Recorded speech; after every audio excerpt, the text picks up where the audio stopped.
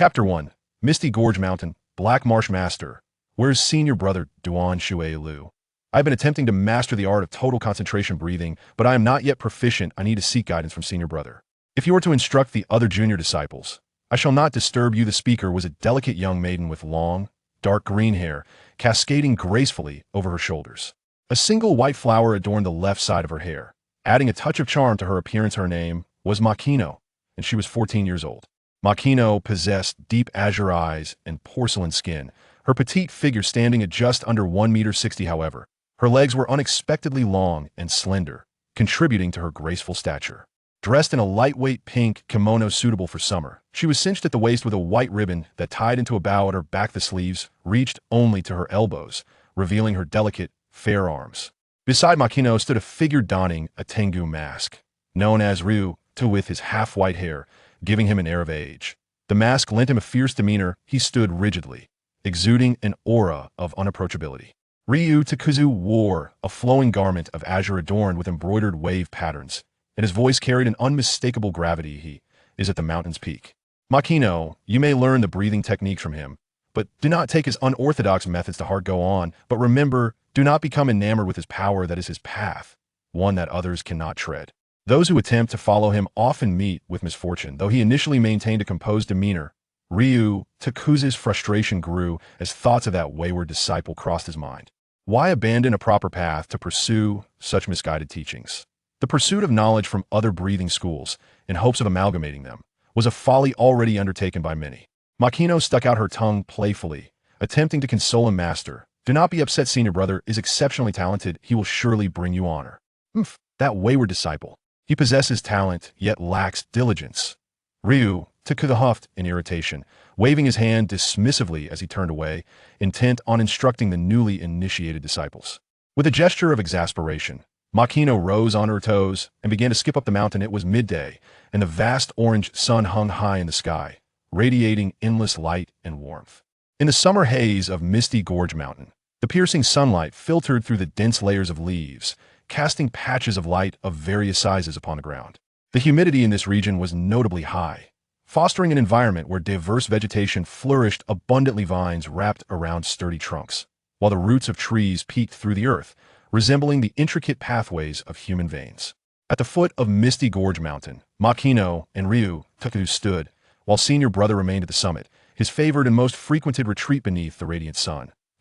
The petite figure of Zhanggu danced swiftly along the gravel-strewn mountain path, occasionally springing onto branches with an exuberance that surpassed even that of the agile monkeys of the forest. Throughout her journey, her breaths were rhythmic, steady, and profound. Before long, she had ascended from the foot of the mountain to its midsection, where a hazy mist enveloped her surroundings, rendering the path beneath her feet somewhat indistinct. Yet she was well acquainted with this place and deftly navigated through the winding trails to discover a path that led directly to the summit, evidently forged by the persistent footsteps of others every morning.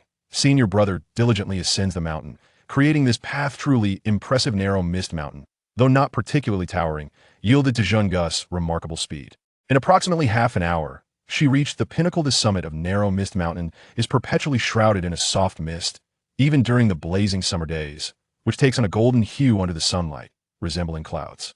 Interspersed with flecks of gold, indeed a breathtaking sight. Upon reaching the peak, the mist dissipated, revealing an expansive vista illuminated by sunlight that was nothing short of dazzling.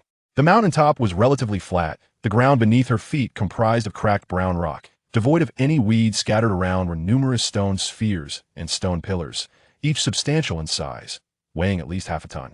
Most were fractured, adorned with deep imprints of fists and palms, interlaced with intricate fissures. In the center of this area stood a young man, bare-chested, performing a handstand without any support. With his left hand resting on his back, he balanced his body, executing one-handed, two-finger push-ups with remarkable ease. It was impossible to ascertain how many he had completed, yet he appeared unfazed. His muscular arms rhythmically flexed with each movement, captivating the gaze of onlookers. A blue and white jacket lay carelessly discarded on the ground, indifferent to the dust that clung to it. Zhanggu, akin to a playful rabbit, bounded over, crouching beside him, her finger reaching out to poke the young man's chest. It felt as solid as stone, utterly unyielding.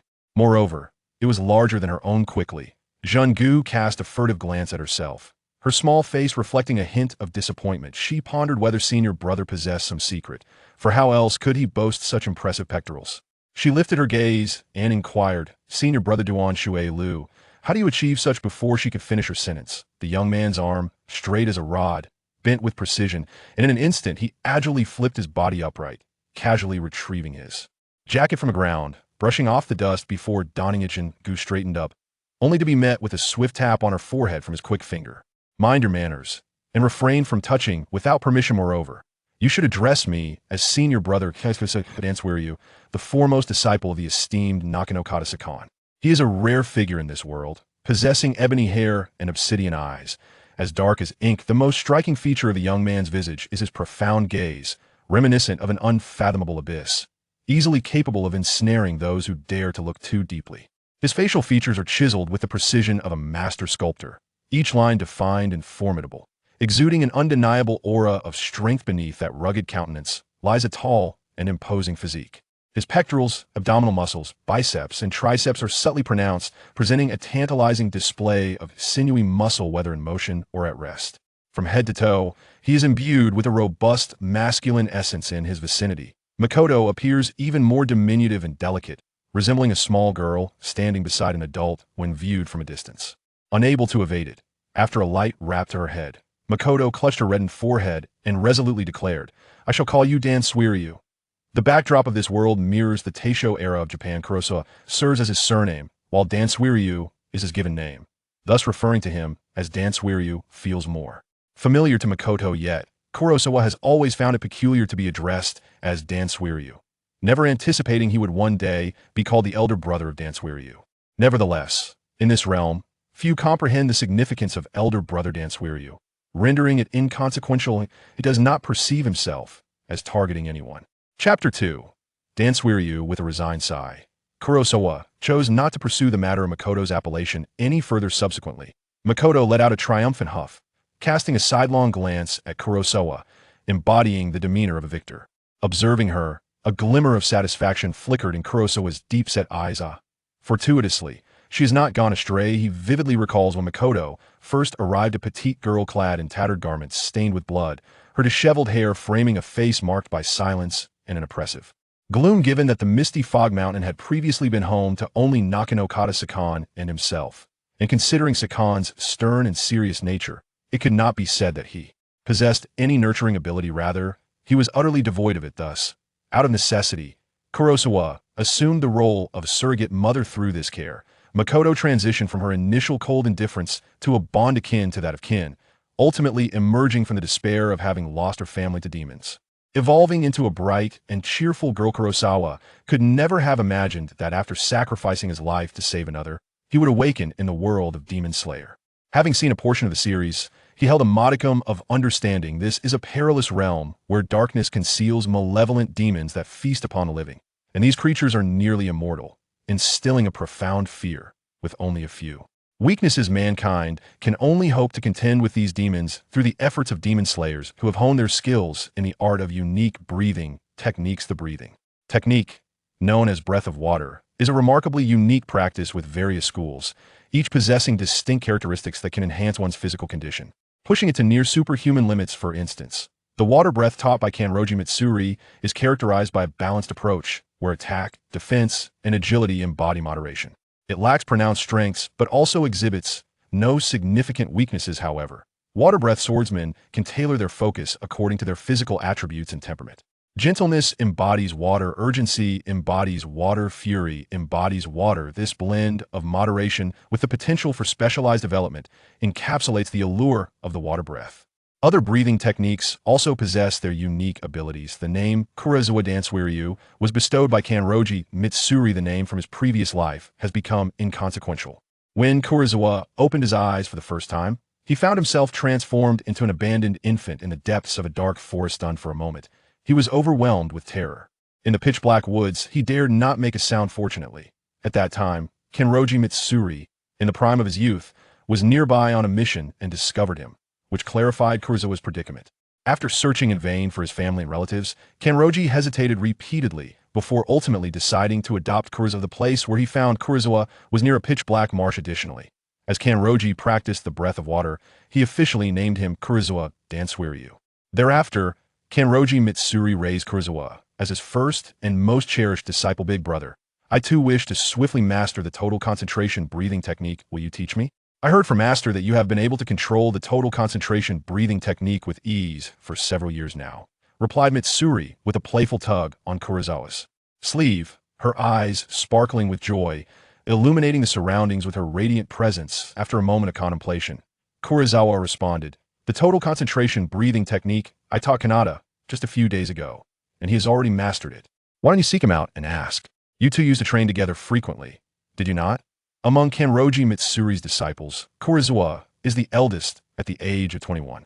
In contrast, Mitsuri is merely 14, while Kanata is a year younger than her at 13 yet. They all possess a maturity akin to that of a 17 or 18-year-old. Kanroji typically takes in disciples who have suffered devastating losses at the hands of demons, making them acutely aware of the world's harsh realities. Moreover, due to their rigorous training, they possess robust physiques thus. Both their mental and physical states are considerably more mature than their peers. As the eldest, Kurosawa has taken it upon himself to care for Kanata and Mitsuri. Regarding them as siblings in turn, Kanata and Mitsuri view Kurosawa as a brother, feeling a deep attachment to him. Furthermore, Kanata and Mitsuri share a mutual fondness for one another as an observer. Kurosawa perceives their affections with remarkable clarity, however. Neither of them has yet realized this, and Heisei chose not to expose it, allowing things to unfold naturally recently. However, it seems a third party has emerged between them, likely serving as a catalyst. Heisei stroked his chin, finding the situation amusing.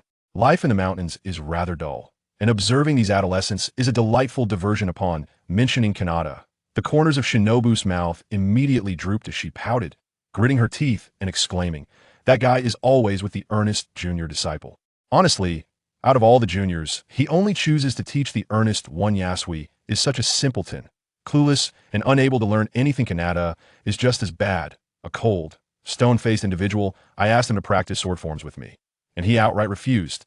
Unlike the silent and composed Shinobu in the original narrative, her personality has become much more vibrant and lively with Heisei's company. Heisei, seemingly from nowhere, produced a white rice ball adorned with black sesame seeds, eating quietly while observing the fury etched on Shinobu's small face as she continued to grumble about Kanata's faults. One sesame rice ball vanished into his stomach, only to be followed by another. As if by magic, the rice ball, which should have been bland, appeared to be savored with great delight by Heisei. Big brother, noticing Heisei's amused gaze upon her, Shinobu narrowed her eyes and protested as Heisei retrieved yet another rice ball. He remarked, "I haven't eaten anything until now. I'm merely a bit hungry." In a fit of anger, Shinobu snatched the rice ball from Heisei's hand and bit into it in a matter of moments. She devoured it, entirely forget about them. "Quickly teach me the total concentration breathing technique. I can manage it occasionally, but achieving it at any time and place is far too difficult." Breathing techniques, as the essence of human capability, are divided into several stages. Total concentration breathing is already at the third stage. Prior to this, there are two basic stages: beginner breathing and stable breathing. Total concentration breathing serves as an exceptionally formidable, explosive technique. Heisei adjusted his demeanor and stated, "This cannot be taught, for while total concentration is inherently simple, it is paradoxically challenging." Shinobu tilted her head in confusion.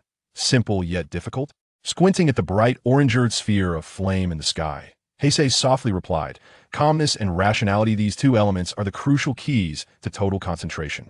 Breathing, if you can maintain calmness and rationality at all times, then you can employ total concentration whenever you wish." Calmness and rationality in simple terms, it means to avoid losing one's head. Though it appears simple, the execution proves to be quite challenging, particularly for novices.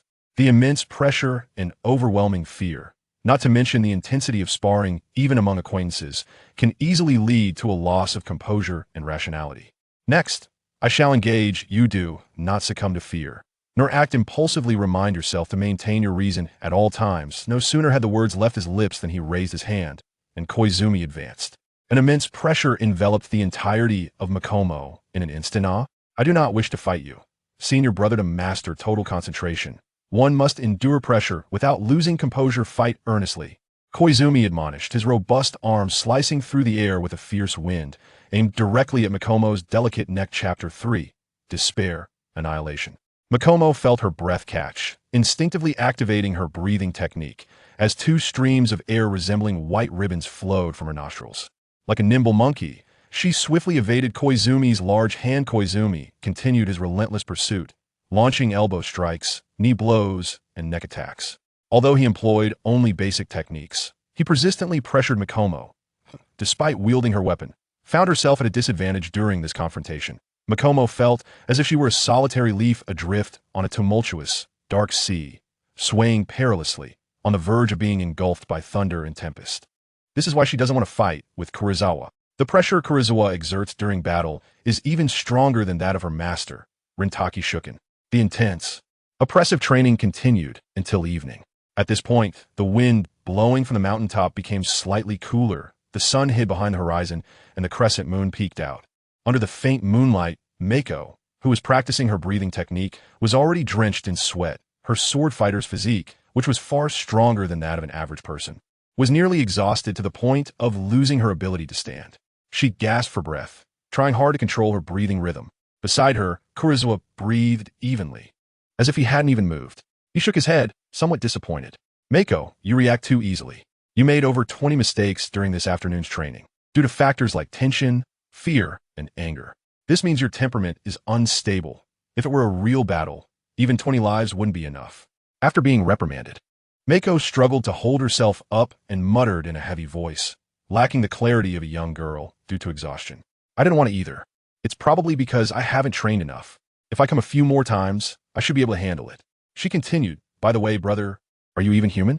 How can your physique be so strong? You're clearly a monster. The corpse speaks.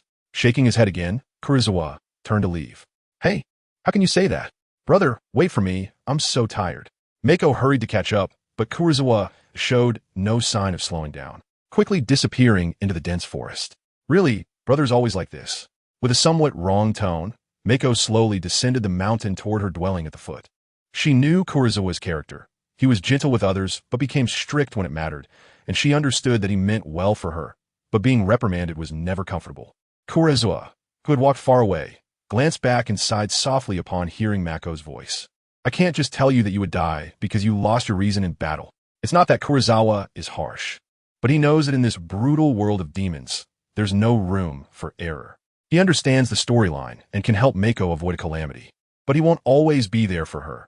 Once she becomes a true swordsman, she will ultimately have to face the demons alone. One mistake can mean death, a permanent loss. However, after nearly a day's training, the potential value only increased by 0. 1. Looking at the 7 strange symbols that appeared in his vision, Kurosawa lowered his head and walked toward Rintaki Shuken's dwelling. On the morning of his 20th birthday, when Kurosawa first opened his eyes, he was surprised to find 8 strange symbols arranged vertically in the lower left corner of his vision. These symbols were semi-transparent gray and white, not obstructing his sight. Just from the first glance, Kurosawa understood what these symbols represented, even though he had never seen them before. Strength, physique, agility, intelligence, skill, potential, despair, power of living beings, and extermination power. Among them, the first 4 are physical attributes that can be simply represented by numbers.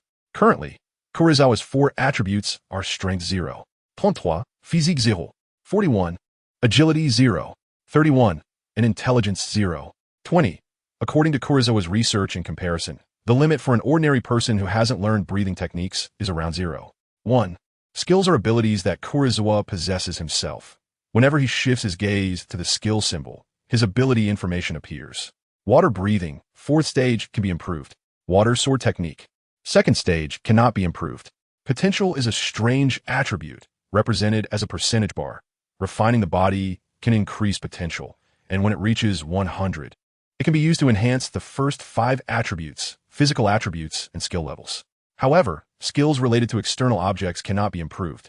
So Kurosawa later abandoned learning the sword and focused on developing his body, which Rintaki Shuken considered to be straying onto the wrong path, becoming obsessed with physical strength. Initially, the accumulation of potential was rapid.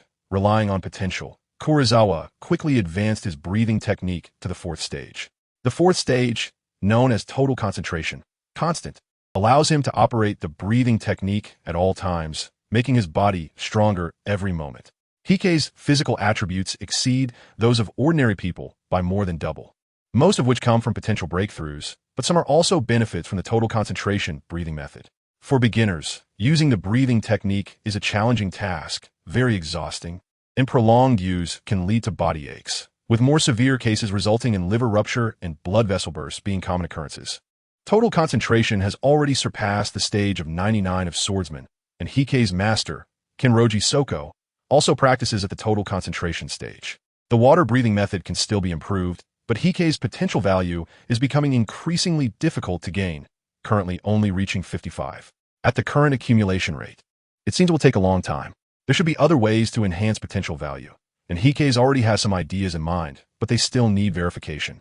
As for the two most special symbols, the power of despair of beings and the power of genocide, Heisei has some understanding of the power of despair of beings, while he has speculations about the power of genocide, but is not certain.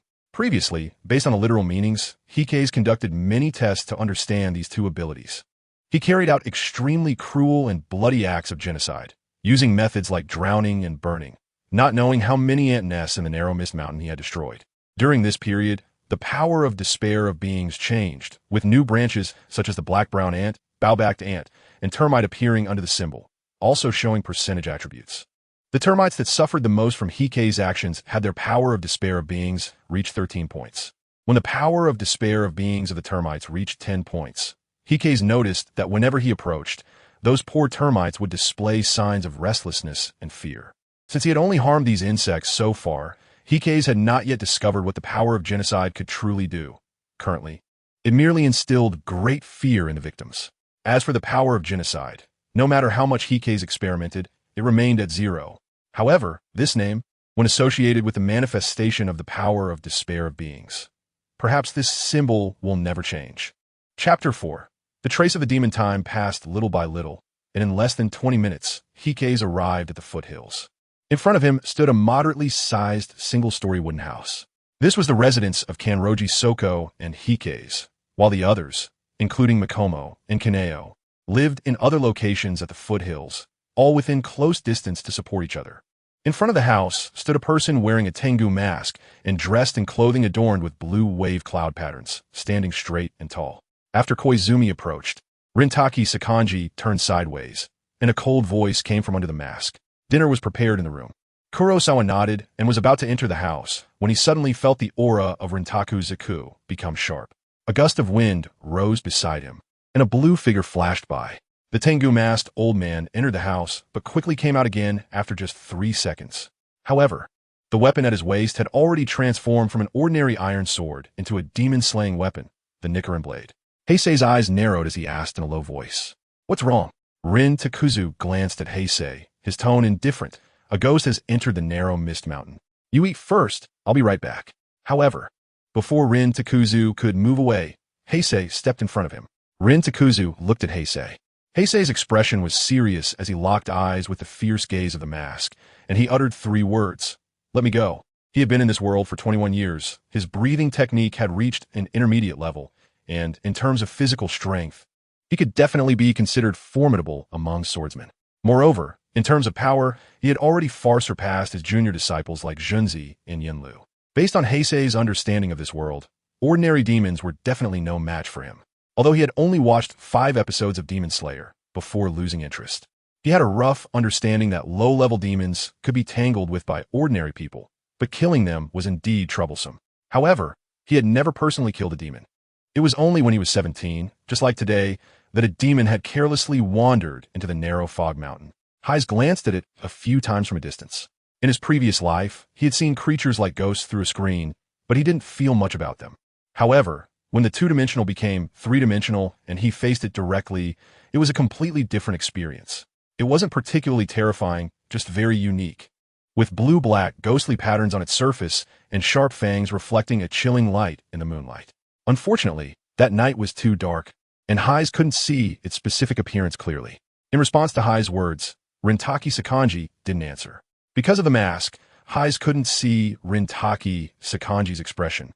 Heisei continued seriously, "Master, you know that my breathing technique has already reached the intermediate stage, stronger than many formal swordsmen." Kagaya Ubuyashiki fell silent for nearly 10 seconds before speaking calmly. "You're not a formal swordsman yet, and you do not have your own Nichiren blade. After saying that, he was about to leave. Heisei thought to himself, "It's still because you never give me a spot to participate in the swordsman trial." At this moment, Heisei could only be considered a swordsman in reserve. In the world of Demon Slayer, the only organization fighting against demons is called the Demon Slayer Corps. It is the demon-slaying swordsmen from the Corps who fight bloodily, that prevent the man-eating demons from rampaging freely in the human world. Kagaya Ubuyashiki is one of the strongest members of the Demon Slayer Corps. The top-tier swordsmen in the Corps are called Hashira, and Kagaya Ubuyashiki is one of them. The water Hashira is the strongest in the lineage of water-breathing techniques and is also a trainer, one of the few in the Corps who, while being a Hashira, also trains many demon-slaying swordsmen. The so-called demon-slaying swordsmen represent the path after the swordsmen in reserve, like Heisei. By participating in the Demon Slayer Corps Swordsman trial and successfully passing it, one can become a demon-slaying swordsman and obtain their own Nichiren blade. Failure means death. The swordsman trial is extremely brutal. Failure means dying at the hands of demons. At 21, Koizumi is still not a demon-slaying swordsman. It's because his master, Ryutaki Sokanji, wanted him to wait until his junior disciples had grown up before taking the first batch to participate in the trials, which has delayed many sessions of the trials. In less than a month, the next swordsman trial will take place, and this time I will take Mikomo and the others to participate. So let me go. You wouldn't want to see any casualties among the junior disciples due to my negligence. Perhaps because of his previous life as an ordinary person who lived a dull and even weak existence, Koizumi now yearns for excitement and extraordinary power. Each improvement in strength, visible and tangible, brings him a sense of security and joy. As he spoke, Koizumi's figure flashed, and he once again blocked Ryutaki Sokanji, explaining his thoughts. Ryutaki, who had also made some progress in his breathing techniques, recalled Koizumi's speed moments ago and pondered. This time, he intended to shake off Koizumi directly. So he used full speed, but Koizumi still managed to intercept him first. In terms of physical condition, his aging body could not compete with the young and strong Koizumi, who was also proficient in breathing techniques. Well, let's see how he fares. Ryutaki considered for just 5 or 6 seconds before making a decision. He stopped at the dilapidated shrine 800 meters to the south. Haikawa Yurin paused for a moment and then said in a deep voice, "I understand." Next, Takizo Katsu raised his hand and said, "Take it. I don't care if you don't learn swordsmanship, but you can't kill demons without the Nichiren blade." That is not necessarily true. The sun can also kill demons. But it's nighttime now. Then I'll just keep killing demons until morning. The blue Nichiren blade flew over, and Haikawa reached out to catch it, casually tucking it at his waist. His careless way of sheathing the sword made Takizo Katsu's eye twitch. He had always cherished his Nichiren blade like a wife, but Takizo Katsu said nothing, only thinking that he would teach Haikawa a lesson when he returned. On the other side, Haikawa turned and quickly rushed toward the Kamiyama shrine. Watching Haikawa's back, Takizo Katsu stood still for a long time, unsure of what he was thinking. A minute later, a gentle breeze blew, and Takizo Katsu moved his feet, planning to observe in secret. He thought for a moment, still uneasy about Haikawa going alone, even though he recognized Haikawa's strength. "Master, where's senior brother? He came down earlier than me, but I don't see him." A puzzled voice came from a girl as Mikomo looked around, stretching her neck to look inside the house, but found no trace of Haikawa. Takizo Katsu didn't linger. He had matters to attend to. "There are some meals inside. Go call Kanroji and the others to eat together. I have things to do, so I'll leave first." Regarding meals, most disciples handled it themselves, but Takizo Katsu occasionally cooked and ate with the disciples, though it was rare. Coupled with Takizo Katsu's taciturn nature, the atmosphere at the dining table was quite oppressive. As soon as he finished speaking, Takizo Katsu transformed into a blue streak of light and disappeared from the spot, leaving Mikomo bewildered.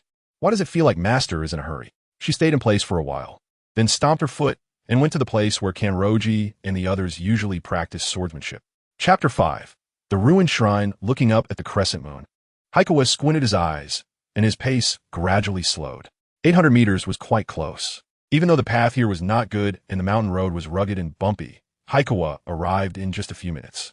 What appeared before Haikawa was a dilapidated shrine. This shrine wasn't particularly small, covering about 100 square meters. The torii gate at the front still existed. This meant that the entrance to the divine realm had turned dark brown. The top beam had vanished, and the 2 lower pillars stood tall. But the paint on them had become mottled and worn, with most of it having peeled off. Behind the torii gate, The main body of the shrine was also in ruins, with the log-built walls being eaten away by insects, and there were large holes in the doors and windows, which moaned when the wind blew. It looked weathered and worn. The ruined shrine was backed against the mountain wall, with the waning moon above the mountain wall, and the moonlight could not reach here. There were no candles inside for illumination, making the surroundings pitch dark. Kurosawa's eyesight was much better than that of an average person, but it was not enough to see without interference in the dark. He focused his gaze, but could barely make out the situation inside the shrine. All he saw beyond the large, broken holes in the doors and windows was a pitch-black void. The shrine was very quiet, with only the occasional sound of the wind and the rustling of insects. There were no other unusual noises. It seemed just as usual. However, Kurosawa did not doubt what Mizudaki-sakan said. There were demons here. Unless the demons had anticipated being discovered and fled to another place, they must be inside. Mizudaki-sakan had a unique ability, a sense of smell that far surpassed that of ordinary people. Within a radius of several hundred meters, no scent could escape his tracking, especially those he had battled against for a lifetime. Kurosawa envied this ability greatly. Demons could disguise themselves, but their unique scent could not deceive. It was a skill that allowed one to easily identify a demon. He reached for a flint from his waist to light a candle and dispel the surrounding darkness. Then, Kurosawa moved forward, holding the candle in one hand and feeling for the hilt of his Nichiren blade with the other, stepping over the torii barrier and walking toward the shrine step by step. The cold night wind howled as it rushed into the dilapidated shrine through the holes in the doors, windows, and walls, creating sounds that echoed like ghostly wails. At this moment, the moonlight, obscured by the cliff behind, just reached the torii barrier. In front of the barrier, the moonlight was bright, and the ground was covered in silver frost. Behind the barrier, darkness spread, and the space was filled with silence. As Kurosawa stepped into the boundary gate, light and darkness appeared on him simultaneously, as if he had crossed the dividing line between the human world and the realm of spirits. Walking from the moonlight into the darkness, the surroundings suddenly fell silent, and the air felt thick and viscous. Akira Kurosawa understood that it was because he was a bit nervous. He believed his strength was enough to face the lower moon, and that the other demons could definitely do nothing to him, but this was ultimately based on theory. Hajiro didn't want to be someone who only talks about theory. He needed experience, real combat experience, which was what he lacked the most right now. No matter how much he practiced with his junior brothers and sisters or with his master, it was never as valuable as personally killing a real demon. He let out a long breath, driving away the tension in his heart. Kurosawa did not stop. His figure completely vanished into the darkness as he strode toward the entrance of the shrine. The shrine's main gate was entirely painted in crimson, though the paint had become so chipped and faded that it mostly turned a dark brown, resembling ugly scars and patches. Holding the candle in front of him, Kurosawa looked around. The dilapidated shrine was surrounded by mountain walls, with only a forest ahead, and Kurosawa had just come from the path through the forest. There were no places to hide or escape anywhere else. The only route was the direction he blocked. Is anyone there? I passed by this place and would like to stay the night. If I cause any disturbance, I hope for your understanding. Kurosawa politely knocked on the door. At the location of the barrier, he couldn't confirm the situation inside the shrine, but he had already reached the entrance, and his excellent senses made him aware of something unusual. Breathing. There was a sound of breathing just behind the tightly closed door. With a creak, the door opened. An expressionless face appeared in Kurosawa's view. The two men sized each other up. In Kurosawa's eyes, the man opposite was middle-aged, just over 7 meters tall, neither too short nor too tall, with thick eyebrows and big eyes, and very white teeth. His clothes were well-maintained, though covered in patches, indicating he took care of his appearance. The middle-aged man looked up at Kurosawa, who was 2 heads taller than him, still wearing an expressionless face, completely unafraid of Kurosawa's towering figure. However, when his gaze shifted to the sun-wheel sword at Kurosawa's waist, his pupils suddenly constricted, a flash of wariness crossing his face. There are already people here. It was inconvenient, so please look elsewhere. After saying this, the middle-aged man attempted to close the door. However, a wall slammed into his face, knocking him directly into the shrine. No, it wasn't a wall. It was Kurosawa's sturdy chest, like a solid wall that pushed the man back. Seizing the opportunity, Kurosawa squeezed into the room and closed the door behind him. No matter how one looked at it, he appeared to have more sinister intentions. By the candlelight, Kurosawa could see behind the middle-aged man a wooden carving depicting a male's 5th limb, 7 meters long and nearly 1 meter wide. From this sizable wooden sculpture, It was evident that this shrine had once seen many visitors. It was said that venerating it was a prayer for abundant harvests, numerous descendants, and good health. That said, Kurosawa still couldn't quite understand such strange offerings. There were many similar peculiar shrines in other places.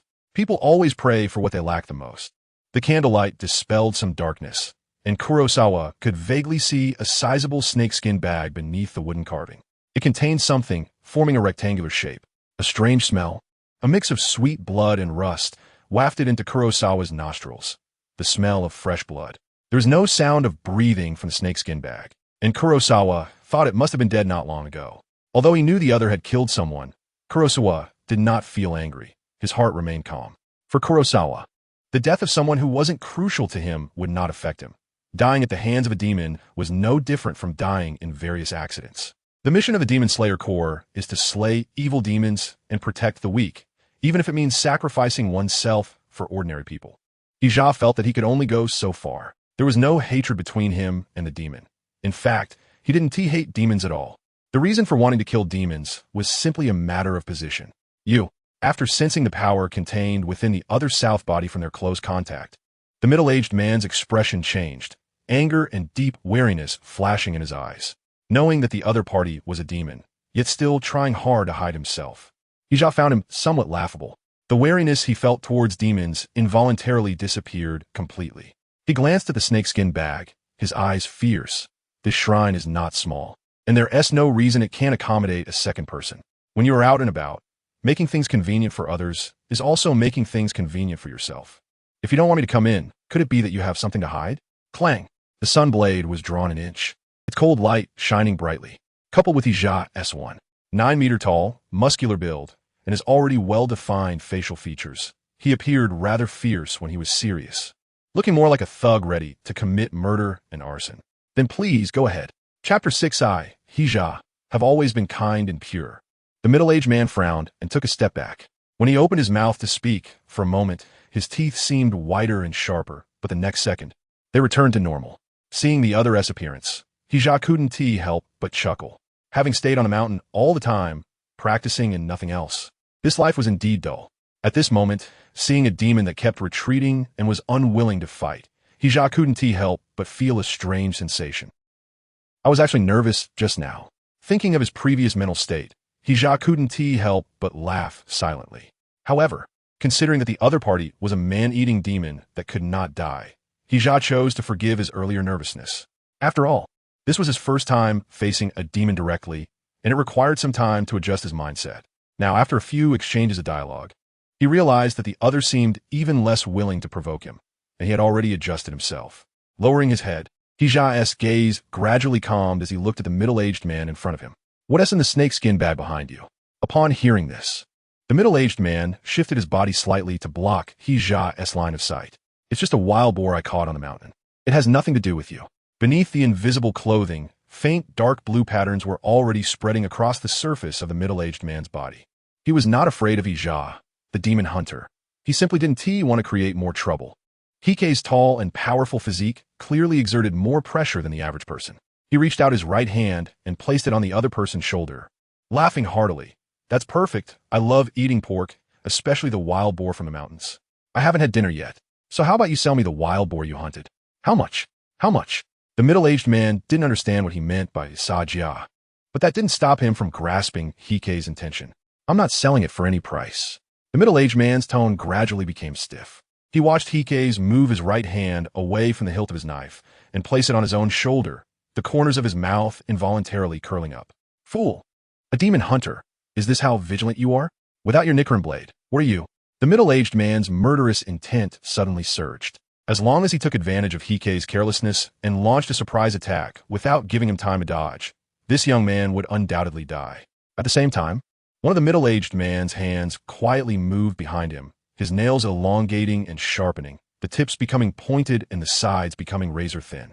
Heikei's eyes brightened, as if in a state of blissful ignorance, and he chuckled. "Then if you're not paying, it's not for sale." Unfortunately, no one could understand my joke. Heikei's expression darkened. Under the candlelight, the middle-aged man's face suddenly twisted into a grimace. In an instant, dark demonic patterns interwove from his neck up to his face. At the same time, Veins bulged, thick blood vessels writhing beneath the skin like worms. And his mouth split open to reveal a gaping maw with teeth protruding like a shark's serrated edges. The middle-aged man? No. The middle-aged demon's claws lunged fiercely toward Heisei's left chest, the whistling wind and the glint of cold light between his fingers signaling the danger level. His eyes were filled with ferocity and the delight of an explosion after enduring humiliation. Demon Hunter, you are pushing too far. It was truly infuriating. The more he thought about it, the angrier he became, and the more he retreated, the more he felt he was losing. As a demon, he was used to bullying others and had never experienced such humiliation. However, the triumphant voice was abruptly cut off with a loud bang. Bang! The large hand of Koizumi, resting on his shoulder, had silently climbed to the top of the middle-aged demon's head the moment he launched his surprise attack. Then, as the demon let out a triumphant roar, it pressed down heavily. In an instant, an unparalleled force struck, and the middle-aged man felt as if he were a rag doll, spinning in chaos, carelessly thrown to the ground. His entire head was pressed hard against the gray stone floor by Koizumi's hand. The middle-aged man's face sank into it, cracking and bursting, leaving only the back of his head exposed. This kind of strength, the middle-aged demon was horrified. Kurosawa didn't draw his sword at all. The Nichiren blade at his waist was merely a trap to lure him in.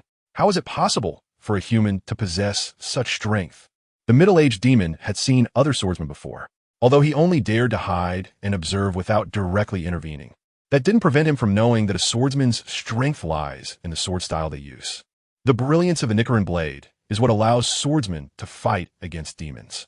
Relying solely on physical strength, demons can easily overpower swordsmen. However, what is happening now has completely overturned the middle-aged demon's worldview. Although his narrow perspective already had problems, the fact remains that the swordsmen of the Demon Slayer Corps, who have mastered the standard breathing techniques, possess physical capabilities that are not inferior to most demons. Each one of them is a humanoid monster. Heisei did not know what the middle-aged demon was thinking. Crouching on the ground, he pressed one hand down on the demon, looking at the back of its head that was exposed. With his left hand, he drew the Nichiren blade.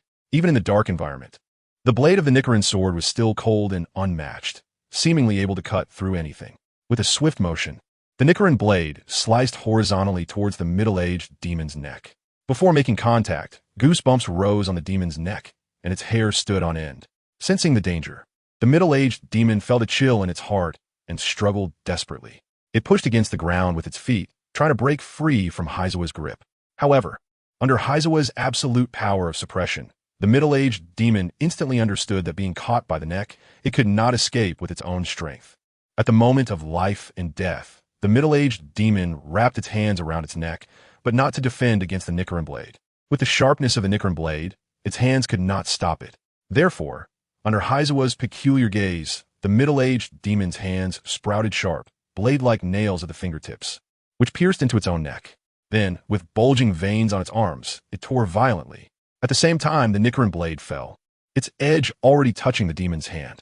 At the critical moment, a squelching sound was heard. The flesh of the neck was torn apart by the demon's hand. The pale vertebrae also broke, connected by strands of blood. Crimson blood gushed out with tremendous pressure, dyeing Heisei's pants red. Crack! The Nichiren blade fell, passing through the severed neck, cutting into the ground and leaving a shallow mark. Following this, the middle-aged demon no longer cared about the head under its palm, and its entire body moved rapidly, its limbs sliding in a way that defied the normal limits of human joints, moving like a large spider. This sudden change allowed the middle-aged demon to successfully escape under Heisei's blade, sliding on the ground like a spider without standing up. Heisei stood up, holding the dripping head of the ghost in one hand, his eyes fixed on the limbs and torso of the ghost that had crawled 3 meters away on the ground. As long as I take off its head, no one can cut off mine? It's hard to believe that this ghost has such a strong will to survive. Its cunning moves are still possible. Is this the ghostly version of the idea that as long as I choose to commit suicide, no one can kill me? Heisei was shocked, and at the same time, looking at the still dripping ghost head, he felt a wave of nausea. The middle-aged ghost head was still in Heisei's hand, with a look of terror on its face, and beneath the head was the unevenly torn flesh from the violent ripping, along with a half-exposed spine mingled with pale and bloody remnants. Heisei, have always been kind and innocent. When I was young, I used to peek through my fingers, even when killing chicken. Are you trying to scare me to death on purpose? Huh. Keeping a vigilant eye on the headless body with his peripheral vision, Heisei raised the ghost head and stared directly into its eyes. The originally pale irises spun around, and the middle-aged ghost's corpse turned into a pleading expression, with its head severed and still in someone's hand. The middle-aged man had intended to confuse Heisei with his headless body and wait for a chance to escape once Heisei let go. But unexpectedly, Heisei realized that its consciousness still existed in the head. Please spare me. Chapter 7. Falling into despair, please spare me. The middle-aged ghost's head pleaded, while the spider-like headless body retracted its sharp nails from its fingers and toes. Though it was a ghost, when maintaining rationality, it could also be considered a mutated human. Heisei raised an eyebrow, looking at the bloodshot eyes, and asked, "Let you go? You should know that humans and ghosts cannot coexist, so why should I let you go?"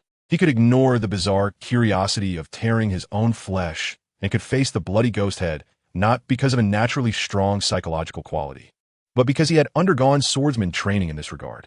When Kiryu Sakanji slayed ghosts, he would occasionally take Heisei's to watch. The sight of limbs flying and blood spraying was nauseating to Heisei the first time, but after many times, he gradually got used to it. This is a cruel world. He needed to adapt, and the powerful Heisei, who yearned for strength, actively sought this change, showing great adaptability. His argument with the middle-aged ghost was certainly not for fun. Heisei understood the truth that villains die from talking too much. Yet, he still acted this way, because the power of despair from living beings. Through Heisei's research, he found that the moment of a creature's death, a power of despair is generated. However, since it involves despair, the more desperate the enemy's heart is before dying, the more power of despair they will generate, which should be the case. Heisei is uncertain, so he wants to give it a try. Of course, Heisei is still unclear about the true purpose of the power of despair. After all, his research has only been based on harming weak ants. Ant Killer didn't mind letting the middle-aged ghost live a little longer, giving him hope before making him feel despair. The despair power gained from such beings would be significantly greater, and it would also speed up Heisei's research on him. I'm really bad. Heisei looked at the middle-aged ghost, who was still unaware and trying to sway his will with words, feeling a sense of regret in his heart. Can I not kill anyone? The ghost leader said eagerly when he saw that Heisei had no intention of dealing with him immediately. Then how do you explain the bag behind you? Heisei said lightly. In the darkness, the blood-stained long leather bag took on a human shape. In the calm voice of Kurosawa, there was an ominous undertone. The middle-aged ghost hurriedly said, I didn't kill that person. He was a suicide. I found the body at Akiha Cliff. You should know about Akiha Cliff, right? Many people commit suicide there. After I became a ghost, I didn't want to eat people, so I survived by scavenging the bodies of those who jump off the cliff. He spoke with genuine emotion and a sincere expression. Kurosawa knew about Akiha Cliff. It wasn't far away, just a dozen miles or so, because the area around the cliff is picturesque, with beautiful scenery, making it a common grave for those who are discontent with life. It was said that occasionally, people from big cities come in groups to commit suicide there. Thus, Kurosawa nodded and said, I believe you. His expression showed no change, making it hard to tell if he was genuinely convinced or not. After saying, I believe you, Kurosawa stopped talking and just stared into the ghost's eyes, seemingly waiting for further words. This silent waiting felt like a guillotine poised at the neck, ready to fall at any moment, instilling a sense of despair in the middle-aged ghost. Yet, because Kurosawa had not truly acted, there was a glimmer of hope amidst the despair. Really, everything I said is true. My name is Takumi Nitani, and I live in the nearby town of Koizumi. Besides me, there's also my 5-year-old daughter at home. Because of her existence, I can resist my bloodthirsty cravings and survive by scavenging bodies. If you don't believe me, you can ask around in Koizumi. Please, if I die, no one will take care of my daughter. She will have a very hard life. I'm not asking for myself. I'm begging you for my daughter. She's still so young, so adorable. I don't want to leave her all alone. The last words were almost a whisper. In Takumi Nitani's ghostly eyes, there was a strong desire for life and a deep affection for his family. Kurosawa frowned and said, Shut up. He did not believe the so-called words of Nitani Taku.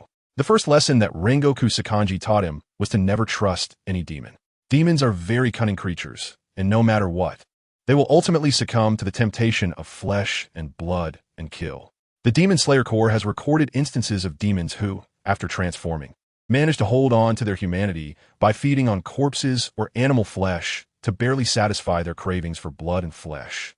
Kind-hearted swordsmen confirmed that they truly had not killed anyone and spared them. However, it wasn't long before murders occurred in their hiding places. The craving for the flesh and blood of living beings saturates every cell of a demon. It can be suppressed for a short period, but over time, that craving will grow stronger and gradually turn into twisted madness. In other words, even if what Nitani Taku said was true, Kurosawa could not let him go. He would send his daughter to the Demon Slayer Corps or directly hand her over to Rengoku Sakanji for training, ultimately turning her into a demon-slaying swordsman. In this regard, the Demon Slayer Corps has a complete set of procedures. What I said is true. You are from the Demon Slayer Corps. Do you really kill even kind-hearted demons without question? Nitani Taku looked at Kurosawa with a sincere expression. Kurosawa stroked his chin, pausing for a moment as if deep in thought. A few seconds later, he sighed and said, Demon Slayer swordsmen are also human. Human hearts are made of flesh. It is indeed hard to strike against demons of the good faction. Moreover, I believe what you said. His expression brightened, and Takuto Nida was about to speak. However, before he could express his gratitude, he heard a clear, heavy breathing sound. Immediately after, everything went dark. Water breathing, fifth form, water surface slash. In his mind, Kurosawa shouted loudly, giving his technique a resonant name. Externally, the muscles in his right arm and palm suddenly exploded and bulged. A tremendous force descended upon the demon's head in his hand. Crash! It was as if he had crushed a watermelon. The demon's head exploded into scattered fragments, blood, flesh, and bone debris flying everywhere. Yet, none of it landed on Kurosawa. At the moment he struck, he turned his body to avoid the splattering red and white matter, and swiftly drew his blade, rushing towards the headless demon body 3 meters away. For his physique, 3 meters was merely a leap away. 2 thick breaths like white pythons appeared at Kurosawa's mouth and nose, while on his Nichiren blade, a blue arc of light began to surge like waves. On the other side, at the moment Takuto Nida's head was crushed, black and red ashes swirled around the headless demon body, and flesh rapidly intertwined and squirmed, growing a head from the neck up in the blink of an eye. At that moment, just as Takuto Nida regained his senses from the excruciating pain of having his head exploded, he caught sight of a flash of blue light from the blade. Water breathing, first form, water surface slash. The straight, clear blue color, reminiscent of a calm lake, filled Takuto Nida's vision. The next moment, the freshly grown head fell to the ground with a thud. "Why, do you believe? Still." His voice was broken and incomplete. After being decapitated by the demon-sling Nichiren blade, Takuto Nida's breath flickered like a candle in the wind, rapidly fading, and would completely vanish within 3 seconds. Hirazawa smiled with bare teeth. "I'm just kidding." His tone was flat, completely indifferent. I curse." The words filled with despair had not finished before his head and body simultaneously turned to ash, gradually dissipating into the air. Hirazawa, witnessing this scene, felt astonished. This is not scientific. After the ashes completely dispersed, Hirazawa picked up the sunwheel blade, blew a breath on the blade, and brushed off a speck of dust. Hirazawa, still have my charm. Although I haven't practiced sword forms for a year, my water surface slash is still so cool. Chapter 8. Terrifying abilities. At the moment Takumi Futada died, an indescribable force surged into Hirazawa's body. He concentrated his mind on the gray-white symbols in his vision. And sure enough, changes occurred. Strength, 0.33. Constitution, 0.41. Agility, 0.31. Intelligence, 0.20. Potential value, 65 points. Skills, water breathing, level 4 upgradable, water sword form. Level 2, non-upgradable. The despair power of living beings now had a new branch. Despair power of living beings, immortal cannibal 1 point. The previous text has been modified. Potential value and despair power have been changed from percentage form to numerical points. The potential value was previously 55 points, increased by 10 points. As expected, when I killed the ants, the potential value had slightly risen, just a little, similar to the despair power of living beings. Killing any living being can gain potential value and despair power of living beings. Heisei looked at the newly added potential points, stroking his chin and considering where to allocate them. He tried to focus his mind on water breathing, but there was no response. It seemed that 65 potential points were still insufficient for water breathing to advance again. After all, the sword form of total concentration, constant, was already the highest stage of sword form that Heisei had heard of. Although the attribute panel indicated that it could still be improved, it would definitely require a large amount of potential points. Continuing to accumulate potential points to elevate water breathing to the unknown 5th stage. Forget it, I'll just use it. Heisei, am exceptionally gifted. Perhaps I can reach the 5th stage through my own training. I wonder how many potential points I still need to accumulate to enhance water breathing, which is already at the 4th stage. With the swordsman trial just a month away, Heisei decided it would be better to increase his strength a bit more. Strength, physique, agility, intelligence. My innate physique is already the highest, surpassing the other 3 attributes by quite a bit. It's my strong suit. Heisei carefully analyzed the attributes of his body, not rushing to improve them. The amount of potential points needed to enhance a certain body attribute is not fixed. It changes along with the variation in body attributes, and thus the specific potential points consumed will also change. Potential points are extremely valuable, and Heisei does not want to use them carelessly. Enhancing strength would boost his offensive capabilities again, making his fists and feet lethal weapons, while increasing speed would improve his ability to chase and escape. As for intelligence, the analytical ability, thinking skills, and logical reasoning brought by a score of 0, 2, and intelligence are already sufficient. Choosing to enhance strength and agility is a good option. After careful consideration, Heisei made his decision, and 50 potential points were instantly consumed. At the same time, a strange sensation suddenly arose deep within his body. It feels great. That sensation was incredibly comfortable and indescribable, making every cell in Heisei's body feel as if it were immersed in a warm ocean, with tiny mouths and hands constantly massaging and transforming his cells, rapidly increasing the strength of various cells within him. This process lasted for a full 10 minutes. After about 10 minutes, Heisei's body trembled slightly, and he suddenly shivered. This feeling is truly intoxicating. Heisei narrowed his eyes, recalling the feeling that lasted for more than 10 minutes, his breathing somewhat heavy. A few seconds later, he opened his eyes, which showed a hint of wariness. If someone with a weak will experience such a feeling, they might become addicted to it. Fortunately, Heisei was kind-hearted, pure, and had a strong will, so he wouldn't be influenced by such base desires. Strength 0, 37, Constitution 0, 51, Agility 0, 33, Intelligence 0, 21. That's right. Heisei feigned a distraction and ultimately chose to enhance his constitution. It was purely because constitution could provide greater endurance, and definitely not because he feared death. At the same time, the other 3 attributes also saw varying degrees of improvement. The 4 physical attributes were closely related.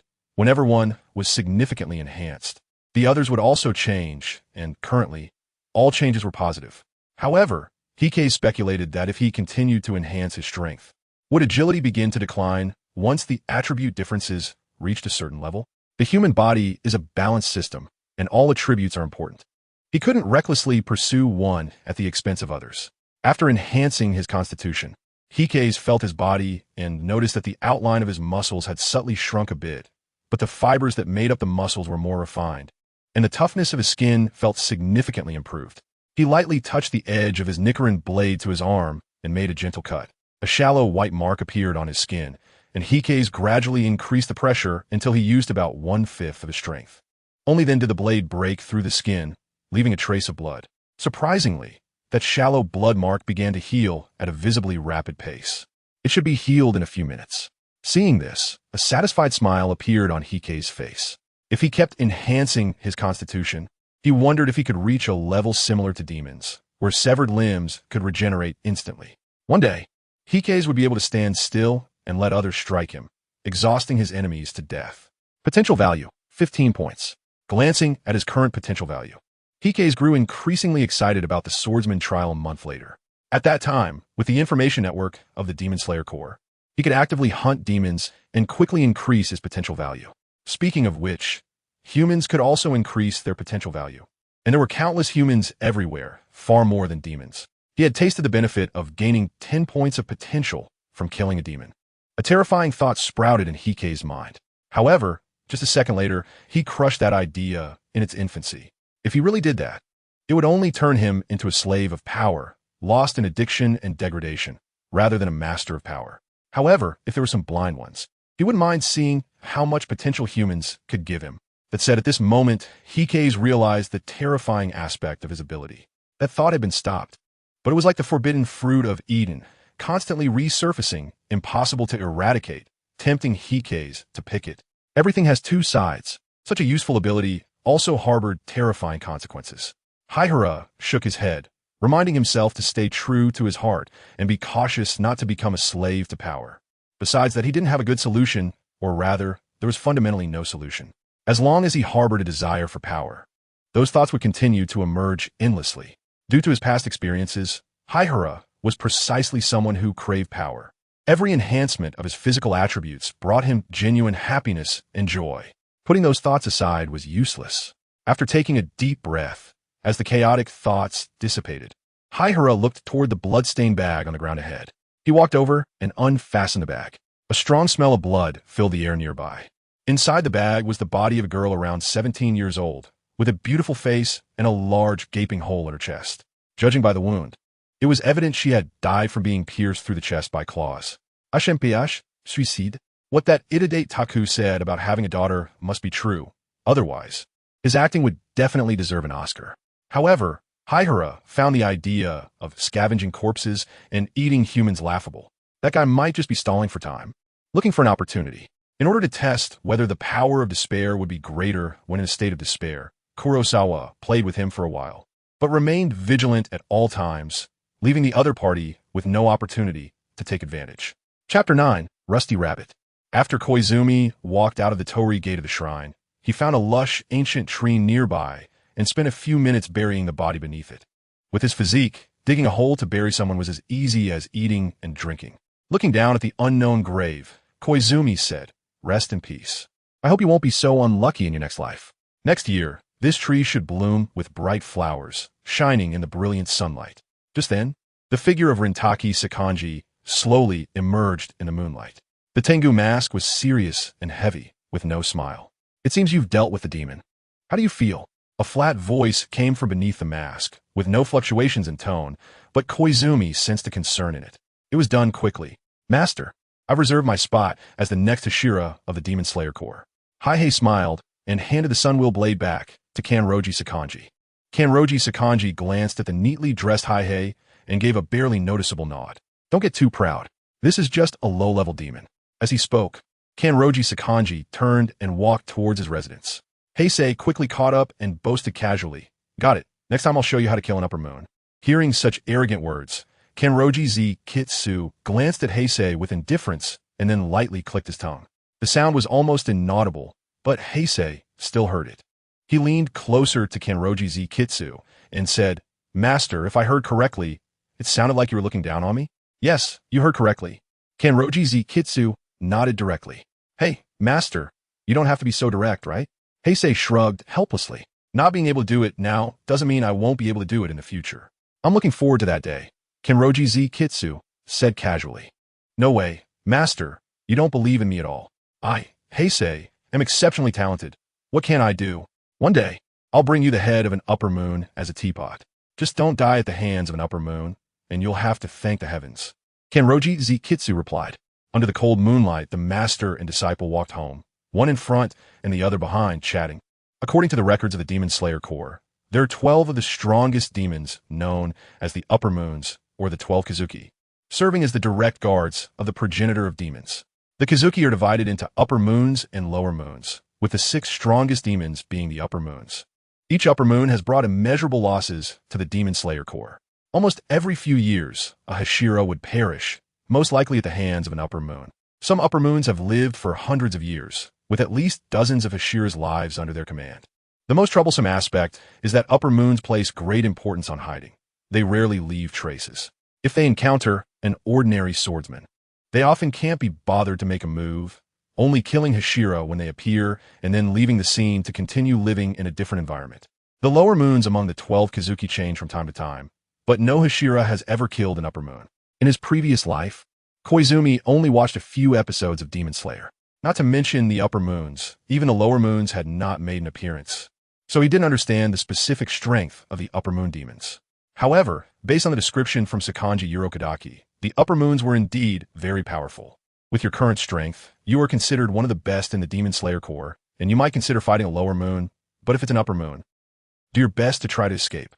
These were the words Sakanji Urokadaki told Koizumi not long ago. However, Koizumi believed that with his rate of progress, not to mention the Upper Moons, he even had a chance to surpass the legendary ancestor of demons. Because they were chatting while walking, The two of them were not moving quickly and arrived at Sakanji Urokadaki's wooden cabin only after more than 10 minutes. Inside the cabin, a faint yellow firelight was on, and 3 figures could be seen through the window. Upon entering, they saw 2 boys and a girl sitting around a low dining table. The girl had blue eyes. It was Tsugumi. To the left of Tsugumi was a gentle-looking boy, Kaneo. Kaneo was wearing a haori with a tortoiseshell pattern in yellow, orange, and green. Seeing Koizumi and Sakanji Urokadaki return, he quickly stood up to greet them. "Master, Brother Koizumi." Kaneo's eyes were quite special, with beautiful silver pupils that always held a gentle smile. To Kaneo's left was a boy with a somewhat timid expression, Ju Tomioka. He seemed a bit uncomfortable in crowded places, hiding behind Kaneo. Ruffling Kaneo's hair, Koizumi smiled and asked, "How is it? Have you taught Ju total concentration breathing yet?" Before Kaneo could respond, Ju Tomioka quietly said, "No. I'm a bit slow. I haven't learned it yet." He smiled and comforted. "When I was your age, I was still awkwardly practicing breathing techniques, so there's no need to rush." A year ago, Tomioka Ju became a disciple of Sakanji Urokadaki, but he still hadn't mastered much of the sword techniques, and his water breathing was only somewhat proficient, not outstanding. Compared to his peer, Zenitsu, the gap was quite evident. Moreover, Tomioka Ju's personality was very timid. Having witnessed his sister being killed by a demon, this child was left with severe psychological trauma and was quite cowardly.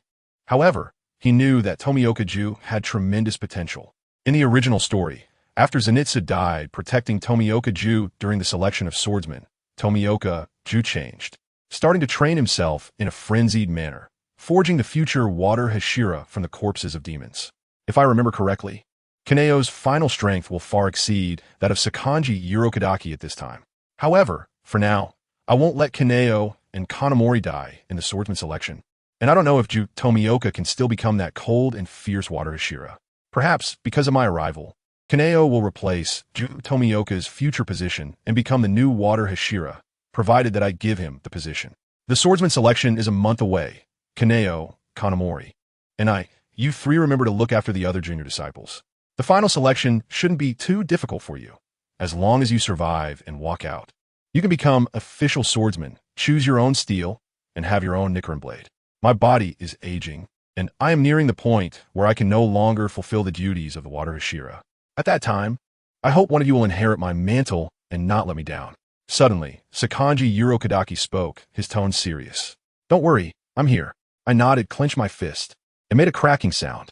In the location of the swordsman selection, MT Fujisaki, there are many demons captured by the Demon Slayer Corps Strong members, serving as trial subjects. Hikes knew that Ubuyashiki Sakanji had participated in the demon-catching operation and in the original work. It was precisely because of the demon captured by Ubuyashiki Sakanji that he fell into a lifetime of suffering. "Hand demon, we will meet soon." A glimmer of dangerous light flashed in Hike's narrowed eyes. Chapter 10, The Upcoming Swordsman Trial. As the swordsman trial was approaching, the entire Kagaya Mountain entered a tense training state in the following time. Heisei also became busy. His junior brothers and sisters totaled 13 people. Except for T2 and Makoto, the 2 outstanding ones, the other 11 had very ordinary strength and had not mastered much in terms of sword techniques. Therefore, Heisei had to devote a lot of energy to teach them, hoping to quickly improve their combat abilities. However, what disappointed Heisei was that both breathing techniques and sword techniques were highly reliant on talent, and hard work had little effect.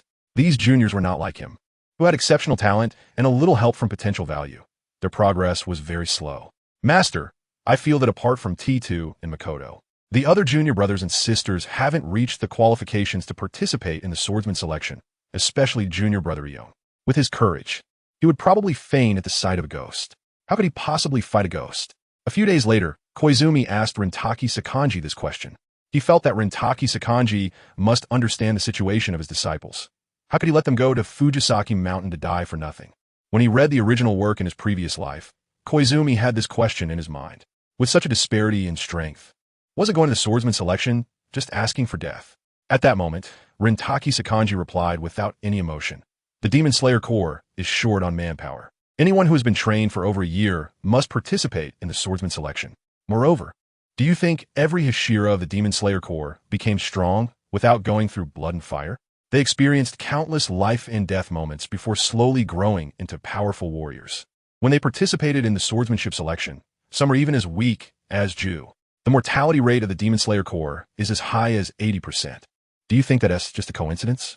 Demons are the predators of humans, possessing an innate suppressive power over them.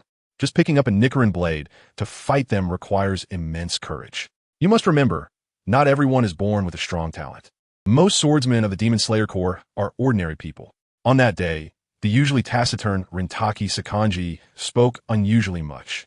Listening to his words, Koizumi fell silent. This wasn't just an anime pastime screen through screen. It was a real, brutally bloody world, and he was now in this world too. I understand. Faced with Rintaki Sakanji's teachings, Koizumi nodded heavily. Koizumi, I don't know what has happened to you, but I choose to believe in you and hope you can maintain your human sensibility. I have a mission to resolve. I will come back when the trial is about to begin. After saying this, Rintaki Sakanji turned and left, directly departing from Nakamori Mountain. His words reminded Koizumi of a profound memory. It was the day he turned 20, the day he awakened his attribute panel. Rintaki Sakanji detected an unusual scent. He possessed an extraordinarily sensitive sense of smell, able to even detect human emotions. On that day, Rintaki Sakanji drew his Nichiren blade and burst into Koizumi's room. He sensed a scent from Koizumi that he had never encountered before. It was an indescribable, chaotic darkness, a smell more profound and terrifying than that of demons. According to Rintaki Sakanji, in that moment, he even thought that the progenitor of demons had descended upon Nakamori Mountain and entered Koizumi's room. When confronted by Rintaki Sakanji's inquiry, Koizumi gritted his teeth and insisted he didn't know what had happened.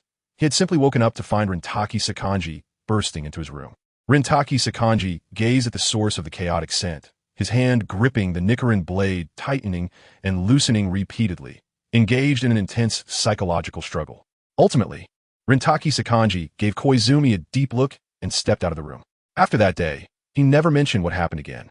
Heisei was a bit depressed and thought to himself, "You wouldn't believe it even if I told you about my awakened ability." Shaking his head, he disregarded these thoughts and devoted himself to the noble educational cause of teaching his junior disciples. As time gradually passed through continuous self-exercise and training of his juniors, 25 days quickly flew by, and Kanroji Sakuji returned to Mount Kagami. At the same time, he also brought back 13 Nichiren swords. These were not ordinary training swords, but rather, they were made from the same material as Kanroji Sakuji's own Nichiren sword, each with a unique shape. At noon, the ancient trees on the mountain were immersed in sunlight like scattered gold, in a clearing at the foot of Mount Kagami. Kanroji Sakuji slowly addressed the 14 people in front of him. These Nichiren swords are remnants of the Demon Slayer Corps swordsmen, to be used temporarily for your participation in the swordsman trial. Afterward, those who pass the swordsman trial will receive their own exclusive Nichiren swords, and those who do not will no longer need a Nichiren sword. 3 days from now, you will set off for the trial location. So take this time to familiarize yourselves with the Nichiren swords in your hands. After distributing the 13 Nichiren swords one by one, Kanroji Sakuji looked at Heisei and said, "Come with me." Following Kanroji Sakuji's footsteps, Heisei entered the room. I became a swordsman at 17 and acquired my own Nichiren sword. Now at 64, this sword has accompanied me for 47 years, helping me through countless crises and slaying countless demons. I treat it like my wife and daughter. My body can no longer withstand high-intensity battles, and the position of Water Hashira is about to be vacated. Heisei, take it. You are my disciple whom I have taught since childhood, and in the eyes of others, you represent me. Do not tarnish my reputation in my old age. At this moment, Kanroji Sakuji had not yet experienced the sorrow of losing 13 disciples in the swordsman selection. He had not become the old man who only wanted a stable life. Although his body had aged, his spirit and energy remained full and vigorous.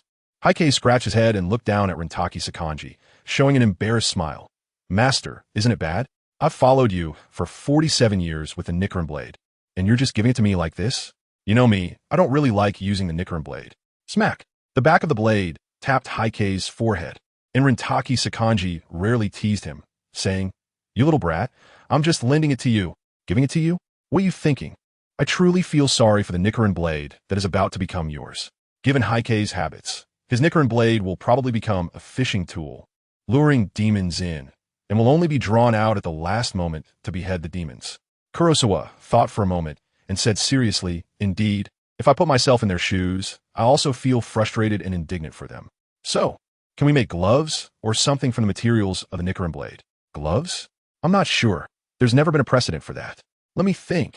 The weapon of a stone pillar is a broad axe and chain hammer, which indicates that the crimson sand iron can be made into other forms. I'll ask for you. After pondering for a moment, Kanroji Sakanji replied to Kurosawa.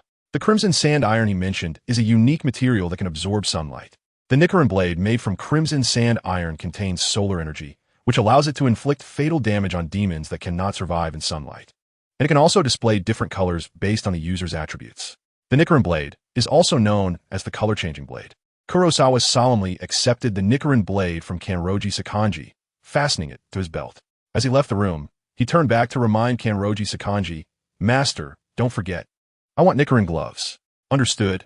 Go familiarize yourself with the Nichiren blade. A weapon that doesn't belong to you requires time to get used to. The gloves should preferably be transparent, as thin as a cicada's wing, so they won't affect the feel. I really like the sensation of a solid punch. All right, I'll inform the blacksmiths in the swordsmith village. Can you get a few more pairs? So I can change and wash them. Get lost. Chapter 11. The disaster exorcising fox mask, the training ground for swordsmen, is called Wisteria Mountain. In this world, besides sunlight, there is another thing that can threaten demons. It is a flower known as wisteria. To ordinary people, wisteria is just a fragrant and beautiful plant, but to demons, it is as fearsome as a flood or a fierce beast. In the perception of demons, the smell of wisteria is extremely foul. Just smelling it can cause dizziness, stiffness, paralysis, and other negative states. Moreover, if demons eat wisteria raw, they will be poisoned, and in large doses, it can directly kill demons. In the Demon Slayer Corps, there is a type of toxin derived from wisteria, but because it is difficult to produce, its quantity is extremely rare and is only given to suitable swordsmen. Wisteria Mountain is effectively a prison of wisteria flowers. From the foot of the mountain to the peak, all entrances and exits, and the entire perimeter of the mountain, are densely planted with wisteria. These wisteria flowers were not naturally formed. The Demon Slayer Corps chose Wisteria Mountain for its suitable geographical environment for wisteria growth and cultivated them artificially for decades to create this prison of wisteria. Periodically, swordsmen capture some demons of average strength and confine them in Wisteria Mountain to study their habits, weaknesses, and so on. Additionally, because there are many demons of mid to lower strength, Wisteria Mountain was quickly selected as the best venue for swordsman trials. Since its establishment, every swordsman trial has been held here, and this time is no exception. Wisteria Mountain is not far from our Misty Mountain. You can reach it in less than 2 days at full speed. The Nichiren blade has been familiarized enough over the past 3 days, so let's set off. Remember, when you encounter your fellow brothers on Wisteria Mountain, it's best to move together. At 6 a.m., 3 days after Kanroji Sakanji provided the Nichiren blade, as dawn broke, the water pulse of Misty Mountain was already fully prepared to set off. Hijo yawned and said, "When the swordsman trial begins, a maximum of 2 people can travel together. Huang Tu, take care of Yong, and the others with weaker abilities should remember to team up with stronger companions. Once we reach Mount Tingxi, find a way to contact me and regroup. The demons in Mount Tangxi have always been weak, but Hijo knows that this time will be a bit different. One demon, sent into Mount Tangxi by Ryu Tizu, has been continuously hunting its kind within a mountain, silently devouring trial swordsmen, but it hasn't caused much of a commotion. Over time, it has become quite terrifying. It won't be long before it reaches the level of the lower moon demon described by Ryu Tizu. Kurosawa hopes that after the trial on Fujisaki Mountain, he will still see these familiar faces on Narike's Mountain. Therefore, he must find that demon as soon as possible and deal with it. The other junior disciples faced that guy and barely escaped with their lives. These disaster-repelling fox masks can ward off evil and bring good luck. So take them with you. Nakataki left a box beside him containing 14 vividly colored fox masks of various shapes. Indeed, disaster-repelling fox masks. Master, if only you knew that because of the disaster-repelling fox masks you sent and the demon you personally captured on Fujisaki Mountain, all your disciples were pushed into a desperate situation, you would surely feel guilt and remorse to death. Fortunately, I am here, so these things will not happen again. Heisei reached out his hand and took out a disaster-warding fox mask with a white base and red patterns at the corners of the eyes from the mask. He wore it at an angle on his head as a decoration, not directly on his face. The disaster-warding fox mask. It looks quite cool. Using the blade of a Nichiren sword as a mirror, Heisei looked at his current appearance. With his sharp-featured face, The mask added a touch of softness to his otherwise eerie look. Next, Ryu Takuzu patiently handed each disaster-warding fox mask to the other disciples. After everything was finished, these young swordsmen of the Mizuhana clan were ready to set off. Wait for me 2 minutes. At this moment, Heisei suddenly seemed to remember something and ran back into the house, re-emerging 2 minutes later. However, his Haori had changed its appearance. Previously, Heisei was wearing a black Haori with white feathers, which suited his aesthetic. Now, he was wearing a blue Haori embroidered with blue water patterns. The expression under Ryu Takuzu's mask became subtle. What do you wear my clothes for? Doesn't that tell others that the one who exterminated the most demons in Fujisaki Mountain is your disciple? Heisei replied with a smile, to give you face. After receiving the answer, Ryu Takuzu no longer pursued the matter. Heisei then turned with his junior disciples and left the Kirigane Mountain, heading towards Fujisaki Mountain. The blue Haori looked quite old, but was overall clean and tidy, with many patches on it. And there were even traces of stitching that wrapped around the entire shoulder area. Each stitch and patch bore witness to Ryu Takuzu's battles against demons. In his early years, during demon extermination missions, Ryu Takuzu always wore this blue Haori. Once it was about to be beyond repair, he stored it in the house, only wearing it occasionally in Kirigane Mountain. Kurosawa's action of putting on this Haori was unexpected for him. However, looking at Kurosawa's departing figure in a daze, Rinryu Sokanji seemed to see his younger self, full of spirit and vitality. The face beneath the mask gradually softened, and Rinryu Sokanji let out a gentle sigh. Perhaps I really am getting old. Kurosawa. On the other side, because of his tall stature, Kurosawa wore the wide Haori like a small vest. But due to his long and strong physique, it surprisingly looked fitting. He put on this Haori not on a whim. Kurosawa is confident that the hand demon of Fujisaki will come to find him because it will smell the familiar scent on this Haori. After all, Fujisaki is a mountain, and its area is quite vast. Heisei was not confident that he could quickly find the position of hand demon. Before that, if any of his junior disciples encountered it, it would be disastrous. Demons have a keen sense of smell, much like wild beasts. The Haori that retained the scent of Kanroji Mitsuri would lead that guy to walk right into a trap. So there was no need for Heisei to exert effort to seek it out. However, the mode of the swordsman trial was really unreasonable.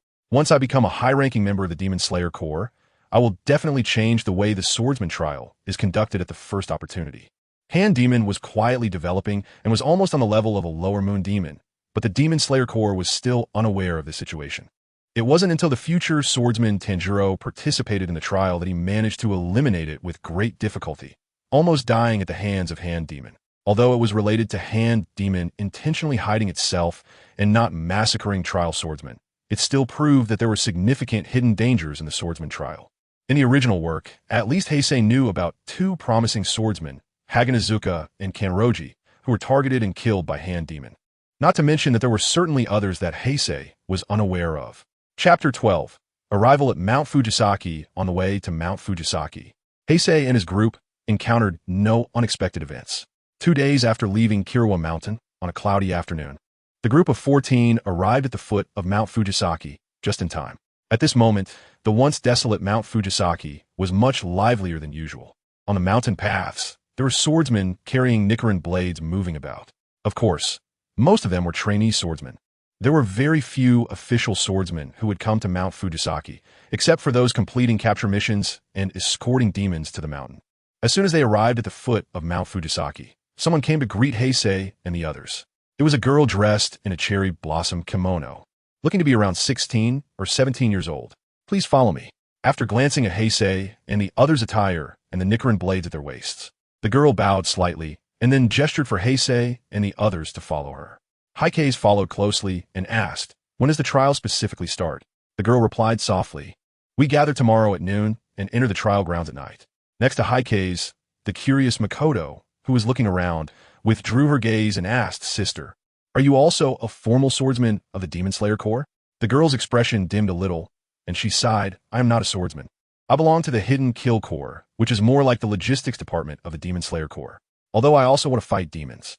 I just don't have the courage or talent for it, so I can only serve the swordsman in this way." Seeing that the girl was a bit down, Makoto comforted her, "Sister, you are fighting demons in your own way, and don't say anything about talent. All my training has been about fighting demons, and I can't do anything else." The hidden Killcore girl smiled and said, "Thank you, I understand. Swordsmen need not only courage, but also talent. Not everyone has the physique to use breathing techniques.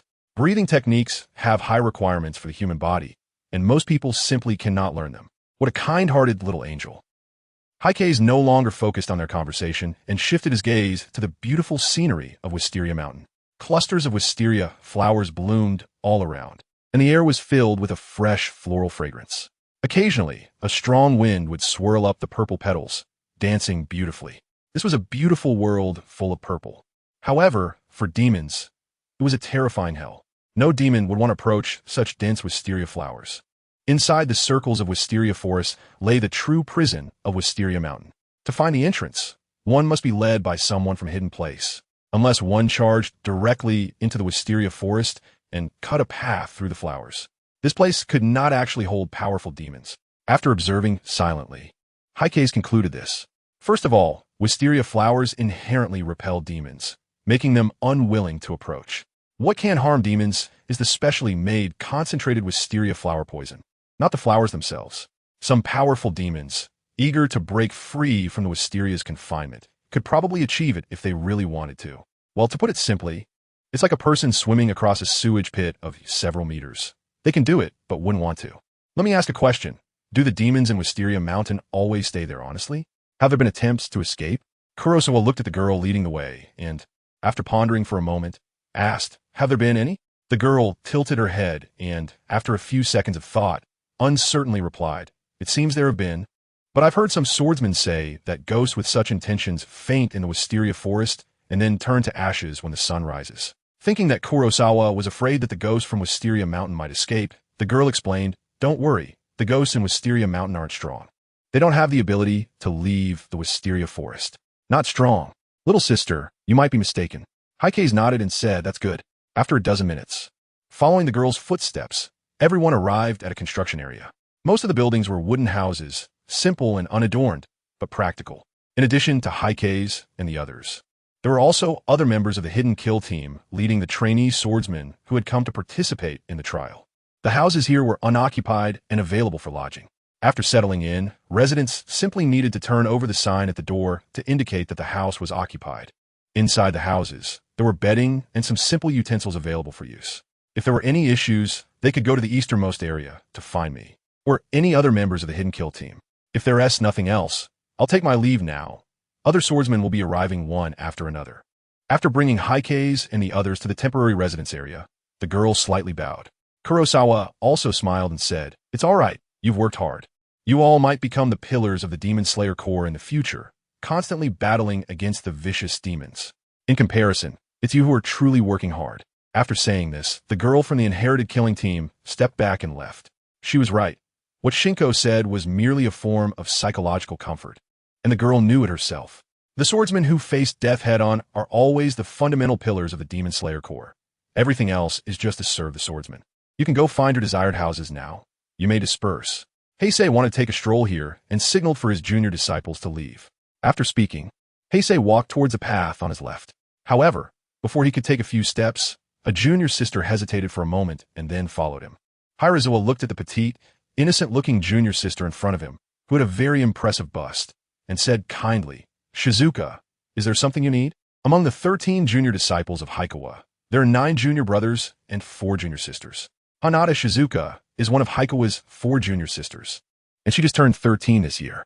Now 21 years old, Heikawa feels like he is mixed in with a bunch of middle schoolers or even elementary school kids. However, there is nothing he can do about it. The Demon Slayer Corps mostly selects swordsmen from a young age. Moreover, due to the existence of breathing techniques, these boys and girls mature quickly. In the case of Hanada Shizuka, although she is 13, she feels more like a 16 or 17-year-old girl. Hanada Shizuka lowered her head, her hands fidgeting, and after a while, she blushed and said, "Senior brother Dan Twilyu, can you take me to MT Fujitsukiyama tomorrow? I'm a bit scared." Dan Twilyu. Heikawa's expression darkened. How did she learn such an arrogant name from Makomo? It doesn't team match his personality at all. Ahem, just call me Heikawa-senpai. As soon as he finished speaking, he saw Hanada Shizuka's face dim, and a layer of mist appeared in her doe-like eyes. Okay, but senior sister Makomo can call you that." Her voice was pitiful, making Heikawa feel a bit of a headache. Seeing that she was about to cry, Haikawa helplessly said, "All right, you can call me that if you want." God knows why not allowing her to call him Dantwiliu would mean they weren't close. Haikawa silently shouted in his heart, "I just simply don't want to hear those 6 words. So tomorrow?" Hearing Haikawa relent, Hanada Shizuka's face instantly changed from gloomy to cheerful, and she looked up at Haikawa with a big smile. Goodness, I thought this usually quirky girl was easily upset today, but it turns out she was doing it on purpose. I should have started this. At this moment, Haikawa understood. It must be Mikomo's influence. Since you brought it up first, I'll take care of you. Tomorrow, follow me, and I'll show you how powerful your senior brother is. The demons you're afraid of are nothing but a bunch of weaklings in front of your senior brother. Haikawa lifted his head proudly and said, "Anyway, I want to bring a junior brother or sister with me into the mountains. Anyone can join except for the tofu rabbit. The eldest senior brother is the best." Hanatani Shizuka clapped her hands, her face filled with admiration. Chapter 13. The Butterfly Sister's Sister. This uncle really has an outlandish imagination. Just after Haikawa finished speaking proudly, a pleasant yet serious voice came from behind him. "Nin, it's good to have ambition, but don't casually speak ill of others." "Uncle." Haikawa choked on his words, almost choking himself. He turned around and saw a pair of sisters who looked quite similar. The older one appeared to be around 18 or 19. But considering that swordsmen generally mature earlier, her actual age was probably not over 16. She had beautiful purple eyes with a hint of pink, and she wore a colorful butterfly-patterned haori. Her hair was adorned with purple butterfly hairpins on both sides. Although she was young, Haikawa sensed a familiar aura about her. The gentle smile in her eyes gave Haikawa the illusion of a friendly older sister or a kind little sister. To the left of this neighborly sister was her younger sister, who was also a very pretty girl. However, unlike her sister, the younger sister had a serious and determined expression, and her eyes were a unique shade of purple with gray, which was striking and captivating. They were dressed identically in colorful butterfly-patterned haoris, and the younger sister also had a butterfly hairpin in her hair. "Hello, my sister doesn't know better, so I apologize on her behalf," the older sister said to Haikawa with an apologetic and gentle smile. Heisei hadn't spoken yet, and his sister frowned, saying, "Sister, what I said is not wrong. There's no need to apologize." The sister once again showed a gentle smile of apology, which made the blooming wisteria flowers on the mountains seem somewhat dim in comparison. Looking at her sister, she appeared somewhat stubborn and serious, convinced of her stance, and her sister couldn't persuade her otherwise. Kurosawa remained silent, looking at the pair of sisters in front of him. Gradually, these two began to overlap with his memories from his past life. The elder sister, Kane Kochu, and the younger sister, Shinobu Kochu. Heizawa hasn't watched much of Demon Slayer, as only 5 episodes have been released at that time. However, he has seen many spoiler posts from those who have read the manga. Kanawo Tsuyuri was killed by an upper moon demon and devoured. After that, because Kanawo said before her death that she really liked to see Shinobu smile, the originally stoic Shinobu developed a gentle smile that resembled Kanawo's after her death. And her personality gradually began to align with Kanawo's, slowly living up to her image, at least on the surface. "It's nothing, children speak without restraint." Heizawa lowered his head and examined Shinobu. Unlike her 6 years later, at this moment Shinobu, from her neck down to the tops of her feet, formed a perfect straight line. The current Shinobu looked like a little girl, completely different from the tall and well-endowed Kanawo beside her. "Children speak without restraint." This phrase made Shinobu puff up like a cat whose tail had been stepped on. "I'm not a child. I'm a candidate swordsman just like you, participating in the swordsman selection. Rather than calling others small, why don't you reflect on yourself, old man? Why are you still participating in trials with us kids? Don't you feel ashamed?" This barrage of words left Heizawa speechless. At 21, being called old man and demon slayer, it was disheartening. "So you are quite the sharp-tongued Shinobu. Hey, my big brother is only waiting for this moment to participate in the trial to protect us. So you shouldn't say that." Shizuka Hanada leaned forward, puffing out her chest, looking down at Shinobu with a victorious expression as she spoke on Heizawa's behalf. "You, Shinobu glanced at her perfectly straight body line, compared it to the already curvy Shizuka, and shot a fierce glare at Shizuka, snorting coldly and falling silent. Kurosawa reached out and pressed down on Shizuka's little head to prevent her from leaning too far forward and falling to the ground. Then he said, "How about we make a bet? Let's see who can deal with more demons in this trial.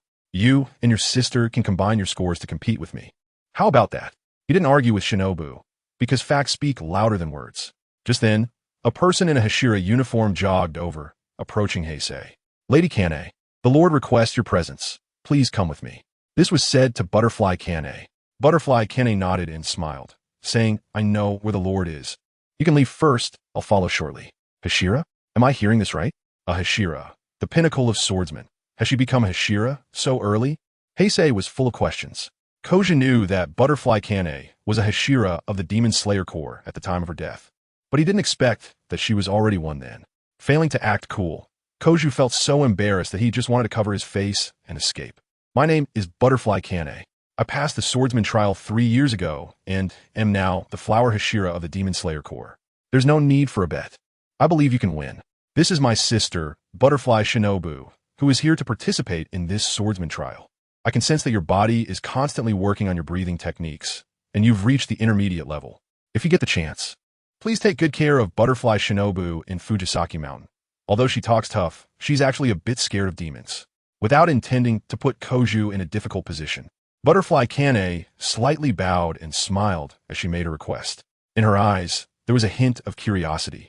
It was the first time she had seen someone at the intermediate level participating in the swordsman trial. It was rare to find a preparatory swordsman who had already stepped into the threshold of a Hashira. Big brother, this beautiful sister is a Hashira of the Demon Slayer Corps. It's my first time seeing another Hashira besides Master, and she's so young. Hanatani Shizuka leaned closer to Koju and whispered, completely unaware that anyone could hear her. No problem. I promise you, if I encounter Butterfly Shinobu in Fujisaki Mountain, I will help her. Then that'll be great. Butterfly Kane smiled brightly, making the wisteria flowers around them pale in comparison. Kozawa swore that he made this promise entirely out of respect for the elderly and love for the young, and it had nothing to do with Butterfly Kane's enchanting smile. I don't need an old man to protect me. Butterfly Shinobu tilted her head to glance at Kozawa. Then, Butterfly Kane left to meet the leader of the Demon Slayer Corps, while Butterfly Shinobu found an empty house nearby to stay in. Senior brother, the flower Hashira has such a nice personality, and she's so young to be a Hashira of the Demon Slayer Corps, even stronger than you. I really hope that one day I can be like her. After Butterfly Kane left, Hanada Shizuka reluctantly withdrew her gaze. It was clear that she had been captivated by Butterfly Kane's unique, sisterly charm. My little fangirl is gone. Kozawa sighed inwardly. Let's go. We should find a place to settle down first. At this moment, Kozawa finally discovered a dark truth. His talent was exceptionally poor. After simple deduction, he concluded that Butterfly Kane had mastered the intermediate stage of the breathing techniques at the latest within 5 years. As for Kozawa himself, under the guidance of Sakanji Urokadaki, he started learning the breathing techniques at the age of 5 and only reached the 3rd stage of total concentration at 20. After that, relying on his potential, he made rapid progress within a year to push total concentration to the intermediate stage. No, I can't accept this. I must try to break through to the 5th stage of the breathing techniques myself. If 1 year isn't enough, then 2 years. If 2 years isn't enough, then forget it, potential is still more enticing. Chapter 14. The leader of the Demon Slayer Corps, after wandering around the construction area for a while, Kozawa chose a house that looked pleasing to him and moved in. His junior sister, Hanada Shizuka, didn't want to run anymore and settled down right next to his house. Without a word overnight, Kozawa fell asleep before 9 at night to prepare for the trial the next day. Although he was confident that the strongest hand demon in the Fujisaki Mountain was probably not his match, it wouldn't hurt to be fully prepared and well-rested. At the highest point of the Fujisaki Mountain construction area, there was a large shrine-like building complex covering several hundred square meters. At the entrance stood a dozen or so formally dressed swordsmen with shining eyes, while inside the shrine, from the entrance to the core house with a triangular roof at the front, other swordsmen were on alert, scanning their surroundings. The place was heavily guarded. Inside the core house, Butterfly Kane sat respectfully on a small tatami mat, facing a man and a woman. The woman was tall and beautiful, exuding a noble aura that clearly indicated she was not born into an ordinary family. Beside her, the man she gently supported had a somewhat peculiar appearance, with half of his face disfigured. The intersecting scars on his forehead almost covered his eyes. Because of these dense scars, his originally handsome appearance was obscured. The leader of the Demon Slayer Corps, Ubuyashiki Waiya, sat nearby, with his wife, Ubuyashiki Emanai, beside him. Kanai, have you seen this generation of swordsmen? A ethereal, relaxed, and refreshing voice came from Ubuyashiki Waiya. Butterfly Kanai nodded and smiled lightly. I've encountered quite a few and even saw a decent swordsman. Given some time, The Demon Slayer Corps will gain another Hashira. Oh, if you say he is decent, then he must have potential, Ubuyashiki Wayu replied with slight surprise. To gain the recognition of a Hashira, who stands at the peak of swordsman, is more than just decent. Which lineage does this swordsman belong to? Upon hearing this question, Butterfly Kanai was taken aback and then smiled helplessly. I seem to have forgotten to ask his name, but based on his aura, he practices water breathing. He is over 9 meters tall, has a rugged appearance, and possesses an impressive physique that gives me considerable pressure. I even saw the shadow of the stone Hashira in him. At this moment, Butterfly Kanai was still unaware that all of Kozuha's skills were focused on his physique. His swordsmanship could only be described as barely acceptable. Then I know who it is. The Water Hashira's eldest disciple. I think his name is Kozuha Dansuri. He is tall, but his talent seems to be not that great. As the leader of the Demon Slayer Corps, Ubuyashiki Wayu was aware of many matters and had quietly observed Kozuha, as he was Sakanji Urokadaki's chosen eldest disciple to inherit his legacy. However, after observing for a while, he found that while Kozuha had good physical talent, his mastery of breathing techniques and swordsmanship was average. And since he was past the golden age, he had not stepped into the intermediate stage, so he gave up on further observation of Kozuha. Now, to make you feel pressure, at the very least, he must have stepped into the threshold of a Hashira. Perhaps it's a case of accumulated talent finally bursting forth, which has happened before. Yes, I feel he has fully mastered the intermediate state of the breathing techniques. Butterfly Kanai nodded in affirmation. The golden period for swordsman's training is between the ages of 11 and 20. Some exceptionally talented swordsmen, due to their compatibility with breathing techniques, can possess extremely powerful strength just a few months after picking up a sword. However, one swordsman reached the 4th stage of breathing techniques. Most stagnate and no longer progress in strength. Like Sakanji Urokadaki, who became a Hashira at 18, that was the peak of his strength, and, as he aged, his condition continuously declined. The situation where someone like Koizumi, who is already over 20 years old, suddenly experiences a surge in strength is rare. But it has indeed occurred before. Among the existing Demon Slayer Corps, there is one such person, and he is the strongest one, taking less than half a year from learning the breathing techniques to becoming the Hashira of the Demon Slayer Corps. He is somewhat similar to the stone Hashira and is worth nurturing. Just after Ubuyashiki Yoya finished speaking, he suddenly frowned and began to cough. Beside him, Ubuyashiki Kaname showed a look of concern and quickly patted Yoya's back gently to help him regulate his breathing.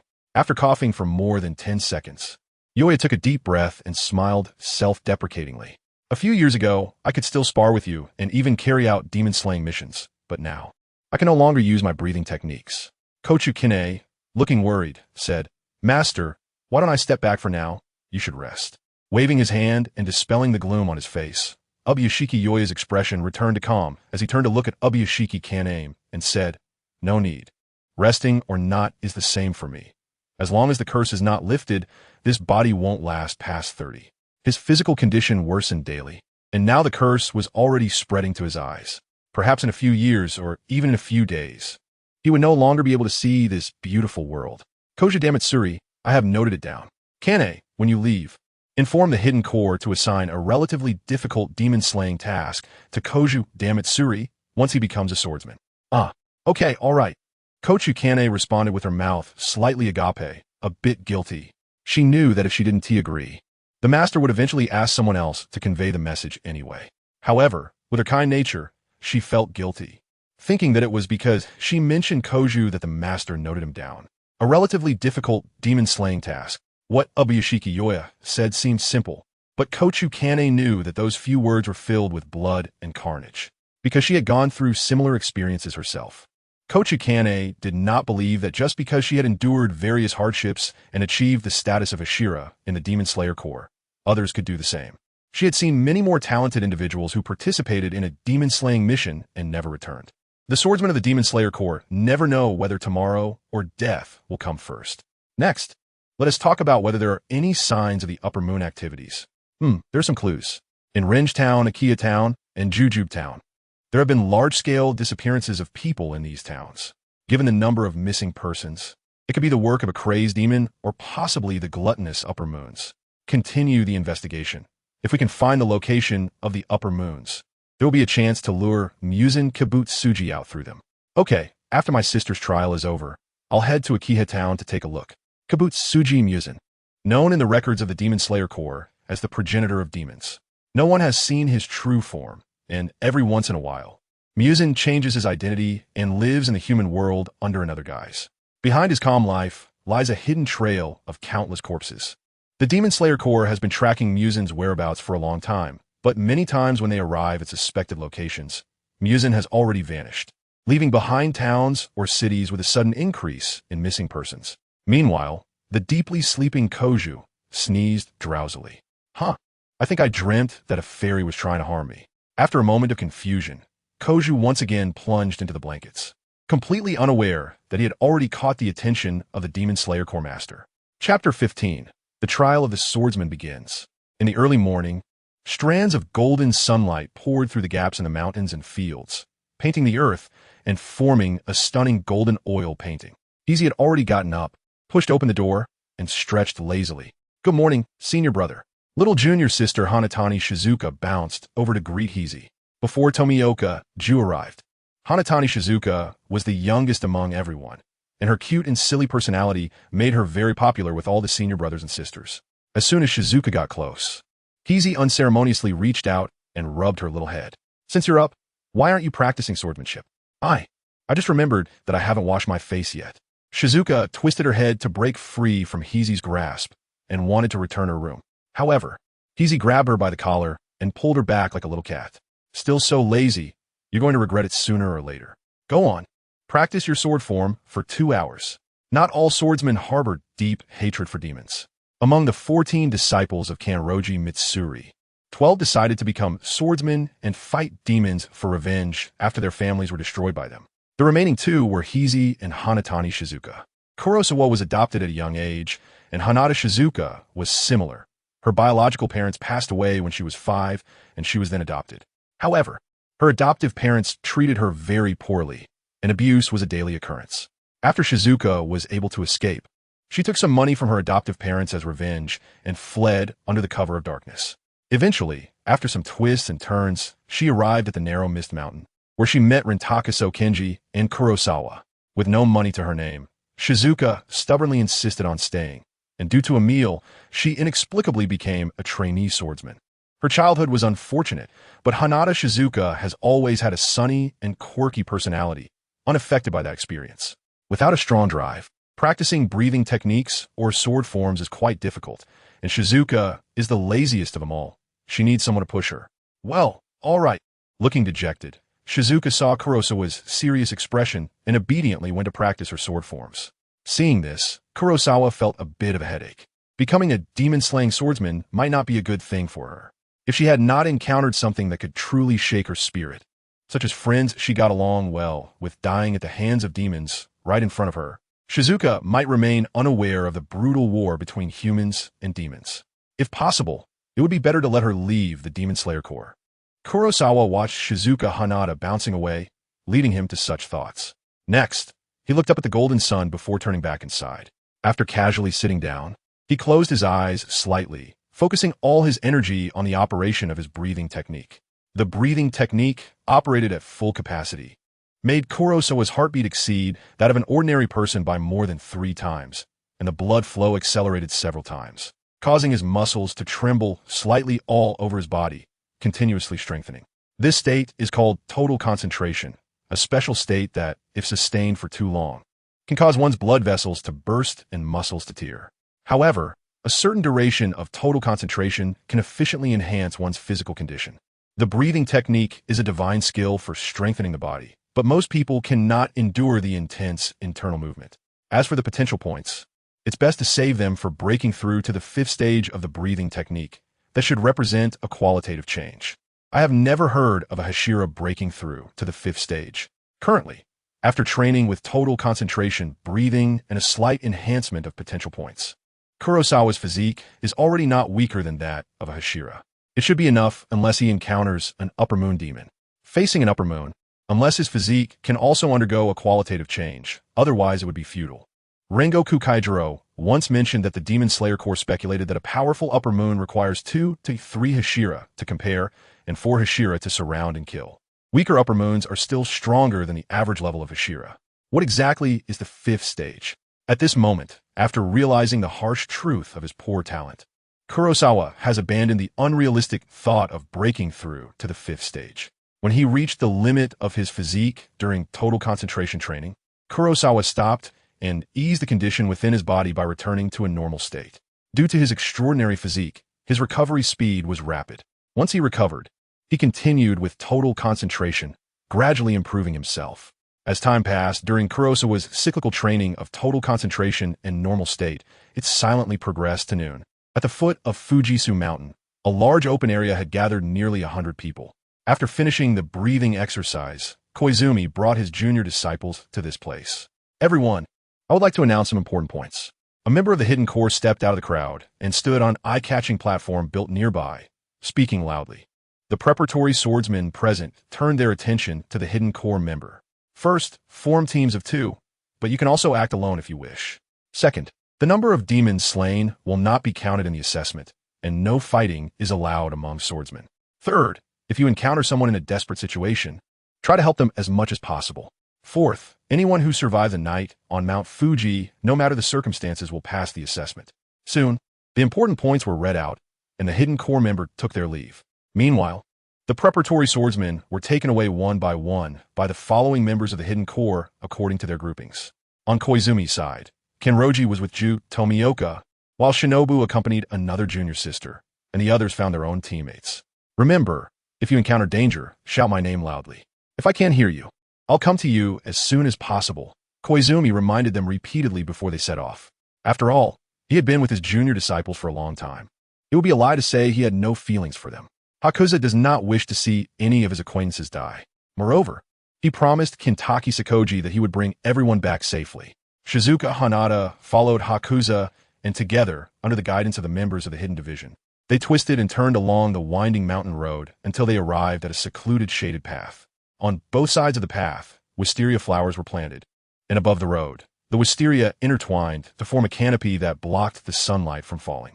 Entering from here leads directly to the hillside of Fuzai Mountain, which is also the area with the highest concentration of evil spirits. To prevent the evil spirits from escaping, the hillside is densely planted with wisteria, while above the hillside is a normal forest area, complete with ancient trees, rivers, and boulders. The area above the hillside is where the evil spirits operate and is also the true location for the swordsman's trials. You can choose to ascend the mountain now to familiarize yourself with the terrain. Of course, there are risks involved. The spirits lurking in the shadows or caves will be eager to attack you once they sense your presence, even during the day, as shadows in the mountains still exist. Alternatively, you can wait until night to ascend the mountain, when all the swordsmen will be present and the spirit's attention will be dispersed, reducing the danger. After providing this option, the Hidden Division members took their leave. The dense wisteria canopy blocked the sunlight, making the narrow path, wide enough for one person to pass, seem quiet and dark, like a giant mouth ready to devour. Let us go. Let us head there now. Kurosawa pondered for a moment and made a decision. Senior brother, don't. That person said that going up the mountain now could easily attract more prying eyes. Hanada Shizuka stared at the dark path, instinctively shrinking back behind Kurosawa. With me here, what are you afraid of? With a light snort, Kurosawa stepped forward, entering the quiet and deep wisteria path. Potential values, here I come. His tall figure and confident words brought a sense of security to Hanada Shizuka, and she couldn't help but follow him. Chapter 16. The ghost hidden in the shadows through the narrow and quiet wisteria path. Kurosawa and Hanada Shizuka walked quickly for about 20 minutes, and before them appeared a wall woven from wisteria flowers.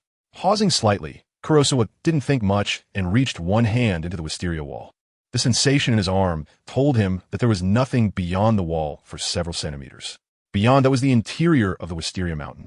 Taking a step forward, his tall body pushed through the wisteria wall, and Kurosawa's vision suddenly brightened. Amidst the rustling sounds, Hanada Shizuka's small head peeked out from the seemingly dense wisteria forest behind. After a few breaths, both Kurosawa and Hanada Shizuka stood in the somewhat quiet wisteria mountain. Something feels off. Why do I feel so cold?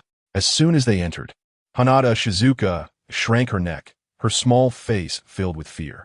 It was clearly a sunny forest, yet it felt unusually lifeless. Kurosawa glanced around and understood the reason. There were no living creatures here. There were no bird or animal calls, which are the most common sounds in the mountains and forests. No rustling insects that usually appear underfoot, only the silent, towering trees standing alone. The familiar sounds of birds and beasts had abruptly vanished, and due to the quietness of the environment, combined with the mottled shadows of branches and leaves everywhere, even during the day, there was no warmth to be felt in the Tensai Mountain. Ghosts, unable to consume human flesh and blood, would choose to devour the blood of wild beasts to replenish their bodies, which was also the reason for the utter silence in Tensai Mountain. Any moving creature had been completely swallowed by the ghosts. It was indeed cold, indicating that this place was full of traces of ghostly activity. Shizuka, you must stay focused. If you're not careful, you might get swallowed too. Heisei put on a stern face to intimidate Hanada, Shizuka. As expected, she turned pale, looking left and right, her little face turning white, and her spirit suddenly became tense. She tightly gripped the hilt of the Nichiren blade with her right hand. Although he would take good care of her upon arriving at Fujitsuki Mountain, Heisei believed that the swordsman trial could not be treated lightly. He felt it was necessary to make Hanada, Shizuka serious and tense. The disaster-repelling fox mask. Higashizawa took off the disaster-warding fox mask that he wore as a decoration on his head, examined it carefully for 3 or 4 seconds, and then put it back on. This time, he wore it as a mask on his face.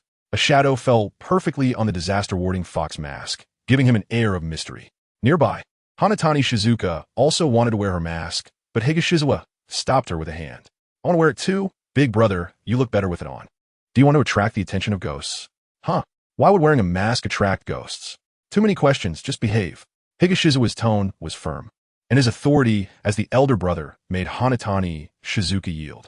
She obediently took off the mask and put it back on her cheek. Rintaki Sakoji always wore a Tengu mask. These masks, crafted by him, had similarities that made it clear they were made by the same person. Decades ago, Rintaki Sakoji wore a mask to carry out a mission, capturing a ghost and replenishing the ghost source for the prison of Fujisaki Mountain. The characteristics of this mask were deeply engraved in the minds of the ghosts captured by Rintaki Sakoji, filled with a mad hatred for its owner for decades. Heisei thought that when he got close enough to the hand demon, the clothes he wore, which carried the scent of Rizokansu, would attract it, and this mask would confirm his identity, drawing its firepower towards him. Let's go. Let's take a look around first. The scenery here is quite nice. The gentle breeze swirled, dancing with the scattered purple petals from the mountains, making the interior of Tensai Mountain appear very beautiful. However, this purple beauty became eerie due to the lifeless atmosphere. Aside from the distinct sound of wind rustling through the branches, Heisei faintly heard the sound of flowing water. Since he had not seen any signs of ghostly activity nearby, Heisei decided to follow the water source and actively search.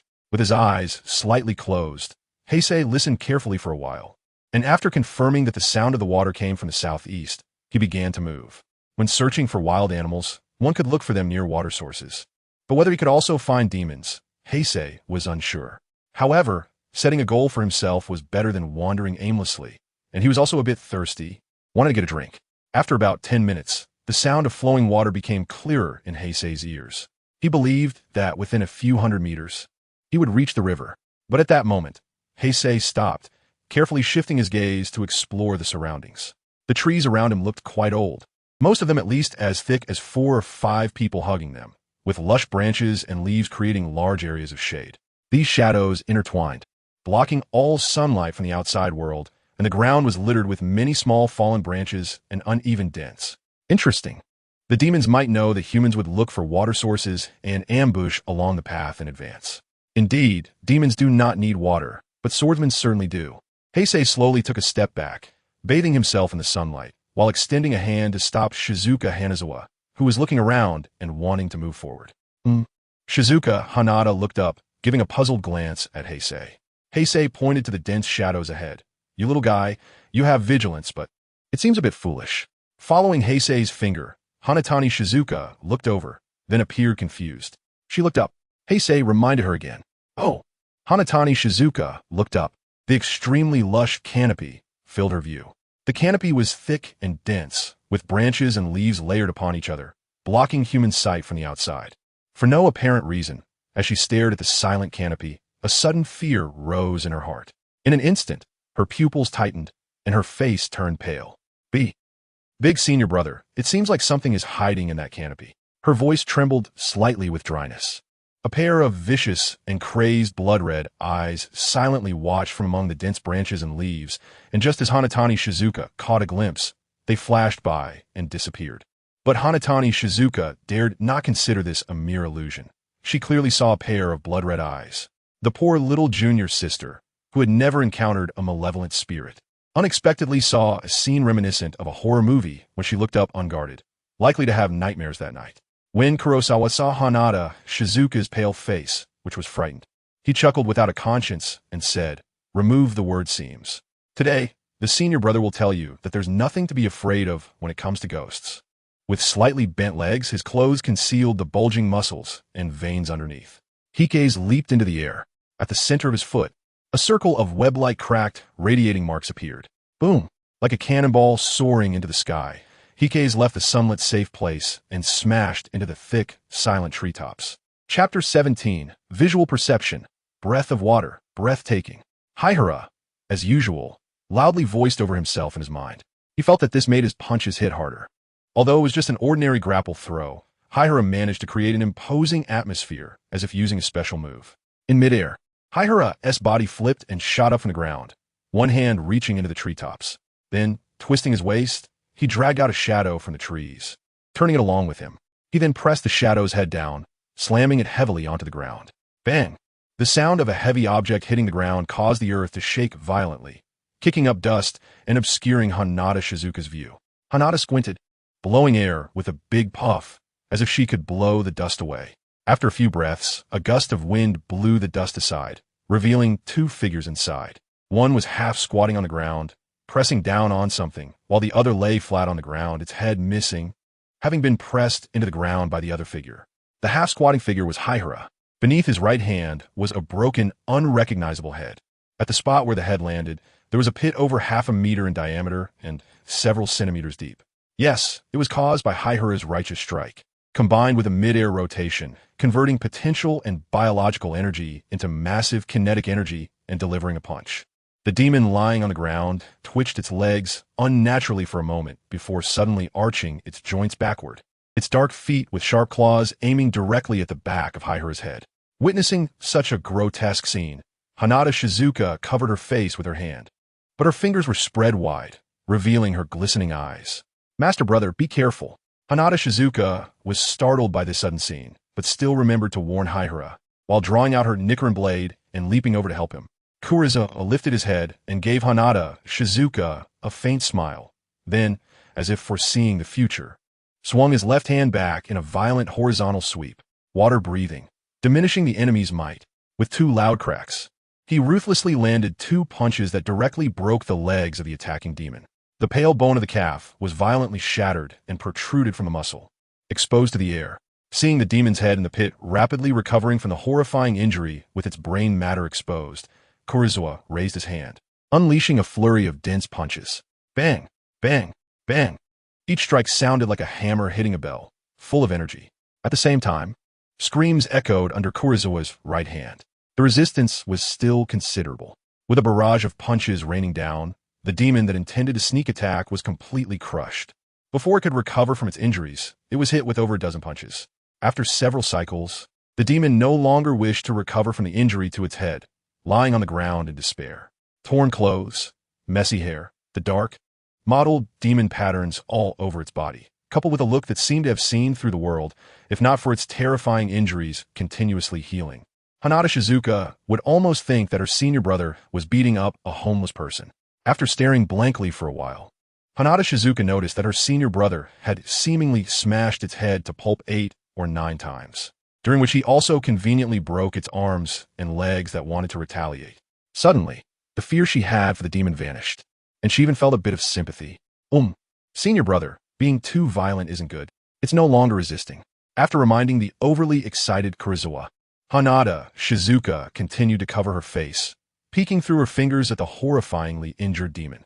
Blood and flesh flying, shattered bones scattering, a mixture of red and white liquid. This bizarre and terrifying scene made her feel a bit nauseous, yet also somewhat exhilarated. After stopping the attack, Kurosawa, still unsatisfied, licked the corner of his mouth and then let out a light hum. Can it understand human language? This was directed at the doll-like demon. After receiving no response, Kurosawa frowned and raised his fist, pretending to continue the beating. Don't. I can. The demon also had the ability to communicate. In such a friendly and harmonious exchange, it would not refuse. He smiled with a kind expression and said, in Fujisaki Mountain, there's a grotesque demon covered in hands. Where is it? Waiting passively for the other party to come knocking is not my style. The mask and the Haori of Ryu Takuzu are just a layer of insurance. I know it usually resides in the cave at the top of Fujisaki Mountain that it created itself. The characteristics described by Heisei are very detailed, and the hand demon is the strongest in the Wisteria Mountain.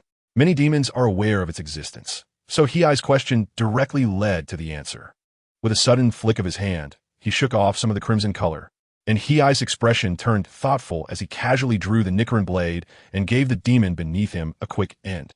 In the moment it was decapitated by the Nicaran blade, a look of relief appeared on its face, and then it turned to ashes and disappeared. Even the red and white color remaining on Heisei's hand dissipated into ashes. Potential 10 happiness. Hanada Shizuka listened to the conversation between the person and the demon, feeling completely bewildered.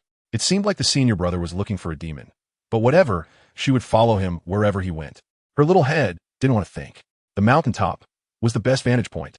No wonder Wisteria Mountain is so large, but in the original work, the disciples of Kagaya Ubuyashiki were always accurately found and killed by the hand demon every time they participated in the trials. It turns out this guy is overlooking Wisteria Mountain from the summit, and once he sees someone wearing a mask, he will come down. Shizuka, let's go, stop looking. Hanada Shizuka was astonished by the demon that turned to ashes and completely dispersed into the air, searching high and low, trying to find proof of its past existence. Oh, senior brother, you were really amazing just now. But how did you know the location of this demon?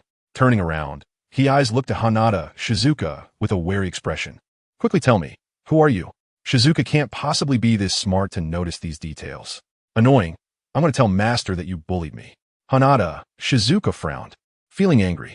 Haihara let out a hearty laugh and then said, I can only tell you that your senior brother is exceptionally talented. In fact, when Haihara reduced his physical condition to 0.5 and adapted for a while, he discovered that not only had his endurance increased and recovery ability improved, but he also gained some impressive perceptive abilities. In daily life, when a person is being stared at, they can occasionally feel a gaze upon them. But Haihara found that his perception was no longer occasional. As long as someone looked at him, he could sense it. Moreover, whether the gaze was filled with malice, kindness, or devoid of emotion, Haihara could keenly detect it. The specific reason for this ability's emergence was unknown, but Haihara vaguely remembered that in the world of Demon Slayer, there seemed to be two types of abilities to perceive the world, one called Fighting Spirit, and the other, a more advanced one, called Transparency to the world. Perhaps, when his physical condition reached a certain level, he would be able to master these two miraculous skills. At this point, the ability to perceive gazes was just the beginning. Chapter 18, Water Ghost at the Top of Fujisaki Mountain. Haihara raised his head, his distant gaze penetrating layers of branches and leaves, looking towards the mountaintop. The summit appeared barren, with little vegetation surviving, mostly rocky soil. Digging a cave at the top was indeed carefree. After glancing faintly at it, Haihara withdrew his gaze. Let's go, continue to the water source. Huh? Isn't the demon your senior brother is looking for at the mountaintop? Why aren't we going there? It definitely won't come out during the day. I'll go look for it myself in the evening. Before that, let's search for other demons. With the giant size of the hand demon, it wouldn't come out during the day without a suitable shadow to hide in. As for entering the cave, he wouldn't do that. Fighting on someone else's territory could be somewhat dangerous. It's better to be cautious. Haihara did not want to be the first person to enter the belly of the demon. After dealing with the demon hiding in the treetops, the huge shadow cast by the dense canopy in front of him no longer posed a threat. Haihara, along with Hanada Shizuka, stepped into the shadow and walked towards the area where there was a water flow ahead. This time, the journey went much smoother. In just about 10 minutes, Haihara spotted a winding stream. The stream was not large, only a little over 2 meters wide, with the water flowing gently and making a soothing sound as it moved toward the distance. However, despite its small width, the depth seemed quite significant, with the water surface appearing tranquil and profound beneath. He bowed down and washed his hands in the stream. Although the bloodstains on his hands disappeared as the demon turned to ashes, the dust from the fight remained. Looking at the dust between his fingers, he used the stream water to clean it off. Even though he would dirty his hands and clothes again while hunting demons, it didn't stop him from cleaning up now. Splash! The cool water droplets fell on his face, and Hanatani Shizuka also crouched down, imitating his actions to wash her hands and face. However, while washing her hands, she secretly splashed water, causing it to spray on Heisei's face. Kurosawa glanced over, and Hanada Shizuka quickly turned her head away, pretending to know nothing. Big brother. Just now a fish flicked its tail. Afraid of being discovered by Kurosawa, she explained in a manner akin to covering her ears while stealing a bell. She didn't realize that now, in Fujisaki, there were no living creatures left, except for the figures of swordsmen and demons. At this moment, Kurosawa stared at the stream below, pondering. Indeed, there's a big fish. Hanada Shizuka, who had just stood up, thought that Kurosawa had been fooled by her, and secretly chuckled a couple of times, her eyebrows curving in a smile. Shizuka, stay away from the water's edge. Something is coming. A sense of being watched, subtle yet palpable, emerged from the surroundings as Kurosawa approached the flowing water. However, Kurosawa could never pinpoint the exact location of the presence. He always felt that the gaze was separated by something, making it impossible for his perception to accurately locate the other party. Therefore, Kurosawa pretended to be defenseless, squatting down to wash his hands, hoping to lure the opponent out. Hanada Shizuka's words served as a reminder to him. If a demon was hiding in the water, Kurosawa indeed couldn't confirm its position through the barrier of the water surface. Just as Kurosawa realized this, ripples began to form on the water surface. Although Hanada Shizuka didn't know the reason Kurosawa wanted her to stay away, her body instinctively jumped back.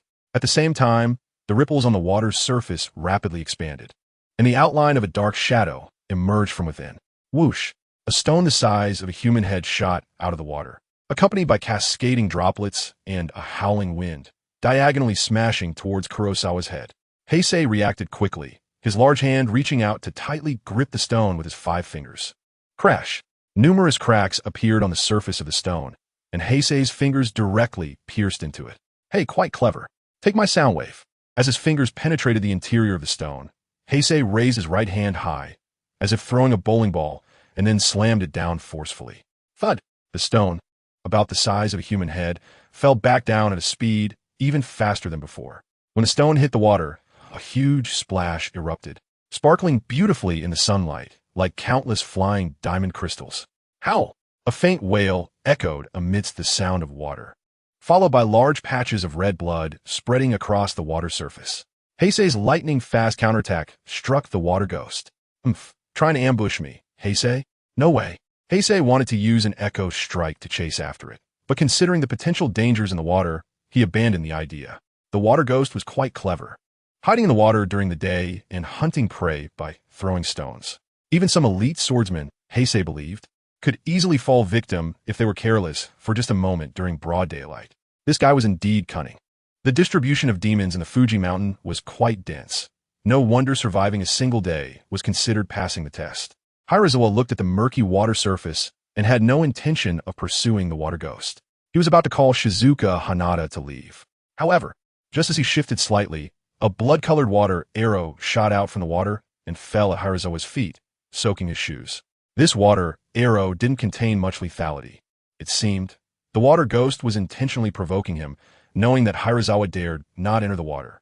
His body, which was about to leave, came to a halt. Hirazawa looked down at his shoes drenched in blood, and his expression gradually calmed. I was about to let you go. What made you provoke me? Be a fish. Another powerless water arrow shot out, which Hirazawa easily dodged. Shizuka, help me check my clothes. I'll be right back. If you encounter any danger, shout loudly. Hikaze took off his jacket, revealing a muscular body. With strong arms and a slim waist, his muscles were like steel wires in motion, and his well-defined abs made Han Tian Jingxiang unable to look away. All right, senior brother, hurry up. After all, Han Tian Jingxiang was also a swordsman. Even if she encountered a ghost, apart from the hand ghost, she could easily take care of other ghostly beings from the Fujitsu mountain. As for the possibility of getting hurt, it was nothing serious. Kurosawa did not think of her everywhere or protect her. Hanada Shizuka did not ask Kurosawa not to leave her alone by the water. She simply reached out to take Kurosawa's jacket while staring intently at him, wishing she could glue her eyes to him. Little one, you barged into hell where there is no door. With a splash, Kurosawa jumped into the water. After the fish leaped into the water, Kurosawa opened his eyes underwater, feeling a bit of irritation from the water flow, but it was bearable, and he quickly adapted. Having a strong physique is great. The adaptability is also very strong. In front of Kurosawa, a figure with a dark blue-black body was staring at him with its mouth open, seemingly surprised that he actually came down. Haihara looked out and clearly saw the appearance of the water ghost. It had a humanoid body, resembling a man's face, but at its neck, there were gill-like organs opening and closing, allowing it to breathe underwater. Where its hands should be, there were two long and thick tentacles that looked extremely powerful. The stone that had just been thrown was launched from the water's surface by those tentacles. The water ghost's right leg was still bleeding into the water, with the flesh of one leg turned inside out, revealing a pale skeleton. It turned out that Haihara had broken one of its legs with a stone, and it hadn't healed yet. A broken leg that hasn't healed is still provoking me? Isn't that just bullying an honest person? Haihara let out a sinister laugh, his legs moving swiftly as he charged forward in an instant. Chapter 19. Almost capsized in the sewers, the appearance of the water ghost was already far from that of a normal human. But one could guess that it was most likely male based on its faint residual features. When it saw Haihara smiling menacingly and coming to kill, the water ghost was taken aback.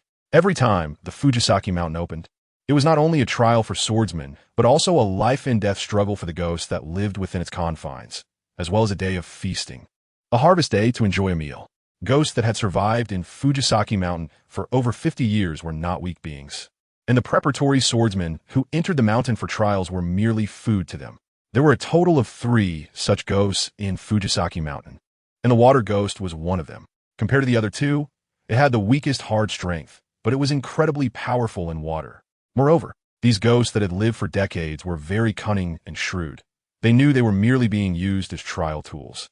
And with powerful swordsmen guarding the outside of Fujisaki Mountain, they never made particularly loud disturbances, such as annihilating all preparatory swordsmen.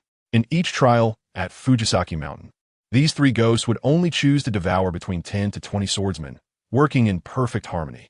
They would occasionally avoid particularly strong preparatory swordsmen, unless there were special circumstances, to prevent themselves from being killed. Now, with Haihara diving in pursuit, his obviously strong physique and overwhelming confidence made the water ghost believe it had encountered a powerful swordsman. At that moment, the water ghost wanted to flee.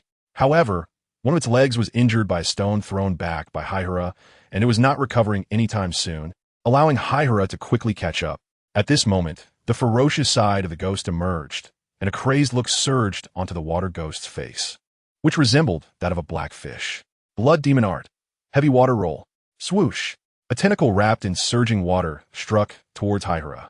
Before the tentacle even reached him, the heavy undercurrents surrounding it had already collided with Haihara's body. In an instant, Haihara felt a considerable force pulling him forward. The direction of the pull was towards the tentacle, which was filled with sharp teeth and constantly spinning. This force made Haihara's body sway, nearly being dragged away. Fortunately, his physique was strong enough to withstand the suction of the undercurrent, stabilizing his body, but at the same time, his movements became somewhat difficult, as he was bound by the invisible currents. This ghost is not right. I've gotten overconfident. Haihara realized something was wrong. He had fallen into a cognitive trap, and due to his desire to gain potential value, he had become a bit impulsive and recklessly entered the opponent's domain. In Haihara's impression, only the hand demon in Fujisaki Mountain could be considered a true ghost, possessing immense strength and a body like steel, while the other ghosts were merely malnourished weaklings. But that was because he had only seen things from Tanjiro's perspective. Besides the hand demon, Fujisaki Mountain also concealed other dangers. At this moment, Haihara encountered a ghost with abilities that could rival the hand demon in water. The strong binding force of the undercurrents quickly made Haihara understand his current situation. The water ghost before him was not just a deformed ghost with physical mutations, but also possessed special abilities, having awakened the blood demon art. Ghosts were divided into 3 types: deformed ghosts, ability ghosts, and the special kind that possessed both deformity and ability simultaneously. Deformed ghosts were those whose bodies underwent powerful mutations, differing from ordinary beings, most of which had very strong physiques. Ability ghosts were a notch more troublesome than deformed ghosts. They mastered a power called blood demon art, which was quite bizarre and displayed in countless forms, with some unique blood demon arts even comparable to miracles. At this moment, the water flowing around him like a living thing made Haihara think of the blood demon art. My mentality has been a bit off lately. In the past, no matter how the water ghost provoked me, I would never have fought it in the water. Looking at the thick tentacle with sharp fangs drawing closer, Haihara reflected on himself. Perhaps it was because the ghosts I've encountered were too weak that my heart has swelled, leading me to think that ghosts are nothing special. Or perhaps it was because I learned of the marvels of potential value, greed overshadowing my reason. Regardless of which it was, I cannot make that mistake again. If the ghost before me is a lower moon, I would undoubtedly die today. In an instant, Haihara's mind became highly focused, and his gaze turned resolute. His right hand reached for the Nichiren blade at his waist, firmly gripping the hilt. Ultimately, he would have to use the sword to break the deadlock, until his power reached a certain level. Facing something as subtle as the undercurrents did not provide a good solution. Although he claimed not to like using the Nichiren blade, he had kept it close ever since receiving it from Kagaya Ubuyashiki, never taking it off. Kurosawa understood that before his physique became strong enough to break the limits of the human body, his strongest technique against demons was still a sword form derived for killing demons. Many times, Kurosawa did not use the sword form, not because he couldn't, but because he felt it was unnecessary. Water breathing, total concentration. Because he was in the water, Kurosawa held his breath, and the power of total concentration was reduced by half, but it still temporarily enhanced his physique. Blood flow, heart rate, instantly increased by 50%. Water breathing, 10th form, constant flux. Heisei's upper body twisted at an angle towards his back, aligning with his lower body, and then, with the force generated by the sudden twist of his body, he swung his sword. Every movement he made was filled with a sense of coordinated beauty. This feeling was a result of his skilled mastery of the sword style. The azure Nichiren blade was swung from Heisei's hand, instantly creating a stunning blue blade light that spiraled around him, not directly rushing towards the water ghost. Heisei knew that it was daytime, and the orange fireball in the sky was still emitting light and heat recklessly. This technique was the most powerful sword form in the water-breathing technique, and currently, only Heisei's, Kanroji, and Shinobu had mastered it. As the azure blade light appeared, the binding force of the dark currents was effortlessly broken. At the same time, a rapidly spinning vortex emerged in the small river, driven by the heavy torrents of water, appearing alongside the strike of the Nichiren blade. Beside the river, Hanatane Shizuka watched in astonishment as a vortex almost formed in the blink of an eye, stirring the water and creating a vacuum zone in the middle that exposed the riverbed. There stood one person and one ghost on the riverbed. The powerful sword form directly created a water storm, stripping the water ghost from its watery surroundings. The water ghost, with a look of shock in its eyes, looked up at the high-hanging sun, a sense of deadly danger making it tremble all over. The cycle of life and death that Koizumi created was never meant to be used against it. It was merely used to create a vortex, allowing the sun's rays to shine through. There is no better way to kill a ghost than with sunlight. A beast-like wail echoed as the water ghost bathed in the warm sunlight, yet flames erupted all over its body. It desperately tried to escape from the center of the vortex created by Koizumi, attempting to break through the walls of the vortex and plunge into the water. However, the moment it was scorched by the sunlight, its breath plummeted, and even when it touched the walls of the vortex, it lost the strength to break through the rapidly spinning water. In just 3 breaths, the water ghost that nearly caused Koizumi to capsize in the gutter transformed into ashes, swept away into the water. I have expanded. I entered the water to fight you, and weren't you doing the same? The sun rises and sets, and your courage is truly remarkable. Heisei stopped slashing, panting heavily as he leaped onto the riverbank. The whirlpool he created still existed, churning wildly in the water, and it seemed it would take a while to disappear. At that moment, Heisei focused his mind on the gray-white panel. Potential value, 65 points. Despair power of living beings, 7 points. This water ghost had given Heisei 40 points of potential and 5 points of despair power, which was 4 to 5 times that of an ordinary ghost. Chapter 20, Nightfall.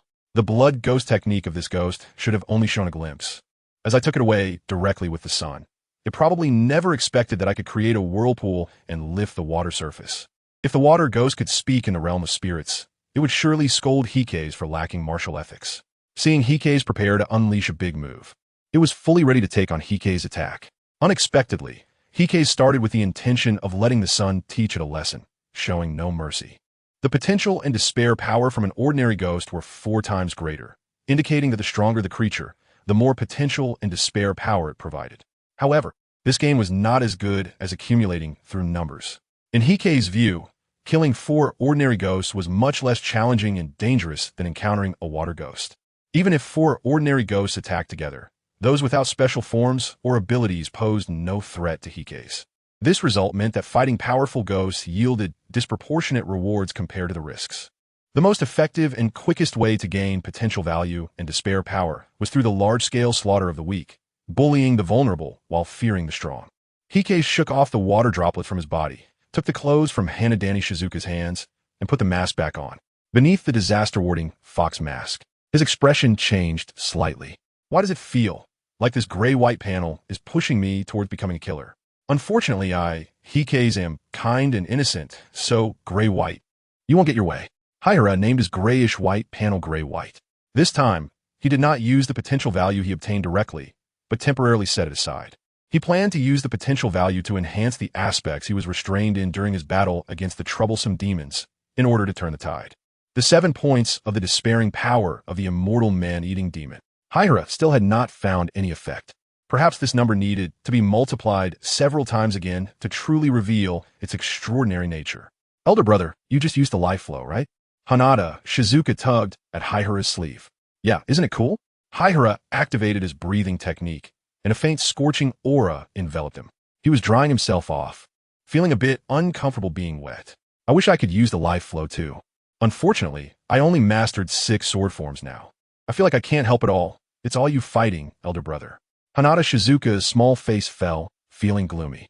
She seemed to guess that the demon they encountered underwater had caused some trouble for Haihara. Otherwise, he wouldn't have used such a physically demanding and powerful sword form like the life flow. Hanada Shizuka didn't want to be protected anymore. She wanted to fight alongside Haihara. I understand. Then next, little sister, why don't you try to deal with the demons yourself? Haihara twisted his neck and said to Hanada Shizuka after a moment of contemplation. We all walk step by step. When I was your age, I was also just watching my master fight demons from a distance under his protection. It doesn't matter to be weak now, and it won't matter to be weak in the future either. What matters is having a heart that desires to become stronger and does not submit to fate. That's enough. In Hanada Shizuka, Haihara seemed to see a reflection of his former self, understanding her mindset. Perhaps it was a moment of impulse after feeling something from his solo battle. Or maybe he had this thought long ago, but had held it in until now. But regardless, Haihara would help her. So many calls of elder brother were not for nothing. After a few minutes, Haihara's clothes had dried off thanks to the breathing technique and sunlight. And then the two set off again. Next, Haihara took the initiative to track the demon's activity traces, searching for their locations one by one. Through his vision perception ability, as long as a demon dared to glance at Haihara, it would be doomed. When encountering weak demons, Haihara would watch nearby, letting Hanada Shizuka take action. At first, when facing the terrifying and roaring demons, Hanada Shizuka often found her mind blank and even forgot to use her sword forms. However, under Haihara's care, she was able to maneuver around the demons without any danger. Over time, once Hanada Shizuka became familiar with the demon's rhythm, she no longer feared the ecological pressure of being hunted by human predators. Gradually, she began to counterattack, and the sword form she already knew could finally be successfully executed. At this moment, Hanada Shizuka was fighting against an ordinary demon. The demon's face was mostly hidden in its hair, with only a pair of blood-red eyes peeking through the strands, revealing a strong thirst for blood. Just being stared at by such a gaze, many people would feel unimaginable pressure. But at this moment, Hanada Shizuka had gradually overcome this psychological pressure. As the demon lunged at her, Hanada Shizuka lowered her body and dashed under it to its rear. As their figures crossed, Hanada Shizuka took a deep breath.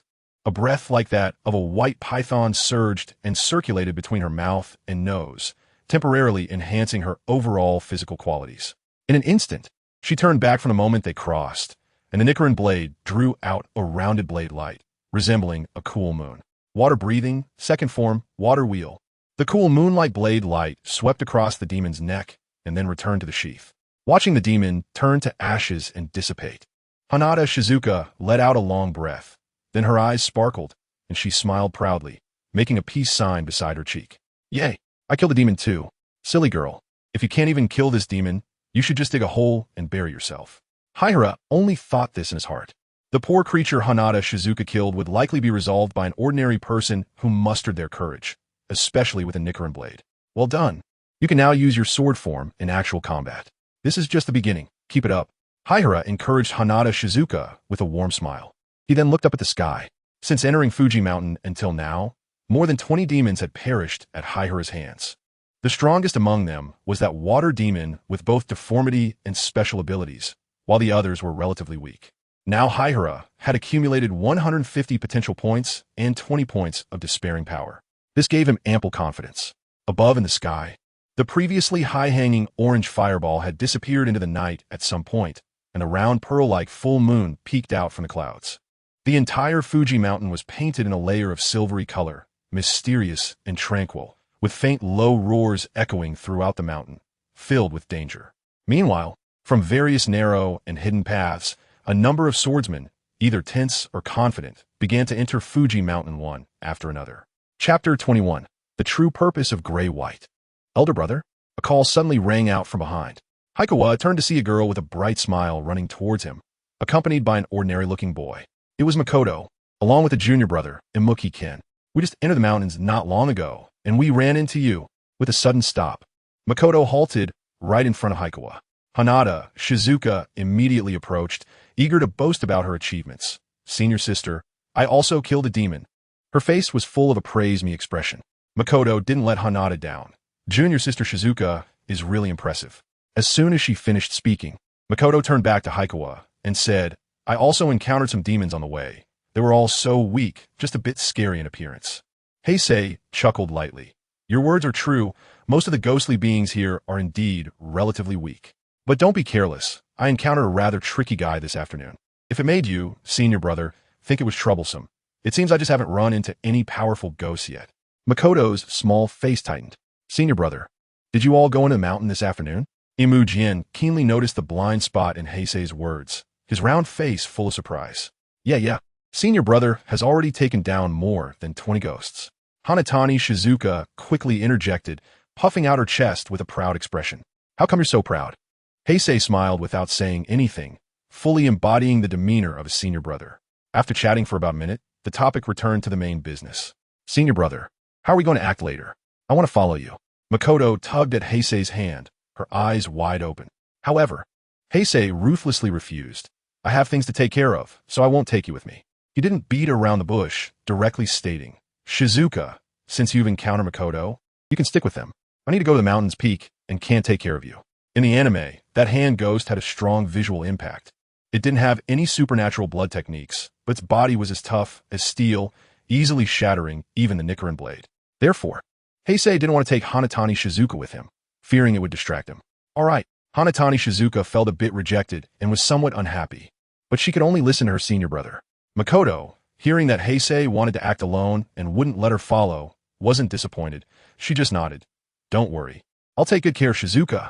After reminding them again to call for help loudly in case of danger, and assuring them he would come if he heard, Heisei bid farewell to the three and headed alone to the highest point of Fujisui Mountain, the mountain peak. Because it was nighttime, the activity of the ghosts became more frequent and intense, and Heisei easily dealt with 7 ghosts along the way without exerting any effort. Watching the increasing potential value and despair power, Heisei felt the joy of being financially affluent. Enough to raise my strength, agility, and intelligence once, haha. It's just a pity there's no charm attribute, although my charm is undoubtedly high. While walking, Heisei suddenly stopped, his face shocked, because just then, at the moment he thought about increasing his charm attribute, the grayish-white in the corner of his eyes suddenly changed. A symbol appeared from nothingness, instantly taking shape, as if it had always existed. The moment he saw that symbol, Heisei understood what it represented. Charm. Charm value. 008. Seeing this number, Heisei's face darkened immediately. According to the grayish-white representation, 1 is the average value for an ordinary person. My damn charm is still in the lower tier? I can't accept this. Heisei felt something was off. Clearly, he was well liked by his juniors, so there must have been a mistake with Gray. After feeling frustrated for a moment, Heisei adjusted his mood and chose to accept reality. Let me see, potential value 210 points. Using some in trivial areas should be fine. With a thought, his potential value suddenly dropped by 100 points, causing Heisei's expression to change dramatically. What is going on? I just wanted to increase my charm by 0.1. But I directly used up 100 potential. When Heisei's physique was not high, he only used 20 points of potential to increase the value by 0.1.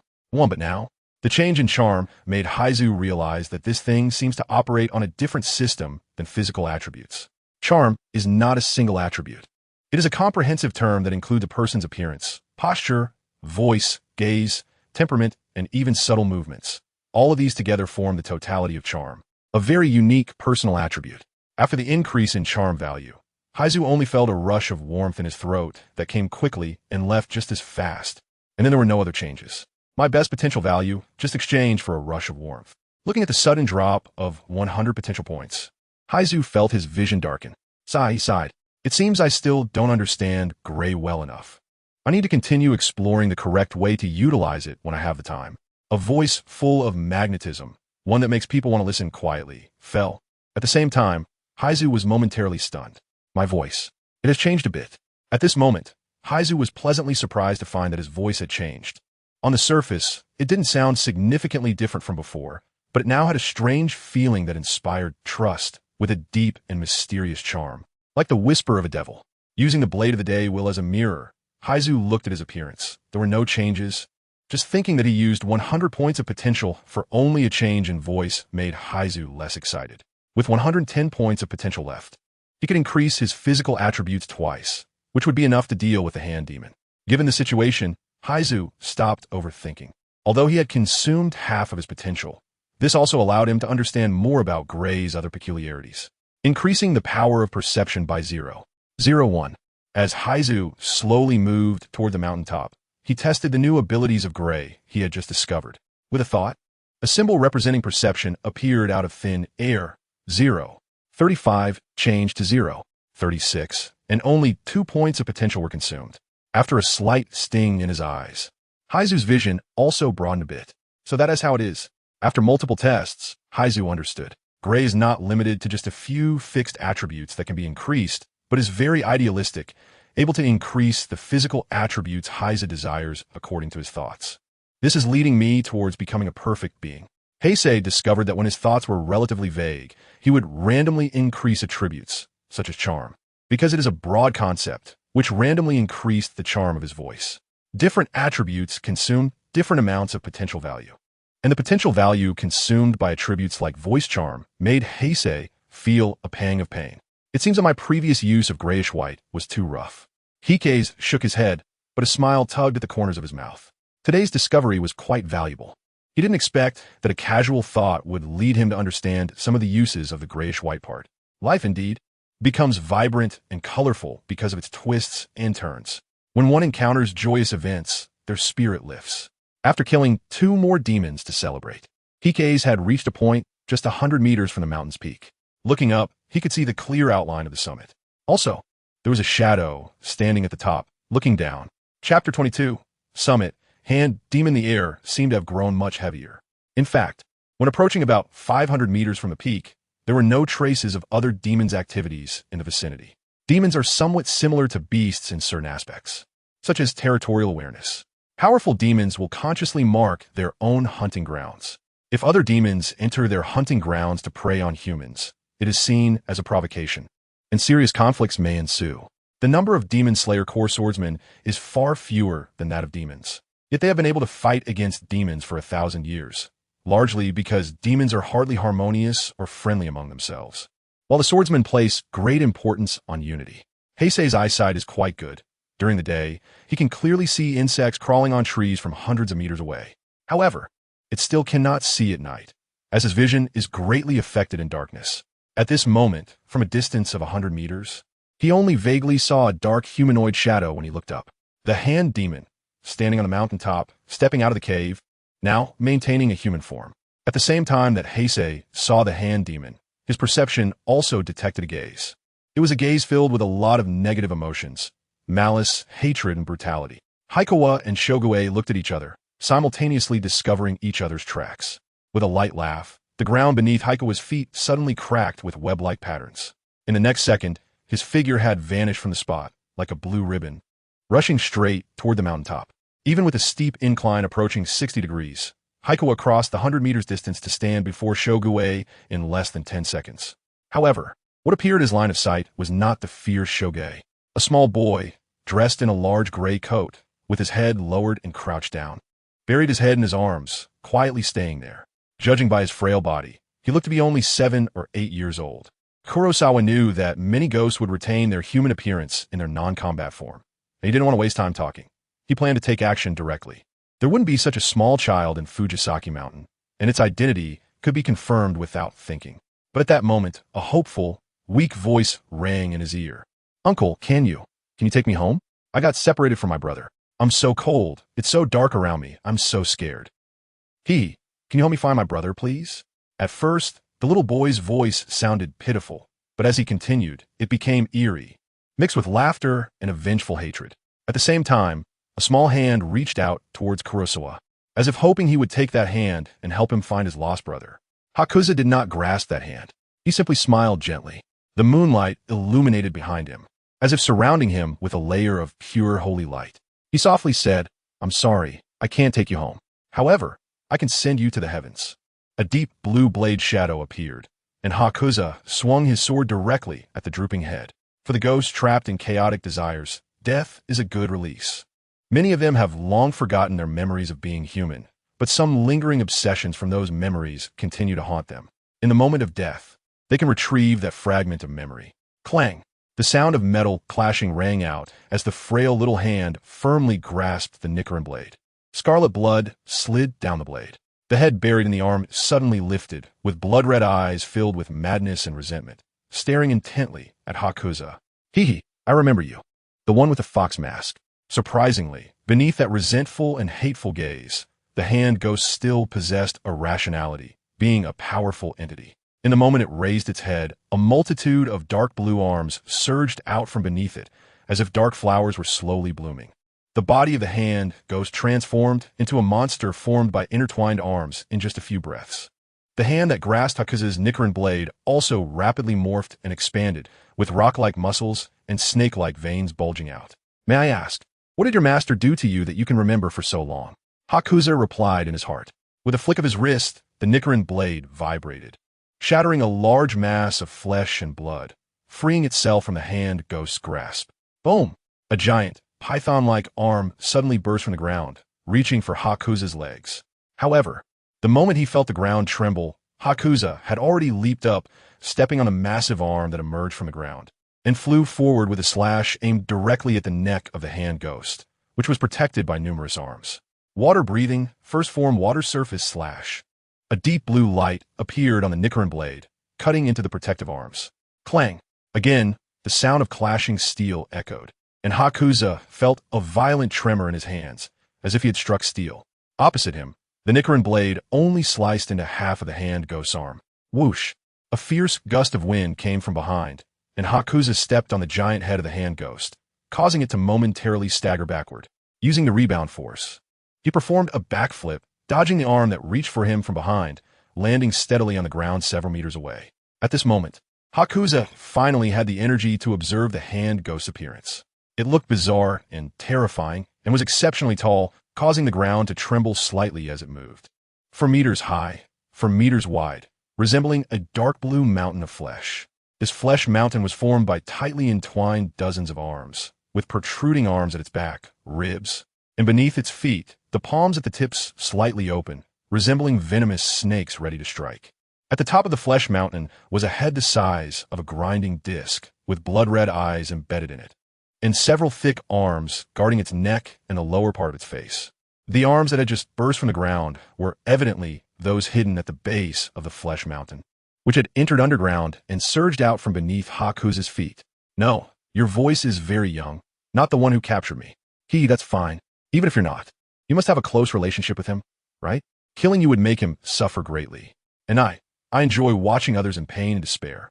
The hand ghost's size was enormous, but in stark contrast, its voice was sharp and piercing, reminiscent of a cat's claws on glass at midnight, making one feel nauseous. When speaking, its tone was casual and playful, but its blood-red eyes were filled with hatred, twisted and terrifying. As the last sentence left its mouth, 10 arms surged from the hand ghost's body, all reaching out with open palms toward Asakusa. During the grabbing process, these arms quickly became thicker, soon capable of ensnaring a person with a single hand. Holding on to grudges is not good. Today, I will help you find release. Hizhao took a deep breath, his eyes flashing with brilliance. Water breathing, total concentration. Suddenly, white serpentine breaths appeared, flowing into Hizhao's mouth and nose. Chapter 23. Unexpected. Water breathing, second form, water wheel. The horizontally slashing azure blade light swiftly cut through the outstretched arms, each strike fierce and sharp, like a sudden torrential rain. In an instant, scarlet blood splattered all over Hizhao. The outstretched arms, becoming larger and thicker, lost their steel-like hardness and were severed by Hizhao one by one. However, as he cut them off, the powerful regenerative ability of the demon's body quickly restored these severed limbs. At the peak of Fuji Mountain, amidst the dense and thick arms, the blade's shadows danced, leaving behind a ground of severed limbs. It seemed that Hizhao was steadily gaining the upper hand. But Hizhao knew that continuing to fight like this was not beneficial for him at all. The severed limbs on the ground quickly turned to ash and merged back into the hand demon's body, continuing to transform into arms that reached for him. Swordmaster, your blade is quite sharp. It hurts so much to have my arms severed. Within the giant body of the hand demon lay a cautious and malicious soul. Despite having a powerful body, its main body never approached Hizhao, only attacking him with the extended arms. Throughout the battle, the steel arms encircling the hand demon's neck never moved. It understood the swordmaster's techniques and protected its neck well. But how much strength do you really have? My hands will grasp your body, tear off your limbs, and crush your bones, making you die in endless pain. The hand demon was unfazed, seeming to watch a prey struggling in a spider's web, continuously using words to disturb Hizhao. Let me think about how to kill you. Under the flurry of blade shadows, no arm could approach within the radius of Hizhao's body. He furrowed his brows, ignoring the hand demon's words, analyzing the current battlefield. The hand demon couldn't do anything to him. Hizhao's physique was stronger than most swordsmen, and his stamina was enough to last until dawn. However, Hizhao's offensive capabilities were somewhat lacking. The Nichiren blade could sever the extended arms, but it seemed unable to penetrate the hand demon's neck guard and be beheaded. For demons, as long as the head remains unsevered, they are in an invincible position. Let us try the flowing water. My limit is 7 rotations. That should be enough. In the original work, Tanjiro was able to kill the hand demon using water surface slash, relying on his talent for discerning the weaknesses of demons, the line of gaps.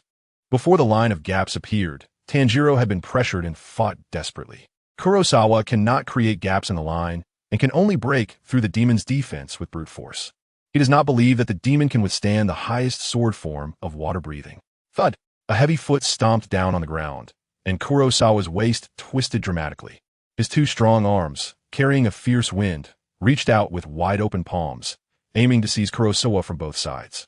Water breathing, 10th form, constant flux. A blade of deep blue light appeared like a flash of lightning, and Kurosawa turned, slicing through the 2 hands in the middle. At the same time, Kurosawa leaped up, stepping on one of the arms, twisting his waist again, speeding forward, and unleashing a blade of deep blue light. The residual power from cutting off the hands was concentrated into this strike, making it even more powerful. Whoosh! Another arm was severed. Second turn. The cutting power increased once more. Constant flux works this way. As long as it begins and the body can continue, it can infinitely accumulate energy, ultimately delivering a powerful sword form that can cut through everything. However, Kanroji Shinjuro could only achieve 9 turns, as the body could not withstand it. Each accumulation of power increased the burden on the body.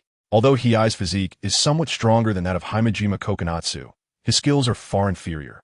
Thus, he can only manage 7 rotations. At this moment, Hand Demon also realizes that Hiei's is using a high-power sword style and stops attacking, pulling back its arms in an attempt to prevent Hiei's from getting closer. It's useless, it's useless. The laughter of Hand Demon continues to echo, with its hands spread wide, trying to crush Hiei's to death. However, Hiei's slashes are exceptionally fierce, and for a moment, Hand Demon cannot stop him. Its abnormal abilities are terrifying, but the attacks are too scattered.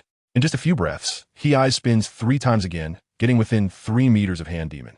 At this moment, the flow of life and death, the blade light pulled out during the spin, has become sharp to the point of being dazzling. Hand Demon starts to panic. It senses Heisei's continuously increasing fierce slashes and realizes its defense cannot hold up. It understands its defensive limits. 4 to 5 arms twist into a giant arm with a 2-meter diameter, crashing fiercely toward Heisei. 6 rotations. The azure blade shadow condenses as if it were a tangible object, instantly shredding the 2-meter wide arm into pieces of flesh. At this moment, Heisei's breathing remains steady, but it is evident that his wrist is trembling slightly, as if bearing immense pressure. If it weren't for Heisei's strong physique, he would have long lost control of the Nichiren blade at this point and let it fly out of his hand. Looking at the massive head within arm's reach, a smile of harvest appears on Heisei's face. Potential value. Here I come. The Nichiren blade, trembling at high speed and nearly slipping from his grip, strikes down towards Hand Demon's neck with beautiful yet deadly blade light. Fear rises in Hand Demon's eyes as it retreats frantically, but its massive body is relatively clumsy, unable to escape the range of the Nichiren blade strike. In a daze, Heisei's figure overlaps with memories, transforming into a cold swordsman wearing a Tengu mask and a light blue haori. Decades have passed, and even until now, Hand Demon cannot forget that snowy night when it lost its identity as a hunter and became a prey. That night, it fled in madness. But the swordsman behind it followed closely, blocking it no matter which direction it tried to escape. It begged for mercy, but the swordsman remained silent, resembling a silent reaper, only getting closer. Ultimately, with a flash of azure blade light, Hand Demon lost consciousness, and when it awoke, it found itself in the Fujisaki mountain. Because of that haunting fear, Hand Demon has carried this hatred all along. But in this moment, it recalls the fear of being dominated by the demon-hunting swordsman. Kokonatsu. It lets out a frantic yet fearful roar, calling out the name of Heisei's master, while widening its eyes. Kurosawa also remained silent. With a single strike, the blade cut through the Hand Demon's neck as easily as slicing tofu, without the previous sensation of resistance. However, just as he was about to behead the Hand Demon, Kurosawa heard an ominous sound. Crack! It was the sound of metal breaking. The pressure that had been on his wrist suddenly vanished. The Nichiren blade had broken. Damn! Kurosawa's pupils constricted to the size of pinheads, and he cursed internally. The breakage of the Nichiren blade was not due to the hardness of the Hand Demon's neck, but because it was already very old. The accumulated power had become too much for the blade to bear, causing it to snap at the last moment. The front half of the blade remained lodged in the Hand Demon's neck, while Kurosawa, gripping the hilt, fell to the ground with the remaining momentum, leaving deep footprints behind. This is bad. I broke the Nichiren blade that my master treasured for decades, which he regarded as his wife and daughter.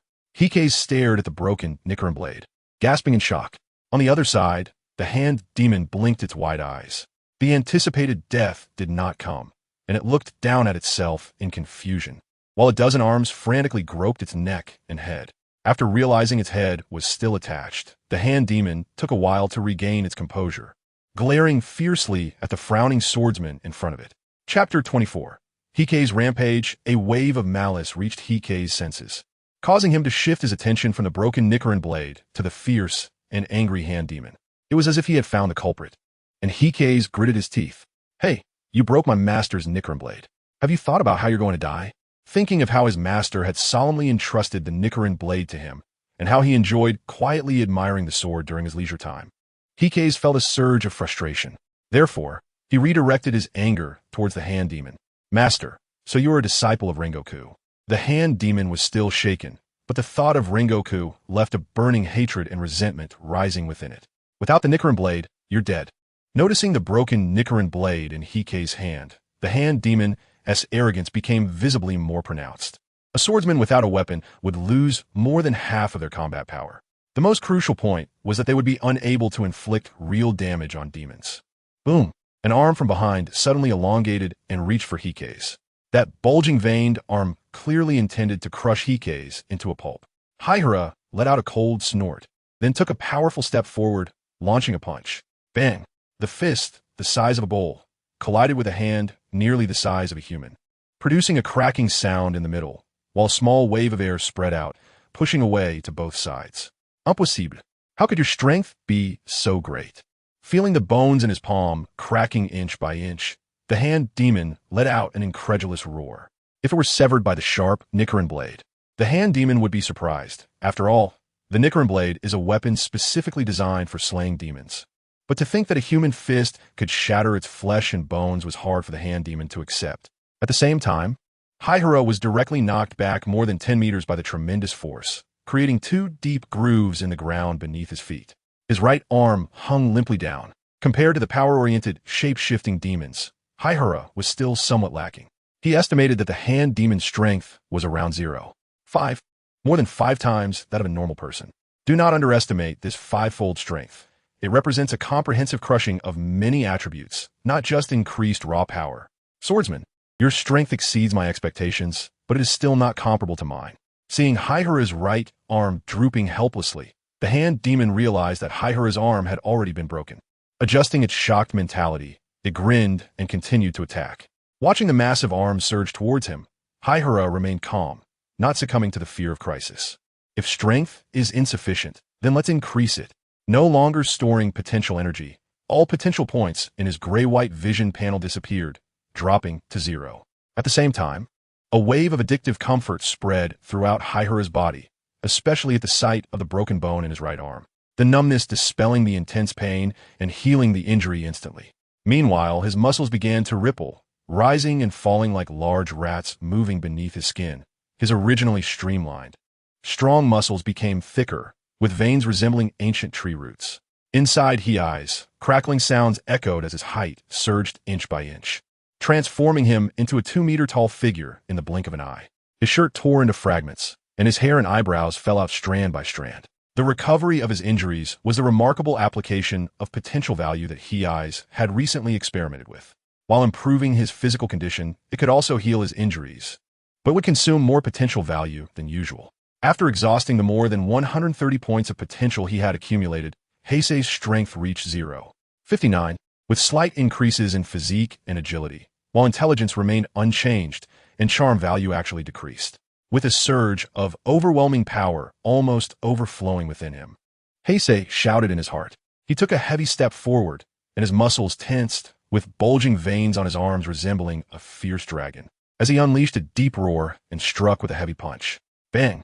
With a single punch, the arm of the hand demon that had arrived first was directly shattered, blood and flesh splattering everywhere. Immediately after, Heisei grabbed the fingers of the other arm and violently pulled it down, breaking it, while he jumped onto the hand demon's arm.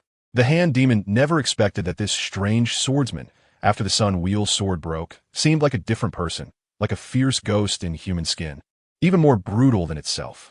The change was too rapid. Before the hand demon could react, Heisei moved along its arm, creating bloody craters with each step as he approached its body. Using his left leg as a pivot, Heisei drove into the flesh of the hand demon's arm, while his right leg surged like thunder, sweeping like a battle axe as he delivered a heavy side kick to the hand demon's head. Boom! A huge sound echoed in the Tia Mountain as the hand demon's massive body was kicked sideways and then fell to the ground. The demon's head, the size of a grinding disc, had a dent on its face, forming a mark from the kick. Struggling to get up, the hand demon was once again shocked. This swordsman had astonished it too many times in just a few minutes, even leaving it somewhat numb. Why? Why did his strength suddenly increase, his injuries suddenly heal? And how could a human body overpower it, an aberrant demon, in terms of strength? It was perplexed, feeling that its brain couldn't keep up. In its line of sight, a shadow descended again, with a storm-like attack instantly enveloping the upper half of the hand demon's body, directly pinning it to the ground. The power of Heisei suddenly increased significantly, even giving a feeling of being overly full and ready to burst out. The resilient hand demon became the best target. Once Heisei got close, most of the hand demon's tactics lost their effectiveness. Heisei's body kept twisting and moving, making all of the hand demon's attacks either miss or be violently interrupted, leaving it to endure the beating in frustration, with excruciating pain enveloping its entire body. The head of the hand demon suffered repeated heavy blows, with dents appearing that looked horrifying. In a daze, the hand demon's consciousness became somewhat blurred, and it seemed to understand something. It's a demon. This guy must be a hidden high-level evil spirit, just not revealing its demonic form, mocking me with a human body. It was already somewhat disoriented from the sudden barrage of attacks. Although demons can infinitely regenerate their bodies, every injury sustained in battle brings real pain. While demons have a higher tolerance for pain, they cannot withstand relentless attacks, especially when each blow is powerful and forceful. The ground beneath the hand demon has sunk several centimeters due to the impact. Full defense. I don't believe he can maintain such a fierce offensive indefinitely. In this situation, the hand demon chose to retract all its arms, no longer attempting to attack Heisei, but instead curling up into a mass of flesh, silently enduring the blows. On the other side, the power within Heisei deepened with each strike, and he had now fully harnessed the newly added strength. In the gust of wind he created, Heisei felt a slight chill on his head. So he reached up to touch his scalp, only to be shocked to find that all his beautiful black hair had fallen out without him noticing. In the blink of an eye, Heisei understood the cause and effect. The sudden surge of power was too much, causing his originally weak hair to fall out during the bodily transformation. Thinking about how he had become bald because of the hand demon and not knowing if his hair could grow back, Heisei's killing intent surged instantly. The bone-chilling killing intent made the hand demon shudder, confused, as it recalled that Heisei hadn't displayed such killing intent when the Nichiren blade broke. Hand demon. Kurosawa was furious, and if he still had hair, it might have stood on end from his anger. At the same time, the desire to kill the hand demon surged unprecedentedly within him. He decided to borrow a sword from the swordsman soon and personally behead the hand demon to relieve the hatred in his heart. Because it was nighttime, Kurosawa did not notice that a thin, faint layer of pitch-black aura quietly enveloped his hands as his killing intent peaked. This dark aura exuded a deep sense of despair, and just seeing it would make one dizzy and want to flee immediately. In the next moment, a heavy fist, imbued with the dark aura, slammed violently onto the hand demon's head, shattering its skull and scorching its brain from within. A heart-wrenching scream erupted, startling even Kurosawa. It was the first time the hand demon had emitted such a painful sound since the battle began. Chapter 25. The power of despair and the pitch-black aura of the brain felt as if it were being pierced by countless red-hot steel needles, indescribable. As the terrifying pain penetrated deep into the soul, causing the hand demon to lose its remaining sanity. Its arms clutched its head as it began to wail, even ignoring the formidable enemy Kurosawa beside it. The demon's tolerance for pain had completely lost its effect at this moment. The hand demon had never felt such agony before. A sensation of its soul being burned and dragged into an endless abyss filled its mind.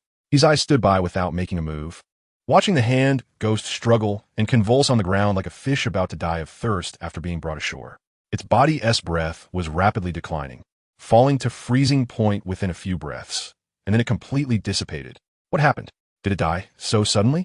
After he shattered the hand ghost's head with one punch, it suddenly underwent such a change. However, Heisei had already smashed the hand ghost's head several times before, and it always recovered in the blink of an eye. Feeling satisfying, but in reality, it was useless. Don't pretend to be dead. I won't be fooled by you. Heisei remained vigilant, using the tip of his foot to flick a stone that struck the hand demon's leg. Boom! Amidst the swirling ashes, the stone pierced through the hand demon's body, and its massive form dissipated into the air. Potential value 70, despair power 10. The simultaneous changes in gray and white confirmed to Heisei that the hand demon was truly dead, not pretending to be dead to deceive him. Heisei was a bit confused. Touching his smooth head, a warm and comfortable feeling came from his head. He put his hand down, and Heisei's eyes widened suddenly. Due to the influence of the night and his attention being drawn to the mutated hand demon, he had not noticed the changes in his hands. At this moment, Heisei finally saw the layer of pitch-black aura covering his hands. What is this? Clearly, it is a deep black color, but strangely, it has a translucent quality, allowing one to see his palm through the black aura. The deep black color is transparent, giving an extraordinarily contradictory feeling of confusion. Moreover, just seeing it once, an overwhelming sense of despair would inevitably rise from the bottom of his heart. Heisei looked closely, and with the naked eye, he couldn't see anything. It was still the burning black gas. However, when he thought about understanding the black gas, his eyes lost focus. At the same time, the black gas infinitely magnified in Heisei's vision. No one knew how many times it was magnified, but Heisei finally saw its essential composition. It consisted of symbols possibly smaller than atomic level, interlinked and layered to form the shape of the black gas. Heisei recognized these symbols. The power of despair from living beings. The power of despair belonging to the undying ghoul formed the black gas before Heisei. My understanding of gray and of myself is just a drop in the ocean. Am I still human? My master said that my scent was no longer human a year ago, and with these changes now, What exactly am I? Human? Ghost? Demon? Those who wield the power of despair can't possibly be angels, right? Kurosawa gave a self-deprecating smile, and with a thought, the dark aura dissipated. The mysterious symbols and shades of gray and white began to seem strange and enigmatic to him. Right now, I don't even have the qualifications to understand myself. The numerous changes in his body filled Kurosawa with many doubts, which he had previously suppressed and pretended to ignore. Now, with the emergence of the dark aura formed by despair, all these repressed doubts surged into his mind. But Kurosawa sadly discovered that he couldn't find answers. Only those at the peak can see more scenery. Once I grow stronger, these secrets should be revealed. At this moment, Kurosawa's desire to become stronger was unprecedentedly strong. Once again hiding his many doubts deep in his heart, he picked up the broken blade of the sunwheel knife from the ashes below. Hopefully, he could repair it. Otherwise, his master might really want to take action against him. After stowing away the broken knife, Kurosawa turned and left the summit of Fuji Mountain. Four robust and varied demons charged at him. Opposite them stood the solemn butterfly, Shinobu. For at once, sweat dripped from the palms of butterfly, Shinobu. She had been fighting with one demon for too long, and the constant change of the battlefield had attracted other demons. Now, with 4 demons attacking at once, the situation was becoming dire. She immediately activated her breathing technique. Insect breathing, total concentration. Insect breathing, dance of the butterfly. The 4 ferocious demons lunged simultaneously, but among them, butterfly, Shinobu moved like her namesake, a nimble purple butterfly, swiftly weaving between the demons. A misshapen demon with a long neck resembling a snake's head was the first to be struck by butterfly Shinobu's blow to its neck. However, the snake demon felt nothing. Instead, butterfly Shinobu's wrist went numb from the impact against the demon's hard body. Gritting her silver teeth, butterfly Shinobu pivoted, and the sunwheel knife swept across the necks of the other 3 demons. Her speed was incredible. Even under the siege of 4 demons, she remained agile, unable to be touched by them at all. However, butterfly Shinobu's arm strength was pitifully weak, even less than that of some robust ordinary people. This was also the reason she had been entangled with the first demon for so long. Using the sunwheel knife, she couldn't sever the demon's head. She could only leave scars on its neck. Am I destined to keep dodging demons to pass the assessment? Butterfly Shinobu felt a sense of unwillingness but had no good solutions. Her breathing technique was self-created, the insect breathing adapted to her own physique, a derivative of flower breathing and a secondary derivative of water breathing. Insect breathing greatly enhanced butterfly Shinobu's agile movements and the strength of her legs. But her arm strength significantly decreased. Moreover, she had yet to create a formal sword style belonging to insect breathing. Her feeble strength could not sever a demon's neck. Even the weakest demon had a body as tough as leather. Damn it, I have to think of a way to kill the demons. Feeling her stamina depleting, butterfly Shinobu reluctantly stopped the impulse to sever the demon's head and turned to escape. With her agile figure, even 10 demons couldn't catch her. Hey, little girl, are you in trouble? Just as butterfly Shinobu was about to leave, a teasing voice rang out. The voice sounded very familiar and had a convincing depth to it. Turning to the source of the voice, a tall figure over 2 meters tall emerged from the shadows, his bare upper body showcasing bulging muscles and prominent veins. His hairless head glinted coldly under the moonlight, exuding a suffocating sense of pressure. Oh no, I've encountered a powerful demon. This was butterfly Shinobu's first thought. Seeing her shocked expression, Kurosawa vaguely guessed her thoughts and couldn't help but darken his expression. Your memory is quite poor. We just met yesterday. Forget it. Since I promised your sister, I won't hold it against you. As soon as the words fell, Koizumi moved like a tyrannosaurus, shaking the ground violently. In an instant, the sound of flesh tearing and bones shattering echoed in butterfly Shinobu's ears. The 4 demons beside her simultaneously collapsed softly, their bodies appearing as if crushed by a giant boulder, a sight too horrific to behold. I'll borrow your Nichiren blade for a moment. Chapter 26. Koizumi's Dark Humor. Shocked by the sudden change, butterfly Shinobu hadn't reacted yet when the deep, pleasant voice sounded again, followed by the emptiness in her right hand. Heisei didn't want to reveal the existence of his dark aura in front of outsiders, so he borrowed Shinobu Kocho's Nichiren blade. After obtaining the Nichiren blade, he swiftly decapitated the 4 demons that were struggling to recover their bodies. Potential value 40. Undying Cannibals, Despair Power 3. As Heisei's strength surged, the potential and despair power gained from the weak demons did not diminish. but he realized that to advance further, he would need even more potential value than before. The method of slaughtering weak beings to rapidly enhance himself still seemed to be the most effective way to acquire potential value. Killing 10 ordinary demons yielded similar rewards to killing one hand demon, but the difficulty was much lower, making the choice obvious. Under the moonlight, for streams of ashes swirled upward. At this moment, Shinobu Kocho recognized his identity from Haikawa's appearance, and after seeing the 4 demons he had cleanly dispatched, her expression hesitated. Are you Uncle Haikawa? Uncle Koizumi. Koizumi's eyes twitched. Really? Can't you recognize me so quickly? Shinobu Butterfly took the Nichiren sword that Koizumi handed over and hesitated for a moment before finally speaking up. You don't have any hair left. And how have you changed so much? You've grown taller and are all muscular now. So ugly. Oh no, I accidentally said what was on my mind. Shinobu quickly shut her little mouth. Uncle Koizumi, so ugly. These 2 sentences were like a sharp sword, piercing straight into Koizumi's chest. After maturing, Shinobu's dark nature had already begun to show, speaking without leaving anyone a way out. He covered his chest and, after a moment, took a deep breath and revealed a sunny smile. Although this smile was somewhat frightening due to his current physique. Little girl, is your breathing technique derived from water breathing? Shinobu nodded and said, yes, my sister and I both use a self-created breathing technique derived from water breathing.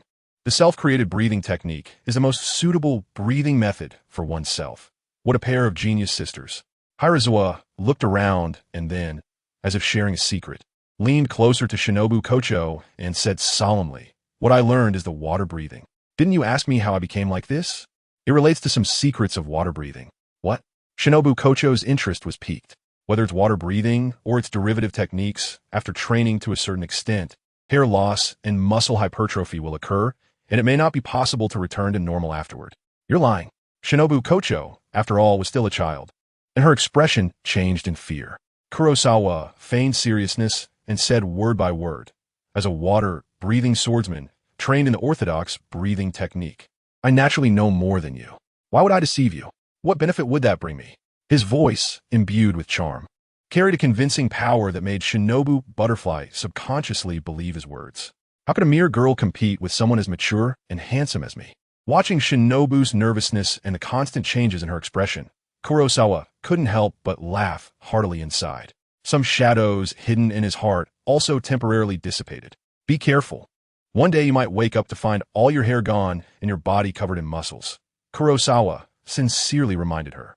Even if I were to become like that, I would not stop practicing the breathing techniques, Shinobu said, clenching her fists with determination. Once we leave Fujisaki Mountain, I will tell my sister this secret about water breathing. Her flower breathing is also a derivative of water breathing. With your sister's strength, she might soon reach that level. Kurosawa continued to intimidate her, showcasing the adult's wicked sense of humor. In fact, when Shinobu seriously told Kane Butterfly about this matter, Kane would surely be surprised at first, then helplessly inform Shinobu of the truth. As a Hashira, the pinnacle of swordsmen, their research and understanding of breathing techniques are profound. They wouldn't be fooled by Kurosawa's simple words. All right, until we meet again. Thank you for telling me these things. You are a good person, Shinobu nodded in gratitude. Meanwhile, Kurosawa, who was secretly amused, quickly slipped away, parting ways with Shinobu after just a few more words. Acting alone allowed Kurosawa to eliminate demons more efficiently. He could easily sense lurking demons through his vision and directly eliminate them. At the same time, he was also exploring the uses of the pitch-black aura. A palm covered in pitch-black aura struck the chest of a gaunt demon. This demon had several bone spurs protruding from its elbows and knees, resembling formidable weapons. Ouch! What is this? Looking at the pitch-black aura filled with a deep sense of despair, the bone demon's face was filled with fear.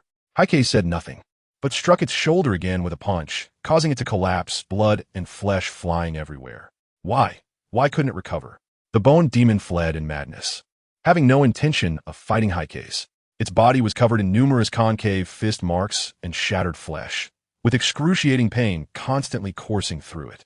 While escaping, the bone demon concentrated all its energy in an attempt to heal its injuries, but was horrified to discover that its once proud regenerative ability was ineffective now.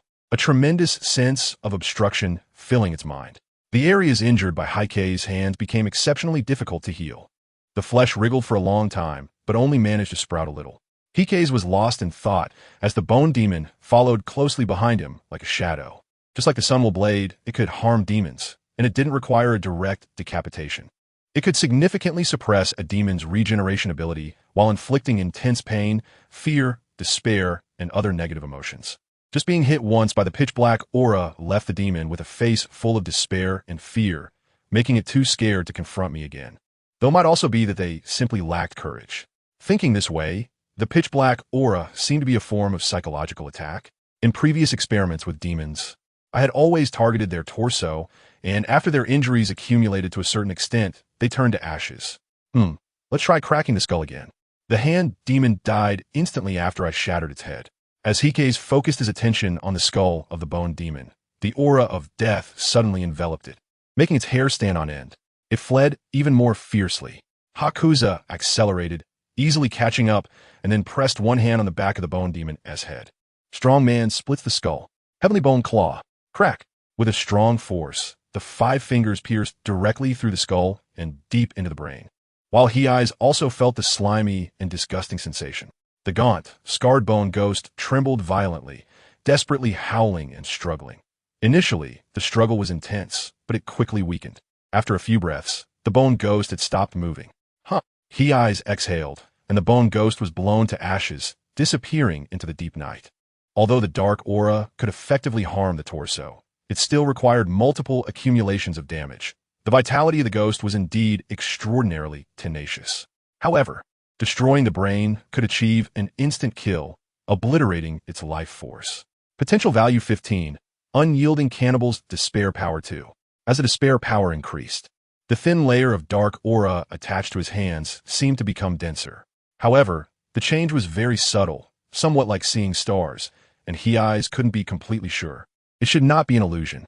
With the increase in despair power, this dark aura would likely become thicker and perhaps could even envelop his entire body to form armor. After all, it originated from despair power. Retracting the dark aura from his hands, a smile appeared on Heisei's face. It seems I no longer need the Sunwell gloves. Chapter 27. Lost in delight above the sky. A bright orange-yellow fireball had risen high.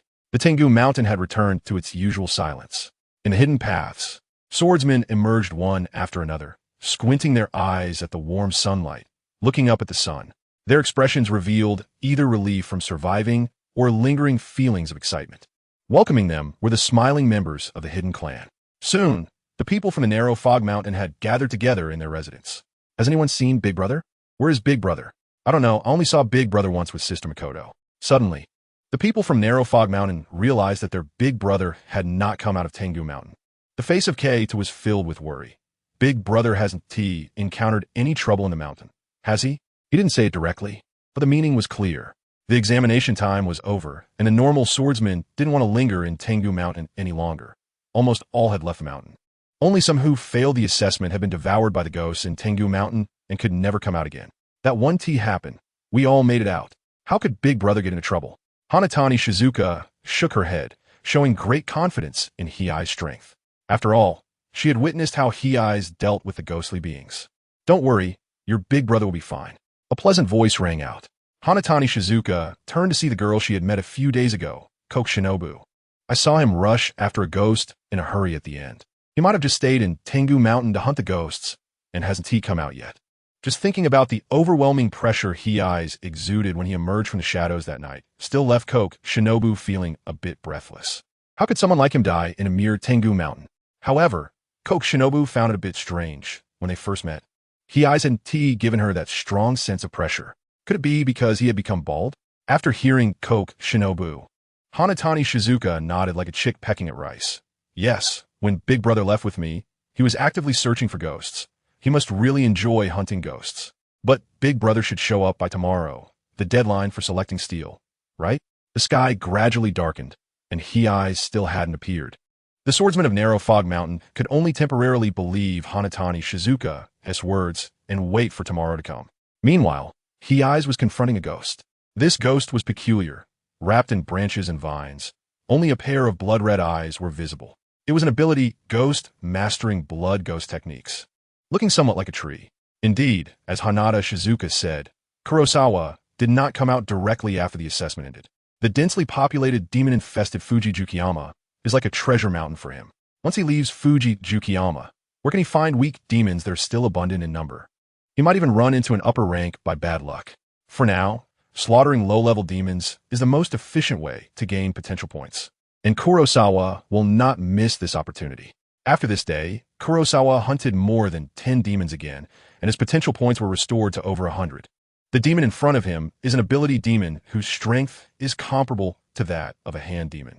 Heisei was still unaware that 3 powerful demons had been hiding in the depths of the Fujisaki mountain for a long time. He had already dealt with 2 of them, and the one before him was the last remaining one. It had disguised itself as a tree to ambush Heisei, but was detected by his keen senses, and instead, Heisei managed to land a blow that punctured its belly. However, due to the suddenness of the situation, Heisei didn't have time to use his pitch-black aura, so it didn't actually cause any real damage. Blood Demon Technique, Green Vine Serpent Shadow. Suddenly, the ancient trees beside him, which had remained silent, began to rustle. Branches rapidly extended, growing sharp thorns, and coiled towards Heisei. The ground trembled slightly as the vines hidden beneath the surface rolled up, trying to entangle Heisei's legs. These branches and vines moved quickly. Heisei had enough strength, but his agility was slightly lacking, preventing him from breaking through the encirclement of the tree demon's blood demon technique. The tree demon was dark and silent, continuously attacking Heisei with its blood demon technique without uttering a word. With a crash, the ground cracked as Heisei dodged the underground vines, grasped the extending branches, and swung towards the tree demon. The wooden spikes on the branches could not pierce his palm, which was not a concern. However, the vines on the ground had considerable strength, and if they all wrapped around him, Heisei would struggle. Crack! The branch Heisei was holding suddenly broke, and he landed on the ground. It was clearly the tree demon's manipulation. There were still many potential points waiting for him to acquire. He couldn't waste time because of this guy. Looking around at the snake-like vines, Heisei lowered his head and glanced at his legs. The prolonged battle had torn his pants, exposing most of his calves. His calves were muscular, bulging, and not particularly refined. Agility 0. 2. Strength and physique had also slightly increased. Over 150 potential points instantly vanished, leaving him with only single-digit potential. A wave of tingling comfort surged into Heisei's mind. His body began to change again. Originally muscular with bulging veins, the muscles in various parts of his body began to compress heavily, and the veins receded significantly. His 2-meter height gradually lowered, returning to Heisei's previous height, or even slightly lower. Looking down again, the muscles on his legs transformed into beautifully defined shapes, with dense muscle fibers stretching during movement. His bare upper body shifted from the bulk of a muscle beast back to a fit and athletic appearance, with muscles subtly visible beneath his skin. At this moment, the proportions of Heisei's body were quite appealing, except for the fact that his hair hadn't grown back. His charm value increased accordingly. It seemed that when strength and agility were in balance, his physique would appear more perfect. But if strength increased too much, he would look like a muscle-bound monster, and if agility were excessively high, it was still unclear. The pitch-black aura erupted with a roar as Heisei stomped the ground, his figure resembling a flash of black lightning, leaving behind afterimages. His movements were agile, with no wasted effort, perfectly executed. In an instant, the acceleration caught the tree demon off guard, and Heisei broke through the vine blockade it had set up. By the time the tree demon sensed danger, Heisei was already at its front, his right palm slicing through like a knife. Hell's burial handblade. Since there was no one around, and Fujisaki Mountain should also be deserted, Heisei shouted loudly, his powerful voice echoing within the mountain. Immediately after, Heisei leaped over the tree demon, coming to a stop, and then gently blew on his palm, causing the pitch-black aura to vanish. It felt a bit over the top, but also quite exhilarating. Remembering the moment he shouted the technique, Heisei's face turned slightly red. Crack! Behind him, the tree demon's head split open in the middle, its body collapsing to the ground, turning to ashes. Potential 50, Undying Cannibal's Despair Power 6. Kurosawa left without looking back, striding away from the spot. The demons of Fujisaki Mountain. All of you stay put and don't move. Chapter 28. My own steal the time is the day after the swordsman trial has ended. At noon, in the place where they were supposed to gather and prepare to enter the mountain, many swordsmen have gathered. Most are from a narrow Fog Mountain lineage, with a few others among them. What's going on? No one has seen the eldest senior brother. Asakusa has yet to make an appearance. For a moment, the faces of the people from Kiri Mist Mountain were filled with worry. Even the joy of just having chosen their steel and about to receive their own Nichiren blades faded away. Not a single disciple from Kiri Mist Mountain was in trouble, but it seemed that the senior brother was trapped in Fujisaki Mountain. Zongtu and Makoto both furrowed their brows, occasionally glancing back. Could it be that the senior brother really is in trouble? Hanada, Shizuka murmured softly. On the high platform in the center of the venue stood several women from the hidden department, holding trays with smiles on their faces. Kanai Butterfly was also on the high platform, waiting for Haku's to appear. Unlike the anxious crowd from Kiri Mist Mountain below, she wore a gentle smile, comforting Haku's junior disciples. Kanai Butterfly was more aware of Haku's strength and was very sure he would not die at the hands of the demons from Fujisaki Mountain. She intended to thank Haku's for helping Kanai Shinobu during the trial, and to subtly inform him that the demon-slaying tasks he would receive in the future would likely be more troublesome and challenging, and that it would be best to approach them with caution. But that was all contingent on being able to see Haku's first. What was he doing in the mountains? Shinobu said Haku's seemed very enthusiastic about demon slaying. He is not trying to wipe out all the demons in Fujisaki Mountain, is he? A somewhat unreliable thought crossed Kanai Butterfly's mind but disappeared in an instant. Yet it was this very thought that was closest to the truth at that moment. After another 10 minutes, the atmosphere had become as heavy as an overcast autumn day, even though they were bathed in golden, warm sunlight. None of the Kiri Mist Mountain people felt warm. At that moment, Kanai Butterfly's body paused as she saw a familiar figure slowly walking out from a small path. I told you that your senior brother could not possibly be in trouble in Fujisaki Mountain. She smiled brightly, pointing towards Haku's. When the people from Kiri Mist Mountain looked, their expressions relaxed. Senior brother, what were you doing in Fujisaki Mountain? You scared me to death by not coming out. Makoto ran up, looking reproachful, and on Makoto's shoulder stood a black crow. Heisei scratched his head and said apologetically, I lost track of time. Indeed, it was a bit his fault for making his junior brothers and sisters worry. At that moment, Heisei was filled with potential energy and didn't want to waste time explaining the situation to the disciples of the narrow mist mountain. Huh, big brother, where's your hair? The approaching Rabbit was attracted by the reflection on Heisei's bald head. The topic of what Heisei was doing on Vine Attack Mountain shifted to the changes in Heisei. It fell off during the fight with the demon. Completely fell off? Yeah, I used the breathing technique too violently and accidentally shook my hair off. Really? Rabbit took a half step back, cautiously touching her own hair. Really? What good would it do me to lie to you? Heisei repeated his trick. Of course, there's a benefit. The benefit is to satisfy my wicked sense of humor. Bang! Kanai Butterfly had also arrived nearby at some point, lightly tapping Heisei's head with her finger. Then, smilingly said, Heisei, you really are bad, even teasing your junior brothers and sisters. My sister has already complained to me. After a pause, Kanai Butterfly said to the disciples of Narrow Mist Mountain, Don't be fooled by your big brother. The breathing technique has nothing to do with hair falling out. If you don't believe me, there's nothing I can do. Heisei shrugged. Go back and tell the master that you're scaring us. Jinghua, used to Heisei's personality, immediately understood that Heisei was playing with them and snorted softly. Welcome back. It's great that you returned safely. A member from the hidden department on the platform spoke up, interrupting the conversation among the brothers. Remembering that there was something to collect, Heisei stepped out of the crowd and walked forward. Now, may I have the symbol of my identity as a formal swordsman? A woman with a constant gentle smile and sweet looks spoke up. We will make your team uniform afterward, so we need to measure your body size first. The woman approached with a measuring tape in hand. A minute later, after measuring Heisei's body size, the woman stepped back a few paces, her smile unchanged, and said, Your team uniform will have the characters representing the swordsman rank engraved on it. There are 10 ranks. Jia, Yi Bing, Ding Wu Ji, Gung, Xian, Ren Gei. Your current rank is Gui. When your rank improves in the future, we will change the engraving for you. She spoke very clearly, as if she had said it many times before. Heikei's nodded. I understand. This rank only represents the achievements in demon slaying, not true strength.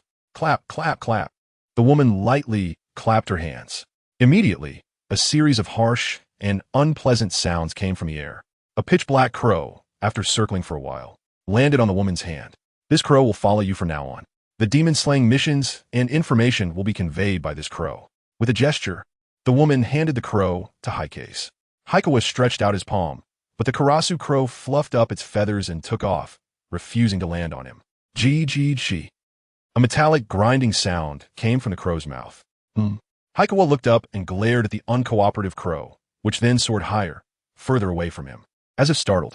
In the air, there were several Karasu crows belonging to the disciples of the narrow fog mountain circling around, while the one designated for him stared at Haikawa with fear, wanting to distance itself, yet bound by its trained instincts.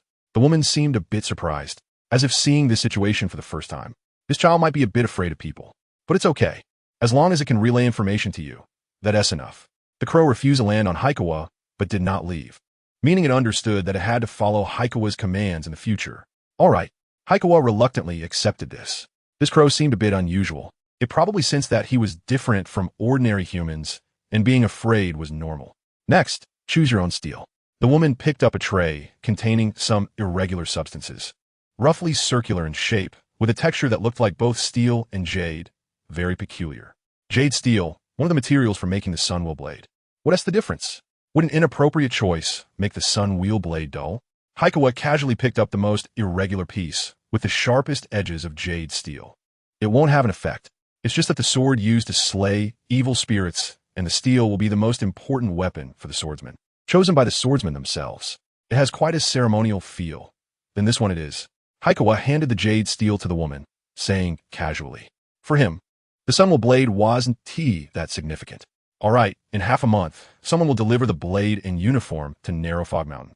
At that time, the crow will notify you in advance." Chapter 29, Abdication 3 days later, Narrow Fog Mountain. Heisei and a group of junior disciples returned to a familiar place. Before they reached home, a figure was standing straight ahead, looking like they had been waiting for a long time. 14 people, not one missing. Rinlong's Wakunsi let out a sigh of relief in his heart, and the tense expression beneath his mask relaxed. They all passed the assessment and did well. But becoming official swordsmen meant that the life of blood and fire was just beginning. Don't let your guard down. As soon as they met, Rinlong's Wakunsi spoke calmly. The disciples all expressed that they understood the cruelty and strangeness of the demons and would be doubly careful in the future. Only Heisei, standing at the back of the group, turned his head away, feeling guilty. However, Rinlong's Wakunsi immediately noticed him. "Heisei, your aura has strengthened a lot. It seems that this trip to Fujisaki Mountain has benefited you greatly." In Rinlong's Wakunsi's sensory perception, the chaotic and deep aura belonging to Heisei was more intense than before. He found it difficult to see the disciple in front of him clearly. What is this non-human? Non demonshent? Rinlong's Wakunsi didn't know, but he knew that Heisei was not a bad person, treated his junior disciples well, respected his master, and had no malicious character. Everything seemed normal. "Cough, it's okay. You fought with a few powerful demons, so you must have gained something." Why is your hand behind your back?" Rinlong's Wakunsi immediately noticed Heisei's guilty expression, and coupled with the absence of his Nichiren blade at Heisei's waist, an ominous premonition arose in his heart. This. In a flash of blue, Rinlong's Wakunsi closed the distance of several meters and approached Heisei. Heisei swallowed hard, then with vacant eyes, pulled his hand from behind his back. In his hand, the blue Nichiren blade still glimmered with a sharp light as before. However, in the middle of the Nichiren blade, it was wrapped several times with white bandages. Mizuko Sakanji let out a long breath, then silently picked up the Nichiren blade. He gripped the hilt with one hand and pinched the tip with the other, then applied a little pressure with both hands. Crack! The blue Nichiren blade broke in response, splitting apart in the middle. A barely noticeable sigh escaped from beneath the mask as Mizuko Sakanji looked at Heisei without saying a word. "Master, you can't blame me for this. I encountered an aberrant demon. Its body was too tough, and I thought of using the breathing technique to slice it. But who knew your Nichiren blade would break halfway through? Fortunately, Heisei, reacted quickly. Otherwise, you might not see me today." Heisei felt a chill on his scalp as he was stared at, and he quickly spoke the truth. "Well, it's good to be back safely. I really didn't do it on purpose, okay?" Heisei was slightly taken aback when he clearly heard Rintaki Sakanji's words. Rintaki Sakanji, who usually treasured the Nichiren blade so much, did not harshly scold Heisei for damaging it. Asakusa could even hear genuine concern in his calm tone. "During the initial period when I first obtained it, it broke 3 times, each time nearly costing me my life, but thankfully I was lucky. However, after I became a formal swordsman for a year, it has never broken again. Only immature swordsmen would break their Nichiren swords." "Asakusa, you still have a long way to go. These words are not just for you. All of you should listen well and remember that when fighting demons, the Nichiren sword is our only reliance." The last sentence was directed by Kagaya Ubuyashiki to all his disciples. If Asakusa had mastered the swordsmanship more skillfully, the Nichiren sword would not have broken. When swordsmanship is not mature enough, facing demons with bodies as tough as steel, the Nichiren sword could break, and along with it, the life of the swordsman. If you want to survive and live to my age, then double your training. The official demon-slaying missions will soon be issued, and that will be the real danger. Kagaya Ubuyashiki seriously picked up the broken Nichiren sword and, after finishing his words, slowly walked back into the house. The disciples looked at each other, and the atmosphere became somewhat heavy. Kagaya Ubuyashiki is such a person, a teacher who is strict and demanding of his disciples. He will not comfort them. He will only tell them the cruelty of the world. What are you all standing around for? Go practice your swordsmanship. Hakuza waved his hand, dispersing his fellow disciples. He then followed Kagaya Ubuyashiki back into the house. This is also his house. Kozawa has always lived under the same roof as Ryutaki Sakanji. After all, he was adopted since infancy. Kozawa, my clothes. Ryutaki Sakanji seriously put away the Nichiren blade, hanging on the wall inside the house, then turned his back to Kozawa and spoke. Clothes. Hikei's almost forgot about this matter. Kanroji Mitsuri's light blue pattern haori was torn to shreds when he increased his strength, and now it lies pitifully in the dirt at the top of Fujisaki Mountain. The Nichiren blade is broken, and the clothes are in tatters. Hikei's, the demon you encountered, is truly not to be underestimated. I didn't expect there to be such a demon in Fujisaki Mountain, which poses a significant threat to the prospective swordsman. Kanroji Mitsuri didn't mind the incident with the Nichiren blade and the haori, but he learned about the hidden dangers of Fujisaki Mountain from Hikei's words. That demon was indeed captured by you, master. It shouted Kanroji's name, knowing your name. A demon with hands all over its body. No impression. Kanroji Mitsuri thought for a moment, but couldn't recall which hand demon it was. There were quite a few demons he captured in Fujisaki Mountain, and that was decades ago. At that time, the hand demon was still humanoid and hadn't mutated into a different form. It's normal for him not to be clear about the origin of the hand demon. It doesn't matter, but I think Fujisaki Mountain needs to be cleaned out regularly. We can't allow those demons that have lived for decades to exist there. This can no longer be considered trial. Most prospective swordsmen who encounter them would just die in vain.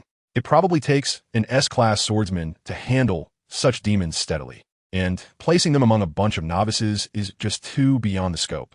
Kanroji Mitsuri brewed a cup of tea, sat at the table, and slowly took a sip. In 2 days, I will go to the Demon Slayer Corps headquarters to resign from the position of Water Hashira. I will discuss this matter with the Lord then. Kaneo was astonished. Resigning from the position of Water Hashira? Kaneo, my sword is still sharp, but my body has dulled. Now that you have become Demon Slayers, my position has successors, and there's no need to force myself any longer. Originally, I intended to resign from the Water Hashira position after you became Demon Slayers, and then focus on being a mentor, training swordsman for the Demon Slayer Corps. The mortality rate in the Corps is over 80%, and the same goes for the swordsmen who are Hashira. Very few Hashira can meet a peaceful end, or live to a healthy old age like Sakanji Urokodaki. Urokodaki never believed he was strong enough to have lived this long. He thought of himself as just a lucky person. Being a mentor is also quite good. I am old, but I can still inject fresh blood into the Demon Slayer Corps, continuing the fight in another way. Haika squeezed his fist and smiled. That's good. Master, you can have a good rest now. From now on, you can rest assured that I'll take on the tasks of fighting demons head on. Kanroji Mitsuri subtly nodded. Don't worry. As a teacher, I will be responsible for my disciples, and what I'm most worried about is you. This sentence. Kanroji Mitsuri kept himself while sipping tea. Chapter 30. The color-changing blade belonging to Haika half a month after leaving Fujisaki Mountain. Kanroji Mitsuri received news from his crow that the Nichiren swords and uniforms had arrived. After receiving the news, Kanroji Mitsuri asked Haika to wait at the foot of the mountain. At the foot of the Kaimoku Mountain, Haika stood with his arms crossed, leaning against a tree as thick as several people could hug. He appeared bored, but in reality, the blood within him was surging and his muscles were pulsating. Heisei is focusing on his breathing and honing his physique in the full operation. Although he has support from Gray-White, Heisei himself is also a very hardworking person. Moreover, Gray-White's power increase is significant each time, and if one suddenly gains such strong power without fully adapting their body, they might accidentally do something like truly burst out the door. At this moment, Heisei's training not only strengthens his body, but also allows him to harness the abilities gained from the Gray and White, ensuring that he won't lose control over his own powers. Abilities that cannot be controlled often end up harming oneself and others. so it's better not to have them at all. Dingling. A sound like wind chimes rang out ahead, and Heisei looked up. The first thing that caught his eye was a round, wide-brimmed hat decorated with something resembling wind chimes. Following, there was a face wearing a comical, fire-blowing mask underneath the wide hat. Behind him was a large wooden box that looked quite heavy, yet the newcomer's waist showed no sign of bending. Impressive strength. The small section of arm exposed from the masked person's sleeve was twisted with bulging muscles, clearly indicating great power. Steel carving firefly? Heisei asked as the masked person walked by. It's me. The masked person turned their head and saw Heisei waiting by the roadside.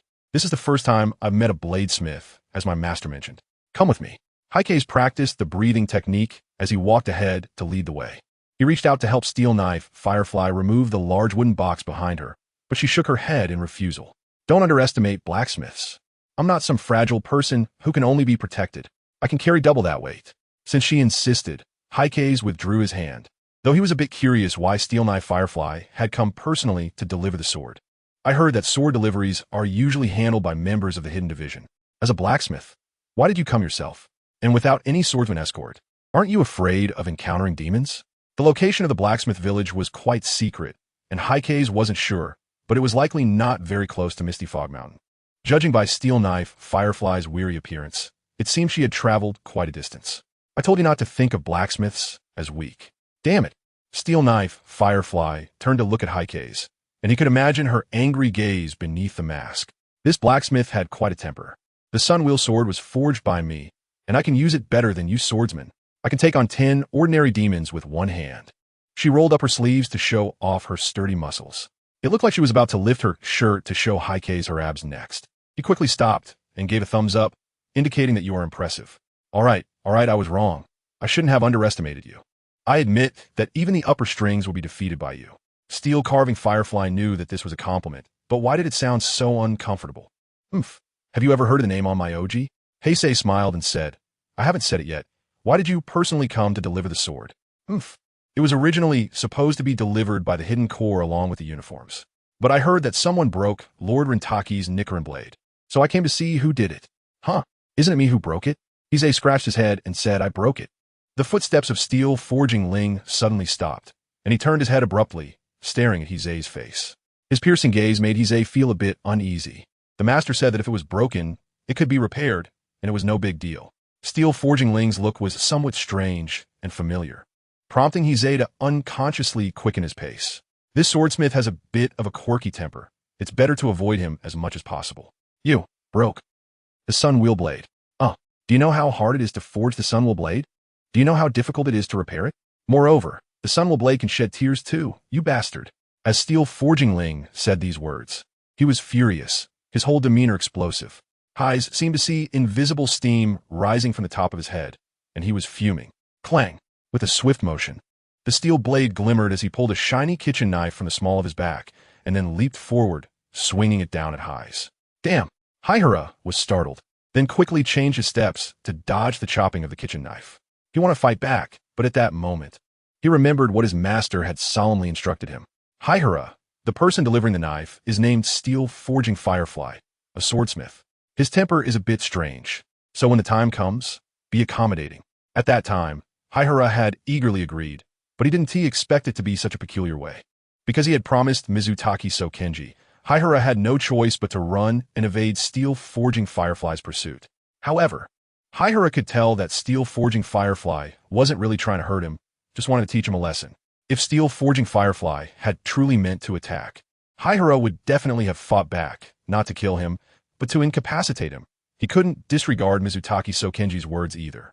After chasing and running for more than 10 minutes, the two finally arrived at Mizutaki Sokenji's house. Firefly, that's enough.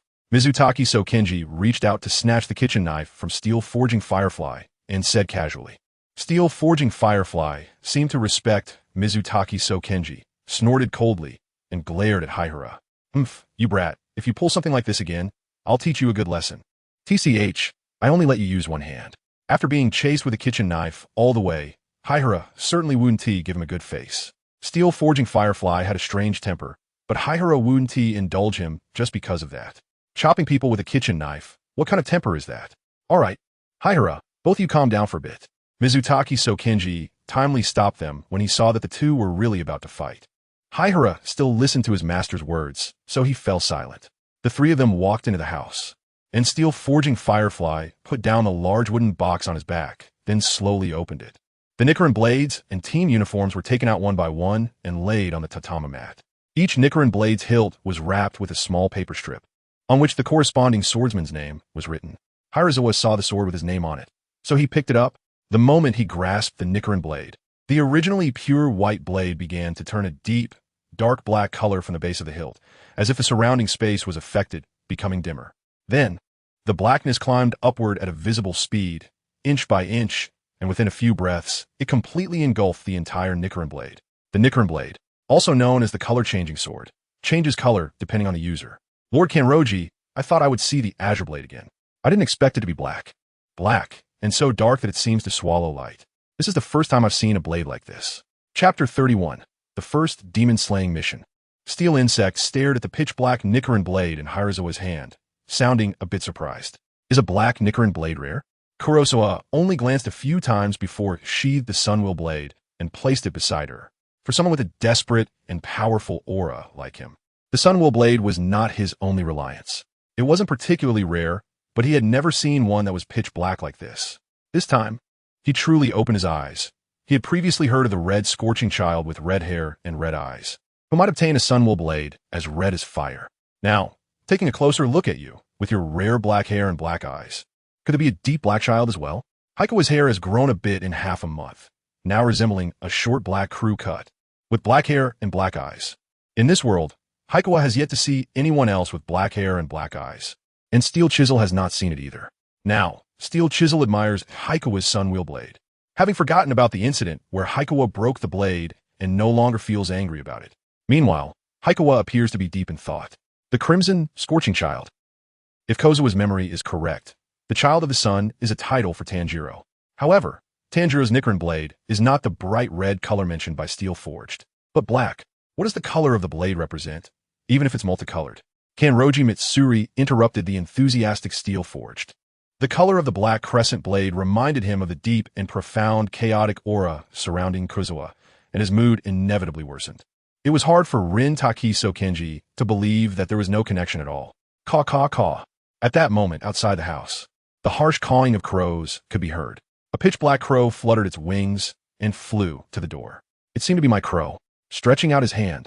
Kurosawa still hoped to have the crow land on him.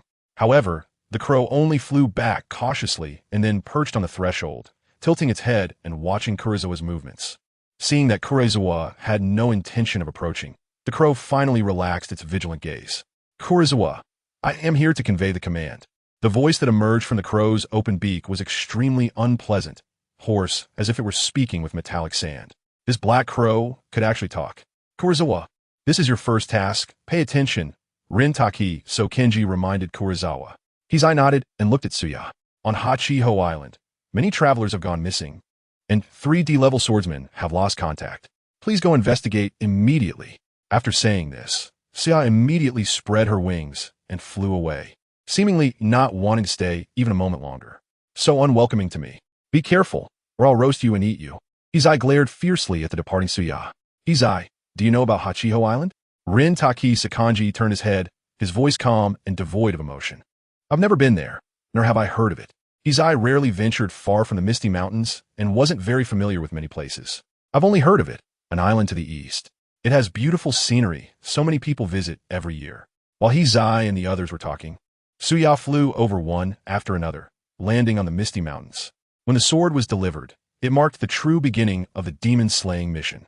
Compared to the many demons, the number of swordsmen was still low. Once they became official swordsmen, they had to rush to execute various demon-slaying tasks without stopping. Demons could appear anywhere, in cities or remote valleys, and needed to be dealt with by swordsmen. When the steel, luminescent firefly arrived, the corresponding tasks were also assigned to every disciple of the Misty Mountains, not just Heisei. Since you have tasks to handle, I have delivered the sword and team uniforms, so I won't stay long. Lord Sakanji, goodbye. Please take care of yourself. The steel luminescent firefly took away Sakanji's broken sword for repair and then bid a solemn farewell. It was clear that he held great respect for such an esteemed elder like Sakanji. After all, with Sakanji's age and a life dedicated to the Demon Slayer core, to eliminating evil demons. No one would fail to respect him. Heisei, the emergence of tasks means that danger has already enveloped Hachiho Island. Moreover, Suya said that swordsmen who went to investigate have gone missing, so it's likely that the situation is dire, indicating that this mission is not simple. I won't say much more. Be careful, gather some necessities, and set off immediately. The life of a swordsman is like this. Once they receive a demon-slaying mission, no matter what they are doing, they must put everything down and execute it with all their might, because each of them bears greater responsibilities.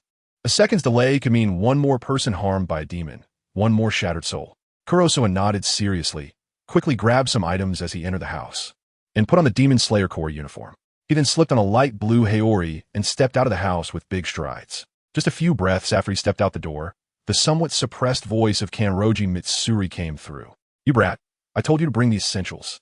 Heisei was surprised. I brought everything, some money and food, and the Demon Slayer Corps identification. Your Nicker and blade. With the scabbard, Kanroji Tsukikage threw Heisei's Nicker and blade to him. Kurosawa reached out to catch it and laughed in surprise, saying, Oh, I left it in the hall just now. I forgot to take it, haha. The Sunwheel blade is certainly not an inconvenient item. Rintaki Sakanji's forehead was covered in black lines. On Hakijajima, in a dark dungeon, a boy with a smooth white snake wrapped around his neck and thick white bandages winding down his lips squatted in a dim corner, lost in thought.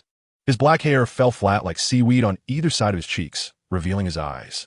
His eyes were peculiar, with one green and the other gold, a rare heterochromia. Unfortunately, within those beautiful irises lay a stillness like stagnant water, lacking the vitality and spirit expected of a young man.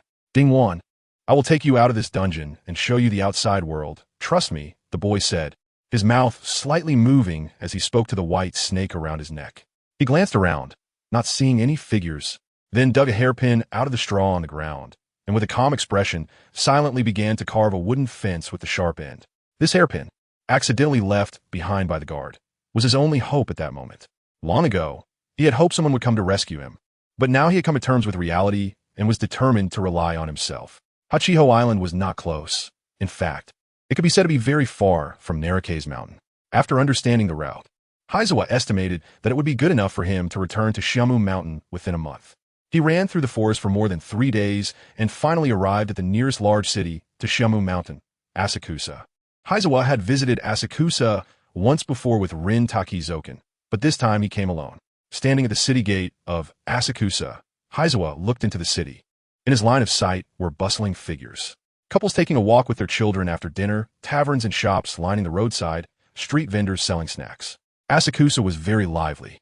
Although it was nighttime, unlike the already silent forest, the city was filled with all kinds of lights. Occasionally, black cars whizzed by on the brick-paved ground. In a daze, Heizawa felt as if he had arrived in a city from his past life. Although it was not as prosperous as the cities from his previous life, it had already taken on a preliminary form. Chapter 32. Sudden terror, taking the train to the seaside and then a ferry.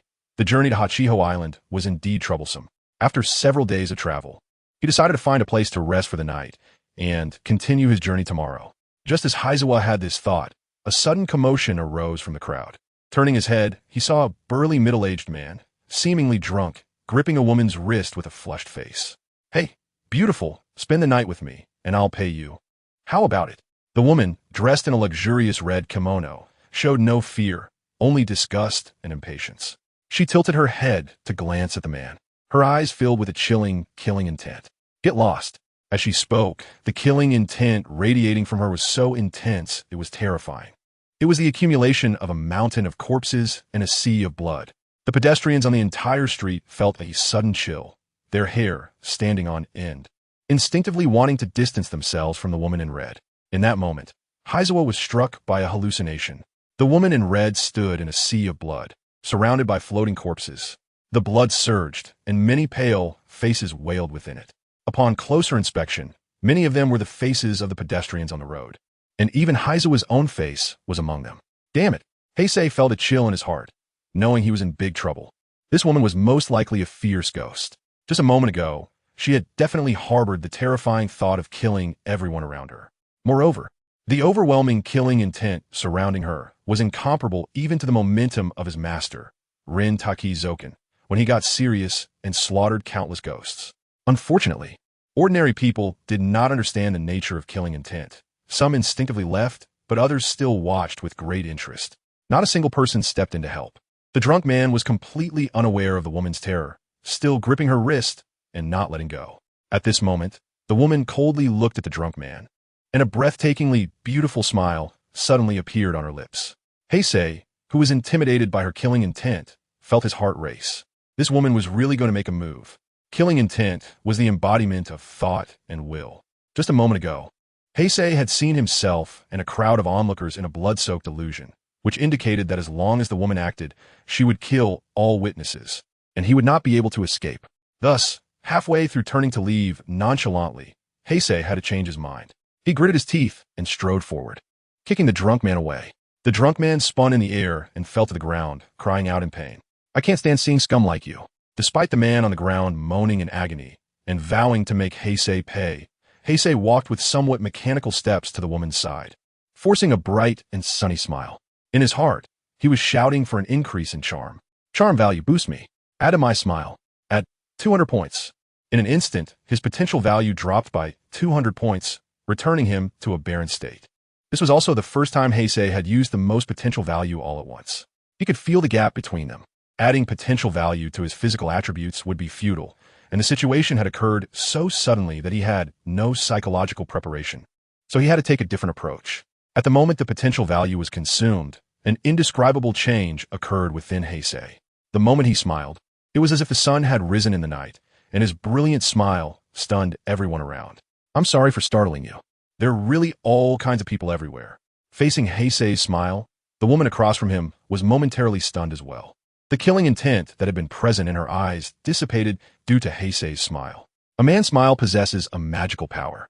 Because of his smile, one would fall in love with his lips, his eyes, his brows, ultimately loving everything about him, loving him as a person. At this moment, Heisei's smile held such magic. At the same time, Heisei's heart was bleeding profusely. The potential value he had accumulated in Tofu Mountain was originally meant to break through to the 5th stage of the breathing technique, but now it had been used on charm value. It was only then that Heisei saw the woman's appearance clearly from a close distance. She had a cold, stunningly beautiful face. Even in the most tumultuous crowd, if she simply stood there quietly, she would attract everyone's gaze like a high-hanging cold moon. No wonder the drunk man refused to let go even when stimulated by her killing intent. It turned out there was truly such a beauty in the world. In his previous life, Heisei had seen countless starlets adored by many, but none could compare to the woman in the red dress before him. "Your heartbeat is quick. You are the one who has startled." The woman in the red dress, her lips as bright as blood, lightly spoke a few words, glancing at the sunwheel knife at Heisei's waist before looking up at him, remaining silent. The woman's gaze fell on Heisei's face, making him feel a deep unease. He could sense a strong desire in that look. It wasn't a worldly desire, but rather a possessive longing to collect. The woman in red had developed a strong curiosity about his smile. "I don't want to die before I even start." Heisei's survival instincts surged, and he showed another charming smile. "Seeing your appearance, no one can help but have their heart race. To be honest, it's the first time I've seen such a beautiful woman. May I ask your name?" With a dazzling smile on his face, Heisei felt a chill run down his spine inside. Who could have imagined that right after entering Asakusa and reminiscing about the prosperous cities of his past life, such a terrifying existence would suddenly appear? I must be cursed. This woman before him couldn't possibly be the ancestor of all ghosts, Kibutsuji Musen. The impression the woman in red gave Heisei was too horrifying. To say she was a high-ranking demon felt like an understatement. That air of superiority and indifference could likely only belong to the ancestor of all demons. Only the identity of the ancestor of demons could match such an aura and killing intent. "My name is Akatsuki." "That's a beautiful name. Can I call you Akatsuki?" "Oh no, I should have come up with an excuse to make a run for it." "Haikawa, oh Haikawa, how come you're so familiar with this?" In fact, Haikawa was so nervous that he basically didn't know what he was doing, feeling a chill down his back, forcing himself to continue the conversation. "You can just call me by my name." After hearing Haikawa's request, Honyue furrowed her brows, stared at Haikawa for a moment, and then slowly spoke. After the initial shock, and with Honyue's killing intent dissipating, she appeared as a cool and beautiful person, and Haikawa gradually calmed down, starting to think about how to extricate himself. "Honyue, I'm glad to meet you. However, I have some matters to attend to. so I will take my leave now. I hope to encounter you again next time I come to Asakusa, haha. After Heisei revealed a charming smile, he suddenly turned around, waved his hand, and walked away step by step. His smile had a magical power that left Hanyue in a daze once again. By the time Hanyue came back to her senses, Heisei had already walked 4 or 5 meters away. Looking at Heisei's back, Hanyue stuck out her small, delicate tongue and lightly licked her lips, her eyes filled with desire. That smile was very interesting. Watching Heisei leave, Hanyue made no move. After that, she glanced at the drunken man on the ground who had already passed out, quickly withdrew her gaze, and left. Meanwhile, the drunken man's neck suddenly split open, and bright red blood flowed out, frightening the passers-by. Soon, guards appeared to inquire about what had happened, but all the passers-by claimed they had not seen anything unusual, and the matter eventually ended without resolution. Chapter 33. Strength Analysis. Morning, 7 o'clock. Heisei stood at the station, feeling a lingering fear. Last night, after saying goodbye to Hanyue, every step he took felt exceptionally heavy. Only when he sensed that there was no longer anyone watching him did he let out a sigh of relief, only to realize that his back was completely drenched in cold sweat. To his surprise, there was a giant Buddha hidden in Asakusa. It was worth the trip. Truly worth it. Standing in the waiting area, Heisei's mind was filled with thoughts of Hanyue. He had already classified Asakusa as a high-risk area, and once he became strong enough, he would never return. Hanyue was most likely the ultimate existence in the world of Demon Slayer, the progenitor of demons, Kabutsujin Musen. Just the aura alone gave him a sense of helplessness. The gap in strength was too great. He just didn't know if his current despairing power could inflict any harm on her. He guessed that there should be some damage, but it was probably just minor injuries. The pitch-black aura attacks the demon, and if it only strikes its body, it would require many hits to accumulate before being able to kill it. Inflicting damage to the brain can lead to an instant kill, but he wasn't sure if it could also achieve that against very strong demons. This still needs to be verified. After all, the demons he killed before were all quite weak. The frail demons in Fujisaki Mountain cannot be compared to the demons that are replenishing their blood and food every day from the outside world. Now, should I still go to Hachiho Island, or should I go straight back to Kagemiyama to inform my master about the Red Moon? No, forget it. I'll go to Hachiho Island first, and think about how to handle this matter. Currently, in the Demon Slayer Corps, there are only 3 pillars left. The Stone Pillar, the Flame Pillar, and the Flower Pillar. Once my master retires, there will only be 3 remaining. If Heisei remembers correctly, in the original work, the Demon Slayer Corps, which reached its peak strength, had about 8 or 9 Hashira, along with a strong main character group. Together, they barely achieved a near mutually destructive outcome against Musen Kibutsuji. Now, even if they found him, they couldn't defeat him. Musen has been evading the Demon Slayer Corps search, which doesn't mean he is afraid of them. After intense psychological struggle, Heisei decided to go to Hachiho Island first to resolve his task. During this time, he would carefully think about the matter concerning the Red Moon. Top, top, top. Before long, accompanied by a loud sound, a steel beast gradually appeared in Heisei's sight. With gray paint, huge steel wheels, and rising steam, the black train slowly came to a stop after arriving at the station. Kurosawa looked back one last time, and then stepped forward, leaving Asakusa. On the train, Kurosawa found his seat. Since the journey to the Hachige Jima ferry terminal would take a while, he bought a sleeper ticket. Heisei bought the lower bunk, and in the upper and lower bunks opposite him were a man and a woman who looked to be in their 30s. Judging by their conversation and behavior, they seemed to be a couple. On the upper bunk above Heisei was a tall girl who appeared to be no older than 20. From the moment Heisei entered, the girl's gaze was irresistibly drawn to him. After briefly observing his surroundings, Heisei lay down in a spot and closed his eyes to rest. At the same time, he began practicing his breathing technique, constantly exercising his body. Out of the corner of his eye, Heisei checked his current attributes. Strength 0. 59. Agility 0. 54. Constitution 0. 63. Intelligence 0. 29. These 4 physical attributes, through potential values and Heisei's own breathing exercises, had quickly reached an average of nearly 0. 6 except for intelligence. The speed at which his strength was increasing surprised even him. Hanyue, no matter who you really are, when I come back to Asakusa next time, we will get to know each other again. Heisei felt that his physique should be able to barely match that of the Hashira of the Demon Slayer Corps. However, the swordsmanship of the Hashira was exceptionally powerful, and if it came to a real fight, Heisei was likely still not their match. Considering the oppressive force that Akatsuki brought, if her physical attributes could be presented in numbers, what would they be? An average of 1. 5, or above 2, given that demons inherently possess strong physiques. The possibility of being above 2 is quite high. After reviewing his physical attributes, Heisei focused on his special attributes. In terms of skills, his water-breathing sword style was still at the 2nd level, and the water-breathing technique was still at the 4th level, with no improvements.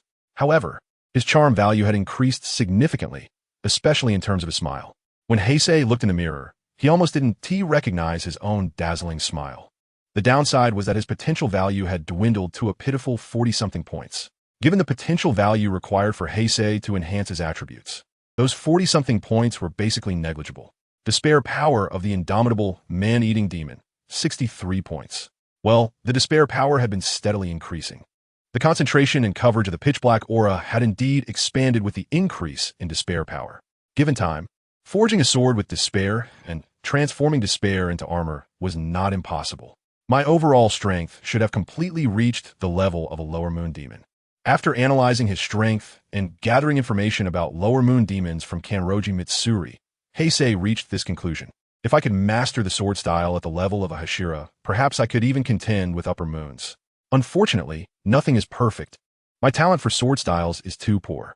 Kaneo Tiuri practiced swordsmanship for only a year or two and has already reached a level comparable to Heisei's, while Heisei has trained in sword styles for over 10 years. If it weren't for the fact that his breathing technique had reached the mid-level stage, he might have even been surpassed by his junior disciples. If Heisei's sword style is strong enough, the Nichiren blade won't break when fighting the hand demon. He also realized that he wasn't adept at swordsmanship, so he decided to focus on breathing techniques to enhance his physical abilities. No matter which world it is, the word talent really makes one feel powerless. If it weren't for the gray and white, I might have lived my whole life as just an ordinary person. Let's not think too much about it. I should rest for a while. In the rapidly moving and constantly swaying train, Heisei didn't interact with anyone nearby and soon closed his eyes, falling into a deep sleep. Due to last night's experiences, Heisei had been vigilant and hadn't slept at all. Coupled with several days of travel, he was already very tired, with dense blood vessels in his eyes. However, even while sleeping, Heisei's breathing techniques continued to operate uninterrupted. This is the power of the constant phase breathing technique, renowned for being the threshold of the Hashira level. It operates at all times, subtly enhancing the user's physique during eating, walking, daydreaming, and sleeping. At any moment, it improves the physical condition of the user, even allowing swordsmen to possess a body that can contend with demons. Time passed bit by bit, from early morning to noon, and then from noon to evening. Inside the train, it was lively, and the people nearby had opened up to each other, chatting comfortably. Meanwhile, Heisei remained asleep, unaffected by the sounds from the outside. The couple in the upper and lower bunk across from him marveled at how deeply Heisei could sleep and complained about the noise in the train. In reality, although Heisei seemed to be in a deep slumber, his body maintained a posture that could spring into action instantly. This was one of the results of training as a swordsman in the Mist Mountain. Kanroji Mitsuri had a technique known as suggestion, which helps disciples filter safe information through their brains, setting truly dangerous sounds or actions as alert conditions. Once triggered, it would wake them instantly. This suggestion allows swordsmen to sleep soundly while maintaining full vigilance. In the original work, Kanroji Mitsuri successfully suppressed Nezuko's bloodthirsty nature through continuous suggestion. Chapter 34. Train Anomaly Bang. A subtle vibration sound arose from the top of the high-speed train. Many people didn't notice it. Those with keen senses merely glanced up, saw nothing unusual, and returned their attention elsewhere. Heisei, who had been sleeping to restore his energy, suddenly opened his eyes, a cold glint flashing in them. In front of him, the originally beautiful tall girl from the upper bunk had somehow come down and was sitting at the edge of Heisei's bed, curiously looking at him. She was startled when Heisei suddenly opened his eyes and then shyly lowered her head. It was too stuffy lying up there, so I came down to sit for a bit. If you mind, I won't sit here. The tall girl secretly observed Heisei's reaction as she spoke with her head down. Her voice was light and pleasant to hear. The charm level is too high, which can be somewhat troubling. With his current charm level, even without speaking or smiling, it's still easy to attract others' attention and goodwill. Heisei didn't look at the girl beside him and casually said, "No, you sit." As he spoke, he quickly got up and left his sleeping compartment. Following the narrow aisle of the train, Heisei walked forward. After about 10 minutes, he had reached the first carriage. The first carriage was not a sleeper. There were seats on both sides, and it was quite crowded with many people. Heiji looked around and found nothing unusual. He didn't linger for long and quickly returned along the same path, walking all the way to the last carriage. After the entire train had passed, Heiji returned to his own bunk. The girl was still sitting beside his bed, unwilling to go back to her seat, stealing glances at him multiple times. Heisei's perceptive gaze easily noticed this, though he pretended not to care on the surface, feeling a bit amused inside. Normally, he might have chatted a little, but right now, his attention was completely elsewhere. The commotion just now was a little strange. The vibration and sound came from something falling on the top of the train. Perhaps I'm just overthinking it. From start to finish, Heisei had searched the entire train without finding any trace of ghosts, and there was no good way to address this now. He didn't have effective enemy detection abilities, so he could only use his gaze to judge whether someone was spying on him. If the gaze held malice, Heisei would pay close attention to it. But if others weren't looking at him, there was nothing he could do. Glancing at the scenery rushing by outside the window, Heisei maintained a calm exterior while becoming increasingly vigilant inside. Outside the window was a landscape of endless mountains and forests. The train tracks passed through towering mountains, making a huge noise as it traveled through the silent woods. In these hidden places and dark corners, there was no telling how many dangers existed. Under the night sky, in the deep, dark mountains, it was very possible for a ghost to see the bright train and jump onto the roof. A train filled with so many people was like a tempting giant akin to a ghost. The breathing technique continued to operate steadily as Heisei closed his eyes to feign sleep, while his senses remained alert to everything around him. As the train moved, time passed little by little, and Heisei still did not notice anything unusual. During this time, the girl sitting by his bed saw that Heisei had no intention of speaking and returned to her upper bunk. 2 hours later, the girl clumsily climbed down from the upper bunk, almost stepping on Heisei's calf. I'm sorry. I just woke up and I'm still a bit dazed. The girl quickly apologized, her face filled with sincere regret. He opened his eyes, simply nodding without saying a word. On this train, he was just a passenger, uninterested in connecting with anyone. The girl was drawn to him because of his high charm, but it was not a good thing for an ordinary person to interact with a demon hunter, seeing that he was disinterested and unwilling to engage. The girl walked out of the sleeper car with a disappointed expression. Judging by the direction she was heading, she was probably going to the restroom. With such high charm, he might encounter trouble like this more often in the future. Kurosawa has a somewhat happy worry. Next time I see Shinobu, I'll give her a Kurosawa-style smile right in the face and see if she still calls me old man. He was still brooding over being called old man, so he couldn't wait to see Butterfly Ninja's shocked expression. That scene would definitely be interesting. Yes, it would be even better if Kanaho were there too, letting the Butterfly sisters get lost in his smile together. That would be double the joy. It would be great to have a camera to capture that moment. A guaranteed embarrassing memory. It's decided. When he returns, he'll go to Asakusa and see if he can find a camera. Asakusa isn't small, so it's unlikely he'll run into Akatsuki again. After lying down on the train for a long time, Kurosawa felt a bit bored, and since he hadn't eaten for a few days, he was hungry, so he sat up and took out the rice balls he bought in Asakusa yesterday. Kurosawa is not picky about food. He enjoys rice balls coated with crispy sesame. Due to his breathing technique, a swordsman can go days and nights without eating. Possessing a strong ability to endure hunger, it can also consume a large amount of food energy at once, storing it in his body. Many times in the wild, swordsmen rely on this remarkable endurance to fight against demons. Higashizawa had no intention of saving any food. He wanted to finish a whole bag of rice balls in one go, so he could go a few days without eating again. He ate incredibly fast, almost swallowing a sesame rice ball in 2 bites, then taking a sip of water before continuing. The couple in the opposite bunk was captivated by Higashizawa's ravenous eating, staring at him in shock. No one could eat like that, not even a starving ghost, and it was just bland rice balls. His eating style was too unsightly. The man leaned over to his wife's ear, looking at Higashizawa, and said in a very low voice, right in front of him, "Don't say that. It's fine. He can't hear. Don't underestimate my hearing, you jerk." Heisei gulped down a pot of water, wiped his mouth, and calmly looked at the man. "Look at this." "What?" The man was startled by Heisei's sudden voice and followed his gaze, landing on Heisei's palm. "Look at this." Seeing that the man didn't understand, Heisei repeated himself and clenched his palm into a fist. "This is a fist?" The man gulped as he looked at Heisei's robust figure. "Wrong. This is a fist the size of a sandbag." Heisei tightened his fists, the joints cracking. "If you talk about me behind my back, this fist the size of a sandbag will come down on your head, got it? You say I look ugly right in front of me, And Heisei, have a bit of temper. Heisei's voice possesses a peculiar power, his calm words causing the man's face to turn pale. Sorry, he just likes to chatter. With no malice intended, the wife quickly apologized for her husband. Deep down, Heisei let out a long sigh, as this was still trouble caused by his overwhelming charm.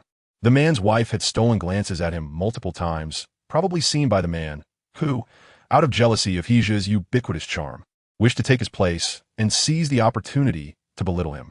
Ultimately, it's still my fault for being too attractive. Perhaps I should consider learning from Wanling Wang and wear masks to hide the handsomeness I emit at all times. Kurosawa was deeply introspective. He casually picked up a sesame rice ball and stuffed it back in his mouth. However, before he could chew it, a strange noise came from the roof of the car again. This time, the sound was very close and quite clear.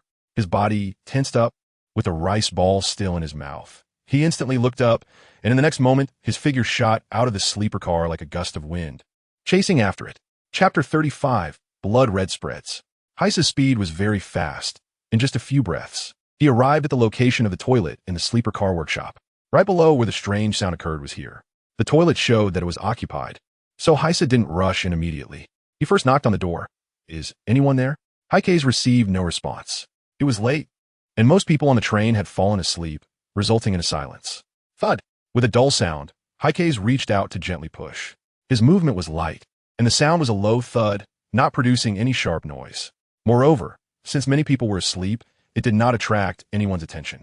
The moment he pushed the door, the lock shattered, and with a creak, Heisei opened the door, revealing the empty space inside the restroom. There was no one inside, only a glaring scarlet bloodstain on the adjacent wall. At the same time, a gust of wind rushed in, fiercely hitting Heisei's face. Looking up, he saw that the ceiling above the restroom had been torn open, creating an irregular hole over a meter in diameter. The area around the hole was filled with signs of corrosion and was still emitting wisps of white smoke. Through the hole, he could see the silent, cool moon in the sky, surrounded by a cluster of stars. That girl had just headed toward the restroom. Thinking of this, Heisei's expression darkened. He bent his knees and then leaped, jumping out through the hole in the train's roof. Whoosh! The strong wind rushed towards him, and the surrounding scenery flew by rapidly. Unlike the stability inside the train, the exposed roof was met with intense vibrations and shaking, making it likely that an ordinary person would have to lie down here. The fleeting shadows on the ground below spelled one word: death. Kurosawa took a deep breath, and his breath, like white silk, surged into his lungs with the howling wind. The power of his breathing technique instantly reached its maximum. He stood firmly with his legs rooted, unaffected by the high-speed train, his gaze fixed on the figure ahead. It was a female ghost, her body a dark red color, covered in bluish-black patterns. She was beautifully shaped, and aside from her dark red skin and bluish-black markings, she looked completely human. The female ghost was completely naked, her dark red hair flowing down to her waist, covering her key body parts. Beside her was a mass of rotting flesh that was in a terrible state. The ghost was savoring it, as if it were ice cream, feeding the flesh in her mouth. Upon seeing Kurosawa, she extended her tongue, licked the remnants off her hand, and glanced at him provocatively. A ghost hunter? Your kind is truly everywhere, haunting the living. However, your flesh is much purer and tastier than that of ordinary people. Kurosawa glanced at the bloodied remains next to the female ghost, remaining silent. Bang! The car roof shook violently, startling the sleeping travelers below. As they looked up, they saw a series of footprints like indentations rapidly extending forward. Amidst the howling wind, Kurosawa's figure charged in like a raging dinosaur. The swift speed and powerful presence made the female ghost's expression change. Realizing she had encountered a formidable swordsman, she instinctively wanted to jump out of the car to escape. Death! The Nichiren blade was thrown, grazing the female ghost's neck before embedding itself into the car roof with a crunch. Inside the cabin, a bored person who had been staring at the ceiling was shocked nearly to the point of cardiac arrest by the sudden appearance of the half-buried blade. Due to the surprise attack of the Nichiren blade, the female ghost was forced to take a moment to dodge, interrupting her movements for an instant. In that moment, Kurosawa crossed a distance of several meters and launched a punch into the air, striking like a cannonball towards the female ghost's head. A layer of pitch-black flames was burning on his fist, exuding a sense of ominous despair. What is this? The female ghost was startled by the emergence of the pitch-black flames and the sense of crisis that surged from within. Blood demon technique. Decay, majestically. The female ghost's red hair suddenly transformed, intertwining into bright red flowers as vivid as blood. Their shape resembled that of the legendary Higanbana, almost perfectly. The blood-red flowers fell from her red hair, piercing the air as they enveloped Kurosawa. Wherever they passed, a sizzling sound echoed. Remembering the corroded hole from earlier, Kurosawa did not dare to be careless. The pitch-black flames surged and burned fiercely, extending from his palm to cover both arms, though their concentration thinned and became somewhat transparent. Heisei did not slow down. His figure remained like a whirlwind. He struck with his arms, making close contact with the incoming blood-red flowers. Sizzle.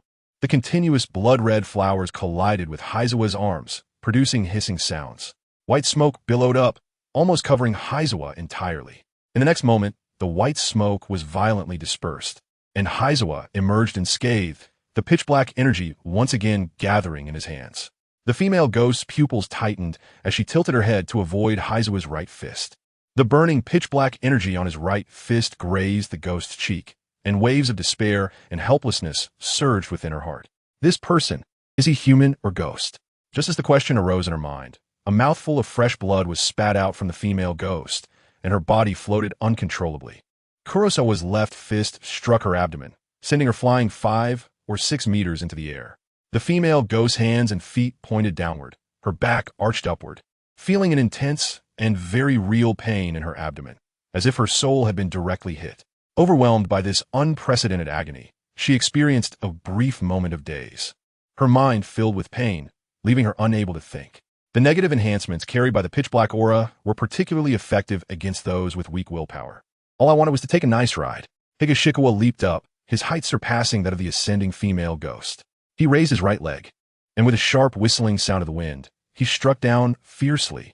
Like a battle axe cleaving down, a thunderous roar erupted amidst the dense, teeth-gritting sound of bones cracking, as his heavy leg directly shattered a large portion of the female ghost's chest and ribs. Boom! The entire train shook violently, and the female ghost's body crashed through the roof, landing inside the carriage. The passengers inside stared in horror at the female ghost, whose skin was blood-red and whose bones displayed irregular fractures, as well as at Higashikawa, who stood firmly after landing. A human-sized hole had been broken in the roof, and the wind rushed in, causing many nearby passengers to lose their balance and fall to the ground. The female ghost on the floor writhed as her flesh moved, her bones cracking as she struggled to recover from her injuries.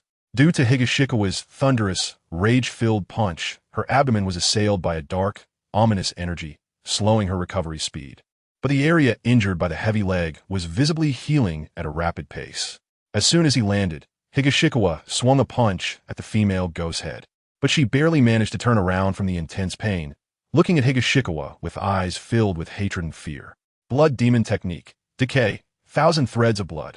Her red hair suddenly extended, avoiding the palm surrounded by dark energy, wrapping around Higashikawa's forearms and waist, pulling outward, while white smoke began to rise at the points of contact, hissing and corroding his body, with his clothes being penetrated the moment they touched. Demon. Devil. Amidst the howling winds and rising dust, the passengers were so frightened by the scene before them that they were at a loss for what to do. The atmosphere was eerily silent. In the midst of this silence, someone shouted first, and the first person to roll and crawl away did so. Chapter 36. Train horror stories with someone leading the way, others began to flee, distancing themselves from Higashikawa and the female ghost. Unfortunately, other passengers from different carriages heard the loud commotion and came over to see what was happening, blocking those who wanted to escape while attempting to enter themselves, only to be pushed back by the passengers of that carriage. In the chaos, no one could clearly explain what was happening, and the people in the carriage crowded at both ends, creating a standoff, leaving an open space in the center for Higashikawa and the female ghost. A wave of scorching pain came from the position where the red hair was wrapped around Heisei. He could feel the red hair gradually tightening into his flesh and continuously corroding it. My body, although perhaps stronger than many demons, still made me envious of the seemingly indestructible recovery abilities of the demons. The constant burning sensation on his arm made Heisei deeply aware of the limitations of the human body, even with attributes like strength and agility overwhelmingly superior. He could still be injured by the attacks of the female demon. This was based on the fact that Heisei's physique had already surpassed that of ordinary people. A normal person wrapped in this red hair would probably be corroded into several pieces in an instant. With a thought, a pitch-black flame quickly extended to his arm, burning the red hair wrapped around it to ashes. Kurosawa had already tested in the Tofu Mountain that the pitch-black aura has a targeted attack against blood demon techniques and can also change positions. However, as the distance increases, the pitch-black aura becomes thinner. Currently, Kurosawa can only extend the pitch-black aura from his palm to his elbow. Covering more body parts would cause the pitch-black aura to lose its power and be unable to block the invasion of blood demon techniques. This is not absolute. If it is an upper-ranked blood demon technique, he may need to concentrate the pitch-black aura in his palm to resist it. After losing the obstruction of the red hair on his arm, Kurosawa directly sat on the female ghost, suppressing her movements, and then delivered a punch. He ignored the red hair around his waist and abdomen, although the burning sensation stimulated his nerves, and the dense red scars were surely covering his waist and abdomen. However, the force of the red hair, trying to pull him away, could not shake Kurosawa's body. The fist surrounded by the pitch-black aura enlarged in front of the female ghost, and she desperately dodged, turning her head aside. Bang! The floor of the carriage was smashed into a pit, with blood at the bottom. The female ghost, who had lost one ear, saw Kurosawa raise both hands again and hurriedly shouted, "Why? We are the same kind. Why are you attacking me?" Heikei's body paused. "Kin?" The female ghost thought Heikei's was wavering and forced a half-smile on her lips. "I apologize for intruding into your hunting ground. As compensation, I will gift you some high quality." However, upon seeing the dark aura surrounding Heikei's and feeling the powerful strength of his body, the female ghost no longer considered him human. She believed that this train was Heikei's hunting ground, and his attack was merely a response to the violation of his territory. But the reality was vastly different from what the female ghost imagined. Crack! Boom! Before she could finish her last few words, Heikei's fist came crashing down, striking her forehead directly.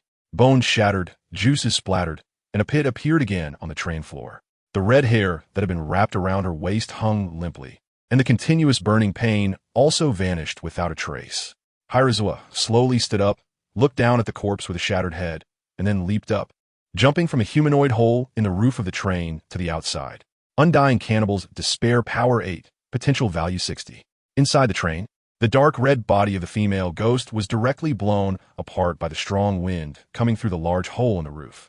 Amidst the howling wind and the rapidly retreating scenery, Hirazuwa pulled out the Nichiren blade embedded in the roof and sheathed it at his waist. During this time, he checked his injuries and clothing.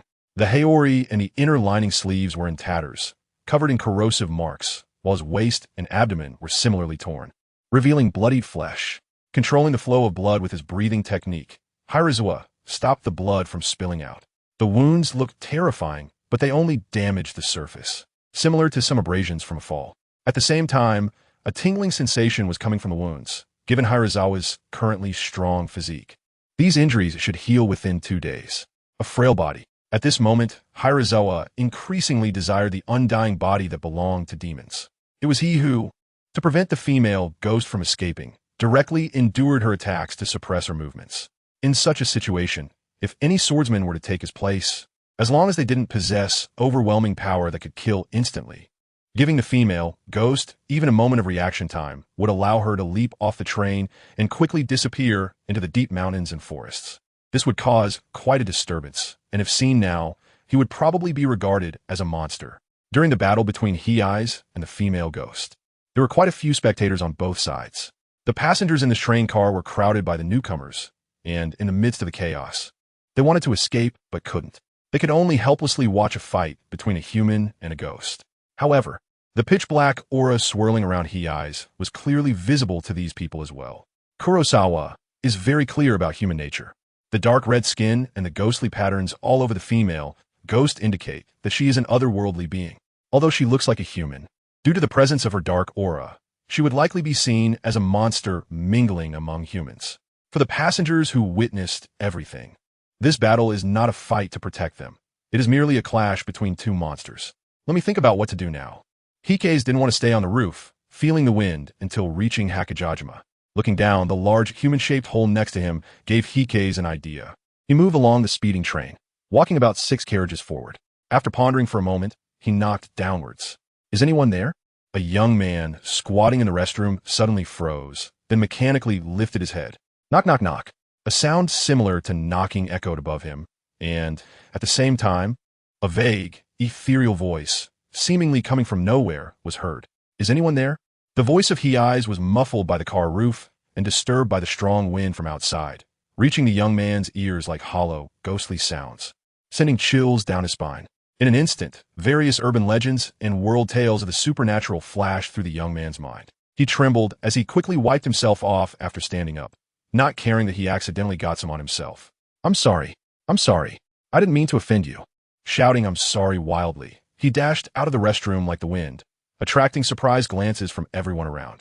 From that moment on, there was one more person in the world who dared not use the restroom alone, and another ghost story about a haunted train speeding down the tracks. Hirasawa's hearing was not like that of a young man. He felt a bit surprised and confused. What had happened? Unable to figure out, Hirasawa didn't dwell on it. He simply repeated his old trick. After confirming that no one was in the restroom of farther train car, he gently broke through the ceiling and fell down. Chapter 37. Dream inside the restroom. Hirasawa examined himself through a mirror that was placed there. His clothes were tattered, revealing bloodied flesh, and there was a lot of dust. Overall, he looked quite disheveled and dirty. He turned on the faucet, and under the gentle flow of water, he used clean water to wash away the dirt and blood that had stained his wounds. The sharp pain did not deter Hirasawa. Although wounds shouldn't come into contact with water, they were simply too dirty. Among the blurred flesh, there were still some remnants of corroded clothing stuck to him, making him feel uncomfortable all over. It took him over 10 minutes to clean himself up enough so that he wasn't completely covered in dust and blood. Otherwise, given how he looked just now, he would likely cause a commotion as soon as he stepped out of the restroom. This train car was relatively far from where I was, and no noise had traveled over yet, so no one should recognize me. He took off the tattered lower part of his haori and wrapped it around his waist to cover the frightening-looking wounds, then pushed the door open and stepped out of the restroom. Just as he opened the door, he ran into someone who was waiting to use the restroom. The person saw Hirasawa with his upper body bare, clothes wrapped around his waist, and his gaze was somewhat unusual, but said nothing. They just took a quick glance and hurriedly entered the restroom. Heisei looked around and found that this carriage was a regular seating carriage, with a narrow aisle in the middle and somewhat crowded seats on both sides. Because it was seating, about a quarter of the people were unable to sleep due to the jolting train. When they saw a bare-chested man with a well-built, muscular body walking out of the restroom, various looks were cast towards him. These gazes included surprise, disdain, envy, and an emotion that seemed to suggest a desire to lick, which Heisei's keen perception detected. Hey, what else with the strange emotions? What the hell is that desire to lick?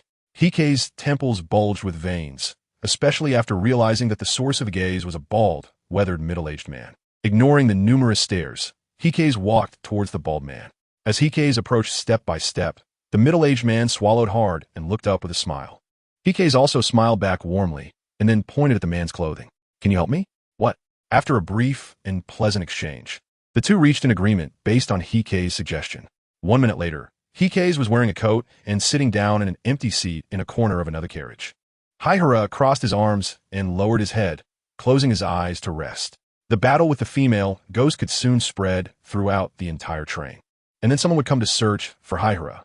However, it was more likely that, to avoid causing panic and chaos, the train staff would block the news, isolating the people in that carriage from others, and wait until the train safely arrived at the station before handing it over to the relevant personnel. The usual solution for humans facing such unexpected situations is to stabilize the situation and avoid escalating it. Although he was unsure of what the train staff would ultimately choose to do, Hihara had lost interest in thinking about it. Those were things he could not intervene in, and whether he thought about it or not, the outcome would be the same. In a dark vision, he looked towards the gray and white.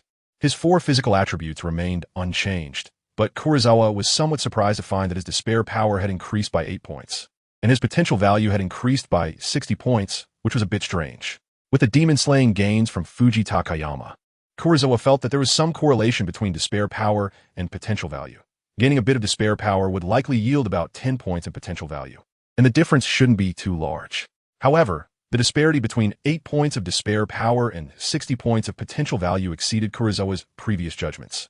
The experience gained from Fujisaki seemed somewhat off, but why would there be these discrepancies? Hirasawa has learned through multiple tests that the power of despair is not related to the degree of despair of the target being killed. Whether one dies in deep despair or dies in a defiant release, the power of despair obtained from similar strength of spirits is roughly the same. So, where does the problem lie? What is the difference between this female ghost and the ghost of Fujisaki? If we must say, the female ghost, due to ample blood food, has a stronger overall aura, and her blood demon technique is also difficult to deal with, making her much more troublesome than the hand ghost of Fujisaki. There must be more to it. There must be aspects I haven't considered. Hirasawa places great importance on this change, because gray and white are very significant to him. He is eager to understand what gray and white really are, and what he himself is. The power of despair from living beings, as an independent and special attribute within gray and white, is naturally a crucial ability, and the more he understands it, the better. Meanwhile, the independent special attribute that coexists with the power of despair from living beings, the power of genocide, is still at zero, without any increase whatsoever. Hirasawa has no intention of exploring it. Even if he wanted to, he lacks the ability to do so. Let me think carefully. The difference. The difference. Where is the difference? After a few breaths, Hirasawa developed a new idea. Mount Fuji is a cage, and the hand spirits inside have been imprisoned for over 40 years. The female spirit, on the other hand, has been active in the outside world, which means her understanding of the world is much broader than that of the spirits in Mount Fuji. Is the difference between rural spirits and urban spirits because of this experience? Hikaze's head was a bit on fire, his brain aching with thoughts, but he couldn't think of any more differences. However, this idea was somewhat absurd and was quickly cast aside by Hikaze. Forget it, he thought. Once I gather enough power of despair, everything will eventually come alight. Pressing his doubts deep down, Hikaze chose to sleep. He usually fell asleep quickly. Even in a sitting position, it only took him a few minutes to drift off. As a swordsman, sleeping was also a skill that needed to be mastered. Almost all swordsmen could enjoy deep and saturated sleep, controlling their wandering thoughts. As long as there was no crisis alert, they could calm their minds and sleep soundly until dawn. But this time Hikaze dreamed. In the hazy dream, Hikaze found himself back in the previous sleeper car. The tall girl who had been secretly watching him and wanting to talk to him was quietly sitting by his bed. Kurosawa's will was strong. The moment he appeared in this scene, he understood he was dreaming. Why not save me? The girl whispered softly. She had her back to Kurosawa, her long hair cascading down, her body showing not even the slightest tremor, like a statue. I want to save her, but it's already too late. Hira paused for a moment. Knowing it was a dream, he still answered the girl. In fact, he could have chosen to focus his mental will and wake up from the dream, but he did not do so. The girl's question appeared in Hira's dream, stemming from his subconscious, and his answer was also a response to himself. Hikaze is not a kind person. He wouldn't even blink if something happened to someone unrelated to him. However, he is not cold-blooded either. After all, he had a brief encounter with this girl, and now she has died right in front of him, her youthful life shattered in an instant. Hikaze cannot ignore it. You wanted to save me, but I still died. Why? Why was it me who died? The girl's voice was very low. Heisei had a conversation with her, remembering that her voice was originally light and pleasant. After a moment of silence, Heisei sighed slightly. Even the gods cannot consider everyone. Ultimately, it is simply because you are too unfortunate. Natural disasters, diseases, human misfortunes can all bring people to death. You died at the hands of a ghost, which is no different from dying in a natural disaster, dying from human misfortune, or dying from any accident like anyone else. After a pause, Heisei calmly said, If we must say there's a difference, then the only difference is that you spoke to me on this moving train, leaving a good impression as a passerby. This is also the reason you appeared in my dreams. Is that right? I understand. The girl, like a sculpture, gently spoke, and then her figure faded away, disappearing from Heisei's dream. In an instant, the dream shattered, and Heisei woke up. For a long time, he looked through the window at the star-filled night sky. I couldn't save you, but I have no regrets. Chapter 38. Encounter with the flame pillar. The moon set and the sun rose, the warm sun gradually appearing from the horizon and hanging high in the sky. Although there was turmoil in the train, the sun still rose as usual. The incident in that carriage had not spread. Everything was calm.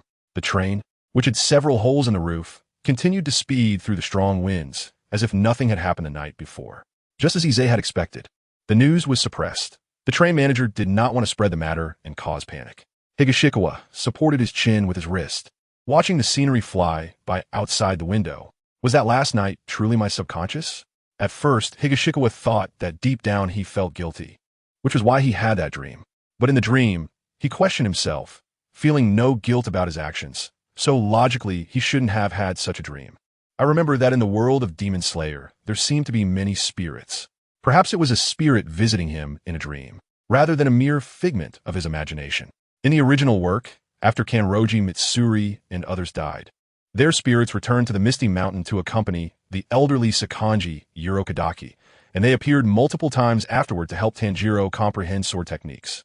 Spirits, although perhaps illusory in a past life, have a high possibility of existing in this world. After all, even immortal demons and supernatural breathing techniques have emerged. The appearance of spirits is not something that can be easily dismissed. On the train, Higashikawa spent a day in peaceful tranquility, and by 9 o'clock the next morning, he finally arrived at the Hakajajima ferry terminal. Many ferries of various sizes were docked by the terminal, welcoming guests. Groups of guests dressed in different styles, coming from various places, boarded the ferries heading to Hakajajima. Hikage gazed towards Hachiho Island. Before him lay an endless ocean, the azure water reflecting the blue sky, with seabirds soaring above, occasionally diving into the sea and emerging moments later with a plump fish in their beaks. About a few kilometers away, a small island floated on the surface of the sea, too far to see clearly. That was Hachiho Island, a popular destination visited by many each year.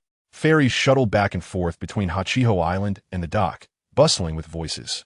Suppressing his look of amazement, Hikage boarded the nearest ferry, which already had quite a few travelers waiting for it to fill up and depart.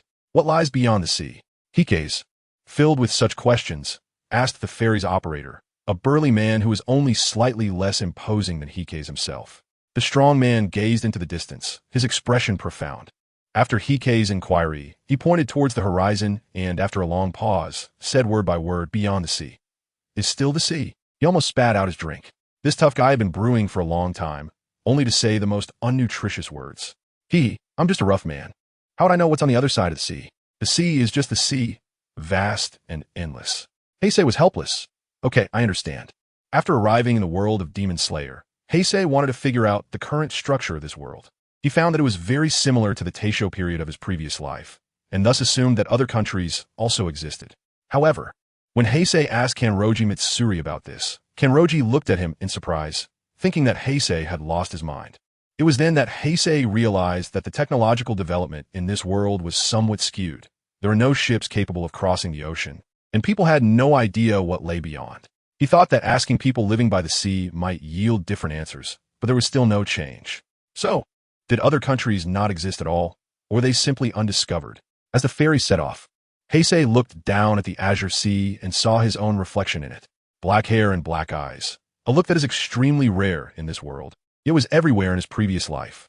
By the way, I've heard that many tourists go missing on Hachiho Island every year. Is that true? A male passenger next to Kurosawa suddenly asked, recalling the bad rumors. The muscular man first stiffened, then scratched his head and said with a twitch of his mouth, "It's true. Let me tell you, it's fine to come for fun. But don't go into the sea by yourself. Those people just don't listen to advice, and they end up getting swept away by the waves." Swept away by the waves? If that were true, I wouldn't be here today. Kurosawa remained silent, his expression thoughtful. The news of tourists missing on Hachiho Island has been spreading quite a bit lately, which is why the Demon Slayer Corps has come to investigate. However, the 3 swordsmen who went there also went missing on Hachiho Island and couldn't bring back any information. Many things are not as simple as they seem on the surface. Do you truly mean what you say? A voice filled with a deep, weathered tone, like flames, came from a passenger at the back, reaching everyone's ears. This voice was distinctive. Hearing it once made it easy to remember, leading many to wonder if he had some charm related to his voice. Many instinctively turned to look at the source of the voice. Kozawa also glanced back and spotted a familiar man. The man was wearing a white haori with flame patterns, and beneath it was the black uniform of the Demon Slayer Corps, which Kozawa was quite familiar with. At his waist hung a sheathed sword, revealing a flame-like blade and an orange-yellow hilt. He had thick hair that was a mix of yellow and red, piercing eyes and well-defined eyebrows, with a hint of stubble on his chin that added to his mature male charm. There was no doubt that he was a swordsman of the Demon Slayer Corps, a colleague of Kozawa. He appeared to be around 30 years old, but due to his training and breathing techniques, he was likely older, perhaps 36 or 37, the prime age for a strong man. This appearance, and the flame-patterned haori, Kozawa was momentarily taken aback. Deep in his mind, his memories began to swirl, and he found the reason for the familiarity. Rengoku Kaijiro, the future Flame Hashira. This man resembled Rengoku Kaijuro to a large extent, but with more pronounced features. In an instant, Kozawa knew who this person was. The current Flame Hashira of the Demon Slayer Corps, Rengoku Shinjuro, head of the Rengoku family, and father of the future Flame Hashira, Rengoku Kaijuro. What do you gain by lying to us? The muscular man, not wanting to discuss Rengoku Shinjuro any further, uttered a phrase that Kozawa found strangely familiar, then silently began to maneuver the boat, looking as if he wanted to focus without interruption. But as soon as he spoke, Kozawa realized that the muscular boatman must know something and was unwilling to share it. On the other side, sensing Kozawa's different gaze, Rengoku Shinjuro looked towards him. Kurosawa shook the Nichiren blade to indicate his identity, and then he didn't say much more. He didn't know why Rengoku Shinjuro, the Flame Hashira, was on Hachiho Island.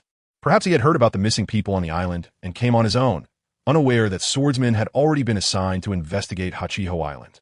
Maybe he was just on a vacation and happened to run into him. Regardless, Kurosawa didn't want to have too much interaction with him. He revealed his identity simply because they were on the same boat, and it was only a matter of time before he was discovered. So it was better to be upfront about it. Encountering the Flame Hashira was not a good situation. If the Flame Hashira discovered the dark aura surrounding Kurosawa, it would definitely lead to trouble.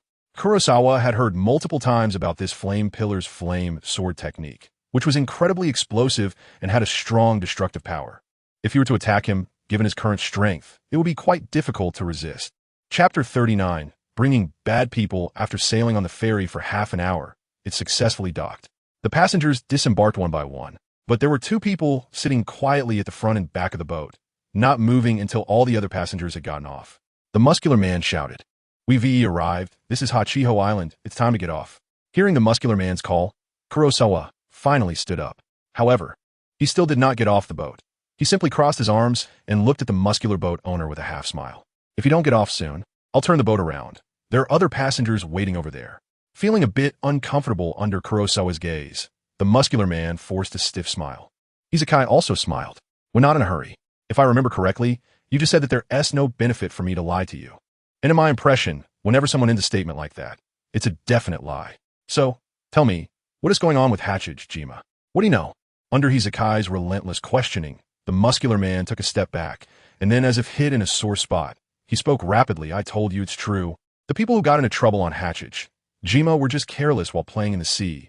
There's no other hidden truth. What benefit would I have in lying to you? Would it affect my business because of some other hidden truth? That's a joke. It's impossible." His tone was quick, and rather than speaking to Heisei, it felt more like he was trying to convince himself. At that moment, Rengoku Shinji also stood up and walked over to Heisei's side. However, he didn't speak, just watched Heisei work with great interest. "You're saying so much at once. You must feel guilty and are trying to comfort yourself."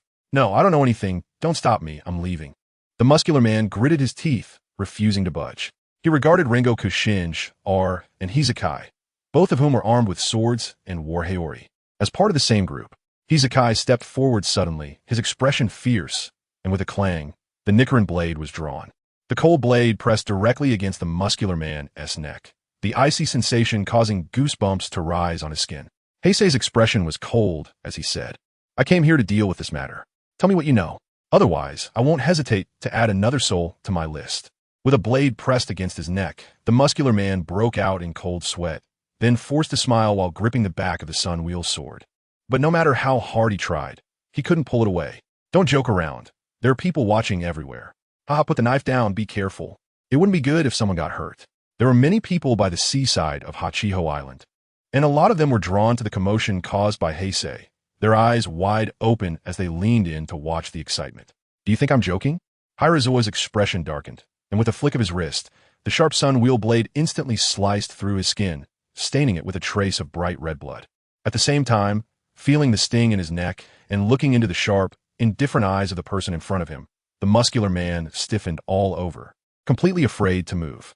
I said, "Actually, I can't be completely sure, but all the missing people went to visit the local prominent family, the Ihei family, and then disappeared without a trace. That's right, it takes me, who is supposed to be kind and pure, to play the villain and use violence to interrogate before you dare to speak the truth." Hiraizua satisfactorily sheathed the sun-wheel sword, giving it a gentle flick, and the blood on it splattered into the sea, carried away by a wave that had just come in. The muscular man let out a sigh of relief, raising his hand to touch the small wound on his neck. Looking visibly shaken, at that moment, Hirazawa's gaze turned back to him. You better not be hiding or deceiving me. I am quite petty, and I always seek revenge for even the smallest grievances. I will definitely settle the score with you later. The kind-hearted and magnanimous Hirazawa once again told a lie against his better judgment, feeling deeply guilty inside. Trembling, the muscular man stammered, How could that be? It was just a guess. I didn't want to say anything because I was afraid it would affect business. After all, I have an 80-year-old. Hiroshi Koizumi raised his hand to stop the strong man's words. You have your reasons for not revealing the truth. But I don't care about the reasons or how many people you've indirectly harmed. I only care about whether what you say is true or not. Now, take advantage of my good mood and get lost. Kurosawa stepped off the boat without looking back. What appeared before his eyes were the fearful gazes of the travelers, all looking at him with the eyes of a villain. The beautiful scenery of Hachiho Island's coast and the lush, verdant island plants also became dim. Swordsman, have you forgotten the rules of the Demon Slayer Corps? The Demon Slayer Corps has many regulations, one of which explicitly prohibits the kind of brutal behavior that Kurosawa displayed. Behind him, a unique voice that sounded like flames burning fiercely rang out. Rengoku Shinjuro also disembarked and called out to Kurosawa. Heisei turned around slightly, bent his body slightly, and then spoke neither humbly nor arrogantly. Lord Rengoku, rules are dead. I just want to complete the task as soon as possible. As a Hashira of the Demon Slayer Corps, he still needed to show the respect that was due. All swordsmen who dedicate their lives to slaying demons and guarding the night, putting their own lives on the line, deserve respect. But Heisei insisted on his own thoughts. Rengoku Shinjuro was silent for a few breaths, then suddenly laughed heartily and patted Heisei on the shoulder. You're right.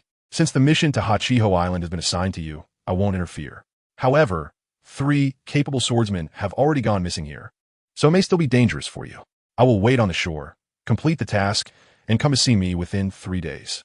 If you encounter any insurmountable troubles, you can come back here as well. If I don't see you after 3 days, I will personally take action to resolve the threats on Hachiho Island. Rengoku Shinjuro had been a Hashira for over 20 years and had a keen sense. He could almost confirm that there were demons causing trouble on Hachiho Island. He had originally been carrying out a demon-slaying mission nearby, and, after completing it, had come to Hachiho Island upon hearing about the situation. Now that he knew Heisei was the one executing the mission, he planned to observe for the time being. Heisei nodded, then parted ways with Rengoku Shinjuro and left the coast of Hachiho Island. Walking slowly on the pebble-paved road, Heisei was surrounded by travelers coming and going, and there were many distinctive little shops on both sides of the road selling interesting local trinkets. When he reached a shop selling conch shell decorations, Heisei displayed a sincere smile. The shopkeeper was a little girl with pigtails and a round face, around 8 or 9 years old, probably helping her family watch the shop. Enchanted by Heisei's smile, she stared at him blankly. Little sister, can I ask you a question? Do you know the Heisei family? The little girl wiped the drool from the corner of her mouth, then cutely furrowed her brows, and after serious thought, replied, I know. Go straight down this road, turn right at the 3rd intersection, and that's where the Heisei sisters live. The Heisei sisters? Kurosawa keenly noticed this strange address. Chapter 40. The Gentle and Considerate Heisei Woman. After obtaining the answer he wanted, Kurosawa thanked the little girl and turned to leave. The scenery of Hakujajima was indeed beautiful, with lush greenery everywhere, and the plants were pruned in a way that was both lovely and pleasing to the eye, making one feel relaxed and comfortable. Kurosawa walked slowly, enjoying the scenery as he made his way to the Heisei family's residence. According to the little girl's description, about 20 minutes later, Kurosawa stopped in front of a residence. Looking inside, it was quite spacious, and the buildings were exquisite and beautiful, exuding an air of wealth. Besides Kurosawa, many other travelers had come here to admire the Heisei residence. At the entrance, there was a row of over a dozen women who looked similar, all of them elegant and attractive, welcoming the visitors from afar. One of the women noticed Kurosawa, standing still, and gently moved her steps, gracefully approaching him. Hello, are you here to visit the Heisei family? Hikaze nodded. Yes, are you from the Heisei family? My name is Heisei Sayaka. Heisei Sayaka naturally took Hikaze's arm and smiled at him with her eyes curved. After playing on Hachiho Island, you can stay at the Heisei family for the night. We have food, drinks, and entertainment here. Holding on to Hikaze's arm, Heisei Sayaka walked towards the Heisei family's residence. Hikaze did not refuse and followed her. getting closer to the exquisite and beautiful buildings. The pond, green bamboo, and swimming fish. The impression the Heisei family gave Ikaze was somewhat similar to the beautiful goose houses from his past life, with the only difference being that the Heisei family members were overly enthusiastic.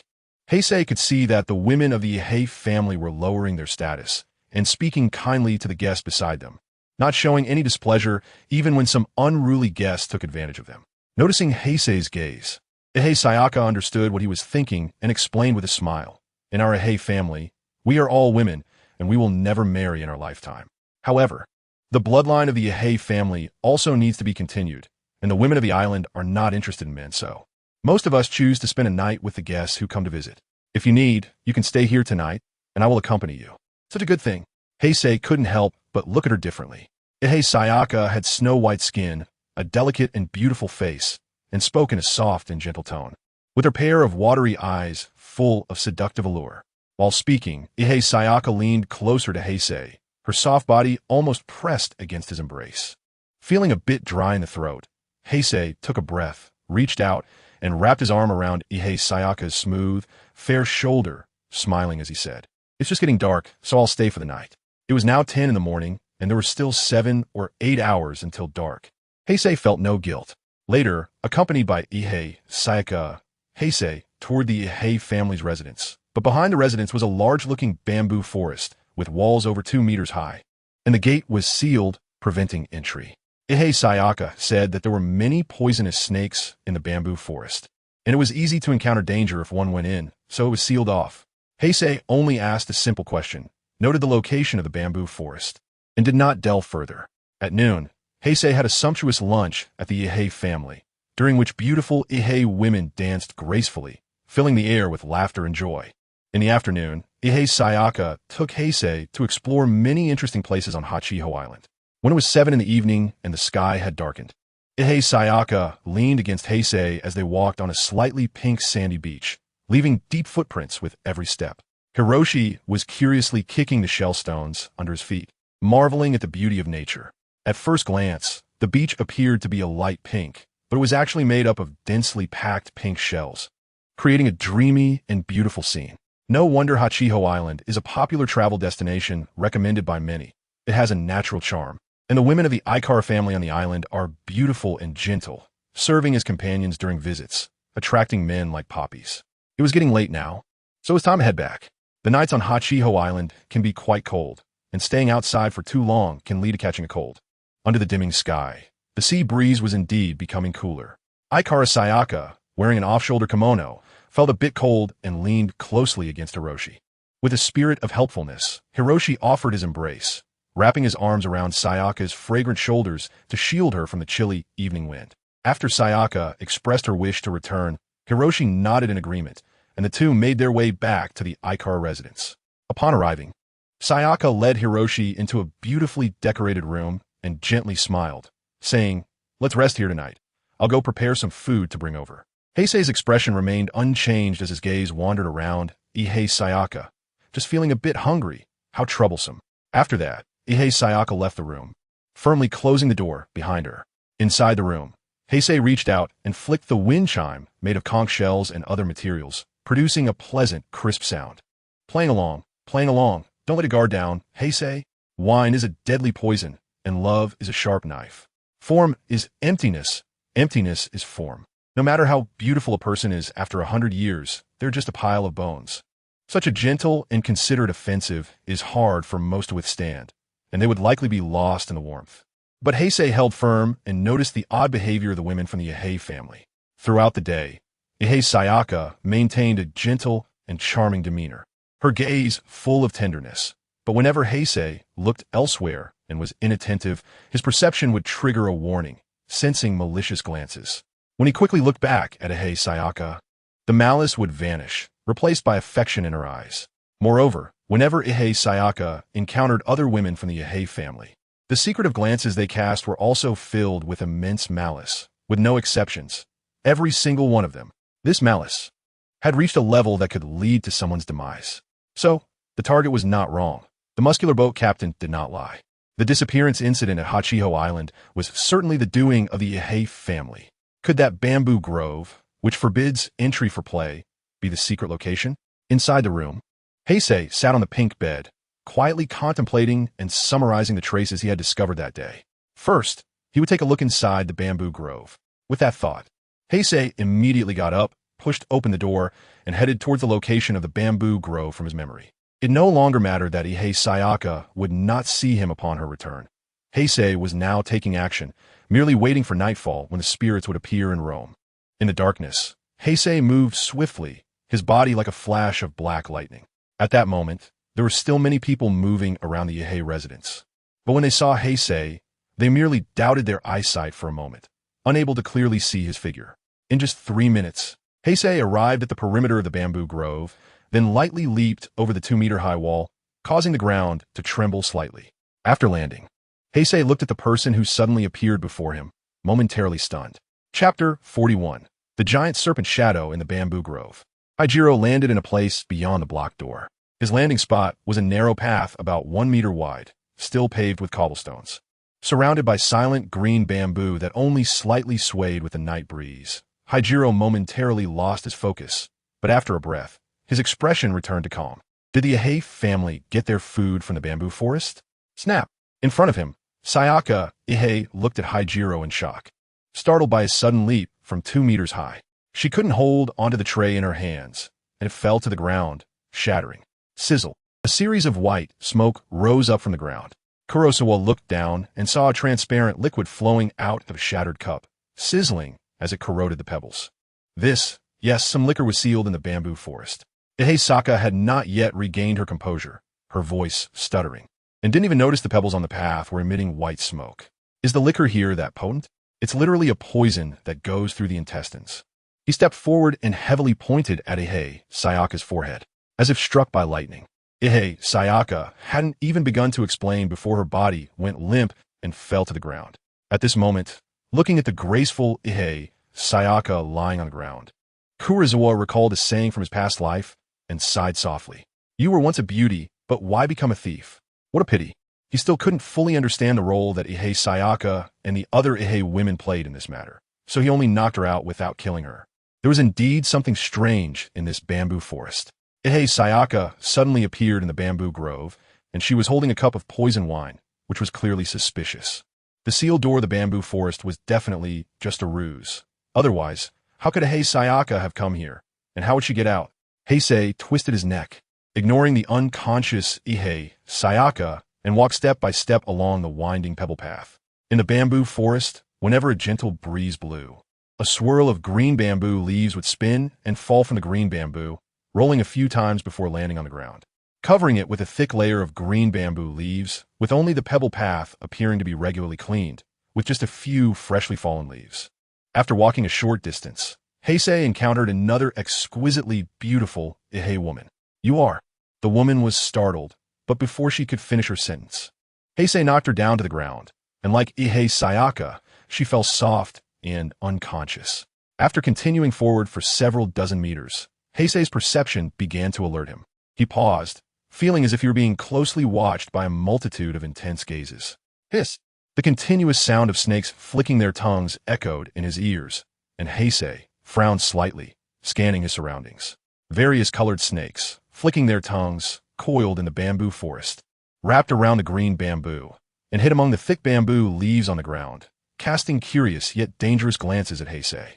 Many snakes, perhaps sensing the strength of the person in front, the hidden venomous snakes did not attack Heisei, instead slithering quietly into shadows, continuously hissing. Without stopping, Heisei moved forward again, encountering another Ihei woman, and once again used the same trick to knock her down. After knocking her down, Heisei did not leave immediately, but spoke softly.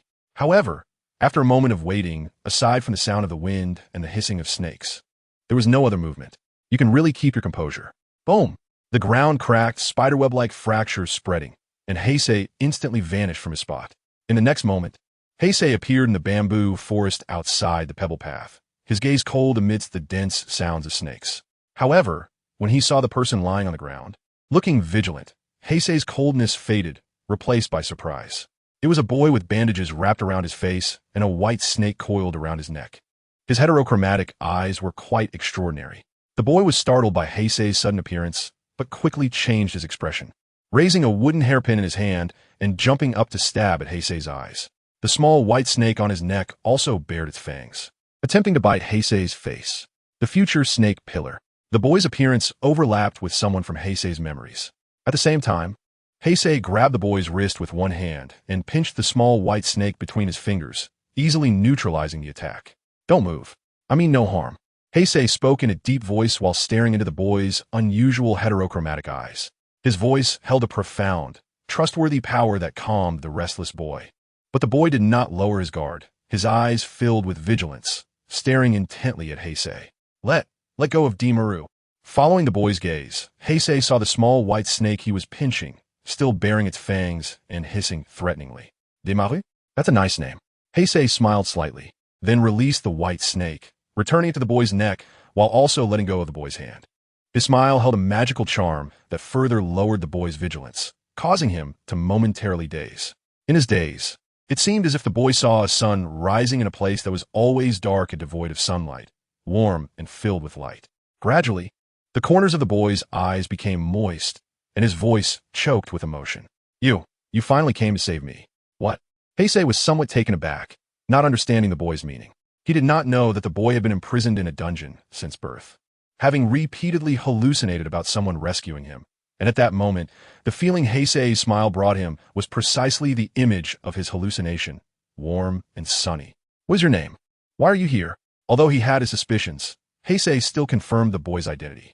Ihei D. Bain. My name is Ihei D. Bain." Ihei D. Bain's voice paused. Then, with a complex meaning, he spoke again. "This is my home, the place where I was born." Ihei D. Bain's voice was not pleasant, carrying a slippery feeling reminiscent of dark snakes, with emotions that were intense and complex, making it difficult for Heisei to discern Ihei D. Bain's current mood. At this moment, as if suddenly recalling something, Ihei D. Bain urged anxiously, hurry and go. She should have noticed that I escaped." Just as Ihei D. Bain spoke, the ground began to tremble violently, and a sharp female voice rang out nearby. "D. Bain, where are you? You can't escape my grasp." The voice was piercing and unpleasant, like nails scratching glass, making one feel uncomfortable all over.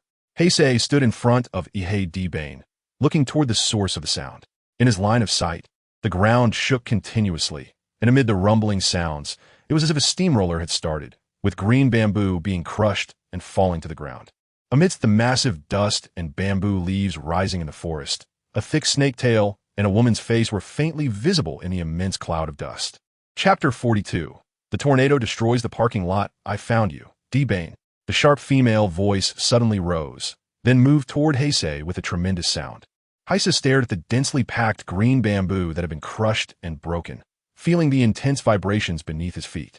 He calmly said, "Ihei Abanai, run back along this cobblestone path. Staying here will affect me."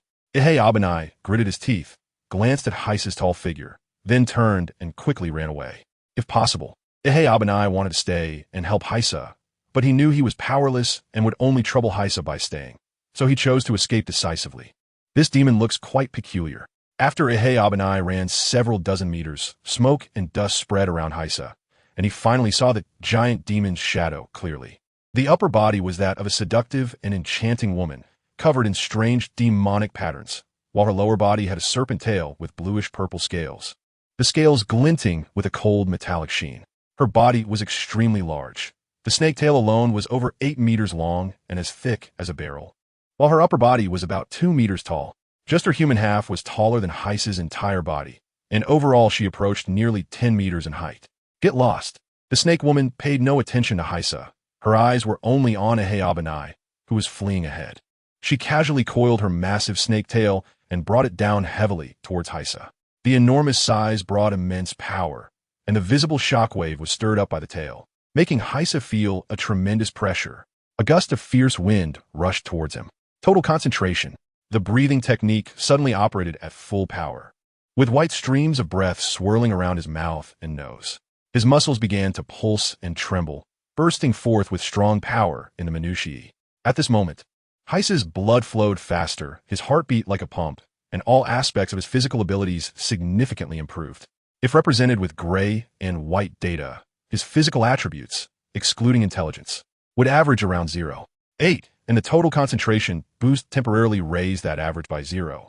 2. The stronger the user, the higher their proficiency with the breathing technique, and the more powerful the boost from total concentration. Get lost, it's you. Bang! Kurosawa crossed his arms and blocked the downward strike of the snake's tail from the front.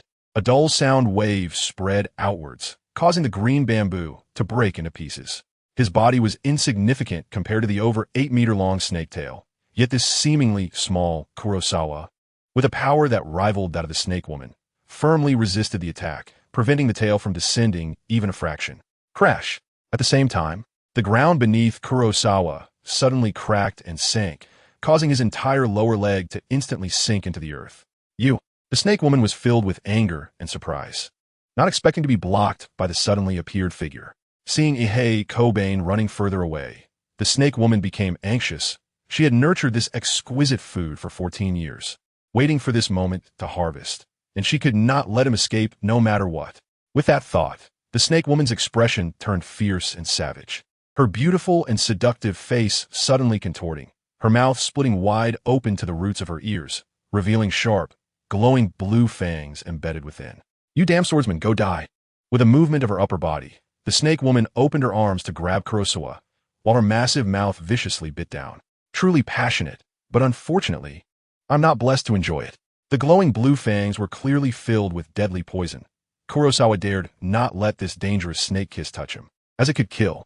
Changing his crossed arms, Kurosawa embraced the snake woman's tail and then smiled at the lunging snake woman. A man's smile has a magical power. Because of his smile, one would fall in love with his lips, his eyes, his brows, and ultimately love everything about him. Love him as a person. Faced with such danger, the fierce and aggressive snake woman stiffened, her eyes becoming dazed as if under a charm spell, forgetting the current situation. Her attack abruptly halted. Now that Kurosawa understood the lethal power of a smile on female creatures, he no longer regretted the day he spent a large amount of potential value. Gray and white products are definitely high quality. Just at the moment when the snake woman stiffened, Kurosawa's arm muscles suddenly bulged, veins popping out, tightly holding onto the snake woman's tail. Next, veins also bulged on Kurosawa's forehead as he shouted, "Lift!" His arms, as if forged from steel, suddenly exerted force and rotated, the immense power whipping the snake woman around like a whip. The snake coils and winds destroy the bamboo forest. By the time the snake woman regained her senses, her body had already been clamped by Kurosawa from the tail and was spinning rapidly, smashing down one piece of bamboo after another. Without the protective scales, her upper body was pierced and bloodied by the broken bamboo, and the intense pain continuously stimulated the snake woman's nerves. Once more opening her venomous snake mouth, the snake woman struggled to control her body, wanting to turn around to bite Kurosawa, but unfortunately, she was spun around so fast that her head became dizzy, and without a point of leverage in the air, she couldn't escape the inertia. On the other side, merely using his hands to rotate was no longer satisfying for Kurosawa, so he began to rotate his body as well, even applying the sword technique to gather power. With each rotation, the speed increased slightly, soon creating a violent ground storm. Centered on Kurosawa, a radius of 8 to 9 meters became barren, surrounded by broken bamboo. After 6 rotations, the chilling sound of the wind filled the bamboo forest. Some Heisei women, rushing from afar, stared in shock at the snake woman who had become a blurred shadow from the spinning, none daring to approach. In the center of the storm, Kurosawa's arms crushed the snake woman's tail scales, almost embedding them, while the snake woman's brain was blank, completely dazed and devoid of thought. At this moment, Kurosawa also felt a bit dizzy, and the accumulated power was about to go out of control. Thus, he lowered the angle of the snake woman's body and suddenly loosened his arms. Under the immense inertia, the snake woman spun out horizontally, crashing heavily into the ground with a tremor that shook the earth. Kurosawa then took the opportunity to release the inertia and accumulated power, shaking his dizzy head. About 10 meters in front of him, the environment was in disarray, a sight of devastation. The snake woman lay in a giant pit half a meter deep, her bones misaligned, flesh twisted and deformed, her injuries so severe that she had temporarily lost consciousness. Although her injuries were visibly healing at a noticeable speed, it would still take a few minutes to fully recover, a time in which Kurosawa could have killed her 10 times over. Clang! As many Heisei women approached from afar, Kurosawa did not want to expose his dark aura. The Nichiren blade finally had its moment to shine. The sound of the blade ringing was strangely like a voice of joy. Step by step, he walked towards the unconscious snake woman, raising the Nichiren blade. Just then, a familiar female voice shouted, "Stop, or I will kill him."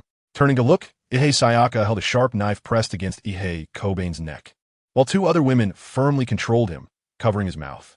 Hiss! After a fleeting glance, Kurosawa raised his blade and swiftly beheaded the snake woman.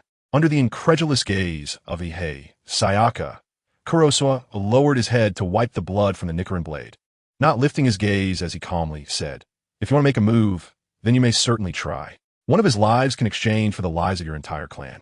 Chapter 43. The Despairing Power of Humanity. How dare you? Lord Snake God, it's over. Everything is over. Kill him. Avenge Lord Snake God. Kurosawa cut off the snake woman's head with a single stroke, deeply shocking the group of women. Some sat on the ground as if the sky had fallen, while others stared at Kurosawa with rage, their eyes filled with hatred, as if they wished to devour him whole. Lord Snake God? It seemed that an interesting term had caught Kurosawa's attention. He paused for a moment, and then couldn't help but burst into laughter. You call this thing a god? Ha ha. After laughing, Kurosawa's expression suddenly turned cold as he shouted angrily, truly ignorant and foolish. Ihei Sayaka was still holding Ihei Kobane hostage, her gaze drifting between Kurosawa and the ashes of the snake woman at his feet. At the same time, her hand trembled incessantly, the sharp knife cutting into Ihei Kobane's skin, drawing blood.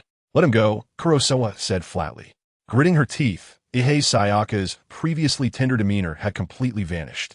She glared at Kurosawa with eyes full of resentment, her voice piercing. "Why do you have to treat us this way? Hee, is he really that important to you?" At that moment, Ihei Sayaka seemed a bit neurotic, completely disregarding Kurosawa's earlier warning. She raised her hand and fiercely stabbed the knife toward Ihei Kobane. In the tranquil night, Kurosawa's gaze turned icy. He flicked his foot, and a stone shot out, crashing heavily against Ihei Sayaka's wrist with a sound of breaking air. The stone, propelled by Kurosawa's considerable strength, shattered Ihei Sayaka's wrist, causing her once delicate and fair wrist to burst open. Amidst the intertwining sounds of her painful screams and the cracking of bones, the knife fell to the ground. Hikaze bent down, picked up a few small stones, and clenched them in his hand. Then, step by step, he walked toward the Ihei women. With each step he took closer, the women across from him couldn't help but take a step back, not wanting to waste time. Hikaze's figure flickered, swiftly crossing several dozen meters. By the time the others reacted, he was almost face to face with the two women holding Ihei Kobane. Under such pressure, the two women, filled with fear, released their grip, and Ihei Kobane quickly ran behind Hikaze, clutching his clothes and looking at the Ihei women with a complex expression from behind him. Due to the huge commotion in the bamboo forest, almost everyone in the Ihei family's residence heard it, and many women rushed over. At this point, about 50 people had gathered, surrounding Hikaze and Ihei Kobane in the middle. Strangely enough, they worshipped the snake woman as a deity. Yet they dared to encircle Hikaze, who could slay gods. Humanity, how interesting it is. Hikaze scanned the women around him, each with different expressions, and couldn't help but feel a sense of emotion inside. With the help of someone, Ihei Sayaka struggled to stand up, her face pale, yet she glared fiercely at Hikaze. "I devoted myself to accompany you for a day, and this is how you repay me? Heisei Xiao. Was it just a game for you? If so, I'm sorry, but it wasn't tea for me." Before Ihei Sayaka could say anything, Heisei's expression changed, and his voice became indifferent and cold, like the calm before a storm. "Moreover, it seems you didn't take my words to heart just now. Let me ask you another question. If you answer correctly, I might consider letting you go. Who is responsible for the deaths of those 3 people who, like me, were armed with blades?" Upon seeing the enormous and vigorous snake woman, Heisei realized that the missing people were no longer a concern. They had all gone into her belly, which had nurtured such a monster. Even now, the arms Heisei used to block the snake woman's attack still bore bruises, as her strength was on par with Heisei in full concentration, but Heisei was smaller, with all his power more focused. "Let's go. You killed Lord Snake God, severed our source of income, and still want to kill us? How can you take lives like that?" Ihei Sayaka gritted her teeth, glaring at Heisei. "Don't think I don't know. You and those 3 are in cahoots. A swordsman, right? Your companions are truly laughable and pitiable. Those 3 were drugged, yet their willpower was surprisingly strong. They were weakened, but not completely unconscious. Even when our dozen sisters attacked together, they didn't fight back. In such a weakened state, They only dodged and ended up being beaten to death. I guess you have rules, right? You can't harm ordinary people, so breaking my hand has already violated those rules. What do you want now? Hikage was taken aback for a moment, then chuckled softly. Saki, you really are clever. You guessed it right. Indeed. One of the rules I must follow is that a swordsman cannot harm humans. It's a pity that the three capable swordsmen probably never even saw a ghost shadow and died in frustration at the hands of these women. Seeing that she was right and believing that Hikage had come to terms with reality, Saki smiled with satisfaction and boldly walked over to Hikage, reaching out to pinch Kobane's face. Kobane, you disaster. Because of you, our Ihei family has lost its source of income. How are we going to survive on Hachiho Island in the future? With the death of Lord Serpent God, who will kill those stinky men to provide us with wealth. You? Still thinking about escaping, don't forget that the blood of the Ihei family runs in your veins, just as dirty and filthy as ours. Kobane was terrified by the twisted expression of Saki and lowered her head in silence. I've been wondering, who gave you the courage? Your dead serpent god? In a tone of mild astonishment, Hikage pointed at Saki's forehead with his finger. Unlike the last time when he controlled his strength, Hikage did not hold back this time. Back during the training in the narrow mist mountain, Hikage was already able to pierce through rocks. Crack! With a crisp sound, Hikage's finger directly penetrated Saki's forehead, deeply embedding itself. Saki's body stiffened, and her originally bright eyes were covered with a layer of dim light. At the same time, a new branch appeared in the power of despair of living beings. Human, Demon Slayer World, Despair Power. 1 point. The potential value also increased by 10 points, which was equivalent to the potential value obtained from exterminating a ferocious demon. Hikage noticed this change, and his expression shifted slightly, while something inexplicable deep in his gaze emerged. Shaking off the substance on his finger, Hikage turned his attention to the other Ihei women who were retreating in fear. Who else participated in the plot against the swordsman? Hand them over, and I might consider sparing the others. Kurosawa's voice was flat, lacking in fluctuation, as if he were speaking emotionlessly to a group of dead people. If not for self-control, his charming voice would have vividly conveyed his current thoughts. The nearby women sensed the hidden murderous intent in his bland tone, sending chills down their spines. The women of Ihei exchanged glances. The meaning in their eyes was evident. Everyone was involved. Run! Someone shouted, and the women on the outskirts turned and fled. With a soft sigh, Kurosawa launched the stone he had gripped in his right hand. The stone whistled through the air, piercing the skulls of those women almost the moment they moved, leaving a gaping hole that was open front and back. Potential 40, coupled with the potential gain from eliminating the snake woman and the previous red-haired ghost. It reached 200 points again. The power of the indomitable man-eater's despair reached 80 points, nearing 100.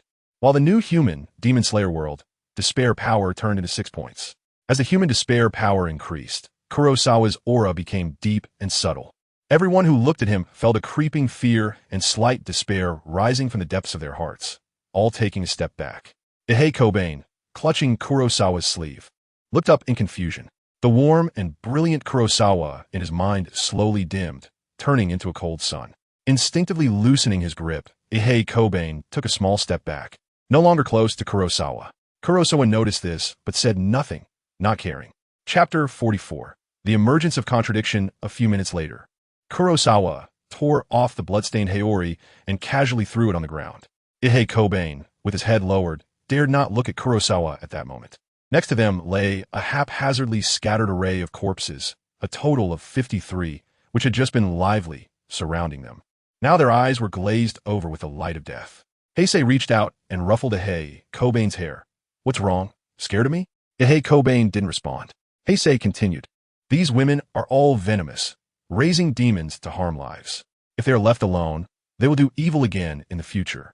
The Demon Slayer Core swordsman cannot strike against ordinary people, even against wicked individuals like the Ihei women, because swordsmen possess power far beyond that of ordinary humans. Many generations ago, the leaders of the Demon Slayer Corps realized that once a swordsman understands that human lives are like ants in their hands, their mindset may undergo an irreversible and terrible change. Thus, they established relevant rules. But Heisei didn't want to concern himself with these. He joined the Demon Slayer Corps not to be bound by their rules, but to utilize their intelligence system to search for traces of demons. Making a long journey to complete the demon-slaying mission would be his repayment. It's not that I'm scared. It's just, They are of the same blood as me. With her head lowered, Ihei Kobane's voice was somewhat dazed, as if she couldn't believe what had happened before her. She only wanted to escape the dungeon, never intending to harm the Ihei family. In essence, Ihei Kobane was a kind person. Kurosawa shook his head and said, "You're wrong. Even if you share the same blood, look alike, or have similar habits, it doesn't mean you are one of them. Ask yourself, can you commit acts of raising demons and harming others' lives?" Ihei Kobane lifted her head and then said blankly, "I can't do that. I also advised my sisters not to act that way, but no one listened. The members of the Ihei family have a special constitution, no matter how they are born. They're all girls. Ihei Kobane, being the first boy, has been regarded as an omen since childhood, locked in a dungeon, and not treated as a gift for the snake woman. Yet, despite this, Ihei Kobane holds no hatred for the Ihei family. He only despises himself. That's enough. Come with me. Your understanding is still too shallow. Once you leave Hachiho Island and see the outside world, then you can ponder how to resolve your own issues."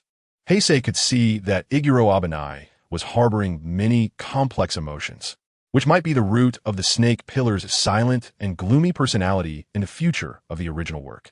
Unfortunately, Heisei was not a life mentor, and it was already impressive that he could offer a few words of comfort. As for Iguro Abanai's troubles, he would have to resolve them on his own. Following behind Heisei, Iguro Abanai stepped over a ground full of corpses, his head lowered, making it hard to see his expression. Kurosawa struck quickly, destroying the opponent's brain like lightning, causing little pain. Many of the corpses on the ground still maintained their previous expressions, mostly fear. "I'd been trapped in the dungeon and couldn't stop my sisters. Was it a lack of power? If I could have the same power as Lord Kurosawa, could I have avoided many things?" Seeing the formidable strength displayed by Kurosawa, Ihei Kobane's mindset began to change. As the two walked out of Ihei's stronghold towards the coastal port, Ihei Kobane made a resolution.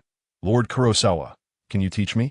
I also want to have your kind of power, to save people and punish evil." Heisei paused his steps and glanced at Ihei Xiaoba and Ei, scrutinizing him for a moment.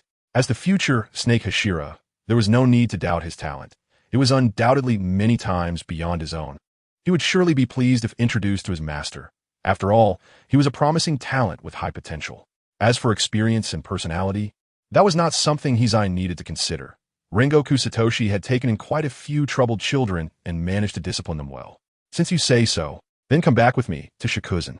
Initially, Heisei intended to hand Ihei Xiaoba and Ei over to Rengoku Shinjuro, allowing the Rengoku family to handle it. But now that he thought about it, since he was the one who saved him, he should take full responsibility. His master was currently focused on being a good mentor and would teach Ihei Xiaoba and Ei well. After more than 20 minutes, Heisei arrived at the coastal port where he had parted ways with the Flame Ashira and saw a familiar figure. It was late at night, and there were no people on the moored ferry. They would have to wait until daytime to leave Hachiho Island. Completed the task that night? Quite efficient. A hand patted Heisei's shoulder. Rengoku Shinjuro had been lying on the beach, chewing on a piece of wild grass of unknown origin, gazing at the starry sky. Upon hearing Heisei's footsteps, he quickly got up and walked over. "What is this?" Ihei Xiaoba and Ei stood beside Heisei, looking up at Rengoku Shinjuro, who was also sizing him up. A slightly cool night breeze continuously brushed against Heisei's bare torso, but he was oblivious to it.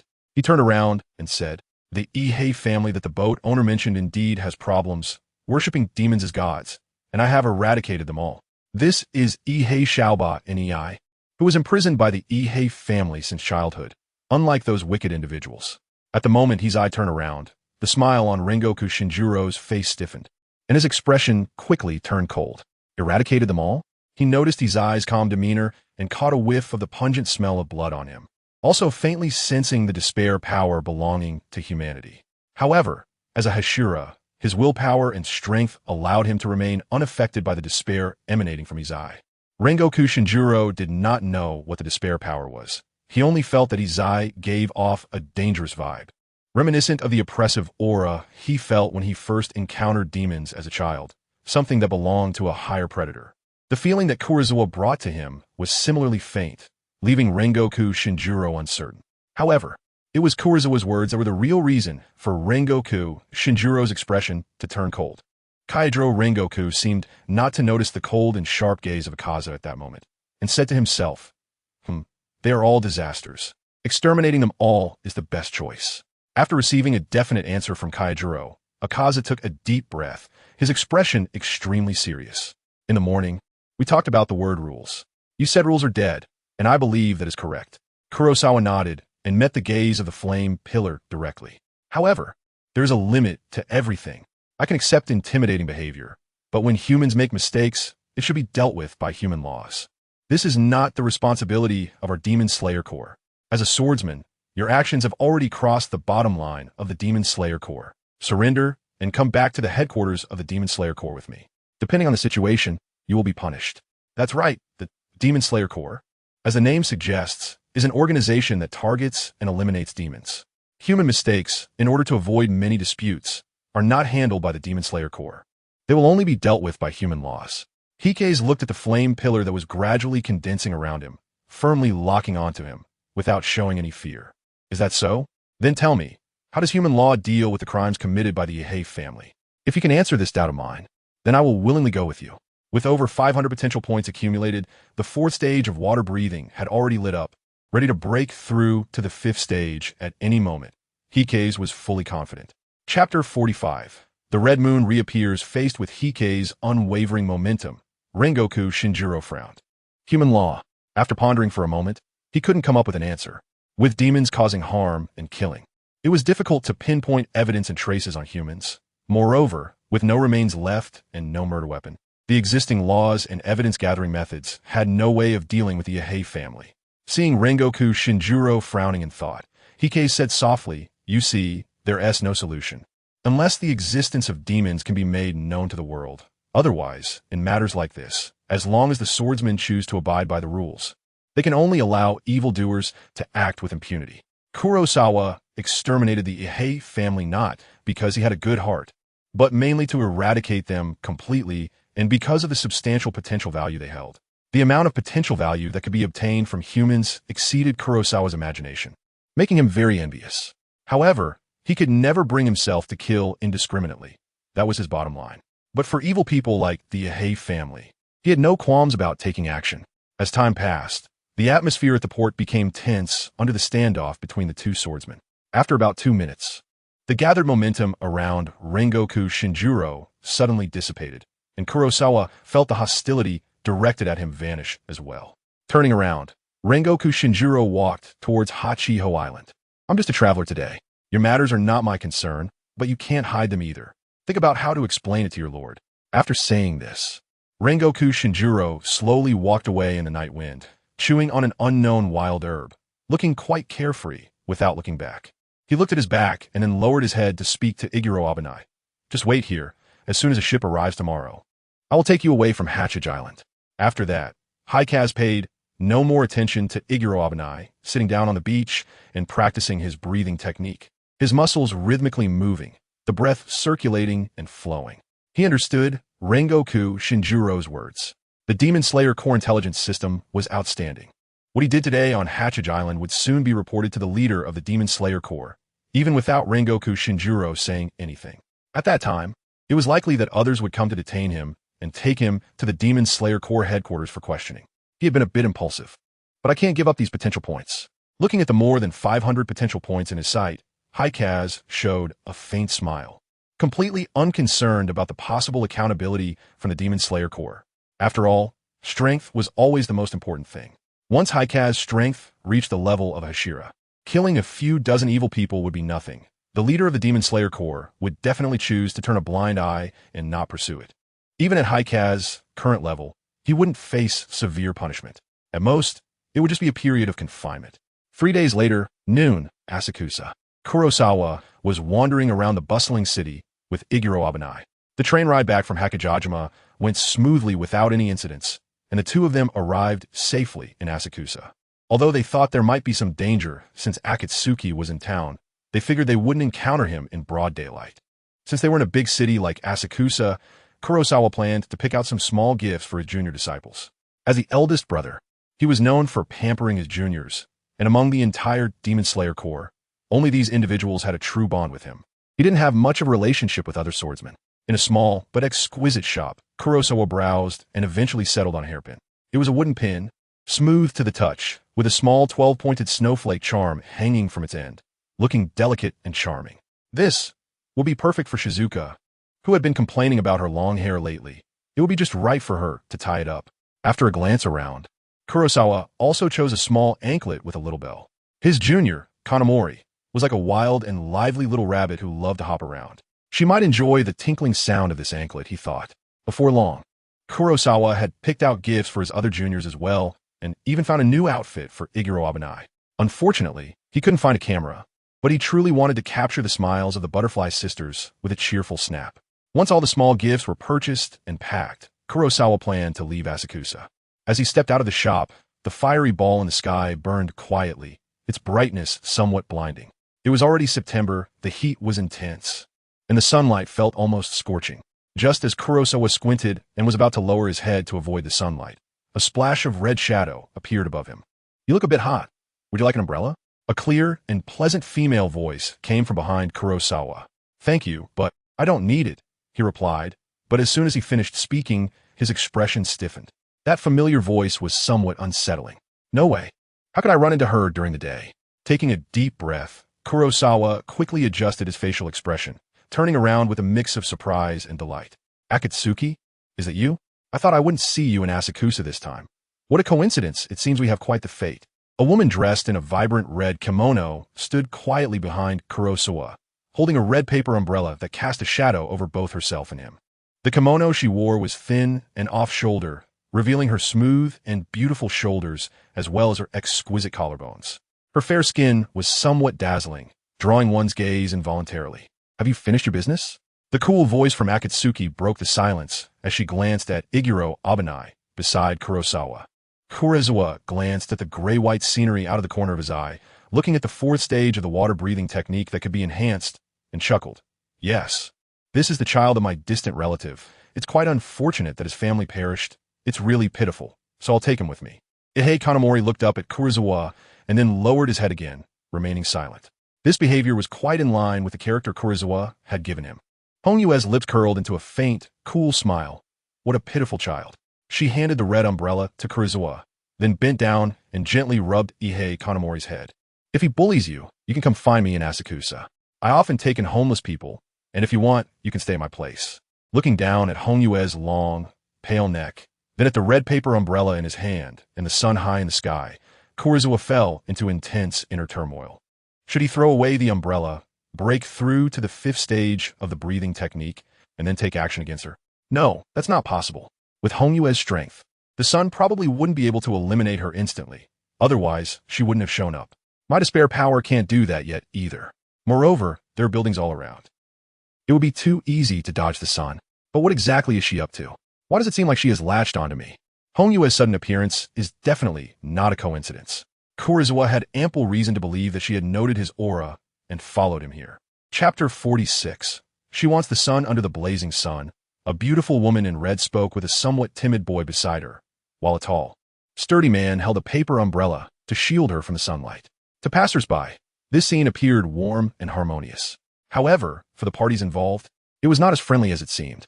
After telling Ihei Kanamori her address and advising him that he could come find her in Asakusa anytime, Hongyue elegantly stood up and looked at Kurosawa with a beaming smile.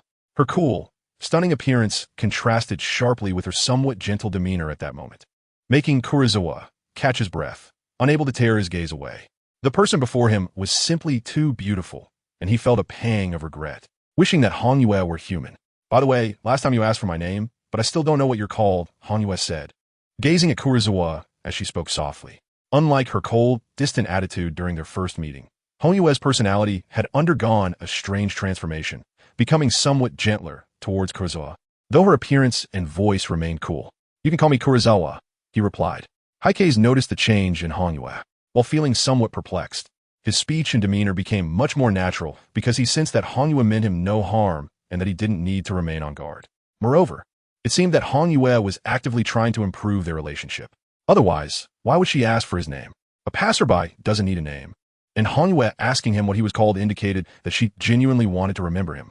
He couldn't tell whether this was good or bad, so Heisei decided to take things one step at a time. "Well then, Heisei, are you married?" "No. Would you be willing to marry me?" A soft and gentle voice came from Hongyue. As Heisei pondered why Hongyue was acting so strangely, His mind was not focused on the conversation, and he casually replied, "Of course I would love that." As soon as he finished speaking, Shuer tugged at Heisei's sleeve and looked up at him with a puzzled expression. He had listened to their conversation and understood that Heisei and Honyue had only just met, but the content of their exchange was somewhat beyond Shuer's comprehension. Seeing that Heisei seemed unaware of what he was saying, he couldn't help but remind him, "What's wrong?" After being tugged, Heisei looked down at the confused Shuer. The next second, Heisei snapped back to reality, his whole body stiffening, and he slowly turned his head to gaze at the slightly blushing Honyue. Her stunningly beautiful face carried a hint of shyness and of forced calmness. When she noticed Heisei looking at her, she slightly tilted her head, feeling too shy to meet his gaze again. This contrasting expression left Heisei momentarily stunned. With widened eyes, Heisei doubted whether he was dreaming. "What are you saying?" "I was just distracted." He couldn't get the words out because Honyue had wrapped her arm around his shoulder while lowering her head, her cool voice carrying a trace of discernible joy. "That day, when you smiled at me, I felt that you were a gift from heaven. It's so wonderful that you agreed. I will fulfill my responsibilities and obligations as a wife. From now on, please take care of me." After saying this, Honyue raised her head and revealed a faint, satisfied smile to the dazed Heisei. At the same time, she glanced at the brilliant sun in the sky, her eyes flashing with a chilling and unforgettable hatred and longing. Heihara didn't notice the change in Honyue's gaze. His mental state was somewhat dazed. Bad. But doesn't T seem that bad? Speaking of which, Honyue is very beautiful. She is willing to marry me, so I'm not losing out. Ugh, what are you thinking, Heihara? Stay calm. First find a time machine to stop myself from saying I desire this. Well, I personally desire it, but my word alone doesn't count. My family, their personalities and tempers are quite volatile. They definitely wouldn't agree. After taking several deep breaths, and even using breathing techniques to calm himself down, Heihara revealed a somewhat awkward smile. Unfortunately, under the influence of his high charisma, the awkwardness in the smile was subconsciously ignored, leaving it still dazzling and brilliant. Upon seeing Heihara's radiant smile, Honyue's breath became slightly heavier, and she leaned closer to Heihara, holding him tighter.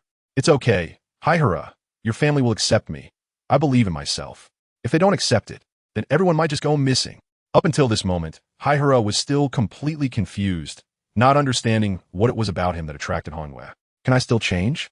He didn't realize how powerful and tempting a smile as radiant as the sun could be to someone who hates the sun yet longs for its light more than anyone else. Meanwhile, Shuer was already stunned. The adult world was too crazy, the pace too fast, and he couldn't comprehend it at all. After all, this is a major life decision. I don't want you to make such a choice just because of a smile. After careful consideration, Heihara chose his words wisely and said to Honyue seriously, at the same time, with his potential value close to 80 points. The trustworthy and convincing power in his voice was further strengthened. What matters most about a person is their inner self, not their appearance. Today you want to marry me because of a smile.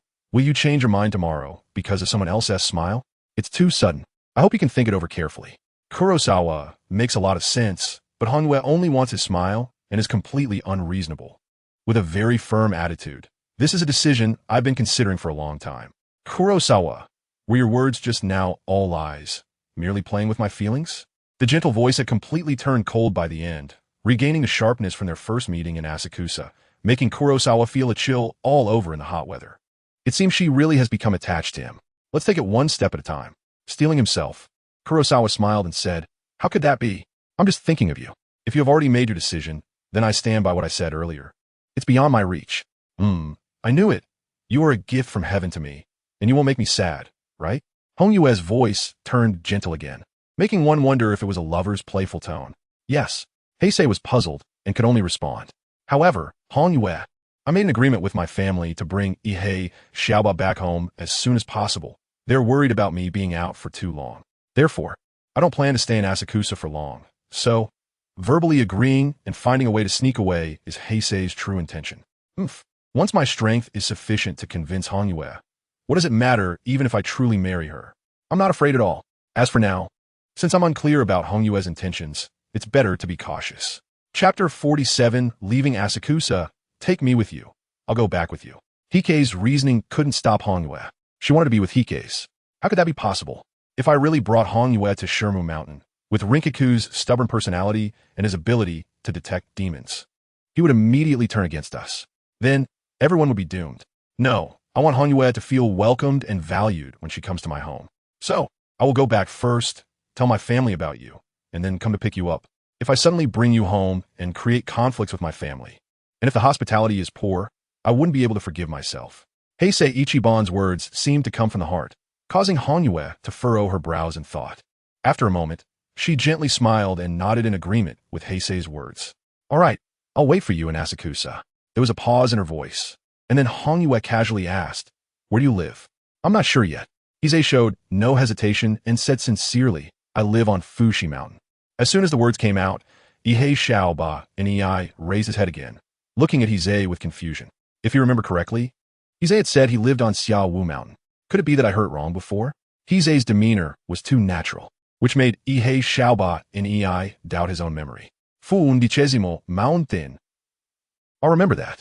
Hanyue nodded and reluctantly released Heisei's arm. At the same time, Heisei let out a slight sigh of relief. Here, I have a gift for you. You give me the feeling of being as beautifully cold as the moon, so this gift should suit you. From the bag he was carrying, Heisei took out a gift he had picked out earlier, originally intended for his junior sister, to further stabilize Hanyue. It was a pure white necklace with a delicate little crescent moon pendant, looking small and exquisite. The moon that hangs high in the sky alongside the sun. This was the first time Hanyue heard such a description of herself. Put on for me. Looking at the crescent pendant necklace in Heisei's hand, Hanyue paused for a moment before suddenly breaking into a smile. This smile seemed to ripple, instantly dimming everything around them. Heisei circled behind Hanyue, reached out to brush aside her ink-black hair, and then placed a crescent necklace around her neck. During this time, his fingers grazed Hanyue's fair neck, and he felt nothing but delicacy. Hanyue's eyes curved into a smile, appearing very happy. At that moment, she resembled an ordinary human girl, delighted by the gift she received. This contrast plunged Heisei into deep self-doubt. Could it be that he had misjudged? Was it all just an illusion? Unfortunately, reason told him that this normal girl like Hanyue was a facade. The one he saw in Asakusa was the real her. Well, it was his first time putting a necklace on a girl, and Heisei had no experience. Clumsy and awkward. It took him nearly a minute to get on properly. It looks great. It really suits you. The necklace, pure white and of moderate thickness, accentuated Hanyue's already perfect collarbone, making it even more beautiful and exquisite. Thank you. It's rare for someone to give me a gift. Hanyue lowered her head and softly expressed her gratitude. In that moment, as she lowered her head, Heisei seemed to catch a glimpse of a fleeting loneliness on her coldly beautiful face, but that expression vanished quickly, leaving him uncertain. If you like it, I'll give you more in the future. Heisei flashed a brilliant smile again, and the sun's rays seemed to be stolen by that smile, gathering around it. Nearby, some girls who were inadvertently captivated by Heisei's smile were momentarily stunned, but under Hanyue's casual gaze, they soon felt a chill in the hot weather and quickly walked away. It seems like charm is a passive skill. I can't quite control it. Heisei sighed inwardly, reminding himself not to smile carelessly, but people often smile instinctively. Afterward, Hanyue personally escorted Heisei and Ihei Xiaoba to the Asakusa city gate, linking her arm with Heisei's along the way, occasionally leaning close to whisper. The two looked like an intimate couple. Upon reaching the Asakusa city gate, they all stopped. Let's leave it at this.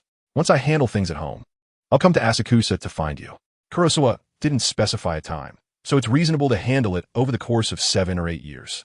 All right, then hurry up. Remember, I've always been waiting for you. In her somewhat bland tone, Kurosawa could tell that she really wanted to keep him, but she still chose to listen to his words and let him leave Asakusa. Can your umbrella take me? If I miss you, I can have something to relieve the longing. After a moment of silence, Kurosawa looked at the red paper umbrella in Honyue's hand. All the way, she had been holding the umbrella, never allowing herself to be exposed to the sunlight. This was also Kurosawa's final test. There was absolutely no way Honyue would hand over the umbrella to him. He still hoped he was wrong, because Honyue's normal appearance was too captivating. Just in a simple glance, Kurosawa often thought, what's wrong with wanting to be Ninkaichin for once? But for now, he knew too little about Honyue, and his thoughts could only remain in the idea stage.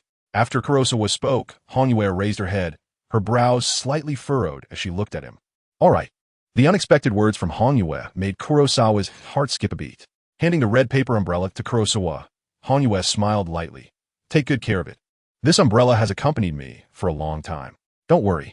Not knowing what else to say, Kurosawa took the red paper umbrella and then turned to leave the city gate of Asakusa, feeling the gaze behind him.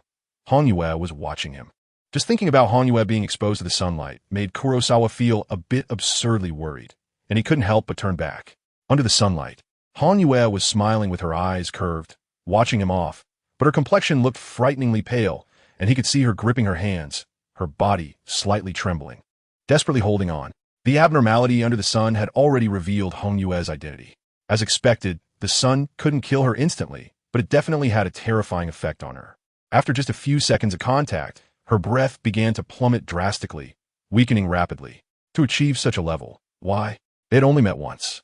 Now, elevating the breathing technique to the 5th stage would be the best opportunity to strike against her. This thought crossed Kurosawa's mind, but he couldn't execute it, because strictly speaking, Honyue had never harmed him.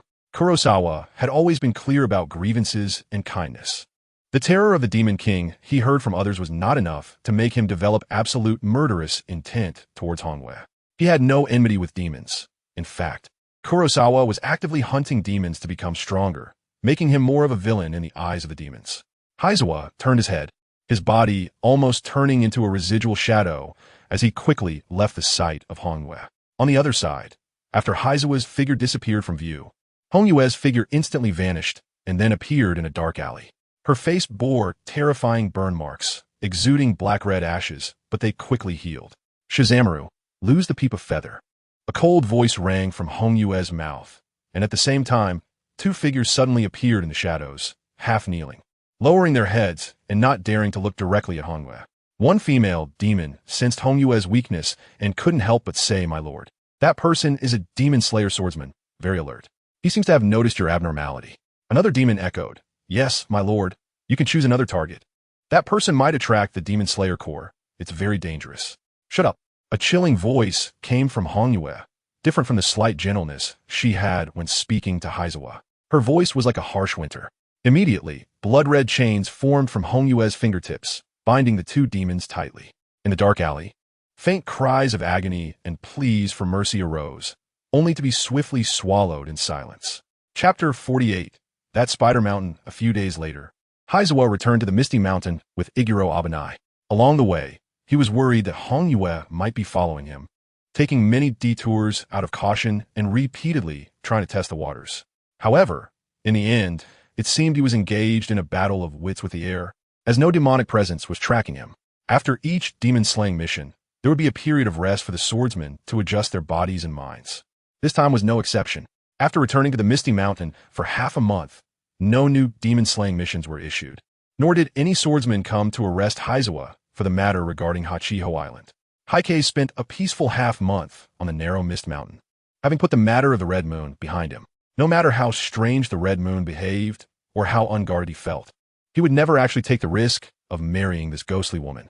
At this moment, at the peak of the narrow Mist Mountain, Heisei was sitting under the newly risen sun, with a surge of energy flowing within him, refining his physique through breathing techniques.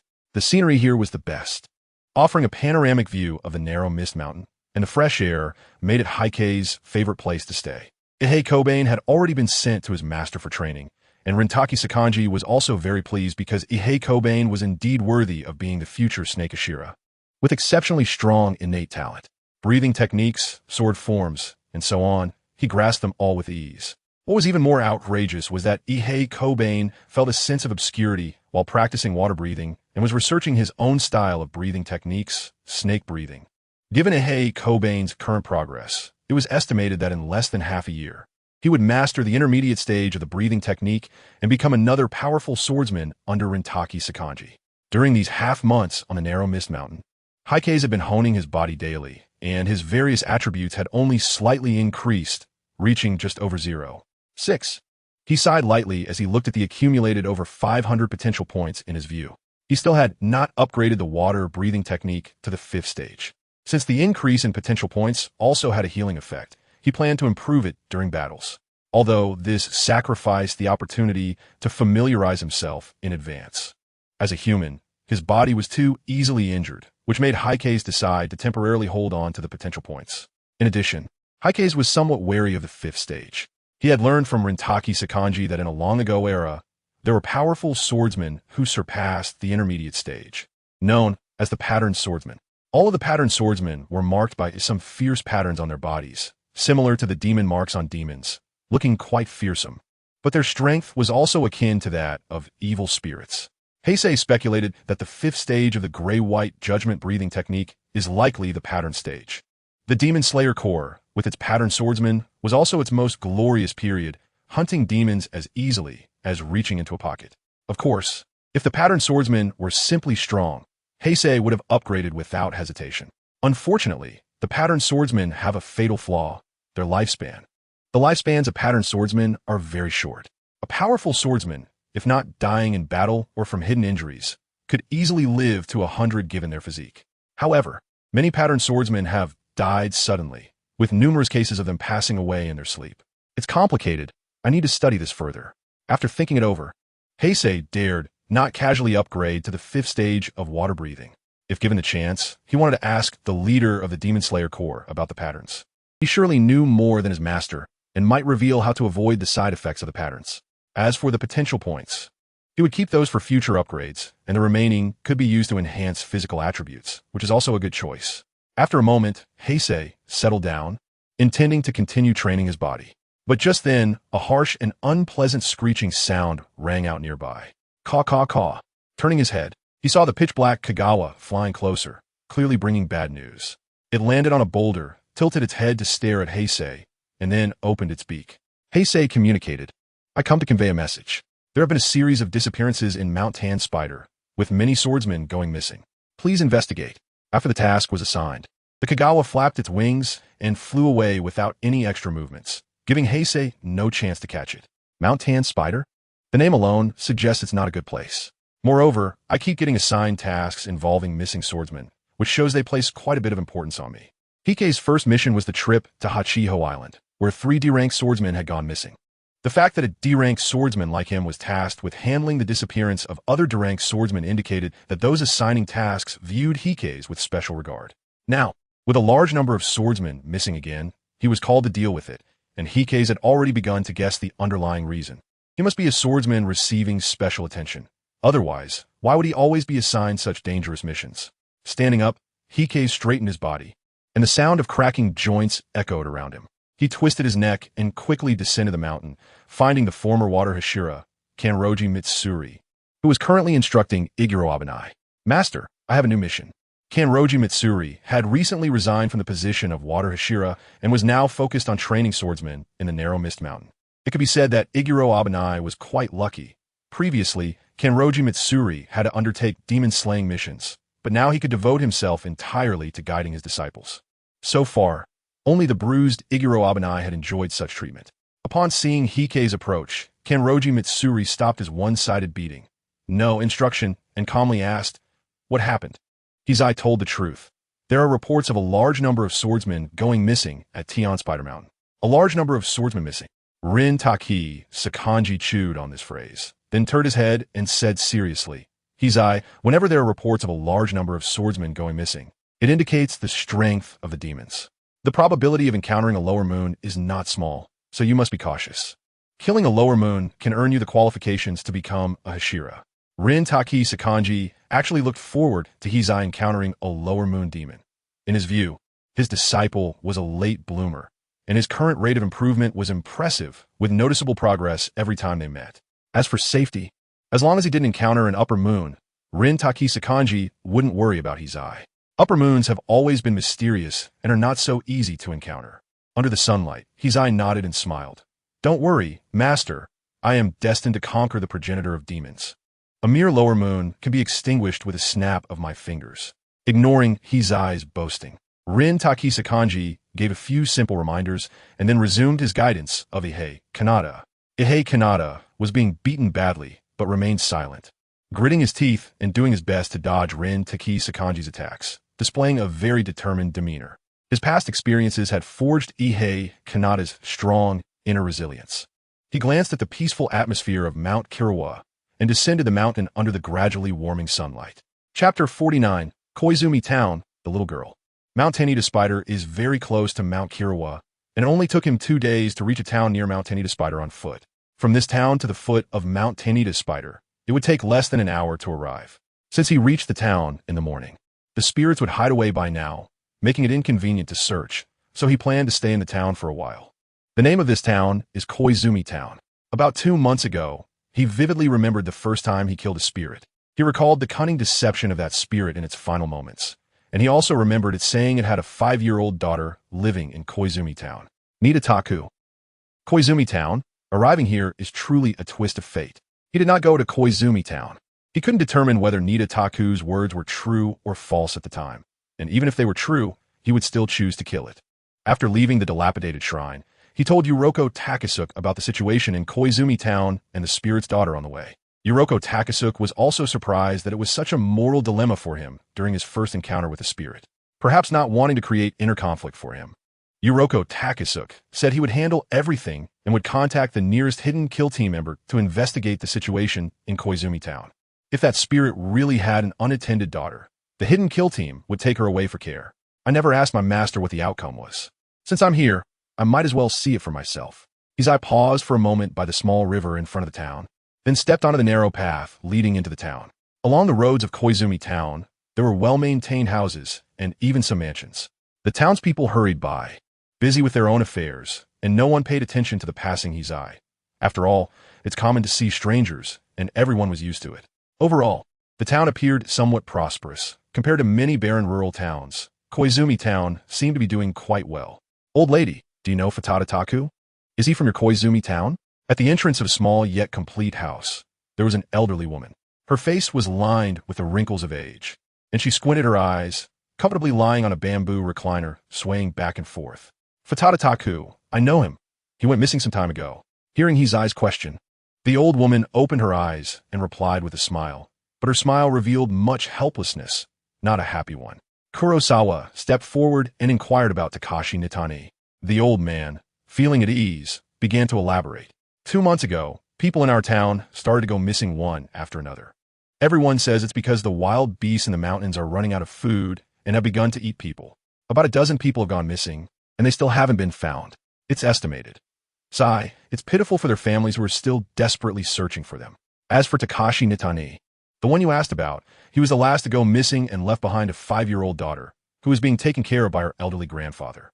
Life is going to be tough for them from now on. After hearing the old man's words, Kurosawa furrowed his brow. Is Nitani's daughter still in the town? Yes. Where else could such a small child go? The old man leaned forward, his expression becoming wary. By the way, who are you to Takashi Nitani? Heisei smiled. A smile that could charm anyone, young or old, which made the elderly man let down his guard and become momentarily stunned. I'm his friend. I heard he got into some trouble, so I came to check on how his daughter is doing. May I ask where his house is? Hearing you say that makes me a bit worried, and I do like to see if I can help a little. This young man has such a nice smile. He shouldn't be a bad person. The old man settled back in his chair, rocking gently. Just turn left at the front, the 4th house is his. After thanking the old man and bidding farewell, Heisei walked in the direction the old man indicated. In about 10 minutes, Heisei saw a simple little house of less than 20 square meters. He knocked on the door. Is anyone there? Half a minute later, with a creak, the door opened. Uncle, is there something you need? A little girl, not even up to Heisei's waist, stood timidly behind the door, looking at him anxiously. Is your father named Takunita? Heisei showed a gentle smile that melted the little girl's anxiety and nervousness, and he crouched down to meet her gaze. Yes. Yes. Are you a friend of my dad's like the people who came a while ago? Before Koizumi explained his identity, the little girl curiously asked about it. After her unease was alleviated, she was no longer afraid of Koizumi. It seemed that the members of the hidden killing team had indeed been here, and they claimed to be friends of a person named Nidataku. However, they ultimately did not take the little girl away, perhaps because her grandfather was present. Koizumi thought silently. Yes, you're right. Very smart, he said. The little girl beamed with joy at the compliment, but soon after glancing around, she quietly asked Koizumi, Uncle, are you a friend of my dad? Do you know where he went? Grandpa said he went on a long trip and won't be back until I grow up. He wouldn't tell me where Dad went, and those uncles who came before didn't know either. Growing up will take a long time. I don't want to wait so long. I miss my dad a little. By the end of her words, the little girl's eyes had begun to redden, with tears welling up. Seeing the little girl like this made Koizumi silent for a moment. Then he smiled again, his gentle smile like the perfect sunlight, warming everyone who saw it, including the little girl. I'll tell you a secret. And you must keep it to yourself. Don't tell anyone else. This secret is about your dad, and it's very important. Kurosawa placed his finger on his lips, making a shushing gesture. His serious and solemn expression made the little girl instinctively nod. Have you heard ghost stories? Yes, they're really scary. But my dad always likes to scare me with ghost stories. Well, let me tell you, some of the ghosts in those stories really exist. Huh, really? The little girl's eyes widened, her small hands clenched, looking both surprised and frightened. Although she asked Kurosawa if it was true, she believed his words immediately. Kurosawa did not answer immediately, but pondered his words before continuing. These demons are vicious and cruel, and they love to feast on human flesh and blood. To deal with them and to protect humanity, some people step forward, known as demon hunters. Demons are scattered all over the world, and demon hunters track their traces. No matter how far, as long as they hear about a demon causing trouble, they will rush there immediately, with not a moment to spare. As soon as Kurosawa finished speaking, the little girl exclaimed with delight, "Uncle, are you saying that my dad is a demon hunter and went to a faraway place to protect everyone?" Her eyes sparkled with joy at this secret. "I can't say much, but I can tell you that your dad is related to this secret, and he is not an ordinary person." Asakusa didn't want to deceive the little girl, but he couldn't tell her the truth directly, so he could only use a misleading tone. Everything would be left to the little girl's imagination. In her fantasy, her father might be a hero, silently protecting humanity, and her inner longing and sadness might be lessened as a result. In the future, when she realizes that Hakusa's words were not right and understands the truth, she should have the ability to distinguish right from wrong. If at that time she wants to seek revenge against Hakusa, he would respect her choice. Chapter 50. The head spider, I understand now. I want to be a ghost hunter too. Uncle, you my dad's friend and also a ghost hunter, right? Can you teach me? The little girl blinked and leaned closer to Hakusa, whispering, looking as if she had heard a great secret and was afraid to speak loudly in case others overheard. A beam of sunlight fell on Hakusa's face, while half of his body was just in the shadow of the eaves. In the interplay of darkness and light, Hakusa smiled slightly. "Sure, but you have to wait until you grow up a bit more. Your grandfather is taking care of you, right? Don't bring up these things in front of him. When you have the ability to be independent and still hold the same thoughts as now, come to the foot of Zymus Mountain. At that time, I'll teach you how to become a ghost hunter." Extending her pinky finger, the little girl was so excited she could almost jump. "Then let's make a pinky promise." He looked at her joyful expression, gently linking his little finger with the little girl's, as if sealing a promise. As the sun set in the west, the sky gradually darkened. He walked leisurely along the mountain path, raising his head to look at the large mountain that sprawled on the ground like a spider. That was Tian Spider Mountain. The mountain itself wasn't high, but it covered a vast area. From a distance, it resembled a giant spider, which is how it got its name. Perhaps due to the terrifying rumors that often circulated in the mountains, there were very few travelers on the path of Tian Spider Mountain. Along the way, he encountered only one or two hurried passers-by. Because of its shape, Tian Spider Mountain could create a certain psychological pressure, making it normal for people to avoid lingering. After all, humans have an instinct to seek benefits and avoid harm, perhaps subconsciously sensing the threat posed by Tian Spider Mountain. Many swordsmen had gone missing, but it was unclear just how many really was. The trees in the mountain were dense and lush. From a distance, without excellent eyesight, one could only see a pitch-black, deep mountain. Apart from the sounds of birds, beasts, and insects, as well as the rustling of the trees stirred by the night wind, Tian Spider Mountain was silent. Hirazawa looked at the silent Tanita Spider Mountain and remembered the large number of missing swordsmen mentioned in the Tsugumi Crow mission. This sentence, when pondered over, sends chills down one's spine. Without rashly entering the mountain, Hirazawa stood still, bathed in the bright moonlight outside the mountain, deep in thought. The word spider gave him a vague sense of familiarity. When he first heard the term Tanita Spider Mountain from Tsugumi Crow, Hirazawa did not react, but upon further reflection, it felt eerily familiar. The plot he was very familiar with in the original work had already passed, and the remaining understanding of this world came from some posts he had unintentionally flipped through. As he tried hard to recall, Hirazawa finally had some impressions. This process was quite torturous, that feeling of being just a step away from remembering. The constant frustration was irritating. Fortunately, when he thought of the word spider, a flash of inspiration struck him. Spider. Tired? Kurosawa had read about the 12 Kizuki, and, of course, only a few prominent characters were given extensive descriptions. Among them was one of the lower moons, and Kurosawa's first impression of that lower moon was that he looked like a spider. Suddenly, A familiar memory surged into Kurosawa's mind like a rushing river, and he finally recalled the deeds of Rue. That was indeed Mount Natagumo, just as his master had said. He had encountered Kizuki. My luck is as good as ever. If Kurosawa remembered correctly, the one responsible for the numerous missing swordsmen in Mount Natagumo was a Kizuki who loved role-playing, Lower Moon 5, Rue, whose blood demon art seemed to be related to threads. Kurosawa only remembers this much. The rest has faded from memory due to the long time that has passed, and he didn't pay much attention when he first saw the post, so he forgot. Could it be that these swordsmen were taken by him to play house? Maybe there's still a chance to save them. He was not surprised by the opponent's Lower Moon identity. Instead, he felt a slight excitement as he clarified the opponent's identity. After dealing with the snake demon on Hachige Island, he returned to Kagemiyama to spar with his master. Without using his sword form, Rintaki Sakanji was no longer a match for him. Rintaki Sakanji remarked that Black Zetsu's strength was already comparable to the Lower Moon demons he had previously slain, except he lacked the hardness and infinite regeneration characteristic of demons. During their sparring, Black Zetsu utilized total concentration, achieving an average physical score of over 0.8, indicating that the physical capabilities of the Lower Moons were around this level as well, with only slight fluctuations. The real challenge lay in their blood demon arts. Looking at the accumulated over 500 potential points in the grayish-white area, Black Zetsu felt bold and fearless, leaping into the Tanuki Spider Mountain. As long as his potential points were sufficient, he had nothing to fear.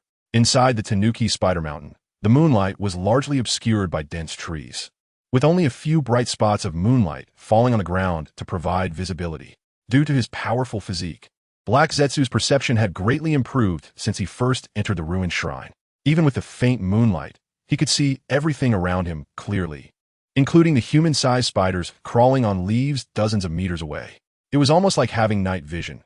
During nighttime combat, he could maintain his combat effectiveness even without light. Heisei gave himself a thumbs up for his current strength. But suddenly, he sensed something was off. Wait a minute, a spider the size of a human head. What the hell is that? As he dashed through the mountains like a bolt of black lightning, he abruptly stopped. Just as he was about to turn his head to look at the spider he had just seen, his senses detected a strong malice. A faint sound of air being sliced came from behind him. Heisei furrowed his brow and, as he turned around, instinctively reached out and grabbed the creature that was attacking him. Squeak, squeak, squeak. With a hard squeeze, juices burst forth from his hand, creating a slippery and disgusting sensation, accompanied by a sound reminiscent of a rat squeal. After retracting his hand and looking at the struggling little creature, Heisei raised an eyebrow. Its appearance was far too peculiar and bizarre. In Heisei's firm grip was a pale, white human head, completely devoid of hair, with its eyes wide open and filled with blood vessels. Where the neck should have been, there were a few limbs resembling spider legs, thrashing around wildly. Wait a minute, why does it look somewhat familiar? The head spider went frantic, opening its mouth to reveal tightly interwoven sharp teeth, trying to bite Heisei, but unable to reach him. It anxiously squeaked in distress. Haihara remained unmoved, frowning as he closely observed the grotesque appearance of the head spider. After practicing the breathing technique, his memory had improved significantly. He could recall many people he had met only briefly along the road, their images stored clearly in his mind, hidden away until a need arose. At Tian Spider Mountain, he felt he had seen a swordsman with a similar appearance. Just a few breaths later, Haihara's gaze sharpened as he realized the source of his familiarity. The face of the head spider, difficult to recognize due to its hairlessness and its currently pale, frenzied expression, still had some similar details that jogged his memory. Its features were strikingly similar to those of a swordsman who had participated in the same trial as Haihara. Chapter 51. The treehouse in the sky looking at the bloodshot, crazed eyes of the head spider. Haihara felt an indescribable complexity of emotions. Just 2 months prior, they had been fellow swordsmen in the same trial. Now, he had been reduced to this state, remembering the numerous swordsmen who had gone missing at Tian Spider Mountain and seeing the bizarre appearance of this head spider.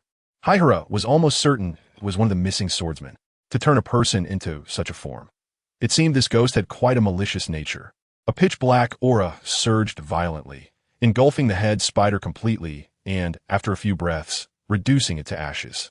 This head spider had added a bit to Haihara's potential value. But strangely, it did not grant him any power of despair.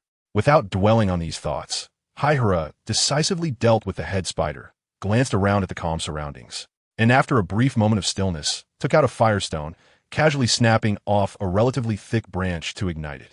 This time, He did not rush forward at breakneck speed. Instead, he held the burning branch like a torch, wandering through the dark forest like a lost person. Haihara felt that Tian Spider Mountain was quite large. It would be difficult to find the main target quickly, relying solely on himself. Thus, he lit the flame to illuminate the dark forest with its bright fire, which could drive away beasts while also attracting even more ferocious predators than the wild animals. The most skillful hunters often appeared as prey, and Haihara was now drawing snakes out of their holes, waiting for those who considered themselves hunters to come to him. The vegetation at Tian Spider Mountain was dense, so the light refracted from the moon was dim. As soon as the torch was lit, it was like a small sun rising in the darkness, making it hard not to attract attention. As he walked and stopped, his senses detected numerous prying eyes at every moment. However, most of these came from ordinary forest insects and beasts, filled with fear and not daring to approach Haihara. Not to mention, Haihara exuded a dangerous aura that made beasts unwilling to provoke him. Just the fire alone was enough to keep them at bay. Amidst the fearful and vigilant gazes, Haihara also accurately sensed several malicious stares, which he pinpointed with precision. A smile crept onto his lips as his gaze sharpened. He quickly turned his head, searching for the source of the malicious gaze, but the result disappointed him. The head spider. Those malicious stares all came from the head spiders, and within minutes of lighting the torch, Haihara had attracted over a dozen of them. Were these all the missing swordsmen? Among the grotesque and terrifying head spiders, he did not see any familiar figures. At the same time Haihara discovered them, it also meant that they had detected him first. Amidst the twisted madness, accompanied by painful and unpleasant screams, one head spider after another leapt up from various positions, pouncing towards Haihara. However, despite their fearsome appearance, these spiders did not possess much combat ability. Any adult could deal with them as long as they could suppress their fear. With ease, Haihara dispatched these grotesque creatures.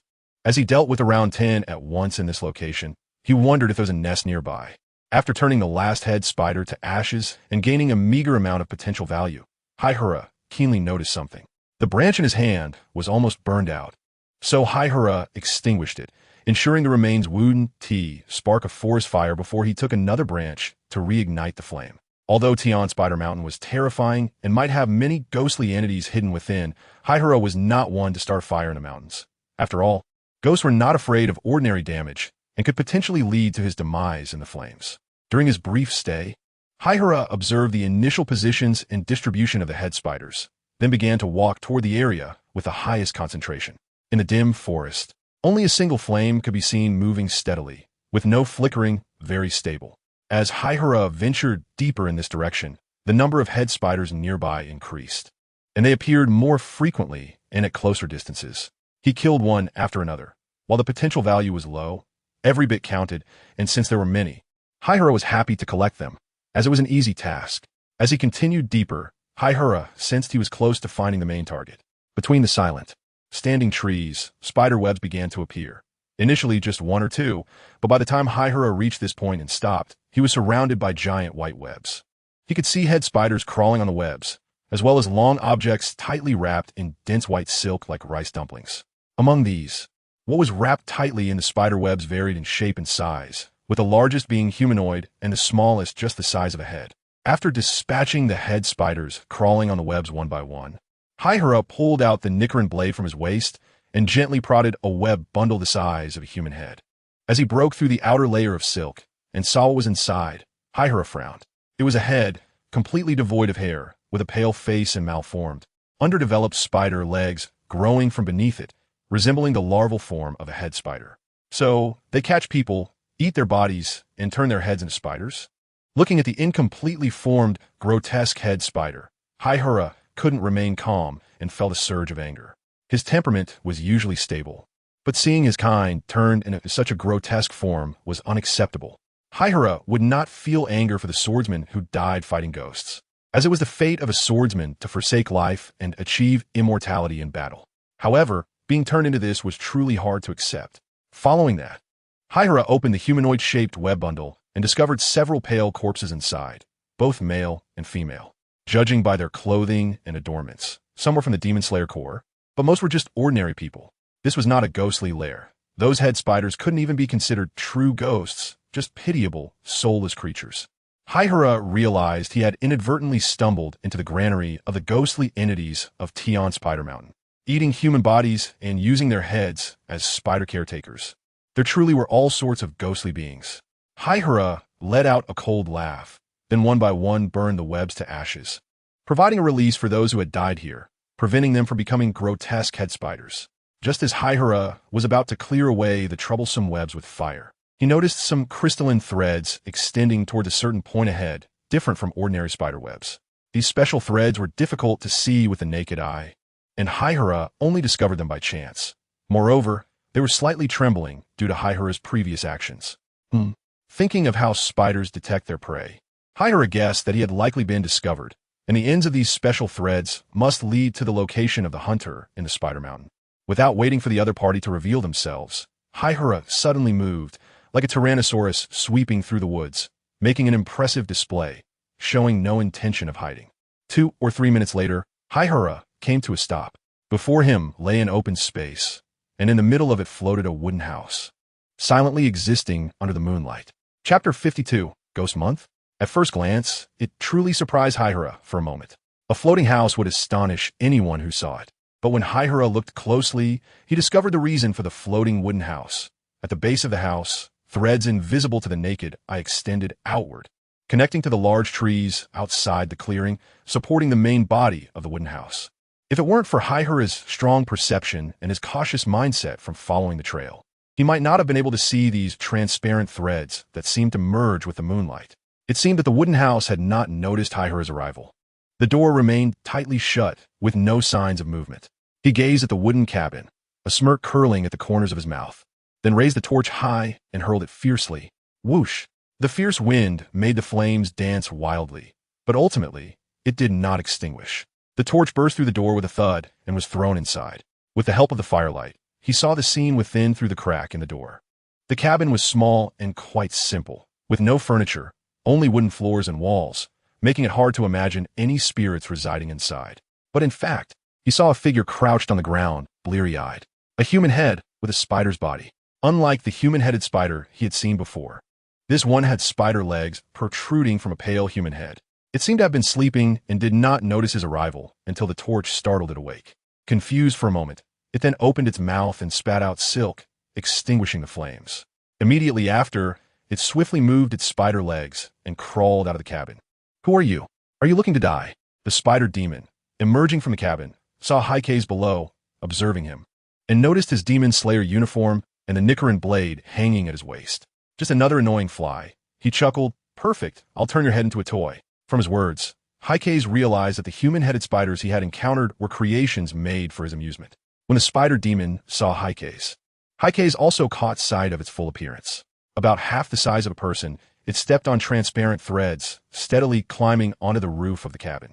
From its quick movements, it displayed considerable agility.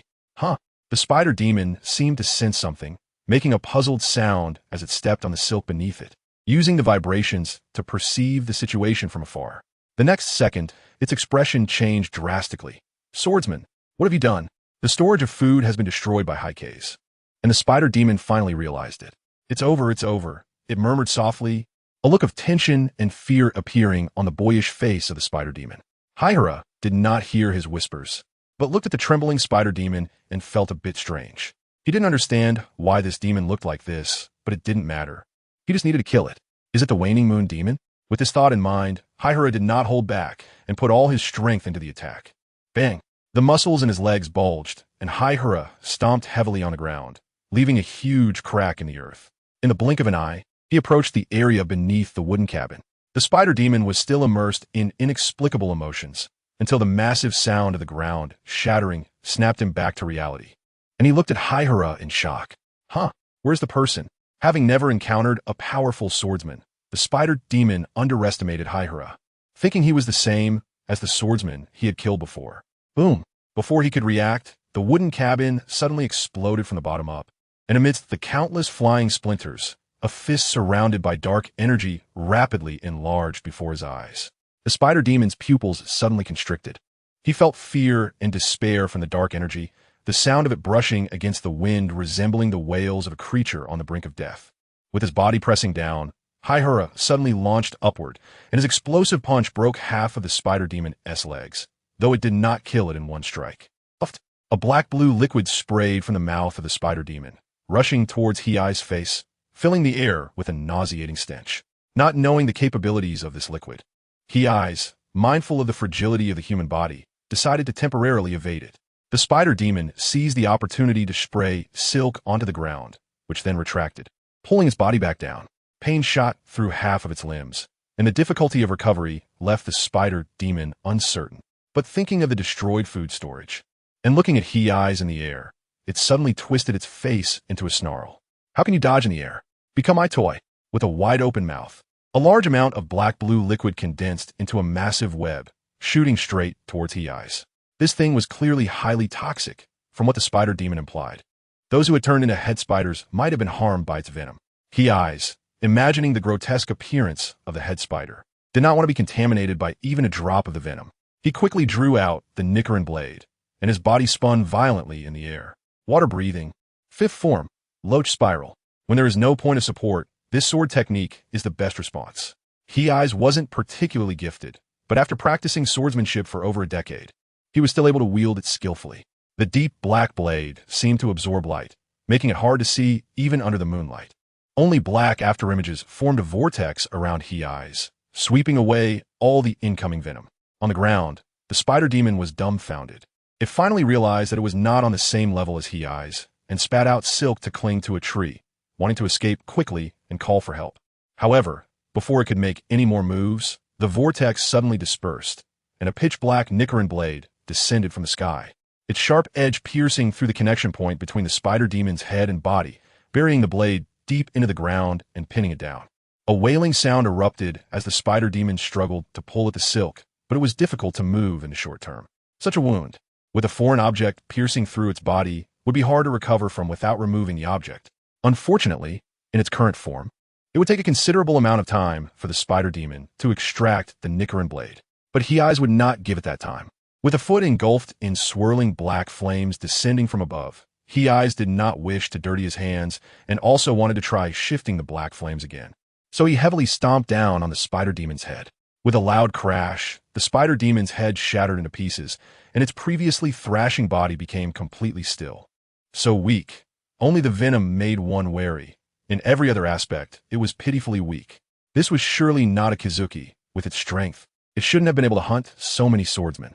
The pale white only increased its potential points by over 30. This spider demon was even weaker than the hand demon from the Mount Sujikawa, dispelling Heisei's thoughts of it being a Kizuki. Meanwhile, perhaps attracted by the spider demon's dying wail, or responding to its earlier summons, rustling sounds began to emanate from the surrounding forest. Dense and numerous. At least over 50 head spiders lunged recklessly towards Heisei.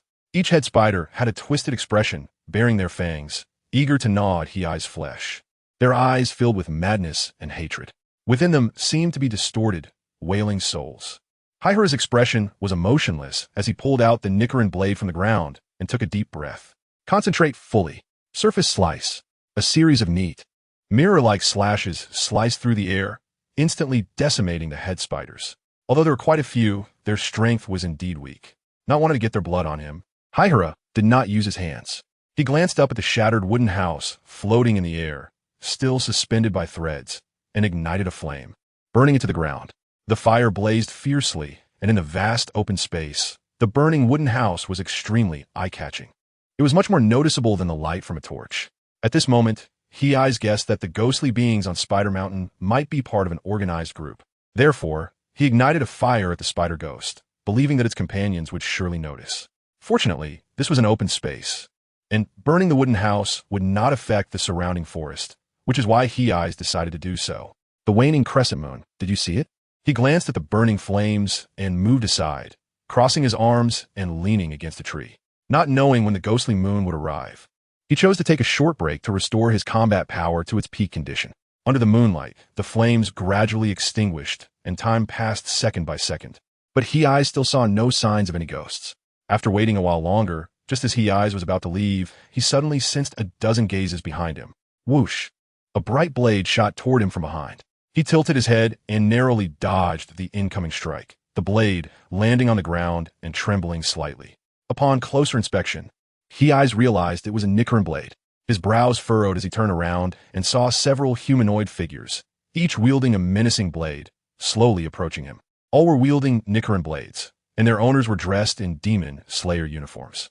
Looking closely, Heisei noticed that the movements of these figures were somewhat stiff, resembling marionettes, lacking the fluidity of normal human motion, and he could vaguely see threads entwined around their joints. Threads? Controlled? Just when Heisei thought these swordsmen might still have a chance, they emerged from the shadows. Their faces were pale, their eyes lifeless, and their lips tinged with blue. They looked like corpses beyond saving. The ability to control corpses is truly bizarre. Initially, the swordsmen corpses moved slowly, but once they spotted Heisei, their pace quickened, wielding Nichiren blades as they charged toward him. Their speed was not weak, perhaps due to the excellent physiques developed by the swordsmen. Even in their controlled state as corpses, they remained relatively agile, at least much faster than the lowest-ranking ghostly beings. Heisei did not act rashly, waiting for the swordsmen to rush over while also looking at the threads connecting the corpses of the swordsmen. The threads were crystal clear and extended infinitely into the dark behind, and due to the scattered positions of the swordsmen, the distribution of the threads was chaotic. For a moment, Heisei could not discern the location of the final manipulator. Just as he was searching for the behind-the-scenes specter, the swordsmen had already charged forward, their blades aimed at Heisei's vital points. The fastest swordsman, with a misstep, had a sharp wind swirling around his blade, creating small wind blades that slashed toward Heisei. To still be able to use sword techniques was truly remarkable. Heisei had to admit that he was taken aback. Startled, he dodged the knife, but the wind blade generated by the blade wrapped around him, shredding a part of his clothing. At the same time, Heisei retaliated fiercely, landing a punch squarely on the swordsman's chest. Bang! Flesh and blood splattered, leaving a gaping blood hole that went through the swordsman's body. Such an injury would be fatal for an ordinary person, but for a corpse, it was insignificant. The swordsman continued to attack Heisei with wind blades. At this moment, the other swordsman corpses also closed in, surrounding Heisei with various sword forms to kill him. Clang! Heisei flicked his fingers, sending a flaming sun blade flying, then swept his leg, shattering a large portion of ribs from a swordsman poised to draw his sword. Under the siege of many differently attributed swordsmen, Heisei did not break through, but simply endured their attacks, his eyes like lightning as he searched for the puppeteer's position. It wasn't that Heisei was overconfident. The swordsman corpses seemed to use their sword forms only because of the residual instincts of their training, mere appearances with little real lethality. Initially, Heisei was startled, but once he engaged in combat, he realized these corpses were merely the strength of ordinary ghosts. As long as he avoided the sharp sun blades, they posed no threat to him. After dodging a fiery slash, Heisei stumbled as if he were unsteady, and behind him, a previously unremarkable swordsman suddenly became agile, its joints quivering violently as it swung a knife towards Heisei's waist. Crack! The great wilderness prison sword finger. The blade was pinched between two fingers, unable to advance an inch. The stumbling figure suddenly halted, and Heisei turned sharply, revealing a cruel smile. Found you! The swordsman corpse that had attempted to ambush him froze, then stiffened again, while another swordsman suddenly became agile. Unfortunately, Heisei was keenly aware of the battle situation and was not fooled. Lacking the skill to sense enemies and without visual perception providing information, Heisei could only feign a weakness to provoke the opponent into acting rashly. The previously quivering threads all pointed in one direction. Although they quickly diverged, Heisei still noticed and memorized it. Boom! In an instant, one by one, the swordsman corpses were sent flying, crashing heavily to the ground. No longer wanting to entangle himself, Heisei transformed into a human-shaped Tyrannosaurus, bulldozing through the corpses of the swordsmen. Blood splattered across his face as he charged in a particular direction. The corpses of the swordsmen that could still move tried to pursue, but were quickly left behind, unable to keep up with Heisei's speed. In less than a minute, Heisei spotted a slender white figure sitting on a massive round stone. In an instant, he bent slightly, leaping up amid a booming sound, the ground beneath him shattering. Amid the dust and flying debris, Heisei leapt over a distance of more than 20 yards. His body leaning forward, right fist clenched, with swirling black gas surging above it. The figure sitting on the giant stone was a female ghost, beautiful in appearance, with snow-white skin and hair. Her 10 fingers extended many threads, connecting to the swordsman corpses. Startled by Heisei's rapid approach and the ominous, despair-inducing black gas. The white-haired ghost felt no desire to resist, instead crying out in fear. I don't want to die. He forced me to do this.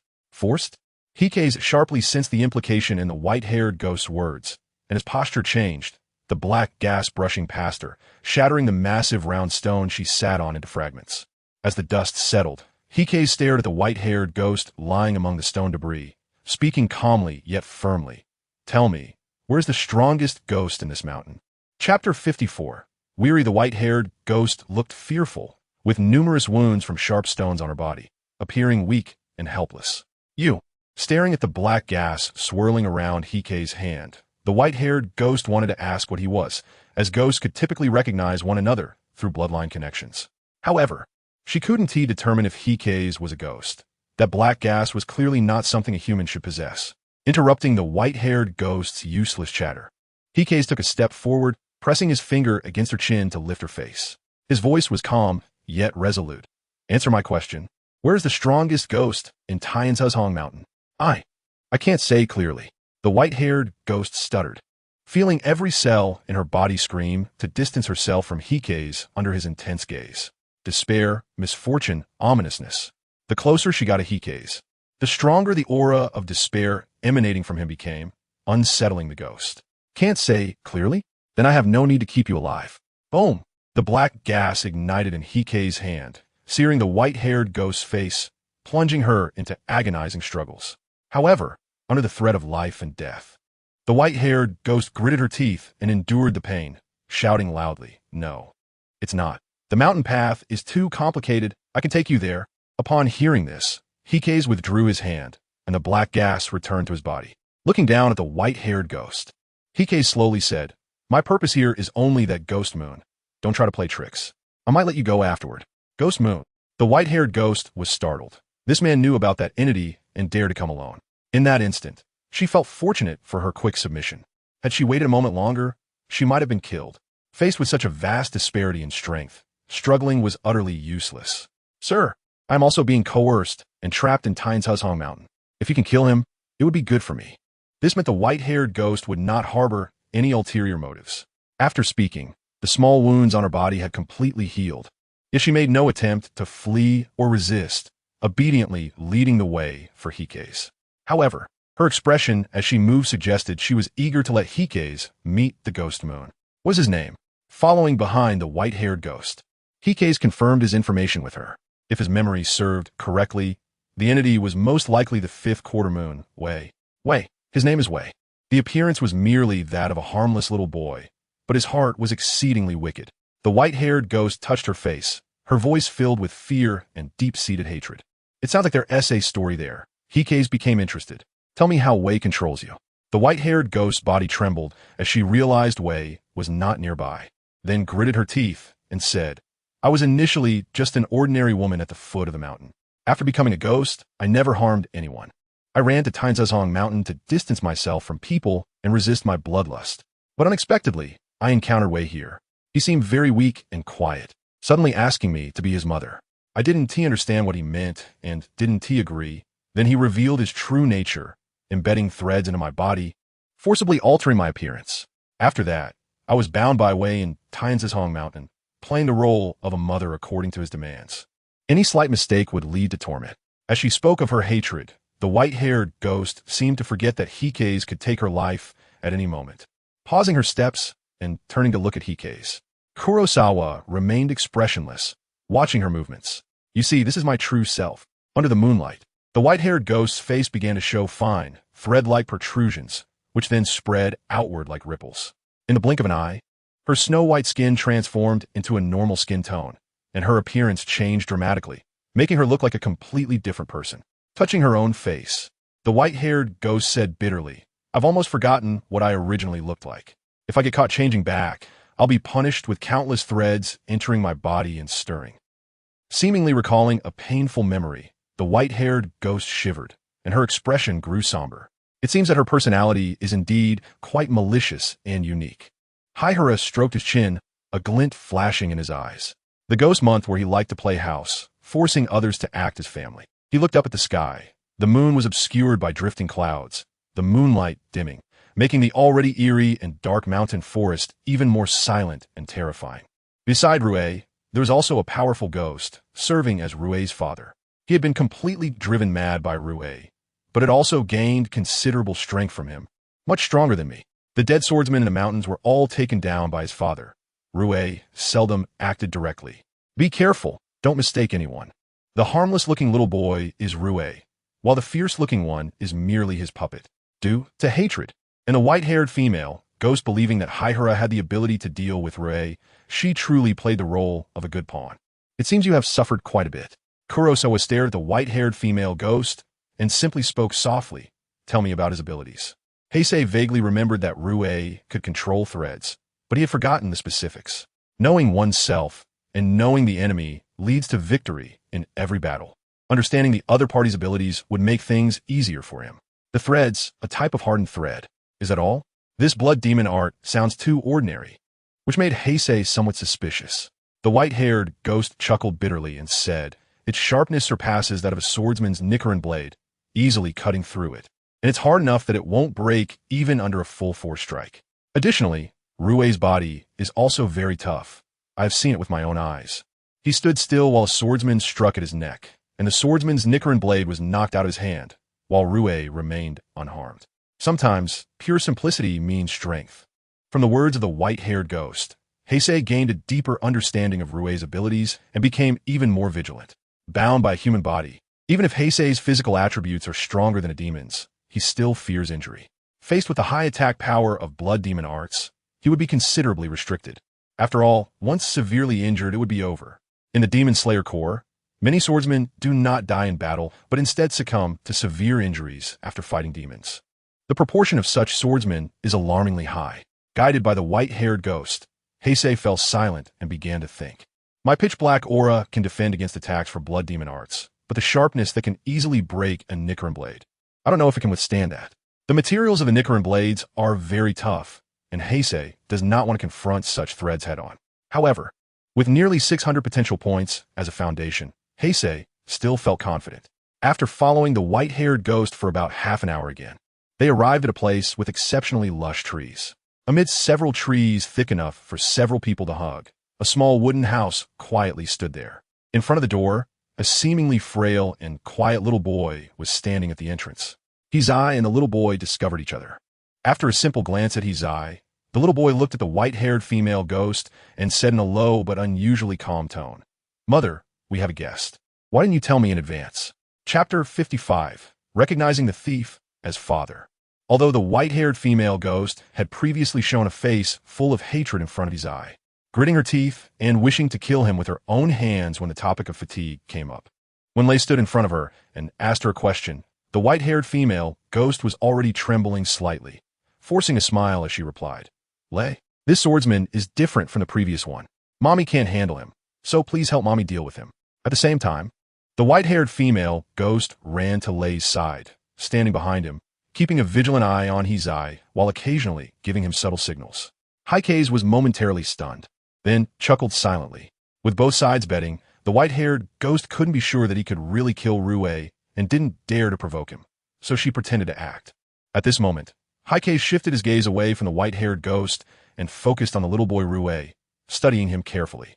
Unlike the terrifying apparitions he had encountered before, Rue looked quite delicate and adorable, with skin as white as snow, exuding a strange beauty that seemed fragile to the touch.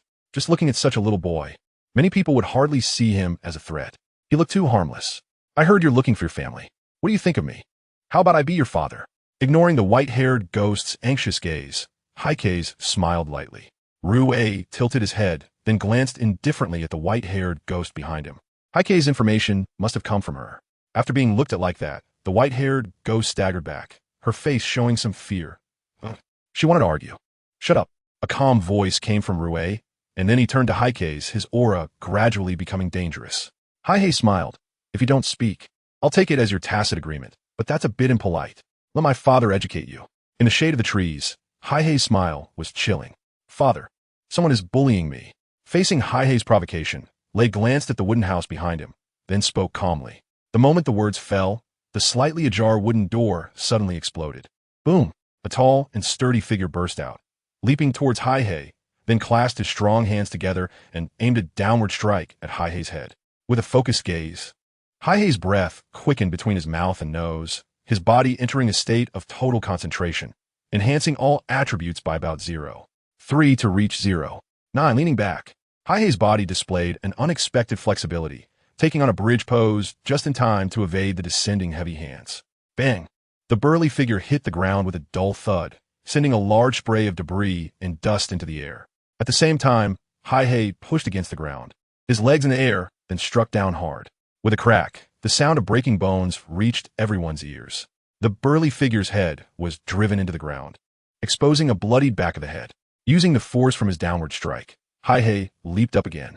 Extending a hand, a surge of dark energy erupted. Little characters shouldn't come to interfere. Boom! With a powerful punch, the ground shook violently, dust flying everywhere, while Lei calmly watched, showing no intention of helping. In the dissipating dust and smoke, Heisei shook the blood off his hand and stepped out. At his feet lay a dark blue, muscular corpse of a demon, transforming into black-red ashes. This demon had considerable strength and fierce attacks, but unfortunately, it encountered Heisei, who had similar methods but was stronger in every aspect, and was easily slain. Father. Lei looked at Heisei emerging from the dust, his previously silent and calm eyes brightened slightly. What's wrong? Sad that your father was killed? Heisei reached out and waved at Lei. Unfortunately, Lei remained unaffected, his expression still calm and indifferent, making it seem not easy to provoke him. Heisei took a deep breath and was about to charge forward when Rue finally spoke. He looked at Heisei, showing no intention of avenging his father. In a family, every member has their responsibilities. As a father, one must shield the family from storms. If there are villains threatening the mother and bullying the children, the father must take action. If he can't resolve it, he doesn't deserve to be the father of that family. Rue fixed his gaze on Heisei. You just said you wanted to be my father. All right, I accept. What? Heisei, who was caught off guard, couldn't keep up with Rue's train of thought. Your previous father just died, and now you want to acknowledge a thief as your father? Huh. Turning from darkness to light? Hiding a dagger in filial piety? As Heisei struggled to find the right words to describe the situation, Rue took a step forward, extended his arms, and struck a pose as if to embrace. I recognize your strength. Join my family as a father, and we can live happily together. The twisted worldview of this ghost was truly bizarre. Can a father really be replaced so easily? Hijiju stood still, ignoring the outstretched hands of Lei. I'm sorry. You want me as your father, but I don't think highly of you. The voice lingered in place, but Hijiju's figure had already begun to move. In an instant, his muscles exploded, veins bulged, and he looked somewhat similar to Lei's previous father. Sigh.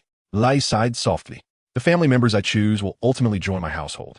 From a small palm, shimmering threads suddenly shot out, sealing off Hijiju's movements from all directions. Clang! The sunwheel blade was drawn, held at an angle in Hijiju's hand. Can it cut through the sunwheel blade? Perhaps it's just that those swordsmen lack skill. Hijiju wants to try it himself. His body came to a sudden stop. Hijiju tilted his head to dodge a thread, while raising the sunwheel blade to cut through the threads coming from behind. Clang! As the blade struck, a large amount of sparks erupted from the point of intersection, accompanied by the grating sound of metal grinding. The threads shot out by Lei were indeed as hard as steel. No, it was more than that. A crack appeared on the edge of the sunwheel blade, and as Hijiju applied force, the crack rapidly expanded. Crack! With a crisp sound, Hijiju loosened his wrist, and the upper half of the blade fell to the ground. When he came to his senses, only half of the sunwheel blade remained. No longer even the length of Hijiju's forearm. This broke so cleanly? Haihara forced a smile, then reattached the hilt of his sword to his waist. To deal with the hardened silk threads of Riku, a direct confrontation was not advisable. One should use subtle sword techniques to dissipate the force. However, Haihara wanted to test the sharpness of his blade, leading to a direct clash that resulted in the Nichiren blade breaking. Being cut by such a thing was undoubtedly dangerous. Looking around, he saw countless hard silk threads woven into a net, and he had become the prey trapped within it. Your sword is broken. There is nowhere to escape. Behave like my father, and you might still live. Riku spoke in a threatening tone, yet his words were absurd. Previously, due to the dust, he had not seen Haihara kill the burly demon with his pitch-black aura and had thought he was an ordinary swordsman. This simply wouldn't he do. A bond maintained through threats was too false. Your big brother, do not like such falsehoods. Boom. The blazing pitch-black aura surged from Haihara's palm, rising up to his elbows. Chapter 56. Overthrow? Non-existent. The pitch-black aura that once could only cover his palm had unknowingly reached his elbows. Deep within the net made of hardened silk threads, Haihara smiled faintly. A broken sword is just the beginning for me. This is... A rare expression of surprise appeared on Riku's otherwise calm face. Are we of the same kind? No, that is not right. You don't carry the scent of a demon. If we were truly of the same kind, Riku would have recognized at the moment he laid eyes on Haihara. Shaking his head, Haihara had no intention of explaining. He reached out and pinched the nearest silk thread, blocking his view. His fingers did not apply pressure. The pitch-black aura had already burned and softened it, losing the sharpness that had previously allowed the Nichiren blade to cut through it easily. Riku's hardened silk threads were far stronger than the corrosive hair of the red-haired demon Haihara had encountered on the train. The corrosive hair would turn to ashes upon contact with the pitch-black aura, but the hardened silk threads remained resilient. Crack! With a slight increase in pressure from his fingertips, the thread snapped. From the burning pitch-black aura on Haihara's arm, Riku sensed danger. The intuition of powerful beings regarding threats is always precise. The moment he first saw Haihara, the faint aura of danger surrounding him had made Riku wary. Now, the pitch-black aura made him even more apprehensive. From a distance, it was as if Riku saw figures of his kind struggling and wailing, that pitch-black aura seeming to be forged from the bodies of demons. If Haihara knew what Riku was thinking, he would definitely give him a thumbs up. He guessed correctly. The pitch-black aura was indeed built upon the despair of deceased demons, exerting a significant suppressive force against them. Glancing up at the sky, with still a long time until dawn, Riku looked seriously at Haihara, his hands gradually turning blood red. It was a color that seemed stained with blood, strikingly conspicuous in the night. Not only that, the crimson spread from Riku's fingertips, also dyeing the originally translucent silk threads red. Blood demon technique, blood silk cage. Without manipulating the dense threads already in the forest, Riku extended his palm, aiming at Haihara.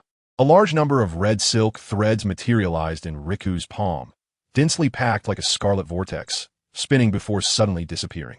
Where did it go? Just as the question arose in Haihara's mind, sharp sounds of slicing air came from above. Looking up, he saw the scarlet vortex appear in midair, beginning to rain down blood like a torrential storm. Anything pierced by the blood threads, whether it was a massive tree or a boulder, was instantly turned into a sieve, easily penetrated. Thud, thud, thud. A series of rapid footsteps. Haihara rushed towards Riku, while behind him, dense blood rain fell, nailing the ground like a beehive.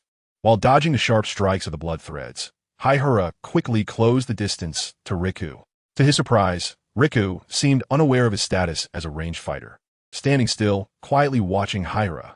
Overconfident, or had he set a trap? A sense of urgency arose in Haihara's heart, and he hurriedly stopped. From Riku's previous actions, he could likely infer Haihara's attack patterns. Haihara's usual combat style could be summarized in 5 words. Charge in headfirst like a tough kid. With his rapid close-quarters combat techniques, he suppressed the strength and speed of demons. As long as he succeeded in close combat, it would be a relentless beating. Most demons encountered by swordsmen relied on sword techniques to maneuver, but when faced with Haihara's head-on charge, they often had no good countermeasures. But Riku was different. As a member of the 12 Kizuki, despite his doll-like face, he was quite experienced in battle. Boom! Just as Haihara abruptly stopped, the ground exploded violently.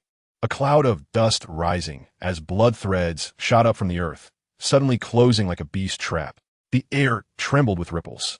One could imagine that if Haihara were hit, his body would have been shattered into countless pieces. Riku was like a calm spider, having unknowingly woven traps nearby, waiting for the prey to step in. He let out a slight sigh, seemingly feeling a bit regretful. I don't understand what you are, but from your movements, you seem afraid of getting hurt, possessing abilities similar to blood demon techniques, yet without the self-healing bodies we possess. So, on what basis do you think you can stand against me? With his fingertip aimed at Haihara, Riku closed his eyes. At the same time, all the blood threads began to tremble violently, then pierced through the air, turning into afterimages, slicing towards Haihara, in an attack that seemed to cover every inch of air. Haihara's agile speed could not be utilized, not to mention getting close to Riku. Just using his arms wrapped in the burning pitch-black aura to defend against the blood threads was already a struggle. In just a few breaths, Haihara had developed several small wounds on his body. This guy, truly isn't comparable to the previous demons. Riku had nearly filled the entire battlefield with blood threads. Looking around, the view was all red. This extensive and rapid blood demon technique was something Haihara had never seen before. With his current physical speed, he could not break through Riku's blood demon technique defenses. While he could evade, getting close to Riku was becoming increasingly difficult. My methods are too singular. I need to think of some strategies for the future. He is not a genius and cannot achieve an underdog victory like the protagonist Tanjiro, who always manages to win against stronger opponents. He has always relied on his superior hard power to crush his opponents, and when he finds himself at a disadvantage, his usual tactics become less effective. In fact, the sword style is the best way to deal with demons, but if he relies solely on swordsmanship, he would never stand a chance against the exhausted. His level of swordsmanship has remained at a stage where he can only skillfully mimic others. It's not that he doesn't like using the Nichiren blade, but due to his limited talent, he cannot improve his swordsmanship and can only specialize in breathing techniques to fight with his physique.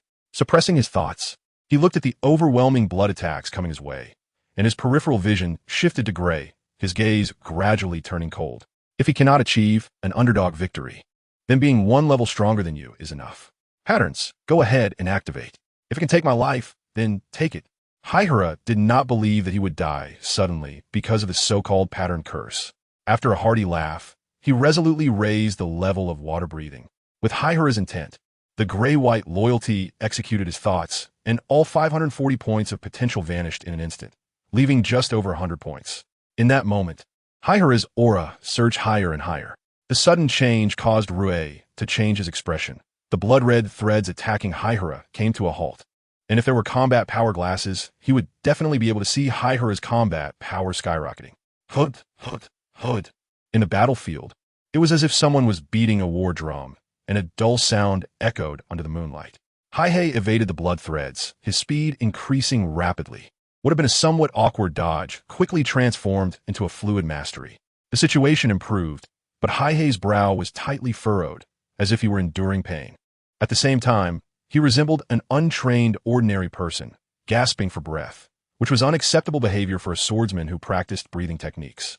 However, between Heisei's mouth and nose, breath flowed like a dragon, continuously cycling and becoming more solid. The muscles throughout his body trembled and pulsed with each exhalation, causing the ground beneath his feet to crack under the force, spiderweb-like fissures spreading rapidly. Thud, thud, thud. The heartbeat, audible to the outside world, emanated from Heisei's chest, as if his heart wanted to leap out of his ribcage. Inside Heisei, a tremendous change was taking place. Chapter 57, Patterns Fighting Chi. The sound of his heartbeat had not yet stopped when strange, pitch-black patterns resembling the skin textures of a demon from legends emerged from Heisei's brow. At first, it was just a dark spot, but it quickly twisted and spread down his cheek in an irregular manner, like a grotesque rose vine extending in all directions. In the blink of an eye, it transformed from a single point into patterns that covered Heisei's entire body. The appearance of these pitch-black patterns evoked a sense of discomfort. Yet there was also a strange and uncanny beauty about it. This was the patterns.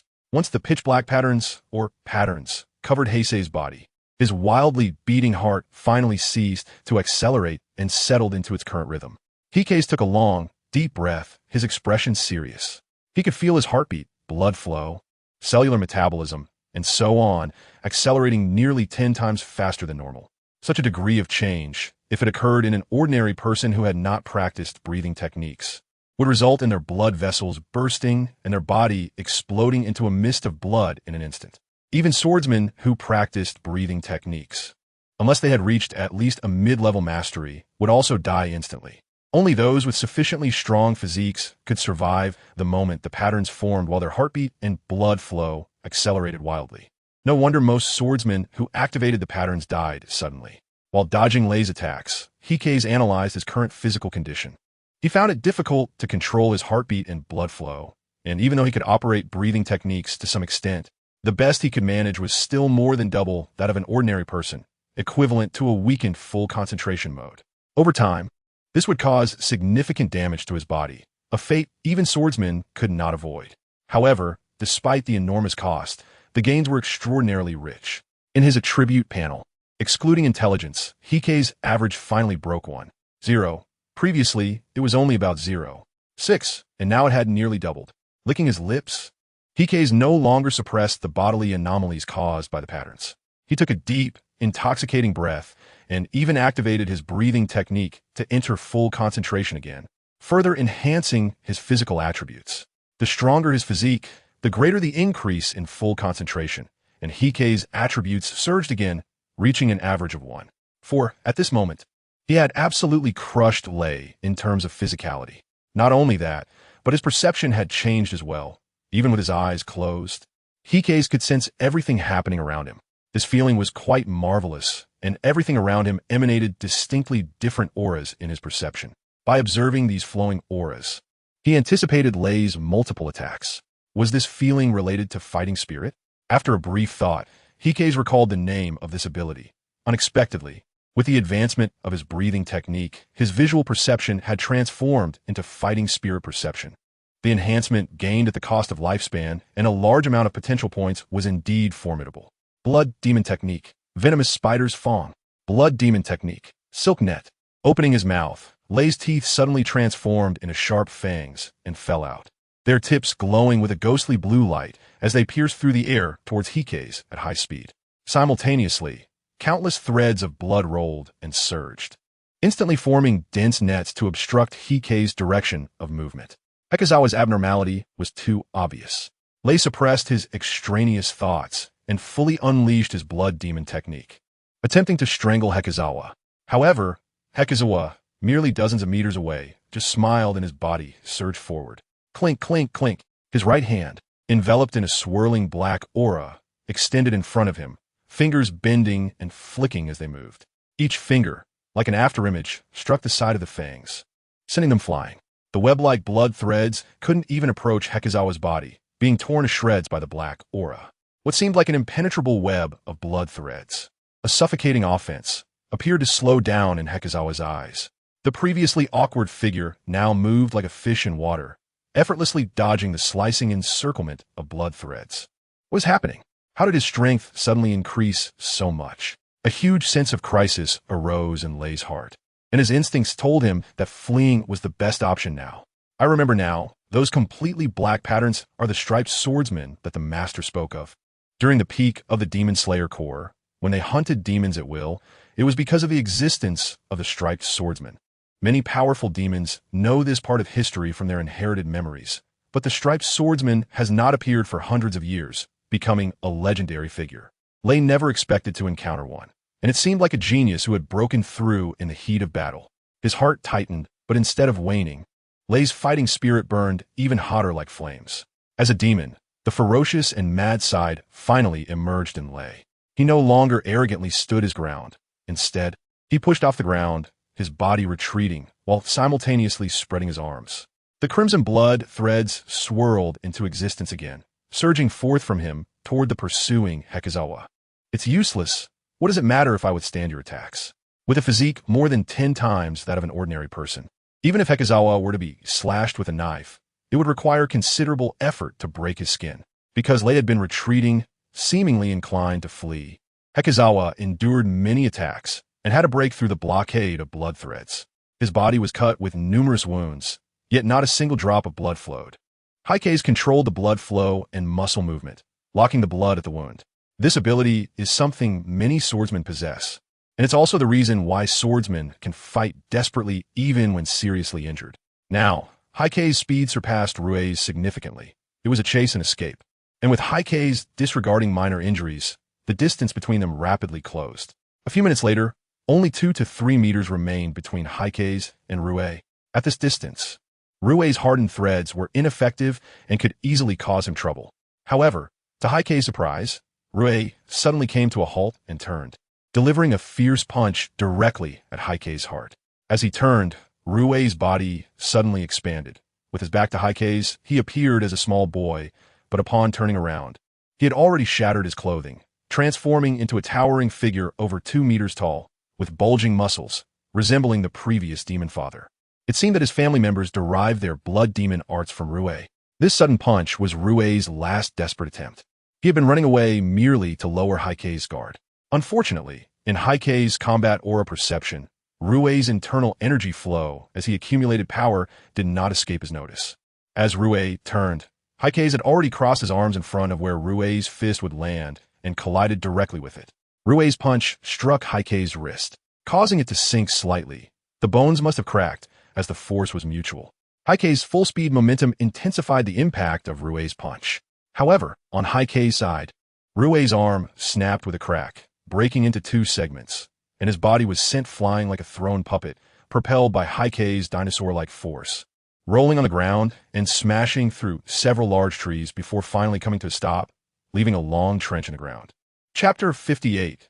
Blade of Despair. The pitch-black aura surged violently, combined with the patterns covering Heisei's body, making him look like a legendary demon emerging from hell. Coming to a sudden stop, Heisei stomped the ground, shattering it, and within a few breaths, caught up to Ruei's body that had been sent flying. At this point, Ruei's body was riddled with fractures and collapsed, lying on the ground, his right arm torn from the elbow, looking quite tragic. Leaping into the air, Heisei aimed at Ruei's head, both hands clenched tightly like a falling meteor, and struck down heavily. Boom! The ground shattered, and Ruei's body was driven into the earth, his skull exploding like a watermelon struck by a hammer. The attack, imbued with the pitch-black aura, instantly formed a lethal blow. Potential value 130, despair power 25.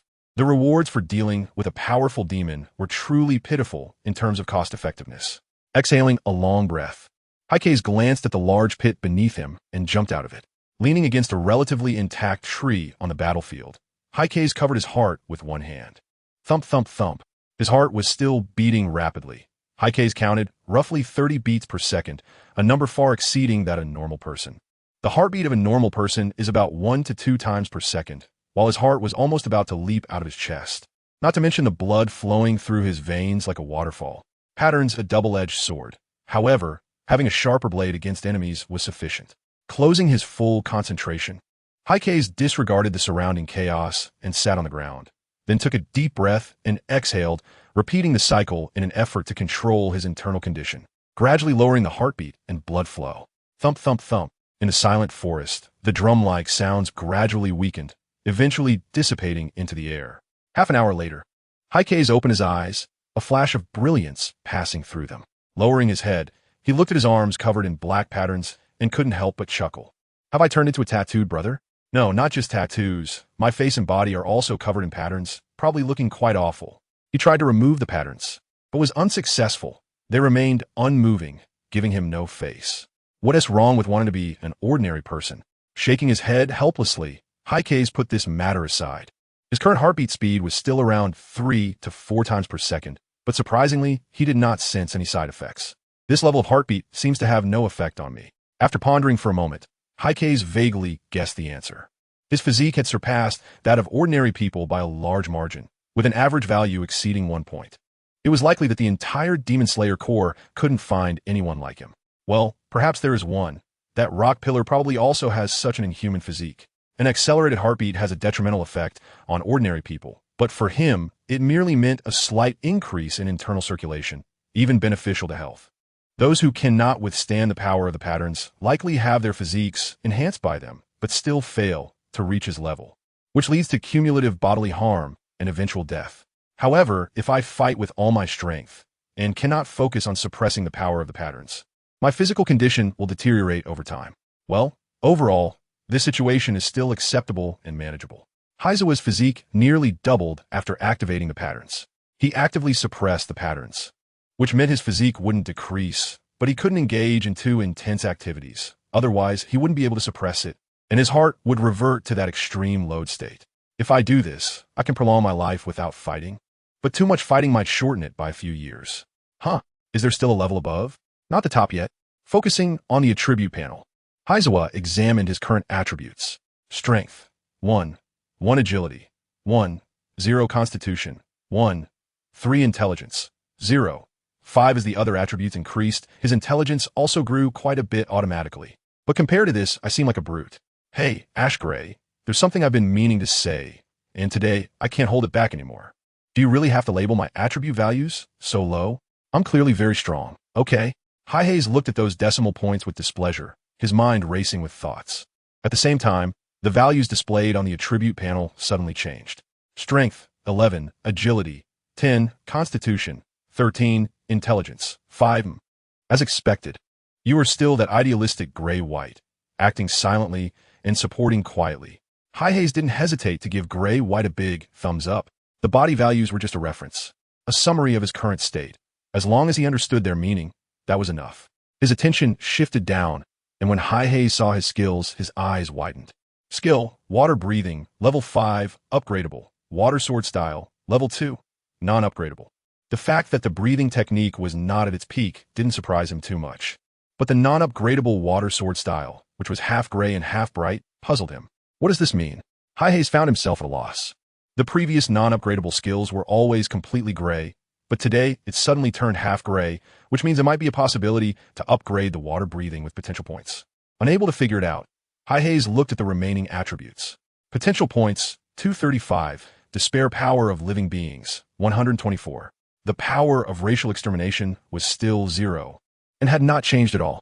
Seeing these potential points, Heisei imagined that upgrading his strength by 1 point would consume a large portion of it. As his body attributes increased, the consumption of potential points also grew. Advancing further was clearly not an easy task. The despair power of living beings surprised Heisei a bit. His previous despair power had reached 99 points after killing that venomous spider demon, but after killing the tiring demon father, it remained at 99 points. At that time, he was too focused on the tiring demon to think, and he thought the despair power had reached its limit, but after killing the tiring demon, it increased again. Moreover, it seemed to have undergone a qualitative change. Boom!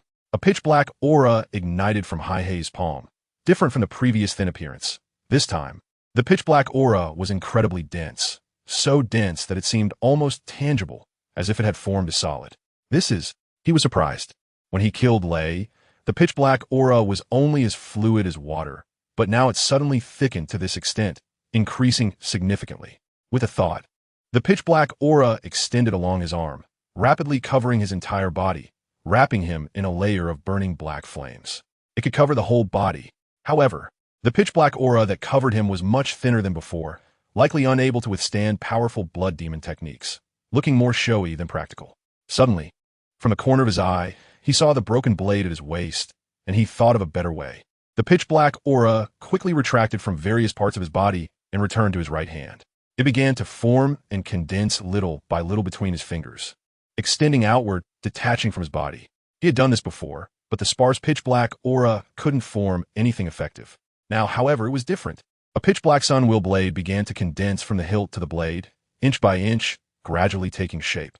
Finally, the blade of despair, surrounded by a layer of pitch-black flames, completely manifested in this silent world. Chapter 59, Once Upon a Time. The initial idea unexpectedly succeeded. Blade of despair? I'd rather have a suit of armor. However, one discovery made him gasp, tightly gripping the blade of despair.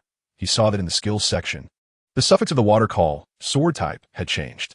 Water call sword type, level 2, upgradable. So that's how it is. The gray-white can only enhance things that belong to me. When I can condense a blade, I can enhance the corresponding abilities. Heisei will be a sword-type genius from now on, huh? Heisei looked at the blade of despair in his hand and couldn't help but laugh out loud. He had a premonition that he would soon possess the true power of a patterned swordsman, rather than just the corresponding physique. 3 days later, on the peak platform of the narrow mist mountain, Heisei stood bare-chested under the morning light, wielding the pitch-black blade to unleash one water-cutting sword move after another. Water surface slash. Kurosawa's slash was like a raging waterfall crashing down, its momentum terrifying as the sharp blade light shot out from the edge of the sword, slashing toward a massive rock over 10 meters away. The blade light struck the rock but failed to penetrate it, leaving only a shallow, standard knife mark. It was merely superficial, weak, and powerless. Heisei stepped forward and touched the scar left by his blade, veins popping on his forehead. He had thought that with the despair blade, he could practice his sword style again, and perhaps improve on his own, but reality was harsh. His sword style was still unsightly. It wasn't that he was weak, but compared to his current level with the patterns, his usage of the sword style was too ordinary. To put it simply, Heisei could skillfully execute the sword style, but it was like using skills in a game, merely following a template without flexibility, making it quite rigid in most situations. If it weren't for my insufficient potential, I could easily flatten a mountain with a single strike. After comforting himself, Heisei casually put on his clothes and glanced at the bright yet soft and non-dazzling rising sun just above the horizon. His junior brothers and sisters had all gone out on missions, and the Narrow Mist Mountain was now rather quiet. Currently, on Narrow Mist Mountain, there were only Kanroji Mitsuri, Iguro Abanai, and Heisei, who had just returned last night and hadn't met Kanroji Mitsuri yet. When he arrived last night, Kanroji Mitsuri was already asleep, so Heisei didn't disturb him and instead excitedly ran to the mountain peak to develop various poses with the despair blade. I wonder what Master will think of my patterns. Touching his cheek, Heisei seemed to see strange dark patterns, and he had already looked at his appearance. It was quite good. The patterns had a kind of enchanting beauty that didn't lower his attractiveness, but made him stand out even more. Clenching his palm, the despair blade transformed into a handful of flames and returned to Heisei's body. Then, he hummed a light tune and walked down the mountain step by step. In the early morning, the Narrow Mist Mountain was enveloped in mist above the halfway point, which wouldn't completely dissipate until noon. Now, with the sunlight mixing in, the mountain was dotted with specks of light like shattered gold, floating in the mist, dreamlike and ethereal. With such beautiful scenery and a significant boost in his strength, Heisei was in a great mood. He didn't quicken his pace, but leisurely enjoyed the beauty of Narrow Mist Mountain, taking more than half an hour to reach the halfway point, where the mist had disappeared, losing its uniqueness and looking like an ordinary mountain. In a clearing at the halfway point was where Kanroji Mitsuri trained his disciples, while Heisei and the others lived at the foot of Narrow Mist Mountain. From a distance, Heisei saw a familiar, sturdy figure. It was around 6 in the morning, and Kanroji Mitsuri was already up, sternly instructing Iguro Abanai. In the morning, as the start of a new day, was generally the best time to learn breathing techniques. Heisei could see Iguro Abanai sitting cross-legged on the ground, showing a look of pain, while Kanroji Mitsuri stood beside him, occasionally striking Abanai's body. Seeing this familiar scene, Heisei smiled. It reminded him of his childhood. Since he had soul transcended into this world, Heisei didn't deliberately hide it. Even as a baby, he showed a maturity different from ordinary children, obedient, well-behaved, not crying or making a fuss, with a calm and mature gaze. But Kanroji Mitsuri completely didn't notice Heisei's oddity. Or perhaps he had never interacted with children and might have thought all kids were like Heisei. At that time, Kanroji Mitsuri was still in his prime, serving as a water Hashira in the Demon Slayer Corps, with heavy demon-slaying tasks. Yet, he never troubled others. Many times, he would carry baby Heisei in his left arm while wielding the Nichiren blade in his right, slaying demons one after another. Kurosawa had no reaction to the bloodshed during his first battle, which is also related to this experience. As Kurosawa grew a bit older and reached the age to practice breathing techniques, Mitsuri Kanroji helped him regulate his breath, just like he is now helping Kaneo Tsuyuri. With a stern expression but gentle methods, alleviating a lot of the physical pain that came from practicing the breathing techniques. At the beginning of his training, his internal energy was chaotic, and it felt as if his veins were about to burst, which was quite uncomfortable. Heisei trained hard because he knew the dangers of the Demon Slayer world, often pushing himself to his physical limits and nearly fainting. Shinobu Kanamori never said anything or stopped Heisei. He often continued to help him regulate his breathing after he fell asleep. As a result, Heisei would wake up refreshed the next day, while Shinobu Kanamori likely had dark circles under his mask. Walking a short distance away, Shinobu Kanamori noticed Heisei approaching, glanced up at him, and then focused again on striking the body of Michikatsu Tsujikoni. The memories paused, and Heisei chuckled softly. In his past life, while watching anime, the word bond appeared many times, and in this world, Heisei's bond was with the people of Kagaya Mountain, especially his master, Shinobu Kanamori. It is said that one of the signs of aging is a fondness for reminiscing about the past. Am I already old? No. A man remains a boy until death. Heisei, will forever be 18. The 18-year-old Heisei noticed that Shinobu Kanamori wasn't paying close attention to him. So he put on the disaster-warding fox mask he always carried and pulled down his sleeves to cover his patterned arms. He wanted to give Shinobu Kanamori a scare, or rather, a surprise. Approaching Shinobu Kanamori, Heisei cleared his throat and said, "Master, long time no see." Casting a glance at his troublesome apprentice, Shinobu Kanamori replied, "You completed this task in less than a week. Judging by your appearance, it seems the task wasn't easy. Your strength still needs improvement." Heisei's clothes were still unchanged, tattered and torn, stained with blood, and covered in shocking battle scars. That said, Heisei could tell that Takizokuji had let out a sigh of relief. He had been worried about him and only relaxed upon seeing him return safely. Of course, the other party was the Lower Moon. Lower Moon? Takizokuji's tone showed surprise, and then he turned to face Heisei, pausing before continuing. Are you sure? The look in his eyes revealed the mark of Lower Moon 5. There was no way a demon could impersonate it, and the blood demon art was quite powerful. I can't believe you really encountered a lower moon and managed to come back unscathed. Takizokuji seemed a bit lost in thought. The hidden injuries on his body were caused by a battle with a lower moon demon when he was young. He had been in a nearly fatal situation at the time. It was only through a breakthrough in a moment of crisis that Takizokuji managed to defeat the opponent. And it was thanks to the achievement of slaying the lower moon that he quickly became the Water Hashira. Heisei grinned and snapped his fingers. I, Heisei, am destined to take down the Demon King. I've said it before, a mere ghost month can be extinguished with a snap of my fingers. At the same time, due to the movement of his body, the patterns on Heisei's wrist were exposed, catching the eye of Takizoken. He narrowed his gaze, realizing that Heisei had covered most of his skin. Heisei, why are you wearing a mask? Chapter 60. The legendary pattern swordsman finally, Takizoken noticed. And Heisei took off his mask, revealing the twisted and intricate dark patterns inch by inch to the air. Nearby, Kaneo had finished his breathing technique training and was taking a break. Upon seeing Heisei's appearance, he couldn't help but widen his mouth in surprise. Big brother, you have officially become my disciple. Kaneo called Heisei's big brother now. At first, he called him the master of the water flow, but at Heisei's request, he dropped the water flow part. Cool patterns, right? Heisei smiled, not explaining what the patterns were. Well, at first glance, it's a bit scary, but if you look closely, it's actually quite beautiful. Kaneo nodded, cooperating with Heisei's words. Because his life was saved by Heisei's, and his fellow clan members all died at Heisei's hands. His feelings towards Heisei were quite complex, but ultimately, there was more respect. On the other side, under the ferocious Tengu mask, Takizoken's brow furrowed tightly, forming a shape. The patterns. His voice was low, and after a few breaths of distraction, he suddenly snapped back to reality. Taking a step forward, Takizoken approached Heisei and said seriously, you actually activated the patterns, but the side effects of the patterns according to legend. Before he could finish, Heisei explained, it's fine. I can feel that the burden the patterns impose on the body is significant, but it's only for swordsmen of average physique. For me, those side effects are actually negligible. Takizoken looked at Heisei's serious expression and felt he wasn't joking, responding with skepticism. I hope so. The Demon Slayer Corps hasn't seen a patterned swordsman for nearly 400 years. I remember that the patterns are contagious. As long as one patterned swordsman appears, the swordsmen around him can gradually awaken the patterns. Perhaps, the era of patterned swordsmen is about to begin again.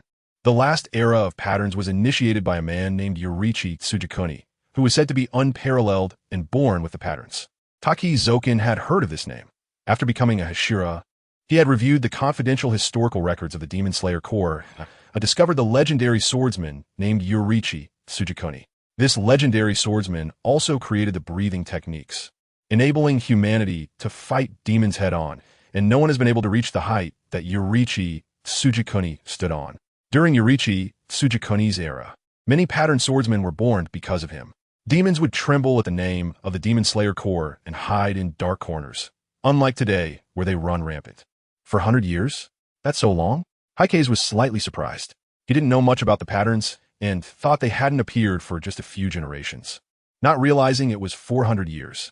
400 years is a long time for the Demon Slayer Corps swordsmen, who generally have a lifespan of less than 30 years, indicating more than 10 generations have passed.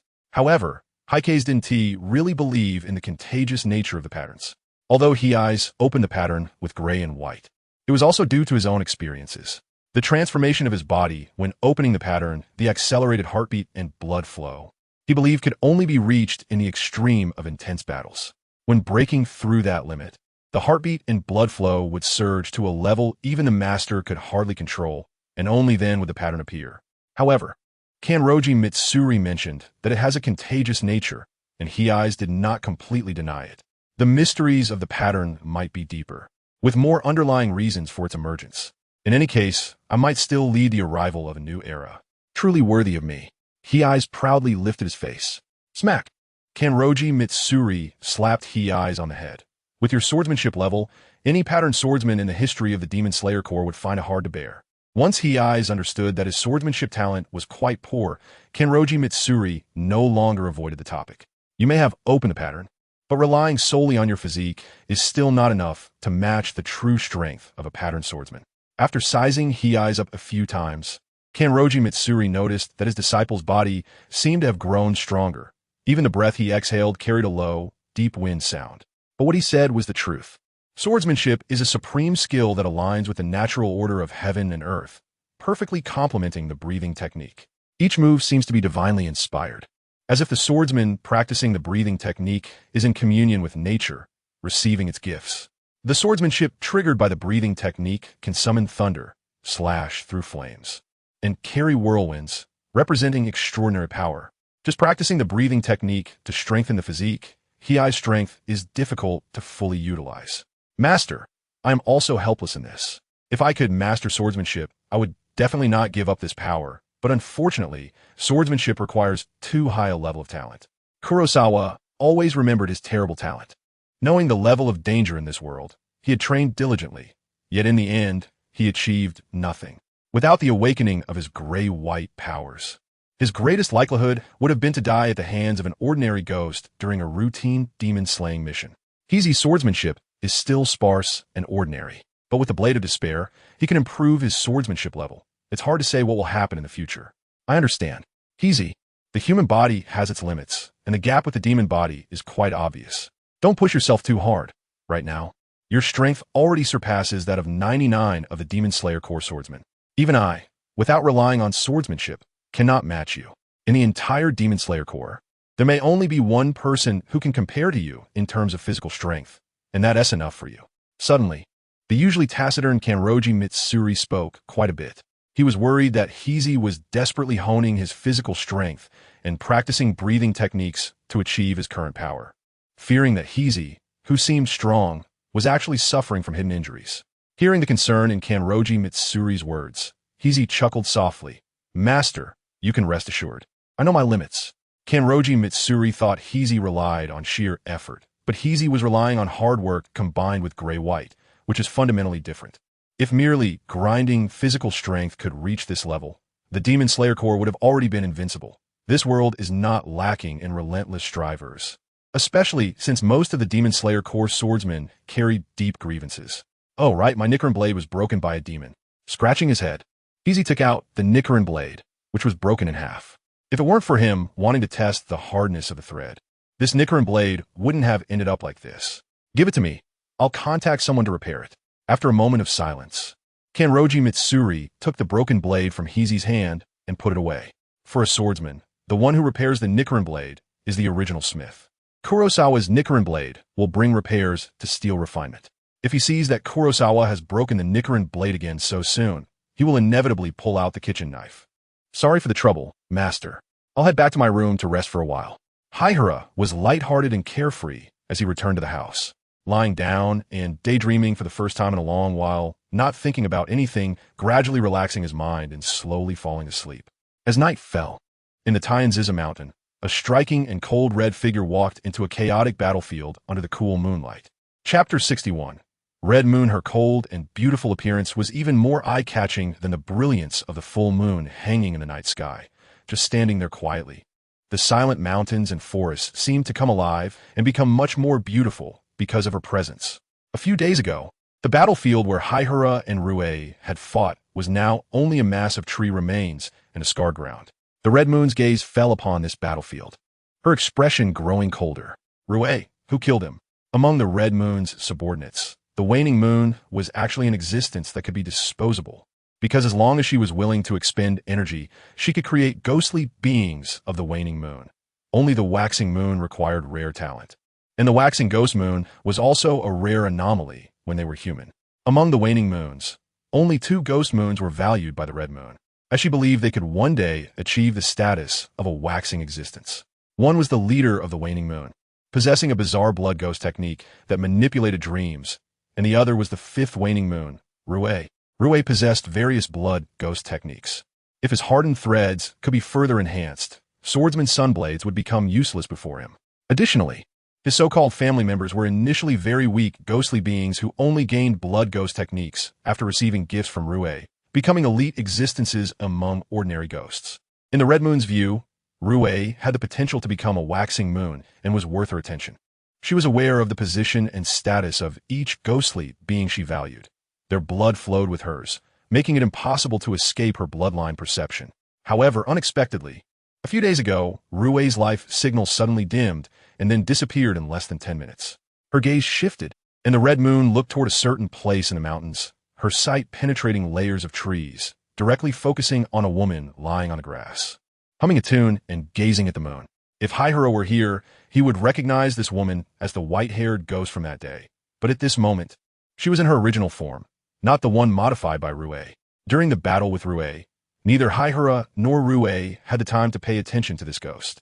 When the ghost saw Haihiro gaining the upper hand, she quietly hid away, and afterward, Haihiro was too lazy to search the mountains for her, allowing her to survive.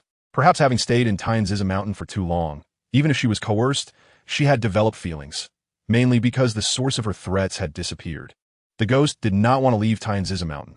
After all, she was very familiar with this place, and there were plenty of human towns nearby with abundant food sources. Humming a little tune and singing, the ghost squinted her eyes, feeling an unprecedented sense of relaxation. But just as she happily contemplated the future, a bone-chilling cold suddenly arose from her heart, and the hairs on her back stood on end, as if she were being watched by the fiercest beast. The ghost suddenly stood up, anxiously looking around. The Tainziza in the mountain looked the same as always, surrounded by dense trees, with no wind rustling the grass, yet the coldness persisted. What? What is happening? The ghost felt a bit panicked, so she immediately decided to flee the spot. Just as she stood up, suddenly, a cold and indifferent voice echoed in her mind. Come here. The voice was pleasant, like the sound of a winter stream, but it was also exceptionally flat, devoid of any emotional fluctuations, giving a chilling first impression. Not knowing where the voice came from, the ghost intended to continue fleeing. But as she tried to move her feet, she suddenly found her body was out of her control, and then she watched helplessly as she ran toward a certain direction. A few minutes later, a splash of red appeared in her line of sight. The moment she saw this splash of red, her pupils involuntarily contracted to their limits. She recognized the red moon. When she became a ghost, the ghostly bloodline contained some information, and the red moon was among them. The bloodline told the ghost that the figure before her was the master of all ghostly beings. And madam, the ghost's body involuntarily knelt down. Her head bowed closely to the ground. She vaguely guessed the reason for the red moon's arrival, never expecting Rue's death would bring her here. She regretted staying in Tainziza Mountain. Why regret? The red moon looked down at the ghost kneeling at her feet. Her red lips parted slightly as she spoke softly. In an instant, the ghost's heart raced like a pump. What she was thinking was no different from voicing it aloud in the eyes of the red moon. Under the moonlight, the ghost's breathing became heavy, and she found it extremely difficult to speak. She stuttered, feeling extremely nervous, making it hard to articulate her words. Seeing this, the red moon extended her slender fingers. Trouble. Next, the fingers suddenly expanded and elongated, transforming into a blood-red, flesh-like tentacle that pierced through the ghost's head. The ghost couldn't even let out a scream. Her body trembled violently, as if enduring immense pain, while before her, the red moon slightly closed her eyes, and scenes of memories belonging to the ghost flashed through her mind. In the memory scenes, the ghost manipulated corpses, all attacking a shadow. The shadow stood in the darkness where the moonlight couldn't reach, but somehow made the red moon feel familiar. Suddenly, the figure took a step forward, gradually emerging from the darkness, lightly laughing, and forcefully sending the surrounding corpses flying. A gentle breeze stirred, and the red moon frowned slightly. The delicate and dense eyelashes above her partially closed eyes trembled gently.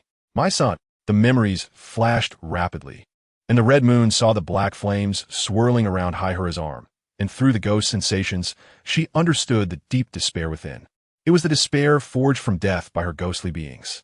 He is not human? The red moon suddenly opened her eyes, revealing a rare look of shock. Suppressing her restless thoughts, the red moon closed her eyes again, reviewing the upcoming battle scenes. Kurosawa encountered Rue, suppressed by Rue's blood demon art, and the Nichiren blade shattered. But immediately after, Kurosawa's aura suddenly surged, almost doubling in a few breaths. Strange, pitch-black patterns emerged around Kurosawa, simultaneously imprinting themselves in Honyue's vision.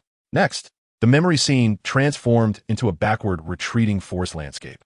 The female ghost, seeing Kurosawa overpowering Rue, began to flee from the battlefield between Kurosawa and Rue. The final outcome was not seen, But Hangyue already had the answer in her heart. She opened her eyes again, her expression unchanged, standing still at the original spot, while the female ghost had collapsed on the ground, breathless, quickly turning to ashes and dissipating. After a long while, a black and blue butterfly flew by, attracted by Hangyue, dancing its wings before her eyes. Startled by the butterfly, Hangyue raised her head and gently extended her hand. The butterfly obediently landed on her fingertip. The patterns, these were of no importance. You still haven't come to Asakusa. Have you forgotten our promise? She whispered softly, her gaze unfathomable, not knowing what she was thinking. After several seconds, Hongyue's eyes flickered, as if she remembered something, and then she looked in a certain direction, revealing a breathtaking smile that overshadowed the mountains and rivers. Fujisaki Mountain. If you won't come, then I will personally seek you out. Chapter 62. Visitor of the Narrow Fog Mountain at Narrow Fog Mountain. Kurosawa, in a deep sleep, suddenly sneezed without realizing it. Confused, he rubbed his nose and turned over, continuing to sleep soundly. After completing a demon-slaying mission, Kurosawa liked to sleep for almost 24 hours straight, which helped him feel much more refreshed afterward. At this moment, Kurosawa was still unaware that Hangyue had already set off based on a place he casually mentioned. When daytime arrived, Kurosawa opened his spirited eyes, leaping out of bed in a fish-like motion. After sensing with his fighting spirit, he found no one nearby. It was likely that Rentaki and Iguro had already gotten up early and reached the mountainside, one instructing the other in training. After resting for a day, I can't afford to slack off. Rubbing his face with water haphazardly, Kurosawa stepped out to the courtyard in front of the house. Looking up, he saw the sun high in the sky, radiating brilliant light and heat. It was summer now, and the sun had been casting its rays on the vast land since around 9 in the morning. However, the mountain winds at Narrow Fog Mountain and the upper mist refracted and blocked much of the sunlight, making the temperature quite pleasant. Generally, it wouldn't get uncomfortably hot until around 11 o'clock. Having lived here for many years, Kurosawa was already very familiar with the seasonal changes of Narrow Fog Mountain. With his current physique, he could hardly feel the heat of summer. Perhaps it would take temperatures exceeding 100 for him to feel uncomfortable. Staring directly at the sun, Kurosawa felt nothing in his eyes. Retracting his gaze and no longer looking at the enormous orange fireball, he scanned his surroundings, then closed his eyes, standing quietly in the open space. With steady, powerful breaths, his chest rose and fell rhythmically. Closing his eyes, his vision was filled with darkness.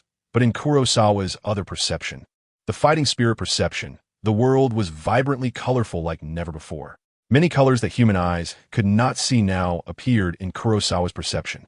The ground beneath his feet, the surrounding forest, the distant mountains, all swirled with unique energies, each possessing its own color, and as the fighting spirit flowed, the colors changed accordingly.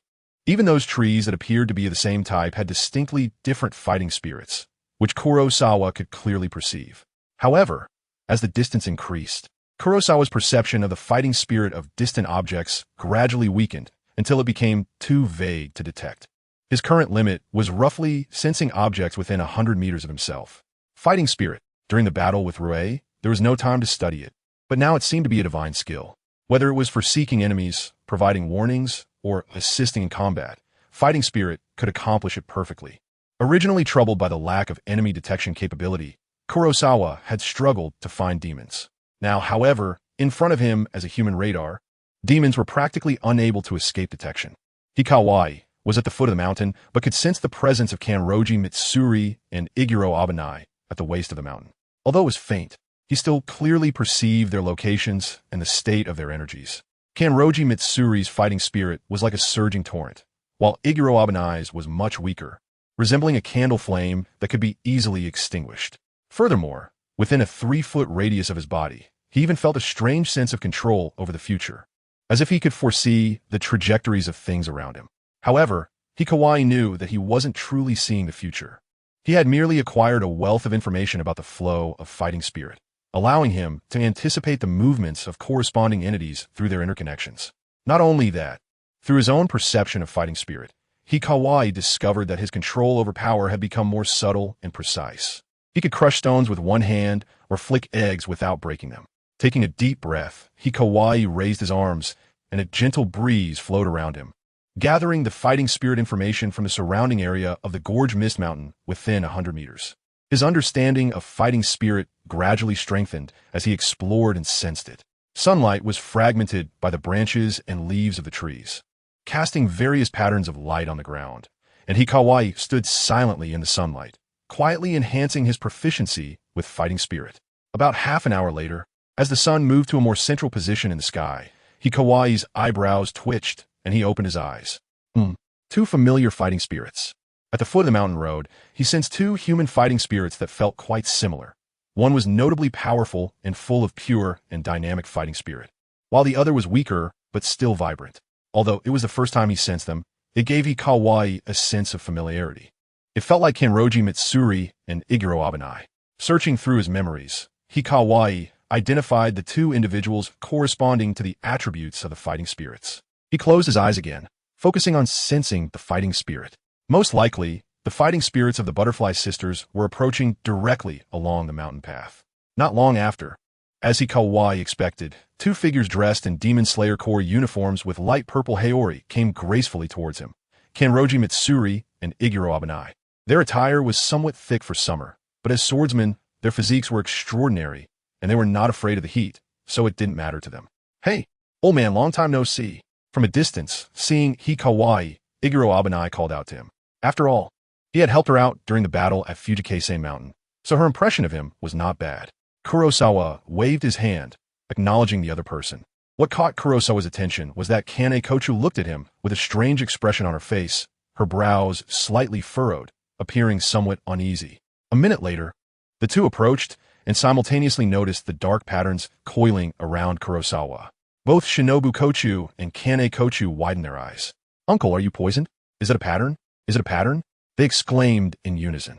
After saying that, they exchanged glances. Before Kurosawa could speak, Shinobu curiously asked her sister, "What is a pattern?" "I've never heard of it." Kane, on the other hand, was sizing up Kurosawa, sensing a powerful aura from him that rivaled that of a Hashira, causing her breath to tighten. When they first met, she felt that Kurosawa's tall stature and resilient physique were somewhat similar to that of Hashira, but she didn't expect that in just a few months, Kurosawa's presence had reached such a level. Kane didn't understand combat energy, but the mutual sensing between strong individuals allowed her to perceive Kurosawa's strength at that moment. "I don't know much about patterns either. I just heard that it's a rare derivative of a breathing technique," she said uncertainly, her gaze wandering over the patterns on Kurosawa's body. Heisei didn't explain the origin of the patterns and directly asked the two, "Did you come to Kamo Mountain as guests or for some other reason?" Upon hearing this, Kanai Butterfly glanced at Heisei, her gentle gaze slowly becoming a bit more serious. "Heisei, you killed a total of 53 humans on Hatchage Island, violating the Demon Slayer Corps Code of Conduct. Do you have anything to say for yourself?" Chapter 63, Shackles. It turns out that the Demon Slayer Corps had investigated the deaths on Hatchage Island and had come to hold him accountable. Although Rengoku Shinjiro pretended not to know what Heisei had done and did not report it to the Demon Slayer Corps, the Corps had its own intelligence system. The annihilation of the entire Ikai family on Hatchage Island was a significant event that caused a stir, and after a period of investigation, they ultimately traced it back to Heisei. Kurosawa originally thought that the deaths of these people were trivial matters for the Demon Slayer Corps, but the reality seemed to be somewhat different from what he expected. It appeared that the Demon Slayer Corps places great importance on the protection of human life. Kurosawa thought to himself, sending the Hashira, Kanawa Butterfly, was already a significant gesture. No wonder Kanawa's expression earlier was different from usual, appearing somewhat uneasy and conflicted. Being naturally gentle and kind, she probably wouldn't know how to handle such matters. He could see the frown on Kanahui's face and the hopeful look in her eyes, as she wished to hear a denial from Kurosawa. However, contrary to her expectations, Kurosawa had no intention of hiding or deceiving. After a moment of consideration, he smiled brightly and said, "You're not wrong. I have nothing to say, no excuses to make. So what now?" His charming smile did not elicit a shocked reaction from Kanahui. Her mind was fully focused on his words. Kanahui frowned even deeper. "So what now? You have seriously violated the Demon Slayer Corps regulations. Whether it's the laws of humanity or the discipline of a swordsman, you are guilty of grave offenses."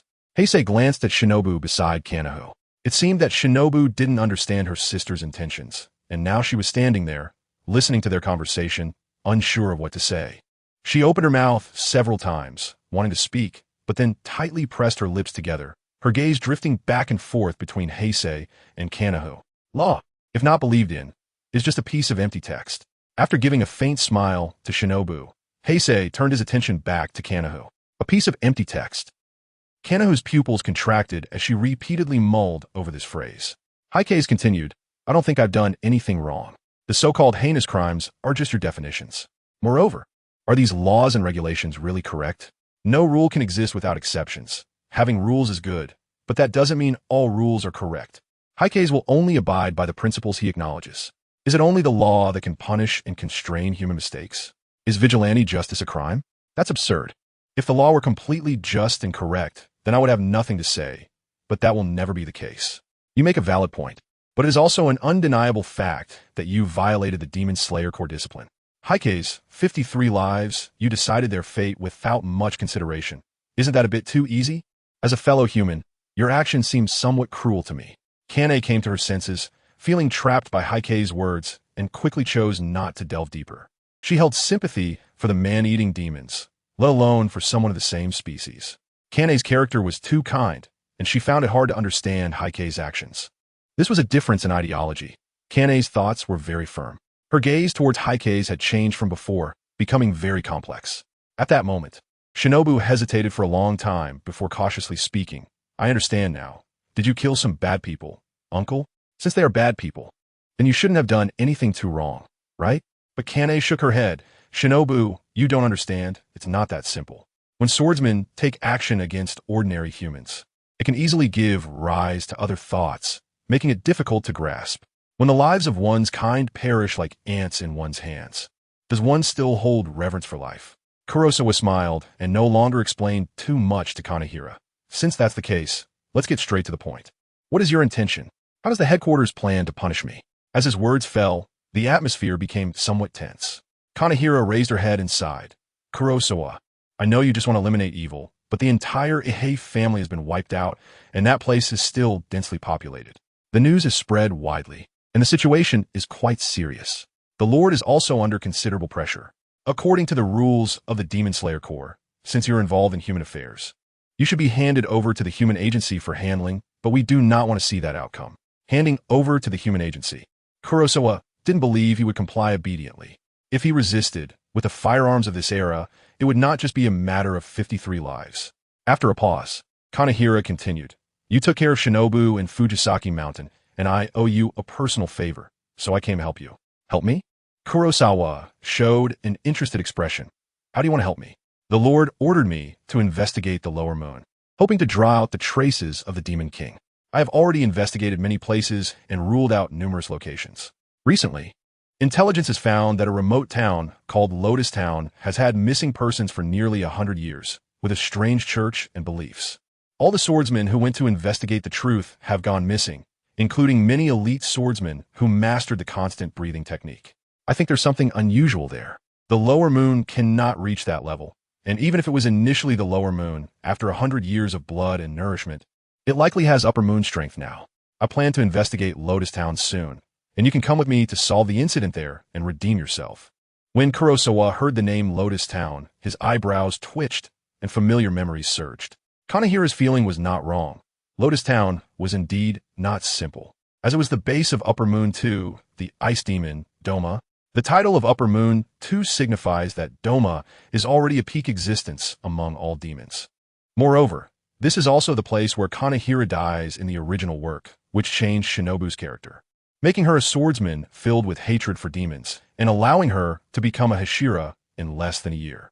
After pondering for a moment, Kurosawa slowly spoke under Kanehira's gaze. Sounds good, but I refuse because I do not acknowledge that so-called crime. The Demon Slayer Corps cannot tolerate my actions. Fine.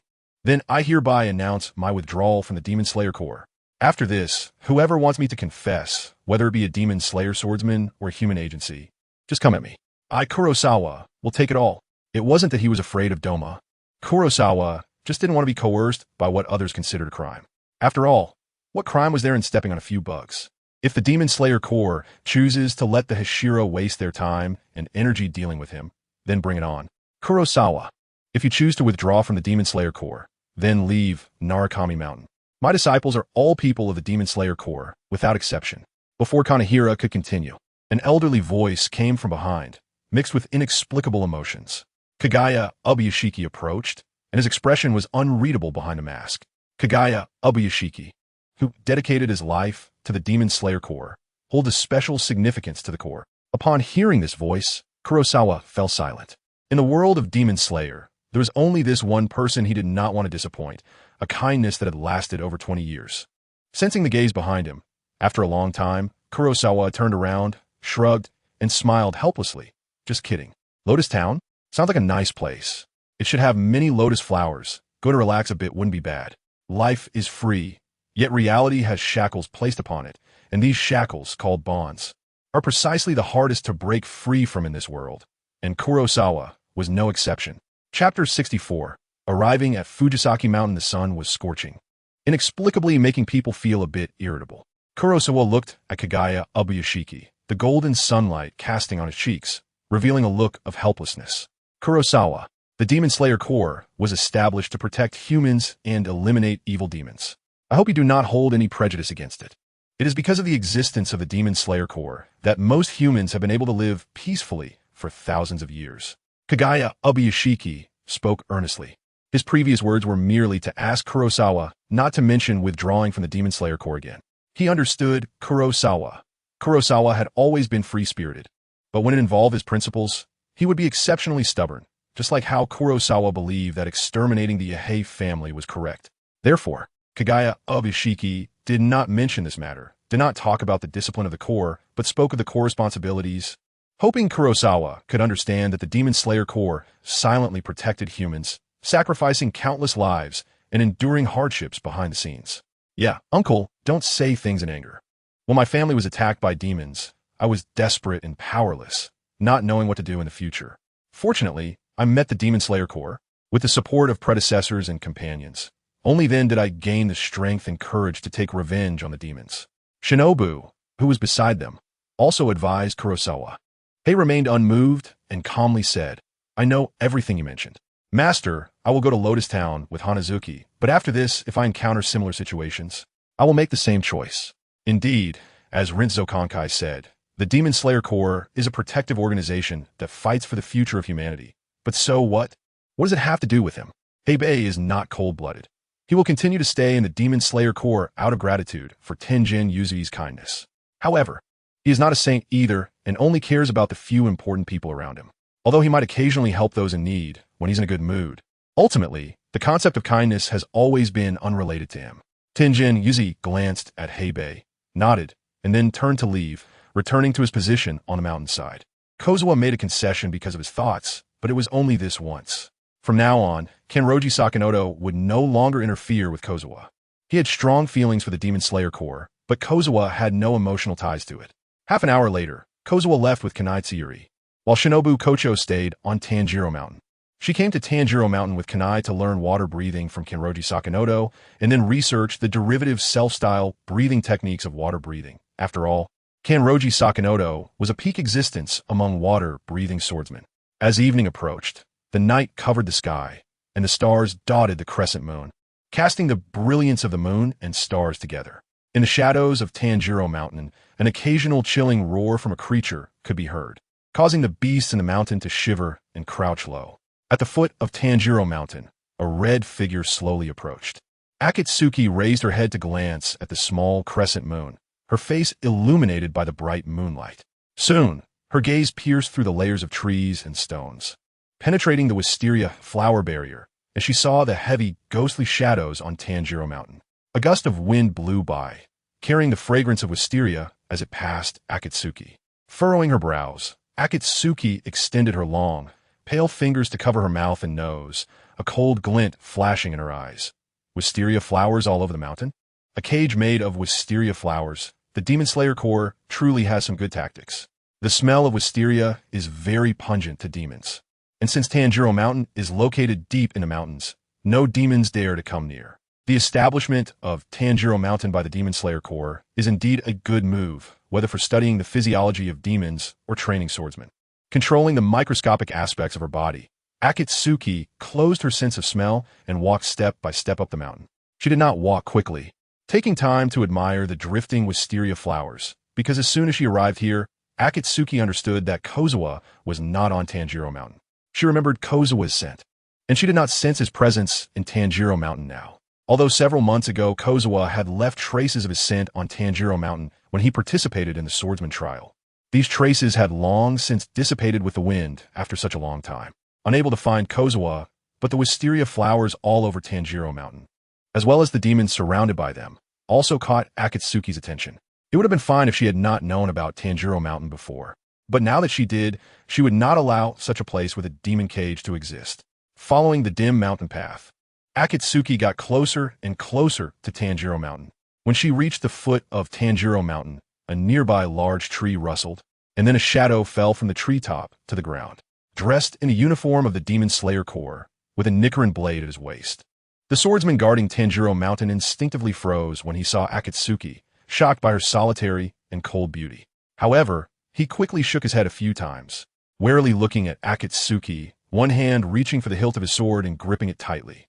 Stepping forward, the swordsman said in a deep voice, "Who are you, and what are you doing here?" The sudden appearance of a breathtaking beauty in the deep mountains would naturally stun a normal person, but upon regaining his senses, the swordsman realized something was off.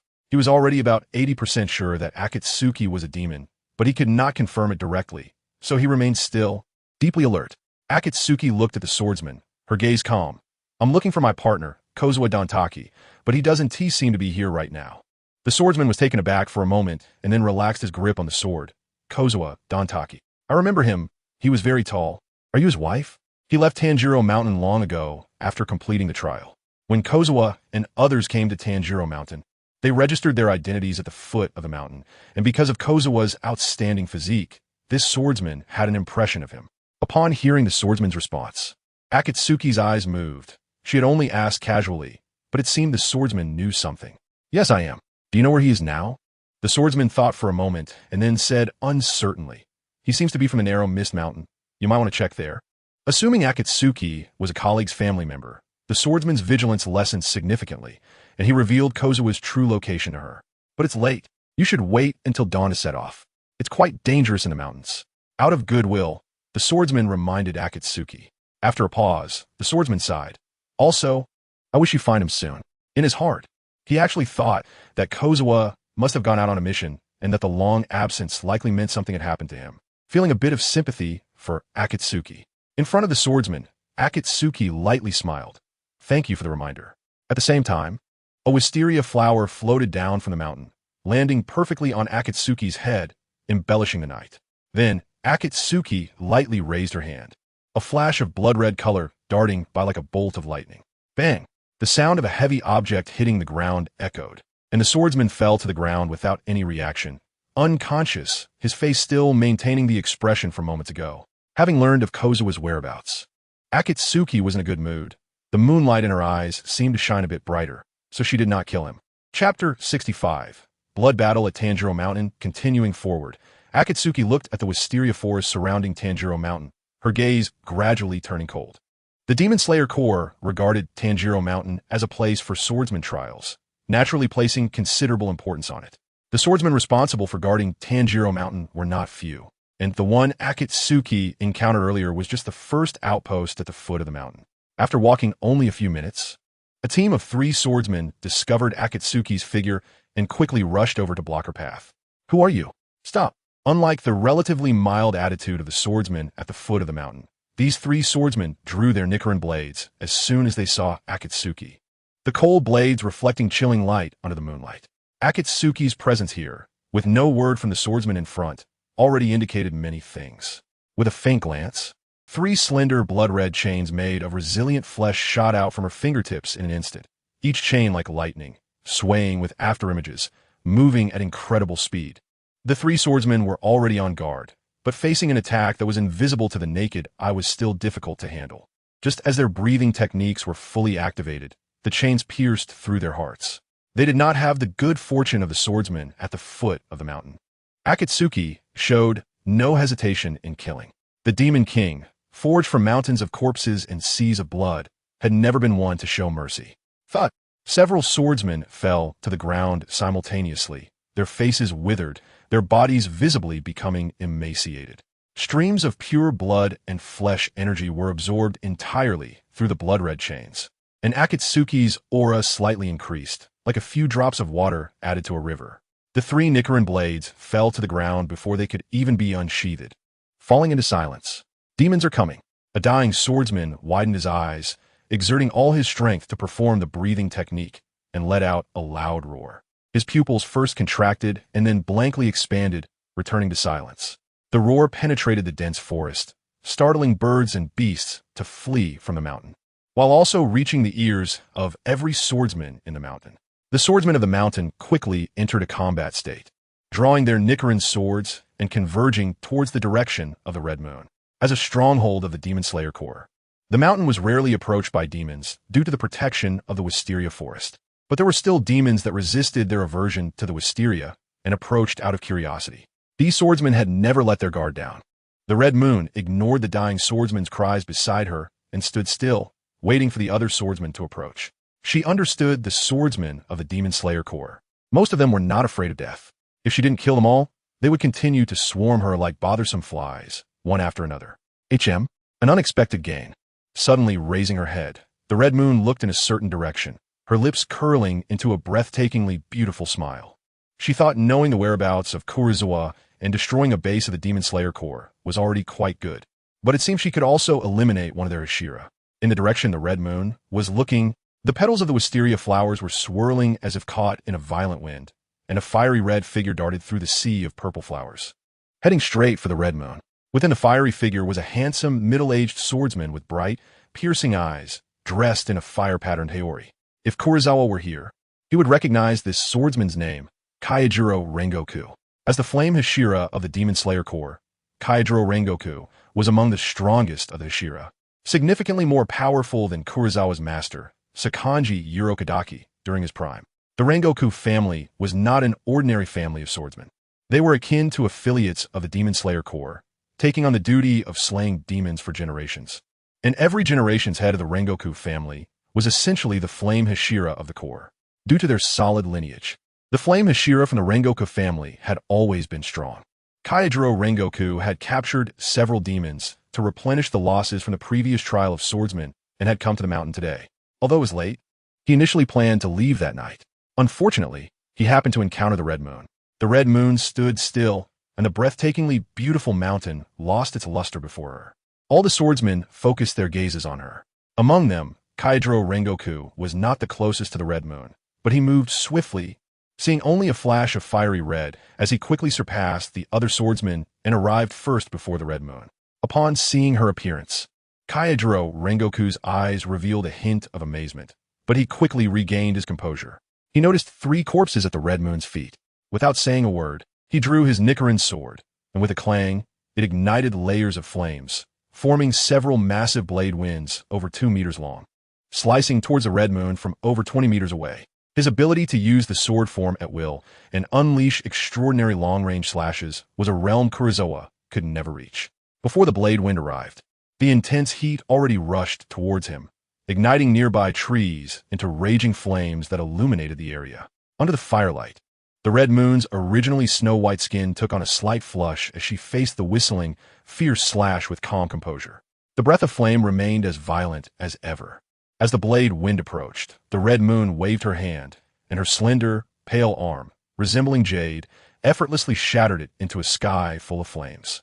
As the rain of fire fell, the Red Moon stood amidst it, her figure becoming hazy. Sizzling, some sparks landed on the nearby grass, quickly igniting into orange-yellow flames. This was the unique burning property of the breath of flame. Even if the slash was blocked, the flames from the shattered attack could still cause secondary damage. However, the flames that licked at the Red Moon's body did not harm her in the slightest. "You dare to invade my mountain and commit evil. You have some nerve." A loud shout rang out as Kaijiro Rengoku was engulfed in layers upon layers of flames, making it nearly impossible to see his true appearance. From the earlier slash, he sensed the Red Moon's strength, but due to his absolute confidence in his own power, he charged forward fiercely. Moreover, he unleashed his most adept and powerful sword form, Breath of Flame, 5th form, Flame Tiger. He took a large step forward, positioning his Nichiren sword horizontally to the ground, the tip pointing directly at the Red Moon's brow. As Kyajiro Rengoku moved, flames surged violently, vaguely taking the form of a roaring tiger, with the tip of the Nichiren's sword at the tiger's head. The flame tiger crouched low, the flames swirling around it, and the sound it produced was akin to a tiger's roar. With the roar echoing, the flame tiger pounced, its jaws opening wide as it lunged toward the red moon. The red moon displayed an appreciative expression, then planted her left foot on the ground, turning her body, and her long, agile right leg kicked out fiercely, causing the air to tremble with a dull sound. The bodies of demons were tough and powerful, but the red moon was the strongest among them. Her body had always been her most formidable weapon. Beneath her cold, slender exterior lay a violently violent and vicious beast. Judging by the strength and speed of this sidekick alone, if calculated now, her average attributes would definitely exceed 25, and that was just in her normal state, without accounting for various combat enhancements, as the red moon was not using her full strength. On the opposite side, Kyajiro Rengoku felt his vision blur. Before he could be directly hit, the flames swirling around him were already compressed by the fierce wind. The tip of the Nichiren's sword was mere millimeters from the red moon's brow, yet it could not advance any further. Chapter 66, Position. Crash. Kyajiro Rengoku was kicked away, crashing through a tree thick enough for several people to embrace, but his body was still flying back. In shock, he quickly activated his breathing technique, adjusting his form in mid-air before landing on the ground. He embedded half of his Nichiren's sword into the earth and pushed off with his legs, creating a trench over 10 meters long before finally stopping his body. Slowly standing up, Kyajiro Rengoku looked at the red moon, feeling intense pain in his chest, his expression extremely serious. Suddenly, he clutched his chest, furrowing his brow, and let out a muffled groan. Inside him, a surge of boiling blood erupted uncontrollably from his chest into his throat, which he forcefully swallowed down. Just a simple counterattack, and Kyajiro Rengoku had sustained significant injuries. I was careless. This person's strength is far beyond my expectations. Kyajiro Rengoku had not fought against an upper moon before, but he had slain lower moon demons. Based on the strength the red moon displayed, it was already far beyond the strongest demons Kyajiro Rengoku had encountered. Taking a deep breath, Kyajiro Rengoku controlled his body's injuries, sealing the flow of blood around his chest, and the turbulent blood circulation within him improved significantly. Who are you? An upper moon demon? His eyes fixed intently on the red moon. Kyajiro Rengoku's face was filled with vigilance and seriousness as he asked in a deep voice. Dancing lightly on her toes, the red moon gently rotated her ankle, as if warming up. Hearing Kyajiro Rengoku's words, she couldn't help but chuckle lightly, a smile that made the entire wisteria forest dim. Upper moon demon? Are you referring to my subordinates? The speaker was unintentional, but the listener had intentions. As soon as Hong Yue's voice fell, Rengoku Shinjuro widened his eyes. He had already estimated Hong Yue's identity to be high, but he didn't expect it to be even more terrifying than he imagined. Under the reflection of the raging flames, Rengoku Shinjuro felt a bit dazed. He had a premonition that it would be difficult for him to leave Fuji Mountain. Kabutsuji Musen. He didn't expect that the infamous Demon King was actually a stunning woman. His eyes couldn't help but remain fixed on Hong Yue as Rengoku Shinjuro refrained from attacking. He was stalling for time. He had underestimated her earlier and was hit solidly by Hong Yue's kick, leaving him with serious injuries.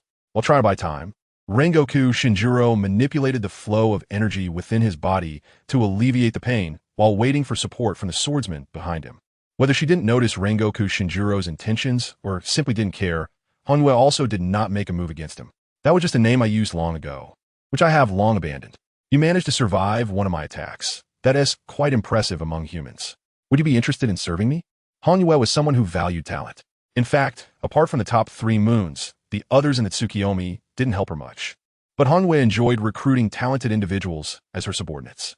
She also granted some of the other demons her blood, giving them eternal life to pursue power. Moreover, if the Kanroji family saw their own Hashira becoming an enemy, it would be quite an interesting scene. Sometimes, Hong Yue had a little bit of a wicked sense of humor. In the background, the footsteps of other swordsmen grew clearer, but looking at the unmoved Hong Yue, Rengoku Shinjuro's heart sank further. He initially held a glimmer of hope that Hong Yue was lying, but seeing her current demeanor and the confidence, arrogance, and disdain for everything in her expression made it clear to him who she was. To catch her eye, I am truly flattered, but I have no interest in hiding in the dark like a cockroach, shunning the light. You think I would abandon the light for the dark? You're overthinking it. Rengoku Shinjuro's words did not anger Hongyue. Her expression remained calm, and because she was in a good mood, a smile lingered at the corners of her mouth. Now that swordsmen were arriving, they saw the injured flame Hashira and the powerful aura emanating from Hongyue. Once she stopped suppressing her aura, she felt like a natural disaster, a top predator with an aura that only beings at the top of the food chain could possess. Within 100 meters of her, all the swordsmen couldn't help but feel their hearts race, their hands gripping their swords, trembling slightly.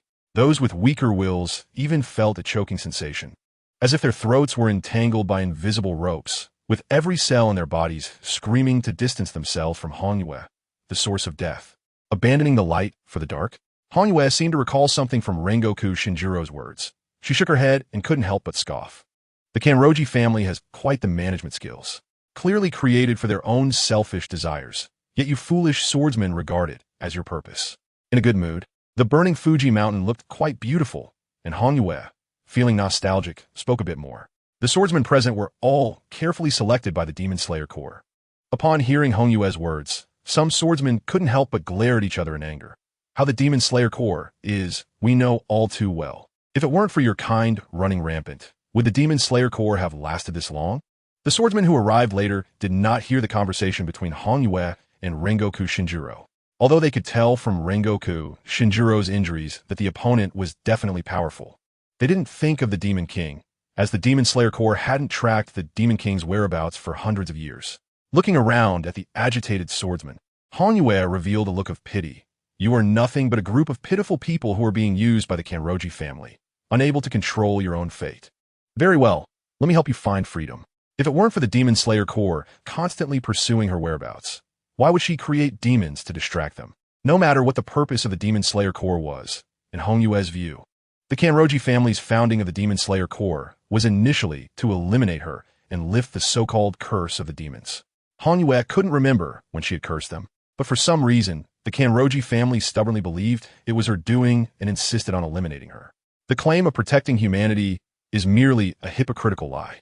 After all, the Demon Slayer Corps was established due to the Kanroji family's selfish desires, yet now they claim to fight for the world and the future of humanity. It only makes me laugh. 1,000 years ago, Hongyue couldn't be bothered with the Kanroji family, as there were some connections between them. But the Demon Slayer Corps relentlessly pursued her, and when one batch died, another would come. It was truly annoying, which was partly why Hongyue decided to create demons.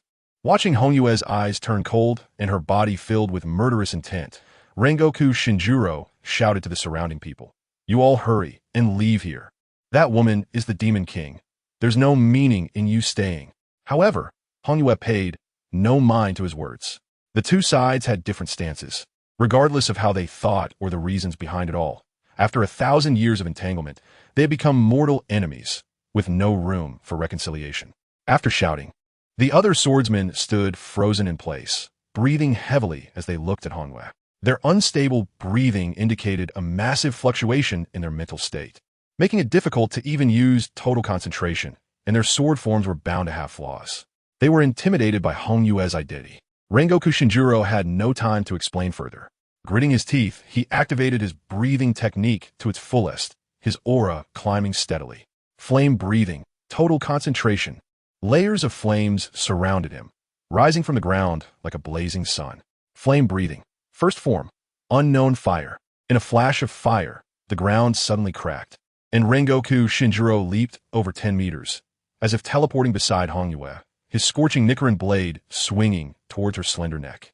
Chapter 67. Powerless spread previously. Some trees on Fuji Mountain were ignited by Rengoku Shinjuro's flame slash, and with the summer night breeze, the fire did not cease but gradually spread. Now, within dozens of meters around, there were many trees burning like torches, filling the air with a scorching heat. In such a setting, Rengoku Shinjuro's breathing became even more vigorous. The airflow mixed with sparks was inhaled into his lungs, and veins bulged on his face, with his arm muscles becoming more defined. The amplification of total concentration reached its peak at this moment. Among all the sword forms of the breathing techniques, there was one that was the most basic, the simplest, and also the most fierce and swift cut. The first form of water breathing, surface slash, the first form of thunder breathing, thunderclap, and for flame breathing. It was the first form Rengoku Shinjuro was using now, unknown fire. The speed of the extremely explosive slash was fast, dragging the flames along, even forming a fan-shaped afterimage. Many of the nearby swordsmen didn't even catch Rengoku Shinjuro's movement. He had already surged next to Hongwei. Such rapid explosive power could only be achieved by flame breathing and thunder breathing. Hongwei did not underestimate him. The edge of her right forearm pulsed with flesh and blood, quickly condensing into a blade of reverse blood that was as translucent and green as a ruby in the blink of an eye. Clang! With her arms raised, the Red Moon arrived first, intercepting Rengoku Shinjuro's attack. At the same time, she clenched her left fist, her delicate and fair fist creating a shockwave that compressed the air, striking towards Rengoku Shinjuro's abdomen. The immense pressure from the abdominal muscles made Rengoku Shinjuro feel as if a blood hole might appear, penetrating completely through him. He quickly dodged, avoiding a fatal blow, but still got hit on the right side of his waist. A sharp pain made Rengoku Shinjuro grimace repeatedly. He kicked out, flames igniting at his toes, aiming for the Red Moon's head. The Red Moon raised her arm to block the attack, her body only trembling slightly, while Rengoku Shinjuro felt as if he had kicked a heavy mountain, and he was pushed back a few meters by the recoil. Looking down, he saw that the fabric on the right side of his abdomen had been shredded, revealing a bloody wound. Rengoku Shinjuro realized the vast difference in strength and couldn't help but sigh. Against the Red Moon, he wasn't entirely defenseless. He could at least keep up with her movements, but it was quite strenuous, and it was difficult to block her attacks. Each encounter left him with injuries. After just 2 exchanges, he had significant wounds on one side of his chest and abdomen, while the Red Moon remained unscathed and hadn't even exerted herself fully. If 5 people of comparable strength worked together, supporting and coordinating with each other, they should be able to block her attacks and even inflict some damage. But here he was alone. The situation was dire, yet Rengoku Shinjuro suddenly revealed a carefree smile. The best fate for a swordsman is to die in battle against demons. The Rengoku family never feared death. He glanced at the glistening reverse blood blade on the Red Moon's forearm, seeing the cold light reflected from the blade in the firelight. And he had no doubt about its lethality. A small crack had already appeared on the blade of his Nichiren blade, where it had come into contact with the Red Moon's blood blade. Time passed, and the Red Moon's patience was wearing thin. She looked up at the moon and decided not to waste any more time. With a crash, the seemingly delicate body concealed terrifying strength, and the ground cracked layer by layer, creating a 2 to 3 meter deep pit at the Red Moon's feet, as she transformed into a red streak, charging towards Rengoku Shinjuro. Faced with the proactively attacking Red Moon, Rengoku Shinjuro's situation instantly became extremely dangerous, precarious. And with each second of combat, he was accumulating injuries. Unlike demons that can infinitely heal their wounds, Rengoku Shinjuro could only barely stop the bleeding and maintain his combat ability temporarily. Behind him, the other swordsmen regained their senses and felt their lips dry as they saw Rengoku Shinjuro in danger. In the instincts of all living beings, there is an unavoidable fear when facing someone much stronger. Ordinary humans, when encountering a beast in the mountains, may try to flee, only to find themselves paralyzed by despair, unable to move. This is the oppressive aura of a predator. Only those with a resilient spirit can break free from such pressure and even transform fear into courage. Fighting desperately, most of the Demon Slayer Corps swordsmen possess such tenacity. After the initial fear and torment passed, many swordsmen had completely broken free from the Red Moon's aura of intimidation. Though their hands still trembled slightly while holding their swords, they had indeed found the courage to confront the Red Moon. The swordsmen's breaths became steady.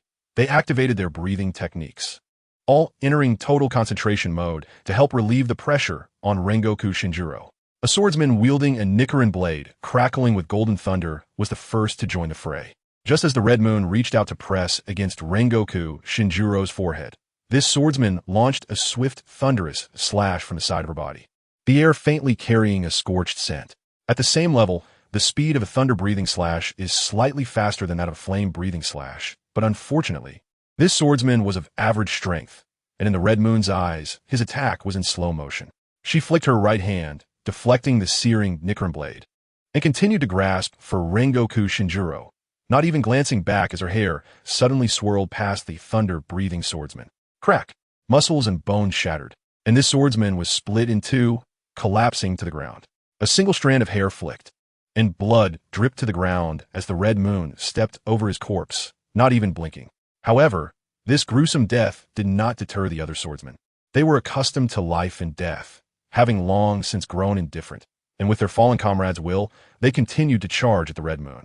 Meanwhile, Rengoku Shinjiro turned his head to evade an attack, but the Red Moon twisted her wrist and slapped him on the shoulder, sending him flying far away with a crash. It was visibly apparent that Rengoku Shinjiro's left shoulder had collapsed, his left arm hanging limply below, just as the Red Moon intended to pursue and finish off Rengoku Shinjiro. More swordsmen rushed in one after another. She, with no patience, tore through a dozen approaching swordsmen into pieces in just a few breaths. With her power, only a Hashira could barely withstand her. The rest were like paper soaked in water, crumbling upon contact. Rengoku Shinjiro's body collided with a tree, shaking down a large number of leaves. Gritting his teeth, he shouted at the remaining swordsmen, "What are you all coming here for? Are you coming to die? Quickly leave Mount Fujisaki and relay the message to headquarters. That's an order." Chapter 68. The Identity of the Red Moon. Originally, there were more than 30 swordsmen in Fujisaki Mountain, but now only about 10 remained. The gap was too large. They had no capital to participate in the battle and could not help at all, not wanting to see the swordsmen die in vain. Rengoku Shinshiro issued an order in his capacity as a Hashira. The remaining swordsmen exchanged glances upon hearing the order, and after seeing Rengoku Shinshiro's extremely serious expression, they steeled themselves and turned to flee. They had witnessed the Red Moon kill those swordsmen in an instant and understood Rengoku Shinshiro's intentions. Any hesitation would only add to the trouble. The Red Moon paid no attention to the fleeing swordsmen. In her eyes, they were insignificant. Only Rengoku Shinshiro was her target. Looking at Rengoku Shinshiro, who was covered in wounds yet still had bright, determined eyes and showed no sign of retreat, the Red Moon felt admiration. She always appreciated swordsmen who were unyielding unto death. However, suddenly, a loud heartbeat echoed like thunder in Rengoku Shinshiro's chest. As he exerted all his energy into his breathing technique, he found that his heartbeat and blood flow were suddenly increasing rapidly, and his strength was surging. Strange patterns began to creep up his cheeks. On the opposite side, the Red Moon noticed the changes in Rengoku Shinshiro and furrowed her brows. She recalled the patterns on Kurosawa and the unique attributes those patterns conveyed. As long as a patterned swordsman appeared, anyone who came into contact with them had a high probability of awakening patterns in battle. Could the source of the patterns be you? The dazzling smile of Kurosawa, like the sun, flashed through her mind. She remembered Kurosawa awakening his patterns and vaguely felt that he was the source of the variables. 400 years. Suddenly, for some reason, the Red Moon murmured softly, a look of reminiscence flashing in her eyes as she turned to Rengoku Shinshiro, whose heartbeat was like a pump and whose breath was at its peak. Feeling the surging power within him, Rengoku Shinshiro's pain seemed to vanish after awakening his patterns. He slowly straightened his body, revealing a bright smile. So this is the power of the patterns. No wonder the patterned swordsman could easily sweep away demons. I think I finally have the qualifications to fight you now. Crack, crack, crack. The sound of bones cracking echoed in his body as many broken ribs temporarily forced themselves back together. Rengoku Shinshiro's combat power was not significantly affected by his injuries. A swordsman proficient in breathing techniques could accomplish many things that ordinary people could not. Although he was not omnipotent, he had indeed surpassed the realm of ordinary humans. Fixing his gaze on the Red Moon, Rengoku Shinshiro concentrated all his energy on her. He understood that he had only one chance to strike. With the Red Moon's reaction speed, she would not give him a second opportunity. The patterns were unstable, and the accelerated heartbeat and blood flow were constantly increasing the burden on his already heavily injured body, making matters worse. However, the powerful combat strength gained from sacrificing this was a glimmer of hope for Rengoku Shinshiro to fight with his life on the line. You have never given it your all. I hope you can face this battle seriously, otherwise you might die. With a slight smile, Rengoku Shinshiro spoke earnestly. He knew his current state had greatly improved, but still could not compare to the Red Moon. However, having seen the Demon King, he felt it would be a regret not to witness her true power, and he hoped she would unleash her full strength at least once. I always reserve respect for the strong. It seems you want to battle with everything on the line. Very well, I will let you die with a smile. The Red Moon spoke lightly. Her beauty under the moonlight was cold and stunning, and just standing there stole the color from the surroundings. On the other side, a fury aura émergé. As Rengoku Shinshiro breathed it into his lungs, sparks of fire began to swirl, around him like mist. At that moment, the fighting spirit surging from Rengoku Shinshuro reached a nearly tangible level. Boom! Rengoku Shinshuro suddenly stepped forward, his feet shattering the ground and sinking into the earth. He bent down inch by inch, pressing his hands tightly against his right shoulder, firmly gripping the Nichiren blade that extended towards the sky. Flame breathing, ninth form, purgatory. With a thunderous sound, the ground cracked layer by layer. An enormous fissure spread beneath Rengoku Shinshuro's feet as if infinite flames enveloped him, igniting fiercely from his heart and then surging towards his limbs. The explosive flames propelled Rengoku Shinshuro forward, arriving in front of the red moon as if teleporting, instantly forming a massive pillar of fire that illuminated the night in Fujisaki Mountain. As the final step descended, circles of flames rose from the ground, enveloping both the red moon and Rengoku Shinshuro, while the surrounding trees suddenly ignited. The extreme limit of the sword form, the domain-like ultimate technique, possessed unimaginable power. In this battlefield filled with hellish flames, this was Rengoku Shinshuro's ultimate technique. In the endless flames, Rengoku Shinshuro, holding the Nichiren blade in a protective posture, unleashed a torrent of fierce attacks in an instant. The sound of thunder echoed endlessly as a gigantic fire tornado, several meters thick, shot up into the sky. Within this domain formed by the fire tornado, Rengoku's combat power reached its peak in this lifetime. The flames acted as a barrier, obscuring the view. No one could see the true state of the battle, only vaguely perceiving two glowing red forms colliding and the sound of metal clashing. A minute later, with a crisp sound, it was as if time had frozen.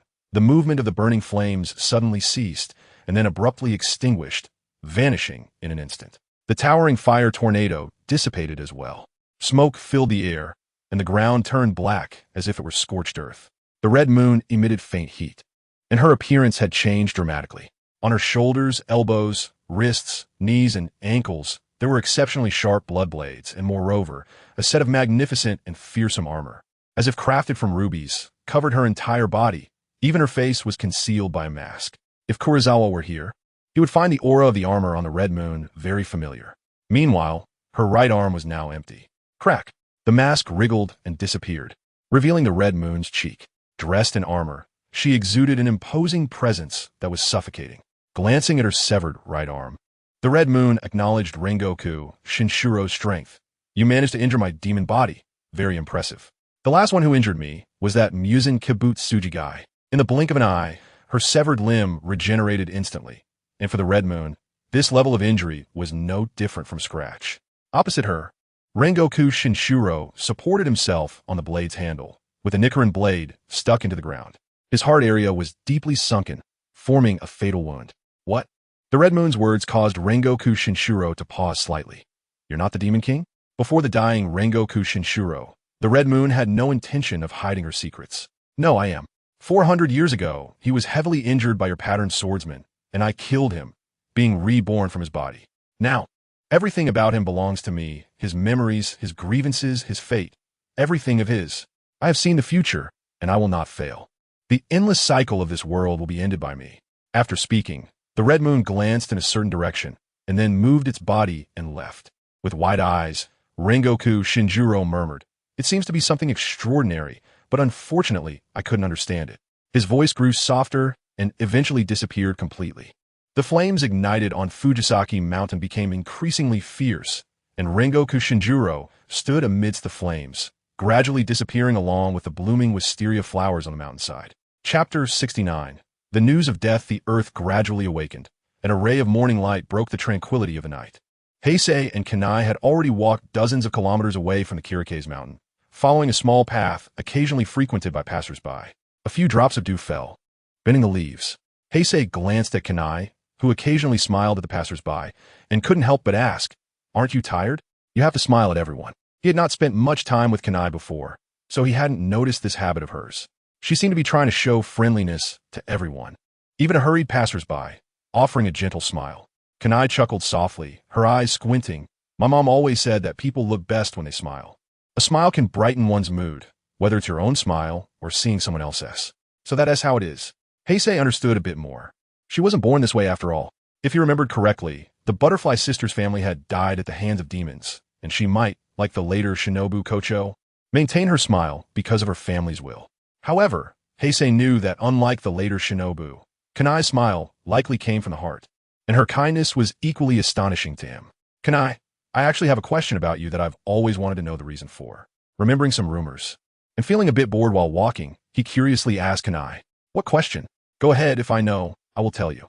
Kanai readily nodded. "I heard that you have sympathy for demons and hope that humans can coexist peacefully with them." Why? If she were like Heisei, who held no hatred towards demons, it would be understandable, but Kanai's family had all died because of demons. If it weren't for the Demon Slayer Corps, she wouldn't have survived, just like Shinobu. However, from Heisei's perspective, it was truly difficult to comprehend how one could hold such hatred, yet still forgive the other. Pausing her steps, Kanai spoke in her still, gentle tone. "Heisei, where do demons come from?" Hirazawa kicked away a stone blocking the road. "Humans are infected and assimilated by the blood of demons, with the Demon King as the source. Powerful demons can use their blood to turn humans into demons. Once transformed, normal thinking ceases to exist, thoughts become distorted, and negative emotions are amplified infinitely. Perhaps there are those who can suppress the demon's nature at first, but over time, as long as there are no accidents, the human side will be gradually consumed, leading to more and more instances of losing control, ultimately resulting in complete degradation. Yes, they come from humans." Nodding slightly, Kanai's voice was somewhat emotional. "Demons and humans are the same kind of beings. They were once humans, just like us. It's just that demons are driven by desires and cannot control themselves. But it's not their fault that they become harmful. Faced with demons with a tragic fate, I cannot help but feel sympathy. But sympathy is one thing.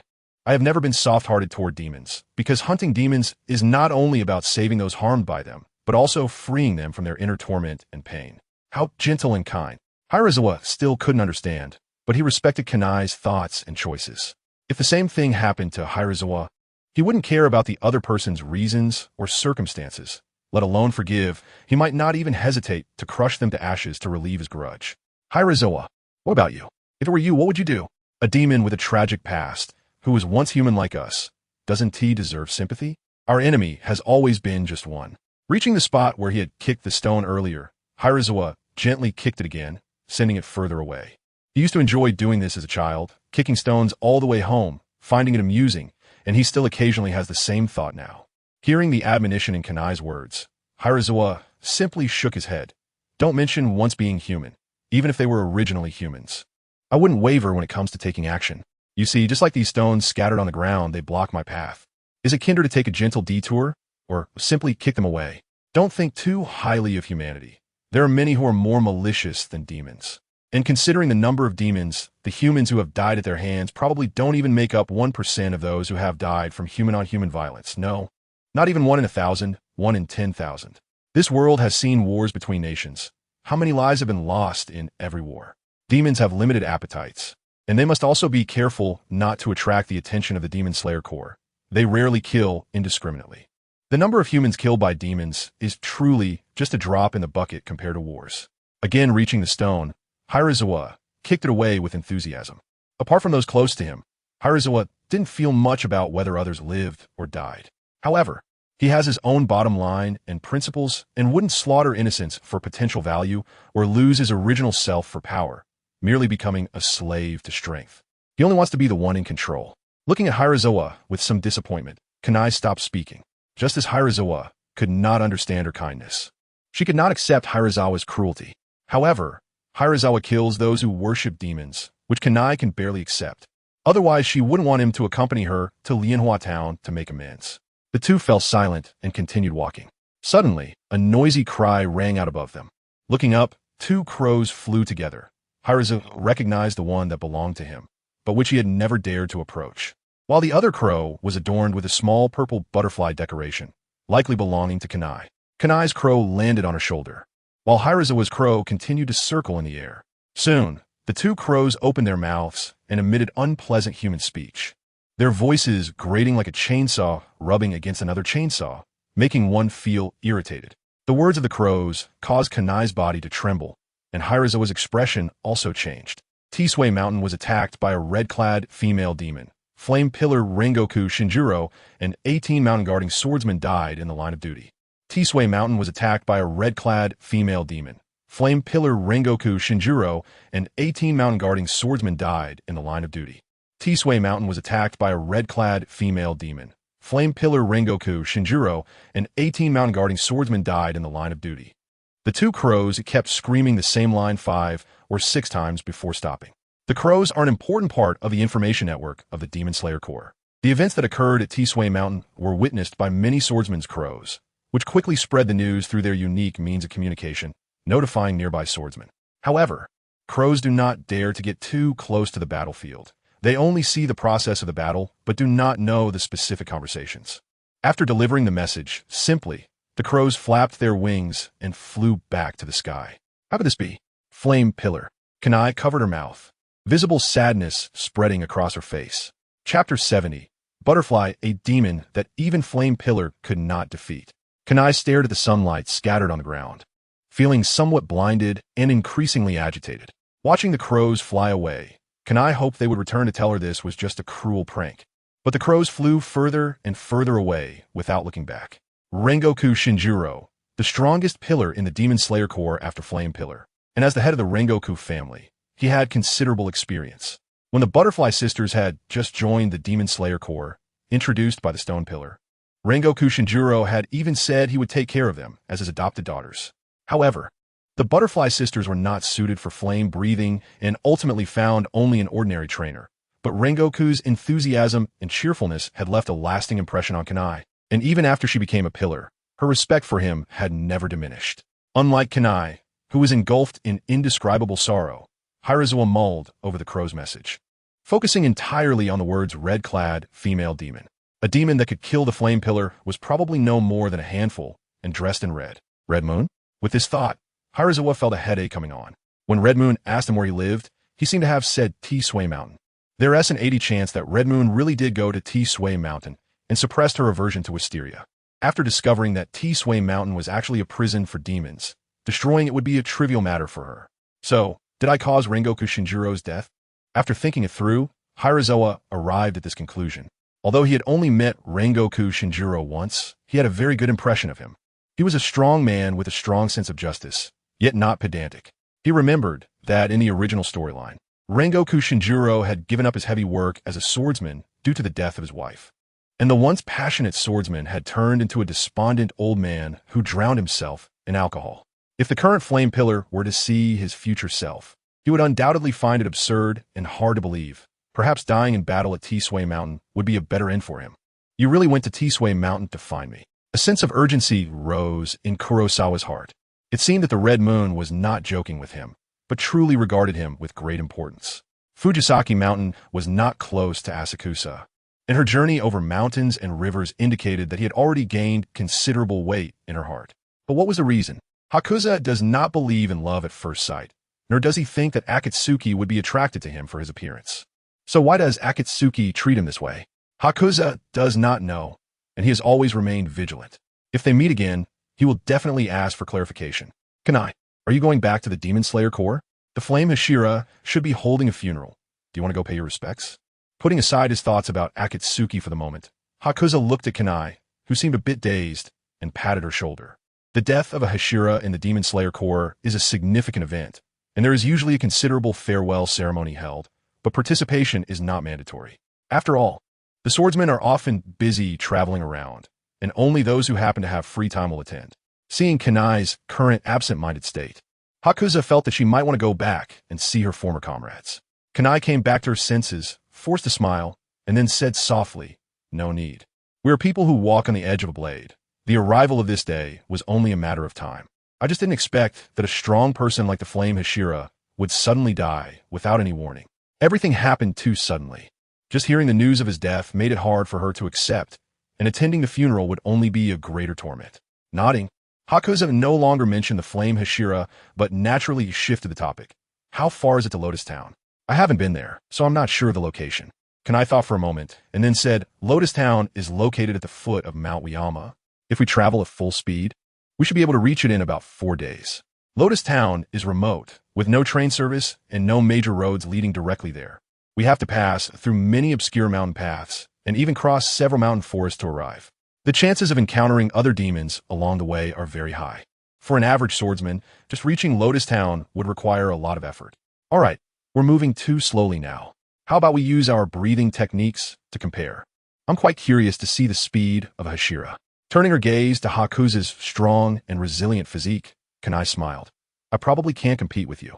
She is skilled in agile movements and exquisite sword techniques, but her physique is far inferior to Hakusa's. How will you know if you don't try? I won't hold back. As a Hashira, you should let me win, right? As soon as she finished speaking, Hakusa did not use his breathing technique, but simply relied on his strong physique to leap forward. If he had activated his breathing technique, Kanai would never be able to catch up. With Hakusa's current strength, even an average Hashira like Kanai might not be his match anymore.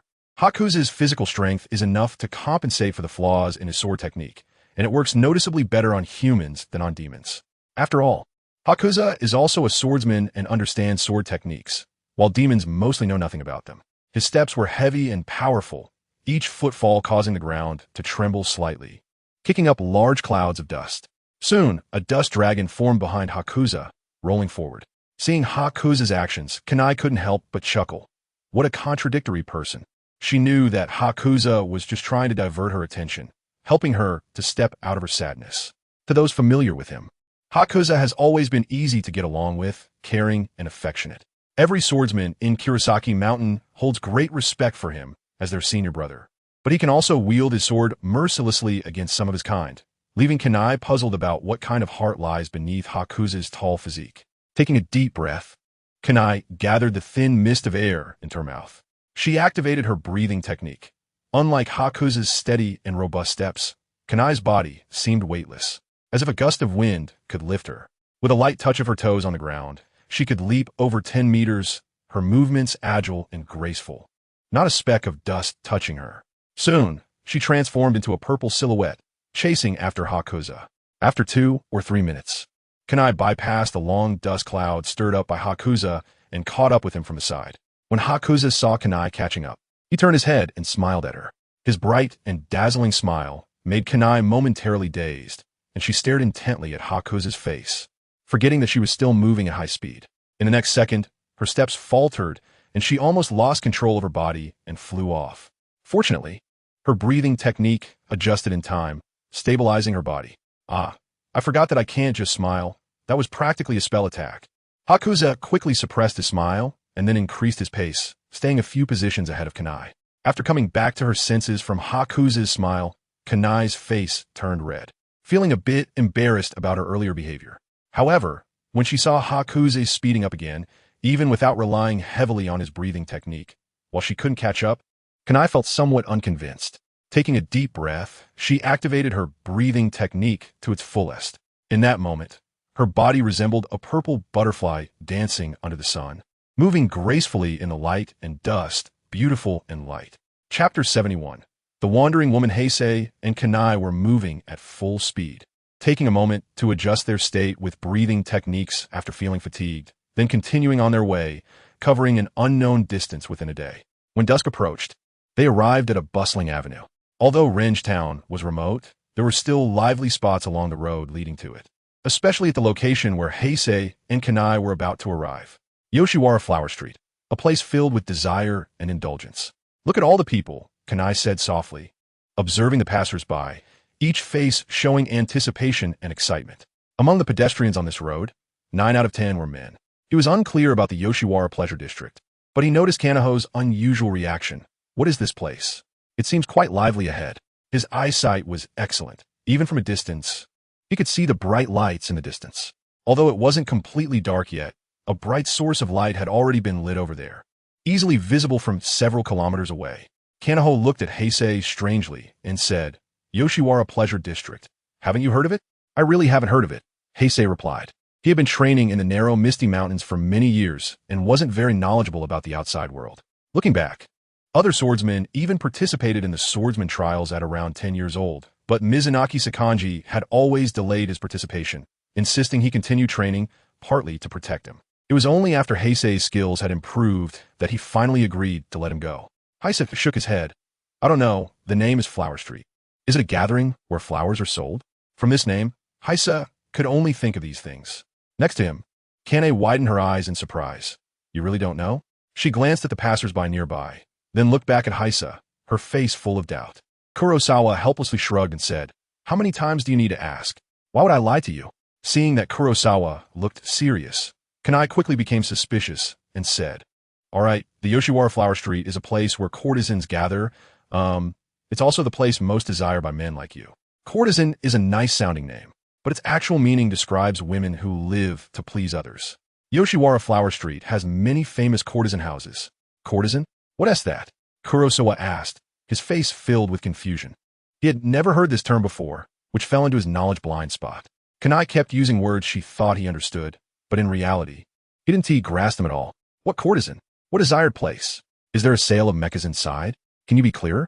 Why are you being so evasive? Not paying attention to the strange words that slipped from Kurosawa's mouth, Kanai's face flushed, unsure how to explain.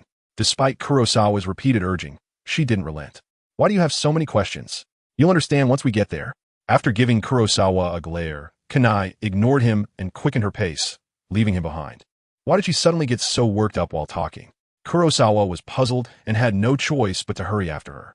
After a few minutes, the two officially arrived at Yoshiwara Flower Street along the main road. Kurosawa stood in place, stunned by the scene before him. The ambiguous lights filled the entire street, with no dark corners in sight.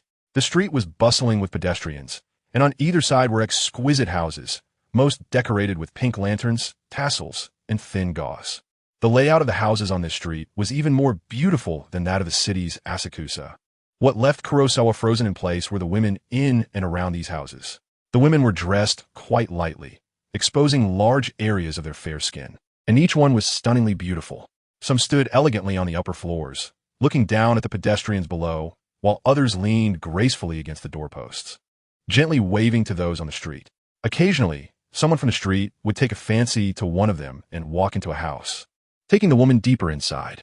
Upon seeing this scene, Kurosawa finally understood the meaning of courtesan. So it turns out it refers to heavenly beings, and the name is quite nice. Kurosawa awkwardly shifted his gaze away and took a deep breath to calm himself. Rolling her eyes at Kurosawa, Kanai scolded. "Now you get it, huh? You kept asking and asking. Do you also want to go inside and stay for a night?" Heisei pondered for a moment and then replied solemnly, "That might not be a bad idea. With so many people around, it's very likely that some spirits could blend in. As a swordsman, it is my duty to investigate whether the Yoshihara Flower District is safe." This was originally just a joke, but out of caution, Heisei slightly closed his eyes, concentrating to activate his fighting spirit perception. There were too many people in the Yoshihara Flower District, and various types of fighting spirits were mixed together. If his mind was distracted, it would be difficult to distinguish between human and spirit fighting energies. Beside him, Kane looked at Heisei with annoyance and said, "If you really want to stay, I won't stop you, but don't expend too much energy.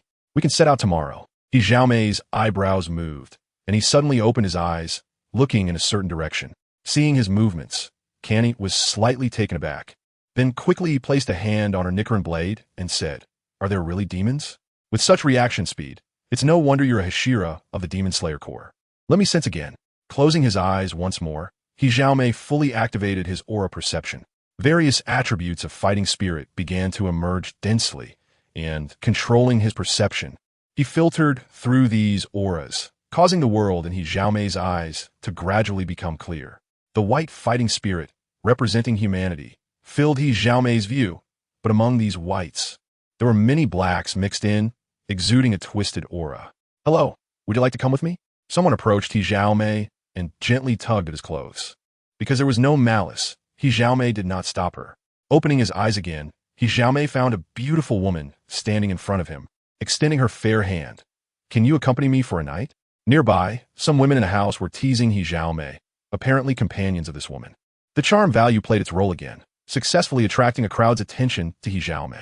In fact, even without this charm value, he still stood out among the many passersby. His well-trained physique, the muscles faintly visible under his clothing, and his calm, powerful, unique aura made him as dazzling as a firefly in the night. Kanny leaned close to Hijaome's ear and whispered, "In Yoshiwara, courtesans invite men without requiring payment." "Hijaome, you seem to be quite popular. Isn't that obvious?" Hijaome looked at Kanny in surprise, but received a fierce glare in return. "Sorry, I already have a companion." He casually pointed to Kanny, smiled slightly, and declined the woman's invitation. "What a joke, trying to get a free ride from me. That's impossible. I'm not that kind of person. The woman left somewhat disappointed. And the other women, who were eager to try, also showed expressions of disappointment, but their passionate gazes occasionally lingered on Xiaomei. What are you talking about? I ask you, did you really sense a demon? Do you have the same keen perception as Senior Rengoku? Kurosawa's gaze shifted to a four-story building that stood out among the many magnificent houses. It felt almost right. There was a strong presence of a spirit here. In his aura perception, the spirit energy within that tall building was highly condensed, at least at the level of a Hashira, comparable to Kanei's aura, and perhaps even stronger. Chapter 72, Waraji-heim, a luxurious and eye-catching sign hung above the tall building, with 3 golden characters inscribed, Kayagakuya. Even in the bustling Yoshiwara flower street, filled with various brothels that dazzled the eye, this Kayagakuya seemed to hold a significant status, with many guests lingering at its entrance. However, most of them just sighed and left after taking a look, seemingly lacking the funds to enter. Kanei's gaze also turned to Kayagakuya. After glancing in that direction, she turned back and said, I've heard of this place. It's a very famous brothel in Yoshiwara Flower Street, Kayagakuya, known for having a courtesan that many people admire. I think her name was something like Heim. Waraji-heim. I've had the fortune to see her once. She truly lives up to the title of courtesan. Someone nearby, having overheard Kanei's words, kindly offered an explanation before quickly disappearing into the crowd. Since they decided to investigate Renhua Town, Kanei had researched the routes there, and her understanding of Yoshiwara Flower Street came from that time. In Yoshiwara, there were many courtesans, and among them, the highest ranking were referred to as courtesans. Unlike ordinary courtesans who were at the mercy of their clients, the courtesans did not have to be seen by just anyone. They could choose their clients freely. Currently, it seemed there was only one courtesan in the entire Yoshiwara Flower Street.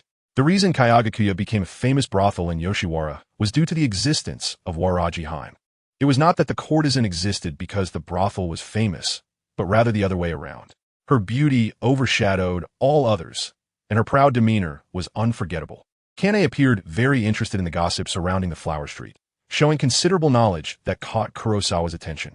Unfortunately, most encounters did not live up to their reputation. Let's go see this Kayagakuya, Kurosawa said. His aura perception had already locked onto Kayagakuya, and that powerful, condensed spirit energy was moving within, located on the top floor. Not far away, a few minutes later, Kurosawa and Kanei arrived at the entrance of Kayagakuya. Looking inside, they were greeted by dazzling decorations and exquisitely made-up, charming young women. Kurosawa doubted whether he had enough money to enter, but fortunately, he had no intention of spending any, so he did not worry about that. However, this place was different from other brothels. It seemed that a fee was required just to enter. Kurosawa noticed several burly security personnel standing at the door. How do we get in? Kanei also noticed them. As a Demon Slayer core swordsman, she could apply for funding from a team. But Kanei was not one to indulge in pleasures. She usually only spent a little on necessities and did not carry much money. Just then, a commotion suddenly erupted in the crowd. Look, it's Waraji-heim. Waraji-heim has appeared. On the 4th floor. She's just a courtesan. It's you all who have idolized her. Can a courtesan be compared to an ordinary courtesan? Following the actions of those around them, Kurosawa and Kanei took a few steps back and looked up. On the 4th floor, a beautifully embroidered satin ribbon first came into view, followed by a woman dressed in a gorgeous kimono, adorned with exquisite hair ornaments. Leaning against the edge of the railing, peering down. Her petite face was perfectly shaped, with cherry blossom-like soft lips and a pair of water-like eyes that seemed to hide autumn waves. Each strand of hair was as black and glossy as if drawn with ink. At that moment, an unprecedented silence fell over the noisy crowd. In fact, if it were just her appearance, although she was stunningly beautiful, it would not be enough for her to be revered as a courtesan, as beautiful women were plentiful in the flower street. What rendered the crowd momentarily silent and dazed was not just her delicate beauty, but the haughty demeanor that radiated from her. The courtesan named Waraji-heim looked down at the crowd, gently tilting her head, her eyes filled with disdain and contempt, as if viewing the people below as her lowly slaves, while she stood as the only beautiful queen above them. With a slight glance and a cold smile, she revealed herself, causing a stir before retreating back into the 4th floor room, leaving behind a crowd gazing up in awe. Yoshiwara Flower Street was a gathering place for courtesans, and no matter how beautiful their names sounded, they all performed a profession deemed lowly in the eyes of others. Thus, no matter how sweetly the courtesans smiled, the lingering grayness in their eyes could not be erased. They merely smiled to survive. Yet among these courtesans, There existed one who stood high above them, like a queen. And this was not mere role-playing. Waraji Heim's pride came from within, not a facade. Anyone who had seen her demeanor could clearly sense her view of everyone else as insignificant. That dismissive, haughty smile amidst the forced pretenses of Yoshiwara Flower Street was unforgettable to all. It was surprising that a demon could become a courtesan and be adored by many. However, few could rival her beauty. Unlike others who only saw her exterior, Kurosawa noticed the spirit energy traits belonging to a demon within Waraji Heim. Observing closely, the feeling was even stronger than before. In Kurosawa's view, the reason she could become a courtesan was quite simple. Her outstanding appearance, combined with the unique, dangerous aura of a demon as a hunter of humans, captivated those accustomed to flirtatious smiles in Yoshiwara Flower Street, making them unable to extricate themselves. That's it. The demon in Kayagakuya gives off a strong feeling, Kurosawa whispered to Kane. However, upon seeing Waraji Heim's demeanor, Kane had some guesses. I see. She gives me the impression of a vibrant rose growing on a tombstone, seemingly beautiful, yet covered in thorns, nourished by corpses and blood, a great danger. The journey to Renhua town was long, and encountering demons during the trip had long been anticipated by Kane. However, she did not expect that her Hashira intuition would tell her that this first encounter demon would definitely be very strong. I have tough skin and can take a beating. I'm not afraid of thorns. If she encounters me, she's out of luck, Kurosawa chuckled. But how we get into Kayagakuya? I don't have enough money to enter normally. He thought that forcing his way in might alarm her. Kurosawa then looked around, noticing that the patrons nearby seemed to have plump wallets. With his skills. Hey, what are you thinking? Kane, following Kurosawa's gaze, realized his thoughts and pinched his arm hard. Unfortunately, her fingers couldn't budge his muscles at all. Everyone around seems quite wealthy. Kurosawa unabashedly expressed his thoughts, feeling quite tempted. No way, Kurosawa. Using your training to do such things, stealing from others. How can you stoop so low? Kane held firm to her principles. As a demon slayer core swordsman, how can you engage in such behavior? It's too shameful. Hirose looked at Kanahu in surprise, speaking in a very straightforward manner. How can money I earn through my own efforts be considered stealing? Unfortunately, Kanahu remained unyielding. I don't care, it simply isn't allowed. After glancing at the luxurious interior of the Kayagaku house and seeing the beautiful courtesans, Hirose suddenly had a clever idea. With a mysterious smile at Kanahu, Hirose carefully observed her, then cleared his throat and adjusted his expression. Since you don't agree with my previous suggestion, we'll just have to come up with a different one. Chapter 73. Entering the Kayagaku house. Kurosawa's appearance gave Kanahu a bad premonition. She took a step back and asked warily, "What bad idea are you thinking of?" Kurosawa smiled and said, "I, Kurosawa, am always kind and innocent. Not many bad ideas here." He pointed at Kanahu with a serious expression and continued, "Kanahu, I think if you dressed up a bit, you wouldn't lose to the courtesans here in terms of beauty." The first impression Kanahu gave was that of a neighborly sister, a gentle and kind character like a sweet little sister, which made people easily overlook her appearance due to her overly gentle and amiable personality. However, upon closer inspection, one would find that Kanahu was quite beautiful even without makeup. In fact, the Butterfly Sisters were all very beautiful women, and if Kanahu were to adorn herself as exquisitely as Waraji, she would definitely be just as stunning. However, in terms of the allure of demeanor to these street courtesans, Waraji's aloofness would likely be more captivating. After all, there were already many gentle and understanding roles among the courtesans.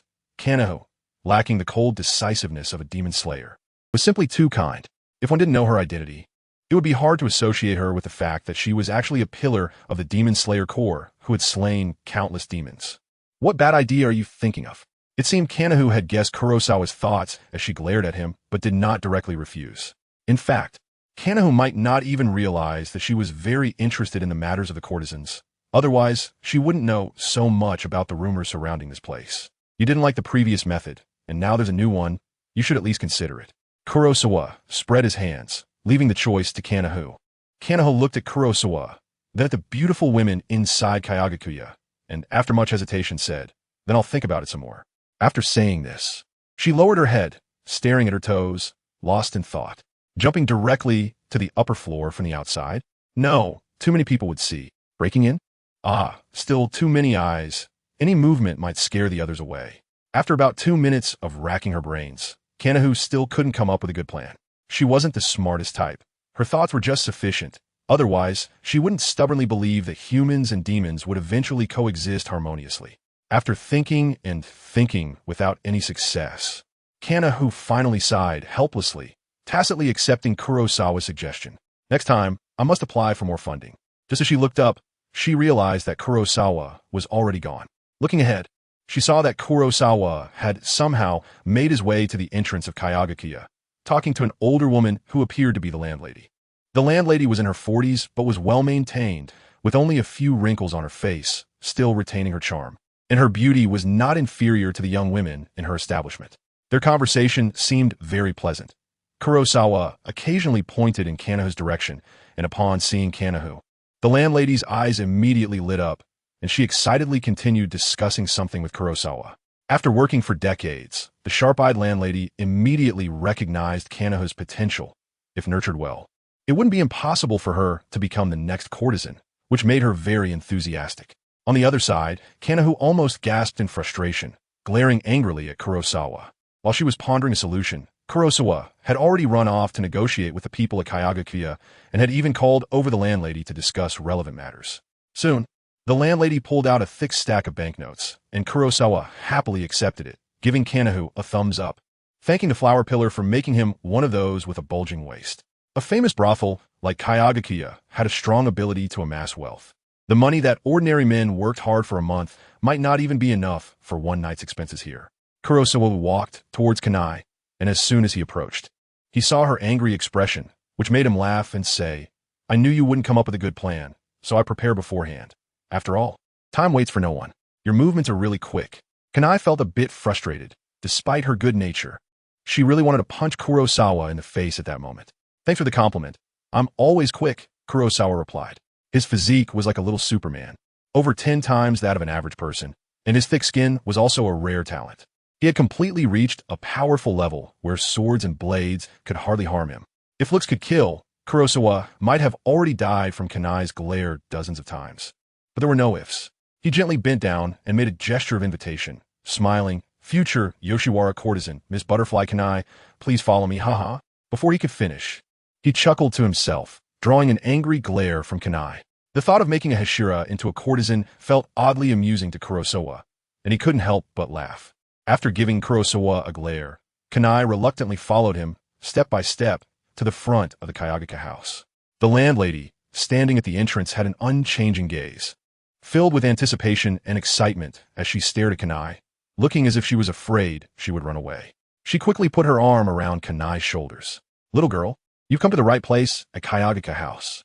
You saw the courtesan Waraji earlier. As long as you give those stinky men a cold shoulder, you'll receive a lot of admiration and adoration. If you follow my advice, becoming the next Waraji is entirely possible. I see your potential and will nurture you well." People are greedy. Having one Waraji at Kayagakiya house already outshines other brothels, bringing in gold daily without question, yet the landlady still hoped to cultivate another. She felt a sense of crisis. From her words, it seemed she was the one who trained Waraji, but she knew that a Waraji is a courtesan no matter where they are. Without Waraji, Kayagakiya house would fall to the level of an ordinary brothel. So she always wanted to personally cultivate her own courtesan. Meanwhile, Kurosawa found the landlady's words somewhat familiar. After seeing her expression, he suddenly realized, do all bosses start by painting a grand picture? However, with Kanai's talent, she might just mean what she says. Facing the enthusiastic landlady, Kanai's gaze drifted towards Kurosawa, while Kurosawa casually turned around, admiring the other coolly dressed girls in Kayagakiya house. "Come on, I'll take you inside to have a look," the landlady said, pulling Kanai's hand and leading her and Kurosawa into the luxurious Kayagakiya house. Upon entering, a wave of grandeur and opulence hit them. The space inside Kayagakiya house was ample, decorated with seemingly valuable calligraphy and paintings, as well as some antique-looking items that were full of a sense of history. "These are all from the Sengoku period. They're real," the landlady said. Even with Kayagakiya house's financial power, collecting these antiques wasn't easy. "But I have no other hobbies. I just like collecting these historically rich artifacts." The landlady was very talkative, also using conversation to ease Kanai's tension. At that moment, Kurosawa suddenly spoke up. "Can we meet Waraji? I want to see this Yoshiwara courtesan up close and find out if my Kanai really has a chance to surpass her." In the previous conversation, he had referred to himself as Kanai's older brother, and no one cared whether it was true or not. Chapter 74. Fallen Princess want to meet Waraji first? Kanai nodded eagerly. Yes, I also want to get to know my future colleague, especially this courtesan. The landlady was taken aback for a moment, then smiled and said, I understand. Since you've chosen Kayagaka House, getting to know Waraji is only a matter of time. But you both need to be mentally prepared. Waraji is not easy to get along with and has a very willful temperament. For her, Waraji was no different from an ancestor, despite being the landlady. She was also at Waraji's mercy, as Waraji seemed to have never cared about her status. Or rather, in Waraji's eyes, the entire Kayagaka House was just a tool for her to showcase herself. Her lofty attitude was not only directed at those men, but was the same for everyone. After that, under the landlady's guidance, Kurosawa and Kanai made their way through the floors until they reached the 4th floor. In the entire Kayagaka House, only Waraji and a few close female attendants who helped her with her makeup lived on the 4th floor. Upon reaching the 4th floor and passing the room at the end of the corridor, they arrived at Waraji's residence. In Kurosawa's aura perception, the presence of demons became increasingly strong. Not only Waraji, but in the other rooms on the 4th floor where the landlady mentioned Waraji's personal attendants resided. There was also demonic energy present. There were 3 of them, significantly weaker than Waraji, but still among the elite of demons. Likely at the level of the exhausted family members from Spider Mountain.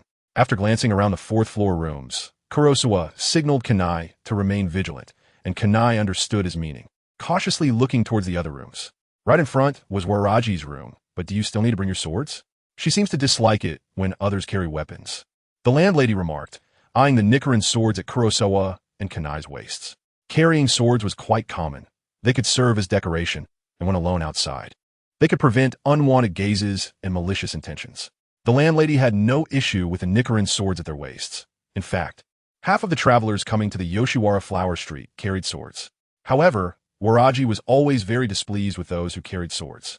In the past, when a guest came to Kayagaka House with a sword, the look of disgust and danger in Waraji's eyes made the landlady shiver, even now at the thought. Kurosawa didn't care much. For him, the Nichiren blade was just a decoration. Currently, he carried only an ordinary iron sword with him, as his Nichiren blade had been damaged on Mount Tanjiro and had not yet been repaired. He just brought along a regular iron sword for training purposes. Kanai didn't know this. Unlike Kurosawa, who relied on a physique stronger than demons to fight, Kanai's abilities were all based on her exquisite breathing techniques and sword forms. Losing her Nichiren blade would directly have her combat power, or even reduce it to 1/10. As a demon slayer core swordsman, she had to carry her Nichiren blade, even while eating, sleeping, or bathing. Although, for experienced demons, a Nichiren blade would expose a swordsman's identity, it was a necessary measure. A swordsman without a Nichiren blade was like a tiger without its claws and fangs. It's fine, we could just leave it at the door later, Kanai said after thinking for a moment. This was just a casual remark. She had no real intention of putting down her Nichiren blade. She could confirm the exact position of the opponent through her breathing at the door, allowing her to either take the initiative to attack or defend against an ambush. At the same time, she couldn't rule out the possibility that Waraji had already discovered their presence, as demons had a wide array of methods and tricks. The landlady walked ahead, saying, All right, I'll take you to her. When you meet Waraji, don't take her words too seriously. Sometimes she acts like a spoiled little girl, doing things without considering others' thoughts. Soon, the 3 of them arrived at Waraji's door. From the moment Kurosawa entered Kayagaka House, he had been trying to lower the activity level of his fighting spirit. However, he found it very difficult to completely still his fighting spirit. He couldn't manage it at all. Perhaps with the 6th level of breathing techniques, he could fully control his fighting spirit's operation. For now, reducing it to a certain extent was still possible. Because his fighting spirit was suppressed, Kurosawa's aura gradually diminished as he walked, making him seem like an ordinary person. Kanai looked at him with surprise, not understanding how he managed to do it. Strong individuals can always sense each other, as their fighting spirits resonate with one another. Even before entering the house, Kanai could feel her cells slightly invigorated. Waraji inside the house might have sensed something unusual too. Kanai was proficient in breathing techniques and could unconsciously lower her fighting spirit slightly. But compared to Kurosawa, it was far too little to evade the perception of someone of the same rank. Inside the house, a melodious yet somehow unpleasant female voice rang out. Who is it? Waraji turned to the closed door, her gaze gradually filled with malice. It seemed an uninvited guest had arrived outside her house. Without needing to talk or say anything, she roughly guessed the identity of the person she found distasteful. Over the years, many Hashira had died at Waraji's hands, and the aura of the person outside resembled those Hashira.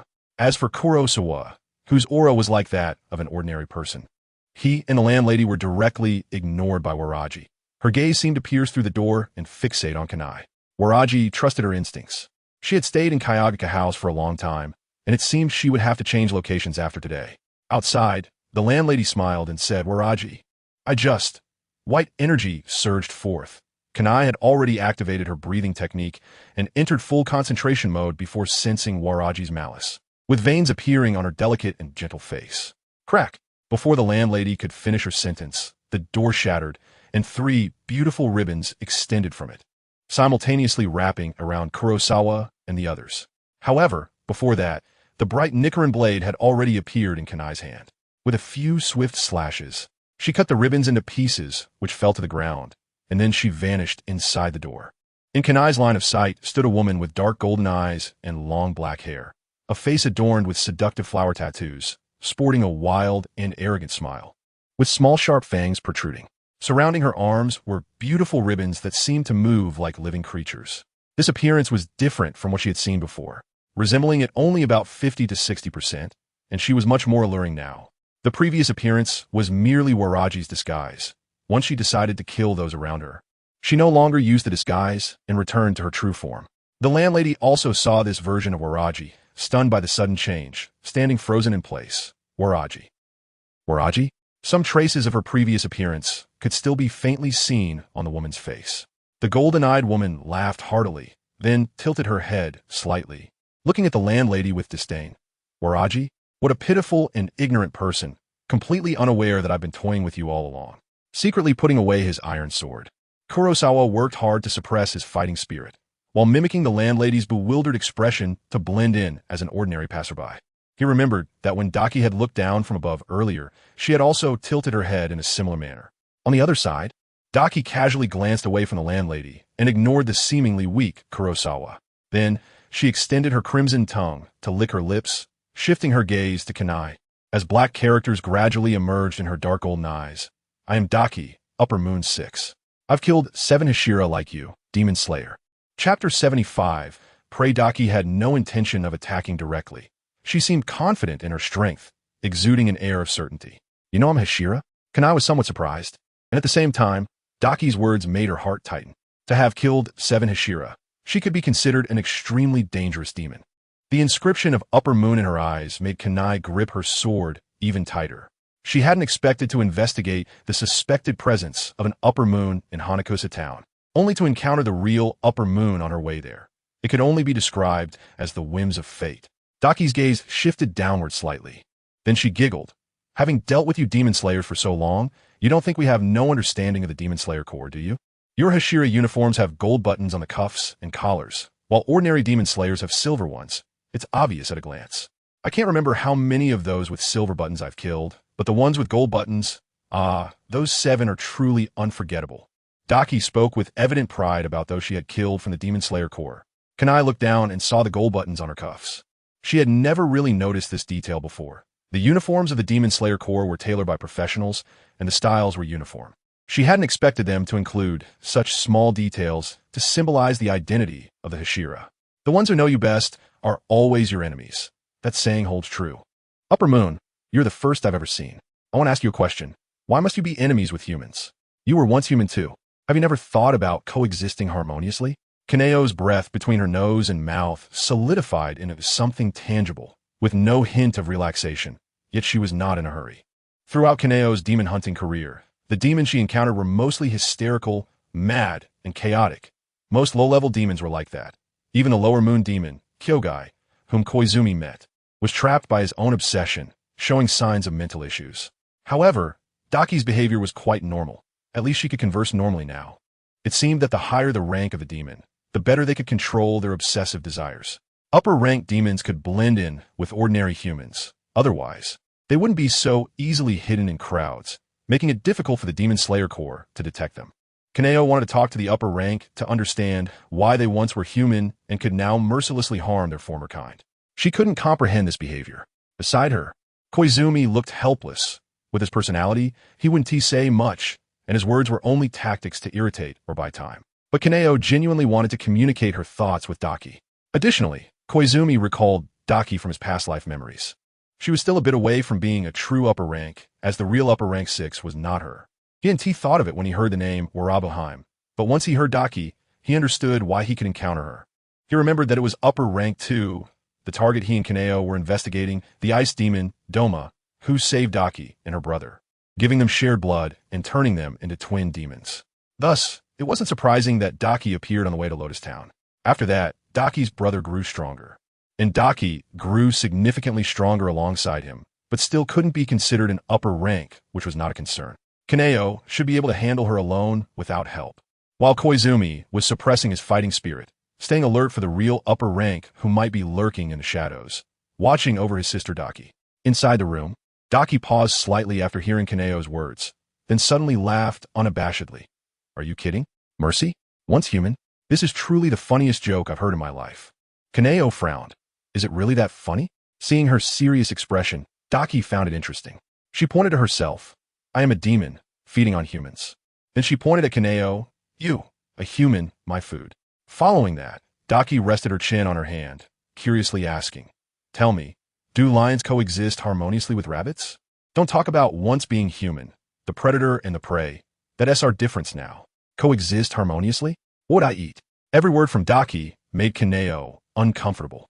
She completely identified as a demon, never considering that she was once the prey she spoke of. Moreover, it was uncertain who the prey truly was, as many demons had died at the hands of the Demon Slayer Corps. If we are prey, then what about those demons that died at the hands of prey? Kaneo's voice was calm, but Koizumi could sense her fighting spirit burning fiercely. Daki tilted her head again, disdainfully saying, those inferior beings?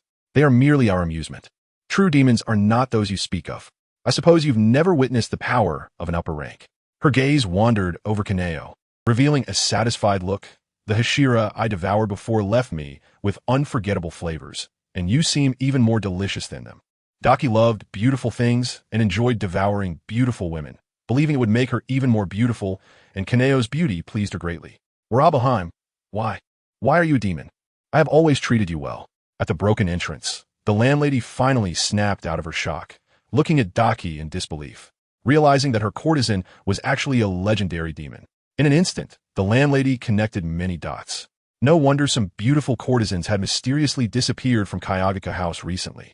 She thought those girls had grown tired of their identities and ran away, but at Kayagaka House, one could simply leave with a word, no need to escape. This is not your place to speak, old woman. Daki looked at the landlady with a tilted head, her eyes revealing disgust. She hated aging and old appearances. Since it was uncomfortable to look at her, and there was no need to hide her identity anymore, it would be easy to kill her. Daki's slender arm, with the ribbon that had been dancing around, suddenly moved, extending toward the landlady to wrap around her. Heiko was also targeted next to the boss lady. Because he was wary of the true Upper Moon 6 lurking in the shadows, Heiko suppressed his urge to strike and chose to trust Kanehira. Kanehira was actually a very strong Hashira, and as Heiko's power increased, his memories became clearer. He had previously remembered incorrectly and recently recalled that Kanehira had not been devoured by Doma. In the original story, she fought Doma for an entire month until dawn, and Doma was unable to kill Kanehira. However, due to her accumulated injuries, her breathing techniques could not stop her severe wounds, and she eventually died. Nevertheless, being able to withstand a fight against Upper Moon 2 for so long, Kanehira's strength was definitely among the top in the Hashira, especially considering her youth. She was truly exceptionally talented. Swish! Kanehira, with a residual shadow, suddenly blocked Daki's attack. With a slight purple hue, the Nichiren blade turned with her wrist. And within this blade shadow, Daki's ribbons shattered one by one. Looking at Kanehira, it seemed easy for her to intercept Daki's attack. Her breathing was steady, without a hint of fluctuation. Are you really an Upper Moon? If all Upper Moons are at your level, then the so-called true demons are not worth worrying about. Kanehira looked at Daki, blinking in confusion. Daki's aura was strong because her fighting spirit was connected to her brother, but it was not her own fighting spirit. When they actually fought, Kanehira realized Daki's anomaly. She was much weaker than she had thought. Chapter 76. Jotaro Kanehira's words had no lethal force, but to Daki, they seemed extremely insulting. Her expression instantly darkened, Invisible anger filled her entire face. Positioned at the end of the upper moons, Daki's pride in this aspect was much stronger than that of the others. Kanehira had just hit her sore spot because Daki herself knew she was clearly inferior compared to the other upper moons. When you become part of my body, you won't think that way anymore. Daki's face darkened, and suddenly blood began to spread across her body, quickly staining her ribbons. A total of 8 ribbons twisted irregularly, drenched in a blood-red hue. As they unconsciously brushed against the ground or some furniture, everything was silently sliced apart, giving an exceptionally sharp feeling. Blood Demon Art. 8-fold ribbon slash. The 8 ribbons tore through the air in unison, rushing towards Kanehira's body from all directions. The momentum was completely different from before. The piercing sound of the exceptionally sharp objects slicing through the air was almost capable of rupturing one's eardrums. Kurosawa could see the fighting spirit entwined around the 8 ribbons. At the same time, Daki's main body was significantly weakened as she had divided a considerable portion of her power into the ribbons. It seemed to be some kind of living type clone Blood Demon Art. Kanehira faced Daki's explosive attack head-on, her steps steady, showing no sign of retreat. She took a deep breath, and a white airflow flowed into her lungs like a tangible substance, activating various cycles within her body. Breath of Flowers, 4th form. Red Flower Garment.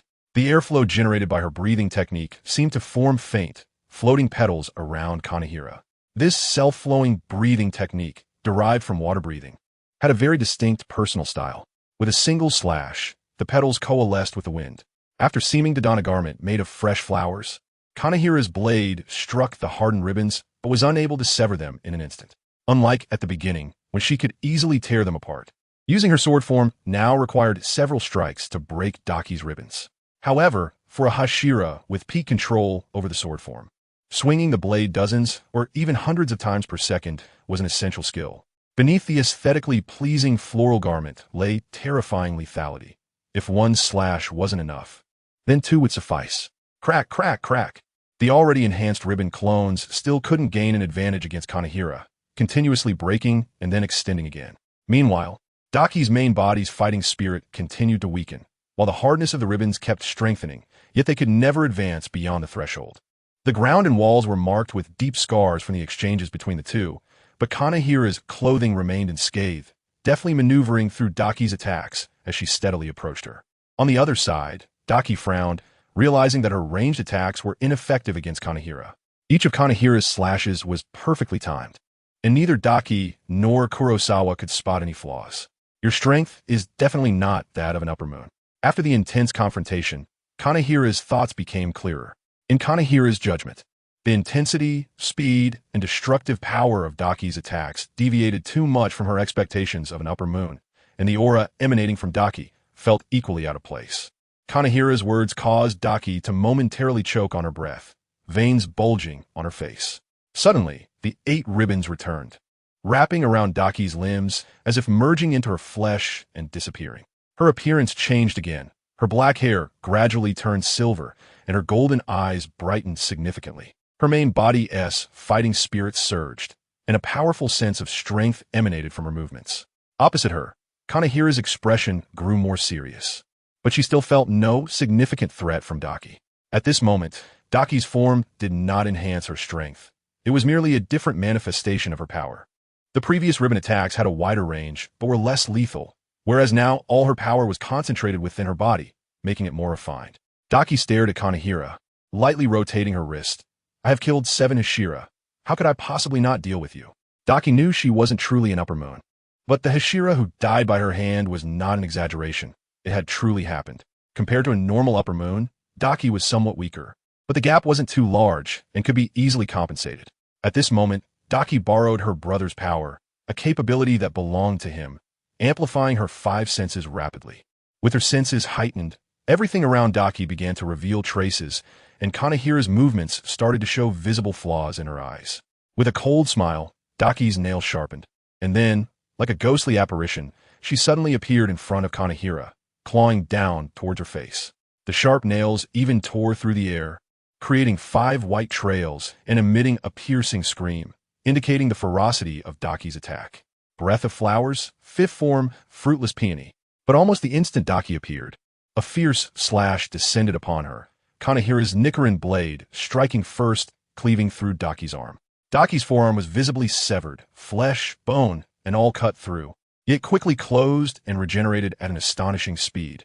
Kanehira's eyes sparkled with intensity as she took a deep breath, and 9 slashes seemed to appear simultaneously, converging on a single point like peony petals, not giving Daki any time to regenerate, directly severing her arm and then swiftly aiming for Daki's neck. Daki's overwhelming momentum faltered as she began to defend against Kanehira's slashes, feeling oppressed. In fact, Daki's proactive approach aligned perfectly with Kanehira's intentions. Moments ago, she had been closing in on Daki while severing the annoying ribbons, not expecting her to come so willingly. Daki was somewhat unwilling, gritting her teeth while engaging in close combat with Kanehira, but all she received were repeated injuries. Her enhanced 5 senses could keep up with Kanehira's sword form, but her speed left her unable to retaliate. Without the sensory enhancement she gained from her brother, Daki would have already been decapitated by Kanehira. Approximately 14 points in speed, 12 points in strength. Kurosawa estimated Daki's physical level through her fighting spirit. She was slightly weaker than when he had released the mark, and Daki was merely the weakest of the upper moons. This indicated that while Kurosawa could crush a lower moon's physicality, he would have no advantage against an upper moon, who also possessed an immortal body and formidable blood demon arts. He needed to quickly enhance his sword form level with potential points. Watching Kanehira, whose physicality was much lower than Daki's, yet could steadily suppress her, Kurosawa's desire for the sword form grew increasingly urgent. He stood outside the battlefield, observing the fight between Kanehira and Daki. The situation was clear. Despite Daki's breath strengthening slightly, she was still no match for Kanehira. Under Kanehira's fierce sword form, it was only a matter of time before Daki's head would be severed within 10 minutes. To Kurosawa's surprise, Daki pursed her lips as she faced Kanehira's relentless pressure. And after having her arms severed for the umpteenth time and barely escaping as Kanehira's Nichiren blade bit in her neck, she suddenly broke down and began to cry, vaguely calling out a name amidst her sobs. "Woo, you. I will kill you. I will definitely kill you, woo. Jotaro. Where are you?" The originally beautiful and fierce Daji broke down and cried like a bullied little girl, leaving Kanahu stunned and hesitant to act, completely unprepared for such a reaction from her. Just at that moment when Daji's emotions collapsed and she was in tears, a surge of energy similar to Daji's, no, the same source of energy, intruded into the area of fighting spirit that Kurosawa had quietly released. This energy was identical to that of Daji, and moreover, it was the source itself. Chapter 77. The Yellow Sparrow is behind. When the true upper string fighting spirit appeared, Kurosawa's eyes suddenly narrowed. He made no sudden moves. Instead, he lowered his head slightly to conceal the vigilance and excitement in his gaze, intensifying the suppression of his own fighting spirit. From the outside, he appeared to be just a somewhat robust ordinary person, posing no threat at all. The master of the fighting spirit, Gifu Taro, did not appear immediately, but was moving in the lower floors, like a venomous snake slithering through the shadows, flicking its tongue and closely watching Kanahu from the dark. At this moment, Kanahu was unaware, focused on her battle with Daji. The strikes of the Nichiren blade became increasingly fierce, and Daji was struggling to withstand Kanahu's onslaught, suffering new wounds with each passing moment. If it weren't for her nearly upper string combat strength, she would have already been a corpse by now. Kurosawa remained silent, leaning against the wall and almost holding his breath. Kabutsuji Teru was very patient. Even though Daki was in a perilous situation, he continued to wait in the shadows, looking for the most opportune moment, like an experienced hunter waiting for the prey to reveal a flaw. Daki also sensed her brother Kabutsuji Teru's arrival, and, with her heart settled, began to lure Kanai into an aggressive attack, disregarding her defenses. She stopped her loud wailing, her emotional shift as abrupt as flipping a page in a book, which was surprising. This time, when Kanai's Nichiren blade struck, Daki did not quickly evade. Instead, she staggered as if her body had a problem, leaving her neck wide open. Sure enough, Kanai's eyes lit up, and a powerful breath resonated in the space. Flower breathing. Sixth form, Whirlwind Peach. The Nichiren blade, charged with energy, swiftly slashed from behind, cutting through Daki's arms and directly slicing into her neck. "It's over. Be free." A delicate shout echoed from Kanai. Crack! Daki's body stiffened, flesh torn apart, and her spine shattered. The Nichiren blade in Kanai's hand was stained with blood as it appeared on the other side of Daki's body. Immediately, a thin line of blood emerged from Daki's neck. Her beautiful head could no longer remain atop her neck and tilted at an angle. Just before it fell to the ground, Daki suddenly revealed a sinister smile. Kabutsuji Teru. The moment the first word escaped Daki's lips, a piercing howl rang out from beneath Kanai's feet, as some unknown force anticipated her movements and rushed towards her with a fierce wind. Kanai's heart raced, and her brain quickly processed the situation. She realized she had fallen into a trap. However, knowing that Daki was willing to use her life to deceive her, Kanai would not easily give up this opportunity, even if she was aware of it. Kurosawa, who also did not expect Daki to put Kanai in danger in this way, understood that he needed to take action. Otherwise, all the disguises he had maintained would lose their meaning. At that moment, Kanai's aura suddenly surged, increasing significantly in an instant. The look in her eyes was resolute and confident. She was not flustered by the sudden ambush, and her aura did not lie. Kanai's aura was now much stronger than that of the attacker, which allowed Kurosawa to relax and remain hidden. Meanwhile, in the center of the battlefield, a sharp crimson object pierced through the floor, slicing up towards Kanai. Given the distance and the speed Kanai had shown earlier, there was no way to evade the attack. But the breath swirling around her mouth and nose suddenly surged into her body, veins popping up on her skin, not detracting from her beauty, but instead adding an unusual allure. Simultaneously, her feathered coat billowed without wind, and a powerful aura erupted, causing the surrounding air to seem to freeze for a moment. In an instant, blood vessels appeared densely in Kanai's eyes, spreading out from around her pupils and tinting them a blood-red color in less than a second. Flower-breathing, ultimate secret, other Shuer crimson eye, as the blood-red eyes appeared. Everything in Kanai's field of vision slowed down, moving like a slow-motion film. If there were any grayish hues on her body, one could see the continuously climbing attributes of her physical form. The swordsman who mastered the ultimate secret of the breathing technique. This was Kanai's true strength, an elite even among the Hashira, capable of overpowering Daki, who claimed to have killed 7 Hashira. Daki's brother, the real Upper Moon, would likely not be Kanai's match in a direct confrontation. The ultimate secret of flower breathing, other Shuer Crimson Eye, was quite special. It was not a powerful sword technique, but rather a high-difficulty, explosive skill similar to a pattern, enhancing physical attributes more than patterns could in a short time, as patterns offered permanent attribute boosts. At the same time, other Shuer Crimson Eye could elevate the user's dynamic vision to its limit. In their eyes, everything around them would slow down several times, and the enemy's movements could be easily captured. Kanai looked down at the ground and saw a half-exposed crimson, sharp object, likely a blood sickle.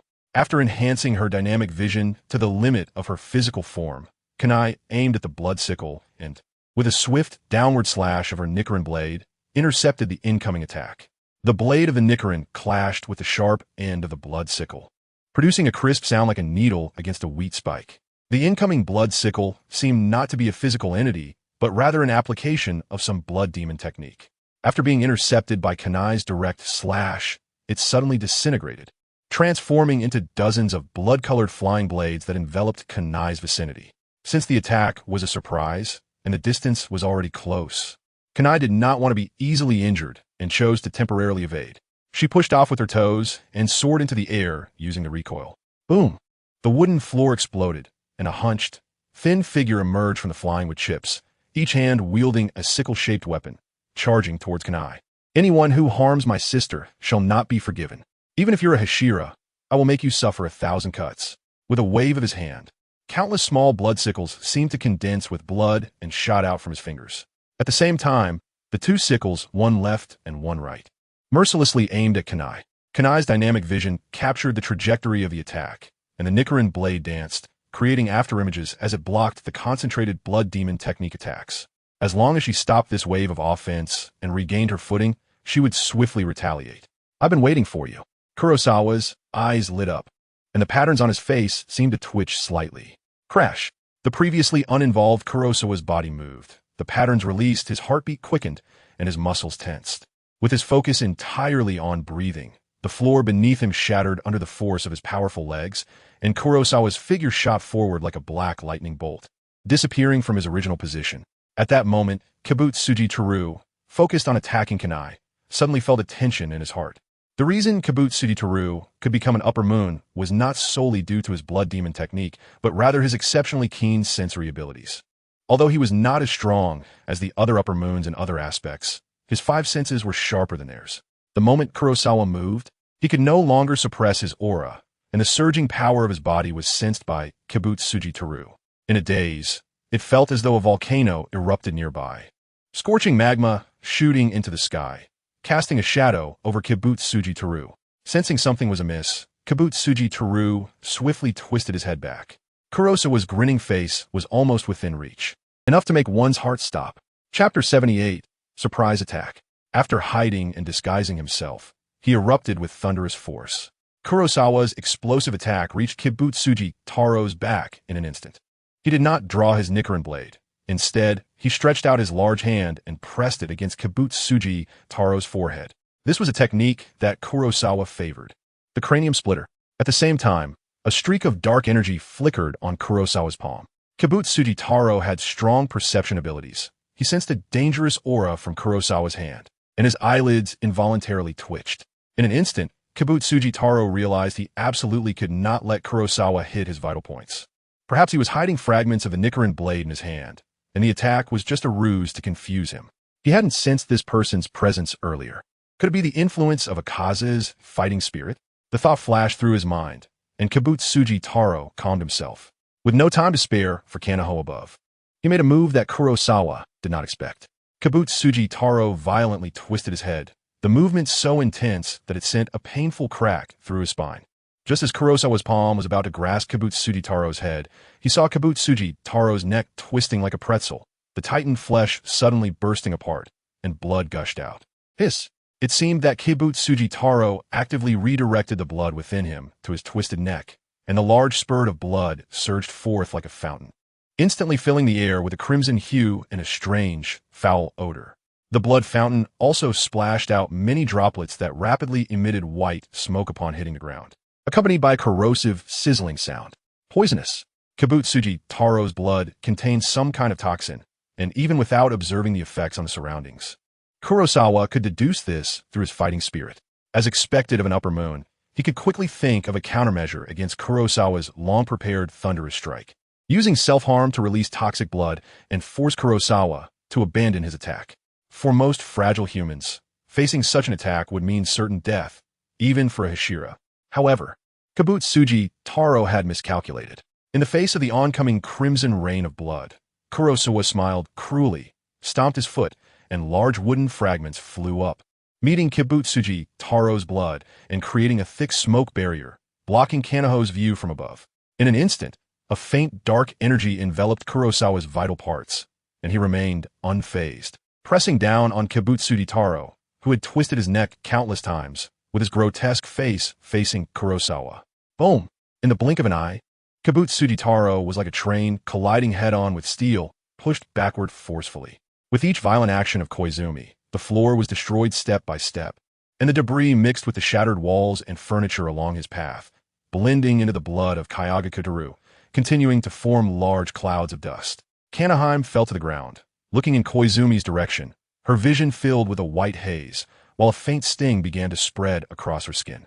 Her constitution was weaker, affected by the highly toxic blood of Kayagaka Teru, but it wasn't a direct splatter, so the impact was minimal, and it wouldn't reduce her combat power in the short term. Turning her head, she noticed that Daki's head and body had vanished at some point. Kanaheim thought that Daki had died alongside her beheading and didn't pay much attention, shifting her gaze along the hollow traces on the ground. The Kayagaka house began to shake due to the fierce battle, with explosive sounds echoing continuously. From the outside, one could see the walls on the fourth floor occasionally bursting open, sending clouds of dust into the air. Meanwhile, the courtesans and guests inside the Kayagaka house could see the shadows of people colliding on the fourth floor and the continuously exploding fourth floor floorboards more clearly, causing them to panic and start fleeing. Seeing such a scene, the crowd outside began to stir, thinking an explosion had occurred inside the Kayagaka house, and they all moved away from it. In the outermost room on the fourth floor of the Kayagaka house, the wall exploded with a loud bang, and two figures left the Kayagaka house, appearing several meters in the air. As they fell, Koizumi's hand gripped Kayagaku Teru's head like a vice, while a dark aura surged, burning away Kayagaku Teru's life force with the power of despair. What is this thing? As an upper moon, Kayagaku Teru had a strong tolerance for pain, and the various negative emotions brought on by the power of despair did not shake his mind. Blood demon technique, flying blood scythe. The originally twisted neck had regenerated and healed, and Kayagaku Teru's body regained full mobility. With a flick of his wrist, two oddly shaped scythes sliced toward Koizumi's chest and abdomen, while small blood-red scythes appeared along the blades, moving like saw teeth. Unlike the previous dispersal of highly toxic blood, Koizumi, aware of the level of fighting spirit above, knew he could defend against it with his dark aura. However, the blood demon technique directly aimed at him from Kayagaku Teru's hands was highly condensed and could not be blocked by the dark aura. Kozawa's physique has an advantage over Kibutsuji Musen, but there is still no overwhelming gap. At this moment, facing Kibutsuji Musen's blood demon art attack, he dare not take it head-on and had to let go. Releasing his grip and lifting his foot, Kozawa dodged Kibutsuji Musen's attack and then heavily stomped down on his chest. With a crunch, Kibutsuji Musen's chest immediately caved in, and Kozawa felt as if he had stepped on his heart. At that moment, both of them happened to fall to the ground together. Boom! The ground shook violently, and the hard stone surface beneath Kibutsuji Musen exploded, forming a significant pit while cracks spread outwards. Looking down, Kozawa's heavy stomp had already pierced through Kibutsuji Musen's chest, pinning him firmly to the ground like a thick nail. Due to the foreign object in his body, his physique found it difficult to regenerate, and coupled with the significant blood loss from his previous self-harm, Kibutsuji Musen felt a bit dizzy. In a daze, amidst the swirling dust, he saw a pitch-black Nichiren blade gradually materializing from Kozawa's hand, appearing from nothing and forming in just a few breaths. Hekizawa raised the blade of despair, showing no hesitation, and swung it towards Kifutaro's neck. As the blade sliced through the air, it seemed to create an absolutely straight line. Water surface slash. In this series of attacks, Kifutaro truly felt death approaching for the first time. The glimmering blade enlarged in his vision, and he suddenly jolted, opening his mouth to unleash a forceful and foul-smelling blood arrow towards Hekizawa's eyes. Kozawa frowned and had no choice but to turn his head to avoid it. Seizing the opportunity, Kiyoshi Taro raised his right hand, not to block Kozawa's knife, but instead he swung his hand back and severed his own neck. Crack! Hikei's blade struck the ground, failing to land its mark. Quick reflexes. With a silent admiration in his heart, Hikei's twisted his wrist, aiming the blade of despair to cleave Kibutsuji's head in two. Swoosh! The blade of despair sliced through flesh and had already reached Kibutsuji's jaw. However, at that moment, Kibutsuji once again grabbed his own head, pulled it out from the blade of despair, and hurled it far away, landing in the shadow of a tree. His left hand raised, still tightly gripping Hikei's calf. Chapter 79. The Battle Ends. Hakuza saw the landing point of Kibutsuji's head. His gaze flickered, and he let out a disappointed sigh, retracting the blade of despair. The pitch-black blade receded like a tide, returning to his body. In his aura domain, he sensed Daki hiding in the shadows. The Daki who had been decapitated by Kanawa was not dead, but had secretly hidden away while everyone's attention was elsewhere. Sure enough, the next moment, from the shadows, Daki emerged holding her neck, cradling the severed head of Kibutsuji, which had been split in half. In Daki's embrace, Kibutsuji sighed in relief, turned his head, and stared intently at Hakuza. Daki, let us go. This person is a bit strange. He has patterns and can evade my perception like a Kaza. And he doesn't seem to be human. Looking at her brother's ugly face, Daki muttered softly that he was useless, then glanced at Hakuza and looked up at the shattered Kayagaku house. I've remembered you. In Daki's heart, she had already decided to report today's events.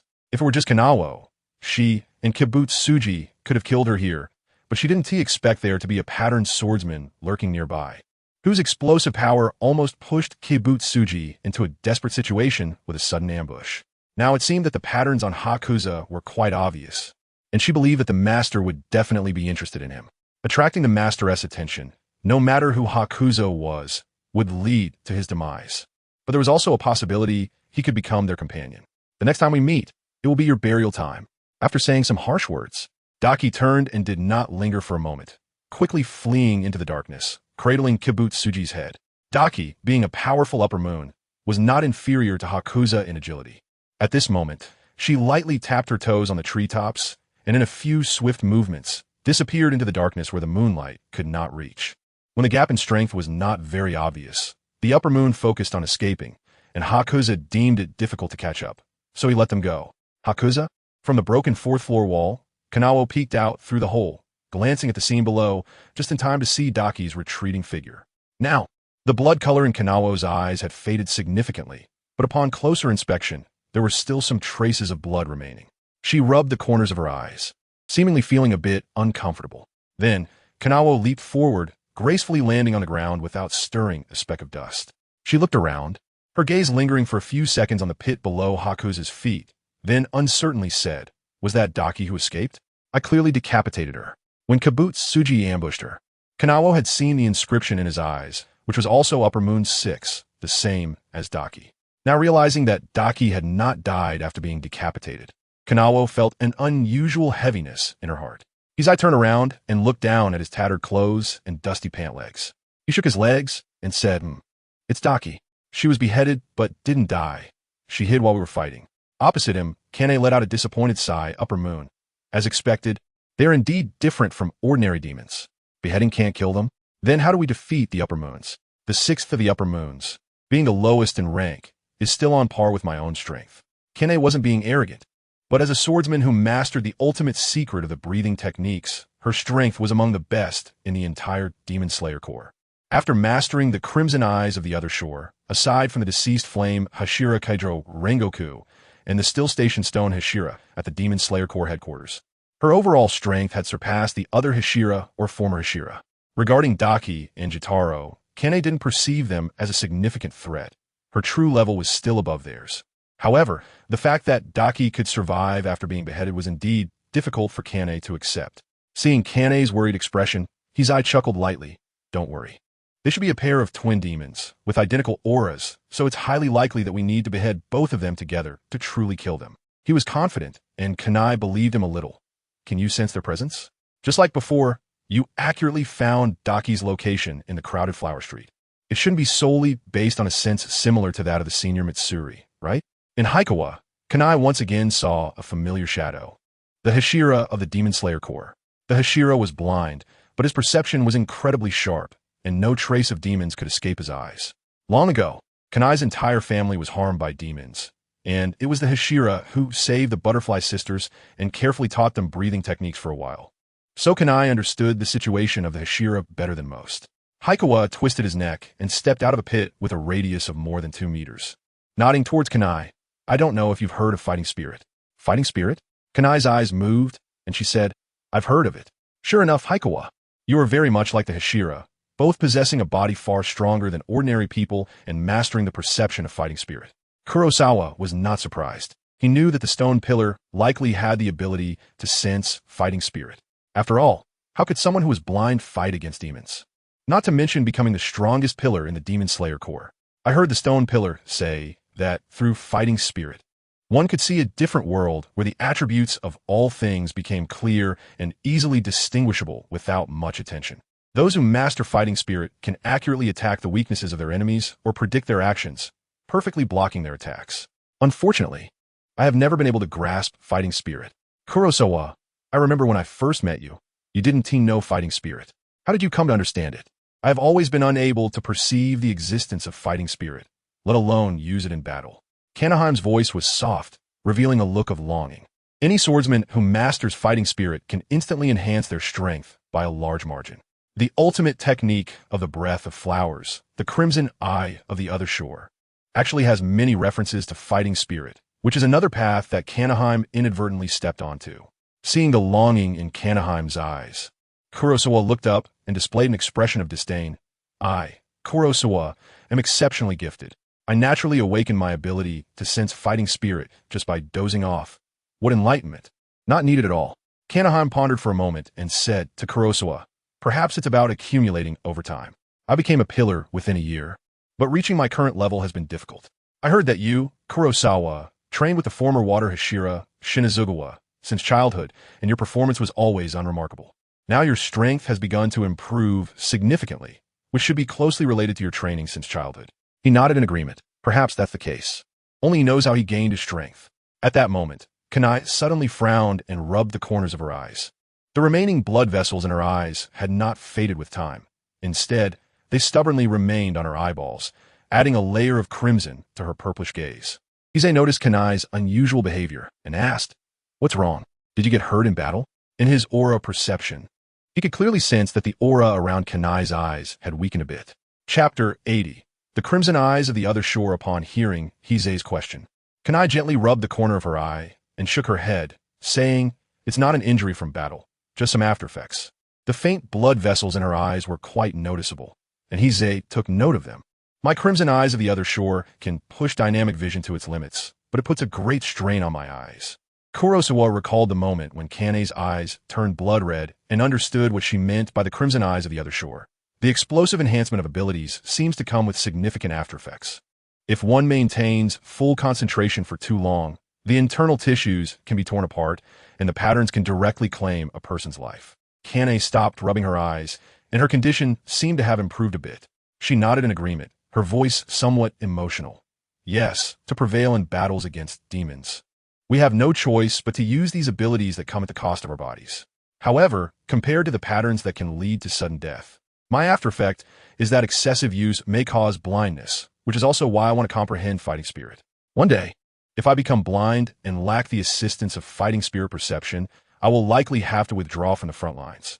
The discomfort in her eyes had now disappeared, but the crimson tint that stained her pupils remained permanently. When that red covers her entire iris, it will signify Kanei's blindness. You need to be careful. According to the records of the Demon Slayer Corps, the lifespan of a patterned swordsman has never exceeded 25 years. Without exception, they all died suddenly before reaching that age. Kanei looked at the winding dark patterns on Kurosawa's face, a hint of concern appearing in her eyes. Although she did not agree with Kurosawa's attitude towards life. As a comrade fighting alongside him, she still felt worried, as he was already quite close to 25. In contrast to Kanei's concern, Kurosawa remained unconcerned. That is not necessarily the case. The records of the Demon Slayer Corps do not represent the truth. As far as he knew, the pinnacle of the demon-slaying world, the naturally born patterned swordsman, Yoriichi Tsujikuni, lived to an old age without being affected by the patterns. In Kurosawa's view, the so-called curse of the patterns was simply that the physique of the swordsman bearing the patterns was not strong enough, which led to their bodies being destroyed by the explosive enhancement. Just like Kanei's eyes, the extreme dynamic vision placed a significant burden on her eyes. But if it were Kurosawa, while he might not completely eliminate the after effects, his endurance would definitely be much stronger than Kanei's.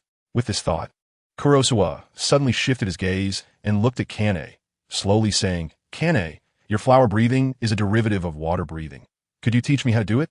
A cool breeze swept through Kanei's hair, and she showed a surprised expression. "You don't know that you can't use different attributes of breathing techniques simultaneously?" Long ago, there were swordsmen who attempted to practice multiple breathing techniques of different attributes at once. This idea was good because different attributes brought different characteristics, and mastering more breathing techniques allowed for switching according to the situation, enabling them to face more complex battles.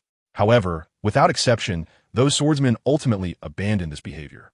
The reason is simple. During combat, breathing techniques cannot stack. A swordsman can only use one breathing technique at a time. Practicing two breathing techniques requires a massive amount of time and energy, but only yields half the combat power. With that time, specializing in one breathing technique would yield significantly higher returns. Of course, some talented swordsmen, once they reach a certain level of strength and find it difficult to progress further, try to train in other breathing techniques. However, no matter how talented a swordsman is, they can only excel in a certain breathing technique and cannot rapidly improve in multiple techniques simultaneously. Take Kanei, for instance. She initially trained in rock breathing with the stone Hashira, but made no progress and couldn't even grasp the basics. It was only after creating flower breathing, due to the correct breathing method, that her training speed skyrocketed, reaching the level of a Hashira, but now she has also encountered a bottleneck. Opposite Kanei, Kurosawa said earnestly, "I know, but I still want to give it a try. Kurosawa, am exceptionally talented. Water breathing can no longer satisfy me." Seeing Kurosawa's serious expression, not just a sudden whim or a joke, Kanei hesitated before saying, "There are no taboos in teaching breathing techniques, but flower breathing was created specifically for myself. It is a breathing technique that perfectly suits me and can only be practiced by women." When she created flower breathing, she considered her own body structure and altered many of the breath circulation routes. Many of the ways breath operates can only be accomplished by a female body. Therefore, even if Kanei teaches it to Kurosawa, he would not be able to learn it due to the fundamental differences in their bodies. After thinking for a moment, Kanei suggested, "If you really want to give it a try, you could learn flame breathing or thunder breathing. Water breathing is resilient and enduring, but it is considerably lacking in terms of lethality. Both flame breathing and thunder breathing have extremely powerful explosive force in an instant. And I feel that Kurosawa's combat style is very suitable for these two breathing techniques. Heisei stroked his chin and smiled. We'll talk about that later. The reason I want to learn the breath of flowers is because I'm interested in the beyond red eyes. I see it as a technique of breathing, not just an ordinary sword style. It can enhance dynamic vision and slow down the enemy's movements, but it doesn't help me much, as my fighting spirit has a much better predictive ability in this regard than the beyond red eyes. However, when Kanahu uses the beyond red eyes, not only does her dynamic vision improve, but I can also sense a tremendous increase in her physical attributes. The growth is even greater than the enhancement brought by the patterns for a moment, but the patterns provide a permanent enhancement, while the beyond red eyes offer a short-term explosive boost, each with its own characteristics. After all, it is the ultimate secret of breathing techniques, and the effects are quite tempting. Throughout the history of the Demon Slayer Corps, there haven't been many swordsmen who can comprehend the ultimate secret. They are all exceptionally talented individuals, and even most of the Hashira in the Demon Slayer Corps find it difficult to grasp the ultimate secret. You already bear the patterns, which is quite dangerous. Do you still want to learn the beyond red eyes? Upon hearing Heisei's true intentions, Kanahu's mouth slightly opened in astonishment, and she couldn't help but continue. The aftermath of the beyond red eyes not only leads to blindness, but also causes hidden injuries to the body. I already have many irreparable hidden injuries inside me. Any explosive ability will cause damage to the body, and the combined aftermath of the patterns and the beyond red eyes. I can't help but think that Heisei is truly a reckless person. Haihara patted his strong chest and said, "You don't need to worry about this. I have great confidence in the resilience of this body. With a physique over 10 times stronger than that of an average person, and aside from its regeneration ability, it surpasses even the supernatural in many aspects. I don't believe I will be unable to withstand any backlash." A deep and powerful voice came to his ears as Kanahu expressed her doubts. "I can teach you, but the method of using the otherworldly crimson eyes is quite complicated. Whether you can learn it depends on you." Seeing Kanahu relenting, Haihara grinned. "I, Haihara, am exceptionally gifted. The mastery of mere breathing techniques is a piece of cake for me. No matter how difficult it is, as long as I can get started, everything else will be a breeze." Chapter 81. The narrow misty mountain in the Yoshiwara Flower District, the battle between Haihara, Kanahu, and the upper moons caused quite a commotion, leading to significant chaos. The once crowded street, filled with pedestrians, now appeared much quieter. Returning from the back of the Kayagaka house to the main street, it was evident that most faces of the people on the street were filled with lingering fear as they gazed at the shattered fourth floor of the Kayagaka house, gathering together to discuss the events. Hirazawa has good hearing and can tell that most people believe someone is deliberately seeking revenge on the Kayagaka house. Perhaps a rival or a dissatisfied obsessive customer. Very few have guessed the truth. After all, there are people who know about demons and the Demon Slayer Corps, but in the context of the entire human society, that number is almost negligible. At this time, Kane returned to the Kayagaka house, casually removing the demon disguised as a courtesan, and then found the landlady to tell her many truths. Kane is experienced and knows how to handle the aftermath.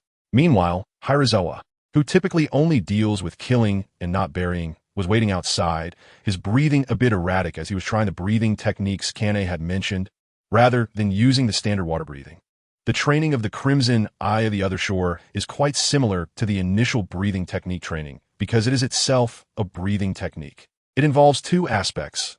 One is the rhythm of breathing, and the other is the flow of breath within the body. The rhythm of breathing is fundamental. Only by accurately replicating the correct and complete rhythm can a unique breath characteristic of the breathing technique be generated within a body. By controlling this breath to circulate and stimulate different parts of the body, one can achieve some extraordinary abilities. It sounds simple, but in practice, there are many issues to resolve, such as the speed of breath circulation, the specific fine points that need stimulation, the degree of stimulation, and so on. The Crimson Eye of the Other Shore is particularly complex in this regard because it requires a more detailed breath circulation than regular breathing techniques. It starts from the eyes and spreads around the body, returning to the eyes after circulating once, involving many delicate nerves around the eyes. So Hirazawa does not dare to be careless. The eyes are located near the brain, which is a critical position. He does not want to make himself foolish by letting the breath rush to his head. As long as he can get started and obtain the initial form of the Crimson Eye of the Other Shore in the skill panel, he can use potential points to enhance it, so Hirazawa doesn't need to be overly serious about it. The progress is slow, but he is not in a hurry. After about 10 minutes, Kane walked out of the Kayaka house and saw Hirazawa, who had his eyes half closed against the wall, practicing the crimson eye of the other Shuer. His movements are quite swift. Kane approached and waved her hand in front of Hirazawa's eyes. All right, let's go inside and study more. As he opened his eyes, Hirazawa's breathing returned to a steady rhythm. Go inside? Kane nodded. Yes, let's rest for the night in the Kayagaka house. It's definitely better than resting in the wilderness. She had spoken with the landlady, who agreed to provide them with accommodation for rest. Although the Kayagaka house was severely damaged due to the battle, the landlady knew very well that her life was more important. If Kane and Hirazawa hadn't driven away the courtesan, she would have been living on the edge of life and death every day. Whenever the courtesan was in a bad mood, she could have lost her life. Moreover, Kane mentioned that the Demon Slayer Corps would send people to help repair the Kayagaka house afterward. So the landlady naturally held no resentment and actively encouraged Kane to stay and rest. Subsequently, the two re-entered the Kayagaka house and settled into two adjacent vacant rooms. At Narukami Mountain, at 11 o'clock at night, halfway up the mountain, Iguro Abanai was practicing the breathing technique sword form with a steel blade shaped like a Nicaran blade. Every time he swung the blade, he was very serious. The steel blade cut through the air with a whoosh, moving swiftly as he spun and shifted, while the small white snake on his neck was sound asleep, sleeping very soundly. It was evident that Iguro Abanai's arms were slightly trembling from the long duration of swinging the blade. But he remained focused and serious without any sign of slackening. Physical pain had no effect on Iguro Abanai. Years of imprisonment in a dungeon had given him a psychological endurance far beyond that of his peers, as well as a maturity that surpassed them. Nearby were Kanroji Mitsuri and Hanada Shizuka. Hanada Shizuka was lying on a tree branch, comfortably resting her head on her arms, with an unknown wild herb in her mouth, resembling Hirazawa in her demeanor. She was mimicking some of the poses Hirazawa liked. Meanwhile, Kanroji Mitsuri stood like a pine tree, silently watching Iguro Abanai, his eyes flashing with pity. Mitsuri was satisfied with Abanai's performance, but the more satisfied he was, the more he could feel Abanai's misfortune. The child's past was too tragic. At this time on Narukami Mountain, most of the disciples were on missions, and only Mitsuri, Abanai, and Hanada Shizuka, who had just completed a mission, remained. Iguro Abanai was working very hard. As long as Mitsuri did not stop, he would probably continue practicing even if his arm muscles were torn, his stubbornness and effort surpassing all the disciples Mitsuri had taught, including the former Hirazawa. Don't try to replicate the water-breathing sword form. Your snake breathing is a self-flowing breathing technique. The water-breathing sword form is merely a reference for you. The direction of your current training is to create a suitable sword form for snake breathing based on the water-breathing sword form. The breathing techniques and sword forms have always been two sides of the same coin, practiced simultaneously. Iguro Abanai had already developed a rough form for snake breathing derived from water breathing and was currently attempting to create the snake sword form. Hearing Mitsuri's words, Abanai paused for a moment, then his sword-swinging posture became much more casual, deviating further from the water-breathing sword form. His performance made Mitsuri realize that as long as nothing unexpected happened, this child could become a Hashira of the Demon Slayer Corps in a year or two. In the tree, Hanada Shizuka tilted her head, glanced at Iguro Abanai, then withdrew her gaze, continuing to mimic Hirazawa's posture as she gently chewed the wild herb. Savoring its subtle fragrance, her eyes comfortably squinting. She neither disliked nor liked Iguro Abanai. One reason was that her position as the little sister seemed to have been taken over, making her the little brother. And the other was that Abanai's cold demeanor always reminded her of slippery snakes. She was afraid of snakes, and Abanai always wore a snake around his neck. I haven't seen my senior brother in a while. I wonder how many days it's been since I thought of him. With a murmured sigh, Hanatani Shizuka closed her eyes, planning to sleep in the tree tonight. On summer nights, the breeze at the treetops is much more comfortable than indoors. Below, Rintaki Sakanji suddenly felt a tightening in his brow, sensing a slight palpitation. The sudden feeling of unease caught his attention. As a pillar skilled in breathing techniques, his intuition was always sharp. Before Rintaki Sakanji could contemplate the cause of his palpitation, an unusual aura arrived with the night wind, coming from afar, reaching the narrow fog mountain and arriving at the spot where Rintaki Sakanji stood. This aura was captured by Rintaki Sakanji's keen sense of smell. In an instant, beneath the Tengu mask, Rintaki Sakanji's expression changed, an unprecedented seriousness and tension spreading across his face. Chapter 82. red shadow when he detected this unusual aura.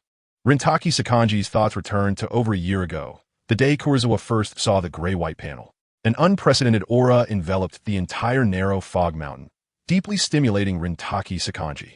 The surface was the scent of despair, but it was mixed with chaos, evil, distortion, and ominousness. All the negative scents Rintaki Sakanji knew could not describe it. That day, he mistakenly thought the legendary Demon King had come to the narrow fog mountain, and without hesitation, he rushed into Kurosawa's house. It was also on that day that Rintaki Sakanji realized that his eldest disciple had undergone an inexplicable change. However, the immense aura that erupted only lasted for that moment, before quickly dissipating and merging into Kurosawa's body, leaving only a faint scent. As a highly respected water pillar in the Demon Slayer Corps, Rintaki Sakanji could never bring himself to strike Kurosawa. Over the past year, Rintaki Sakanji watched as Kurosawa's once ordinary strength began to soar, and that unique aura also grew stronger. He often stood by Kurosawa's bedside at night, breathing steadily. But his Nichiren blade at his waist could not be drawn. Rintaki Sakanji had always set high standards. He was ruthless and merciless when slaying demons. Yet deep down, he knew that even if he witnessed Kurosawa transform into a demon and consume people, he could not bring himself to deal the final blow. The emotional bond formed over raising Kurosawa from childhood to adulthood was not just a shackle for Kurosawa, but also tightly bound Rintaki Sakanji. Today, the scent coming from afar was different from the immense aura a year ago, but it was also very similar. Both were demonic in nature. Yet the essence was more complex and indescribable than that of a demon. In just a few breaths, the aura became clearer, indicating that the source was getting closer to the narrow fog mountain, and at a rapid speed. Taking a deep breath, Rintaki Sakanji stepped forward, his figure ascending to the highest tree nearby. Standing atop the treetops, he gazed outward under the cool moonlight.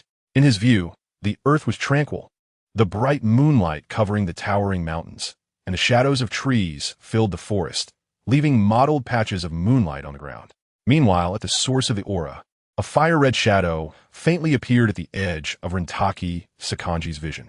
It resembled a straight line of fire burning on the ground, swaying and pulling out dozens of meters of red afterimages, moving through the forest at what could be considered a teleportation speed in the eyes of ordinary people. Only after the red shadow passed for a few seconds did the fierce wind follow, causing the trees along its path to sway wildly. At the treetop, Rintaki Sakanji's pupils clearly contracted, feeling shocked by the speed of this red shadow. He had competed with the flame pillar before. The flame pillar could achieve explosive speed by compressing flames and then releasing them, a speed that exceeded ordinary imagination. However, compared to this red shadow, it was still inferior. Moreover, the flame pillar's movements were bursts of speed, while the red shadow in Rintaki Sakanji's eyes moved steadily, its speed neither increasing nor decreasing. The target was clearly the narrow fog mountain. In about a minute, the red shadow reached the foot of a narrow fog mountain from the edge of Rintaki Sakanji's vision. At that moment, its speed suddenly dropped, revealing its true form. The dark red, tall, and exquisite armor first appeared in Rintaki Sakanji's eyes, resembling translucent and crystalline red ruby. The face was also covered with a mask, with not a single inch of skin exposed. Taking a step forward, the dark red armor began to become ethereal. The mask first flowed away like water, disappearing in an instant, and within the blink of an eye, a figure that dimmed the moonlight and made the flowers pale walked out from the armor, which then completely transformed into specks of dark red and merged into her body. Dressed in a red and white kimono, somewhat resembling a shrine maiden's attire, the red moon lifted her head, her gaze suddenly shifting towards Rintaki Sakanji's location, but only catching sight of the slightly trembling branches and leaves of the trees. Rintaki Sakanji, experienced as he was, knew that his gaze would draw the other's perception, so he simply took a quick glance and swiftly left the treetop. Subsequently, the red moon withdrew her gaze, standing still, her form unmoving. She unconsciously bit her nails lightly, seemingly pondering something. 2 or 3 seconds later, her eyes brightened, and then she reached out, gathering some scattered dark hair, and rubbed her cheek, her snow-white skin seemingly illuminating the surroundings a bit. Resuming her steps, no longer moving at the previous lightning speed, the red moon walked towards a narrow fog mountain with an elegant demeanor. Mid-mountain, amidst the rustling sounds, Rintaki Sakanji jumped down from the tree and said solemnly, "Iguro Abanai, Hanatani Shizuka, you two go to the mountaintop." Iguro Abanai, stopped the sword technique connection, and Hanatani Shizuka opened her eyes, rolling down from the treetop. The two exchanged puzzled glances with Rintaki Sakanji. What happened, master? Rintaki Sakanji had no time to explain, only casting a stern glance at the two. Hurry, go to the mountaintop and conceal your presence. Do not come down without my command. Under Rintaki Sakanji's imposing gaze, Hanatani Shizuka instinctively shrank her head, and before Iguro Abanai could react, she grabbed him and started to run up the mountain with great speed. Hanatani Shizuka knew well that her brain wasn't the sharpest, so she didn't even think about the reason. As soon as Rintaki Sakanji spoke, she intended to follow his orders. No matter what happened, she felt it was best to listen to her master. However, Iguro Abanai, having already trained all day with sword techniques and breathing methods, was nearing his limit. At that moment, when Hanatani Shizuka suddenly pulled him, the breathing technique went awry, causing his energy to clash within. He immediately groaned, blood trickling from the corner of his mouth, and then his body softened, collapsing to the ground. Hanatani Shizuka panicked, squatting down to shake Iguro Abanai. Junior brother, I didn't mean it. Are you okay? Can you stand up? Shizuka senpai, I'm fine. But if you shake me anymore, I might not be. Iguro Abanai felt a bit of a headache. With Hanatani Shizuka's support, he managed to stand up. His muscles were sore and weak, making it impossible for him to make large movements at that moment. Hanatani Shizuka was at a loss, looking up at Rintaki Sakanji for help. Master. Watching the clumsy Hanatani Shizuka and the immobile Iguro Abanai, Rintaki Sakanji let out an almost imperceptible sigh and then shook his head. It's too late. You two retreat behind me. A powerful demon is coming. Be careful. The narrow fog mountain is not particularly tall, and the red moon moves quickly. Just a moment's delay, and Kanroji Mitsuri has already sensed the danger that is almost right at hand. Therefore, Kanroji Mitsuri activated his total concentration breathing, his eyes narrowing as he fixedly stared in a certain direction, his right hand already gripping the hilt of the Nichiren blade, gathering strength. Moments later, the figure of the red moon appeared before the three of them. She looked towards Kanroji Mitsuri, her eyes brightening as she revealed a faint smile. The instant he saw the red moon, Kanroji Mitsuri sharply inhaled, his internal energy circulating, blood surging, and the guard of his Nichiren blade had already popped open, revealing a gleaming blade. However, behind Kanroji Mitsuri, Iguro Abanai's puzzled voice interrupted his actions. Master, you seem to have misunderstood. She is not a demon. She is the wife of brother Kaijuro in Asakusa. Chapter 83, Kindred Spirits. Iguro Abanai's words echoed in the narrow fog mountain, and the surroundings suddenly fell silent. Kanroji Mitsuri turned his head somewhat mechanically, looking at Iguro Abanai, and asked seriously, What? Can you say that again? Beside Iguro Abanai, Hanazawa Shizuka also widened her eyes, unable to help but glance at the red moon again, examining her up and down. Iguro Abanai scratched his head, and a muffled voice came from the bandages covering the lower half of his face. Last time, I went to Asakusa with brother Kaijuro. He got engaged to Sister Red Moon, so I said she is brother Kaijuro's wife in Asakusa. I didn't know you were unaware of this matter, master. Kozawa had never mentioned the matter of the red moon to Kanroji Sakanji. Suddenly, Sakanji recalled that when Kozawa returned to Kagamiyama, he did seem a bit unusual. When he asked him where he got a red paper umbrella, Kozawa hesitated for a moment before explaining that he bought it on the roadside to shield himself from the sun, not wanting his skin to get tanned. But given Kozawa's physique, how could he possibly be afraid of getting tanned? Not to mention that the umbrella he brought back was obviously very feminine. At that time, Sakanji didn't press further, but now, thinking back, he felt something was off. Then, a gentle breeze blew, and the figure of the red moon appeared next to Iguro Abanai like a ghost. She merely glanced at Sakanji's expression and realized that she had already exposed her identity. So she stopped hiding. Without regard for the vigilant Sakanji nearby, the red moon reached out and touched Abanai's shoulder with her finger, instantly calming the raging aura within him. And his expression relaxed significantly. Having grown up in a dungeon, Abanai still didn't understand the intricacies of human emotions and failed to notice the tense atmosphere. He simply exclaimed happily, Thank you. I feel much better. Hanada Shizuka, on the other hand, was tugging at Abanai's sleeve, trying to pull him away. Even she could tell that something was off about the red moon.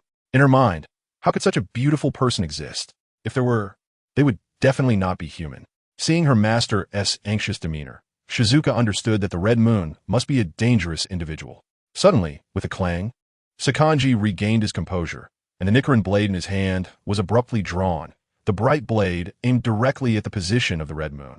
The blade swept past her neck, passing through, only to cut through a fading afterimage. When he turned to look again, the red moon had somehow moved from her original position to a spot over 10 meters away, gazing at him calmly. Seeing the Nichiren blade in Sakanji's hand, the faint smile on the red moon's lips slowly faded. No longer smiling, her expression turned cold and indifferent, sending a chill down one's spine.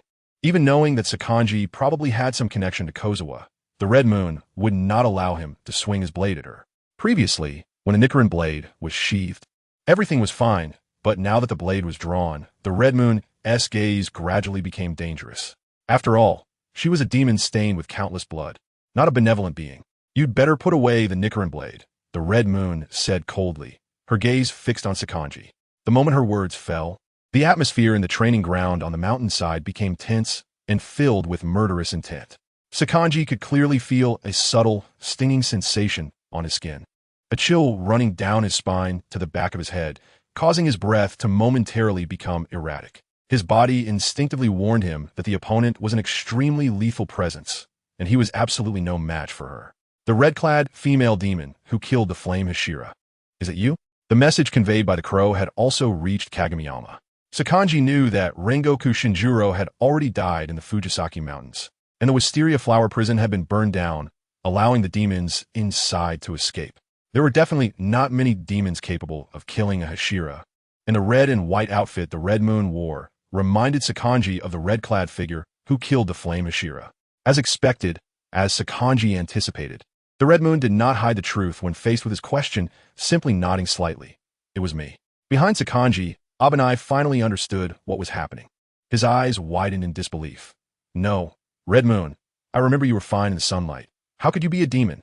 Kurosawa took away the umbrella from Akatsuki, and the scene of Akatsuki standing in the sunlight was also witnessed by Ihei Cabin. Therefore, he has not fully believed that Akatsuki is a demon until now. Unfortunately, Akatsuki's next words sent a chill down Ihei Cabin's spine as well. Cabin, just a bit of sunlight doesn't pose a fatal threat to me. This statement revealed Akatsuki's identity and made everyone aware of her strength. No demon has ever survived even a few seconds under direct sunlight. At least, Sanemi Shinazugawa, a Hashira with decades of demon hunting experience, had never seen it.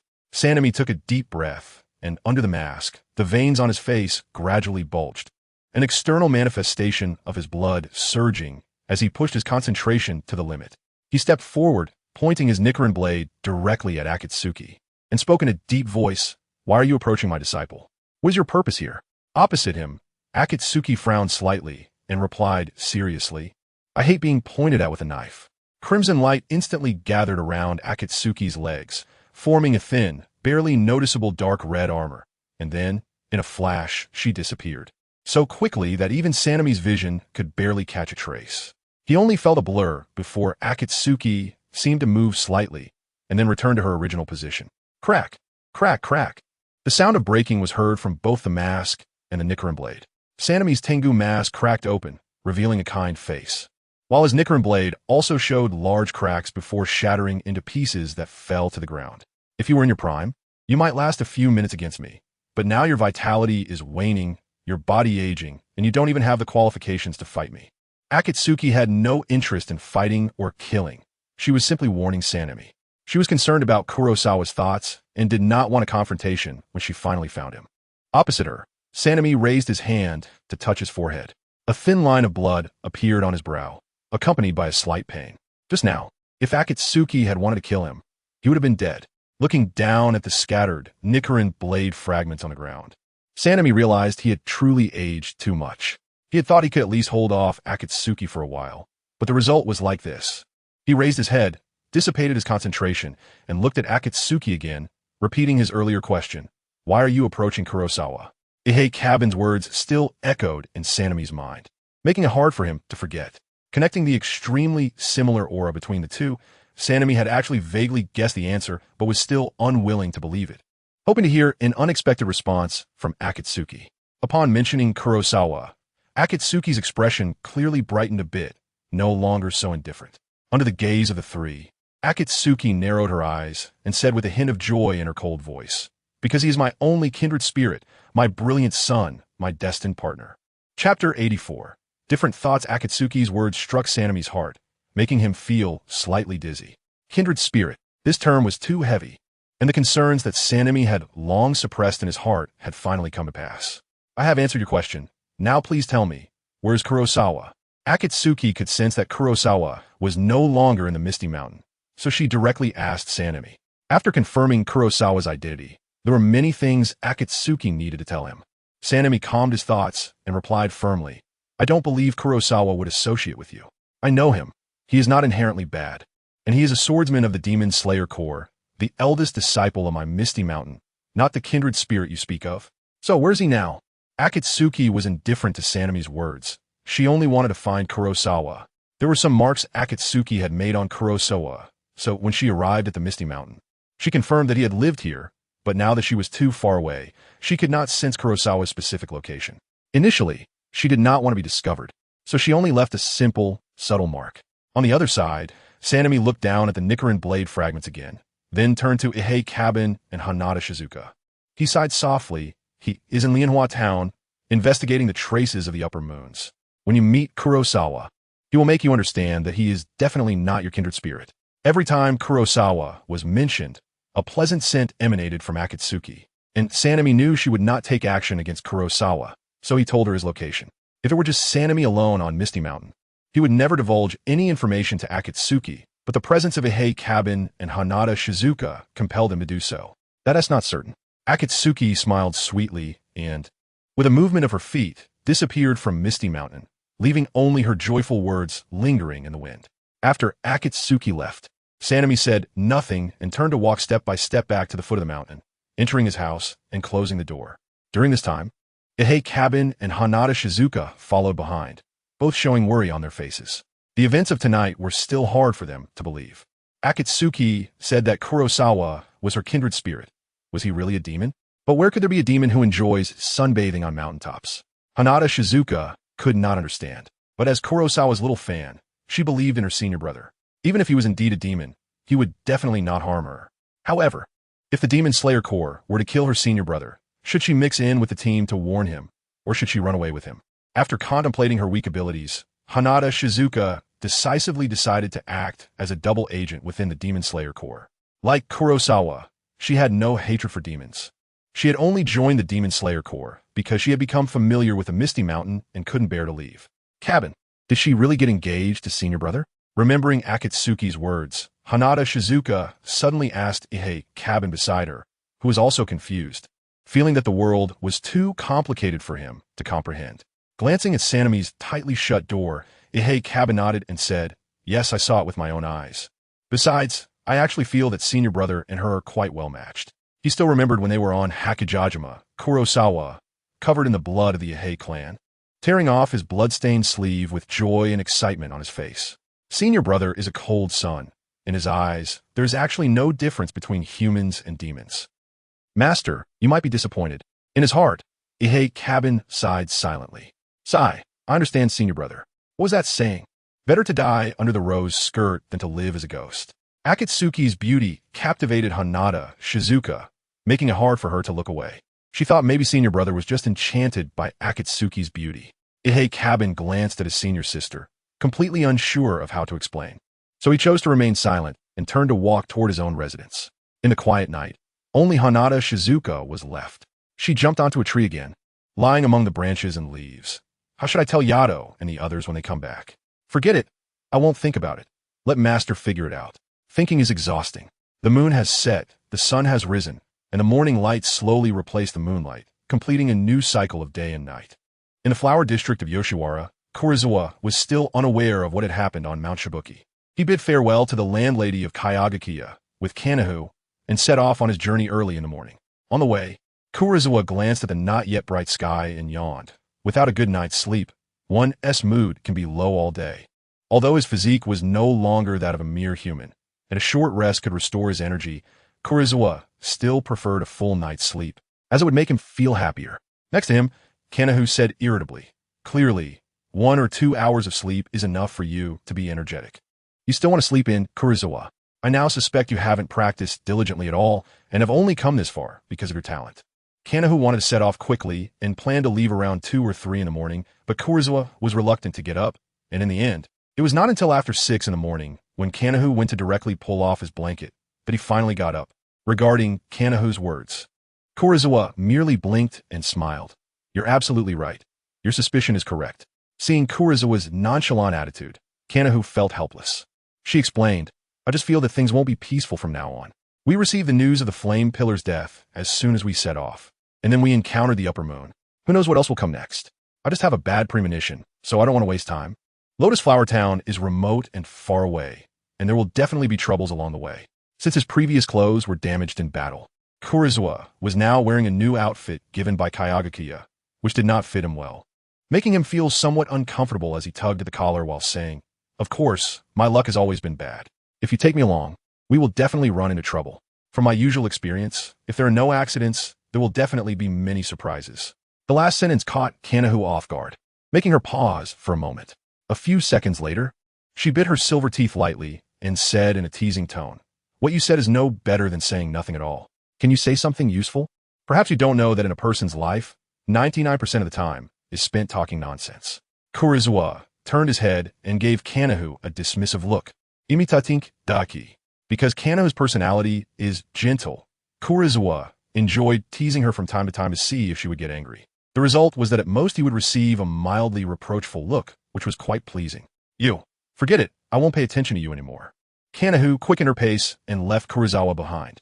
Behind Kanahu, Kurosawa shrugged and followed her at a leisurely pace. Chapter 85. Demon Slayer Corps Investigation at the headquarters of the Demon Slayer Corps in a central residence of the Ubuyashiki family. Inside, Ubuyashiki Yoya looked out the window, his voice somewhat lonely. How's the weather today? Next to him, Ubuyashiki Kanata glanced at the clear blue sky and, supporting Ubuyashiki Yoya's arm, helped him cross the threshold and walk outside. It's the scenery you like. The sky is blue, and there are no clouds for miles. The scar-like patterns of burns on Ubuyashiki Yoya's face had spread to his eyes, and he could no longer see. All he had left was a vast darkness. Is that so? The scenery is beautiful, but the current situation is like my vision, filled with endless darkness. The news brought by Kajizaki yesterday weighed heavily on Ubuyashiki Yoya's heart. The destruction of the Tsuzumi Mountain, the death of the Flame Pillar, Rengoku Shinjiro. The Rengoku family was now in mourning, preparing for funeral. Moreover, Rengoku's eldest son, Rengoku Kaijiro, had hurriedly completed a demon-slaying mission, was severely injured, and upon returning to his clan, discovered he had lost his hearing and his hearing ability was greatly diminished. The weakening of a sensory capability meant that this originally very promising talent would have a significantly lower potential in the future.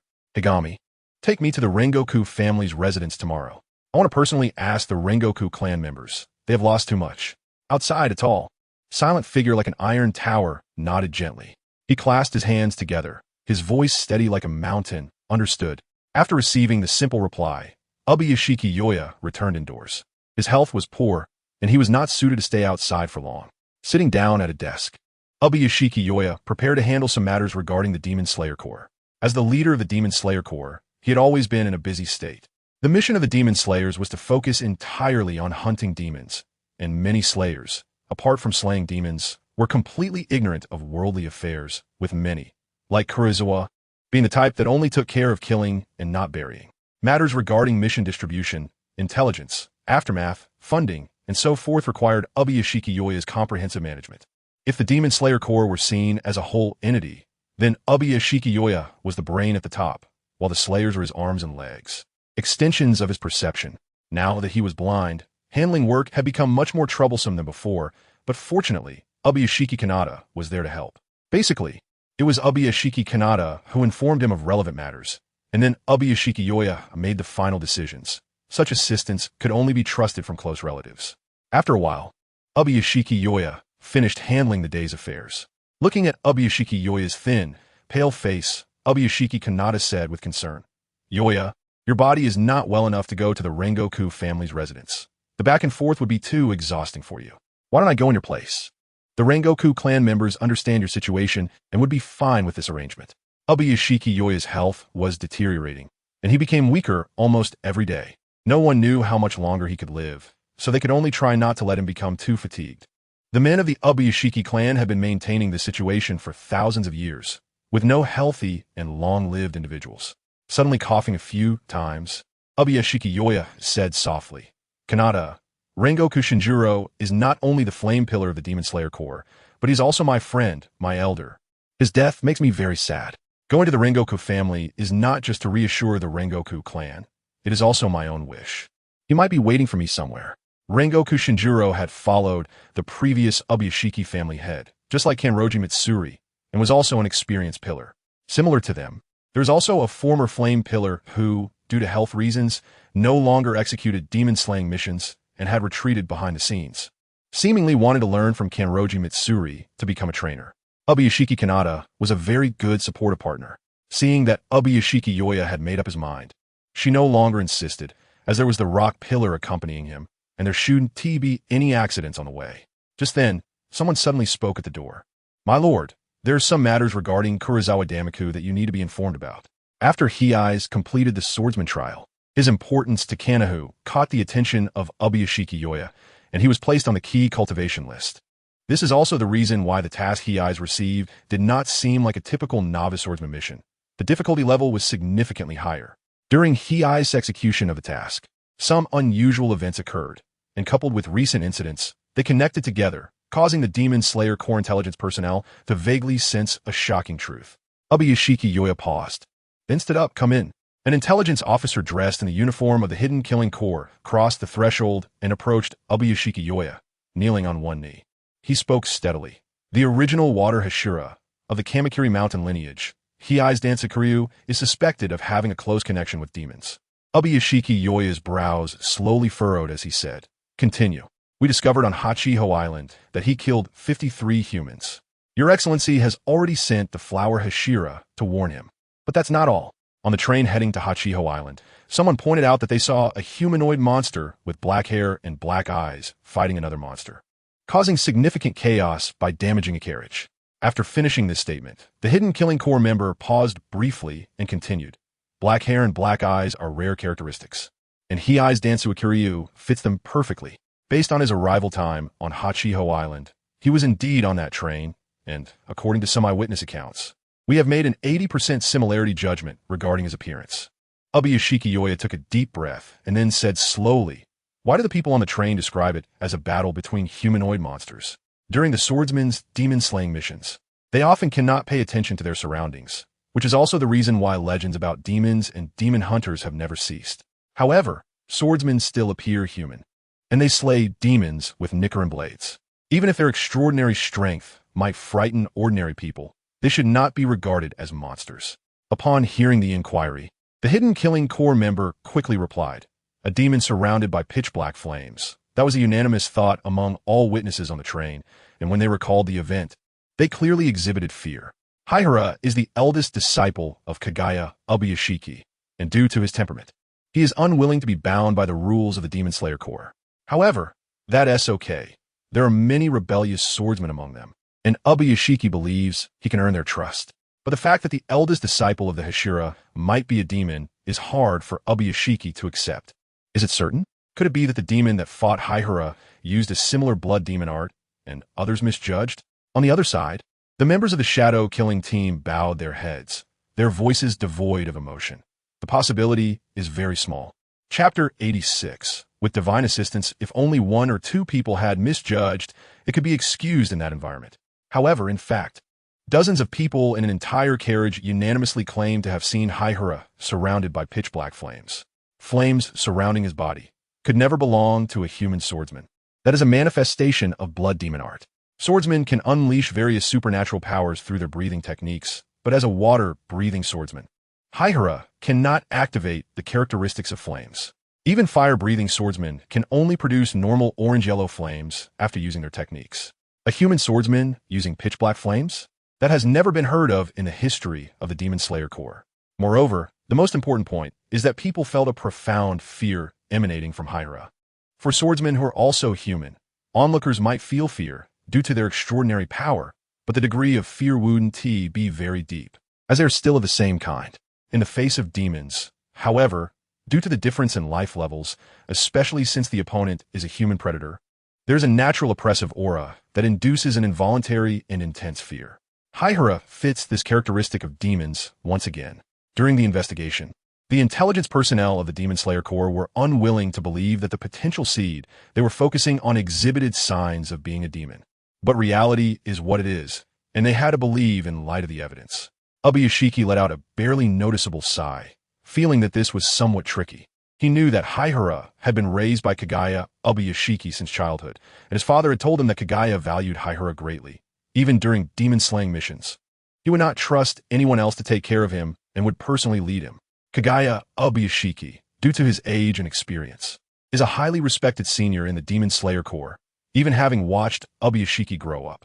He still needed to confirm Haihara's healing speed after being injured, as that is the most direct manifestation. If he is truly a demon, this identity cannot be hidden. If he is not, we cannot wrongfully accuse him, as he is a relative of the former Water Hashira and deserves trust. Obuyashiki planned to continue observing this matter and not rush to conclusions. However, the intelligence personnel clearly had more to say. He bowed his head and continued reporting. My lord, there is another matter still related to Haihara. At this moment, beams of light were shining through the gaps in the walls, forming varying sizes of light spots on the ground. Obuyashiki sat beneath several beams of light and sighed lightly. Go on. Unexpectedly, in just a few months, so many things had happened with Haihara. The destruction of the Fujisaki mountain and the death of the flame Hashira are very likely related to Haihara.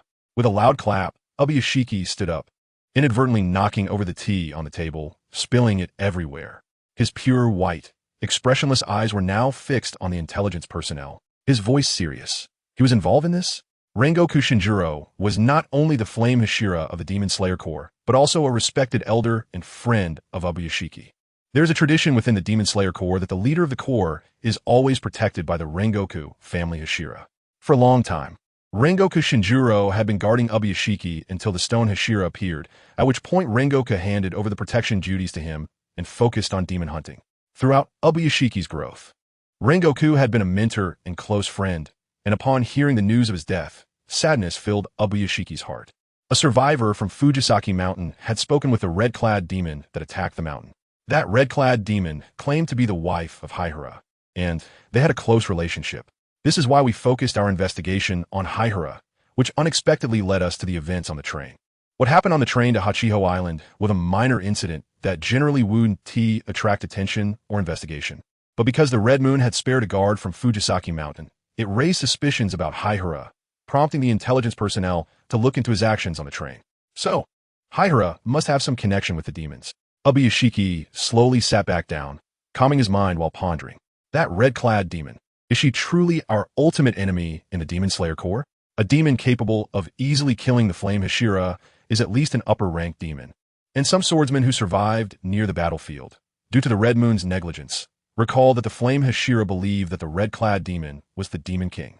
Since Rengoku Shinjuro had such a judgment, it must have its reasons. Obuyashiki is not skilled in judging the identity and rank of demons, but the experienced Flame Hashira's judgment is likely to be correct. Until new information arises, we will tentatively assume that the red-clad demon is the Demon King. And, as the Demon King, she claims to be the wife of Haihara. Obuyashiki felt an inexplicable headache. After a long while, he issued an order. Go to the Misty Mountains and ask the former Water Hashira, Kagaya Obuyashiki, to come to the headquarters of the Demon Slayer Corps for investigation. The intelligence personnel responded softly, yes. After saying this, he quietly exited Obuyashiki's residence. In the once quiet room, Obuyashiki's voice suddenly rang out. Jiomi-I, what do you think? If you were at Fujisaki Mountain, on one side of the entrance, a firm and steady voice, rich in character, replied, I am slightly stronger than the Flame Hashira, but to kill him in battle, unless he has a death wish and no thought of escape. If I were at Fujisaki Mountain, I might be able to hold on until dawn and then die from my injuries. The physique of the stone Hashira is not something the Flame Hashira can compare to, but he does not master the final ultimate sword form, so the gap is not very large. On the other side, Obuyashiki said heavily, you are the strongest fighting force of the Demon Slayer Corps right now, and even you can't do it. To eliminate her, we will need outside help. He thought of someone in Asakusa, no, a demon who had been researching for so long.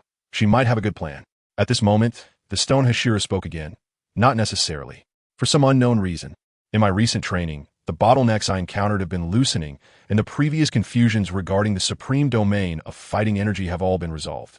Not only that, but through the breath of the stone, I have vaguely touched upon the origins of the breathing techniques and some mysteries of the sun breathing, as well as insights into sword forms and research on patterns, improving every day. If this state continues for a while longer, I might reach the peak in the history of the Demon Slayer Corps. Ubuyashiki showed an expression of surprise. Really? Wasn't your strength stagnant a year ago? As the strongest force of the Demon Slayer Corps, besides the historically prominent sun-breathing swordsman Kaneo Tiri, the Hashira can be said to be the pinnacle of all swordsmen, having reached the limits of what humanity can achieve. Their strength has stagnated for a long time, yet now they can continue to grow stronger. The Hashira also displayed a puzzled expression. I am equally confused about this. My recent training has been unusually smooth to an incredible extent, as if the entire world is aiding me, almost as if blessed by the gods. Chapter 87. The duty of the trainer of the time had come to that afternoon. At dusk, when Koizumi and Kane had been traveling for quite a while and felt somewhat fatigued. The breathing techniques can greatly enhance a swordsman's endurance, but they cannot provide infinite stamina. After all, they are still human. However, with just a short rest, they can adjust their condition to perfection. Along the way, not wanting to take a detour, the two of them leaped and darted through the forest, quickly shortening the distance to Lotus Town. They had only just returned to a relatively smooth small road. What do you plan to do after we arrive at Lotus Town? The two slowed their pace, and at the same time, Koizumi looked at Kane and curiously asked. Kane was unsure, but Koizumi knew that there was a formidable presence in Lotus Town that was not to be trifled with. Upper Moon 2, the ice demon, Doma. He estimated that even if he and Kane teamed up, they might not be able to defeat him. Maybe we could hold our own, but not necessarily. Koizumi recalled that Doma seemed to fight entirely relying on his blood demon art, which was extremely powerful. Any human who came into contact with it would be severely injured. Beside him, Kane thought for a moment before responding. First, we should see if there are any traces of the upper moons in Lotus Town. It might take some time to investigate, but with your aura perception, this step will be much simpler. Basically, once we arrive in Lotus Town, you'll be able to tell if any upper moons are present. Then you can assess their strength. If it's similar to Daki, we can deal with them directly. If it's a higher-ranked upper moon, we can retreat temporarily and return to the Demon Slayer Corps headquarters to gather reinforcements. Before the small path, a small village appeared before the two. Looking at the little village in the mountains from a distance, Koizumi shook his head and said, Aura perception is not infallible. What if we encounter a powerful upper moon that can suppress our auras and lures us in? Wouldn't that be walking into a tiger's den? Kane smiled gently and said, Koizumi, you underestimate the power of aura. The situation you mentioned is very rare. Even if it happens, I will hold them off and let you escape first. How about that? That's what you said, so don't blame me for running fast later. Koizumi said this, but he also knew he wasn't someone who would easily flee. However, he figured he could carry Kane and run together if needed. Doma, excelling in blood demon arts, likely wouldn't have much physical strength and certainly wouldn't be able to outrun him. In fact, after discovering the upper moon demon in the Yoshiwara Flower District, if we return to the Demon Slayer Corps headquarters, no one should bring up your situation again. But since we are here, we should take care of the task in Lotus Town. If it is still an upper moon, you might have the opportunity to earn enough merit to be promoted to Hashira. Your strength has certainly reached that level. It's just that your merit for slaying demons is still lacking. This task is a perfect opportunity to make up for that. Dealing with 2 upper moon-related tasks should be enough merit. Helping you become the new Water Hashira would be a sufficient return for your assistance to my sister in Fujisaki Mountain. Kane smiled brightly. Kurosawa has never shown his swordsmanship level, but just based on his performance in the Flower District, Kanai knows he has already crossed the threshold of becoming a Hashira and officially possesses Hashira-level combat power. Moreover, Kurosawa has the ability to sense fighting spirit, a skill currently only possessed by the Stone Hashira in the entire Demon Slayer Corps, which makes her envious. He is fully capable of becoming a Hashira. After hearing Kanai's plans, Kurosawa's expression changed slightly, and then he said, So this is what you think. No wonder you are so determined to go to Lotus Town. But to be honest, I'm not really interested in the position of Hashira. Helping Butterfly Shinobu back then was just a matter of convenience, so you don't need to pay too much attention to it. In fact, it's not just because of helping Butterfly Shinobu. The main reason is that Kanai feels somewhat guilty. It was she who brought up Kurosawa in front of Yoya Tsujikuni, which led to Kurosawa being listed as a key target for care, resulting in the trip to Hakujajima. If Kurosawa had started from the bottom with demon-slaying tasks and encountered more people and demons, perhaps he wouldn't be so radical in his actions. This is Kanai's true thought. She believed that a large part of what Kurosawa has done is due to her, which is why she wants to help him become a Hashira as compensation. As for the former water Hashira, Kanroji, if the position of water Hashira is taken by someone else, he would probably be very unhappy. You are his top disciple, and you have the obligation to inherit the position of water Hashira. For some reason, hearing Kanai's tone made Kurosawa feel a bit annoyed. He impatiently said, "There are other disciples of the master besides me. Tomioka, Shinobu, and Ju. They all have the opportunity to become the new water Hashira. Besides, I'll say it again, I have no interest in inheriting the position of water Hashira. The concerns that an ordinary swordsman and a Hashira need to consider are completely on different levels. As just an ordinary swordsman, Kurosawa can accept using the information system of the Demon Slayer Corps to find demons. But becoming a Hashira means dedicating most of his time to the Corps, which he cannot tolerate. He hasn't even figured out the secrets he holds. Becoming a Hashira would only make it easier for those secrets to be discovered. Kurosawa has never made a concerted effort to hide himself. Currently, Kurosawa does not know that because of what the Red Moon said at the foot of Fujisaki Mountain and the swordsman he let go, his secret has already been discovered and mistakenly identified as a demon. Among the other swordsmen from Narukami Mountain, only Kaneo and Shinobu have reached the A-rank swordsman standard, which is not far from becoming a Hashira, but their breathing techniques have not yet reached the constant state. So, there's still some distance away from becoming a Hashira, maybe close, maybe far. The constant breathing technique serves as the threshold for Hashira, which will eliminate many swordsmen, as talent is crucial to learning it. Those without talent, no matter how hard they work, can only reach A rank at best. Then you're underestimating my two junior disciples, Ju Tomioka and the recently initiated Kaneo Tsuyuri. In my opinion, both of them are more suited to become Hashira than I am. I'm not sure about Kaneo, but Ju Tomioka, that somewhat timid swordsman, the chances are slim." He smiled mysteriously and said, "Trust me, I've seen his future." Teammate Mickey, with boundless magic, refers to someone like Ju Tomioka. As a swordsman of the Demon Slayer Corps, it's certain that Mickey's fate will be intertwined with that of his teammates.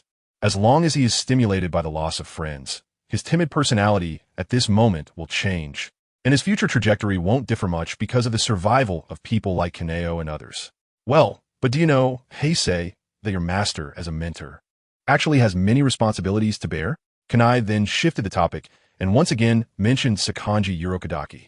Kurosawa was taken aback for a moment, then said, "What? He really doesn't understand the responsibilities of a cultivator." Seeing Kurosawa looking over, Kanaheim stopped in her tracks and said seriously, "It is the cultivator's job to train swordsmen for the Demon Slayer Corps, but beyond that, the cultivator is responsible for the actions of the swordsmen they have trained. If a swordsman becomes a man-eating demon or commits heinous acts, their cultivator cannot escape blame and will generally end their life by suicide." Hearing this, Kurosawa frowned. What kind of reasoning is that? Is there still such a punishment as collective responsibility? Kanaheim explained, "Because the Demon Slayer Corps trusts the cultivators and believes in their judgment, they accept their recommendations. A swordsman in training cannot participate in the trials without a cultivator's recommendation. And prior to that, cultivators have a long time to assess the character of the trainees, weeding out those with poor character. There is no collective punishment in the Demon Slayer Corps. Suicide is mostly a choice made by the cultivator, as they feel they have betrayed the trust of the Corps and become an accomplice, choosing to atone for the harmed individuals through suicide. The Corps does not advocate for such actions, but it will not intervene either, as it is indeed a failure on the part of the cultivator. Their judgment has failed, and when a disciple commits evil acts, someone has to bear the consequences." After Kanaheim finished speaking, Kurosawa fell into deep thought. In his previous life, when discussing the plot with others, someone had mentioned that Nezuko, who became a demon, was not dealt with by the Demon Slayer Corps first, seemingly because of the guarantee provided by Sakanji Urokadaki and Ju Tomioka, who had already become a water Hashira. Now, the memories were becoming clearer. Various details that had been spoiled in the past were coming back to Kurosawa as long as there was a relevant trigger.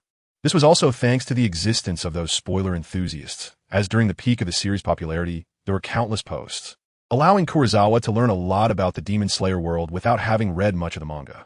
If that is the case, then my master is actually vouching for me. What a headache. Kurosawa always felt that one day he would inevitably have a falling out with the Demon Slayer Corps. At that time, he would rather have Sakanji Urokadaki use the Sunblade to clear the way than to have his situation lead to a suicide apology. Upon realizing this possibility, Kurosawa suddenly understood that it was quite significant. In the culture he had learned in his previous life, when a traitor emerged from sect, sending someone to clean house was the most conventional approach. However, the prevailing culture here was that while cleaning house, the cultivators were also held responsible. Thinking carefully, these two different approaches each have their pros and cons. In the world of Demon Slayer, cultivators would definitely observe the character of their disciples more strictly when selecting them. After this trip, I'll find a reason to withdraw from the Demon Slayer Corps, leave the Misty Mountain, and in the event of a problem afterward, it should have nothing to do with my master, since I have already left the Corps. Previously, Sakanji Urokadaki had a very firm attitude when Kurosawa wanted to withdraw from the Demon Slayer Corps.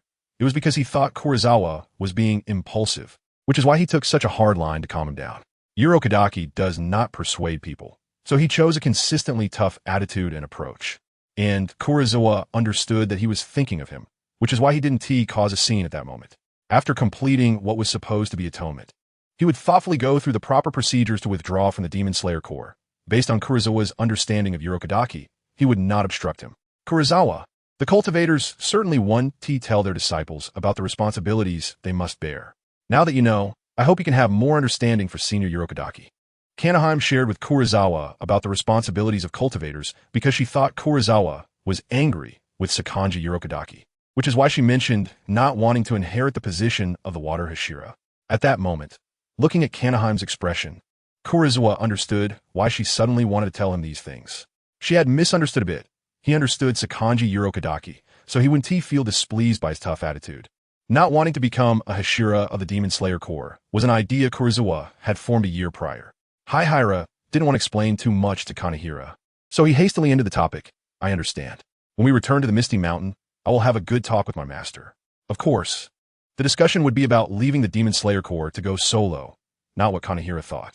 With his ability to sense fighting spirit, even without the intelligent support of the Demon Slayer Corps, he could still easily find traces of demons. It would just take a bit more time to search. That would be fine. Seeing that his persuasion had an effect, Kanahira's expression brightened, and her eyes curved into crescent shapes. Her smile was always genuine, full of strong infectiousness and approachability. Looking at her, Haihira also smiled, and his mood seemed to improve a bit. He couldn't understand someone with Kanahira's personality, but he maintained a deep respect for her. In a world overrun by evil spirits, Kanahira still wanted to be a good person who befriended demons and was taking action, seeking out friendly demons despite the strange looks from others. The courage and determination required for that were unimaginable to ordinary people. The two walked slowly in silence, occasionally exchanging a few words, and the atmosphere around them became harmonious again. After about 10 minutes, they reached the edge of a small village in sight. What lay before them was a winding stream, only a little over 2 meters wide, just a small creek that a strong adult could jump across with a running start. The water in the creek was not deep, appearing to be only about half a meter, with clear water revealing the dense pebbles and some small fish swimming at the bottom.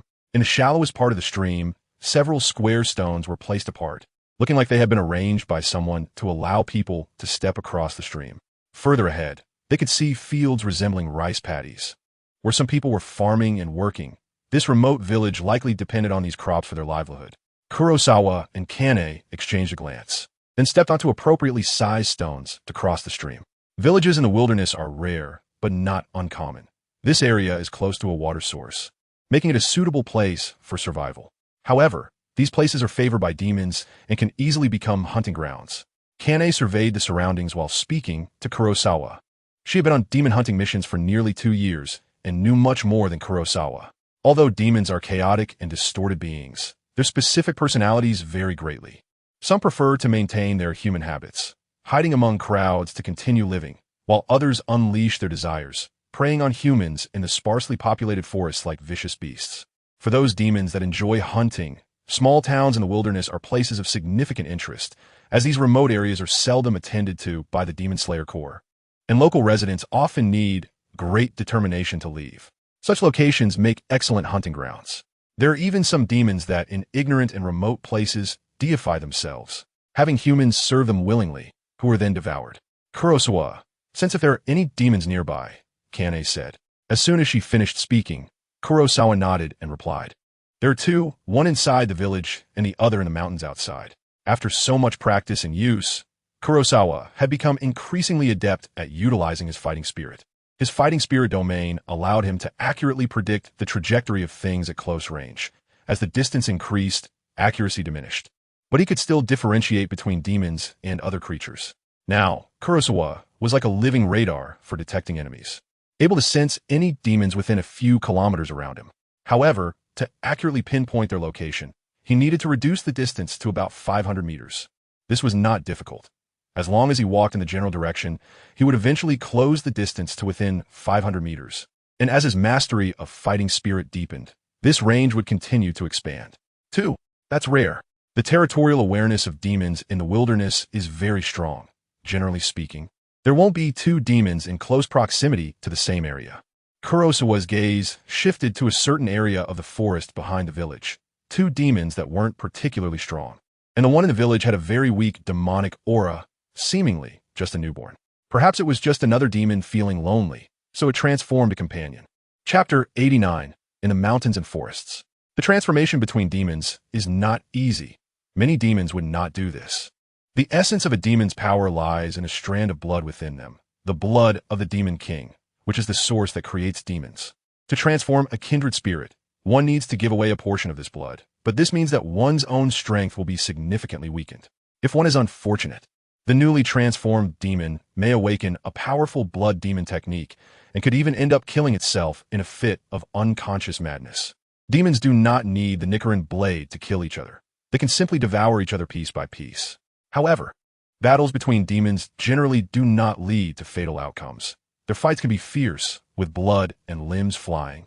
But once one side is certain they can defeat the other, they will hold back, rarely killing their opponent directly. This is quite different from human conflicts, where humans often annihilate entire families over trivial matters, leaving no escape route. If that one is indeed a newborn demon, what you said is quite possible. Otherwise, the other one would have already driven it away, not allowing it to remain in its hunting ground. Kane agreed with Kurosawa's thoughts. Kurosawa stroked his chin and after a moment of thought said, "How about this? I'll go deal with the slightly stronger one in the mountains outside the village, and you handle the one inside the village." As soon as he finished speaking, Kanayu replied unhappily, "Are you leaving the weaker one for me, because you think I need to be taken care of? In terms of hunting demons, I'm your senior." Unexpectedly, Kanai seemed a bit competitive in this regard. Heisei tilted his head and glanced at Kanai, saying calmly, "I don't have such thoughts. But think about it. As someone who can sense fighting energy, isn't it more convenient and quicker for me to search for ghosts in the complex terrain of the mountains and forests than for someone who cannot sense fighting energy?" Kanai paused in her breathing, then nodded in frustration. "I understand. Let's decide on that. I'll handle the village, and you go deal with the mountains and forests." Satisfied, Heisei led Kanai towards the back of the village. After all, he was heading to the deepest part of the forest, and it would be convenient to point out the hiding spots of the ghosts to Kanai along the way. In a small village nestled in the mountains, most people believed in the legends of ghosts, so they planned to close their doors and not go out once it got slightly dark. Therefore, there were not many people on the street. Occasionally, a few locals could be seen, and when they noticed Heisei and Kanai, they cast curious and wary glances their way. In such a remote place, the presence of outsiders was quite rare. However, they merely took a quick glance at Heisei and Kanai before lowering their heads and hurrying back to their homes. During this time, a dark-skinned local stopped and called out to the two from a distance, "Hey, there are ferocious beasts lurking around here at night. You should hurry and find a place to hide." But as soon as he finished speaking, he was pulled away by his companions, leaving no chance for the two to ask questions. The people here seemed overly anxious and hurried. Kanai's keen attention noticed the heavy expressions on their faces. Their tense demeanor likely indicated that they had recently encountered a death-related incident. Ferocious beast attacks. It seemed that about 90% of ghost attacks were explained away as ferocious beast attacks. TSK. How pitiful for the beasts. They can't even explain themselves. Truly a silent suffering. While Kanai carefully observed the pedestrians, Heisei's thoughts had drifted elsewhere. The sensed ghostly presence was not strong. The one in the mountains and forests was at most on par with the female ghost encountered on the train, so Heisei felt quite relaxed about it. When they spoke of ferocious beast attacks, it appeared that even they didn't fully believe it. However, it was evident that among the explanations, the idea of ferocious beasts was more reliable than believing in the legendary ghosts causing trouble. When they reached a fork in the road, Heisei pointed to the right. "In that fourth house over there, there's a person and a ghost with fighting energy. You should check it out." He continued, "If you deal with that ghost, We can rest here for a bit. In fact, it wouldn't take Kanai more than a few minutes to handle that ghost alongside him. But Heisei preferred to work alone. His despair blade hadn't been properly used yet, and he needed to find an opportunity to test the sword form again. Kanai had no objections and turned towards the house. At this moment, her right hand had already reached for the Nichiren blade at her waist. If Kanai had been a bit quicker, Heisei might not have left the village before she had already dealt with that ghost. However, considering Kanai's tendency to want to talk to ghosts first, it was unlikely. After parting ways with Kanai, Heisei clearly felt the air around him become much more free and fresh. It seems I'm more used to acting alone. Having others around me only affects me. At the same time, it felt like someone was watching him from the shadows. Heisei turned to look in the direction of the gaze. Inside a house by the roadside, someone was secretly observing him through a gap in the window. Upon being discovered by Heisei, they quickly withdrew their gaze, and the window was shut tight. The people of this village seemed to have been living in fear for a long time. In the glances they cast, there was a mixture of vigilance and tension, which Heisei's keen perception picked up on. Next, almost every time Heisei passed a house, the people inside would secretly peek outside, seemingly searching for traces of the so-called ferocious beasts. Heihara paid no attention to the gazes around him and walked leisurely towards the mountains and forest behind. The villagers' behavior seemed somewhat strange, but Heihara knew that this was actually a normal reaction under high-pressure circumstances. When he was a child, he accompanied Taki Sakanji on missions, and some villages would observe Taki's arrival in the same way. This place was a hunting ground for demons, and people often disappeared suddenly. The villagers were like startled birds, unsure of who would be the next to vanish. Over time, this led to the current situation. Perhaps some couldn't bear it and wanted to leave. But in such a remote area, it was quite troublesome to depart, and the true beasts in the surrounding mountains and forests wouldn't spare a solitary meal. A few minutes later, Heihara reached the boundary behind the small village. He activated his aura field, and sensed that Kanaheim's aura was very close to that of the demon, already in contact with each other. However, their auras remained stable, showing no signs of active combat. As expected, Kanaheim was not the type to immediately attack demons without a word. She might be trying to communicate with the demon at this moment. Heisei shook his head, suppressing his own fighting spirit and lowering his presence. Ghostly beings are mostly quite sensitive. If they detect his existence, they might flee in advance, causing unnecessary trouble. If he could completely mask the fluctuations of his fighting spirit, it would be as if he had completely vanished from the perceptual world. That scene is indeed something to imagine. As the fluctuations of his fighting spirit slowed, Heisei's presence diminished step by step, and soon, he felt like an ordinary person of somewhat tall stature, with a dangerous and deadly aura rapidly disappearing. After leaving the village and stepping into the forest, Heisei moved like a skilled hunter, adeptly navigating through the woods. His steps were always powerful, yet on the leaf-strewn and branch-littered ground, he made not a single sound. During battles, Heisei liked to intimidate others with his presence, so he never paid attention to these details, but when it came to stealth, he could also move without making a sound.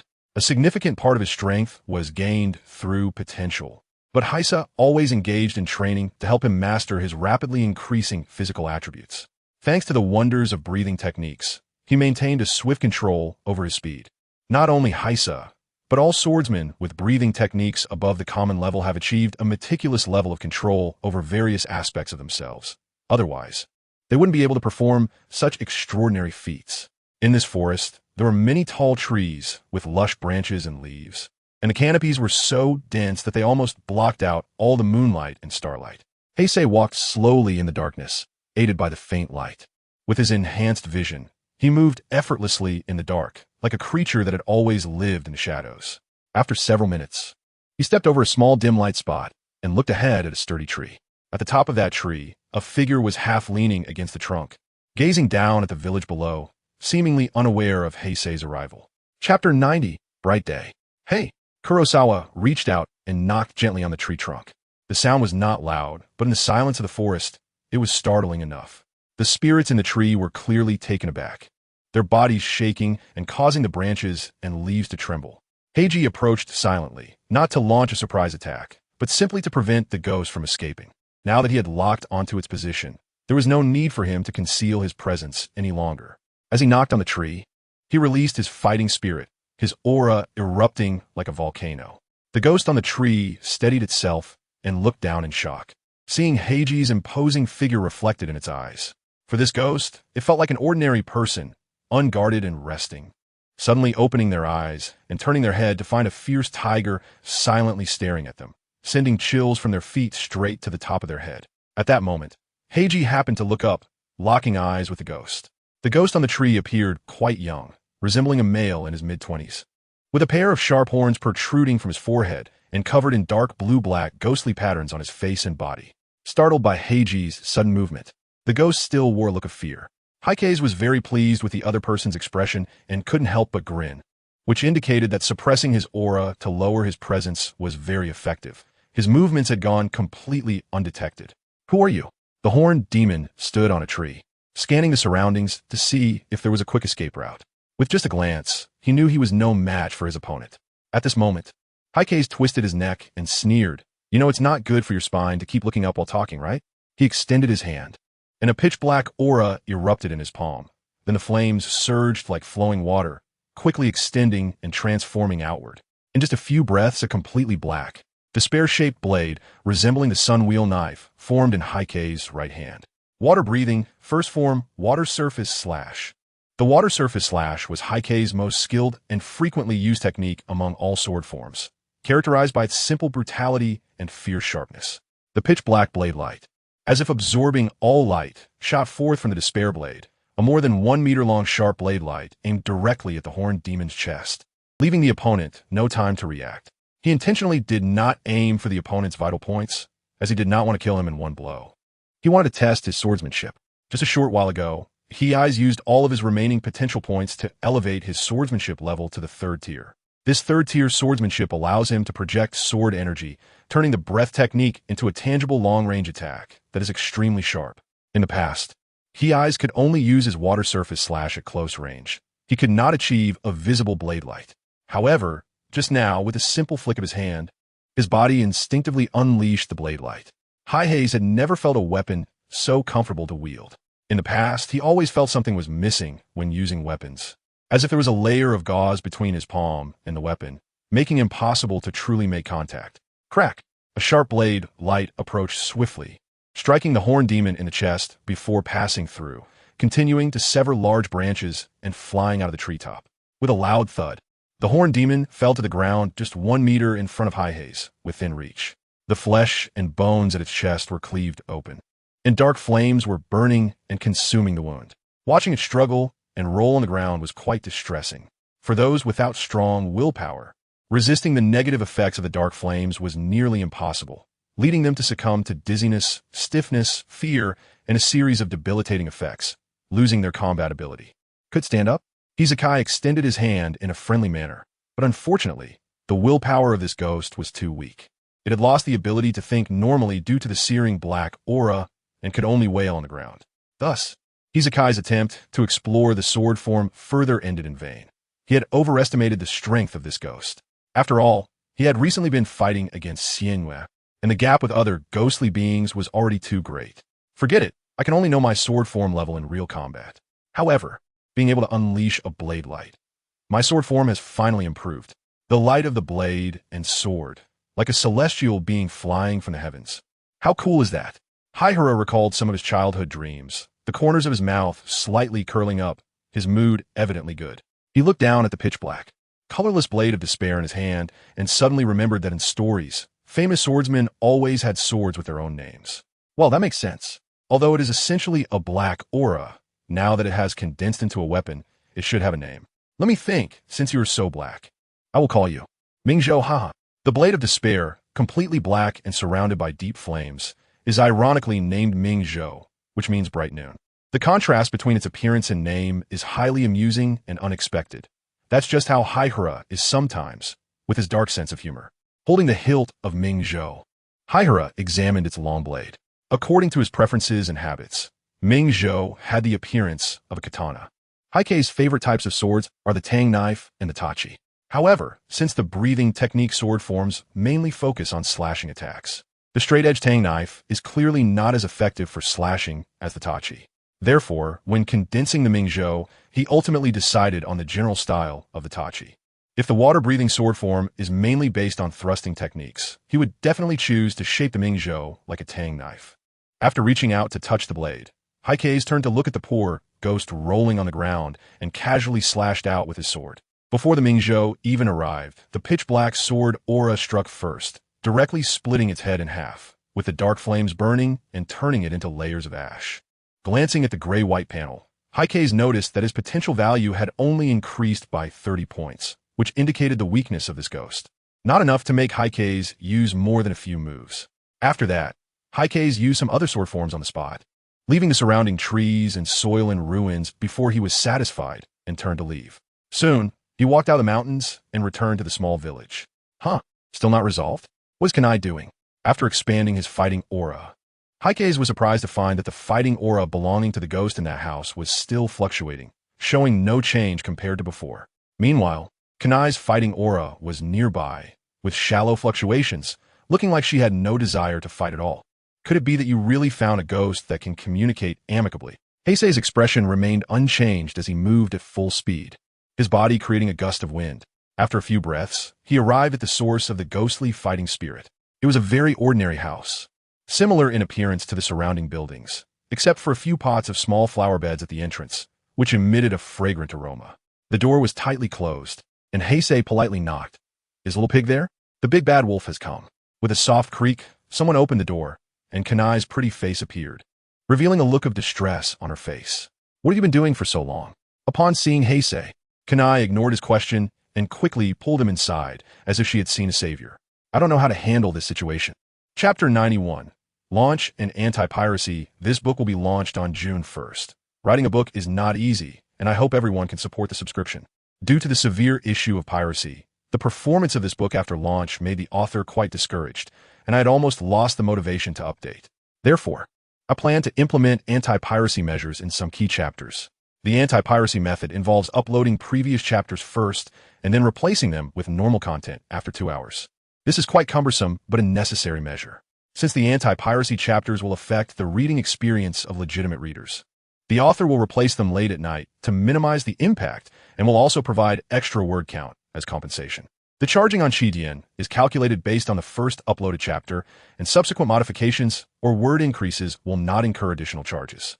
For example, the original 2,000-word anti-piracy chapter will be replaced with 2,500 words of main content, adding an extra 500 words.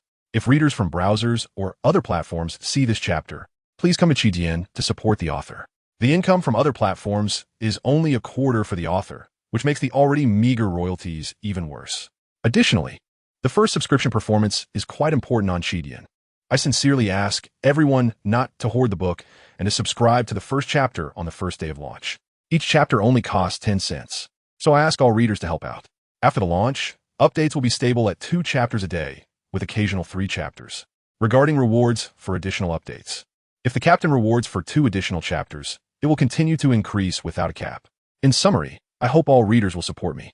Your support is what gives the author endless motivation. Chapter 92. Hyuga Siblings Anti-Piracy Chapter. No one should be reading this at midnight, right? The middle-aged man frowned, taking a step back. As he opened his mouth to speak, his teeth seemed to momentarily appear whiter and sharper, but the next second returned to normal. Seeing the other party like this, Heisei felt a sense of amusement. Having stayed on the mountain, his life had been nothing but cultivation, which was indeed boring. Now, seeing a ghost that was continuously retreating and unwilling to fight, Heisei couldn't help but feel a strange sensation.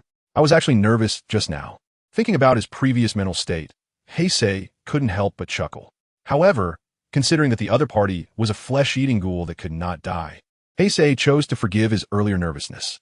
After all, it was his first time facing a ghostly entity, which required some time to adjust psychologically. Now, after a few dialogues, he noticed that the other party seemed even less willing to provoke him, and he had already adjusted. With his head lowered, Heisei's gaze gradually calmed as he looked at the middle-aged man. What is inside the snakeskin bag behind you? The middle-aged man, upon hearing this, subtly shifted his foot, blocking Heisei's view. Just a wild boar I caught on the mountain. It has nothing to do with you. Beneath the invisible clothing, dark blue-black markings were faintly spreading on the surface of the middle-aged man's body. He was not afraid of Heisei, the ghost hunter, but simply did not want to create extra trouble. Heisei's tall and powerful physique clearly exuded a greater sense of oppression than the average person. He extended his right hand onto the other person's shoulder and laughed heartily. That's perfect. I love eating pork, especially the wild boar from the mountains. I haven't had dinner yet. So how about you sell me the wild boar you hunted? How much? How much? The middle-aged man didn't quite understand what he meant, but that didn't prevent him from grasping Heisei's intention. I'm not selling it for any price.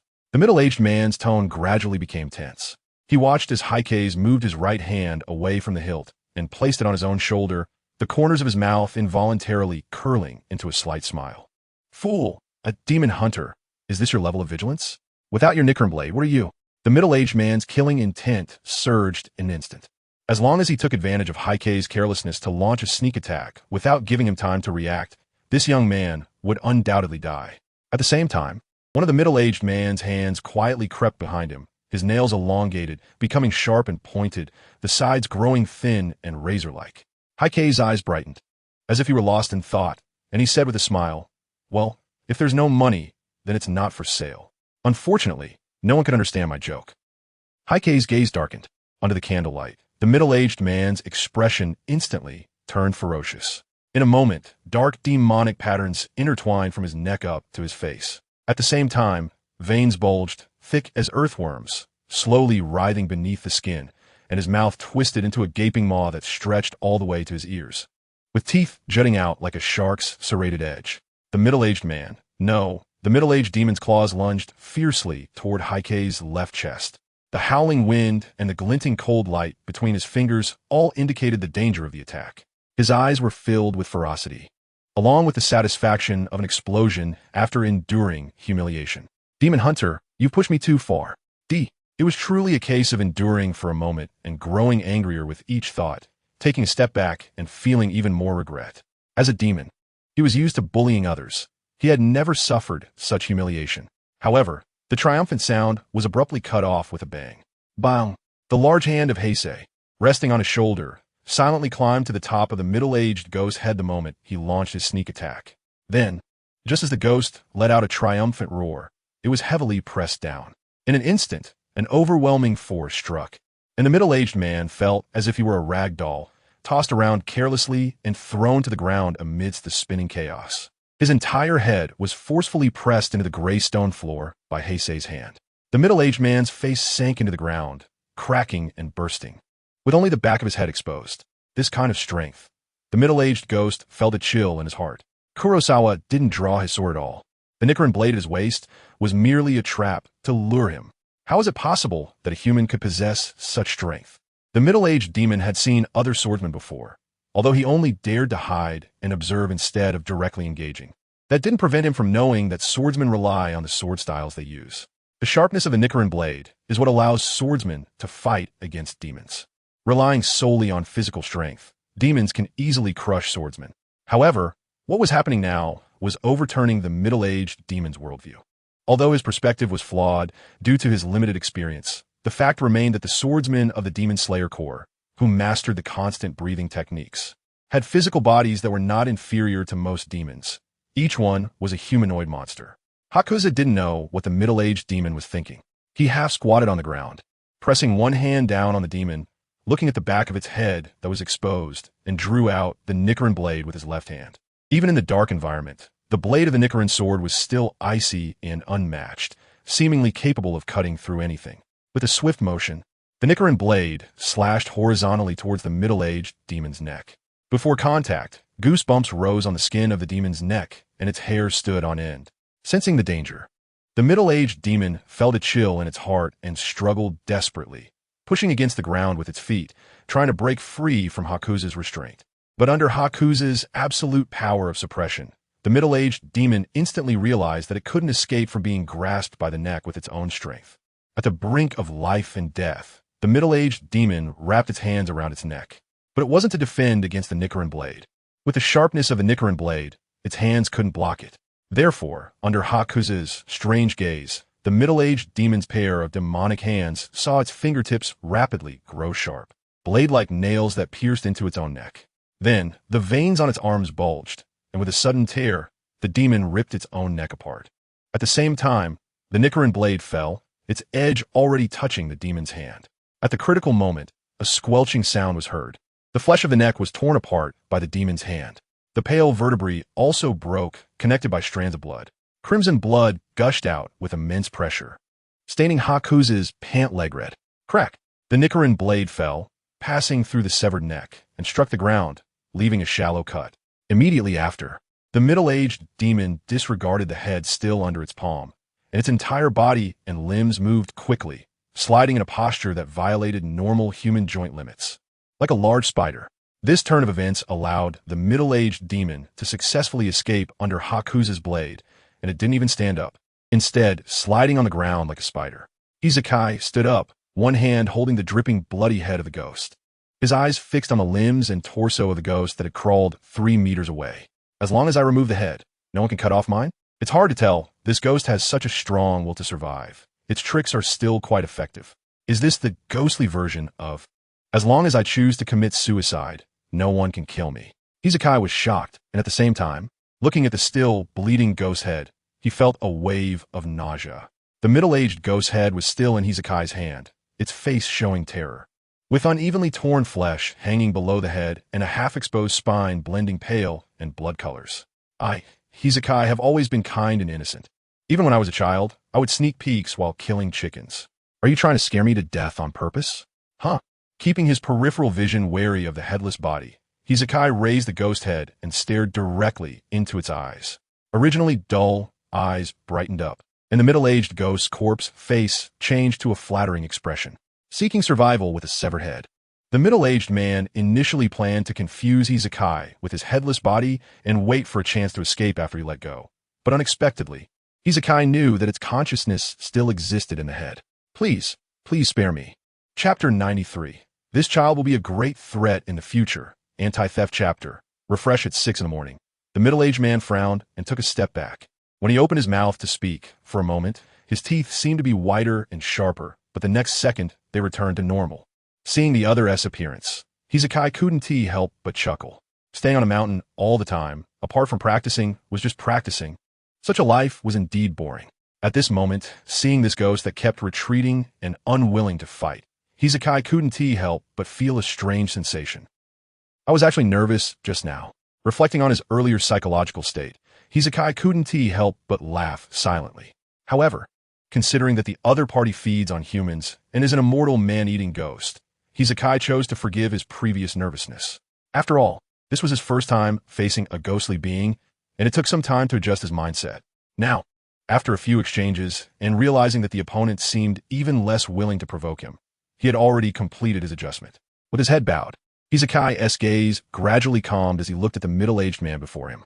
What's in the snakeskin bag behind you? Upon hearing this, the middle-aged man subtly shifted his foot, blocking Heisei's view of the bag. Just a wild boar caught on the mountain. It has nothing to do with you. Beneath the clothing invisible to the naked eye, the middle-aged man's skin was already faintly showing dark blue-black patterns spreading. He was not afraid of Heisei, the ghost hunter, but simply unwilling to create more trouble. Haihara's imposing physique clearly exerted a greater sense of pressure than that of an average person. Stretching out his right hand and resting on the other shoulder, Haihara laughed heartily. That's perfect. I love eating pork, especially wild boar from the mountains. I haven't had dinner yet, so how about you sell me the wild boar you hunted? How much? Sell it. The middle-aged man didn't quite understand what he meant, but that didn't prevent him from grasping Haihara's intention. I'm not selling it for any price. The middle-aged man's tone gradually became rigid. He watched as Haihara moved his right hand away from the hilt of his knife and placed it on his own shoulder, the corners of his mouth involuntarily lifting slightly. Fool! A demon hunter. Is this the extent of your vigilance? Without your Nichiren blade, what are you? The middle-aged man's killing intent surged instantly. As long as he took advantage of Haihara's carelessness and launched a sneak attack without giving him time to react, the young man would undoubtedly die. Meanwhile, one of the middle-aged man's hands quietly slipped behind him, his nails elongated, sharp and pointed at the tips, and flattened on the sides. Haihara's eyes brightened, seemingly unaware, and said with a smile, "If there's no money, then it's not for sale." Unfortunately, no one gets my joke. Haihara's expression turned somber. Under the candlelight, the middle-aged man's expression suddenly twisted into a grimace. In an instant, dark, ghostly patterns intertwined from his neck up to his face. At the same time, veins bulged, looking like thick worms slowly writhing beneath his skin, and his mouth stretched wide open to the ears, with teeth jutting out like a shark's serrated edge. The middle-aged man. No, the middle-aged demon's claws lunged fiercely toward Haihara's left chest. The whistling wind and the glinting cold light between his fingers all indicated the extent of the danger. His eyes were filled with ferocity and the satisfaction of having finally exploded after enduring so much. Demon Hunter, you are pushing me too far. It was truly a case of enduring for a moment, but becoming increasingly furious, taking a step back only to feel like losing even more. As a demon, he was used to bullying others, never having experienced such humiliation. However, the triumphant sound was abruptly cut off with a loud bang. Bang! The large hand that Hakuzawa placed on his shoulder had already silently climbed to the top of the middle-aged demon's head the moment he launched his surprise attack. Immediately, as the demon let out a triumphant roar, Hakuzawa pressed down heavily. In an instant, an overwhelming force struck, and the middle-aged man felt as if he were a rag doll, spinning in the air and carelessly thrown to the ground. His entire head was forcefully pressed into the gray stone surface by Hakuzawa's hand. The middle-aged man's whole face sank into it, cracking and bursting, leaving only the back of his head exposed. This kind of strength. The middle-aged demon felt a surge of horror in his heart. Kurosawa didn't even draw his sword. The Nichiren blade at his waist was merely a trap to entice him. How is it possible for a human to possess such strength? The middle-aged demon had seen other swordsmen before, although he only hid and observed, not daring to strike directly. That didn't prevent him from knowing that a swordsman's strength lies in the sword styles they use. The sharpness of the Nichiren blade is what allows swordsmen to fight demons. Relying solely on physical strength, demons can easily crush swordsmen. But what was happening now was overturning the middle-aged demon's worldview, although his narrow perspective already had flaws. The swordsmen of the Demon Slayer Corps, who mastered the basic breathing techniques, have physiques that are not inferior to most demons. Each one of them is a monstrous human. Heisei did not know what the middle-aged demon was thinking. Half squatting on the ground, he pressed the demon down with one hand, looking at the back of its head exposed to the air, and drew out the Nichiren blade with his left hand. Even in the dark environment, the blade of a Nichiren knife remained chillingly sharp, seemingly able to cut through anything. With a swift motion, the Nichiren blade slashed horizontally towards the middle-aged demon's neck. Before it made contact, goosebumps rose on the demon's skin at the back of its neck, and its hair stood on end. Sensing the danger, the middle-aged demon felt a chill in its heart and struggled desperately, pushing against the ground with its feet, trying to break free from Heisei's grip. However, under Heisei's absolute overpowering strength, the middle-aged demon instantly understood that it could not escape from being held by the neck. At the moment of life and death, the middle-aged demon wrapped its hands around its neck, but not to defend against the Nichiren blade. Its hands could not withstand the sharpness of the blade. Therefore, under Heisei's strange gaze, the demon's hands began to grow sharp, blade-like claws at the fingertips, piercing into its own neck. Then the veins on its arms bulged, and with a sudden tear, at the same time, the Nichiren blade came down, its edge already touching the demon's hand. At the critical moment, a squelching sound was heard. The flesh of the neck was torn apart by the demon's hand. The pale vertebrae also broke, connected by strands of blood. Crimson blood gushed out with immense pressure, dyeing Heisei's pant leg a deep red.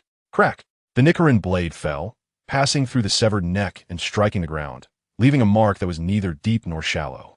Immediately after, the middle-aged demon, disregarding the head still flowing beneath its hand, swiftly moved its entire body and limbs in a manner that defied normal human joint limits, gliding across the ground like a large spider.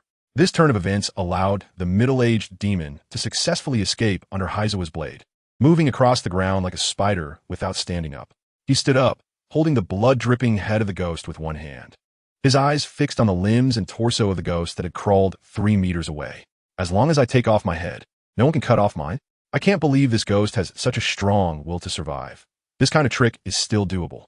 Is this the ghost version of as long as I choose to commit suicide, no one can kill me? He was shocked, and at the sight of the still, bleeding ghost head, he felt a wave of nausea. Chapter 94, Bad Premonition, Anti-Theft Chapter, replaced at 6 in the morning. Please support the original reading on Chidian. Master, where is the senior brother of the Waterflow sect?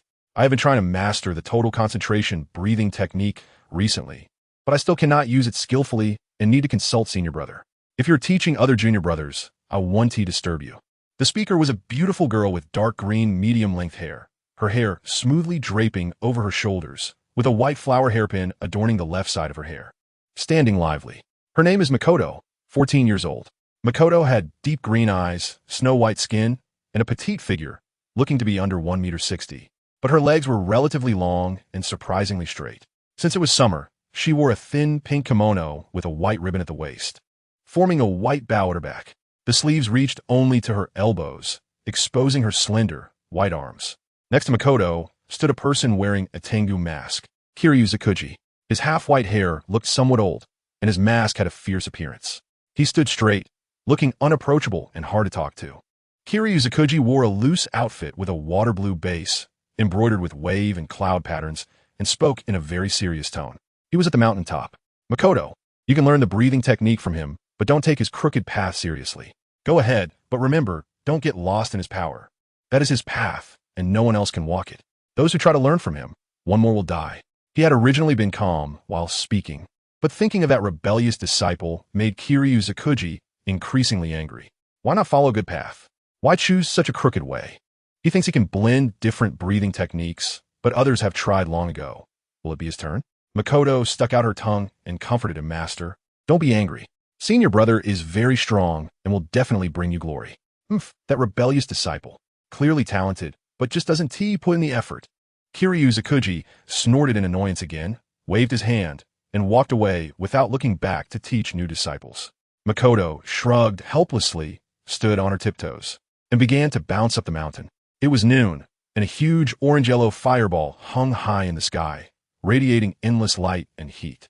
In the summer at Narrow Mist Mountain, the scorching sunlight filtered through layers of leaves, casting uneven patches of light on the ground. The air humidity in Narrow Mist Mountain was much higher than in other places, with various vegetation growing extremely lush, green vines wrapping around thick trunks, tree roots faintly visible above the ground like human meridians.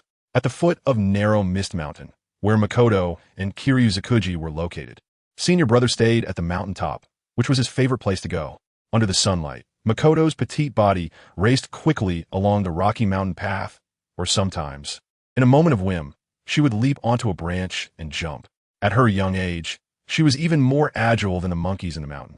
Throughout the process, her breathing was rhythmic, steady, long, and thick. Soon, she ran from the foot of the mountain to the waist, and a hazy mist appeared before her, making the path beneath her feet somewhat unclear. However, she was very familiar with this place, and, after several twists and turns, she found a small path that led directly to the mountaintop. It seemed that this path had been trampled out by someone. Senior brother walked up the mountain every morning and had made this path. He was really impressive. Narrow Mist Mountain was not low, but Makoto was also very fast. After about half an hour, Makoto reached the mountaintop. The area above the waist of Narrow Mist Mountain was shrouded in a hazy mist all year round. Even in the blazing summer sun, the mist still existed, and under the sunlight, it took on a golden hue, like clouds mixed with crushed gold, beautiful and breathtaking. When she reached the mountaintop, all the mist disappeared, and the view opened up, with sunlight shining down in a way that could captivate anyone. The top of the mountain was relatively flat, with dry, cracked brown rocky ground beneath her feet, devoid of any weeds. Nearby, there were many stone balls and stone stumps, each not small in size, at least half a ton, but most were cracked, covered in deep fist marks, palm prints, and finger holes, with cracks crisscrossing around.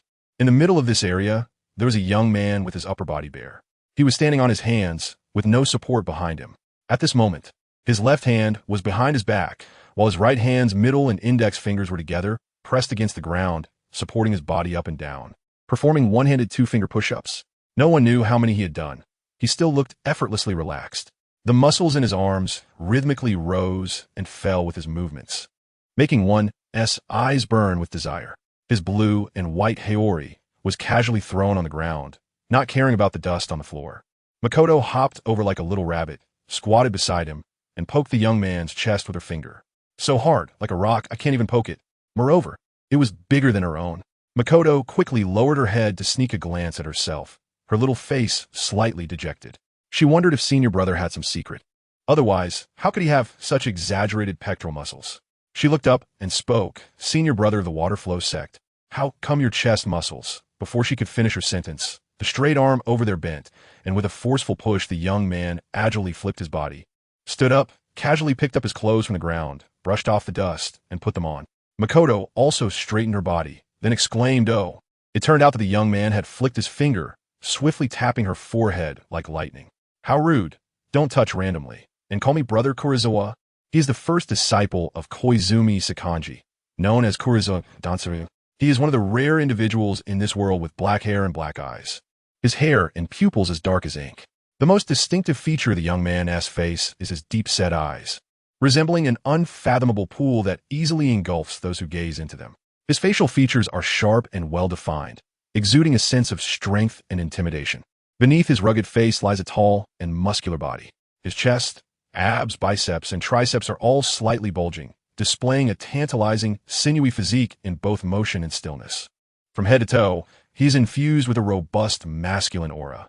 Nearby, Mako appears increasingly petite and delicate, resembling a little girl standing beside an adult when viewed from a distance.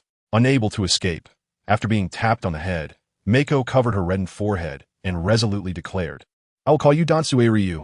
The setting of this world is reminiscent of Japan during the Taisho era, with Kurosawa being the surname and Dansavu the given name, making it more familiar for Mako to refer to him as Dansue Ryu. However, Kurosawa always felt that the name Dansue Ryu sounded strange and never expected to be called Master Brother Dansue Ryu one day. But since no one in this world knows what Master Brother Dansue Ryu means, it doesn't matter. He doesn't feel like he's targeting anyone. Chapter 95, The Unexplainable Malice, Anti-Theft Chapter. Replaced at 6 in the morning, please support the original reading on Shidian. Master, where is Master Brother Dansue Ryu? I've been trying to master total concentration breathing lately, but I can't use it proficiently yet. I need to consult Master Brother. If you're going to teach the other junior disciples, I won't disturb you. The speaker is a beautiful girl with dark green shoulder-length hair, which cascades smoothly over her shoulders, adorned with a white flower hairpin on the left side. Her name is Mako, and she is 14 years old. Mako has deep teal eyes, fair skin, and a petite figure, standing at less than 1.6 meters. However, she has surprisingly long and straight legs. Dressed in a light pink kimono for summer, with a white ribbon around her waist forming a bow at her back, her sleeves reach only to her elbows, exposing her delicate white arms. Beside Mako stands a man wearing a Tengu mask, Koizumi Sakanji. His half-white hair appears somewhat aged, and his mask gives him a fierce look. He stands straight, exuding an unapproachable demeanor. Koizumi Sakanji wears a loose robe with a light blue base embroidered with wave patterns and speaks with a serious tone. He is at the mountaintop. Mako, you can learn breathing techniques from him, but don't take his unorthodox method seriously. Go ahead, but remember, don't get lost in his power. That's his path, and others cannot follow it. Anyone who tries to learn from him ends up dead. He initially spoke calmly, but the thought of that rebellious disciple made Koizumi Sakanji increasingly agitated. Why not follow the right path instead of dabbling in unorthodox techniques? Learning breathing techniques from other schools is not as easy as they think. Others have tried long ago. Does he really think he can succeed? Mako stuck out her tongue and comforted him. Master, don't be angry. Master Brother is very strong. He will definitely bring you glory. That rebellious disciple. He clearly has talent, but just doesn't put in the effort. Koizumi Sakanji let out an annoyed snort and, with a wave of his hand, turned to leave. Go to teach the new disciples. With hands raised in a gesture of helplessness, Mako tiptoed and began to bounce up the mountain. It was noon, and a massive orange-yellow sun hung in the sky, radiating endless light and heat. In the summer at the narrow mist mountain, the scorching sunlight filtered through layers of leaves, casting various sized patches of light on the ground. The humidity in the air at Narrow Mist Mountain is significantly higher than in other places, with various types of vegetation growing extremely lush and vigorous. Green vines wrap around the thick trunks, and tree roots peek out from the ground like human veins. At the foot of Narrow Mist Mountain, where Mako and Koizumi Sakanji currently are, Master Brother stays at the mountaintop, his favorite and most frequented place. Under the sunlight, Mako's petite body swiftly ran along the rocky mountain path, occasionally leaping onto branches, her nimbleness surpassing that of monkeys in the mountains. Throughout the entire process, her breathing was rhythmic, steady, long, and deep. Before long, she reached the mountainside, where a hazy mist appeared before her, and the path beneath her feet became somewhat indistinct. However, she was very familiar with the area and zigzagged her way to a path that led directly to the mountaintop, clearly worn down by someone's daily passage. Master Brother consistently walked up the mountain every morning, creating a path, truly impressive. Narrow Mist Mountain is not low, but Mako's speed is also quite fast. After about half an hour, Mako arrived at the mountaintop. The area above the mountainside is perpetually shrouded in mist. Even during the scorching summer, the mist persists. taking on a golden hue under the sunlight, resembling clouds mixed with crushed gold, breathtakingly beautiful. Upon reaching the mountaintop, all the mist dissipates, and the view opens up, with sunlight shining down in a way that can astonish the heart. The top is relatively flat, with a dry, cracked brown rocky ground beneath her feet, devoid of any weeds. Nearby, there are numerous large stone balls and stone pedestals, each weighing at least half a ton, most of which are cracked and covered with deep fist marks, palm prints, and finger holes, surrounded by crisscrossing fissures. In the middle of this area stands a young man with his upper body bare. He is performing a one-handed, two-finger push-up in a handstand position without any support behind him. He seems to be effortlessly doing countless repetitions. The muscles in his arms rhythmically rise and fall with his movements, igniting a fiery gaze. His blue and white haori is casually tossed on the ground, completely disregarding the dust beneath it. Mako hopped over like a little rabbit, squatting beside him, and poked her finger at the young man's chest. It was incredibly hard, like stone, and she couldn't budge at all. Moreover, it was larger than her own. Mako quickly glanced down at herself, feeling slightly dejected. She wondered if Master Brother had some secret. Otherwise, how could he have such exaggerated pectoral muscles? She looked up and spoke. Master Brother Dansavu, how do you? Before she could finish her sentence, the young man's arm bent swiftly, and with a powerful motion, he flipped his body, standing up and casually picking up his clothes from the ground, dusting them off and putting them on. Mako straightened up and exclaimed, "Oh." It turned out he had quickly tapped her forehead with his finger as fast as lightning. "Don't be so familiar, and you should call me Kurosawa Master Brother." He is the first disciple of Heisei Dansavu Sakanoko Zokunji. He is one of the few in this world with black hair and black eyes. His hair and pupils as dark as ink. The most distinctive feature of the young man's face is his deep-set eyes, like a bottomless serene pool, easily drowning those who gaze into them. His facial features are sharp and defined, resembling those carved by a chisel, exuding a sense of strength and intimidation. Beneath his rugged visage lies a tall and muscular physique. His pectoral muscles, abdominal muscles, biceps, and triceps are all slightly prominent, showcasing a tantalizingly defined muscle structure in both movement and stillness. From head to toe, he is filled with a robust male pheromone aura. In his presence, Makoto appears even smaller and more delicate, resembling a little girl standing beside an adult when viewed from a distance. Unable to escape after being tapped on the head, Makoto covered her reddened forehead and resolutely stated, "I will call you Dansuryu." The setting of this world is similar to Japan during the Taisho era. Heisei is the surname, and Dansuryu is the given name. So referring to him as Dansuryu feels more familiar to Makoto. However, Heisei always found it strange to be called Dansuryu and never anticipated being addressed as Master Brother Dansuryu one day. But since no one in this world knows what Master Brother Dansuryu means, it doesn't matter. He doesn't feel like he is targeting anyone. Chapter 96. World Will? Silently, Heisei pried the animal trap off his calf and tossed it to the ground. At this moment, the malicious intent vanished, or perhaps it merely hid itself deeper. Heisei's sense of fighting spirit detected calmness, with no signs of abnormality. Bang! Kurosawa's calf bent slightly as he leaped out of the deep pit. Behind him, because he had not unleashed the dark aura, the decapitated demon was still alive. It seemed to realize at that moment that it had provoked the wrong opponent and turned to flee into the distance. Hikei's waved his hand, and Mingzhou's form materialized, slashing out a cold, sharp blade of light that split the ghost in half. Watching the ghost burn to ashes, Hikei's brow furrowed deeply. In fact, 2 days ago, he had sensed something was off, a faint feeling of being watched that lingered in the air. However, even after quietly unleashing his fighting spirit domain and searching with all his might, he couldn't find the person behind it. So, he had to attribute it to his own overvigilance causing an illusion.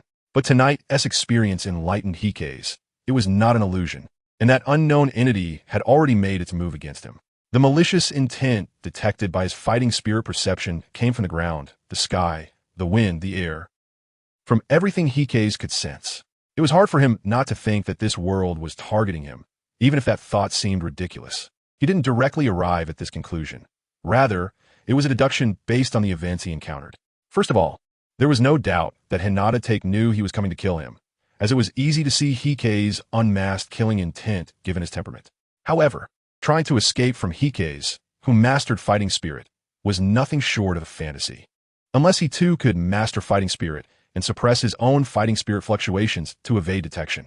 Hinata Take had managed to do all of this. And Heisei had confirmed that he had awakened fighting spirit for some unknown reason, just during the brief time he and Kanahu had left. Additionally, while Heisei had removed his patterns and was still in a state of complete concentration, where did the courage of the ghost that suddenly attacked him come from? Earlier, Hinata Nai had expressed her anger while he restrained her, but her target in her frenzy was Hinata Take, as Heisei's presence deterred her from approaching. Now, even if this ghost was in a state of confusion, it shouldn't have acted in such a suicidal manner. All living beings have the instinct to seek benefit and avoid harm, unless it was seeking death. But if that were the case, it wouldn't have thought about escaping just moments ago. The falling rocks that hit him and the animal trap beneath his feet all seemed too coincidental. The iron animal trap appeared old, but its biting force was not weak. It had already broken through Heisei's tough skin, being squeezed out by his iron-like muscles. For an ordinary person, having their bones bitten off would be quite possible, as the trap was meant to deal with fierce beasts. Although it was just a superficial abrasion, Heisei found it hard to accept being injured in such a manner. All the events that had transpired combined made Heisei acutely aware of the malice from the world. As a transmigrator with the attribute power of despair and extinction, Heisei had once pondered how the world would view his sudden appearance in a future trajectory that was supposed to remain unchanged. If the world of Demon Slayer had its own consciousness, would that consciousness try to eliminate him? For the past year, since awakening to gray and white, Heisei had not encountered any strange occurrences, so he had pushed this seemingly paranoid thought deep into his mind. However, now, he found himself thinking about it again. But did the world of Demon Slayer really possess consciousness? If so, why hadn't he acted before and only started targeting him now? It seemed to have only noticed him 2 days ago.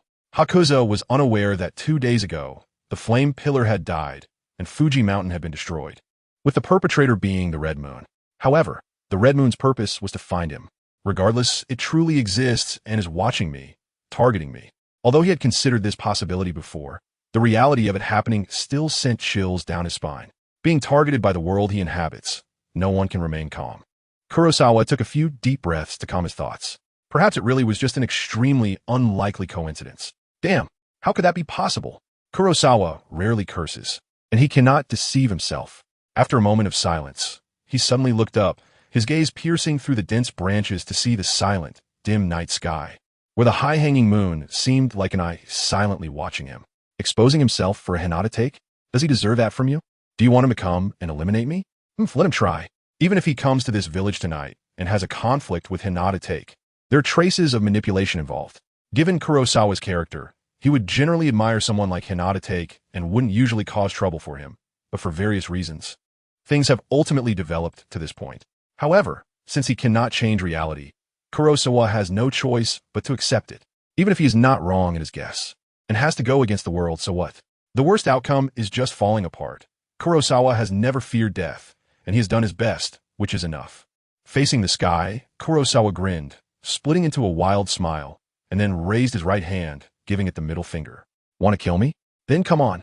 Knowing that he might be targeted by the world itself, Kurosawa also analyzed some of his current situation.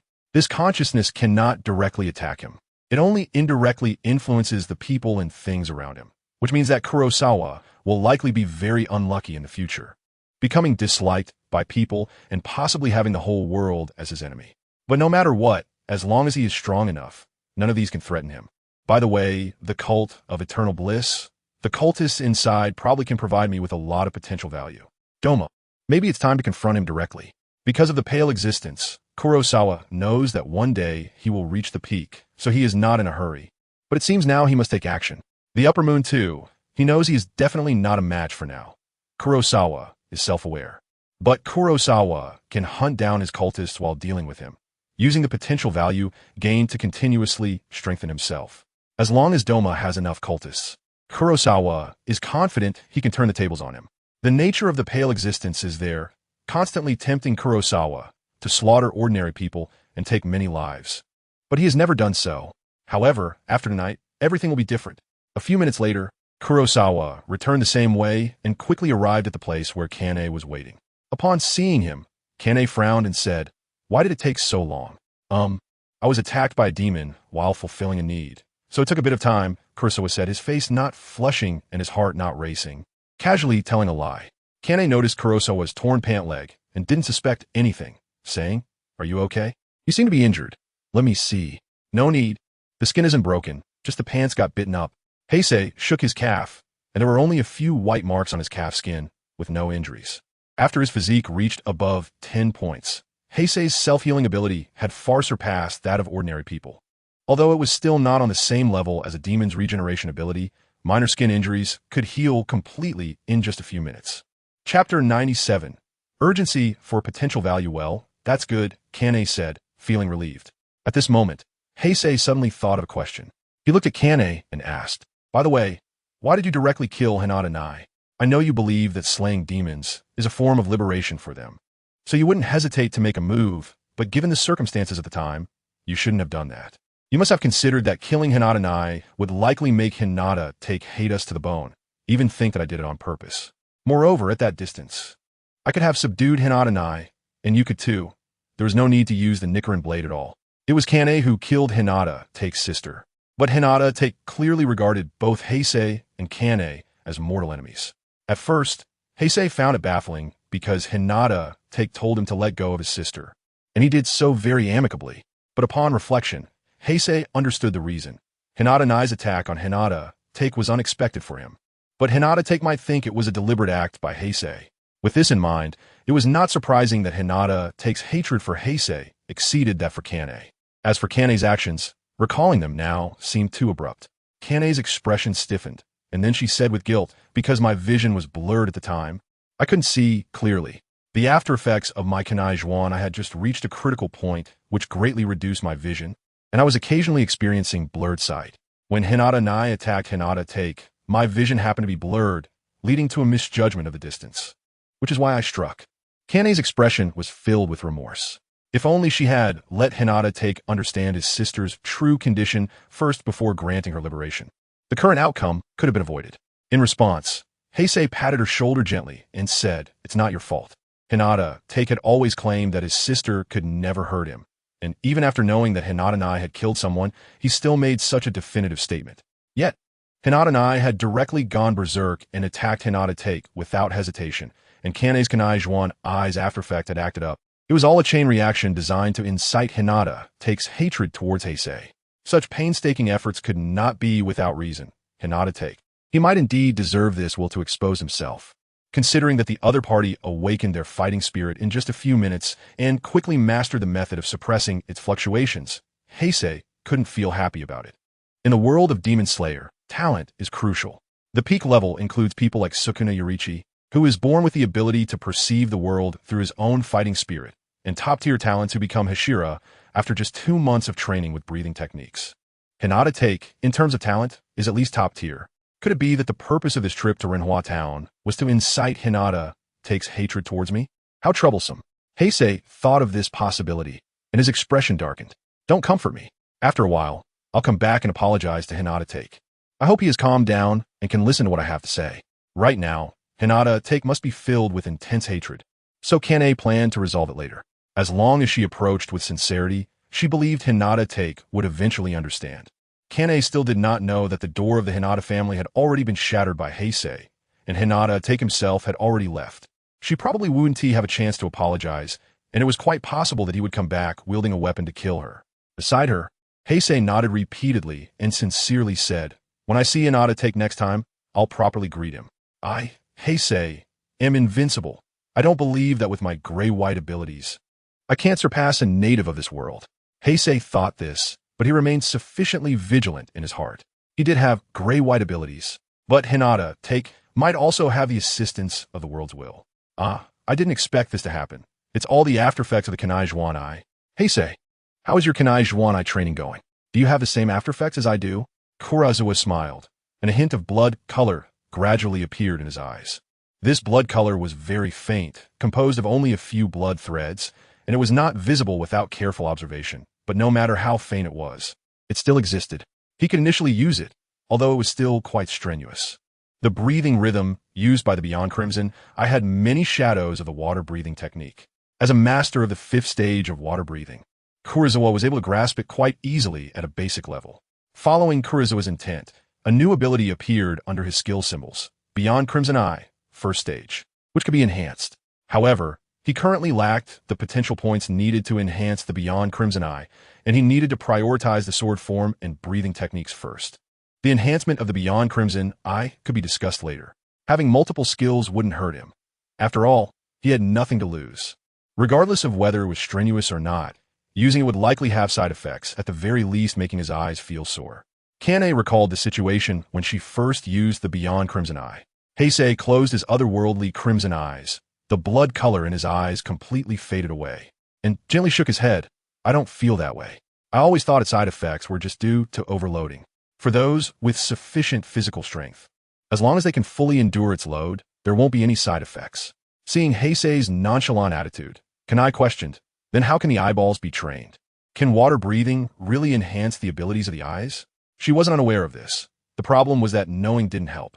Breathing technique werente, and her eyes were still very fragile, unable to bear the side effects of the otherworldly crimson eyes. Heisei's physical enhancement is comprehensive, and he can also focus on improving certain attributes with potential points. So he hadn't considered this issue until Kanahu asked him, at which point he realized his uniqueness. Blink more? Anyway, my eyesight has always been good, so I'm not afraid of this little burden. Since your situation is special, the Beyond Crimson Eyes might be quite suitable for you. Of course, as long as I want to, there's no ability I can't learn. Heisei lifted his head and added in his heart, as long as there are enough potential points. He currently lacks potential points. How far is Lianhua Town? We've been rushing at full speed for 5 days. We should be close by now. Heisei thought of the piles of humanoid potential points in Tong Mao's Wanshi Jiao and couldn't help but lick his lips, his eyes filled with urgency. If we maintain our current speed and nothing unexpected happens, we might arrive tomorrow afternoon. Then let's hurry. No resting tonight. Don't waste any time. Heisei took the lead and started moving, abandoning his previous lazy and casual attitude. Kanahu looked at Heisei's back in surprise and said, "Didn't you always say that Lianhua Town wouldn't grow legs and run away, so there was no need to rush? Why are you so focused now?" Heisei didn't look back, waving to signal Kanai to follow. "I've changed my mind. I want to resolve this matter quickly and return to Kiriwa Mountain. My junior brothers and sisters might be missing me. Who knows what awaits me later? Without enough potential points, I really can't relax." Chapter 98, Lotus Town Master. Where's senior brother Dwan Lu? I've been trying to master the total concentration breathing technique recently, but I'm not yet proficient and need to consult senior brother. Since you have to teach the other junior brothers, I won't disturb you. The speaker was a beautiful girl with dark green, medium-length hair, which flowed smoothly over her shoulders. A white flower hairpin adorned the left side of her hair, and she stood there lively. Her name was Makoto, 14 years old. Makoto had deep blue eyes, snow-white skin, and a petite figure, standing at less than 1.6 meters. However, her long legs were surprisingly slender. Since it was summer, she wore a thin pink kimono with a white ribbon around her waist, forming a white bow on her back. The sleeves reached only to her elbows, exposing her delicate white arms. Next to Makoto stood a person wearing a Tengu mask, Yuryu Zokonishi. His half-white hair appeared somewhat aged, and the mask had a fierce look, making him seem unapproachable and difficult to talk to. Yuryu Zokonishi wore a wide robe with a water blue base embroidered with wave patterns, and his voice was very serious. He was at the mountain's peak. "Makoto, you can learn the breathing technique from him, but don't take his misguided ways seriously. Go ahead, but remember, do not get lost in his power. That is his path, and no one else can walk it. Those who learn from him, one more dies." Though Yuryu Zokonishi had initially spoken calmly, he grew more agitated thinking about that rebellious disciple. Why pursue a crooked path when there is a good one? Thinking about learning from other breathing technique schools to achieve a synthesis is really easy. Others have tried long ago. Why should it fall to him? Makoto stuck out her tongue and comforted him. "Master, don't be angry. Senior brother is very strong. He will surely bring you glory." That rebellious disciple. Clearly talented, but just doesn't put in the effort. Yuryu Zokonishi snorted in annoyance again, waved his hand, and walked away without looking back to teach the new disciples. Makoto shrugged her shoulders in resignation, tiptoeing and bouncing up the mountain. It was noon, and a large orange-yellow fireball hung high in the sky, radiating endless light and heat. In the summer at Kiriwa Mountain, the blazing sunlight filtered through the layers of leaves, casting spots of light in varying sizes on the ground. The humidity in air was much greater than in other places, with various types of vegetation growing extremely lush and vigorous. Green vines wrapped around thick tree trunks, and tree roots subtly emerged from the ground, resembling human meridians. At the foot of Kiriwa Mountain, was where Makoto and Yuryu Zokunishi currently stood, while senior brother was at the peak, his favorite and most frequented place. Beneath the sunlight, Makoto's petite body dashed quickly along the rocky mountain path, or on a whim, leaped onto branches to jump around. At such a young age, her agility surpassed that of monkeys in the mountains. Throughout the process, her breathing was rhythmic, steady, long, and rich. Soon, she reached the mountainside, where a hazy mist appeared before her, and the path beneath her feet became somewhat indistinct. However, she was very familiar with this place, and wound her way to a small path leading directly to the peak, which seemed to have been trampled out by someone. Senior brother had walked this path every morning, which was quite impressive. Kiriwa Mountain was not low, but Makoto was also very fast. After about half an hour, she reached the summit. Above the mountainside, Kiriwa Mountain was perpetually shrouded in hazy mist, even during the blazing summer. The mist, illuminated by the sun, took on a golden hue, like clouds mixed with crushed gold, beautiful beyond compare. Upon reaching the summit, all the mist vanished, revealing a breathtaking view illuminated by the sun. The summit was relatively flat, with dry, cracked brown rocky ground beneath her feet, devoid of any weeds. Nearby, there were numerous stone balls and stone pillars, each quite large, weighing at least half a ton, although most were cracked and covered with deep fist and palm prints, with many intersecting cracks surrounding them. In the middle of this area stood a young man with his upper body bare. He was performing a handstand, with no support behind him. At that moment, his left hand was behind his back, while his right hand's index and middle fingers were pressed against the ground, supporting his body as he performed one-handed two-finger push-ups. Seemingly effortlessly, his arm muscles rhythmically flexed with his movements, captivating to behold. His blue and white haori was casually thrown on the ground, indifferent to the dust. Makoto bounced over like a little rabbit, crouching beside him and poking her finger at the young man's chest. It was so hard, like stone, that she couldn't push it at all. Moreover, it was bigger than her own. Makoto quickly lowered her head to sneak a glance at herself, her little face slightly dejected. She wondered if senior brother had some secret. Otherwise, how could he have such exaggerated pectoral muscles? She raised her head and spoke, "Senior brother Dwan, how come your chest muscles?" Before she could finish her sentence, the young man bent his straight arm, then forcefully flipped his body and stood up, casually picking up his clothes from the ground, brushing off the dust before putting them on. Makoto straightened up, then exclaimed, "Oh." It turned out the young man had quickly flicked his finger on Makoto's forehead like lightning. "How rude. Don't touch without permission. Also, you should call me senior brother Heisei. He is Heikei's Danzuryu, the first disciple of Rentaki Sakanji. He is a rare figure in this world, with black hair and black eyes. His hair and pupils as dark as ink. The most distinctive feature on the young man's face is his deep-set eyes, resembling a bottomless, tranquil pool that easily engulfs others. His facial features are sharp and well-defined, giving him a strong and imposing presence. Beneath his rugged face is a tall and muscular body, with slightly bulging chest muscles, abs, biceps, and triceps, showcasing a tantalizingly defined physique. From head to toe, he exudes a strong masculine aura. Next to him, Makomo appears even smaller and more delicate, looking like a little girl standing beside an adult from a distance. Unable to avoid it, after getting knocked on the head, Makomo covers her reddening forehead and firmly states, "I will call you Danzuryu." The background of this world is similar to Japan during the Taisho period. Heikei's is his surname, and Danzuryu is his given name, so calling him Danzuryu feels more familiar to Makomo. However, Heikei's always feels strange about the name Danzuryu, never expecting to be called the senior brother of Danzuryu one day. But since no one in this world knows what it means to be the senior brother of Danzuryu, it doesn't really matter. He doesn't feel like he's targeting anyone. Chapter 99. The Holy Selection Master. Where is senior brother Danzuryu? I have been trying to master total concentration breathing lately, but I can't use it proficiently yet and need to ask senior brother for guidance. If you're going to teach the other junior brothers, I won't disturb you. The speaker is a beautiful girl with dark green, medium-length hair, her hair cascading smoothly over her shoulders, adorned with a white flower hairpin on the left side, standing there lively. Her name is Makomo, 14 years old. Makomo has deep teal eyes, fair skin, and a petite figure, appearing to be less than 1.6 meters tall, but her long legs are surprisingly straight and slender. As it is summer, she wears a light pink kimono, with a white ribbon around her waist tied into a bow at the back, and her sleeves reach only to her elbows, exposing her delicate, white arms. Next to Makomo is a person wearing a Tengu mask, Rentaki Sakanji. His half-white hair looks somewhat aged, and his mask has a fierce appearance. He stands straight, looking unapproachable and difficult to talk to. Rintaki Sakanji is dressed in a loose robe with a light blue base embroidered with wave and cloud patterns. And his voice is very serious. He is on the mountaintop. Makomo, you can learn breathing techniques from him, but don't take his unorthodox method seriously. You go ahead. But remember, do not get lost in his power. That is his path, and others cannot follow it. Each person who tries to emulate him ends up dead. He originally spoke calmly, but the thought of that rebellious disciple made Rintaki Sakanji increasingly angry.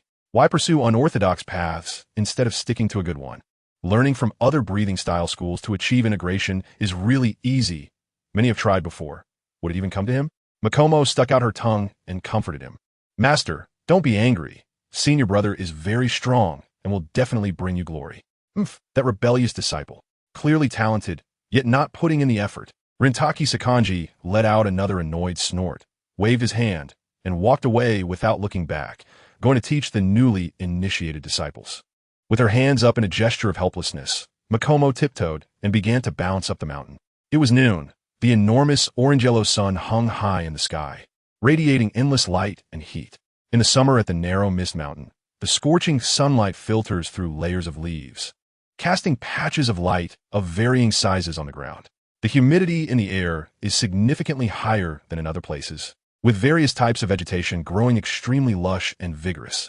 Green vines wrap around thick tree trunks, and tree roots faintly emerge from the ground like human meridians. The foot of Narrow Mist Mountain is where Makomo and Rintaki Sakanji are currently located, while the senior brother stays at the mountaintop, his favorite and most frequented place. Under the sunlight, Makomo's petite body quickly runs along the rocky mountain path, where she occasionally leaps onto a branch to jump around, her agility surpassing that of a monkey.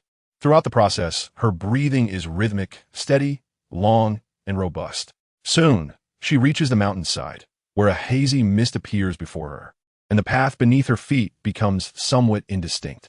However, she is very familiar with this place and twists, and turns until she finds a small path that leads directly to the mountaintop, which seems to have been trampled out by someone. Senior brother walks up the mountain every morning, creating this path, truly impressive. Narrow Mist Mountain is not low, but Makomo is also very fast. After about half an hour, she reaches the mountaintop. The top of Narrow Mist Mountain is perpetually shrouded in mist. Even during the blazing summer, the mist exists, illuminated by sunlight, taking on a golden hue, resembling clouds infused with flecks of gold, breathtakingly beautiful. Upon reaching the mountaintop, all the mist disappears, and the world opens up before her, with sunlight shining in a way that is dazzling to the heart. The mountaintop is relatively flat, with cracked brown rocky ground beneath her feet, devoid of any weeds. Nearby, there are many stone balls and stone stumps, each quite large, at least half a ton. But most are cracked, covered with deep fist marks, palm prints, and finger holes, surrounded by intersecting cracks. In the middle of this area, a young man stands with his upper body bare. He is doing a handstand in midair, without any support behind him. At this moment, his left hand is behind his back, while his right hand's middle and index fingers are together, pressing against the ground, supporting his body as he performs one-handed, two-finger push-ups. He seems to have done an uncountable number, still appearing effortless. The muscles in his arms rise and fall rhythmically with his movements, making one's eyes blaze with heat. His blue and white haori is carelessly thrown on the ground, disregarding the dust. Makomo hops over like a little rabbit, squatting beside him, and pokes her finger at the young man's chest. So hard, like a rock, I can't even budge it. Moreover, it's larger than her own. Makomo quickly lowers her head to sneak a glance at herself, her little face slightly dejected.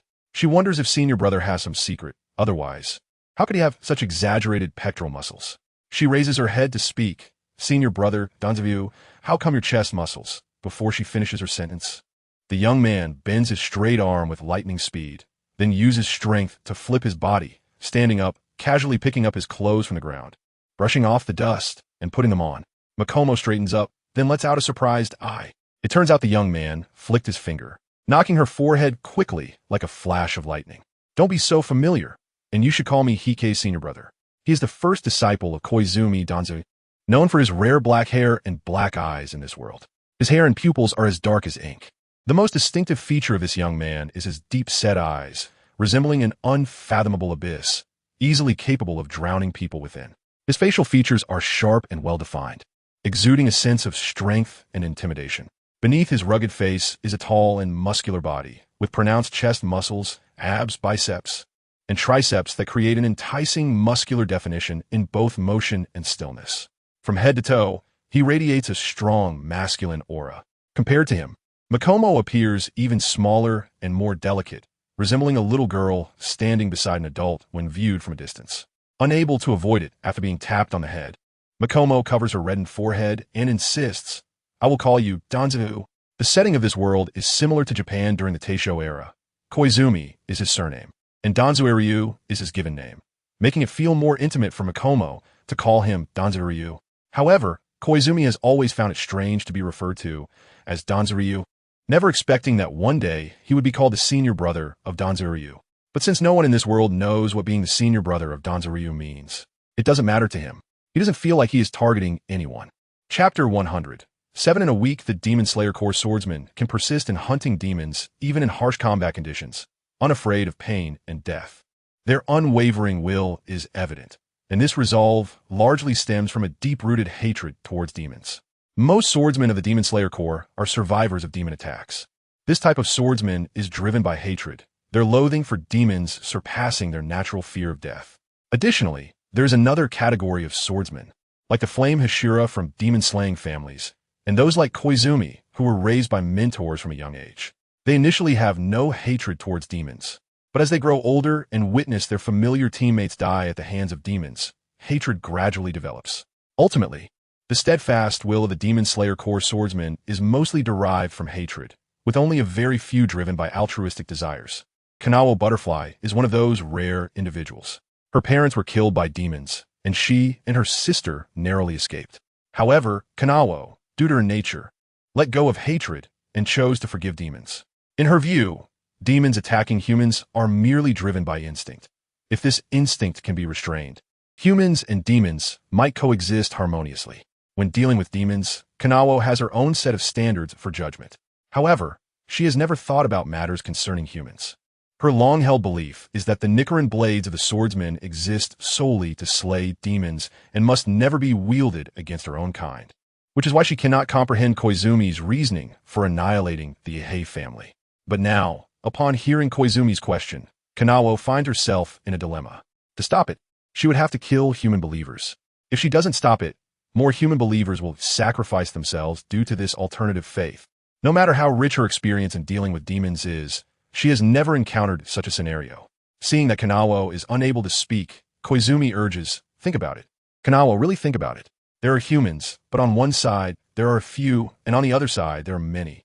Will you do nothing and let the majority die in vain, or will you take action and save them?" Kurosawa was actually being unreasonable. His question was essentially the train problem from a previous life, just with a slightly different situation. It is normal for Kanahu to be unable to make a decision when faced with such a classic dilemma. However, for Kurosawa, this kind of problem hardly requires thought. He would definitely charge him with a knife. After much hesitation, Kanahu finally whispered under Kurosawa's deep gaze, "Perhaps I would break the rules of the Demon Slayer Corps. But after that, I would willingly accept the punishment. No matter how I choose, I do not wish to see that kind of outcome. But if it must be so, I would choose the lives of more people. That is beyond doubt. I just hope I never have to make such a choice." She has her own principles, but in special circumstances, she has the courage to break them. Heisei nodded, seeing that Kane was still deep in thought, and chose not to speak further. If he were faced with a dilemma of such difficulty, he might resort to something like rolling dice to make a random decision. As time slowly passed, it soon became past 6 in the evening. In summer, the sun had not yet set, but the sky had noticeably darkened, and it would be around 7 before it was completely dark. Creak! The door was pushed open, and the middle-aged man returned. Inside the house, both Heisei and Kane opened their half-closed eyes, as they were both using breathing techniques to refine their bodies. It must be said that those who have reached such a level would not miss even the slightest opportunity for an increase in strength. When does the holy selection start? As the sun gradually dimmed, Heisei had already sensed the faint fluctuations of demonic energy, which were subtle and indistinct, but he could vaguely perceive them. Once it got darker, and the sun retreated behind the horizon, the fluctuations of the demonic energy would fully reveal themselves to Heisei's perception. Soon, I have already communicated with the people over there. Kane can enter the prayer square. After all, she is also a believer of the faith. The middle-aged man had gone out precisely to ensure that Kane could participate in the holy selection. In his view, Kane's appearance and temperament were unlike any he had seen before.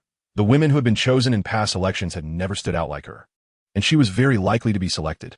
Helping her would increase his chances of being guided to the Pure Land after death, so he was dedicated to assisting her. Is there anything to prepare for the holy selection? Kane asked with a question. The middle-aged man shook his head and said, no need. On this day, any eligible woman in the prayer square is assumed to be a participant in the holy selection.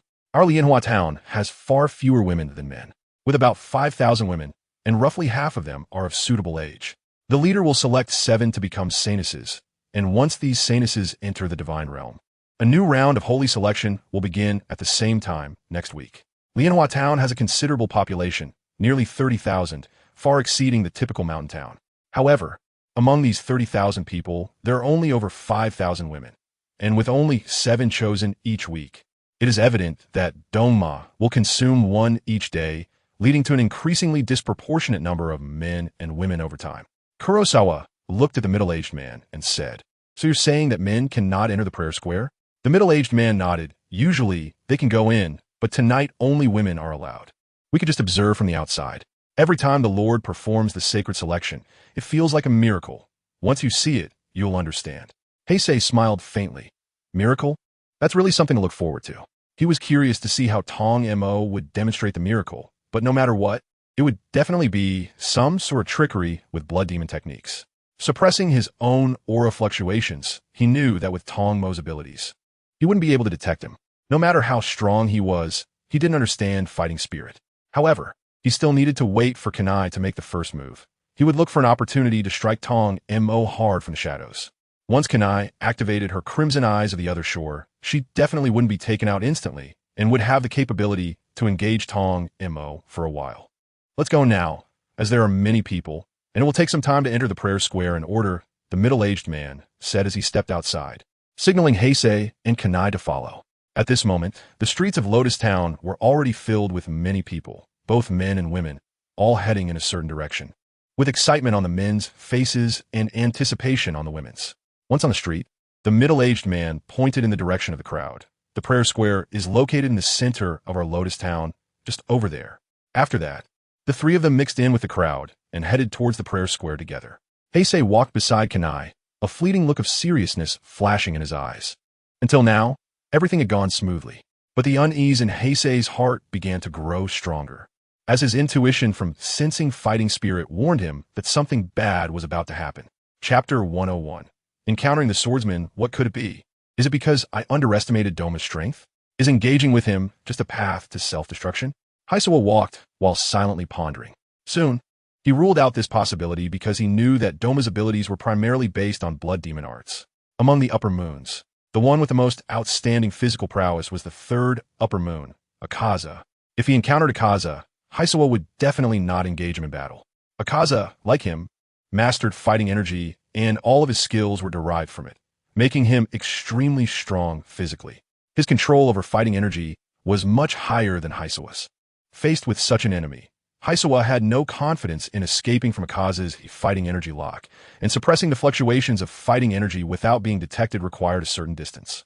As for the ice demon Doma, although he ranked above Akaza, his lack of fighting energy and weaker physicality made him not very threatening, as Heisei felt he could escape any time if he sensed he was at a disadvantage, as long as the opponent was not an upper moon specializing in physical prowess. Heisei's full-speed eruption would be enough to surpass them.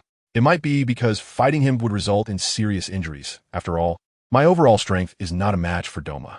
Hakuza trusted his instincts. Tonight was likely not going to be easy. Hakuza, I see our people, Kane whispered, tugging at Hakuza's arm.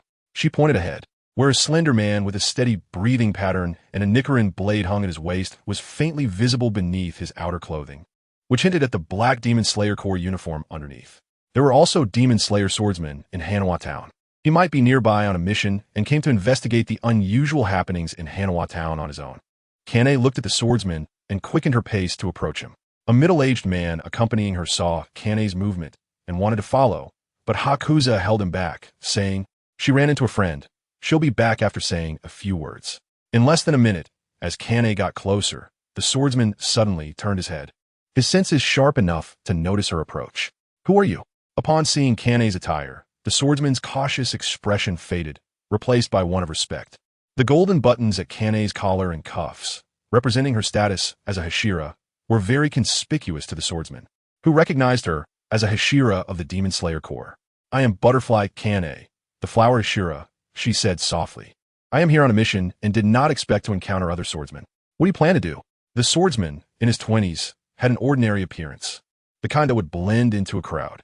From his breathing, Kane assessed that his breathing technique was only at a proficient level. In a town suspected of harboring an upper moon, a swordsman with such limited strength would only hinder her and Hakusa's actions and could very well end up dead for nothing. Lady Ashira, my name is Ueno, and I'm a C-rank Iwaki swordsman. I feel that there is something off about this Hanawa town. The church inside may have been created by demons, so I plan to investigate. Ueno seemed somewhat excited, likely because he rarely saw a Hashira in person. Kane nodded, saying yes, although it hasn't been confirmed yet. There is an 80 chance that an upper moon is hiding here. Upper moon. Those words struck Ueno's heart like a thunderclap, causing his breath to momentarily falter and grow heavy. Breathing technique, keep it steady, Kane reminded him. Swordsmen must maintain a stable breathing technique at all times. Is the source of their power. Ueno calmed his breath and apologized. I lost my composure. The news of an upper moon is too shocking. Not to mention a C-rank swordsman like him. Even among the Hashira, aside from Kane, no one had come into contact with an upper moon. A-rank swordsmen become Hashira by slaying numerous demons and achieving merits for defeating lower moons. In the realm of demons, lower moons change frequently, but upper moons have never changed. Kane clarified her intentions. Your strength is not enough to join the fight against an upper moon, so trying to help would only lead to your death. Since you are here, I won't tell you to leave quickly, but you must hide in the shadows and not engage. If I cannot deal with the upper moon here, you should take note of the information and return to the Demon Slayer Corps headquarters to inform the master. In truth, after arriving here, Kane had no intention of going back to the Corps to gather people to surround the upper moon. Because of this so-called holy selection, if she returned to the Corps to bring people back, many would surely die. Moreover, the safety of over 10,000 people was in the hands of a single demon, especially since this demon could easily lead them to their deaths with just a word. The situation was too urgent for Kane to sit idly by. She could not bear to see such a scene. She had to eliminate the upper moon here. Furthermore, with herself and Hakusa, even if they couldn't win, they could definitely hold the upper moon back long enough for others to escape. Additionally, once these followers saw the true nature of their faith, they would no longer seek death, but would distance themselves from this place, ensuring the safety of the people here. Kane's words carried a sense of finality, and Ueno expressed his concern, if it really is an upper moon, you might not be a match. That would be too dangerous. After a pause, Ueno said earnestly, how about this? I will draw the attention of the demons, and after you confirm its upper moon status, you can return to headquarters with the information. My family died because of demons, and I am all alone. I only regret not being able to slay more demons. You are more valuable than I am and should not put yourself in danger. Kane looked at Ueno in surprise and then smiled, saying, the value of a life is the same. I am not more important than you. Don't worry. I have a companion with me. He is no weaker than any Hashira. She extended her hand and pointed to Hakusa, who was not far away. Due to suppressing his fighting spirit, aside from his tall and sturdy physique, Hakusa seemed quite ordinary. But Kane, as a flower Hashira, certainly did not speak lightly. Ueno glanced at Hakusa and then turned his gaze back, saying, since that's the case, I won't say more. I wish you good fortune in battle and all the best. Kane nodded. All right, you should leave as well. Remember to hide and record the relevant information. Understood. After saying that, Ueno quickly disappeared into the dense crowd, following Kane's instructions to conceal himself and observe from the shadows, ready to document any information. Afterwards, Kane returned to Hakusa's side and whispered, I had him hide first and instructed him not to intervene during the battle. Otherwise, it would just be sending him to his death. He had no surprises. He had long suspected that Kanai would do this. No problem. Lack of strength would only be a hindrance. Kanai lifted her head, looked at Heisei, and then asked, did you sense the demon's fighting spirit? Is it strong? As the sky darkened, Kanai's mood gradually calmed down, preparing for the upcoming battle. Heisei nodded and said, I have sensed part of it, and it's not just one. In his aura perception, the aura of the demons gradually intensified, and he could vaguely sense their positions were scattered, clearly not just one location. With such a large church, It was perfectly normal for Tomo to convert some subordinate demons to help him manage things. Heisei did not think much of it. Chapter 102. Ice Sculpture. After a few minutes, the three of them followed the crowd and arrived at the location of the prayer square mentioned by the middle-aged man. Although it was called a square, it was actually a spacious, irregular circular area, covering a considerable area. However, there were many people gathered now, resembling a school meeting held in the playground in a past life, with heads densely packed everywhere, 3 layers inside and 3 layers outside, while the prayer square in the middle was enclosed.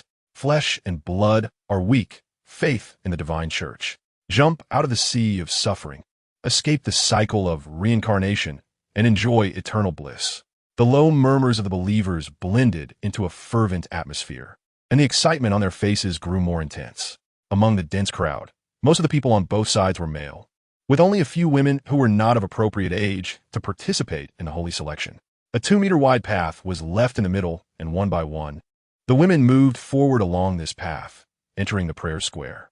Upon arriving here, the middle-aged man said to Heisei, "We can only wait outside." Inside the prayer square, apart from the church leader's trusted followers, there are only women.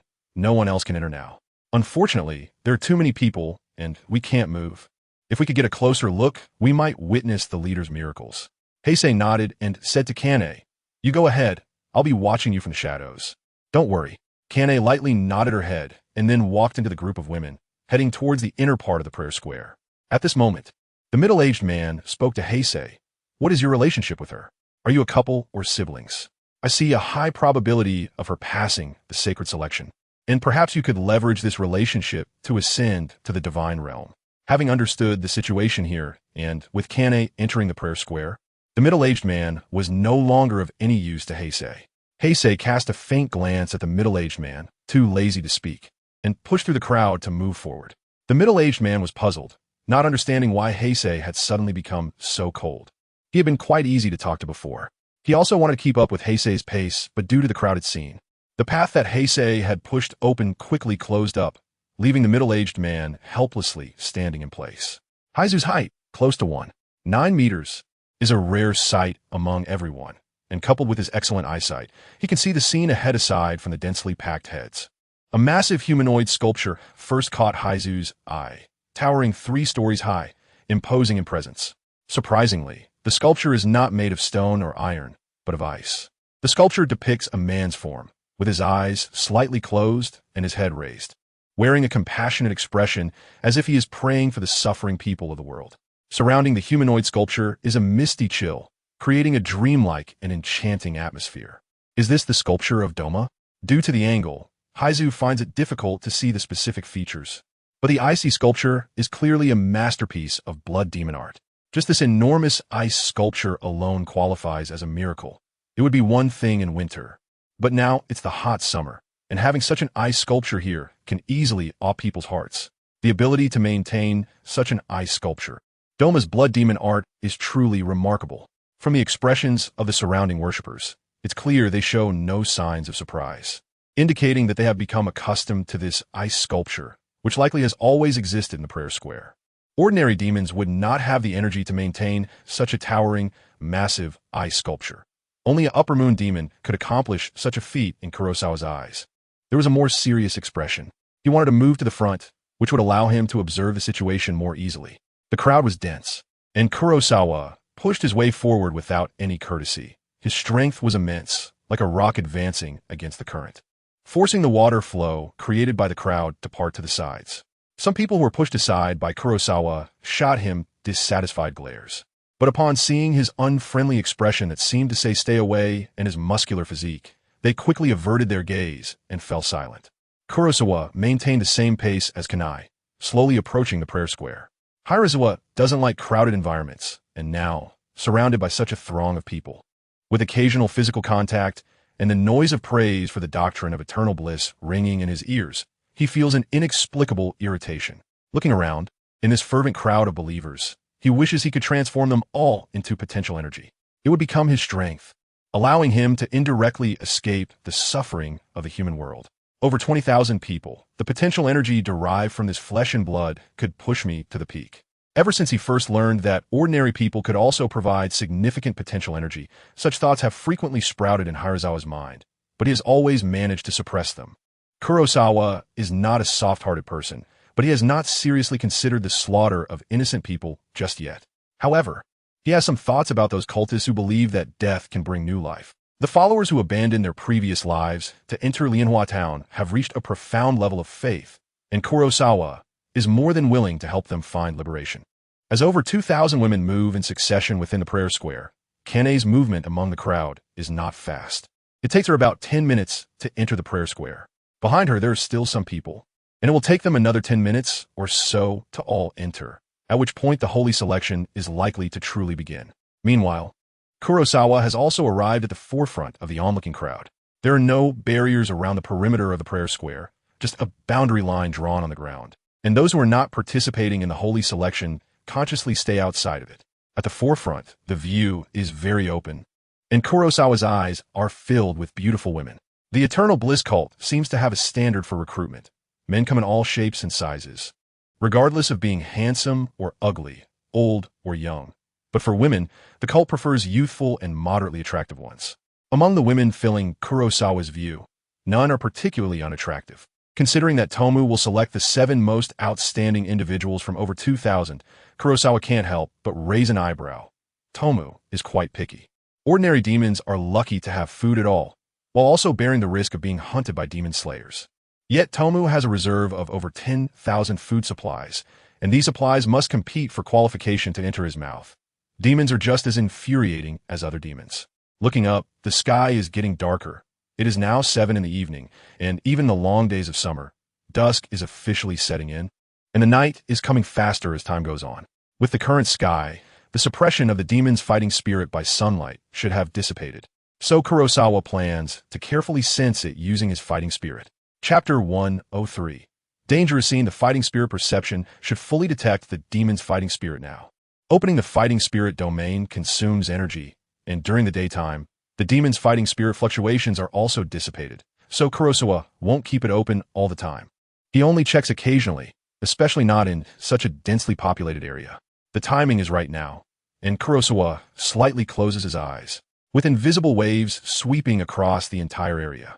The fighting spirit domain quickly spreads out from Kurosawa as the center, covering a radius of several miles. However, the closer one is to Kurosawa, the clearer his perception becomes.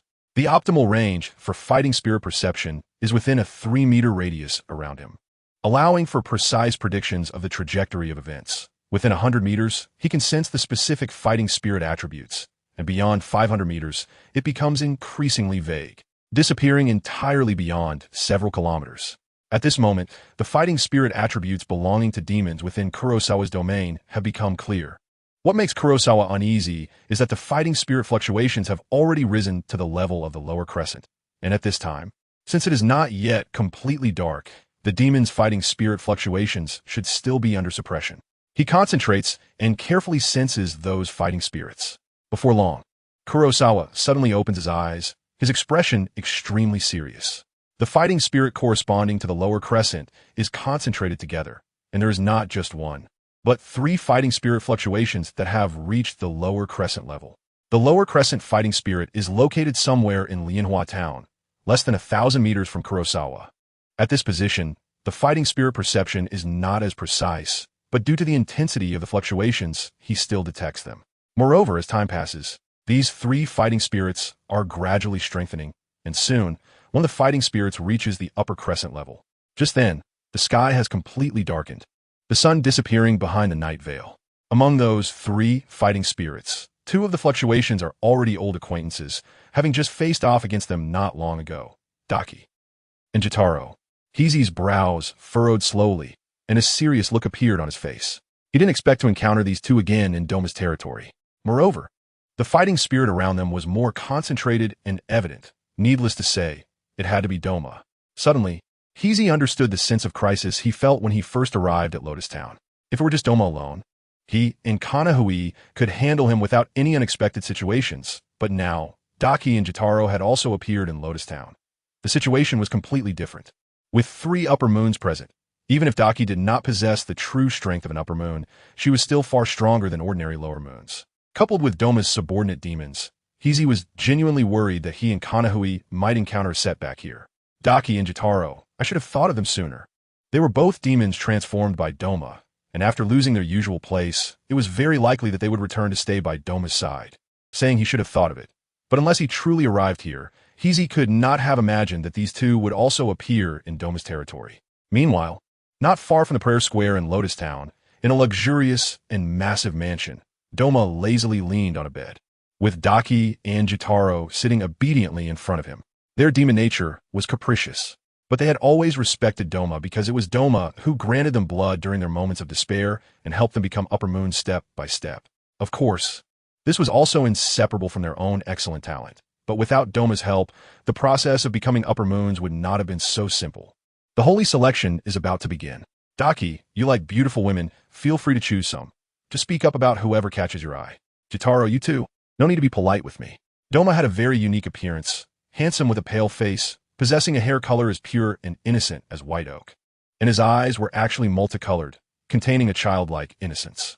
Even though most people in the Demon Slayer world have heterochromatic eyes, the multicolored eyes likely only existed in Doma. Anyone who had seen Doma found it hard not to notice these peculiarities. Even without using blood demon art to display miracles, he could still gather a multitude of followers just based on his appearance. Daki was the first to speak cheerfully. Thank you, Lord Doma. I've missed this place. The women under your command are all very delicious. On the other side, Jotaro simply nodded, not one for many words. Doma smiled gently, seemingly remembering something, and said, well, but I would also like to meet the swordsman who can defeat you two siblings.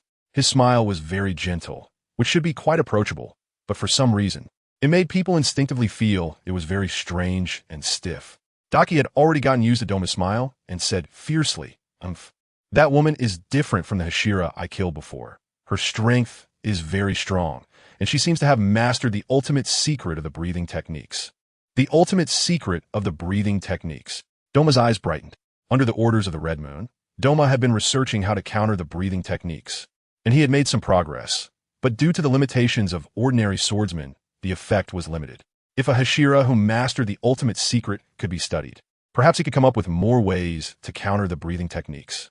Before Doma could speak, Jotaro suddenly said, I think that male is more worth paying attention to. He seems to have a mastery of fighting spirits similar to Akaza, able to block my five senses, and he possesses an ability similar to blood demon art, which is a burning pitch-black flame that feels very deadly. Akaza? Blood demon art? Doma's expression froze for a moment. Then his smile deepened and became even more greasy. Akaza, Upper Moon 3, was defeated by Doma during the blood battle for promotion, but Doma knew that Akaza was not much weaker than him. It was just that his ability happened to restrain that kind of brute force. Doma enjoyed women, but Akaza never targeted females. Their personalities clashed, and with their ranks being close, they constantly rubbed against each other. Fighting spirit? If it is fighting spirit, it could easily block your perception. What an enviable ability. If I had fighting spirit, perhaps I could compete for the position of Upper Moon 1. As for the ability similar to blood demon art, it might be that the swordsmen have discovered a new breathing technique. Very interesting. Doma's interest was immediately piqued by Kanahui and Heisei. Living a life revered in the 10,000 worlds of bliss was very boring, and it was rare to hear about such interesting people. Do you know where they are going? He pondered, needing to pass through the flower street. While asking, Doma supported his chin with one hand, revealing an innocent expression. Suddenly, Jotaro's nostrils flared, and a look of confusion appeared on his face. Then he quickly closed his eyes, concentrating all his attention on his sense of smell, as familiar scents began to invade his nostrils. Jotaro's superhuman senses were akin to a fighting spirit perception ability. Among all the Upper Moons, only Akaza's fighting spirit perception was stronger than his. The scent of Kanahui had already reached him. After a few breaths, Jotaro's pupils tightened, and his eyes suddenly opened wide. Doma noticed Jotaro's unusual behavior and asked, "What did you discover?" He was well aware of Jotaro's abilities. Upon hearing this, a fierce look appeared on Jotaro's face. Great. The place they're going is Lotus Town. Doma and Daki were both taken aback, then exchanged glances, both revealing genuine, joyful smiles. Chapter 104. Heisei exposed. 3 Upper Moon's master were his brother Shinjuro, the water Hashira. A beautiful girl with dark green, medium-length hair spoke. Her hair was smooth, resting on her shoulders, and a white flower hairpin adorned the left side of her hair, standing there lively. Her name was Makomo, 14 years old. Makomo had deep blue eyes, snow-white skin, and a petite figure, looking to be less than 6 meters tall, but her legs were long and unexpectedly straight. Since it was summer, she wore a thin pink kimono with a white ribbon around her waist that formed a white bow on her back. The sleeves reached only to her elbows, revealing her delicate, white arms. Next to Makomo stood a person wearing a Tengu mask, Kaneo Tsiri. His half-white hair seemed somewhat aged, and his mask looked quite fierce, standing straight and appearing unapproachable and hard to talk to. Kaneo wore a loose outfit with a light blue base embroidered with wave patterns, and his voice was very serious. He is at the mountaintop. Makomo, you can learn the breathing techniques from him, but don't take his unorthodox ways seriously. You go ahead. But remember, do not get lost in his power. That is his path, and others cannot walk it. Those who try to learn from him, one dies after another. He had initially spoken calmly, but grew increasingly angry at the thought of that rebellious disciple. Why not follow the good path, and instead pursue unorthodox methods? Thinking it would be easy to integrate other breathing techniques? Others had long tried it. Would it even be his turn? Makomo stuck her tongue out and comforted him, Master. Don't be angry. Brother is very strong and will definitely bring you glory. That rebellious disciple. Clearly talented, yet lacking dedication. Rinryu Sakanji let out a cold snort in annoyance, flicked his hand, and walked away without looking back, heading to instruct the newly inducted disciples. With a helpless gesture, Makoto stood on tiptoe and began to bounce up the mountain. It was noon, and a huge orange-yellow fireball hung high in the sky, radiating endless light and heat. In the summer at the narrow mist mountain, the scorching and dazzling sunlight filtered through layers of overlapping leaves, casting varying sizes of light spots on the ground. The humidity in the air at Narrow Mist Mountain was significantly higher than in other places, and a variety of vegetation grew extremely lush and vigorous. Green vines wrapped around thick tree trunks, and tree roots faintly emerged from the ground, resembling the meridians of the human body. At the foot of Narrow Mist Mountain, where Makoto and Rinryu Sakanji were located, the eldest senior brother stayed at the mountaintop, his favorite and most frequented place. Under the sunlight, Makoto's petite body swiftly ran along the rocky mountain path, or, on a whim, leaped onto branches to jump around, agile and nimble like a monkey despite her young age. Throughout the process, her breathing was rhythmic, steady, prolonged, and rich. Soon, she reached the mountainside, where a hazy mist appeared before her, and the path beneath her feet became somewhat indistinct. However, she was very familiar with this place, and skillfully found a winding path that led straight to the mountaintop. Apparently a trail worn down by someone's daily ascent. The eldest senior brother had created this path by consistently hiking up every morning. Impressive. Narrow Mist Mountain was not low, but Makoto was also quite fast. After about half an hour, she reached the summit. Above the mountainside, Narrow Mist Mountain was perpetually shrouded in a hazy mist. Even during the scorching summer, the mist still existed, rendered by sunlight with a golden hue. Like clouds mixed with gold dust, breathtakingly beautiful. Upon reaching the top, all the mist would disappear, revealing a clear view. And the sunlight shone in a way that could astonish the heart. In the summer at Narrow Mist Mountain, the scorching and dazzling sunlight filtered through layers of leaves, casting varying sizes of light spots on the ground. The humidity in the air at Narrow Mist Mountain was significantly higher than in other places, and a variety of vegetation grew extremely lush and vigorous. Green vines wrapped around thick tree trunks, and tree roots faintly emerged from the ground, resembling the meridians of the human body. The summit was relatively flat, with cracked brown rock ground beneath, devoid of any weeds. Nearby, there were numerous stone spheres and stone pillars, each sizable, weighing at least half a ton, most of them cracked, covered in deep fist marks, handprints, and finger holes, with interlacing cracks all around. In the middle of this area stood a young man with his upper body bare. He was performing a handstand without any support. At that moment, his left hand was behind his back, while his right hand's middle and index fingers were together, pushing against the ground, supporting his body up and down, doing one-handed two-finger push-ups. He seemed to have done countless repetitions with ease. The muscles of his arms rose and fell rhythmically with his movements, making one's gaze heat up. His blue and white striped jacket was casually thrown on the ground, disregarding the dust. Makoto hopped over like a little rabbit, squatted beside him, and poked her finger at the young man's chest. It was so hard like stone, completely unmovable. Moreover, it was bigger than her own. Makoto quickly lowered her head to sneak a glance at herself, her little face slightly dejected. She wondered if the eldest senior brother had some secret. Otherwise, how could he have such exaggerated pectoral muscles?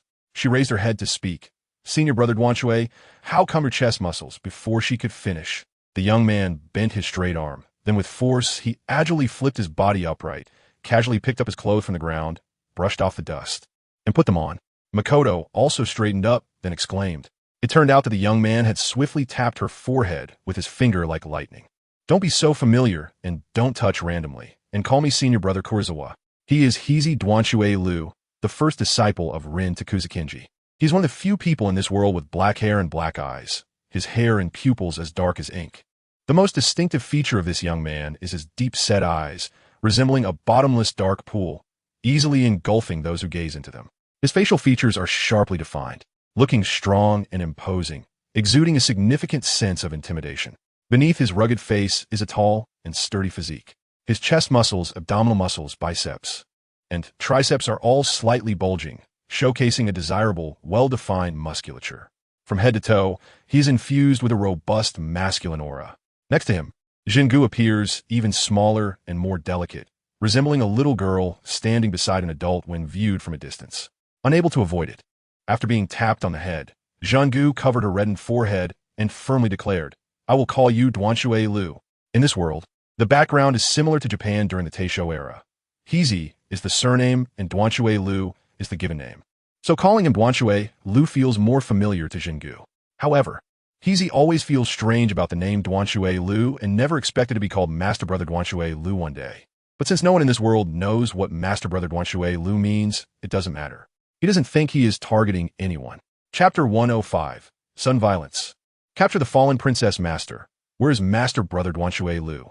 A beautiful girl with dark green, medium-length hair asked. Her hair flowed smoothly over her shoulders, and a white flower hairpin adorned the left side of her hair, giving her a lively appearance. Her name is Jingu, 14 years old. Jingu has deep teal eyes, snow-white skin, and a petite stature, appearing to be less than 1.6 meters tall, but her legs are surprisingly long and straight. Since it is summer, she is wearing a thin pink kimono with a white ribbon around her waist, tied into a bow at her back, and her sleeves reach only to her elbows, revealing her slender, pale arms. Beside Jingu stand a person wearing a Tengu mask, Rin Takuzakinji. His half-white hair appears somewhat aged, and his mask gives him a fierce look. He stands straight, looking unapproachable and hard to talk to. Rin Takuzakinji wears a loose outfit with a light blue base embroidered with wave patterns, and his voice is very serious. He is at the mountaintop.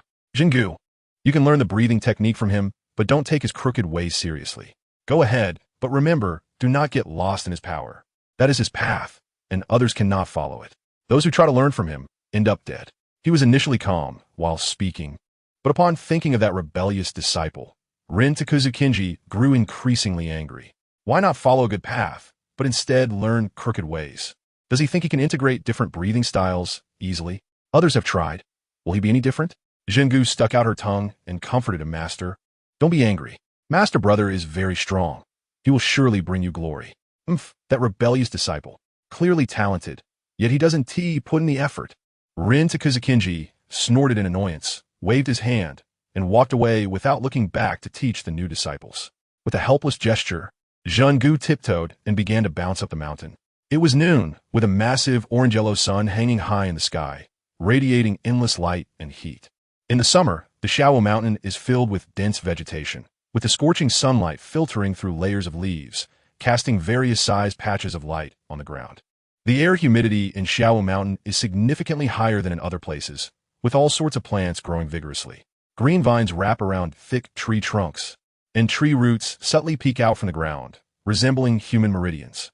At the foot of Shuer mountain, Jingu and Rin Takuzakinji are currently located, while Master Brother stays at the mountain top, which is his favorite and most frequented place. Under the sun, Jingu's petite body swiftly runs along the rocky mountain path, occasionally jumping onto branches, her nimble figure surpassing that of mountain monkeys despite her young age. Throughout the process, her breathing is rhythmic, steady, prolonged, and full-bodied. Soon, she reached the mountain's midsection, where a hazy mist appeared and the path beneath her feet became somewhat indistinct. However, she is familiar with this place and quickly found a small path leading directly to the mountaintop, which seems to have been trampled out by someone. Master Brother persistently walks this path every morning, making it quite impressive. Shuer mountain is not low, but Jingu is also quite fast. After about half an hour, She reached the mountaintop. The upper part of Xiao Mountain is perpetually shrouded in mist, even during the hot summer. The mist exists, further illuminated by sunlight, giving it a golden hue, like clouds infused with crushed gold, beautiful and enchanting. Upon reaching the mountaintop, all the mist dissipates, revealing a bright and clear view, with sunlight dazzling enough to amaze. The top is relatively flat, with a cracked brown rocky ground beneath her feet, devoid of any weeds. Nearby, there are many stone balls and stone stumps, each quite large, at least half a ton, most of which are cracked and covered with deep knuckle imprints, palm prints, and finger holes surrounded by intersecting cracks. In the middle of this area stands a young man with his upper body bare. He is performing a one-handed two-finger push-up while upside down with no support behind him. At this moment, his left hand is placed behind his back, and his right hand's index and middle fingers are pressed against the ground, supporting his body as he moves up and down effortlessly, having done who knows how many of them. His arm muscles rhythmically flex with his movements, making one heart race. His blue and white haori is casually thrown on the ground, indifferent to the dust. Zhenggu bounced over like a little rabbit, squatted beside him, and poked her finger at the young man's chest. So hard, just like a stone, I can't budge at all. Moreover, it was larger than her own. Zhenggu quickly lowered her head to sneak a glance at herself, her little face slightly downcast. She wondered if Master Brother had some secret. Otherwise, how could he have such exaggerated pectoral muscles? She looked up and said, Master Brother Dwan Shui Lu, how come your chest muscles? Before she could finish, the young man bent his straight arm with lightning speed and then forcefully flipped his body to stand up, casually picking up his clothes from the ground, brushing off the dust and putting them on. Zhenggu straightened up, then exclaimed, oh. It turned out the young man had swiftly tapped her forehead with his finger. Don't be so familiar, and you should call me Heisei Master Brother. He is the first disciple of Heisei's Dansukyu, known for his black hair and black eyes. A rare sight in this world. His hair and pupils are as black as ink. The most distinctive feature of this young man is his deep-set eyes, resembling a bottomless dark pool that easily engulfs others. His facial features are sharp and defined, giving him a strong and imposing presence. Beneath his rugged face lies a tall and robust body, with well-defined chest muscles, abs, biceps, and triceps, all slightly bulging, showcasing a tempting muscular physique. From head to toe, he exudes a strong masculine aura. In contrast, Makoto appears even smaller and more delicate near him, resembling a little girl standing beside an adult when viewed from a distance. Unable to avoid it, after getting knocked on the head, Makoto covers her flushed forehead and resolutely declares, I will still call you Dansukyu. The background of this world is similar to Japan during the Taisho period. Heisei's is the surname, and Dansukyu is the given name, making it more familiar for Makoto to call him Dansukyu. However, Heisei always feels strange about being called Dansukyu, never expecting to one day be referred to as Master Brother Dansukyu. Nonetheless, no one in this world knows what Master Brother Dansukyu means, so it doesn't matter to him. He doesn't feel targeted by anyone. Chapter 106. Bloody Purgatory. The moment Mingzhou appeared, Heisei did not hesitate for a second. He raised his hand and executed a horizontal slash. A blade of light shooting straight from Mingzhou, swiftly cutting through the air towards a certain direction. The sound of flesh and bones being sliced echoed simultaneously. In a densely populated area, Heisei did not need to worry about accuracy. He merely slashed in the direction of the crowd, and some followers felt like wheat being cut down. Potential value 7, potential value 9, potential value 6, potential value 10, potential value 8 in the gray-white panel. The potential value numbers fluctuated over 10 times, combined with the potential values of the 3 who died at Heisei's hands, totaling nearly 150 points. 150 points is not much for Heisei now, as with the increase in his strength and life level. The cost of potential value for anything he does has risen compared to before, and the potential value gained from killing ordinary people seems to be decreasing. Previously, an ordinary person's potential value was about an average of 10 points, but now it appears to be only about 7 points on average. It makes sense. As Heisei grows stronger, the gap between him and ordinary people widens, and their potential will only be less beneficial to him. However, even if an ordinary person ultimately provides only a little potential, targeting ordinary people is still more efficient and quicker than hunting demons, given the population density and hunting difficulty. This 150 points of potential value may not be significant in the future, but it can still enhance Heisei's attributes now. Outside, Kifutaro had just landed. Adjusting his stance and preparing to engage in a deadly fight with Heisei again, when he caught a glimpse of a sharp slash flying out of the corner of his eye. Not aimed at him, but hitting elsewhere, nearly cutting the followers in the eastern direction in half. Instantly, Kifutaro was astonished, momentarily forgetting that Daki was still in danger. This person is indeed a problem. Not only does he disregard ordinary humans, but now he even actively kills. But why is he doing this?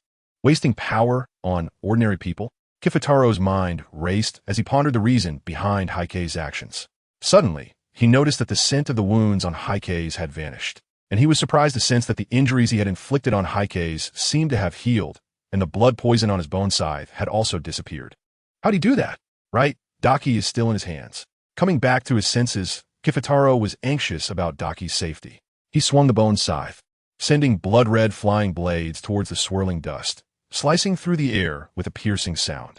In the midst of the battle, Heisei struggled to suppress the surging fighting spirit, and Kifutaro's enhanced senses began to kick in.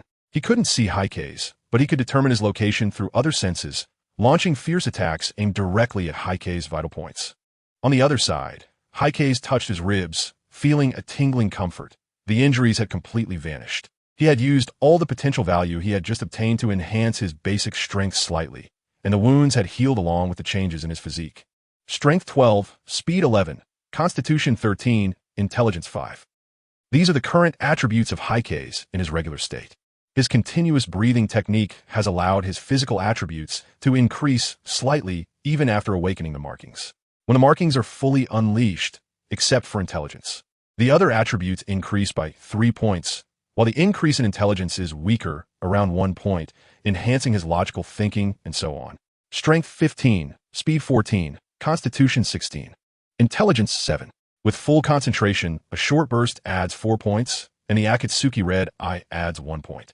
Strength 20, Speed 19, Constitution 21, Intelligence 7. With all enhancements active and no restrictions, Heisei's body, enduring the triple burden of full body markings, full concentration breathing, and Akatsuki Red Eye, has become 20 times that of an ordinary person, firmly existing as a small superhuman. Of course, every moment in this state shortens his lifespan, requiring potential value to compensate, or else he would still face a short life. As long as there is enough potential value, I can achieve a form of infinite regeneration similar to demons, and I will only grow stronger. 10,000 realms of ultimate bliss. Do you think these followers can interfere with me? No. They will only provide me with an endless supply of potential. This is my home ground. Even if the Red Moon is here, I can make her speechless. Holding Daki's head in one hand, Heisei smiled faintly, while in the other hand, he held Mingzhou at an angle, the blade tip touching the ground, then fiercely slashed upward. Water-breathing, 8th form, reverse torrent. A blade of black light, like a pillar of water, erupted from the ground, resembling a waterfall that swept Kifutaro's attacks into it. The powerful sword shape destroying most of Kifutaro's attacks, while a portion that flew into the dust was intercepted by Heisei's with Mingzhou. The reverse torrent swept away all the dust, clearly revealing Heisei's figure to everyone. His expression was calm, his clothes stained with blood, his own, that of human followers, and Daki's. Heisei's clothes were made of ordinary fabric, tattered and battered by gravel, looking quite disheveled, yet this did not affect the essence and spirit that seemed to coalesce into substance. Beneath the ragged clothing, his physique was as sturdy as iron. In Heisei's left hand was a skull enveloped in black flames, flesh continuously sprouting on it, only to be burned away by the flames the next second, a cycle of regeneration and destruction repeating itself. In his right hand was the elongated and cold weapon Mingqiao, forged from the power of despair. Just by looking at it, one could feel a genuine heartache, and on the surface of Mingqiao, a layer of black aura was silently burning. The blade of the demon. As the smoke cleared, Heisei appeared in this manner, and Jigafutaro couldn't help but whisper. He had seen the blade of the Upper Moon One, crafted from its own flesh and blood, incredibly sharp, capable of devouring flesh, but in terms of the sinister aspect, it was far inferior to the Mingqiao in Heisei's hand. At the same time, Jigafutaro sensed the presence of Daki, represented by the burning skull in Heisei's left hand. Jigafutaro was momentarily stunned. Then his expression changed drastically, his body trembling with anger. Daki, you dare to harm my sister like this. The thought of his sister Daki, who cherished her beauty, becoming like this, made it unimaginable for Jigafutaro how terrible her state of mind must be. Jigafutaro and Daki were one entity, having a special connection, and he sensed her pain. Daki was silently crying out in anguish, even pleading with Jigafutaro to sever their connection, so she could be freed quickly. Sometimes, Daki's nature could be very malicious, but when she felt powerless, her disposition would turn into that of a little girl, crying from the pain, which Jigafutaro found most unbearable. Even as an upper moon, the distinction between rationality and ordinary people was no longer there. They still retained their obsessions as demons, and Jigafutaro's obsession was his sister Daki. He had vowed to protect her from any harm when he was still human. Seeing Daki in such a state now severely impacted Jigafutaro, making it difficult for him to maintain his human appearance, his face visibly twisted in madness. Chapter 107. Misty Ice Bodhisattva Master. Where's the water flow master brother? I have recently been trying to master total concentration breathing, but I am not yet proficient and need to consult master brother. If you need to teach the other junior brothers, I won't disturb you. The speaker was a beautiful girl with dark green, medium-length hair, smoothly resting on her shoulders, with a white flower hairpin on the left side of her hair, standing charmingly. Her name was Makomo, 14 years old. Makomo had deep blue eyes, snow-white skin, and a petite figure, appearing to be under 1.60 meters, but her legs were surprisingly long and straight. Since it was summer, she wore a thin pink kimono, with a white ribbon around her waist tied into a white bow at her back, and her sleeves reached only to her elbows, exposing her slender, snow-white arms. Beside Makomo stood a person wearing a Tengu mask, Sakanutaket. His half-white hair looked somewhat aged, and the mask had a fierce expression, his body standing straight, exuding an unapproachable demeanor. Sakanutaket wore a loose outfit with a water blue base embroidered with wave cloud patterns, his voice very serious. Makomo, you can learn breathing techniques from him, but don't take his unorthodox method seriously. Go ahead, but remember, do not become obsessed with his power. That is his path, and others cannot follow it. Those who learn from him end up dead one by one. He had initially spoken calmly, but thinking of that rebellious disciple, Sakunutaket's anger grew with every word. Why not follow the proper path and delve into these twisted methods? He thinks he can master other breathing style schools and achieve integration. It's really easy to get it wrong. Others have tried long ago. Did it ever occur to him? Makomo stuck out her tongue, trying to comfort him. Master, don't be angry. Master brother is very strong and will definitely bring you glory. That rebellious disciple. Clearly talented. Yet he doesn't apply himself. Sakanutaket let out another annoyed snort, waved his hand, and walked away without looking back to teach the new disciples. Showing a gesture of helplessness, Makomo tiptoed and began to bounce up the mountain. It was noon, and a large orange-yellow fireball hung high in the sky, radiating endless light and heat. In the summer at Misty Narrow Mountain, the blazing sunlight filtered through layers of overlapping leaves, casting spots of light of varying sizes on the ground. The air at Misty Narrow Mountain was considerably more humid than in other places, and various types of vegetation thrived densely, with green vines wrapping around thick trunks and roots faintly visible above the ground, like human meridians. At the foot of Misty Narrow Mountain was where Makomo and Sakanutaket currently stood, while the Master Brother was at the mountain peak, his favorite and most frequented place. Under the sunlight, Makomo's petite body raced swiftly along the rocky mountain path, occasionally leaping onto branches, her nimble figure surpassing that of a monkey in the mountains at such a young age. Throughout the process, her breathing was rhythmic, steady, prolonged, and rich. Before long, she had run from the foot of the mountain to its midsection, where a hazy mist appeared before her, and the path beneath her feet became somewhat indistinct. However, she was very familiar with this place, and found a small path that led directly to the mountain peak after several twists and turns. It seemed to be a path that had been trampled out by someone. Her Master Brother walked this path daily in the early morning, making it quite impressive. The narrow mist mountain is not low, but Zhengua's speed is also very fast. In about half an hour, Zhengua reached the top of the mountain. The mountain is shrouded in a hazy mist year-round above its midsection. Even in the blazing summer sun, the mist remains, rendered with a golden hue by the sunlight, resembling clouds mixed with crushed gold, stunningly beautiful. Upon reaching the summit, all the mist disappears, revealing a clear view where the sunlight shines in a breathtaking manner. The top of the mountain is relatively flat, with a dry, cracked brown rocky surface beneath, devoid of any weeds.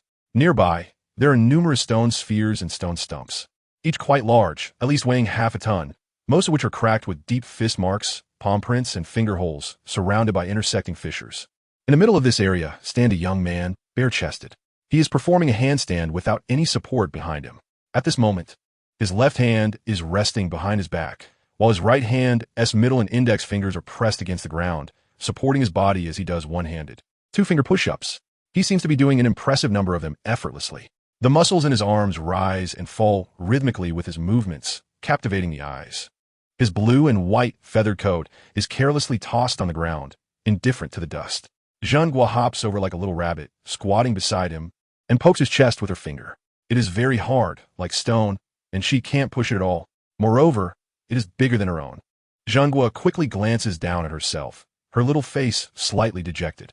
She wonders if the senior brother has some secret. Otherwise, how could he have such exaggerated pectoral muscles? She lifts her head to speak. Master Dwan Shuer, how come your chest muscles? Before she can finish, the young man bends a straight arm, and then, with a forceful motion, gracefully flips his body and stands up, casually picking up his coat from the ground, dusting it off before putting it on.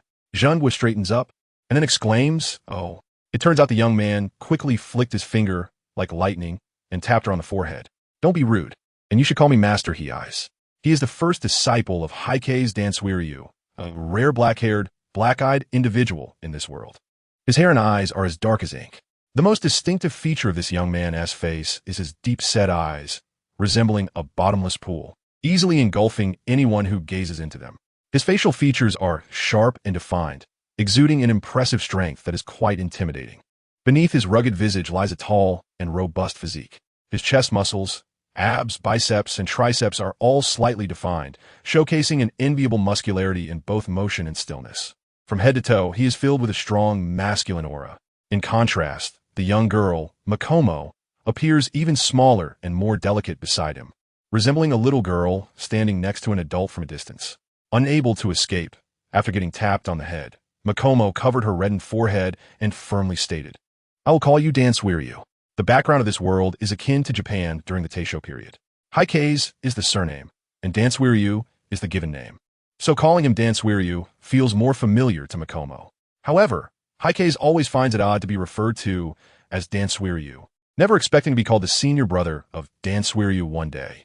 But since no one in this world knows what being the senior brother of Dansweryu means, it doesn't matter much to him. He doesn't feel like he is targeting anyone. Chapter 108, Fierce Battle Master. Where is senior brother Dansweryu? A beautiful girl with dark green, mid-length hair asked. Her hair cascaded smoothly over her shoulders, with a white flower hairpin adorning the left side of her head, looking quite lively. Her name is Machino, 14 years old. Machino has deep teal eyes, snow-white skin, and a petite figure, standing at less than 1.6 meters. However, her legs are surprisingly long and straight. Since it is summer, she wears a light pink kimono, with a white ribbon around her waist tied into a bow at her back. The sleeves reach only to her elbows, revealing her slender, snow-white arms. Beside Machino stand a man wearing a Tengu mask, Sakanaki Sakoji.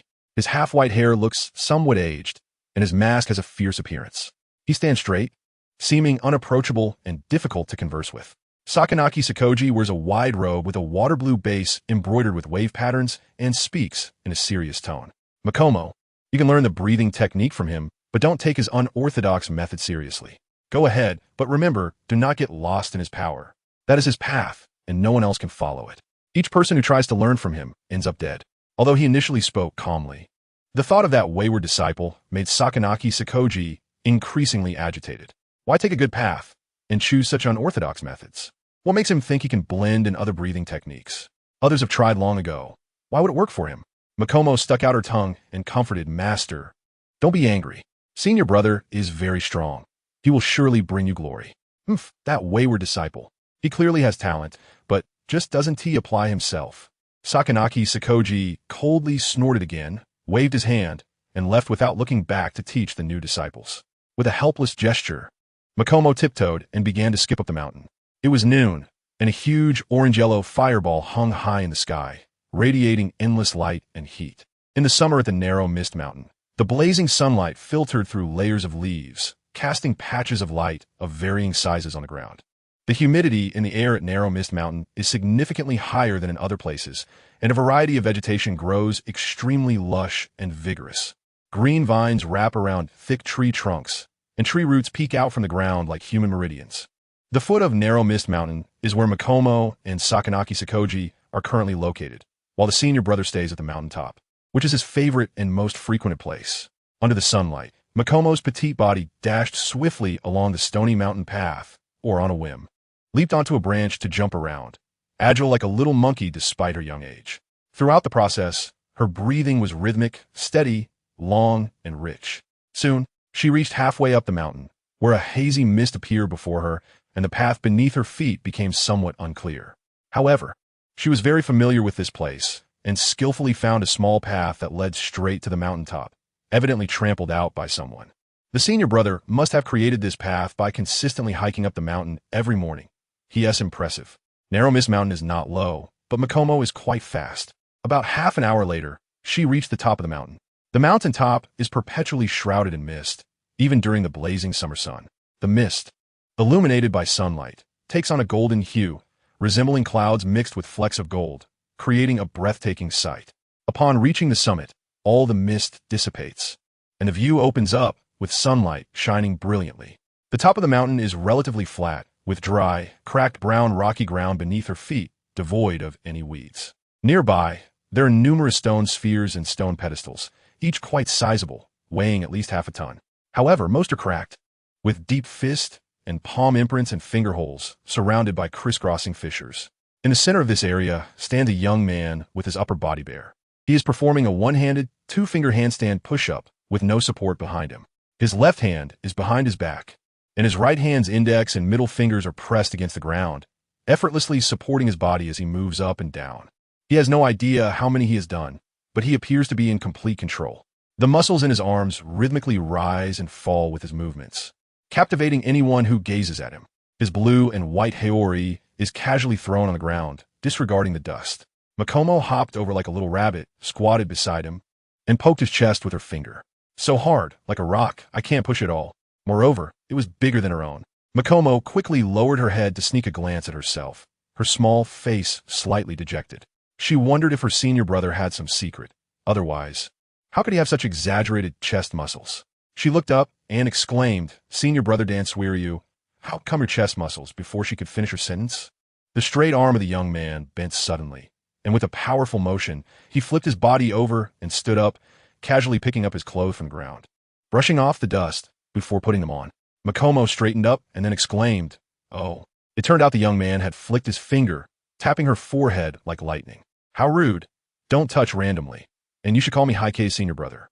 He is the first disciple of Heisei Danzuiryu and is known as the black-haired, black-eyed rarity in this world, with hair and eyes as dark as ink. The most distinctive feature of the young man's face is his deep-set eyes, resembling a bottomless pool that can easily engulf anyone who gazes into them.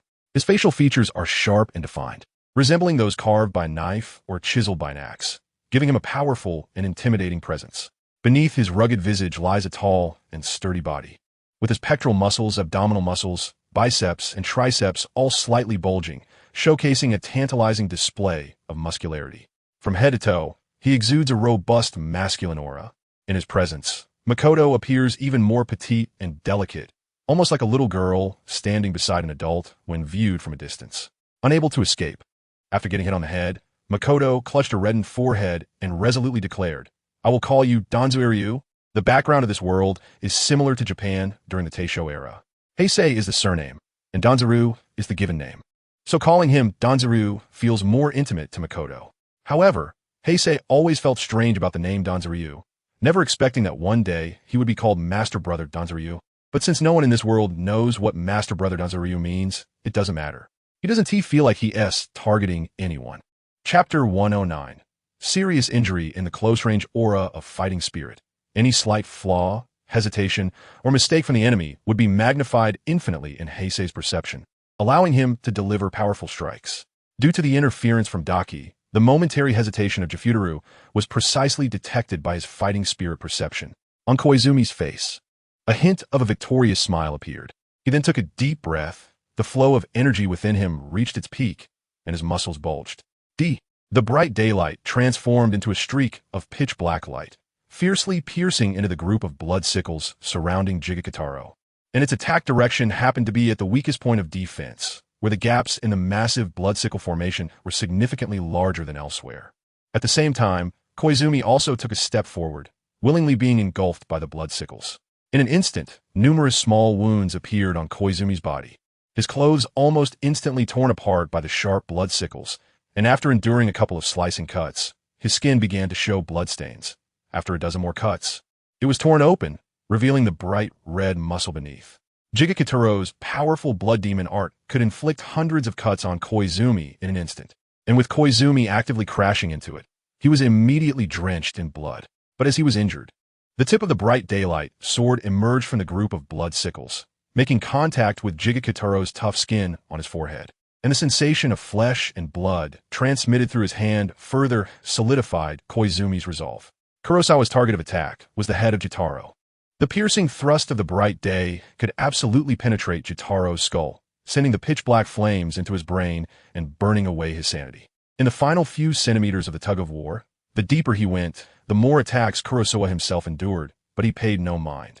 With his left hand guarding vital areas such as his mouth, nose, and throat, concentrated defense against the black flames, Kurosawa was drenched in blood. Layers of dense wounds stacked upon each other, yet his form remained as steady as a rock. Do you want to die together? Jitaro's forehead had already been pierced by the tip of the blade. Forced by the situation, he loosened his control over his blood demon art, his body retreating again and again in an attempt to shake off the bright day. But Kurosawa was faster. The bright day clung to Jitaro's brow like a maggot, firmly biting into his skin, having already penetrated his brow bone, with cracks spreading across his skull. Crack! The tip of the blade finally penetrated the hard as iron bone, touching Jitaro's brain. Jitaro sensed the deadly crisis and finally let out a shrill scream. "Lord Doma, save me!" As he cried out, a wave of fighting spirit belonging to Doma surged violently for a moment. Doma had been paying attention to the battle between Kurosawa and Jitaro while dealing with Kanawo. He would act even without Jitaro's call.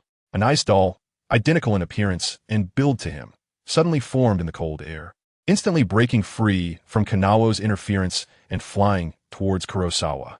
No, it's already over. Kurosawa's heart tightened, revealing a ruthless look in his eyes. The pitch-black flames he used for protection disappeared entirely, his injuries worsening, with blood trickling down from his left eye that had been cut by a blood sickle. On the other side, the black flames attached to the bright day suddenly surged even more vigorously, streaming towards Jitaro's brain along the blade. Jitaro screamed in agony. As a true upper moon, he possessed a firm will that was far beyond what his sister Daki could compare to. But amidst the searing pain that seemed to pierce his soul, his spirit quickly weakened. At the same time, influenced by the power of despair, layers of illusions began to breed. In extreme pain, Jitaro saw the most despairing scene of his life, which was also the negative illusion Daki was experiencing. It was when he was still human, his sister burned beyond recognition by a samurai, gasping for breath. He rose to resist, killing the samurai, but was also on the brink of death, collapsing in the mud, filled with unwillingness and despair as he awaited death. As time passed, his unwillingness diminished, while despair grew stronger. Moreover, in this desperate illusion, there was no Doma coming to save him and Daki. The siblings struggled and died in endless pain, and there seemed to be seductive whispers luring him into despair. After just a few cycles, Jitaro's mental will began to crumble, losing the thought of resistance, even actively desiring death, and the fluctuations of his fighting spirit rapidly weakened. The negative emotions brought by the black flames always led people into deep despair. As Jitaro's will collapsed, the blood sickles suddenly froze, then rapidly disintegrated, turning into streams of crimson blood that fell to the ground, splattering onto Kurosawa, along with his own blood, making him appear as if he had emerged from a pool of blood, covered in a thick layer of plasma. At this point, Kurosawa's bodily injuries had become severe. Killing an upper moon with similar strength came at a high price. A closer look revealed that his wounds were bleeding profusely, indicating that even the fourth stage of the breathing technique could not stop the injuries. As the blood flowed away, he would become increasingly weaker. Having lost the defense of the blood sickles, Kurosawa had no more reservations. He braced himself, and the bright day instantly pierced through Jitaro's skull, the tip entering through his brow and exiting through the back of his head, with a layer of black flames burning on his skull. Jitaro's expression had already become numb, his flesh turning to ash bit by bit as he lost his will to survive. However, Doma's ice doll had arrived. On the ground, Daki's skull was regenerating slowly as the black flames no longer burned continuously. These two must be killed simultaneously. Aizawa took a deep breath, kicked Daki's head, and pierced her skull with the daylight. Boom! The pitch-black aura simultaneously burned above the heads of Jotaro and Daki. And, judging by the speed at which their fighting spirit was weakening, they would completely turn to ashes in less than a minute. The vitality of the upper moon was truly astonishingly resilient. Heizawa gathered his spirits and focused on the approaching ice puppet. Pain, exhaustion, weakness, cold. It was the first time Heizawa sustained such severe injuries. At that moment, he understood the predicament ordinary swordsmen faced when dealing with demons. Even if they could ultimately defeat the demons, due to their severe injuries, they were likely to watch themselves step into death. If only I had the regeneration ability of a demon, even without seeing the sunlight, it would be worth it. Gray-white, exhausting all potential points, adding to constitution. The thoughts that arose in Kurosawa's mind were executed with meticulous precision in shades of gray and white. His already battered exterior seemed to glow faintly as the wounds rapidly regenerated and healed. The blood poison of Kyogai was purified. But Kurosawa did not notice that some of Kyogai's essence, no, the origin demon blood belonging to the Red Moon, was absorbed by the faint light as his wounds healed, also entering his body. At this moment, the ice puppet stopped more than 10 meters away from Kurosawa, looking at him with the unchanging, disgusting smile of Doma etched on its icy face. The ice puppet raised a hand, and a violent wave of fighting spirit surged around it. In an instant, another towering misty ice bodhisattva, over 4 meters tall, took shape behind it, rising from the ground, and then fiercely struck down towards Kurosawa with a powerful palm. Chepter stodisit domais evatar. The ice bodhisattva was enormous, yet its attack speed was not slow at all, striking fiercely and explosively. Kurosawa looked up and saw an ice hand, large enough to cover his entire body, fiercely descending. Before it reached him, an invisible pressure seemed to rise from above, filling his heart. The strong wind made his eyes sting, and his left eye was still bleeding. Time was tight, his injuries were severe, and the healing of his wounds was still underway due to his potential. It felt completely different from when he faced Jotaro's blood demon art. When confronting Jotaro, Kurosawa still had the thought of enduring the attack, but this plain yet heavy palm left him with no intention of facing it head-on. If it struck him directly, being smashed to pieces seemed to be the most likely outcome. The ice hand was surrounded by a white, misty frost. Just a touch felt bone-chillingly cold, causing his body to instinctively stiffen. Haihara did not dare to be careless, and had to awkwardly roll away to avoid the attack range of the icy claw. Crash! The ground shattered, and spiderweb-like cracks spread directly over 10 meters. Asakusa stood up, his wounds rapidly regenerating and healing at a visible speed. And the wound on his eye was also regenerating, restoring his clear vision. The ice puppet stood on the shoulder of the ice bodhisattva. Just as on the other side of the battlefield, Doma stood on the shoulder of another ice bodhisattva, watching Asakusa with a smile at the corner of his mouth. The ice bodhisattva retracted its icy palm, bringing its hands together in prayer, its expression one of unchanging compassion.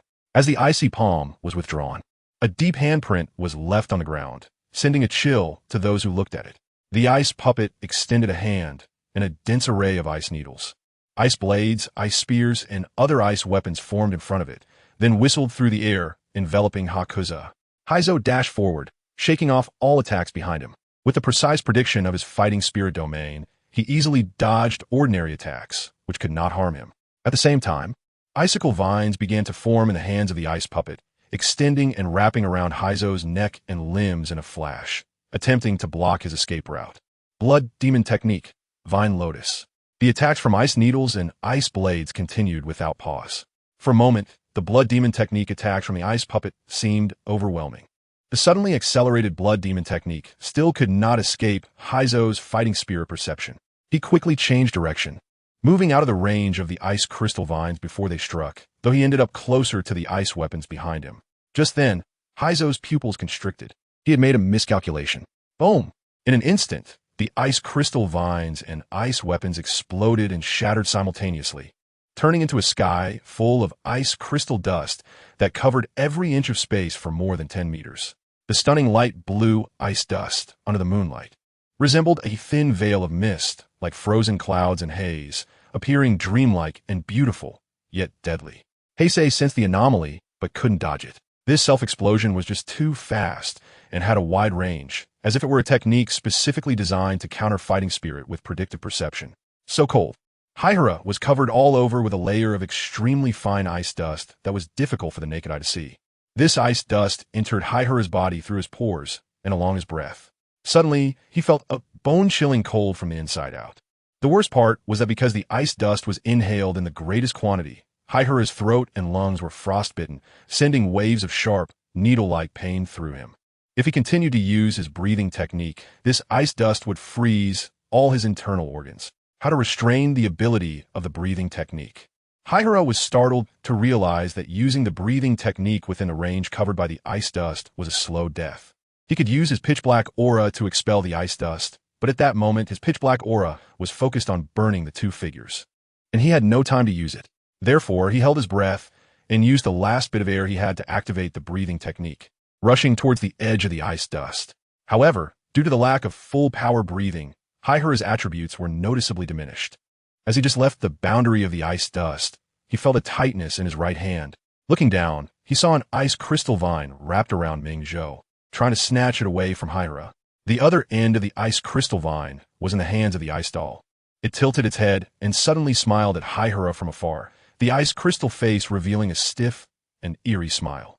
Outside the ice dust, Haihara no longer had to worry about breathing, so he took a deep breath and concentrated fully again.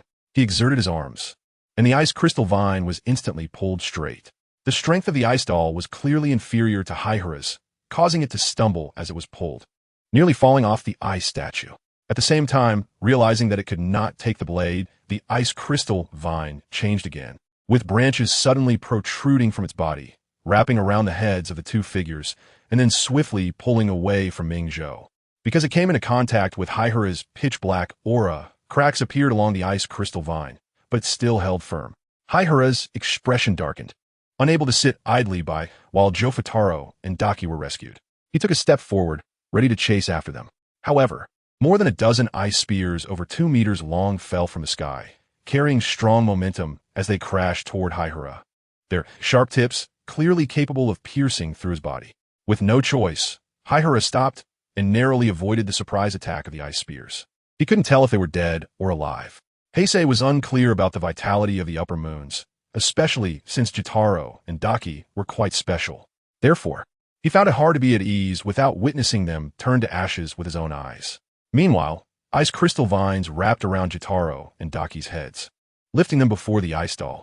The pitch-black aura had dissipated, but their heads were still crumbling into ashes. This situation relieved Heisei.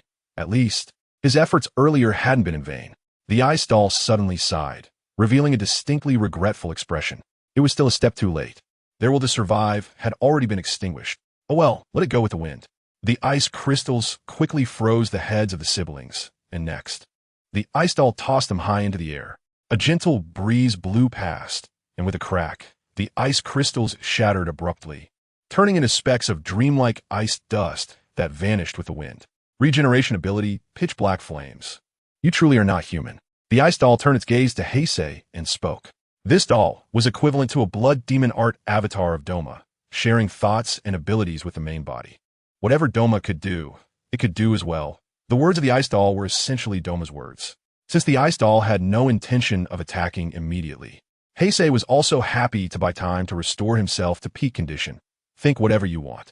He had sustained serious injuries from forcibly killing Jotaro, and was only now about to fully recover. Otherwise, he wouldn't have been so helpless against an avatar just now. Suddenly, a look of confusion appeared on the ice doll's face as it curiously looked at Heisei. How strange, really strange. You possess regeneration abilities and powers similar to blood demon arts. Yet before this, you did not carry the aura of a demon. I do not believe you are of my kind. However, now you do. Heisei initially thought the ice doll was joking, but seeing its serious expression and tone, his expression changed slightly. He unleashed his fighting spirit domain again, concentrating his perception on the fluctuations of his own fighting spirit. Upon seeing the scene in his perceptual vision, Heisei could no longer maintain his calm and widen his eyes. Chapter 111. The Indestructible Demon Body Master. Where is Brother Dan Twilliu? I have been trying to master total concentration breathing recently, but I cannot use it skillfully yet, and I need to consult Brother. If you're going to teach the other junior disciples, I won't disturb you. The speaker was a beautiful girl with dark green medium-length hair, smooth and cascading over her shoulders, adorned with a white flower hairpin on the left side. She was named Makomo, 14 years old. Makomo had deep blue eyes, snow-white skin, and a petite figure, looking no taller than 6 meters, but her legs were surprisingly long and straight. Being summer, she wore a thin pink kimono, with a white ribbon at her waist that formed a bow on her back. The sleeves reached only her elbows, exposing her slender, snow-white arms. Beside Makomo stood a man wearing a Tengu mask called Kanroji Sakanji. His half-white hair appeared somewhat aged, and his mask had a fierce expression, standing straight and looking unapproachable. Kanroji wore a loose outfit with a water blue base embroidered with wave and cloud patterns, and his voice was very serious. Heisei, you can learn the breathing technique from him, but do not take his unorthodox methods seriously.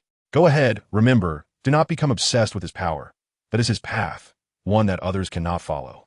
Those who try to learn from him, one more dead. He had initially been able to speak calmly, but the thought of that rebellious disciple made Kanroji more and more angry. Why not follow a proper path and instead delve into unorthodox methods? Thinking of trying to learn other breathing styles to blend them together is truly foolish.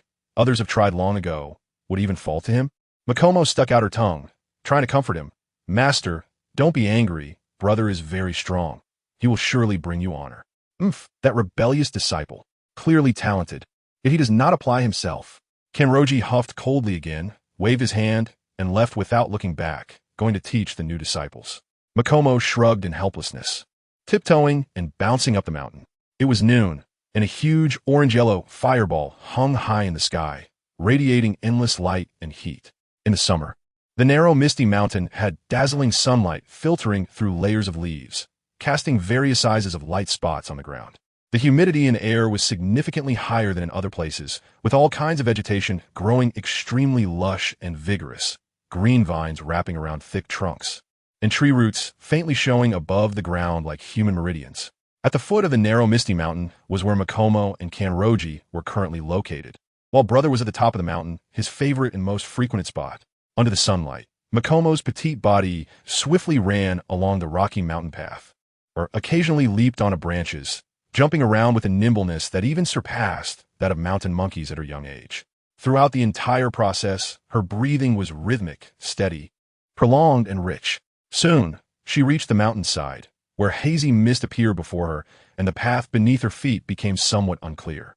However, she was familiar with this place and twisted and turned to find a small path leading directly to the top of the mountain. It seemed this path had been forcibly trampled out by someone. Brother climbs the mountain every morning and has created a path. How impressive. The narrow mist mountain is not low, but Zhenji's speed is quite fast. In about half an hour, Zhenji reached the top of the mountain. The narrow mist mountain is shrouded in a hazy mist year-round above its midsection, and even in the scorching summer sun, the mist persists, taking on a golden hue from the sunlight, resembling clouds mixed with fragments of gold, stunningly beautiful. When reaching the summit, all the mist disappears, and the view opens up, with sunlight shining down in a way that can captivate the heart. The top of the mountain is relatively flat, with dry, cracked brown rock ground beneath the feet, devoid of any weeds.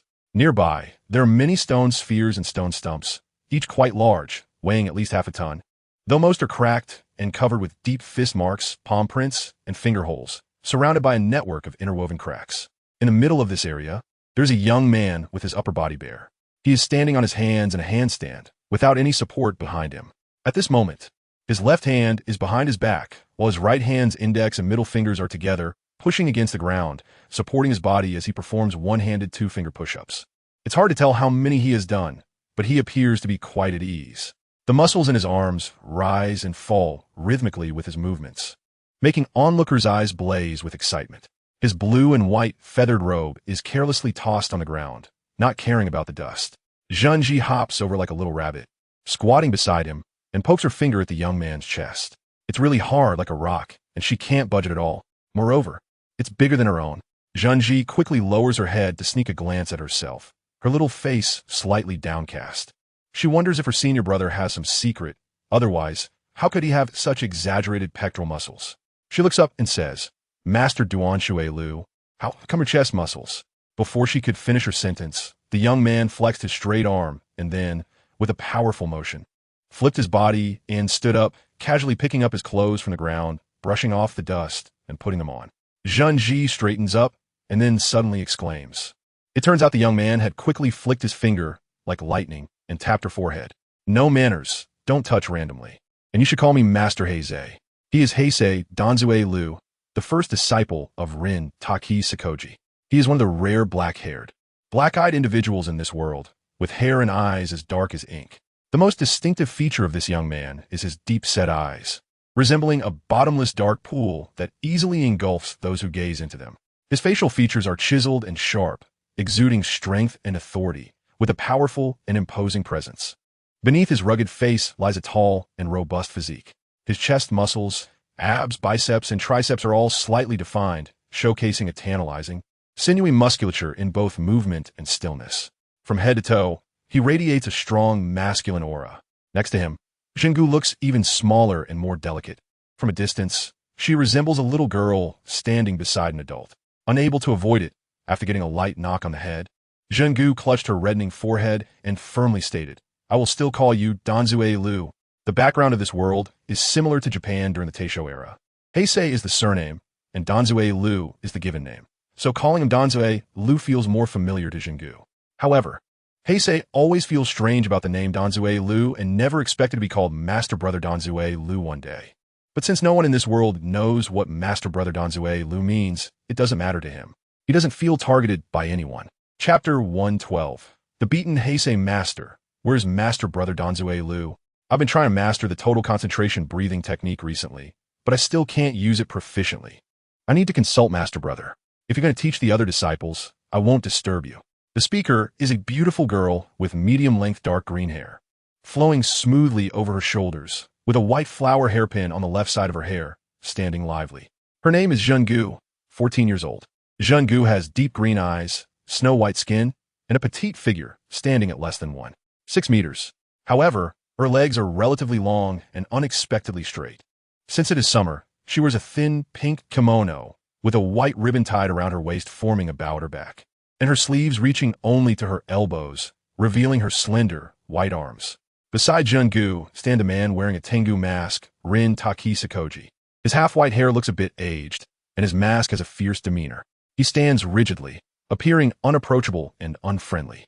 Rin Taki Sakoji is dressed in a loose outfit with a water blue base and embroidered wave cloud patterns, and his voice is very serious. Heisei, Jingu can learn breathing techniques from him, but don't take his unorthodox method seriously. You can go, but remember not to get lost in his power. That's his path. And others cannot follow it. Those who try to learn from him often end up dead. Originally, he could speak calmly, but upon thinking of that rebellious disciple, Rin Taki Sakoji's irritation grew. Why take the wrong path when there's a good one? Learning from other breathing techniques to achieve a fusion is just an easy way to fail.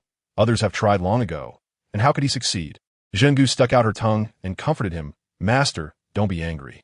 Master Brother is very strong and will surely bring you glory. Rebellious disciple.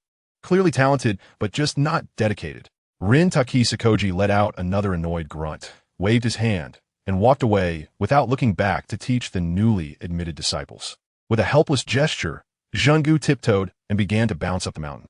At this time, it was noon, and a huge orange-yellow fireball hung in the sky, radiating endless light and heat. In the summer at Narrow Mist Mountain, the scorching sunlight filtered through layers of leaves, casting patches of light of varying sizes on the ground. The air humidity in Narrow Mist Mountain is significantly higher than in other places, and various types of vegetation grow extremely lush, with green vines wrapping around thick trunks, and tree roots subtly visible above the ground, resembling human meridians. At the foot of Narrow Mist Mountain is where Jungu and Rin Taki Sakoji are currently located.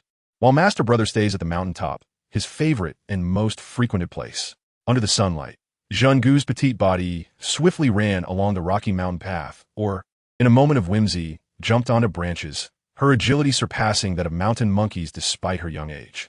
Throughout the process, her breathing was rhythmic, steady, and deep.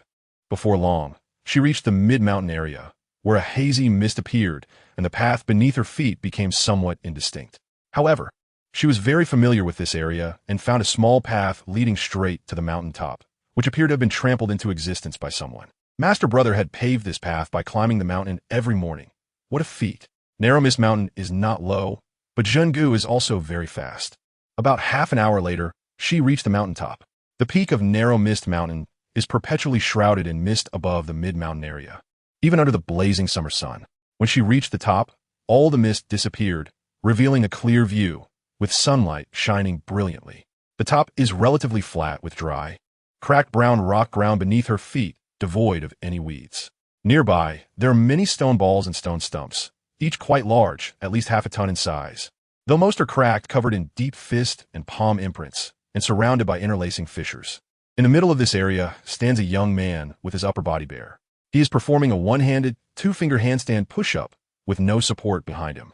His left hand is behind his back, while his right hand's index and middle fingers are pressed against the ground, supporting his body as he moves up and down with ease, having no difficulty at all. The muscles in his arms rise and fall rhythmically with his movements, captivating to behold. His blue and white haori is casually tossed on the ground, disregarding the dust. Zhengu bounced over like a little rabbit, squatting beside him, and poked her finger at the young man's chest. So hard, like a rock, I can't even budge it. Moreover, it is larger than her own. Zhengu quickly glanced down at herself, her small face slightly dejected. She couldn't help but wonder if Master Brother had some secret. Otherwise, how could he have such exaggerated pectoral muscles? She looked up and said, Master Brother Danzue Lu, how come your chest muscles? Before she could finish, the young man swiftly bent his arm, then forcefully flipped his body upright, grabbed his clothes from the ground, dusted them off, and put them on. Zhengu straightened up and exclaimed, oh. It turned out he had quickly tapped her forehead with his finger, quick as lightning. No need to be so familiar. Don't touch without permission, and you should call me Heisei Master Brother. Kurosawa Dansuryu, the first disciple of Ryu to Kuzukanji. He is one of the rare individuals in this world with black hair and black eyes, his hair and pupils as dark as ink. The most distinctive feature of the young man's face is his deep-set eyes, like a bottomless dark pool, easily drowning anyone who gazes into them. His facial features are sharp and defined, giving him a strong and imposing presence. Beneath his rugged face lies a tall and muscular body. His chest, abs, biceps, and triceps are all slightly bulging, displaying a tantalizingly toned physique in both motion and stillness. From head to toe, he exudes a robust, masculine aura. Standing nearby, Makoto appears even smaller and more delicate, resembling a little girl standing beside an adult from a distance. Unable to escape after getting a knock on the head, Makoto covers her reddened forehead and firmly declares, I will call you Dansuryu. The setting of this world is reminiscent of Japan during the Taisho era. Kurosawa is the surname, and Dansuryu is the given name. So calling him Dansuryu feels more familiar to Makoto. However, Kurosawa always feels strange about the name Dansuryu, never expecting to be called Dansuryu's senior brother one day. But in this world, no one knows what being Dansuryu's senior brother means, so it doesn't matter. He doesn't feel targeted by anyone. Chapter 113. Understanding the Sword Form Master. Where is Dansuryu's senior brother? I've been trying to master total concentration, breathing recently, but I still can't use it proficiently. I want to ask senior brother for guidance. If you need to teach the other junior disciples, I want to disturb you. The speaker is a beautiful girl with medium-length dark green hair, which flows smoothly over her shoulders, adorned with a white flower hairpin on the left side, standing there lively. Her name is Makoto, 14 years old. Makoto has deep blue-green eyes, snow-white skin, and a petite figure, appearing to be under 6 meters tall, but with relatively long and straight legs. Dressed in a thin pink kimono for summer, with a white ribbon around her waist forming about her back. The sleeves reach only to her elbows, revealing her slender, pale arms. Beside Makoto stands a person wearing a Tengu mask, Ryu to Kuzukanji. His half-white hair gives him an elderly appearance, and his mask looks fierce, standing straight and appearing unapproachable. Ryu to Kuzukanji wears a loose garment with a light blue base, embroidered with wave cloud patterns, and speaks in a serious tone. He's at the mountain peak. Makoto, you can learn the breathing method from him, but don't take his unconventional methods seriously. Go ahead, but remember, don't get lost in his power. That's his path, and others cannot walk it. For every person who tries to learn from him, one more dies. He originally spoke calmly, but the thought of that rebellious disciple made Ryu to Kuzukanji more and more frustrated. Why not follow a good path instead of delving into unorthodox methods? Thinking about learning from other breathing style schools to merge them is really foolish. Others have tried and failed long ago. Would it really fall to him? Makoto stuck out her tongue and comforted him. Master, don't be angry. Senior brother is very strong and will definitely bring you glory. That rebellious disciple. Clearly talented, yet he doesn't put in the effort. Ryu, Takuzakanji, snorted in anger again, waved his hand, and walked away without looking back to teach the new disciples. With a helpless gesture, Makoto tiptoed and began to bounce up the mountain. It was noon, and a huge orange-yellow fireball hung high in the sky, emitting endless light and heat. In the summer at the narrow mist mountain, the scorching sunlight filtered through layers of leaves, casting patches of light of various sizes on the ground. The air humidity in Narrow Mist Mountain is significantly higher than in other places, and various vegetation grows extremely lushly, with green vines wrapping around thick trunks, and tree roots faintly visible above the ground, resembling human meridians. At the foot of Narrow Mist Mountain is where Makoto and Ryu Takuzakanji are currently located, while the senior brother resides at the mountain peak, his favorite and most frequented place.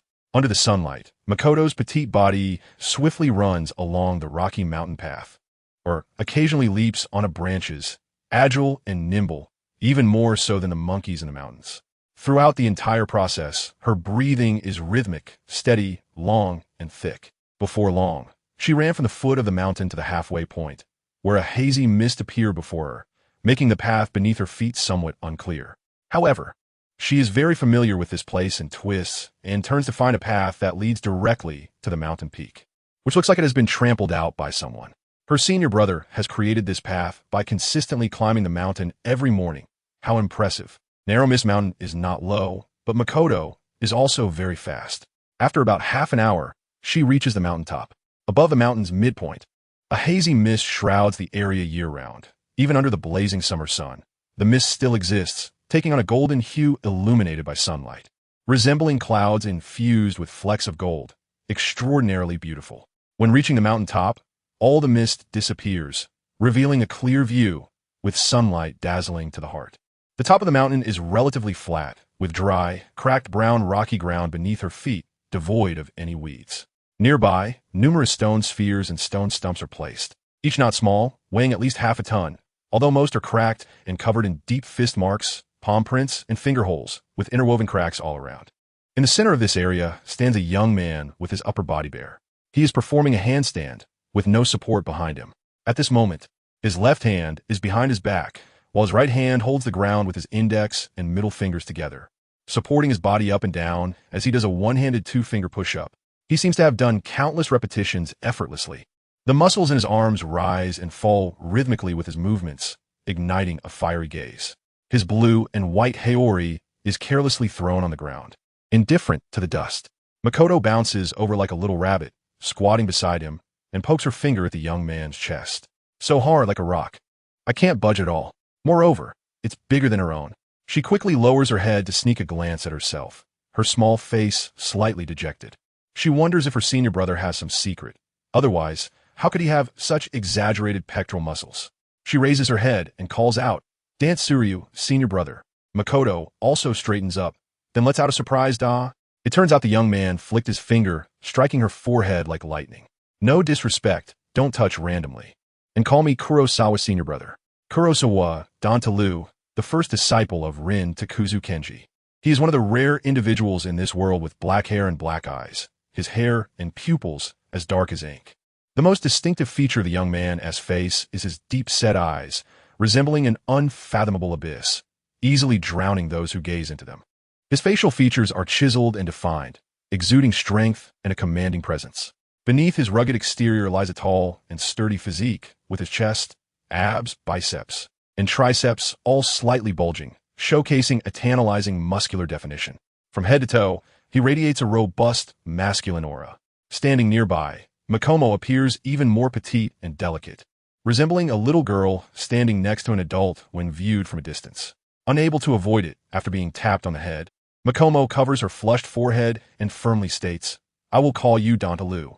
The background of this world is reminiscent of Japan during the Taisho era. Kurosawa is the surname, and Dantalu is the given name, so calling him Dantalu feels more familiar to Makomo.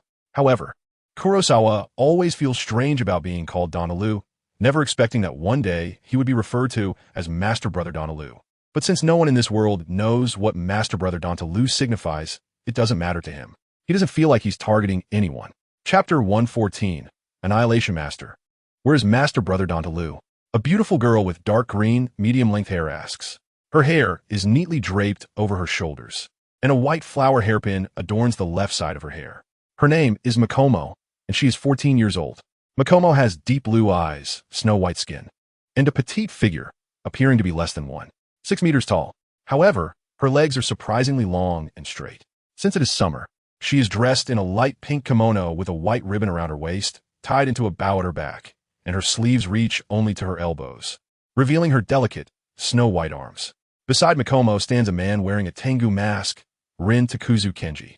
His half-white hair looks somewhat aged, and his mask gives him a fierce appearance. He stands straight, exuding an unapproachable demeanor. Rin Takuzu Kenji wears a loose robe with a water blue base and embroidered wave patterns. His voice is very serious. He is on a mountaintop. Makomo, you can learn breathing techniques from him, but don't take his unorthodox method seriously. Go ahead, but remember, don't get lost in his power. That is his path, which others cannot follow. For every person who tries to learn from him, one dies. Although he initially spoke calmly, the thought of that rebellious disciple made Rin Takuzu Kenji increasingly angry. Why not follow a good path and instead pursue unorthodox methods?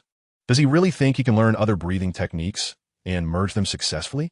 Others have tried, and did it ever come to him? Makomo stuck out her tongue and comforted him. Master, don't be angry. Master Brother is very strong. He will surely bring you glory. That rebellious disciple. Clearly talented, yet he doesn't apply himself. Rin Takuzu Kenji snorted in annoyance, waved his hand, and walked away without looking back to teach the newly initiated disciples. With a helpless gesture, Makomo tiptoed and began to bounce up the mountain. It was noon, and a large orange-yellow sun hung high in the sky, radiating endless light and heat. In the summer at Narumi Mountain, the scorching sunlight filtered through layers of leaves, casting various sizes of light spots on the ground. The foot of Narumi Mountain is where Makomo and Rin Takuzu Kenji currently are, while Master Brother stays at the mountaintop, which is his favorite and most frequented place. Under the sunlight, Makomo's petite figure swiftly runs on the rocky mountain path, occasionally jumping onto branches in a burst of excitement. Despite her young age, her agility surpasses that of monkeys in the mountains. Throughout the entire process, her breathing is rhythmic, steady, and deep. Soon, she reaches the middle of the mountain, where a hazy mist appears, making the path beneath her feet seem a bit unclear. However, she is very familiar with this area and finds a winding path that leads directly to the mountain top, which appears to have been trampled flat by someone. Master Brother walks this path every morning, creating it through his persistence, truly impressive. Narumi Mountain is not low, but Makomo is also quite fast. After about half an hour, she reaches the mountaintop. The top of Narumi Mountain is shrouded in a hazy mist year-round, even in the blazing summer sun. The mist persists, taking on a golden hue under the sunlight, resembling clouds infused with crushed gold, creating a stunning view. Upon reaching the mountaintop, all the mist disappears, revealing a breathtaking view illuminated by the sun.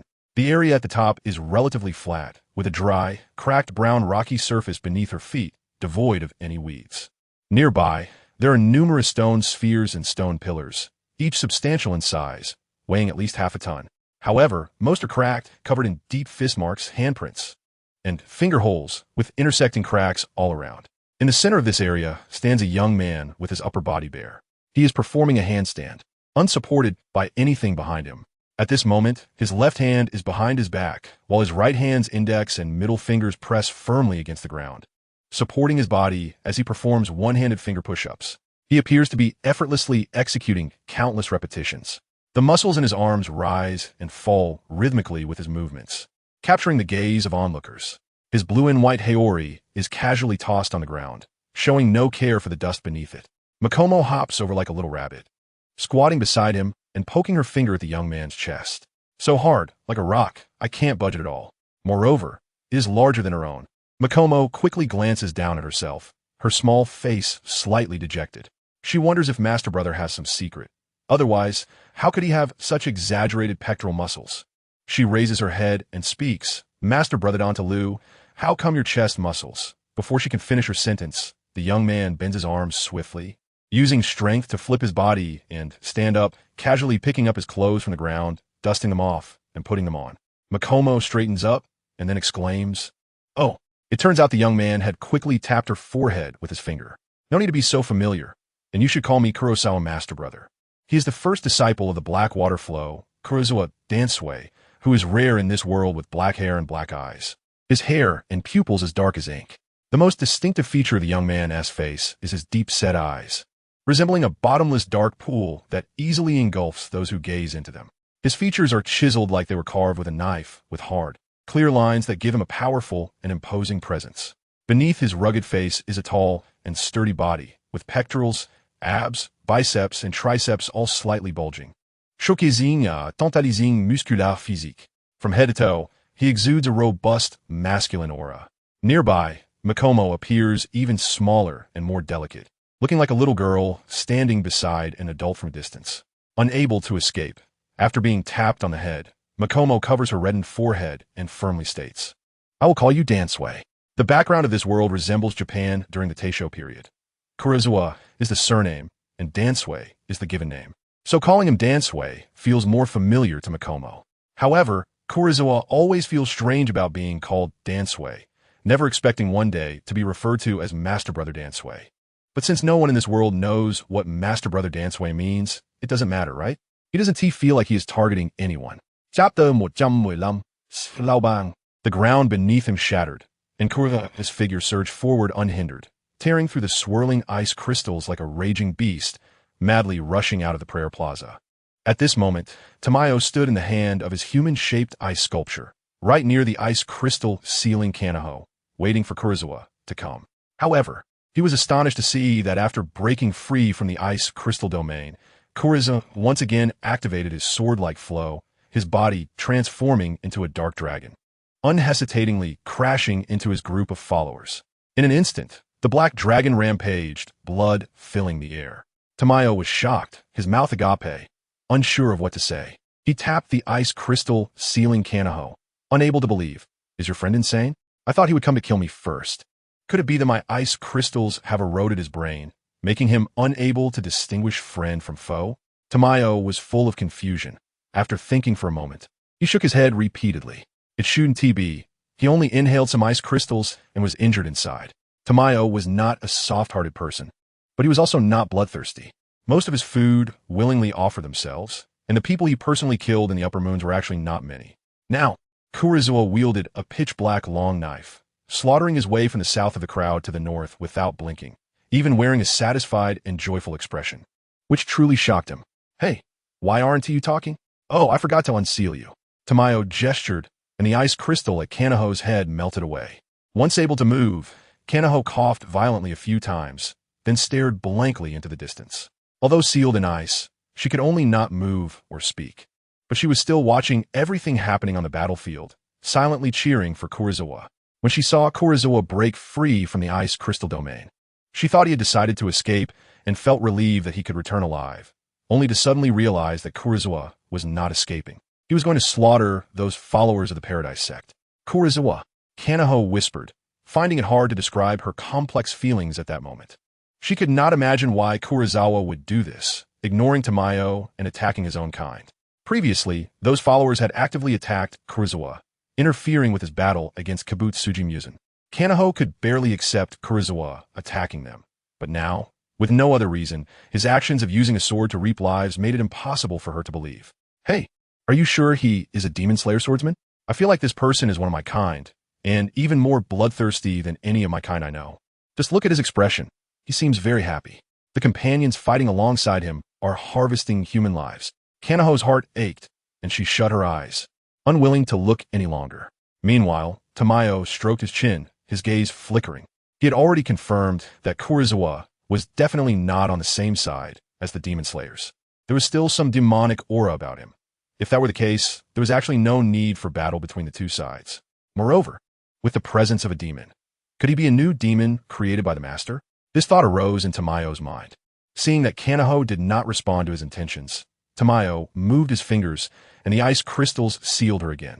At this moment, Tamayo suddenly noticed that the ice crystals within Kurosawa were being expelled by a force, and the ice poison that could continuously harm the lungs also disappeared, causing his expression to change. No, his aura is recovering, and his injuries are healing rapidly. Tamayo's battle instinct was extremely keen, connecting it to Kurosawa's previous behaviors. He understood in an instant. He wasn't just randomly killing.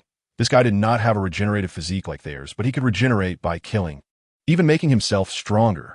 Although he did not understand the reason, it was definitely this way. He couldn't let him continue. If he got any stronger, I really wouldn't be able to contain him. Tamayo discovered the truth, and in his eyes, Kurosawa's figure became increasingly mysterious. On the other side, Kurosawa was entwined in dark flames, weaving through the crowd, and each slash during the day brought at least a dozen potential points. As Kurosawa slaughtered, the originally aggressive Paradise followers had already fallen into fear, although they had the resolve and courage to face death, seeing the blood and corpses all around them. They instinctively wanted to flee. Aren't you all seeking death? Let me help you find release. Kurosawa licked the corner of his mouth, suddenly standing still and frequently using the surface water slash. A series of sharp knife lights, 2 to 3 meters wide, shot towards the densest areas of people. Potential point 6, potential point 7, potential points 5, potential point 6, potential points 4, potential points 5.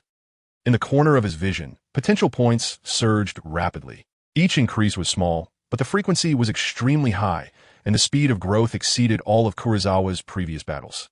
Heisei has once again increased his strength, speed, and physique by a point each with his potential value. The backlash damage from the sword technique and the internal injuries from the ice crystal domain have now completely healed. He has entered a peak state stronger than ever before. Swish! The sound of something slicing through the air rang out as a long, sharp ice spear tore across the sky, heading towards Heisei, interrupting his thoughts. It seems Tomo knows my intentions. With a quick movement of his toes, Heisei kicked the ice spear aside, which then embedded itself into the ground nearby, leaving only a small section of its tail exposed. Undying demon body. Just a little longer. Let me accumulate some more potential value. In case there are side effects, I can repair them together. 998. 1002. After a slash, Heisei's potential value unprecedentedly broke through the 1,000 mark. His gaze shifted as he used the water surface slash again towards a location where about 10 people were gathered. Potential value 4, potential value 3, potential value 3, potential value 2. As I expected, the numbers are dwindling. However, even if it drops to 1, it's still the most effective way to gain potential value, unless it completely disappears. Asakusa looked around, surrounded by ice crystals, flames, and blood. He was enveloped in pitch-black fire, truly resembling what Doma had said, as if he had walked out of hell. Tens of thousands stood still, letting him kill them. If they all died, their bones could cover this large square with a radius of 1,000 meters. If the bright day were an ordinary Nicaran blade, it might take 7 or 8 strikes to end it. At this moment, Doma stood on another ice statue, already approaching Hakusa's position. He did not pity the lives of the worshippers. He simply did not want to see Hakusa continue to grow stronger. With a wave of his hand, a large number of ice weapons took shape and whistled towards Hakusa. Hakusa cast a faint glance, without a word, and a fierce shattered Tong Mao's blood demon art, then continued to pursue the scattered crowd, like a tiger entering a flock of sheep.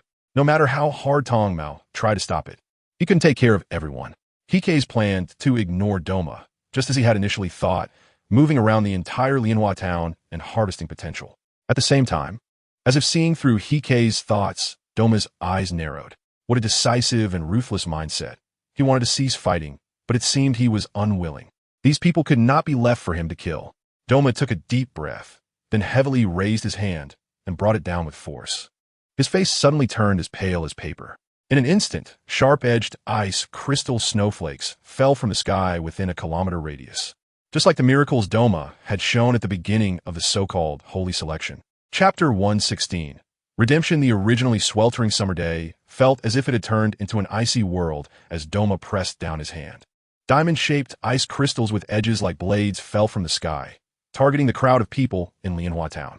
The dense ice crystals reflected a faint cold light under the night, looking beautiful and dreamy like shards of silver, yet also dangerously lethal. During Heisei's dash, he raised his head and reached out to catch a few ice crystals, then crushed them with a squeeze of his hand. Looking at the white marks appearing between his fingers, Heisei's expression shifted slightly as he turned to glance at the true body of Dongmo behind him, quite ruthless. In Heisei's line of sight, one figure after another was pierced by the sharp ice crystals, collapsing helplessly to the ground. They seemed to realize that this deadly hail of ice crystals came from Dongmo's hand, and their fear and reverence for death completely vanished in inexplicable joy. Some of the followers knelt on the ground, fervently raising their heads to catch the ice crystals with their throats, and the sharp edges cut through their skin, slitting their throats, causing fresh blood to flow. In an instant, streams of warm, crimson blood flowed to Heisei's feet, being burnt into a blood-red gas by the dark aura surrounding him. Donmo was decisive and ruthless in his actions, primarily targeting the crowd around Heisei, unwilling to give Heisei even the slightest potential value. Heisei looked around, and at the center of it all, the cultists of Eternal Paradise fell like waves of wheat before the wind, leaving him no chance.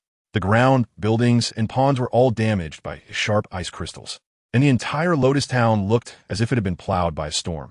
Everything in sight had turned desolate and scarred. Coming to a halt, Heisei stood still. In the distance, the giant human-shaped ice sculpture under Takedo's feet suddenly trembled and, after moving its legs, began to walk step by step towards Heisei. On the ice sculpture, Takedo looked at the layers of fallen crowds with an unpleasant expression. His feelings were somewhat complex. When he was very small, as a human child, he was regarded as the son of a god. He became the leader of the Eternal Paradise cult and watched it grow little by little. More and more people came to Lotus Town, telling Takedo their sufferings and praying for the blessings of the god, hoping to ascend to the kingdom of the gods after death, to be liberated and no longer suffer in the mortal world. Takedo sat in the position of a leader, wearing a compassionate smile, but in his heart, he felt that the people beneath him were too pitiful. Where is there a god? Death is just death. Nothing exists, everything returns to nothingness. There is no kingdom of paradise, no next reincarnation. But since death is a redemption for you, he wanted to tell these followers the truth, but looking at the light in their eyes while they prayed. Takedo knew that telling them would only lead to the despair in their eyes, forcing them to continue living like the walking dead. After becoming a demon, Takedo had an epiphany. Demons possess immortal bodies, and Takedo himself is their deity. Thus, being devoured by him and merging into him is the liberation these cultists seek. Death should dissolve into nothingness, but being consumed by him and becoming part of him allows one to live forever in another way. The so-called kingdom of paradise truly exists. It is the body of Takedo. They long for my redemption, but this way, it is merely dying in vain. Takedo looked at Heisei, his eyes revealing a coldness. He was emotionally detached, but being responsible for the Eternal Paradise cult since birth held special meaning for him. He truly regarded himself as a deity for these suffering people, saving them through consumption. Now, because of Heisei, Takedo had to personally destroy the Eternal Paradise cult. Those followers who thought they could find redemption would ultimately return to nothingness. After almost all the followers were killed by the falling ice crystals, Lotus Town seemed to be shrouded in a layer of blood, already covered in frost. The realm of ice crystals silently spread throughout Lotus Town, the air filled with fine ice crystals and a somewhat bloody scent. Heisei held the bright day in his hand, the pitch-black aura around him, and on his blade growing more turbulent and dense. He was enveloped in it, making it nearly impossible for the outside world to discern his features. Only a figure distorted by flames could be vaguely seen. Tima's ice crystal domain was now completely ineffective against Heisei. He had gained not only potential energy, but also a vast amount of human despair power. This immense despair power allowed Heisei's pitch-black aura to reach a level that could roughly cover his surface and condense the bright day. With the protection of the pitch-black aura, the finely dispersed ice crystal powder could no longer erode his body. So, are you planning to give up your identity as a swordsman? Looking at the burning magical fire, Tima turned to glance at the sealed kunai, speaking. A few seconds later, Heisei's voice emerged from the flames, sounding deeper due to the distortion caused by the fire. It's just a form of bondage. It's better to break free from it sooner. Kurosawa, after examining his inner self and witnessing his own being, is no longer hesitant or lost. In the original trajectory, the sword technique of Water Hashira Tomioka is named Calm. That technique can almost nullify all attacks and may be the strongest instant defense in the Demon Slayer world, akin to an infinite sea protecting oneself. Reflecting on Ju Tomioka's growth, it's not hard to imagine the mindset he must have had to comprehend such a protective technique. Similarly, Kurosawa's technique also stems from his true inner self, and it cannot be false. What he thinks of is never about protection or defense, but rather the Demon Slayer core, which demands him to go against his own heart. As for the threat from his master, severing ties might be a good thing for him and for the Kirigakure Mountain. Kurosawa knows that Rentaki Sakanji will not give up on the Demon Slayer core. but he also values himself greatly. In the future, he will only find himself in a dilemma, so it is better to make a decision sooner. Doma restrained his killing intent and said slowly, "You indirectly destroyed my eternal paradise religion, and I really want to kill you. But judging by your current performance, you should be one of us. So, I'll give you a chance. Join the Upper Moons and help me rebuild the eternal paradise religion. And we can't." Looking at Kurosawa, Doma felt that he likely had the influence of someone significant, which is why he would say such things. Heisei smiled and interrupted Tong Mo's words. "You're thinking too much. I choose to leave the Demon Slayer Corps, but I'm not a demon either. I'm just myself." The total potential value of Heisei now is 341 points, and the accumulated despair power of living beings has reached 199 points. Heisei discovered that every 100 points of despair seemed to represent a leap. The last 200 points were ones that he couldn't obtain even after killing over 60 people. Perhaps, just like how one had to kill to break through to the 100th point, this barrier required a life to break through. At this moment, the dark aura around Heisei had become quite intense. He had previously concentrated all his energy on the bright day and had no time to care for himself. But now he had the energy to envelop his body again. However, he felt that something was still missing. Hearing Heisei's response, Tamayo was not surprised. He shook his head and said, "Although I don't know why, you seem very eager to kill me. I see greed in your eyes." After pondering for a moment, Tamayo suddenly realized, "Oh, it's not just killing humans that makes you stronger. Killing demons does as well." Chapter 117, Tamayo's Blood Demon Art Limit Master. "Where is my senior brother from the water flowing school? I've been trying to master total concentration breathing, but I'm not proficient yet. I need to ask my senior brother for guidance. If you're going to teach the other disciples, I won't disturb you." The speaker was a beautiful girl with dark green, medium-length hair, flowing smoothly over her shoulders, with a white flower hairpin on the left side of her hair. Standing there sprightly. Her name was Makomo, 14 years old. Makomo had deep blue eyes, snow-white skin, and a petite figure, looking to be under 1.60 meters. But her long legs were surprisingly straight and slender. In summer, she wore a thin pink kimono with a white ribbon around her waist, tied into a butterfly and knot at her back. The sleeves reached only to her elbows, revealing her delicate, white arms. Next to Makomo stood a man wearing a Tengu mask, Urokadaki Sakanji. His half-white hair looked somewhat aged, and his mask had a fierce expression. He stood straight, appearing unapproachable and difficult to talk to. Urokadaki wore a wide blue garment embroidered with wave and cloud patterns, and his voice was very serious. "He is on the mountaintop. Makomo, you can learn breathing techniques from him, but don't take his unorthodox methods seriously. Just go, but remember, do not get lost in his power. That is his path, and others cannot walk it. Those who try to learn from him, one dies after another." He originally spoke with a calm expression. Makomo stuck out her tongue and comforted. "Master, don't be angry. Senior brother is very strong. He will definitely bring you glory." "Humph, ungrateful disciple. You clearly have talent, but just don't put in the effort." Urokadaki let out another annoyed, cold snort, waved his hand, and left without looking back to teach the new disciples. Makomo spread her hands in helplessness, tiptoed, and began to bounce up the mountain. It was noon, and a huge orange-yellow fireball hung high in the sky, radiating endless light and heat.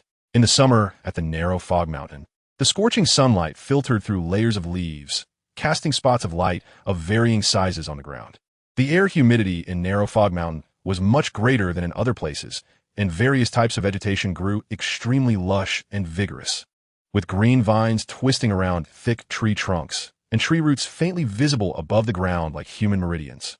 At the foot of narrow fog mountain was where Makomo and Urokadaki were currently located, while her senior brother stayed at the mountaintop, which was his favorite place to go. Under the sunlight, Makomo's petite body dashed swiftly along the rocky mountain path, occasionally jumping onto branches with a sudden burst of enthusiasm. Despite her young age, she was surprisingly agile, even more so than the monkeys in the mountains. Throughout the process, her breathing was rhythmic, steady, long, and deep. Soon, she ran from the foot of the mountain to the mid-slope, where a hazy mist appeared in front of her, and the path beneath her feet became somewhat unclear. However, she was very familiar with this place, and found a winding path that led directly to the mountaintop. It seemed this path had been trampled down by someone. Her senior brother had created this path by consistently climbing the mountain every morning. One impressive feat narrow fog mountain was not low, but Makomo was very fast. After about half an hour, she reached the mountaintop. The top of narrow fog mountain was always shrouded in a hazy mist. Even during the scorching summer when the sun was high, the mist still lingered, tinted with a golden hue by sunlight, resembling clouds mixed with fragments of gold, creating a breathtaking view. When she reached the mountaintop, all the mist vanished, and the view opened up. The sunlight dazzled, capable of stunning anyone. The mountaintop was relatively flat, with dry, cracked brown rocks underfoot, devoid of any weeds. Nearby, there were many stone spheres and stone stumps, each not small, weighing at least half a ton, although most were cracked, covered with deep fist marks, palm prints, and finger holes, surrounded by crisscrossing cracks. In the center of this area stood a young man with his upper body bare. He was performing handstand push-ups on 2 fingers, with his left hand behind his back and his right hand's index and middle fingers pressed against the ground, supporting his body as he moved up and down effortlessly, seemingly having done countless repetitions. The muscles in his arms rose and fell rhythmically with his movements, catching the eye of anyone who looked. His blue and white haori was casually thrown on the ground, disregarding the dust. Machino bounced over like a little rabbit, squatted beside him, and poked at the young man's chest with her finger. So hard, like a rock, I can't even push it. Moreover, it was larger than her own. Machino quickly lowered her head to sneak a glance at herself, her little face slightly deflated. She wondered if her senior brother had some secret. Otherwise, how could he have such exaggerated pectoral muscles? She looked up and spoke, "Senior brother, how come your chest muscles?" Before she could finish her sentence, the young man bent his straight arm and with a swift motion, flipped his body, stood up, picked up his clothes from the ground, brushed off the dust, and put them on. Machino straightened up, only to cry out in surprise. It turned out the young man had swiftly tapped her forehead with his finger. "No disrespect. Don't touch randomly, and you should call me Heisei's senior brother. He is the first disciple of Kurosawa, dancer, a rare figure in this world with black hair and black eyes, as dark as ink. The most distinctive feature of the young man's face is his deep-set eyes, resembling a bottomless, tranquil pool, easily engulfing those who gaze into them. His facial features are sharp and well-defined, exuding a sense of strength and intimidation. Beneath his rugged visage lies a tall and muscular body. His chest muscles, abdominal muscles, biceps, and triceps are all slightly bulging, showcasing a tantalizingly defined musculature in both motion and stillness. From head to toe, he is saturated with a robust male hormone aura. Next to him, Machino appears even more petite and delicate, resembling a little girl standing beside an adult when viewed from a distance. Unable to avoid it after being tapped on the head, Machino covers her reddening forehead and firmly declares, "I will call you Danceryu." The setting of this world is reminiscent of Japan during the Taisho era, where Kurosawa is the family name and Danceryu is the given name, making it more familiar for Machino to call him Danceryu. However, Kurosawa always feels strange about the name Danceryu, never expecting that one day he would be called the senior brother of Danceryu. But since no one in this world knows what being the senior brother of Danceryu means, it doesn't matter, right? He doesn't feel targeted by anyone. Chapter 118. Complete Demonization Master. Where is the senior brother of Danceryu? A beautiful girl with dark green, medium-length hair, which cascades smoothly over her shoulders and has a white flower hairpin on the left side, speaks. Her name is Machino, and she is 14 years old. Machino has deep teal eyes, snow-white skin, and a petite stature, standing less than 1.6 meters tall, but her legs are surprisingly long and straight. Dressed in a thin pink kimono for summer, with a white ribbon around her waist forming a bow on her back, her sleeves reach only to her elbows, revealing her slender white arms. Beside Machino stands a man wearing a Tengu mask, Kurosawa Sokenji. His half-white hair gives him an elderly appearance, and his mask has a fierce look, making him seem unapproachable and difficult to talk to. Kurosawa Sokenji wears a loose outfit with a water blue base and embroidered wave patterns, and his voice is very serious. He is at the mountain's peak. Machino, you can learn the breathing technique from him, but don't take his unorthodox method seriously. Go ahead, but remember, don't get lost in his power. That's his path, and others cannot follow it. Every person who tries to learn from him ends up dead. Although he initially spoke calmly, the thought of that rebellious disciple made Kurosawa Sokenji increasingly furious. Why choose a crooked path when there is a good one to follow? He thinks of how others have already tried to learn from different breathing techniques. So why should it be any different for him? Machino sticks out her tongue and comforts him, saying, "Master, don't be angry. Senior brother is very strong and will surely bring you glory." That rebellious disciple, clearly gifted, but just doesn't put in the effort. Kurosawa Sokenji snorts angrily again, waves his hand, and walks away without looking back to teach the new disciples. With a look of helplessness, Machino tiptoes and begins to bounce up the mountain. It is noon, and a massive orange-yellow fireball hangs high in the sky, radiating endless light and heat. In the summer at Narrow Mist Mountain, the scorching sunlight filters through layers of leaves, casting uneven patches of light on the ground.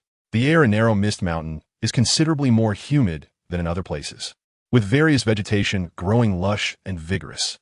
Green vines wrap around sturdy tree trunks, and tree roots peek out from the ground like human meridians.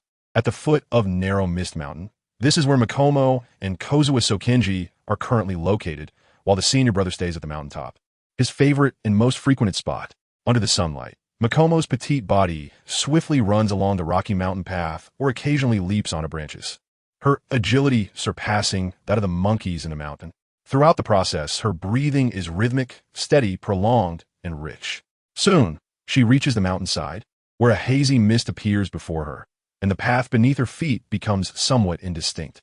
However, she is very familiar with this area and finds her way through the winding paths to a small road leading directly to the mountaintop, which seems to have been worn down by someone's daily ascent. Her senior brother has created this path by consistently climbing the mountain every morning. Truly impressive. Narrow Mist Mountain is not low, but Machino is also quite speedy. After about half an hour, she reaches the mountaintop. The top of Narrow Mist Mountain is perpetually shrouded in mist, even under the blazing summer sun, with the mist tinted golden by sunlight, resembling clouds infused with crushed gold, a breathtaking sight. Upon reaching the summit, all the mist dissipates, and the view opens up, with sunlight shining in a way that captivates the heart. The mountaintop is relatively flat, with a dry, cracked brown rock surface underfoot, devoid of any weeds. Nearby, numerous stone spheres and stone stumps are placed around, each sizable, at least half a ton, but most are cracked, covered in deep fist impressions, palm marks, and finger holes, surrounded by intersecting fissures. In the center of this area stands a young man with his upper body bare. He is performing handstand push-ups on 2 fingers, with no support behind him. At this moment, his left hand is behind his back, while his right hand's index and middle fingers press against the ground, supporting his body as he moves up and down, effortlessly doing what seems like countless repetitions. The muscles in his arms rhythmically undulate with his movements, mesmerizing to behold. His blue and white haori is carelessly thrown on the ground, showing no concern for the dust. Machino hops over like a little rabbit, crouching beside him and poking her finger at the young man's chest. So hard, like a rock, I can't even budge it. Moreover, it feels bigger than her own. Machino quickly glances down at herself, her small face showing a hint of disappointment. She wonders if her senior brother has any secrets. Otherwise, how could he have such exaggerated pectoral muscles? She raises her head and speaks. Senior brother Dansuryu, how do you, before she can finish her sentence. The young man bends his straight arm, then powerfully flips his body, standing up, casually picking up his clothes from the ground, dusting them off, and putting them on. Machino also straightens up, only to let out an ouch. The young man had swiftly tapped her forehead with his finger. No manners, don't touch randomly. And you have to call me Brother Kozuha. He is Haku's Dansuryu, the first disciple of Rinkai Sokenji. He's one of the few people in this world with black hair and black eyes, his hair and pupils as dark as ink. The most distinctive feature of this young man's face is his deep-set eyes, resembling a bottomless dark pool that easily engulfs others. His facial features are sharply defined, giving him a strong and imposing appearance, with an undeniable aura of intimidation. Beneath his rugged face lies a tall and muscular body. His chest muscles, abs, biceps, and triceps all slightly bulge, showcasing a tantalizing muscle definition that is visible in both movement and stillness. From head to toe, he exudes a robust masculine aura. Next to him, Makoto appears even smaller and more delicate, resembling a little girl standing beside an adult when viewed from a distance. Unable to escape, after getting knocked on the head, Makoto covers her reddened forehead and insists, I will call you Dansuryu.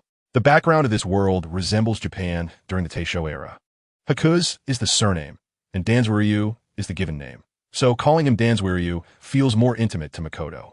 However, Haku's always feels a bit strange about the name Dansuryu and never expected to be called Dansuryu, senior brother one day. But since no one in this world knows what Dansuryu's senior brother means, it doesn't matter to him. He doesn't feel like he is targeting anyone. Chapter 119. Immortal Master, where is Dansuryu's senior brother? I've been trying to practice total concentration breathing, but I'm not proficient yet and need to consult senior brother. The speaker is a beautiful young girl with dark green medium-length hair, cascading smoothly over her shoulders, adorned with a white flower hairpin on the left side. Her name is Makoto, and she is 14 years old. Makoto has deep teal eyes, snow-white skin, and a petite figure that looks to be under 6 meters. However, her legs are surprisingly long and straight. Dressed in a light pink kimono suitable for summer, she has a white ribbon at her waist tied into a bow at her back, and her sleeves reach only to her elbows, revealing her slender, white arms. Beside Makoto stands a man wearing a Tengu mask, Rinkai Sokenji. His half-white hair gives him an elderly appearance, and his mask has a fierce expression, making him seem unapproachable and difficult to talk to. Rinkai Sokenji wears a loose robe with a water blue base embroidered with wave cloud patterns, and his voice is very serious. He is at the mountain's peak. Makoto, you can learn breathing techniques from him, but don't take his unorthodox method seriously. Go ahead, but remember, don't get obsessed with his strength. That is his path, and others cannot follow it. Those who try to learn from him often end up dead. He started off speaking calmly, but the thought of that rebellious disciple made Rinkai Sokenji increasingly angry. Why go down the wrong path when you have a good one? Learning other breathing styles to mix and match is really easy. Others have tried it long ago. Does he really think he will succeed? Makoto stuck out her tongue and comforted him. Master, don't be angry. Senior brother is very strong. He will definitely bring you glory. That rebellious disciple. He clearly has talent, but just doesn't put in the effort. Rinkai Sokenji snorted in annoyance, waved his hand, and walked away without looking back to teach the new disciples. With a helpless gesture, Makoto tiptoed and began to bounce up the mountain. It was noon, and a huge orange-yellow fireball hung high in the sky, radiating endless light and heat. In the summer, the air in the narrow fog mountain is significantly more humid than in other places, with various plants growing extremely lush and vigorous. Green vines wrap around sturdy tree trunks, and tree roots peek out from the ground like human veins. The base of Narrow Fog Mountain is where Makoto and Rinkai Sokenji currently are, while senior brother stays at the peak, his favorite and most visited place.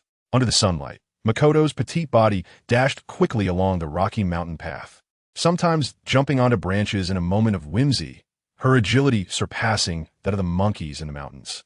Throughout the process, her breathing was rhythmic, steady, long, and rich. Soon, she reached the mountainside, where hazy mist appeared before her, and the path beneath her feet became somewhat indistinct. However, she was very familiar with this place and quickly found a winding path that led directly to the peak, seemingly trampled out by someone. Senior brother walked this path every morning, leaving a trail truly impressive. Narrow Fog Mountain is not low, but Makoto is also very fast. After about half an hour, she reached the summit. The mountain is perpetually shrouded in mist above the waist, even in the blazing summer sun. The mist remains and is painted with a golden hue by the sunlight, resembling clouds infused with crushed gold, creating a breathtaking scene. Upon reaching the peak, all the mist disappears, revealing a clear view, with sunlight shining in a way that captivates the heart. The summit is relatively flat, with cracked brown rocky ground beneath her feet, devoid of any weeds. Nearby, numerous stone spheres and stone pillars are scattered around, each quite large, weighing at least half a ton, most of them cracked and covered in deep fist prints, palm marks, and finger holes, surrounded by crisscrossing fissures. In the center of this area stands a young man with his upper body bare. He is performing handstand push-ups with one hand, his left hand behind his back, and his right hand's middle and index fingers pressed against the ground, supporting his body as he moves up and down effortlessly. He seems to have done countless repetitions without breaking a sweat. The muscles in his arms rhythmically rise and fall with his movements, making onlookers' eyes burn with admiration. His blue and white haori is casually thrown on the ground, indifferent to the dust. Makoto hopped over like a little rabbit, squatting beside him, and poked her finger at his chest. So hard, like a rock, I can't even budge it. Moreover, it was bigger than her own.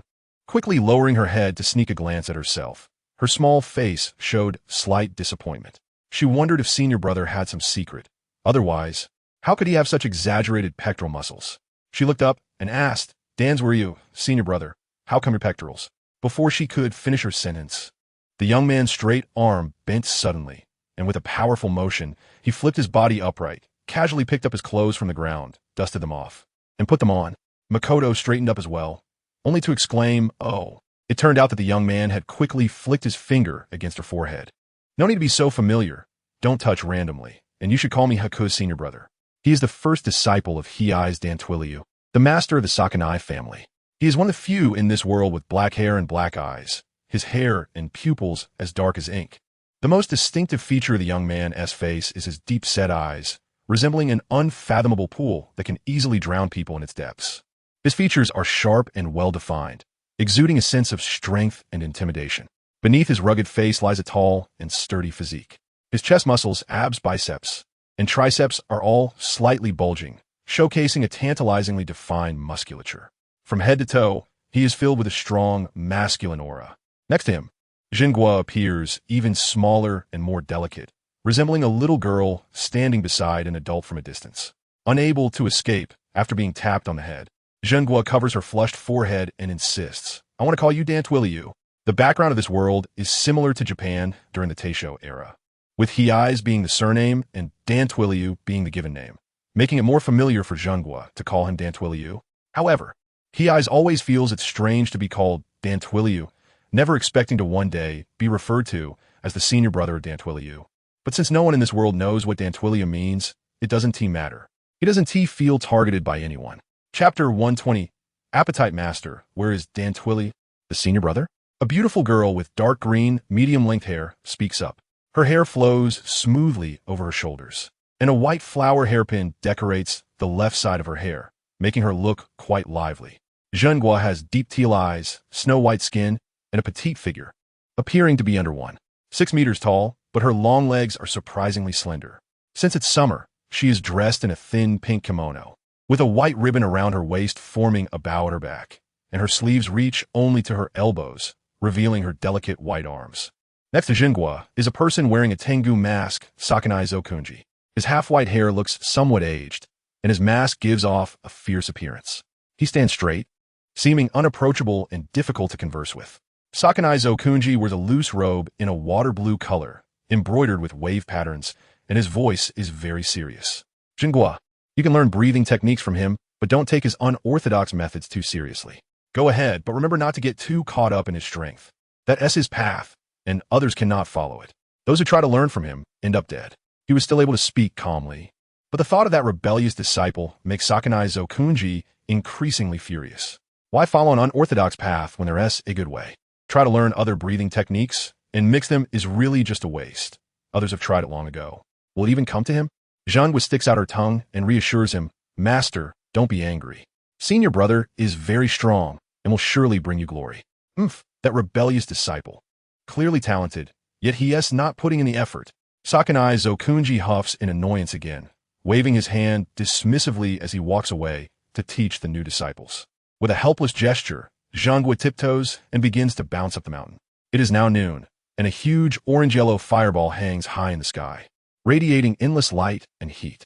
In the summer of the narrow mist mountain, the scorching sunlight filters through layers of leaves, casting patches of light of varying sizes on the ground. The humidity in the air is much higher than in other places, with various plants growing extremely lush and vigorous. Green vines wrap around thick tree trunks, and tree roots faintly show above the ground like human meridians. The foothills of Narrow Mist Mountain is where Jinghua and Sakanai Zokunji currently stand, while the senior brother stays at the mountaintop, which is his favorite place to go. Under the shining sun, Jinghua's small body swiftly runs along the rocky mountain path, or occasionally on a whim. She leaps onto branches to jump around, agile and nimble like a young monkey despite her small age. Throughout the process, her breathing is rhythmic, steady, long, and deep. Soon, she runs from the foothills to the mid-mountain, where a hazy mist appears before her, and the path beneath her feet becomes somewhat indistinct. However, she is very familiar with this place and twists and turns to find a little path leading directly to the mountaintop, which seems to have been tread out by someone. Her senior brother walks up the mountain every morning, creating a path, truly impressive. Narrow Mist Mountain is not low, but Jinghua is also quite fast. After about half an hour, she reaches the mountaintop. The mountain is shrouded in a hazy mist year-round. Even during the scorching summer, the mist persists, taking on a golden hue from the sunlight, resembling clouds infused with crushed gold, creating a breathtakingly beautiful scene. When she reaches the top, all the mist disappears, and the view opens up before her, with sunlight shining stunningly. The mountaintop is relatively flat, with cracked brown rocky ground beneath her feet, devoid of any weeds. Nearby, there are numerous stone spheres and stone pillars, each quite large. at least half a ton in size, but most are cracked, covered with deep fist marks, palm prints, and finger holes surrounded by intersecting cracks. In the middle of this area, there's a young man with his upper body bare. He is standing on his hands with no support behind him. At this moment, his left hand is behind his back, and his right hand's middle and index fingers are together, pushing against the ground, supporting his body as he performs one-handed fingertip push-ups. He has done an unknown number of them and appears to be effortlessly handling it. The muscles in his arms rhythmically undulate with his movements, making onlookers' eyes burn with intensity. His blue and white haori is casually thrown on the ground, disregarding the dust. Zhengguo hops over like a little rabbit, squatting beside him, and pokes her finger at the young man's chest. So hard, like a rock. I can't budge at all. Moreover, it's bigger than her own. Zhengguo quickly lowers her head to sneak a glance at herself. Her little face slightly dejected. She doesn't know if her senior brother has some secret. Otherwise, how could he have such exaggerated pectoral muscles? She raises her head and speaks. Dan Twiliu, senior brother, how come your chest muscles? Before she finishes her sentence, the young man bends a straight arm, then forcefully flips his body, standing up, casually picking up his clothes from the ground, brushing off the dust, and putting them on. Zhengguo also straightens her body, then exclaims, "Oh." It turns out the young man swiftly flicked his finger, tapping her forehead like lightning. How rude. Don't touch without permission. And you should call me Heisei's senior brother. He is Heisei Danshui Lu, the first disciple of Ryu Takuzu. He is one of the rare black-haired, black-eyed individuals in this world, with hair and eyes as dark as ink.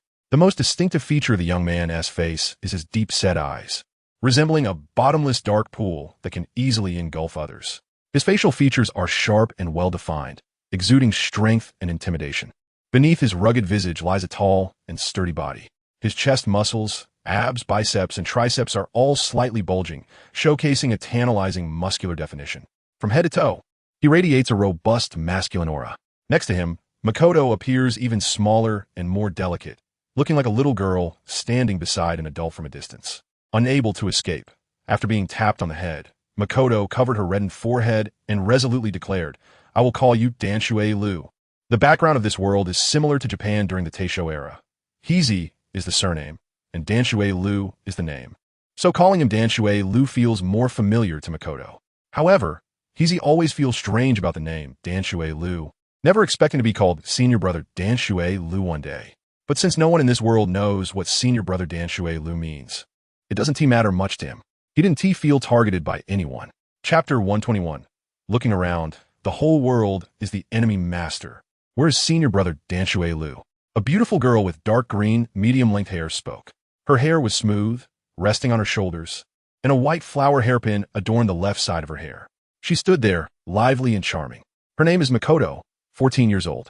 Makoto has deep blue eyes, snow-white skin, and a petite figure, appearing to be under 6 meters tall. However, her legs are surprisingly long and straight. Since it is summer, she is wearing a thin pink kimono with a white ribbon around her waist that forms a bow on her back.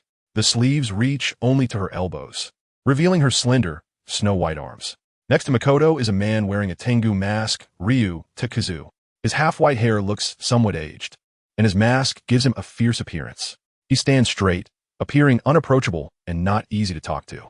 Ryu Takuzu is dressed in a loose outfit with a water blue base embroidered with wave patterns, and his voice is very serious. He is on a mountaintop.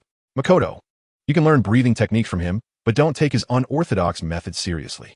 Go ahead, but remember, do not get lost in his strength. That is his path, and others cannot walk it. For every person who tries to learn from him, one dies. He was initially calm, but thinking about that rebellious disciple made Ryu Takuzu increasingly angry. Why not follow good path? What else with all this unorthodox stuff? Thinking about mixing different breathing techniques is really easy. Others have tried it long ago. Will it really come to him? Makoto stuck out her tongue and comforted Master. Don't be angry. Senior brother is very strong. He will definitely bring you glory. Rebellious disciple. Clearly talented, but just not diligent. Ryu Takuzu snorted in annoyance, waved his hand, and left without looking back to teach the new disciples. With a helpless shrug, Makoto tiptoed and began to bounce up the mountain. At this time, it was noon, and a huge orange-yellow fireball hung high in the sky, radiating endless light and heat. In the summer, at the narrow fog mountain, the scorching and dazzling sunlight filtered through layers of overlapping leaves, casting light spots of varying sizes on the ground. The air humidity in narrow fog mountain is significantly higher than in other places, with various vegetation growing exceptionally lush, green vines wrapping around thick trunks, and tree roots faintly showing through the ground like human meridians. At the foot of narrow fog mountain, where Makoto and Ryu Takuzu are currently located, is where senior brother stays at the mountaintop, his favorite and most frequently visited place. Under the sunlight, Makoto's petite body swiftly ran along the rocky mountain path, where occasionally, in a fit of excitement, she leaped onto branches, agile like a little monkey despite her young age. Throughout the process, her breathing was rhythmic, stable, long, and deep. Soon, she ran from the foot of the mountain to the waist, where a hazy mist appeared before her, and the path beneath her feet became somewhat unclear. However, she was quite familiar with this place, zigzagging to find a small path leading straight to the mountaintop, seemingly created by someone's persistent steps. Senior brother has created a path by climbing the mountain every morning. How impressive. Narrow Fog Mountain is not low, but Makoto is also quite fast. After about half an hour, she reached the mountaintop. The mist that blankets the upper part of Narrow Fog Mountain is perennial, even under the blazing summer sun, with the mist taking on a golden hue, resembling clouds mixed with crushed gold, creating a stunningly beautiful scene.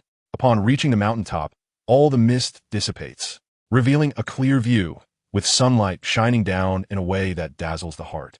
The mountaintop is relatively flat, with a cracked brown rocky ground beneath, devoid of any weeds. Nearby, numerous stone spheres and stone stumps are placed, each not small, weighing at least half a ton, most of which are cracked and covered with deep fist marks, palm prints, and finger holes, with intersecting cracks all around. In the middle of this area, there's a young man with his upper body bare. He is performing a handstand without any support behind him. At this moment, his left hand is behind his back, while his right hand's middle and index fingers are together, pressing against the ground, supporting his body as he performs one-handed two-finger push-ups. He seems to have done countless repetitions with ease. His arm muscles rhythmically flex and relax with his movements, making one's eyes blaze. His blue and white haori is casually thrown on the ground, disregarding the dust. Makoto hopped over like a little rabbit, squatting beside him and poking her finger at the young man's chest. It was very hard, like stone, completely unmovable. Moreover, it was larger than her own. Makoto quickly looked down to sneak a glance at herself, her little face slightly dejected. She wondered if senior brother had some secret. Otherwise, how could he have such exaggerated pectorals? She raised her head and spoke, "Senior brother Danshui Lu, how do you?" Before she could finish her sentence, the young man bent his straight arm, then forcefully flipped his body, standing up and casually picking up his clothes from the ground, dusting them off before putting them on. Makoto straightened her body, then exclaimed, "Oh." It turned out the young man had swiftly tapped her forehead with his finger. "No manners, don't touch recklessly. And remember to call me Heisei senior brother." Kurosawa Dansue Ryu, the first disciple of Ryutaki Sokenji. He is one of the rare individuals in this world with black hair and black eyes, his hair and pupils as dark as ink. The most distinctive feature of this young man's face is his deep-set eyes, like a bottomless pool, easily drowning those who gaze into them. His facial features are chiseled and defined, exuding strength and a sense of intimidation. Beneath his rugged visage is a tall and sturdy physique. His chest muscles, abdominal muscles, biceps, and triceps all slightly bulge, displaying a tantalizing veined muscularity in both motion and stillness. From head to toe, he is enveloped in a robust, masculine aura. Nearby, Makoto appears even smaller and more delicate, resembling a little girl standing beside an adult from a distance. Unable to avoid it after getting tapped on the head, Makoto covers her reddened forehead and firmly declares, "I will call you Dansuryu." The background of this world is similar to Japan during the Taisho era. Kurosawa is the surname, and Dansue Ryu is the given name. So calling him Dansue Ryu feels more familiar to Makoto. However, Kurosawa always feels strange about the name Dansue Ryu and never expected to be called senior brother Dansue Ryu one day. But since no one else in this world knows what senior brother Dansue Ryu means, it doesn't matter much to him. He doesn't feel targeted by anyone. Chapter 122, A Red Garment, The Arrival of the Red Moon. Master, where's senior brother Dansue Ryu? I've been trying to practice total concentration breathing lately, but I can't use it skillfully yet, so I need to consult with him. If you're teaching the other junior brothers, I won't disturb you. The speaker is a beautiful girl with medium-length dark green hair, which falls smoothly over her shoulders, with a white flower hairpin adorning the left side of her hair. Her name is Makoto, 14 years old. Makoto has deep teal eyes, snow-white skin, and a petite figure, appearing to be less than 6 meters tall, but her long legs are surprisingly straight and slender. Since it is summer, she is wearing a thin pink kimono, with a white ribbon around her waist forming a butterfly knot on her back, and her sleeves reach only to her elbows, revealing her delicate, white arms. Next to Makoto stands Ryutaki Sokenji, a person wearing a Tengu mask. His graying hair makes him appear somewhat older, and his mask has a fierce look, making him seem unapproachable and difficult to speak with. Ryutaki Sokenji wears a wide robe with a water blue base embroidered with wave and cloud patterns, and his voice is very serious. He is at the mountain summit. Makoto, you can learn breathing techniques from him, but don't take his unorthodox method seriously. Go ahead. But remember, do not become infatuated with his strength. That is his path, one that others cannot follow. Those who try to learn from him only end up dead. He had been able to speak calmly, but thinking of that rebellious disciple made Ryutaki Sokenji increasingly angry. Why not follow a good path? Why delve into unorthodox methods? Who even thinks they can integrate other breathing styles? Others have tried long ago. Would it even come to him? Makoto stuck out her tongue and comforted him, Master. Don't be angry. Senior brother is very strong and will definitely bring you glory. That rebellious disciple. Clearly talented, yet so careless. Ryutaki Sokenji huffed in annoyance, waved his hand, and walked away without looking back to teach the newly initiated disciples. With a shrug of her shoulders, Makoto tiptoed and began to bounce up the mountain. At noon, a massive orange-yellow sun hangs high in the sky, radiating endless light and heat.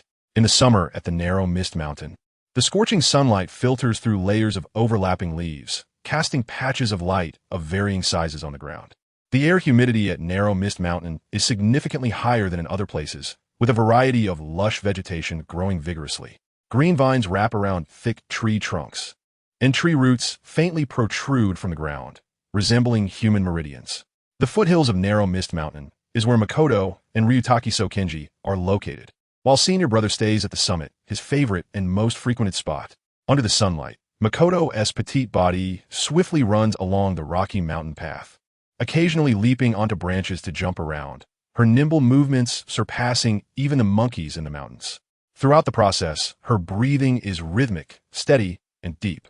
Soon, she reaches the mountainside, where a hazy mist appears before her, making the path beneath her feet seem somewhat unreal. However, she is very familiar with this place and deftly navigates through the twists and turns to find a direct path to the summit, clearly one that has been worn down by someone's daily ascent. Senior Brother must have created this path by climbing every morning. How impressive. After about half an hour, Makoto reaches the summit. The upper part of Narrow Mist Mountain is perpetually shrouded in a hazy mist. Even under the blazing summer sun, the mist still exists, taking on a golden hue from the sunlight, resembling clouds mixed with crushed gold, breathtakingly beautiful. Upon reaching the top, all the mist dissipates, revealing a clear view bathed in sunlight that is breathtaking. The summit is relatively flat, with a dry, cracked brown rocky ground beneath her feet, devoid of any weeds. Nearby, there are numerous stone balls and stone stumps, each of considerable size, weighing at least half a ton, though most are cracked and covered with deep fist marks, palm prints, and finger holes surrounded by intersecting cracks. In the center of this area stands a young man with his upper body bare. He is performing a one-handed two-finger push-up, with his left hand behind his back and his right hand's index and middle fingers pressed against the ground, supporting his body as he moves up and down, seemingly effortlessly. The muscles in his arms rhythmically undulate with his movements, captivating the gaze. His blue and white haori is carelessly tossed on the ground, ignoring the dust. Makoto hops over like a little rabbit, crouching beside him, and pokes her finger at the young man's chest.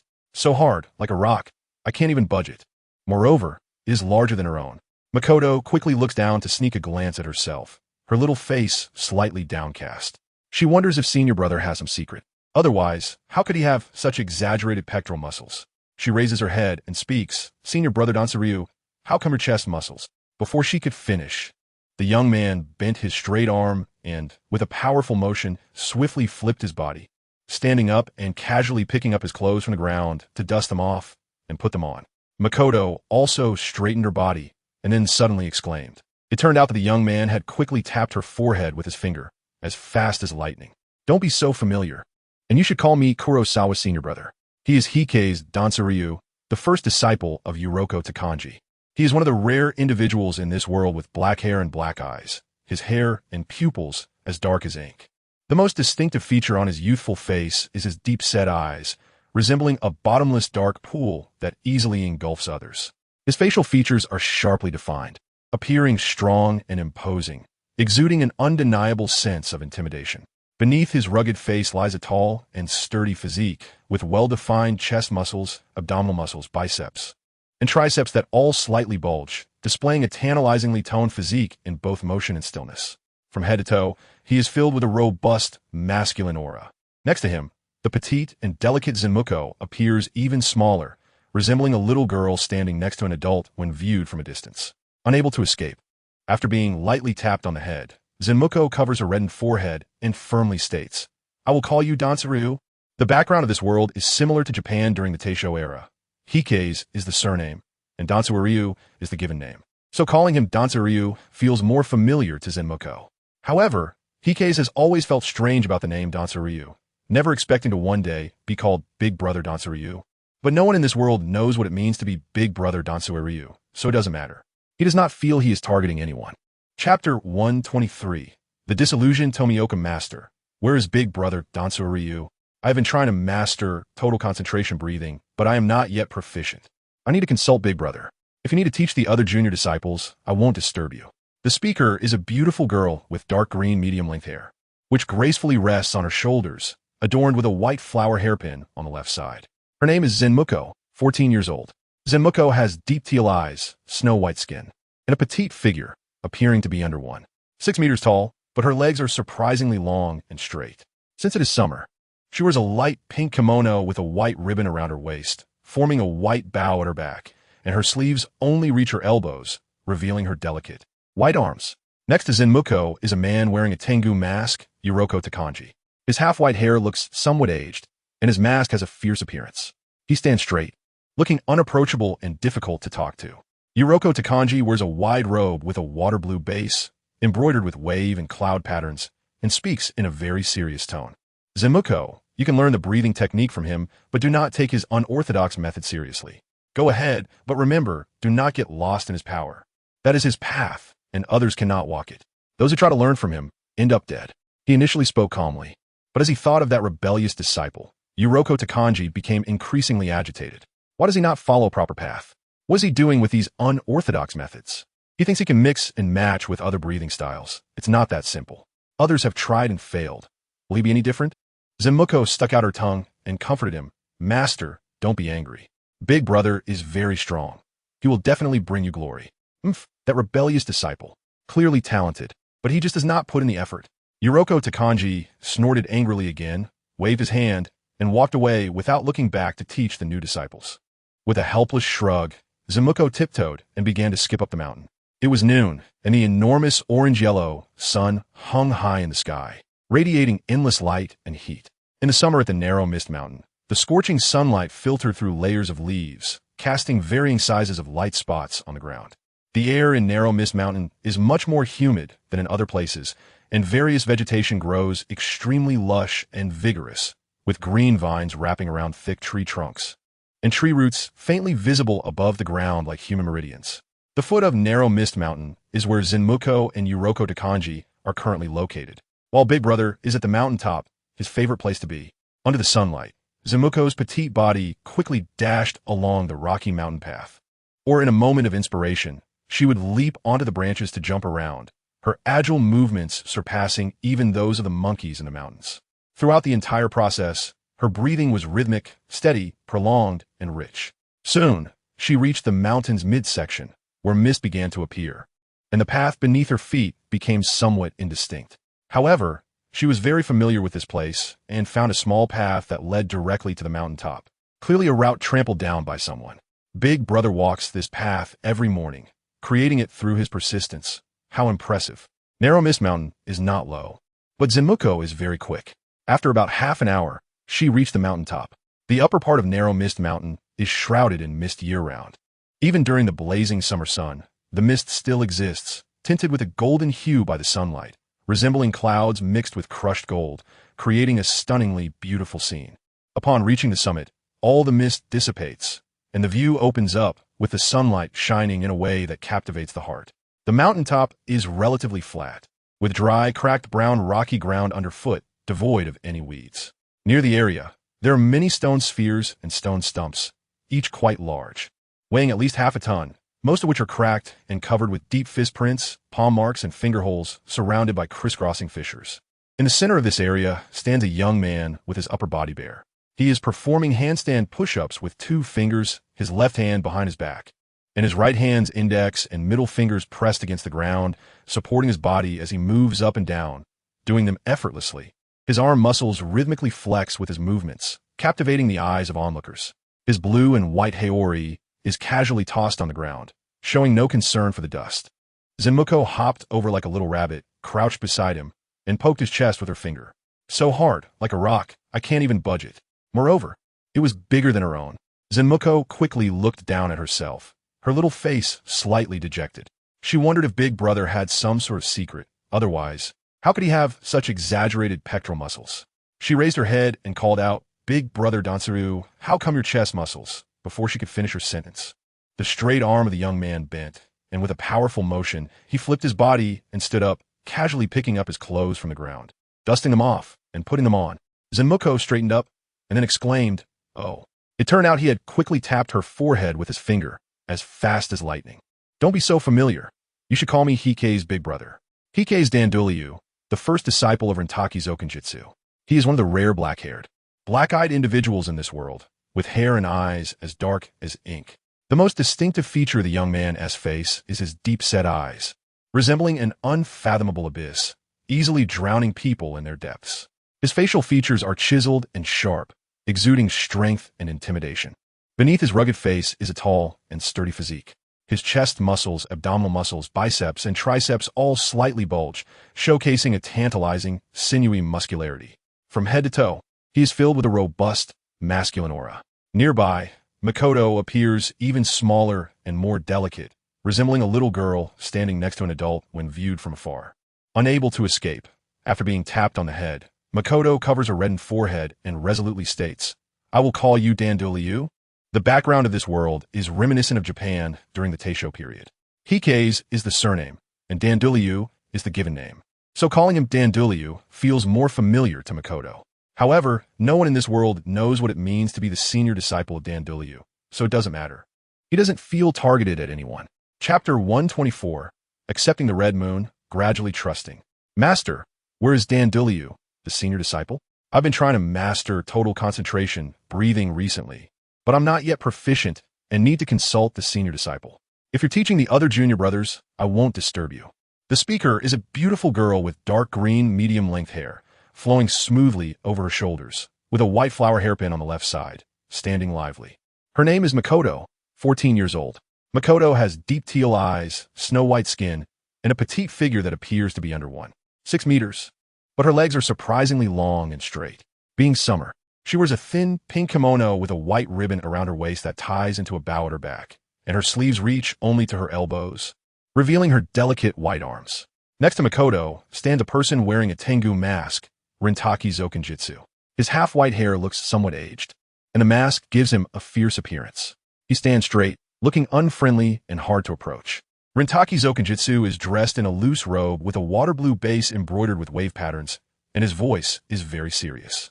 "Makoto, you can learn breathing techniques from him, but don't take his unorthodox methods seriously. Go ahead, but remember, do not get lost in his power. That is his path, which others cannot walk. Each person who tries to learn from him ends up dead." He initially spoke calmly, but grew increasingly angry at the thought of that rebellious disciple. Why not follow the right path and instead pursue such unorthodox methods, thinking they can integrate different breathing techniques? Others have tried long before. Why would it work for him? Makoto stuck out her tongue and comforted him, "Master, don't be angry. The senior disciple is very strong and will surely bring you glory."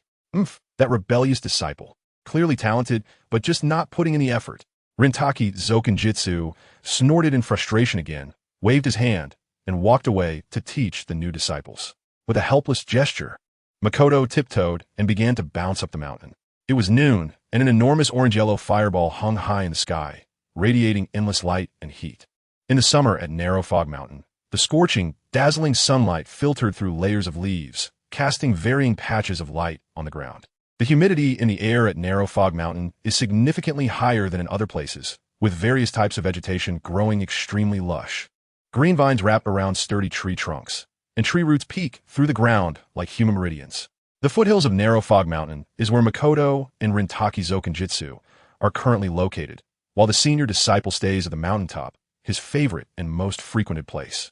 Under the sunlight, Makoto's petite body dashed swiftly along the rocky mountain path, or occasionally, in a moment of inspiration, she would leap onto branches to jump around, her agility surpassing that of the mountain monkeys. Throughout the process, her breathing was rhythmic, steady, long, and robust. Soon, she reached the mountainside, where a mist appeared in front of her, and the path beneath her feet became somewhat unclear. However, she was very familiar with the area and found a winding path that led directly to the mountaintop. It seemed that this path had been trampled out by someone. The senior disciple walks this path every morning. What a feat! Narrow Fog Mountain is not low, but Makoto is very fast. After about half an hour, she reached the mountaintop. The mountaintop is perpetually shrouded in mist, even in the blazing summer sun. The mist still exists, tinged with a golden hue from the sunlight, resembling clouds mixed with crushed gold, breathtakingly beautiful. Upon reaching the mountaintop, all the mist disappears, revealing a bright, open view, with sunlight shining so brilliantly it can captivate the heart. The mountaintop is relatively flat, with a dry, cracked brown rocky ground beneath, devoid of any weeds. Nearby, there are many large stone spheres and stone pillars, each weighing at least half a ton, though most are cracked, covered with deep fist impressions, palm marks, and finger holes, with cracks crisscrossing around. In the center of this area stands a young man with his upper body bare. He is doing a handstand, with no support behind him. His left hand is behind his back, while his right hand's middle and index fingers are pressed against the ground, supporting his body as he performs one-handed two-finger push-ups, effortlessly doing an unknown number. The muscles in his arms rhythmically flex with his movements, igniting a fiery gaze. His blue and white patterned outer garment is casually thrown on the ground, indifferent to the dust. Makoto hopped over like a little rabbit, squatting beside him and poking his chest with her finger. So hard, like a rock. I can't move it at all. Moreover, it was bigger than her own. Makoto quickly lowered her head to sneak a glance at herself, her small face slightly dejected. She wondered if the senior disciple had some secret. Otherwise, how could he have such exaggerated pectoral muscles? She raised her head and spoke. "Danduli, how come your chest muscles?" Before she could finish her sentence, the straight arm of the young man bent, and, with a powerful motion, he flipped his body and stood up, casually picking up his clothes from the ground, dusting them off, and putting them on. Makoto also straightened up and exclaimed, "Ah!" It turned out the young man had quickly tapped her forehead with his finger like lightning. "No need to be so familiar. Don't touch randomly. And you should call me Heisei's senior disciple." Heisei's Danzo Ryu, the first disciple of Rin Takuma. He is one of the few individuals in this world with black hair and black eyes, his hair and pupils as dark as ink. The most distinctive feature on the young man's face is his deep-set eyes, resembling an unfathomable dark pool that can easily engulf others.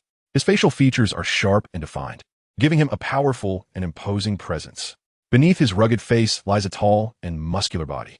His chest muscles, abs, biceps, and triceps are all slightly bulging, showcasing a tantalizing display of well-defined muscles. From head to toe, he exudes a strong, masculine aura. Jingu, standing nearby, appears even smaller and more delicate, resembling a little girl beside an adult from a distance. Unable to avoid it, after getting tapped on the head, Jingu covers her reddened forehead and insists, "I will call you Danzo Ryu."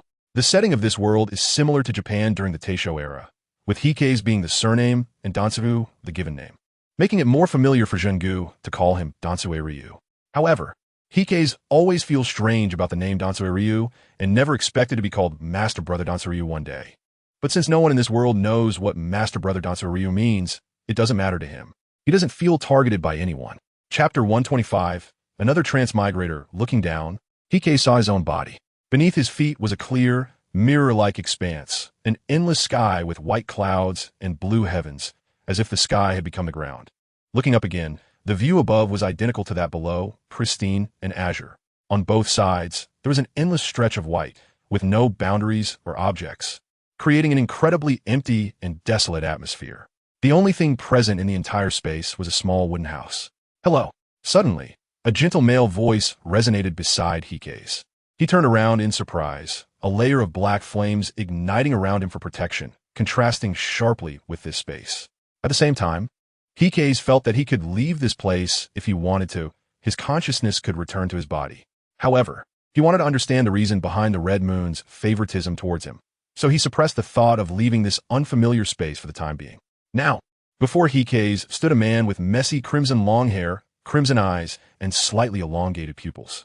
He was standing in front of the small wooden house, his gaze deep and inscrutable.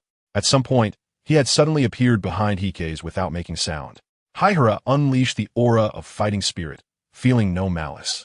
Not understanding the current situation, Haihara remained silent. At the same time, the man showed a nostalgic expression and softly said, "The aura of fighting spirit. One of the best abilities in this world. I didn't expect you to master it so soon. That's great." His eyes scrutinized Haihara, as if he could see through him completely in an instant.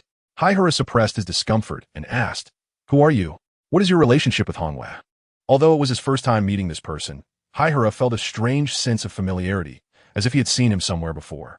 The man smiled gently, seemed to ponder for a moment, and then said, "I have had many names, but the one I remember most clearly is Kaminokawa Ryushishi." Kurosawa was taken aback. Tanjiro? A few seconds later, he realized the familiar reason, Tanjiro Kamado. This person's face, if it were a bit rounder and his narrow, sharp eyes were a little less intense, would resemble Tanjiro by about 80%. "Just call me Kawagarashi. I prefer that name. Like you, I have also been to this world and changed its trajectory. By the way, I have also been referred to as the Earth Demon, the god of filth, the source of disaster, and the Red Master. Too many to count, but it doesn't matter." Much of what he said was beyond Kurosawa's comprehension, but he vaguely felt that there was a secret related to him within it, because changing the trajectory of this world was also what Kurosawa was doing. When the voice paused, Kawagarashi meaningfully said, "As for Akatsuki, consider her my daughter." Daughter? For a moment, Kurosawa showed a slightly awkward smile, unsure how to face the man before him. Thus, Kurosawa temporarily refrained from asking about Akatsuki and instead asked, "You are Kawagarashi Tanjiro, and you have also been to this world just like me, a traveler?" After a brief pause, he continued, "Did you travel to the Kamado family?" Kawagarashi smiled gently. "Yes. I traveled and became the eldest son of the Kamado family, Tanjiro's brother." "Tanjiro's brother? No, I thought you appeared before me in time. The current Tanjiro should still be very young." Kurosawa was filled with confusion. "No rush. Take your time to look." Kawagarashi knew Kurosawa must have many questions, so he waved his hand. The pristine sky suddenly changed color, revealing a series of cinematic images. These seemed to be Kawagarashi's memories, with many trivial matters skipped over, showing only the important milestones. Essentially, Kawagarashi was an unclear plot traveler who, on the night of the massacre, was turned into a demon by Muzan Kibutsuji, then awakened the ability to devour demons with hatred, went through many experiences, and allied with the Demon Slayer Corps. Ultimately, he had a final battle against Muzan Kibutsuji in the demon city of Asakusa, avenging himself by slaying him, but was then infected by Muzan's blood and fell into madness. After sealing himself for 10 years to resolve his own issues, he emerged from the seal and married the one he loved, Shinobu Kocho, retiring. The images stopped here, and the ending was relatively complete. At this moment, Kawagarashi slightly closed his eyes, took a deep breath, and faint veins appeared on the back of his hand. "Huh." After exhaling, he slowly said, "No matter how long it has been, the unwillingness and despair from back then feel as if it were just yesterday." With another wave of his hand, the images continued to flow. Traveling everywhere with Shinobu, the peaceful days lasted only a year. Suddenly, the earth began to collapse, and dark clouds filled the sky. Torrential rain poured down. As if unleashed, the sun disappeared from the horizon, and the entire world fell into darkness. He was shocked. He had never seen such heavy rain, a terrifying scene as if it were the end of the world, countless beings wailing as they were submerged by the rainwater, turning into dry bones, whether human or other creatures. The water created by this rain was special. No matter what object fell into it, it could not float and could only slowly sink. Soon, the narrow mist mountain was submerged, the vine attack mountain was submerged, and the prosperous human society was submerged. Chuan Lu Shuer could fly, with brilliant, blazing wings like the sun. This pair of wings had helped him slay Kibutsuji Muzan, and it was the source of his power, similar to the gray and white of Koizumi. With these blazing wings, he took his family to the top of the highest mountain he could find. But the rain continued to fall, gradually drowning everything in sight. His wife, Shinobu Kocho, his sister, Nezuko, his brother, Tanjiro, and his younger sister, Kanao. They were all human, gradually dying in the endless water. Chuan Shuer felt unprecedented despair. Looking around, he was the only one left in the entire world. At that moment, he suddenly sensed something. His expression twisted, and an endless flame seemed to ignite in his eyes. His wings trembled, surrounded by wind, fire, and thunder, against the almost continuous rain, transforming into a blazing stream of light that shot towards the sky. Amidst the pouring rain, Koizumi saw a large amount of crimson blood, cascading from the sky like a waterfall. The scene abruptly stopped. As Heisei turned to look at Chuan Shuer across from him, Chuan Shuer let out a breath and said in a mysterious tone, "That day, I died. Then I was reborn in the next world, and since then, I have been reincarnating in different worlds, accumulating power." After hearing these words, Heisei suddenly realized a certain possibility. His expression darkened as he struggled to speak. That apocalyptic rain. Was it caused by the world's will? Chuan Shuer nodded, thought for a moment, and then shook his head. To be precise, the world has no will because there are deities above it. Gods? Heisei looked confused. Chuan Shuer smiled slightly. Our true enemy is the existence that calls itself a god. However, after experiencing dozens of worlds, I have only discovered their true traces a few times. Most of the time, these gods only leave a fragment of their consciousness in the worlds they control. The worlds we mentioned is actually the will of the deities. Chapter 126, Stealing Divine Authority. After hearing Chuan Shuer's explanation, Heisei felt even more bewildered. In response, Chuan Shuer naturally said, "Don't worry, you'll understand sooner or later. And you will encounter it eventually." Heisei gradually came to his senses, but his mind was still filled with numerous questions. Seeing the amiable demeanor of Chuan Shuer, he continued to ask, "The world of Demon Slayer has been destroyed, so where exactly am I? Is it possible that Chuan Shuer is in a different time and space? Or are there actually countless Demon Slayer worlds?" Suddenly confronted with these incredible concepts, Heisei's heart felt chaotic. After no longer recalling the past, Chuan Shuer's expression softened again, and in a gentle tone, he said, "It's the same one." Before Heisei could ask further, Chuan Shuer continued, "It is in a constant cycle. The only one who truly perished was me." A cycle? Heisei's eyes flickered. The truth is that this world has fallen into a cycle of reincarnation, having lost the possibilities it was meant to have. From the birth of Musen Kibutsuji to the Demon Slayer Corps, facing countless dangers to eliminate Musen Kibutsuji. This is the endless cycle of the Demon Slayer world. Time and again, the same events have repeated, and it is unknown how many times this cycle has occurred. And we, having mixed into this cycle, cause destruction, which is why the divine consciousness seeks ways to kill us, steering things back onto the right track. If only I had discovered this sooner. Unlike Heisei, who now perceives the malice of the divine consciousness, Chuan Shuer's situation back then was somewhat special. He helped the Demon Slayer Corps and Musen Kibutsuji, and the outcome was what the controlling deity of this world originally desired, so it did not overly intervene, and even subtly push things along. However, afterward the divine consciousness, having used him, directly killed him in a radical way to eliminate the unstable factor. Heikei's Wuladeo, I see the momentum you have in your final surge towards the sky. It seems you have already surpassed everyone in this world, yet you were still annihilated.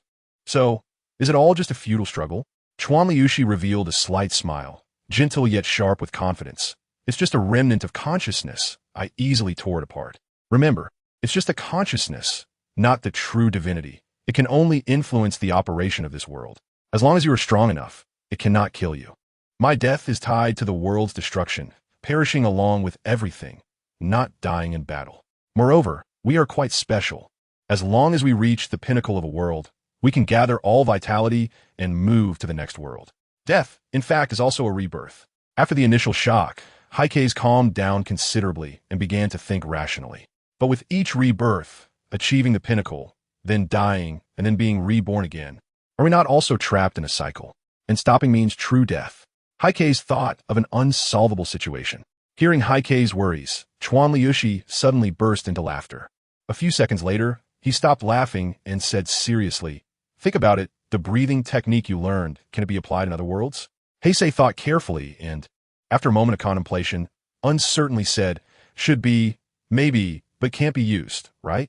Breathing techniques, no matter how complicated they are, are just a rhythm and pattern of breathing, as well as the control of the breath within the body. For example, in his previous life, there were many people obsessed with cultivating immortality and seeking the Tao, and there were numerous studies on breathing, including those known as qi refiners. But the fact is, in the world of his previous life, breathing was just breathing. At most, it could promote blood circulation, and it couldn't exhibit the various wonders of the demon slayer breathing techniques. If it could, then superhumans would have been everywhere. Chuan Lucier nodded and said, yes, every world has its unique powers, which are the exclusive rights of the gods and are not interconnected. However, we can steal divine authority.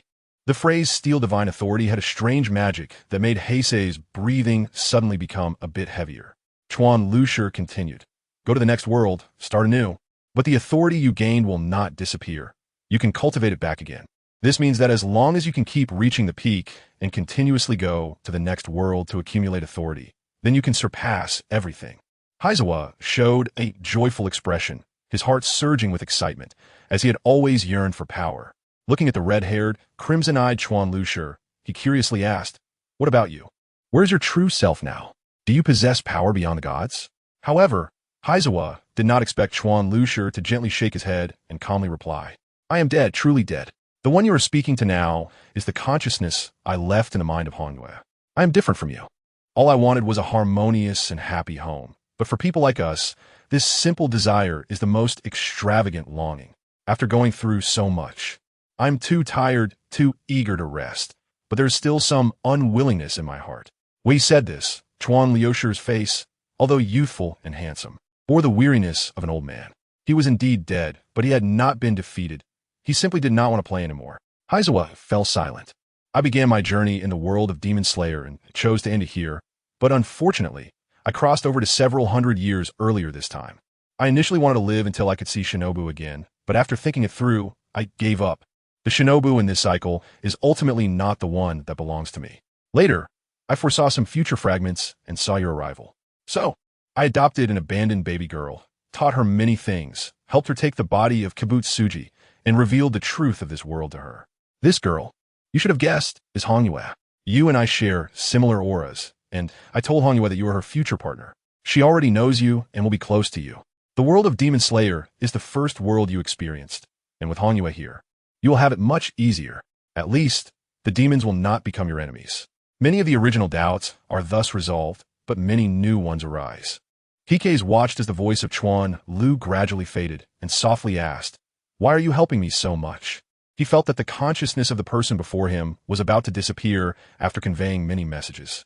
Although their conversation was brief, Hikes felt a hint of sadness. Perhaps it was because they were of the same kind, both destined to be enemies of the entire world. Chuan Lu raised his head, his body gradually becoming transparent, and said word by word, because I've spent my life in hatred, but I know that I cannot achieve my revenge. I have lost my once unwavering resolve and can no longer reach the peak. 53 worlds are my limit. I help you because I have a premonition that you can go further than I can. One day in the future, if you encounter the deity who controls the Demon Slayer world, if you have the ability, please do me a favor. Help me cut off that bastard's head. With the last explosive curse, Chuan Lu, with his red hair and crimson eyes, completely disappeared from Hikes' sight. Chapter 127, Embrace Master. Where is my senior brother? The water flow master? A beautiful girl with dark green, medium-length hair asked. Her hair was smooth against her shoulders, and there was a white flower hairpin nestled in the left side of her hair. She stood there lively. Her name was Makomo, 14 years old. Makomo had deep teal eyes, snow-white skin, and a petite figure that seemed to be under 1.60 meters, but her legs were surprisingly long and straight. Since it was summer, she wore a thin pink kimono with a white ribbon around her waist forming a white bow on her back, and her sleeves reached only to her elbows, exposing her delicate, white arms. Beside Makomo stood a man wearing a Tengu mask, Kaneo Sakanji. His half-white hair looked somewhat old, and his mask had a fierce appearance. He stood straight, looking unapproachable and difficult to talk to. Kaneo wore a loose outfit with a water blue base embroidered with wave cloud patterns, and his voice was very serious. On the mountaintop, Makomo, you can learn breathing techniques from him, but don't take his unorthodox method seriously. You go ahead, and remember, do not get lost in his power. That is his path, and others cannot follow it. Those who try to learn from him only end up dead. He had initially spoken calmly, but as he thought about that rebellious disciple, Kaneo grew increasingly angry. Why not follow the proper path? What else with learning other breathing techniques? It's not easy to integrate them. Others have tried long ago. And would it even come to him? Makomo stuck out her tongue and comforted him. Master, don't be angry. Senior brother is very strong. He will definitely bring you glory. That rebellious disciple. Clearly talented, yet he doesn't put in the effort. Kaneo let out a cold snort in annoyance, waved his hand, and walked away to teach the new disciples. With a helpless shrug, Makomo tiptoed and began to bounce up the mountain. It was noon, and a huge orange-yellow fireball hung high in the sky, radiating endless light and heat. In the summer, at the narrow mist mountain, the scorching and dazzling sunlight filtered through layers of leaves, casting patches of light of various sizes on the ground. The air humidity in Narrow Mist Mountain was significantly higher than in other places, with a variety of vegetation growing extremely lush and vigorous. Green vines wrapped around thick tree trunks, and tree roots peeked out from the ground like human meridians. At the foot of Narrow Mist Mountain was where Makomo and Kaneo currently stood, while her senior brother stayed at the mountaintop, his favorite and most frequented place. Under the sunlight, Makomo's petite body swiftly ran along the rocky mountain path, or sometimes, in a fit of excitement, she would leap onto branches, her agility surpassing that of the monkeys in the mountains. Throughout the process, her breathing was rhythmic, steady, long, and deep. Soon, she reached the mountainside, where a hazy mist appeared before her, making the path beneath her feet seem somewhat unreal. However, she was very familiar with this place and twisted and turned until she found a small path that led directly to the mountaintop. It seemed that this path had been trampled out by someone. Her senior brother had persisted in climbing the mountain every morning, creating a path. Truly impressive.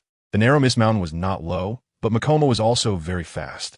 After about half an hour, she reached the mountaintop. Narrow Mist Mountain was perpetually enveloped in a hazy mist above the mountainside, even under the blazing summer sun. The mist still existed and was tinged with a golden hue by the sunlight, resembling clouds mixed with gold dust, stunningly beautiful. When she reached the mountaintop, all the mist disappeared, and her vision opened up, with the sun shining in a way that could captivate the heart. The mountaintop was relatively flat with dry, cracked brown rocky ground beneath her feet, devoid of any weeds. Nearby, there were numerous stone balls and stone stumps, each quite large, weighing at least half a ton.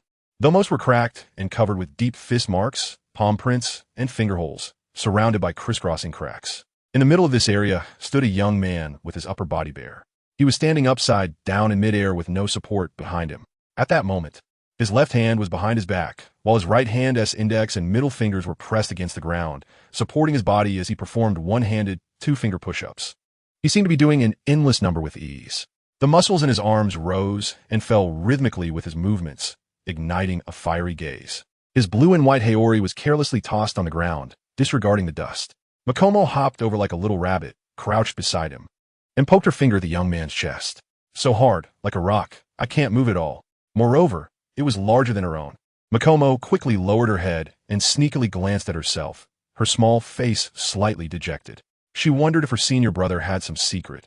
Otherwise, how could he have such exaggerated pectoral muscles? She looked up and spoke, "Senior brother, how come your chest muscles?" Before she could finish her sentence, the young man's straightened arm bent, and with a powerful motion, he flipped his body, stood up, casually picked up his clothes from the ground, dusted them off, and put them on. Makomo straightened up, then exclaimed, "Ah!" It turned out that the young man had quickly tapped her forehead with his finger, as swift as lightning. "Don't be so familiar. You should call me Brother Hikes. He is Heisei Danshui Lu, the first disciple of Linglong Sakanji. He is one of the rare individuals in this world with black hair and black eyes, his hair and pupils as dark as ink.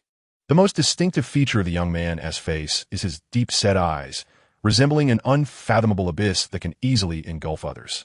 His facial features are chiseled and defined, exuding a sense of strength and intimidation. Beneath his rugged face lies a tall and muscular body. His chest muscles, abdominal muscles, biceps, and triceps all slightly bulge, presenting a tantalizing display of sinewy muscle in both movement and stillness. From head to toe, he radiates a robust, masculine aura. Next to him, the petite and delicate figure of Makomo appears even smaller, resembling a little girl standing next to an adult from a distance. Unable to escape, after being tapped on the head, Makomo covers her flushed forehead and insists, "I will call you Danshui Lu." The background of this world is similar to Japan during the Taisho period. Heisei is the surname, and Danshui Lu is the given name. making it more familiar for Machino to call him Danshue Lu. However, Heisei always feels strange about being addressed as Danshue Lu, not expecting that one day he would be called the senior brother of Danshue Lu. But it seems that no one in this world knows what being the senior brother of Danshue Lu means, so it doesn't really matter. He doesn't feel targeted by anyone. Chapter 128. Burning Oneself Master. Where is Danshue Lu, the senior brother? I have been trying to master total concentration breathing, but I can't do it proficiently yet. So, I want to consult the senior brother. If you're teaching other junior brothers, I won't disturb you. The one speaking is a beautiful young girl with dark green medium-length hair, which falls smoothly over her shoulders and has a white flower hairpin on the left side. Standing there lively. Her name is Machino, 14 years old. Machino has deep blue-green eyes, snow-white skin, and a petite figure, looking to be less than 6 meters tall. But her legs are surprisingly long and straight. Since it is summer, she wears a thin pink kimono, with a white ribbon around her waist tied into a butterfly bow at the back, and her sleeves reach only to her elbows, revealing her slender, pale arms. Next to Machino is a person wearing a Tengu mask, Linglong Sakanji. His half-white hair looks somewhat aged, and the mask gives him a fierce appearance. He stands upright, seeming unapproachable and difficult to talk to. Linglong Sakanji is dressed in a loose water blue robe embroidered with wave patterns, and his voice is serious. Machino, you can learn breathing techniques from him, but don't take his unorthodox methods seriously. Go ahead, but remember, do not become obsessed with his power. That is his path, and others cannot walk it. More people who try to learn from him end up dead, though he initially spoke calmly. The thought of that rebellious disciple made Linglong Sakanji increasingly angry. Why not follow a good path? What is the point of learning other breathing styles in a bid for fusion? Others have tried long ago. Does he think he is special? Machino stuck out her tongue and comforted him. Master, don't be angry. The senior brother is very strong and will surely bring you honor. That rebellious disciple. Clearly talented, yet he doesn't put in the effort. Linglong Sakanji snorted in annoyance again, waved his hand, and walked away without looking back, heading to teach the new disciples. With a helpless gesture, Machino tiptoed and began to bounce up the mountain. It was noon, and a huge orange-yellow fireball hung high in the sky, radiating endless light and heat. In the summer, at Narrow Mist Mountain, the scorching sunlight filtered through layers of leaves, casting various sized patches of light on the ground. The humidity of the air in Narrow Mist Mountain is significantly higher than in other places, with various types of vegetation growing extremely lush. Green vines wrap around thick tree trunks, and tree roots faintly protrude from the ground, resembling human meridians. At the foot of Narrow Mist Mountain is where Machino and Linglong Sakanji are currently located, while the senior brother stays at the mountaintop. His favorite and most frequented place, under the sunlight. Machino's petite body swiftly runs along the rocky mountain path, or sometimes she leaps onto branches to jump around, her agility surpassing that of mountain monkeys despite her young age. Throughout the process, her breathing is rhythmic, steady, long, and thick. Before long, she reached the mountainside, where mist appeared before her, and the path beneath her feet became somewhat indistinct. However, she is familiar with this area and finds a winding narrow path leading directly to the mountaintop, apparently a path forged by someone's persistent footsteps. The senior brother consistently climbs the mountain every morning, creating this path. How impressive. Narrow Mist Mountain isn't low, but Machino is also quite fast. About half an hour later, Machino reached the top of the mountain. The top of Narrow Mist Mountain is perpetually shrouded in a hazy mist. Even in the blazing summer sun, the mist still exists and is tinted with a golden hue by the sunlight, resembling clouds mixed with fragments of gold, stunningly beautiful. Upon reaching the summit, all the mist dissipates, revealing a breathtaking view, with the sun shining down in a way that captivates the heart. The top of the mountain is relatively flat, with a dry, cracked brown rocky ground beneath, devoid of any weeds. Nearby, there are numerous stone balls and stone pillars, each quite large, weighing at least half a ton. Most of them are cracked, covered with deep fist impressions, palm prints, and finger holes, surrounded by a network of intersecting fissures. In the middle of this area, there is a young man with his upper body bare. He is performing a handstand, with no support behind him. At this moment, he has his left hand behind his back and his right hand's middle and index fingers together, pressing against the ground to support his body as he performs one-handed finger push-ups. He seems to be doing an endless number of them with ease. The muscles in his arms rhythmically rise and fall with his movements, making one's eyes burn with intensity. His blue and white haori is casually tossed on the ground, disregarding the dust. Makomo hops over like a little rabbit, crouches beside him, and pokes her finger at the young man's chest. So hard, like a rock. I can't push it at all. Moreover, it is bigger than her own. Makomo quickly looks down to sneak a glance at herself, her little face slightly dejected. She wonders if the senior brother has some secret. Otherwise, how could he have such exaggerated pectoral muscles? She raises her head and speaks. Dan Shuer Lu, senior brother. How come your chest muscles?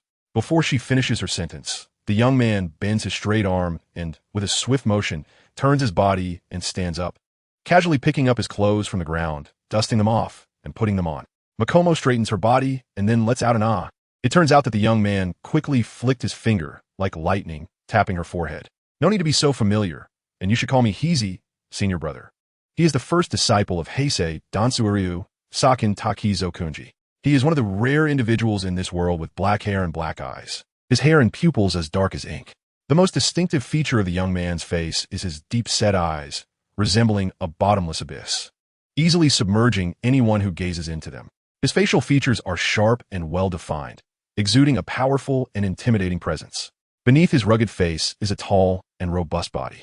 His chest muscles, abdominal muscles, biceps, and triceps all slightly bulge, displaying a tantalizingly muscular physique in both motion and stillness. From head to toe, he is infused with a strong masculine aura. Nearby, Shinko appears even smaller and more delicate, resembling a little girl standing beside an adult from a distance.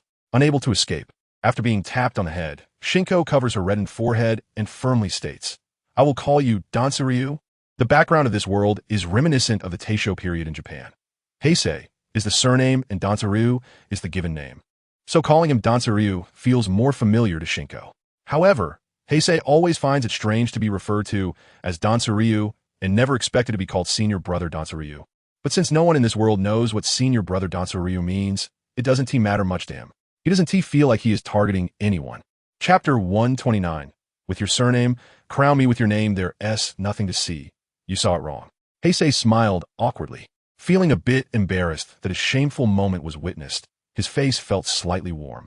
Akatsuki chuckled softly, remaining silent while quietly watching Heisei, with an expression that seemed to say, "I understand everything."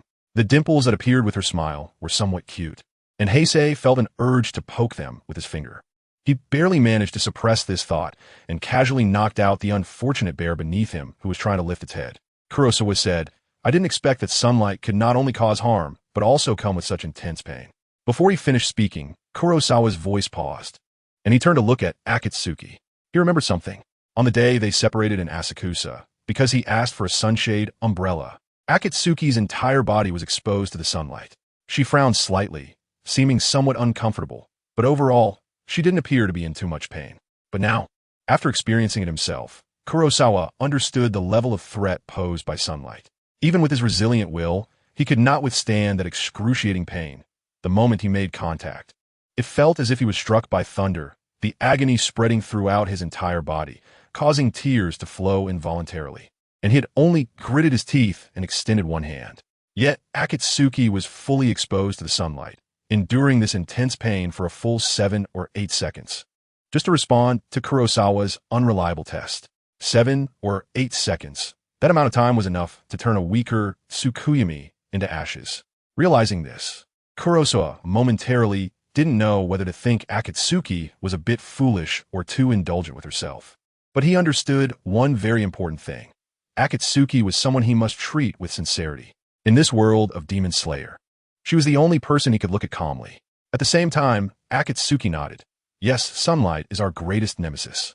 It's better to stay as far away from it as possible. No life is perfect. Everyone has some flaws. And the flaws of demon bodies are particularly severe in this regard. Heisei suddenly thought of a character from his past life, Superman.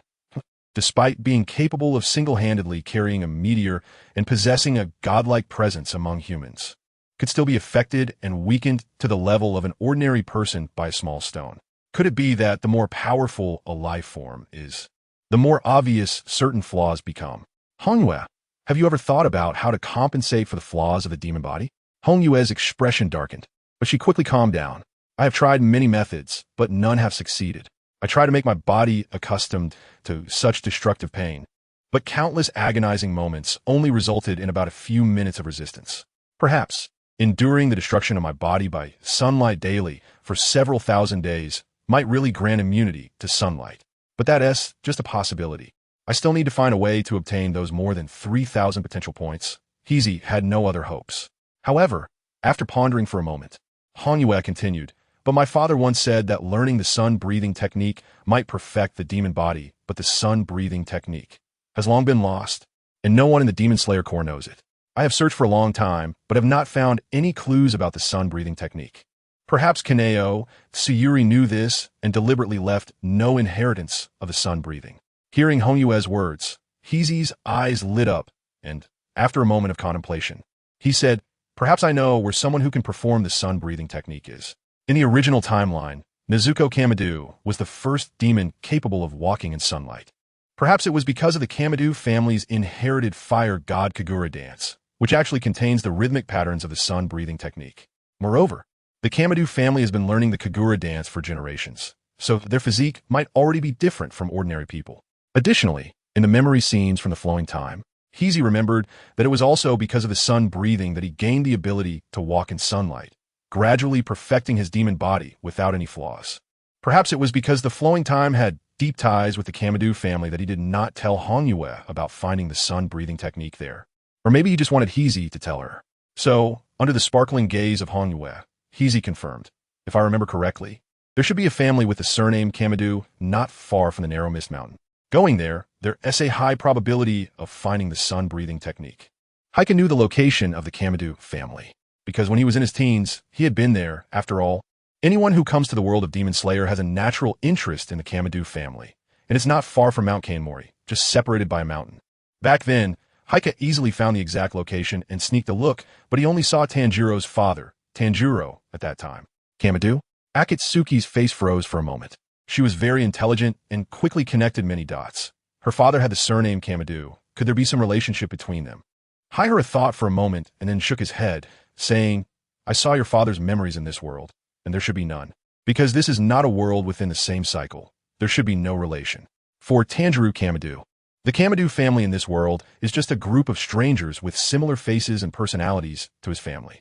Suddenly, Haihara looked closely at Akatsuki and exclaimed in surprise, so your name is actually Kamadu Akatsuki? Since you are an adopted orphan of Tanjiro Kamadu, you should share the same surname. However, Akatsuki did not nod. She looked at Haihara with a smile, her stunning face seemingly surrounded by a hazy glow that illuminated the dark cave. No, I don't have a surname. My name is just Akatsuki. Hikage was taken aback for a moment, then curiously asked why. Hanwell lowered her head, her voice dropping a bit. My father said that I would meet you in the future. And then? Hikage continued to ask. And then, with your surname, crown me with your name. By the end, her voice was almost inaudible, as faint as a mosquito's buzz, but Hikage still heard her clearly. No wonder when they met for the second time. Hanwell had proposed marriage. She must have thought about it for a long time before making the decision. Now, when she brought it up formally again, her voice sounded a bit shy, quite different from her usual cold demeanor. With your surname, crown me with your name. Hikage's heart skipped a beat, feeling a stir within, and his gaze towards Hanwell softened. In 2 lifetimes, it was the first time someone had said such words to him. He had never had a similar experience in his past life. At this moment, Hanwell raised her head and looked seriously at Hikage, her pale face showing a tempting faint blush. I know that before, you weren't clear about everything, so you answered carelessly. So let me ask you again. Hikage, do you have a marriage partner?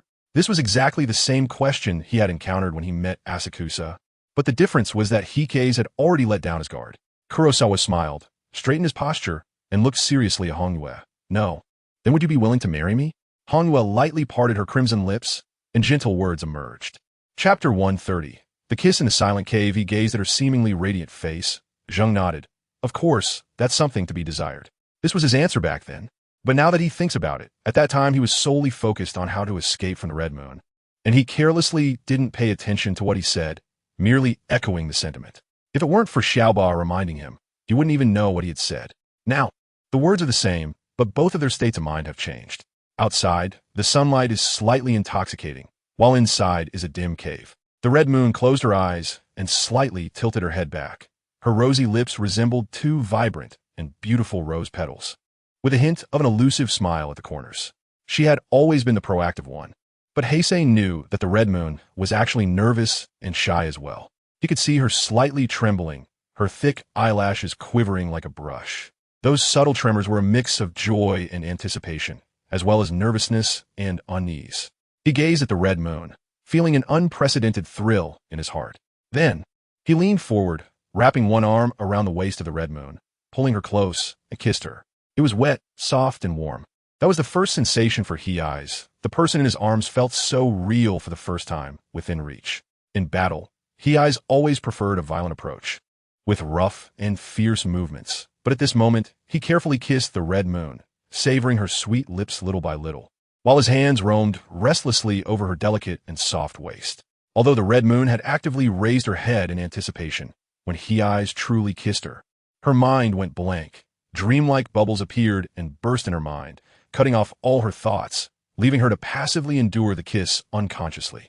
However, as time passed, she slowly began to respond clumsily, kissing Heisei's face randomly. Compared to his gentleness, her movements were somewhat wild. Thump, thump, thump. Their embrace grew tighter, and they could both feel each other's heartbeat, the sound of their hearts restlessly beating in their chests, the only sound in the quiet cave at that moment. It was unclear how long it lasted, but with a loud bird call from the mountains and forests outside, the two finally came back to their senses from the immersive kiss. They saw the thin, glistening thread between their lips, and a flush like a fiery sunset climbed from the neck of the Red Moon to her face. She shyly lowered her head, her hair covering her face, revealing only her small, delicate ears that had turned red. Beside her, Heisei took a long breath. His regular breathing technique had been disrupted, and his internal energy was quite chaotic. He had become so engrossed that he forgot to breathe. After re-establishing his breathing technique, Heisei pondered for a moment, and after the blush on the Red Moon's face faded, he smiled and said, "How about we continue for a while?" The Red Moon's face flushed again, but she still took the initiative to inch closer. She really liked the feeling from just now. Heisei kissed her again without hesitation. Following that, like a couple in the throes of love, their movements grew increasingly intimate, and their feelings rapidly intensified. As time passed, dusk fell. The sun disappeared behind the clouds, and the night slowly enveloped the entire land. The bright moonlight drifted along the moss-covered cave walls, like an ethereal river. Heisei leaned against the wall, holding the soft and boneless Honyue in his arms. His hands rested on Honyue's flat and soft abdomen, while his chest was pressed tightly against her beautifully curved back. The sky had darkened. Heisei glanced outside the cave. This sentence was equivalent to what ordinary humans would say as daylight has arrived. Hearing Heisei's words, Honyue lifted her head and also looked outside. Are we leaving?" There was a hint of reluctance in her voice. This somewhat narrow and dim cave should have made one feel uncomfortable, but because of Heisei's presence, she felt she could stay here forever, a feeling she had never experienced before. There are still things to do. Don't forget, we still have enemies. It's not yet time to rest easy. Heisei gazed into the night outside the cave, his eyes deep. The night was quite nice tonight. The moon was full, and the bright moonlight spilled over the mountains and forests, as if coating the continuous mountains with a layer of silver light. However, Heisei's heart was not as tranquil as the moonlight. The Demon Slayer Corps. In the original trajectory, although the Demon Slayer Corps was at a disadvantage and seemed to be no match for the demons, when it came to a direct confrontation, each one awakened their powers at the brink of death. Patterns the Hishblade, the aura of fighting spirit, and so on, like they were cheating, defying logic. The idea of the weak overcoming the strong and surviving in desperate situations seemed tailor-made for those swordsmen. Probably, it was because the swordsmen of the Demon Slayer Corps were the true protagonists of the Demon Slayer world. No matter how strong the demons were, they merely served to highlight the qualities of the swordsman. They were born to achieve the brilliance of the swordsman through their chaotic bloodlust. By the way, there is also the Hishblade, which can inflict significant damage to demon bodies, just like sunlight. Thinking of this, Heisei couldn't help but feel a bit of a headache. His memories were becoming clearer, and he recalled the Hishblade that had been mentioned before. Under unknown circumstances, the blade of the Nichiren sword in a swordsman's hand would manifest a red color, like a burning hot iron. This kind of Nichiren sword could cut through the hard bodies of demons as if they were ordinary objects, without the situation of being unable to sever limbs. It was specifically designed to target demon bodies. So far, no Hishblade swordsman had appeared in the Demon Slayer Corps, and even Heisei didn't know the reason for the formation of the Hishblade, but he estimated it was only a matter of time. This indestructible demon body, on the surface, seemed powerful, but it was also restricted in many ways. If they went to other worlds, there wouldn't be so many weaknesses. Hongyue, are you stronger than your original self? Musen Kibutsuji? Heisei looked at Hongyue's fair and beautiful cheeks and asked. Hongyue extended her long, slender fingers and unconsciously bit on them. After thinking carefully, she shook her head and confirmed, no, my father helped me take his body, but this body has already reached a limit. It's hard to break through. The only breakthrough point might be immunity to sunlight. This way, the Nichiren sword made of sunlight wouldn't be able to threaten the demon body, at least in this world, achieving true immortality. While Hongyue spoke, Heisei listened carefully, watching her lightly bite her fingers, her pink tongue occasionally brushing against her fingertips. This was probably her habitual action. Hongyue looked inexplicably cute while biting her fingers, and her allure increased significantly. Since she hadn't noticed it herself, Heisei didn't intend to bring it up. After all, this habit was quite good. It seems that the breath of the sun is something we must obtain. After Hongyue put down her fingers, Heisei shifted his gaze and said heavily. He could use potential points to fully realize the indestructible demon body, but Hongyue couldn't. She had no other choice. Likewise, having over 3,000 potential points was a massive number, and if there were other ways to save it, Heisei would naturally do everything he could to achieve that. Let us go to the Kirigakure mountain to see our master first, and then we'll go find the Kamadu family. Heisei raised the red moon, and the two of them walked out of the cave, where they had been all day. A low growl echoed from behind. Heisei turned to see a black bear opening its mouth, revealing a few shiny fangs, glaring at him, perhaps feeling humiliated to be bullied like this.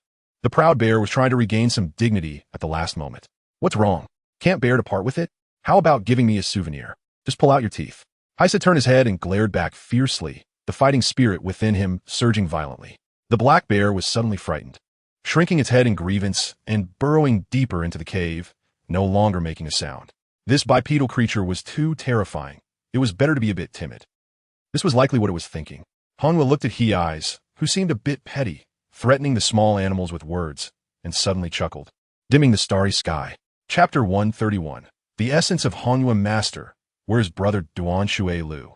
I've been trying to practice total concentration, breathing recently, but I can't use it skillfully yet. I need to ask brother for guidance. If you need to teach the other junior brothers, I won't disturb you. The one speaking was a beautiful girl with dark green, medium-length hair, which fell smoothly onto her shoulders.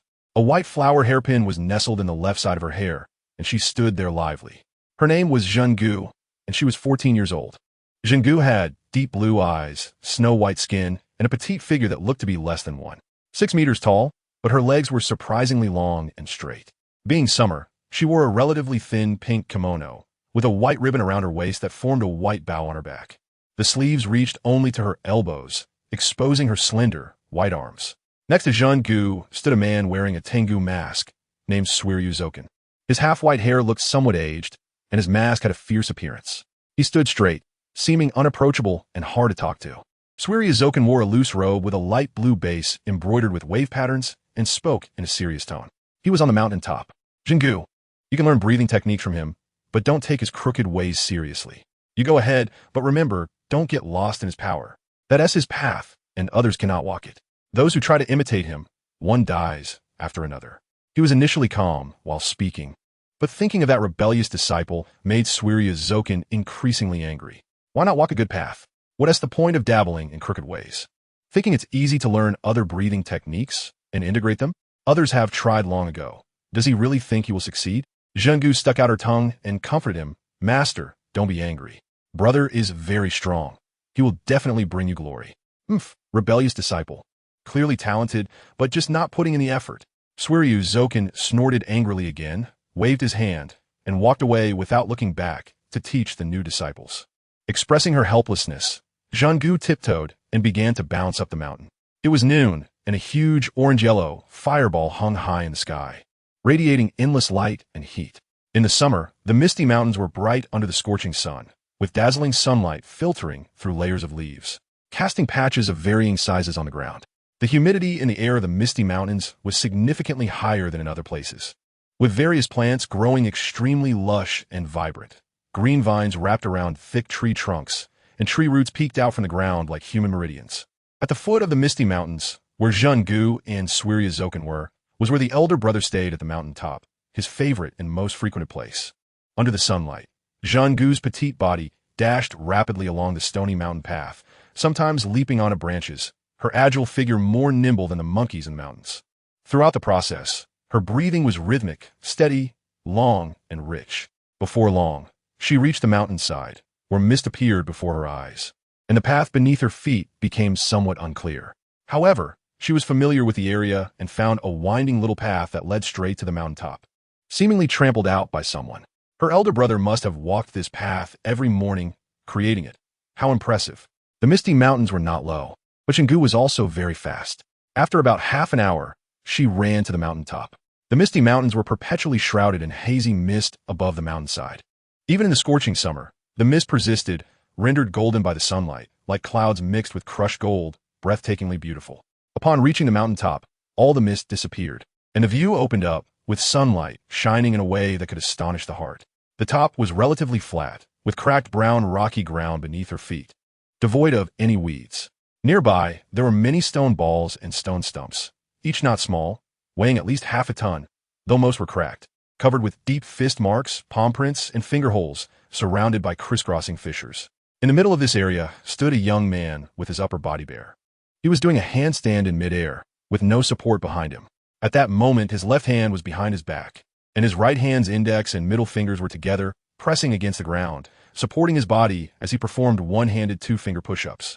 He had done an unknown number, still appearing effortless. The muscles in his arms rose and fell rhythmically with his movements, captivating to the eye. His blue and white feather jacket was casually thrown on the ground, indifferent to the dust. Zhanggu hopped over like a little rabbit, squatting beside him, and poked her finger at the young man's chest. So hard like a rock. I can't push it at all. Moreover, it was bigger than her own. Zhanggu quickly lowered her head to sneak a glance at herself, her small face slightly dejected. She didn't know if her brother had some secret. Otherwise, how could he have such exaggerated pectoral muscles?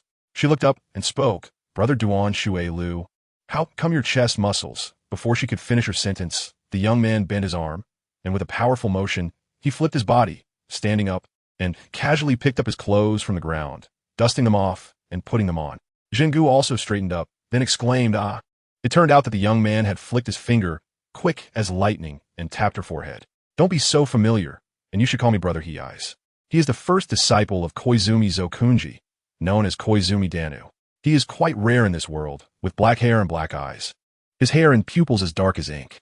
The most distinctive feature of this young man is his deep-set eyes, which resemble a bottomless, dark pool that can easily engulf anyone who gazes into them. His facial features are chiseled and sharp, exuding strength and an impressive presence. Beneath his rugged face lies a tall and robust body, with well-defined chest muscles, abs, biceps, and triceps all slightly bulging, presenting a tantalizing display of muscularity. From head to toe, he is enveloped in a strong masculine aura. In his presence, Makoto appears even more petite and delicate, resembling a little girl standing next to an adult when viewed from a distance. Unable to escape after being tapped on the head, Makoto clutched her reddening forehead and firmly stated, "I will call you Danu."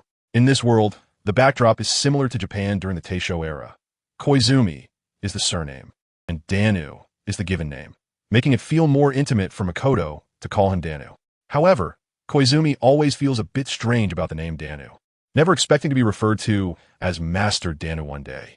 He does not feel he is targeting anyone. Chapter 132.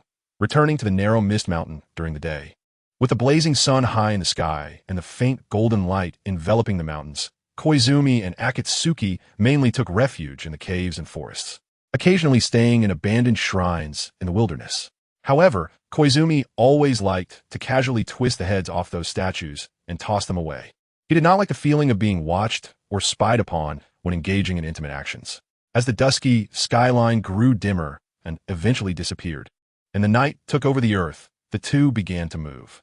They took longer to return to the vicinity of the narrow mist mountain than when they came, enjoying a leisurely conversation about interesting things they had encountered while admiring the scenery along the way. "We're almost there," Koizumi said to Akatsuki, looking at the towering mountain half buried in thick fog ahead. "I know. I came to Narrow Mist Mountain to find you last time." Akatsuki tightened her grip unconsciously. Noticing the tension in her soft hand, Koizumi asked, "What's wrong? You seem a bit nervous." Akatsuki recalled her experience of coming to Narrow Mist Mountain. Ikira Kobain and Hanada Shizuka were fine. One knew Akatsuki, while the other had no deep grievances with the spirits, so it was whatever. But the most important person, her master who raised Koizumi, Zokunji, was extremely resolute. The face behind the fierce Tengu mask was probably filled with deep vigilance and wariness. As soon as Koizumi asked, he realized the reason for Akatsuki's nervousness. He reassured her, "It's okay. My master might eventually side with me." After a pause, Koizumi said in a deep voice, "Moreover, I don't intend to stay at Narrow Mist Mountain. I'm just here to inform my master of this news. I just hope he won't have to take up the sword on the battlefield again. A retired person should just focus on being a mentor." Zokunji might be the most conflicted person in his heart. On one side is the eldest disciple he raised, and on the other is the Demon Slayer Corps, to which he dedicated his life. He is truly in a difficult position, so Koizumi has already thought it through for him. That is to try to keep Master Zokunji from helping either side. He can help train swordsmen for the Demon Slayer Corps, even if those swordsmen may become enemies of Koizumi and Akatsuki in the future. Koizumi does not mind as long as he and the familiar junior brothers and sisters do not attempt to fight him. Only these people, Koizumi cannot bring himself to harm. After all these years, being called the eldest brother was not for nothing. Having spent time together, Koizumi has a good relationship with these juniors and cares for them deeply. Moreover, Koizumi understands his juniors. Even if they become demons, as long as he does not actively attack them, they will not strike against him. At most, they will be caught in confusion and doubt because they have always regarded Koizumi as family and an elder brother. If they were to draw their swords against Koizumi, it would only mean that he had misjudged these juniors, and he would no longer need to hold back. Akatsuki lowered her head and softly said, "The last time I came to Narrow Mist Mountain to inquire about your whereabouts, the experience was not pleasant." Hikage patted her head, his fingers gliding through her silky, jet-black hair, and smiled. "Don't worry, we are already partners, and that will never change." At the foot of the Narumi Mountain, the four of them, Tengaku Kinetaka, Hanatani Shizuka, and Ihei Kabanai, were at their usual training ground. The expressions of the two were somewhat heavy, while the other two showed no obvious emotions. So, because of the relationship with Master Shijuro, the master was taken back to the Demon Slayer Corps headquarters. Tengaku stomped his foot and asked Hanatani Shizuka beside him. Hanatani Shizuka nodded. "Yes, just a few days ago, someone in the Infiltration Corps uniform came over. They said there is a strong possibility that Master Shijuro has turned into a demon, so they asked the master to go to headquarters for investigation." At that time, only Hanatani Shizuka and Ihei Kabanai were at Narumi Mountain, so only they knew about the situation. However, yesterday, Kanataka and Tengaku returned to Narumi Mountain after completing their demon-slaying mission to rest temporarily, and not seeing Sakanji, they asked Hanatani Shizuka about the reason. The others still didn't know about this matter, but when they come back and find the master missing, they will probably ask about it. Kanataka pondered for a moment and suddenly said, "Shizuka, Kabanai, if anyone else asks in the future, and the master hasn't returned yet, let us not reveal the real situation. Just say the master is out on business, and you were not informed of the specifics." "Why?" Hanatani Shizuka asked, a bit dazed. Tengaku lifted her delicate face, looked at the deep night sky, and sighed lightly, "Because it will distract everyone. In this situation, if we go out on a demon-slaying mission again, there is an 80 to 90% chance we won't come back. Whether it's the master or Master Shijuro. Both are extremely important figures to the disciples of Narumi Mountain. If something happens to them, no one can remain calm and rational. For swordsmen, the more unstable the mindset, the more chaotic the breathing becomes, and the situation naturally becomes very dangerous." Although she had only recently become a formal swordsman, Tengaku had already experienced several life-and-death crises and understood how perilous demon-slaying missions could be. Hanatani Shizuka's slightly round face also showed some worry. "It should be fine, right? Master Shijuro is so strong. I heard the master say he even dealt with a string moon, and the master is the former water pillar. Even the leader treats the master with respect, so he definitely won't be in trouble." The silent Ihei Kabanai said quietly, "Not necessarily. I observed Master Shijuro's expression in Asakusa when he agreed to the marriage proposal. Although he seemed flustered, there was a contradictory expression of joy on his face. Having been in a dungeon since childhood, he knows very little about human emotions, but his ability to read people is far superior to that of ordinary people. On that day, in Asakusa, Ihei Kabanai noticed the conflicting feelings Hikage had towards Akatsuki. Hearing Ihei Kabanai's words, Hanatani Shizuka's face showed indignation, and she murmured, "Humph. Master Shijuro must have fallen for her beauty." After saying that, she whispered to herself, "If it were me, I would too." Just seeing her once. Hanatani Shizuka figured she would never forget Akatsuki's appearance in her lifetime. Beautiful things always have a charm that transcends gender.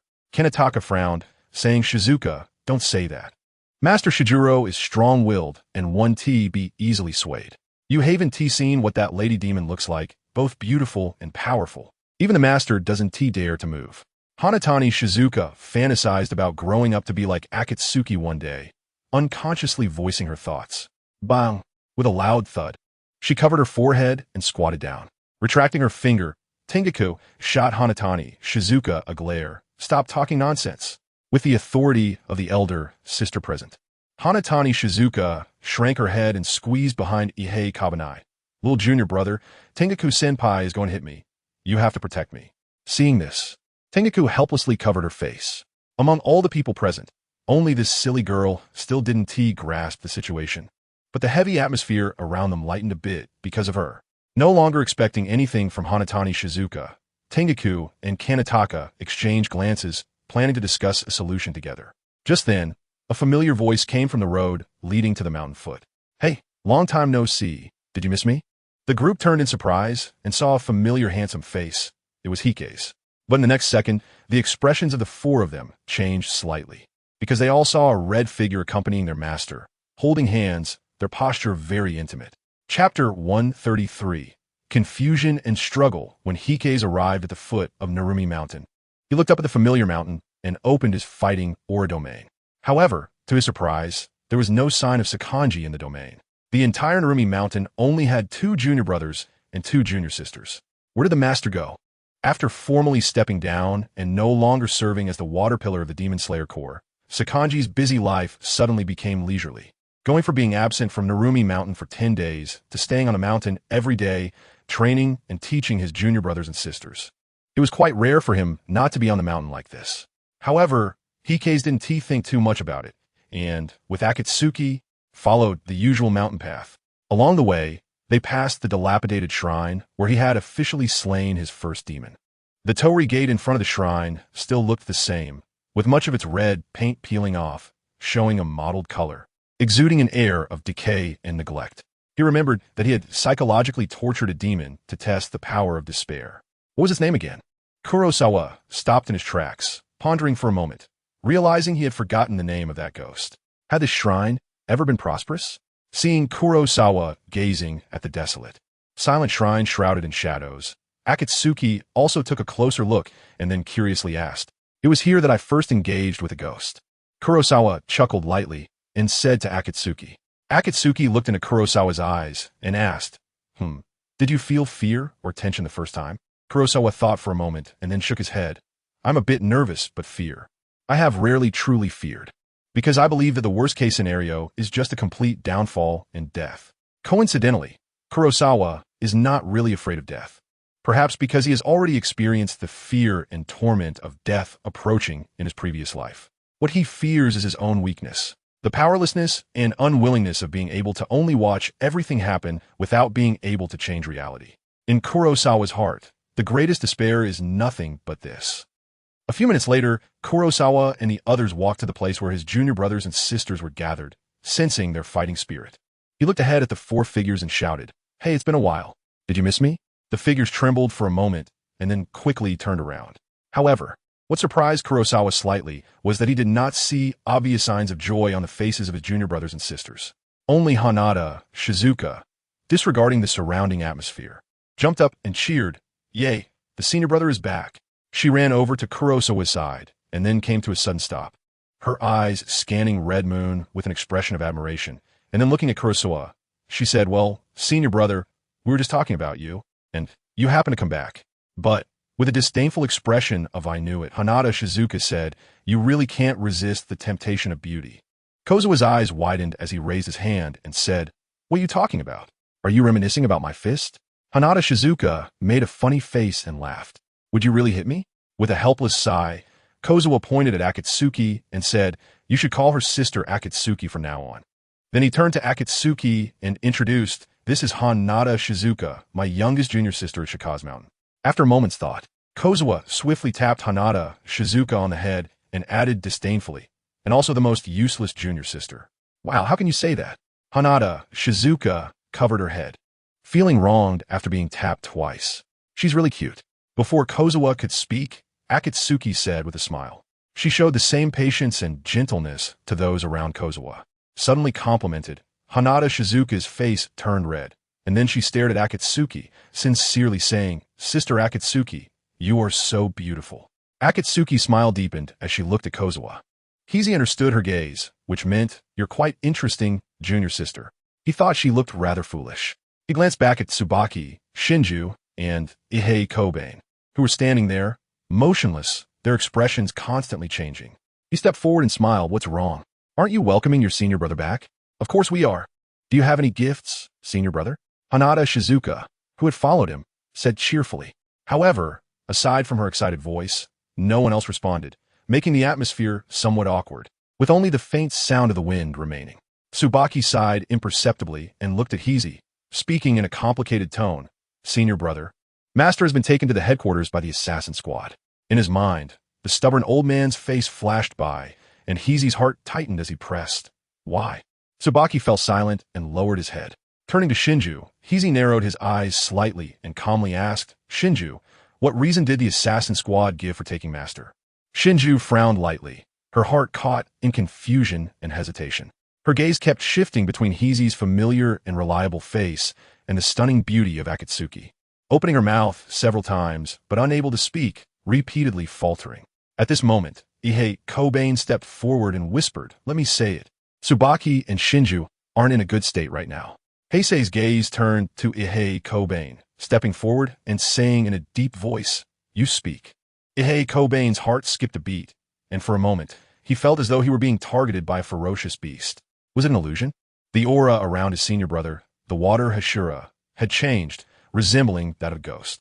Under the scarf wrapped around his face, Ihei Kobain opened his mouth. His voice hoarse, "Senior brother, the headquarters has been investigating you, believing that you have betrayed the Demon Slayer Corps and become a demon. They say you have been acting strangely, and a woman in red claiming to be your wife has killed several mountain guards at Fujisaki Mountain, as well as the flame Hashira, Kayajuro Rengoku." Several gazes turned to the person next to Heisei. The woman in red clearly referred to Akatsuki. Akatsuki opened her red lips, intending to say something, but was stopped by Heisei's hand. He was already aware of this matter. Akatsuki had told him before, in the silent night. Heisei took a deep breath and then looked around. Several junior brothers and sisters were silent. Even Hanada, Shizuka, sensed the unusual atmosphere, standing behind Heisei and staring at her toes. After a while, Heisei said solemnly, "I understand. So what about you? What do you all think? If I tell you that I have indeed become a demon." He didn't need to think too much about the Demon Slayer Corps. He was probably already considered a dangerous enemy. What Heisei cared about were the people of the Narrow Mist Mountain, as well as his master, Shinazugawa Sanemi, who was at the headquarters of the Demon Slayer Corps. As the former water Hashira, his master had fought for the Demon Slayer Corps all his life and was highly respected. Since it was all his doing, it probably wouldn't implicate his master. Heisei thought. On the other side, Kanroji and Takedo exchanged glances, seeing the struggle and confusion in each other's eyes. Hanada Shizuka tugged at Heisei's sleeve, looking up earnestly. "I don't know what is right or wrong. You all think I'm foolish. I only know that you have treated me well, senior brother, so no matter what happens, I will stand by your side." Chapter 134. Each choice Hanada Shizuka had no hatred toward demons, and her thoughts were simple and pure. Although all along, her master and the people around her had been telling her that the Demon Slayer Corps fought against demons to protect humanity and had sacrificed countless lives, standing on the side of justice, and Hanada Shizuka had always laughed and agreed. There was a true thought that she had never shared with anyone else because it seemed somewhat rebellious. That thought was that she didn't care about what justice was. She only cared about who spoke up for her justice. "Senior brother, as long as you don't think about eating me, it's fine. I smell so good. My meat must be delicious. If you get hungry, you have to hold back, or you'll lose your lovely junior sister." Hanada Shizuka giggled and made a funny face again. Upon hearing this, Heisei's expression softened significantly, and he relaxed, laughing. "Don't worry, Shizuka. I'm afraid eating you would make me stupid." He then looked at the other three people he considered his younger siblings, quietly waiting for their responses. Ihei Kobain stepped forward, extending his hand and slowly unwrapping the scarf that was wrapped around his face. Suddenly, a somewhat terrifying face was exposed to the air. Ihei Kobain's face looked similar to that of an ordinary boy in the upper half, but his heterochromatic eyes were too gloomy. However, looking down, one would find ugly scars. On either side of his mouth, there were large scars near his ears, resembling two thick centipedes crawling on his cheeks, winding and twisting. It seemed that his mouth had been cut open with a knife and then sewn with rough threads. I always thought that perhaps I would spend my life in a dungeon, and one day be swallowed by that snake. I have made countless wishes, hoping for an angel to come and take me away. The angel never came, but you did. So, no matter what you are, senior brother, I don't mind. In Heisei Kobane's eyes, no matter how cold Heisei's sun was, its sunlight was always brilliant and worth following. After saying this, he rewrapped the scarf and silently stood aside, no longer speaking, with only the little white snake, Damaru, by his neck flicking its tongue and hissing. Given his character, it was likely that this was Heisei Kobane's last time speaking so much. You saved me from despair. You are someone who remembers kindness. Heisei gently nodded. He then turned his gaze to the remaining two, saying softly, Kenroji, Takedo. I know your situations, so I won't force you, but I want to know your attitudes. The two remained silent, their fists unconsciously clenching, their eyes filled with mixed emotions. Whether it was Kenroji or Takedo, they both originally had complete and happy families. But in an instant, that family was shattered due to a demon attack, making them the only survivors of their respective families. Therefore, unlike Hanada Shizuka and Heisei Kobane, their hatred for demons was even stronger. Among the disciples of Narrow Mist Mountain, the others, regardless of their personalities, had experiences similar to Kenroji and Takedo, basically all having deep-seated grudges against demons. Thus, Heisei wouldn't force them to stand by his side. Senior brother. Kenroji looked up, meeting Heisei's gaze resolutely. I have always held you in high regard, and, in my heart, I have always regarded you as family and an older brother. I can't bring myself to strike you. But to betray the Demon Slayer Corps and choose you, I also can't do it. I witnessed them devouring my parents, and I could only cover my mouth under the bed, not even daring to cry. This hatred, I cannot let go. Next to Kenroji, Takedo's expression darkened, seemingly recalling her similar past. Likewise, she remembered Heisei's thoughtful care. Without Heisei, she couldn't have escaped that painful memory. But now, her beloved senior brother had turned into someone she hated. She bit her teeth and, after a long moment, said word by word, I am the same as Kenroji. The words were short but powerful. Heisei remained silent, with veins faintly visible on the back of his hand. At this moment, Hanatani Shizuka said anxiously, Yado, Zimagu, think about it. What has Big Brother done for us? Even if Big Brother becomes a ghost, so what? He won't hurt us, you. All right, stop talking. Heisei waved his hand to stop Hanatani Shizuka's words. This little junior sister wasn't thinking straight. She hadn't considered that Yado and Zimagu were different from her and wouldn't easily choose to stand by a ghost. Looking at the struggling expressions of these two junior brothers and sisters, Heisei took a deep breath and said seriously, Yado, Zimagu, I had already anticipated your choice, so I won't feel disappointed. On the contrary, I am happy for you. If you could forget your hatred so easily, then you wouldn't be the Yado and Zimagu I know. One day in the future, perhaps you will find yourselves on a battlefield, and then you might meet me. At that time, don't hesitate to strike. Your big brother is still quite strong. Heisei understood their attitude and could accept it. Likewise, he would still regard them as his younger siblings and wouldn't hold back. Heisei knew that these two also couldn't bring themselves to strike at him. In his perception of their emotions, Heisei sensed many fluctuations, confusion, struggle, pain, disbelief, but there was not a trace of hostility, not even a hint. Well, there was some hostility towards Hanyue, but considering the disparity in strength, Hanyue wouldn't mind. All right, let's go. Staying in this narrow misty mountain had no meaning anymore. Heisei turned and walked away, with Hanyue walking alongside him. Hanatani Shizuka and Heisei Kobane exchanged glances, and after seeing Heisei gesture, they quickly followed behind. Big brother.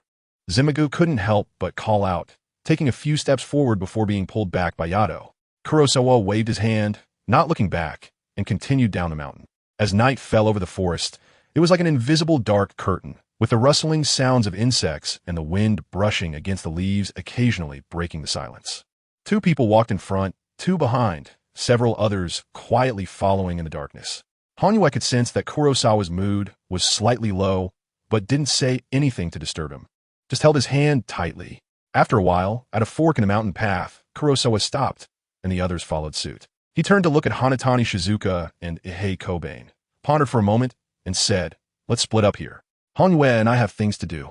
You two go to Asakusa, and I'll join you there shortly. He still needed to go to the Kamadu family to look for traces of the breath of the sun before planning to head to Asakusa. However, Hongwei glanced at Kurosawa and suddenly spoke up. I'll take them to Asakusa. There are many of my subordinates there, and it's too dangerous for them. The demons in Asakusa are mostly elite level, which is like walking into a den of dragons and tigers for a novice swordsman and a trainee swordsman. Haikazuwa thought carefully and indeed felt a bit uneasy. He nodded and said, all right, I'll go to the Zaomin family by myself. If nothing unexpected happens, it shouldn't take long. You all go to Asakusa and wait for me. After a pause, Haikazuwa looked into the crystal-clear eyes of Akatsuki and gently said, although I don't really like formalities, after all, it's a once-in-a-lifetime event. When I return to Asakusa, let's hold a proper wedding. Akatsuki was taken aback, then smiled brightly like a night blooming Sirius, and said, okay, I'll be waiting for you. Chapter 135. Coercion and Temptation after parting ways with Akatsuki and the others. Haikazuwa walked alone on the night road. He looked up at the sky. The waning moon was dim, and the moonlight was barely noticeable. With the deep night enveloping the mountains, only a few strands of starlight spilling down. The Demon Slayer Corps headquarters. Haikazuwa's gaze darkened as he recalled what Kane had once said. A mentor is responsible for the actions of their disciples. If a disciple commits a serious crime against the Demon Slayer Corps, the most common practice for the mentor is to commit suicide as an apology, but perhaps before that, they might first find a way to clean up their own house. Kozawa understands the character of Sakanji Ubuyashiki. He seems cold and fierce, but if it comes to drawing his sword against himself, it would probably be difficult for him to do so. Therefore, caught between the Demon Slayer Corps and himself, Sakanji Ubuyashiki is likely to choose to commit suicide as a way to apologize to the Demon Slayer Corps. After fighting for so many years, he has long since become indifferent to life and death, and is not afraid of death. The actions of the Demon Slayer Corps are swift ahead of me. It's really troublesome. Heisei originally planned to officially sever his master-disciple relationship with Kagura Sakena upon returning to the Misty Mountain, so that whatever he did would no longer be related to him. However, he didn't expect that the Demon Slayer Corps had already brought him back to headquarters. As it stands, there is still a deep connection between Heisei and Kagura Sakena. He needs to find a way to bring his master out. But where is the headquarters of the Demon Slayer Corps? Haihara scratched his head in frustration. He didn't know the location of the Demon Slayer Corps headquarters, or rather, very few people knew where it actually was. The headquarters had always been hidden, and it was said that it would relocate every 10 years or so, never staying in one place for too long. Such a cautious approach allowed the Demon Slayer Corps to survive tenaciously during the terrifying era of demons when they were weak. Only those who reached the rank of Hashira would be officially informed of its location, and others who knew the headquarters' whereabouts were all trusted confidants of the Kamadu family. Swordsmen who had shown loyalty after passing various tests. Clearly, Haihara and the other swordsmen from the Mist Hashira were not among them. Since there was currently no good way to deal with the issue, Haihara didn't dwell on it for long, and instead carefully recalled the location of the Kamadu family. According to the original trajectory, Tanjiro, having learned about Sakanji Urokodaki from Ju Tomioka, managed to find the Mist Hashira soon after, and at that time, Tanjiro was still an ordinary person, moving at a normal pace. Therefore, Haihara speculated that his residence was not far from the Mist Hashira, at most no more than 20 kilometers away. When Haihara was around 14 or 15 years old, he had curiously sought it out. He spent about a week exploring various directions around the Mist Hashira, inquiring about the charcoal cellar in the nearby towns. As the Kamadu family made a living by chopping firewood, making charcoal, and selling it. Eventually, Haihara did manage to find them. Haihara had a good memory. In just a few breaths, he recalled the path from back then. With a stop in his steps, Haihara directly dove into the dense forest beside the mountain road. Afterwards, he leaped onto the branches, swiftly moving among the trees like a streak of black light, his movements agile. Some nearby birds and beasts were startled by the noise. But when they looked up to investigate, they only found slightly trembling branches and a few green leaves spiraling down. Haihara's figure had already vanished into the distance. As the time approached dawn, it was around 4 in the morning. He stops in front of a town, looking around and stroking his chin, a thoughtful expression on his face. It seems there have been quite a few changes, but the general layout hasn't altered. So, the Zaemin family is up on Yuntai Mountain, which is to the right of this town. Yuntai Mountain, the home of the Zaemin family. All the way, Heisei has been rushing along at a breakneck speed, quickly exhausting his stamina, but has allowed him to cover a considerable distance before midnight. arriving near the location of the Zaeman family from his memories.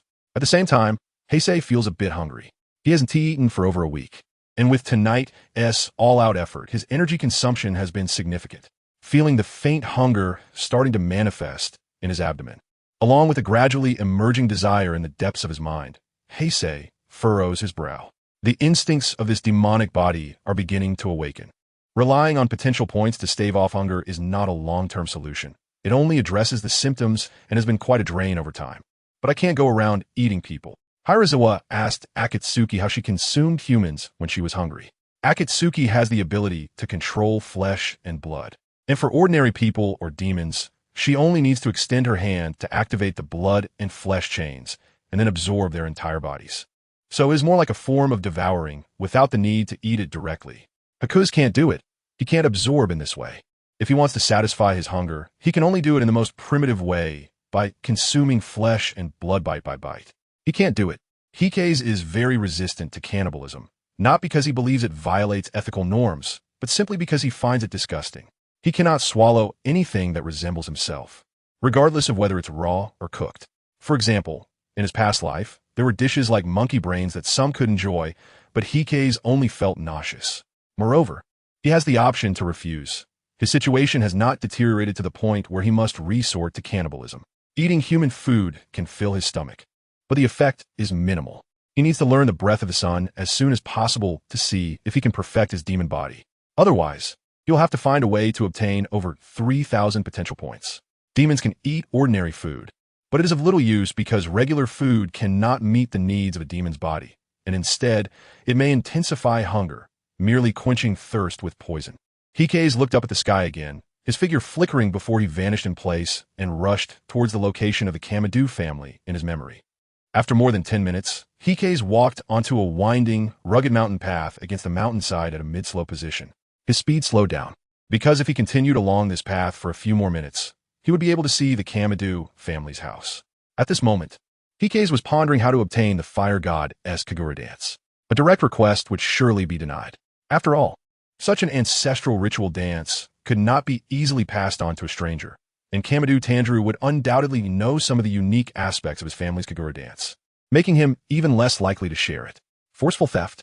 Kamadu Koru had said that the Kamadu family in this world had nothing to do with him. Moreover, since he was no longer around, there was no need to consider his feelings. Heisei walked while pondering, and soon his gaze steadied as he confirmed his basic idea. It was a simple 4-character phrase: coercion and temptation. Chapter 136. The Ghosts of Chi That Cannot Be Perceived. Of course, the Kamadu family was quite innocent, and Heisei had a good impression of Tanjiro and Nezuko, so he wouldn't treat them too harshly, no matter the method, as long as he obtained the desired breathing technique. Heisei planned to teach it to the Kamadu family as a form of feedback after mastering it. Although Muzan Kibutsuji was already dead, the current Demon King was Akatsuki. However, Heisei estimated that if he did not intervene, Akatsuki would still take action against the Kamadu family, and the massacre on a snowy night would repeat itself. Because Kamadu Koro had never revealed her origins to Akatsuki, once Akatsuki learned about the clues to the sun-breathing technique, she would definitely not let the Kamadu family off the hook, and it would be the kind of thorough eradication. Only in front of Heisei would she show a gentle side. Outside, Akatsuki remained a fierce and intimidating presence. The number of people who died at her hands was absolutely countless compared to Heisei. In short, I can't consider it as indirectly helping your family. Therefore, asking for a breathing technique as a reward is reasonable and not excessive.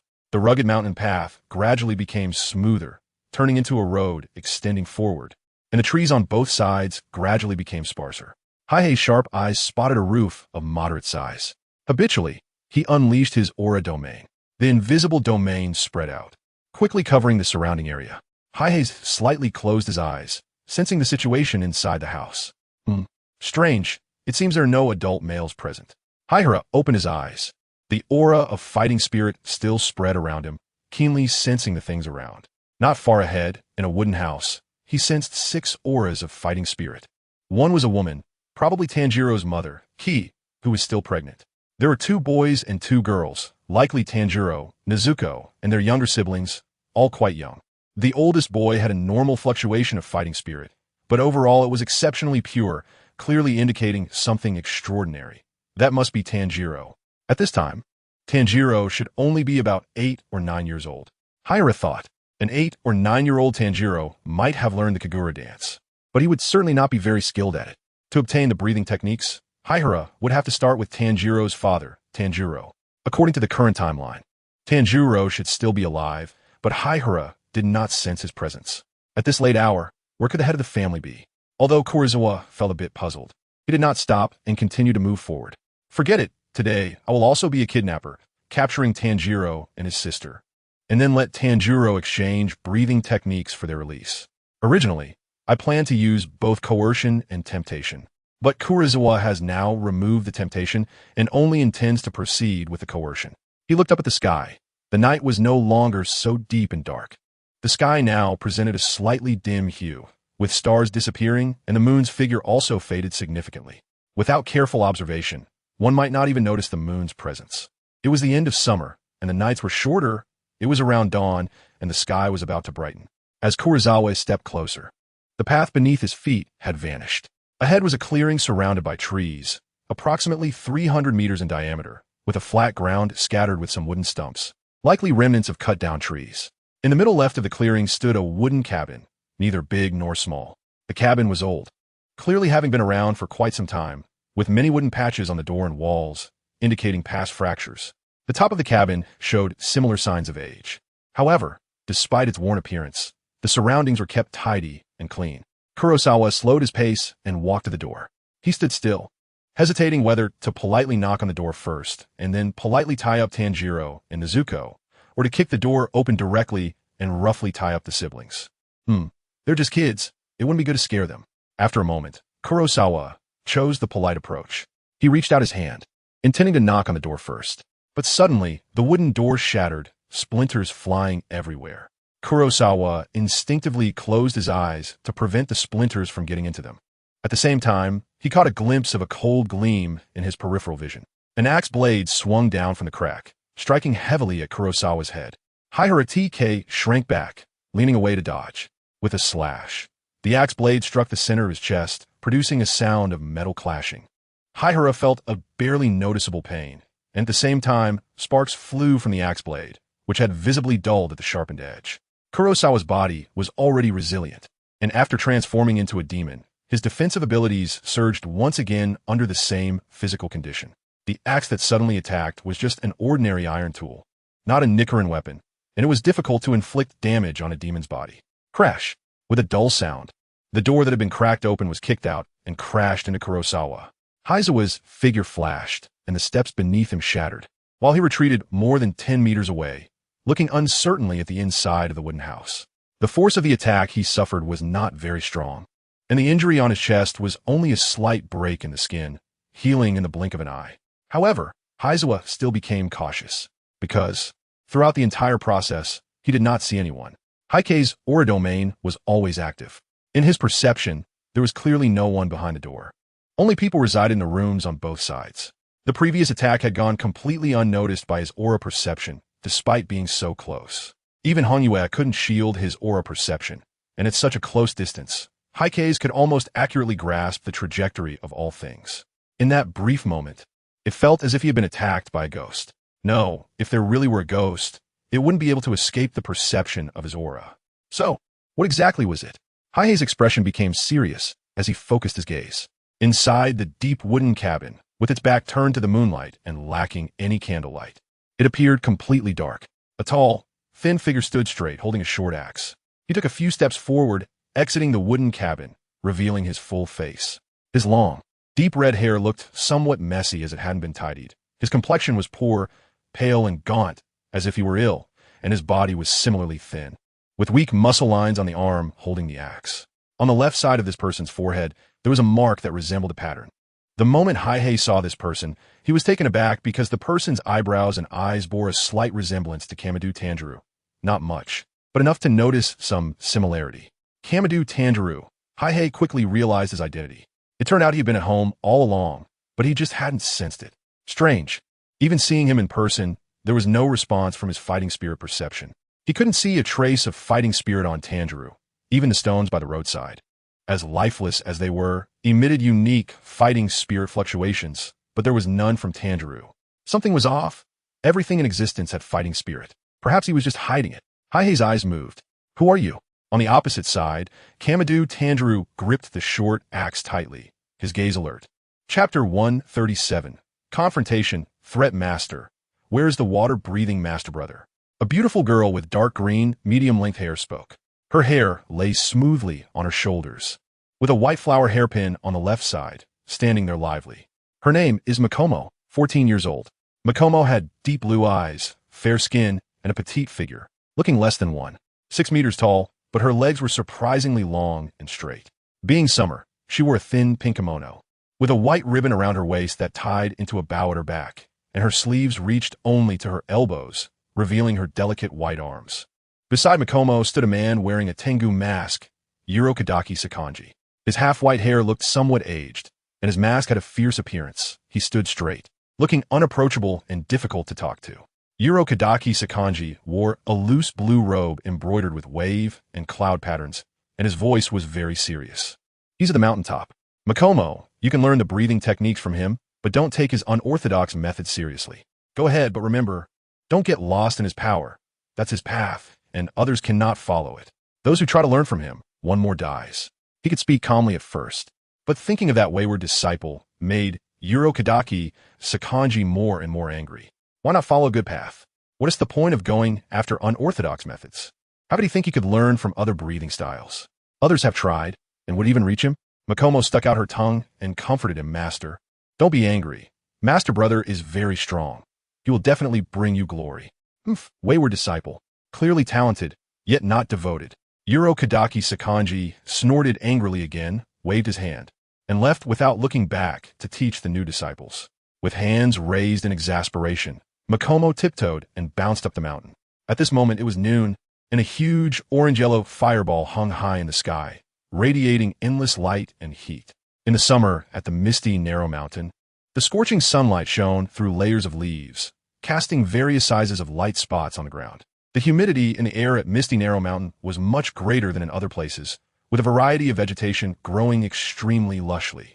Green vines wrapped around thick trunks, and tree roots peeked out of the ground like human meridians. At the foot of Misty Narrow Mountain, where Machino and Kadaki Sakanji were, Master Brother stayed at the mountaintop, his favorite place. Under the sunlight, Machino's petite body raced quickly along the rocky mountain path, or she would leap onto branches and jump around. At her young age, she was more agile than the monkeys in the mountains. Throughout the process, her breathing was rhythmic, steady, long, and thick. Soon, she ran from the foot of the mountain to the mid-slope, where a hazy mist appeared and the path beneath her feet became somewhat unclear. However, she was very familiar with this place, twisting and turning until she found a small road leading directly to the mountaintop, seemingly trampled out by someone. Master Brother walked this path every morning, creating a trail, so impressive. Misty Narrow Mountain was not low, but Machino was also very fast. After about half an hour, she reached the top of the mountain. Misty Narrow Mountain was shrouded in hazy mist year-round above the mid-slope, and even in the blazing summer sun, the mist remained, rendered with a golden hue by sunlight, like clouds mixed with crushed gold, stunningly beautiful. When she reached the mountaintop, all the mist disappeared, and the view opened up, with sunlight shining in a way that could dazzle the heart. The top of the mountain was relatively flat, with dry, cracked brown rocky ground beneath her feet, without a single blade of grass. Nearby, there were many stone balls and stone stumps, each not small, at least half a ton, but most were cracked, covered with deep fist marks, palm prints, and finger holes, surrounded by intersecting cracks. In the center of this area, a young man was shirtless. He was performing a handstand without any support behind him. At that moment, his left hand was behind his back, while his right hand's index and middle fingers were pressed against the ground, supporting his body as he performed one-handed two-finger push-ups. He didn't seem to struggle at all, having done countless reps effortlessly. The muscles in his arms rose and fell rhythmically with his movements, making one's eyes burn with passion. His blue and white patterned haori was casually thrown on the ground, not caring about the dust. Machino bounced over like a little rabbit, crouched beside him, and poked her finger at the young man's chest. So hard, like a stone, I can't even push it. Moreover, it was bigger than her own. Machino quickly looked down at herself, her little face slightly dejected. She wondered if Master Brother had some secret. Otherwise, how could he have such exaggerated pectoral muscles? She raised her head and spoke. Master brother, how come your chest muscles? Before she could finish her sentence, the young man bent his straight arm, and then with a forceful motion, he agilely flipped his body, standing up and casually picking up his clothes from the ground, brushing off the dust and putting them on. Machino also straightened up her body, then exclaimed, "Ah!" It turned out the young man had quickly flicked his finger, like lightning, and tapped her forehead. "Don't be so familiar, and also, you should call me Heisei Master Brother. Kurosawa Dantwiliu, the first disciple of Ryu to Kizakankatsu. He is one of the rare individuals in this world with black hair and black eyes, his hair and pupils as dark as ink. The most distinctive feature of the young man's face is his deep-set eyes, like a bottomless abyss that can easily engulf a person. His facial features are chiseled and defined, exuding a sense of strength and intimidation. Beneath his rugged visage is a tall and sturdy physique. His chest muscles, abdominal muscles, biceps, and triceps are all slightly bulging, showcasing a tantalizingly sculpted musculature. From head to toe, he is filled with a robust, masculine aura. Nearby, Machino appears even smaller and more delicate. From a distance, she looks like a little girl standing beside an adult. After being unable to avoid it and getting knocked on the head, Machino covers her reddened forehead and resolutely states, "I will call you Dantwiliu." The background of this world is reminiscent of Japan during the Taisho era. Kurosawa is the surname, and Dantwiliu is the given name. So calling him Dantwiliu feels more familiar to Machino. However, Kurosawa always feels strange about the name Dantwiliu and never expected to be called Senior Brother Dantwiliu one day. But since no one in this world knows what Senior Brother Dantwiliu means, it doesn't matter. He doesn't feel he is targeting anyone. Chapter 138. An unexpected arrival master. Where is Senior Brother Dantwiliu? I have been trying to master the total concentration breathing technique recently, but I'm not yet proficient and would like to ask Senior Brother for guidance. If you need to teach the other disciples, I won't disturb you. The speaker is a beautiful girl with dark green, medium-length hair, her hair smooth against her shoulders, with a white flower hairpin on the left side, standing lively. Her name is Machino, 14 years old. Machino has deep blue eyes, snow-white skin, and a petite figure that appears to be less than 6 meters tall. But her long legs are surprisingly straight and slender. Since it is summer, she wears a relatively thin pink kimono, with a white ribbon at her waist forming a bow at her back, and her sleeves only reach her elbows, revealing her delicate, fair arms. Beside Machino is a person wearing a Tengu mask, Ryu to Kizakankatsu. His half-white hair looks somewhat aged, and his mask has a fierce appearance. He stands straight, looking unapproachable and difficult to converse with. Ryu to Kizakankatsu wears a loose garment with a water blue base, embroidered with wave cloud patterns, and his voice is very serious. He is at the mountaintop. Machino, you can learn the breathing technique from him, but don't take his unorthodox method seriously. Go ahead, but remember, don't get lost in his power. That is his path, and others cannot follow it. Those who learn from him end up dead, one after another. Originally, he could speak calmly, but thinking of that rebellious disciple made Ryu to Kizakankatsu increasingly angry. Why go down an unorthodox path when there's a good one? Learning other breathing techniques to integrate them together is really not easy. Others have tried long ago, and why would it fall to him? Machino stuck out her tongue and comforted him. Master, don't be angry. Senior Brother is very strong. He will definitely bring you glory. That rebellious disciple. Clearly has talent, but just doesn't put in the effort. Ryu to Kizakankatsu snorted in anger again, waved his hand, turned his back, and left to teach the new disciples. With a helpless gesture, Machino tiptoed and began to bounce up the mountain. It was noon, and a huge orange-yellow fireball hung high in the sky, radiating endless light and heat. In the summer at Narrow Mist Mountain, the scorching and dazzling sunlight filtered through layers of overlapping leaves, casting varying sizes of light spots on the ground. The air humidity in Narrow Mist Mountain is significantly higher than in other places, and various vegetation grows extremely lush, with green vines wrapping around thick trunks and roots faintly visible above the ground like human meridians. At the foot of Narrow Mist Mountain is where Machino and Ryu to Kizakankatsu are currently located, while Senior Brother stays at the mountaintop, his favorite and most frequented place. Under the sunlight, Machino's petite body quickly darts along the rocky mountain path, occasionally leaping onto branches to jump around, her agility exceeding that of monkeys in the mountain despite her young age. Throughout the process, her breathing is rhythmic, steady, prolonged, and rich. Before long, she ran from the foot of the mountain to the mid-slope, where hazy mist appeared before her, and the path beneath her feet became somewhat indistinct. However, she is familiar with this place and zigzagged to find a small path that leads directly to the mountaintop. It seems this path was trampled out by someone. Senior brother diligently walks this path every morning, truly impressive. Narrow Mist Mountain is not low, but Makomo is also very fast. After about half an hour, she reached the mountaintop. Narrow Mist Mountain is perpetually shrouded in hazy mist above its mid-slope. Even during the blazing summer, the mist exists, and under the sunlight, it takes on a golden hue, resembling clouds mixed with broken gold, stunningly beautiful. Upon reaching the mountaintop, all the mist disappears, revealing a clear view, and the sunlight shines in a way that can amaze anyone. The top of the mountain is relatively flat, with a dry, cracked brown rocky surface beneath her feet, devoid of any weeds. Nearby, numerous stone balls and stone stumps are placed, each not small, at least appearing to be half a ton, but most are cracked, covered in deep fist prints, paw marks, and finger holes surrounded by intersecting cracks. In the middle of this area stand a young man with his upper body bare. He is performing a handstand without any support behind him.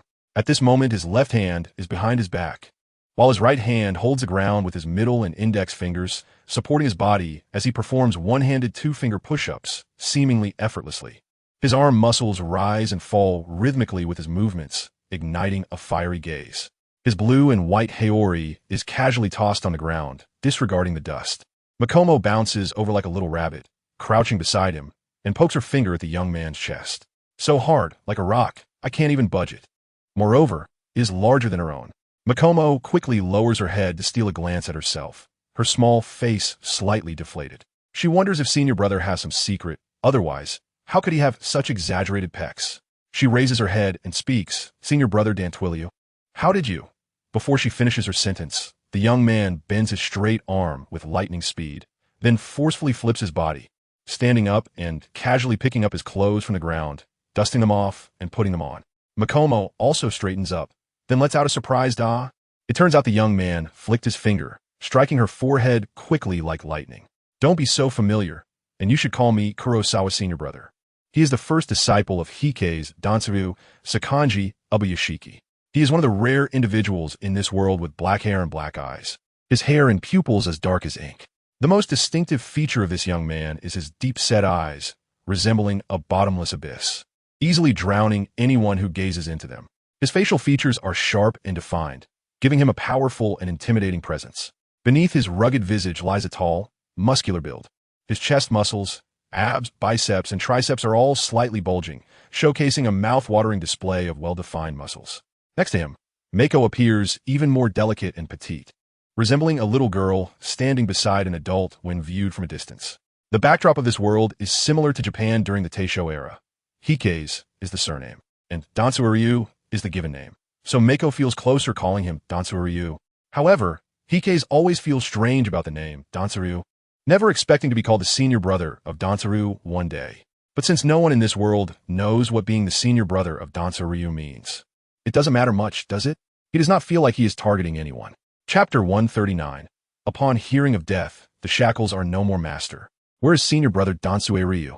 I have been trying to practice total concentration breathing, but I still can't use it skillfully and need to ask him for guidance. If you're teaching the other junior brothers, I won't disturb you.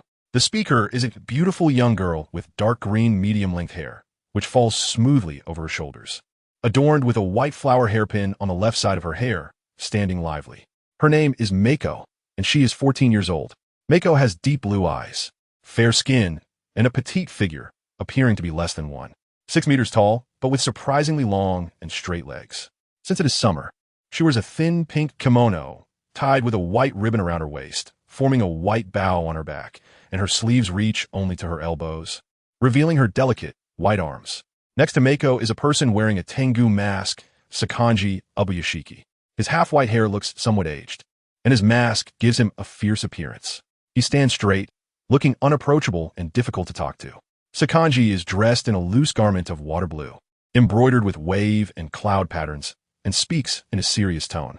At the mountaintop, Mako, you can learn breathing techniques from him, but don't take his unorthodox methods seriously. Go ahead, but remember, don't get lost in his strength. That is his path, and others cannot follow it. He initially spoke calmly, but thinking of that rebellious disciple made Sakanji increasingly angry. Why pursue unorthodox methods when he has a good path? P.S. Trying to learn other breathing techniques to integrate them. Has he not seen that others have already tried? Would he even come to him? Mako stuck out her tongue, comforting him. Master, don't be angry. Senior brother is very strong and will surely bring you glory. Oof, that rebellious disciple. He clearly has talent, but just isn't putting in the effort. Sakanji snorted angrily again, waved his hand, and walked away to teach the new disciples. Mako shrugged in helplessness, tiptoeing and hopping up the mountain. At this time, it was noon, with a large orange-yellow fireball hanging high in the sky, radiating endless light and heat. In the summer at Narrow Mist Mountain, the scorching sunlight penetrates through layers of leaves, creating varying patches of light on the ground. The air humidity in Narrow Mist Mountain is significantly higher than in other places, with various vegetation growing extremely lush and vigorous, green vines wrapping around thick trunks, and tree roots faintly visible above the ground like human meridians. The foothills of Narrow Mist Mountain is where Mako and Sakanji currently stand, while the senior brother stays at the mountaintop, his favorite and most frequented place. Under the sunlight, Mako's petite body quickly runs along the rocky mountain path, or, in a moment of whimsy, leaps onto branches to jump around, nimble as a young monkey. Throughout the process, her breathing is rhythmic, steady, long, and thick. Soon, she reaches the mountain's midsection, where mist appears in front of her, and the path beneath her feet becomes somewhat unclear. However, she is familiar with this place and twists and turns to find a small path that leads directly to the top, seemingly trampled down by someone. Senior brother must work hard every morning to have made this path. So impressive. Narrow Mist Mountain is not low, but Mako is also quite fast. After about half an hour, she reaches the mountaintop. The area above the midsection of Narrow Mist Mountain is shrouded in a hazy mist year-round. Even during the blazing summer, the mist persists, tinted with a golden hue by the sunlight, resembling clouds infused with gold dust, breathtakingly beautiful. Upon reaching the mountaintop, all the mist disappears, and the view opens up, with sunlight shining in a way that is stunning. The top is relatively flat, with cracked brown rocky ground underneath, devoid of any weeds.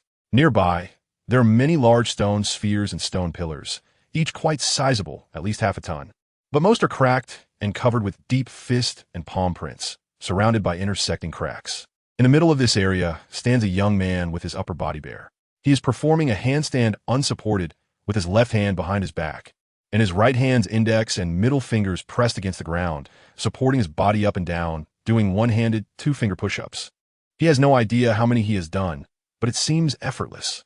The muscles in his arms rise and fall rhythmically with his movements, igniting admiration.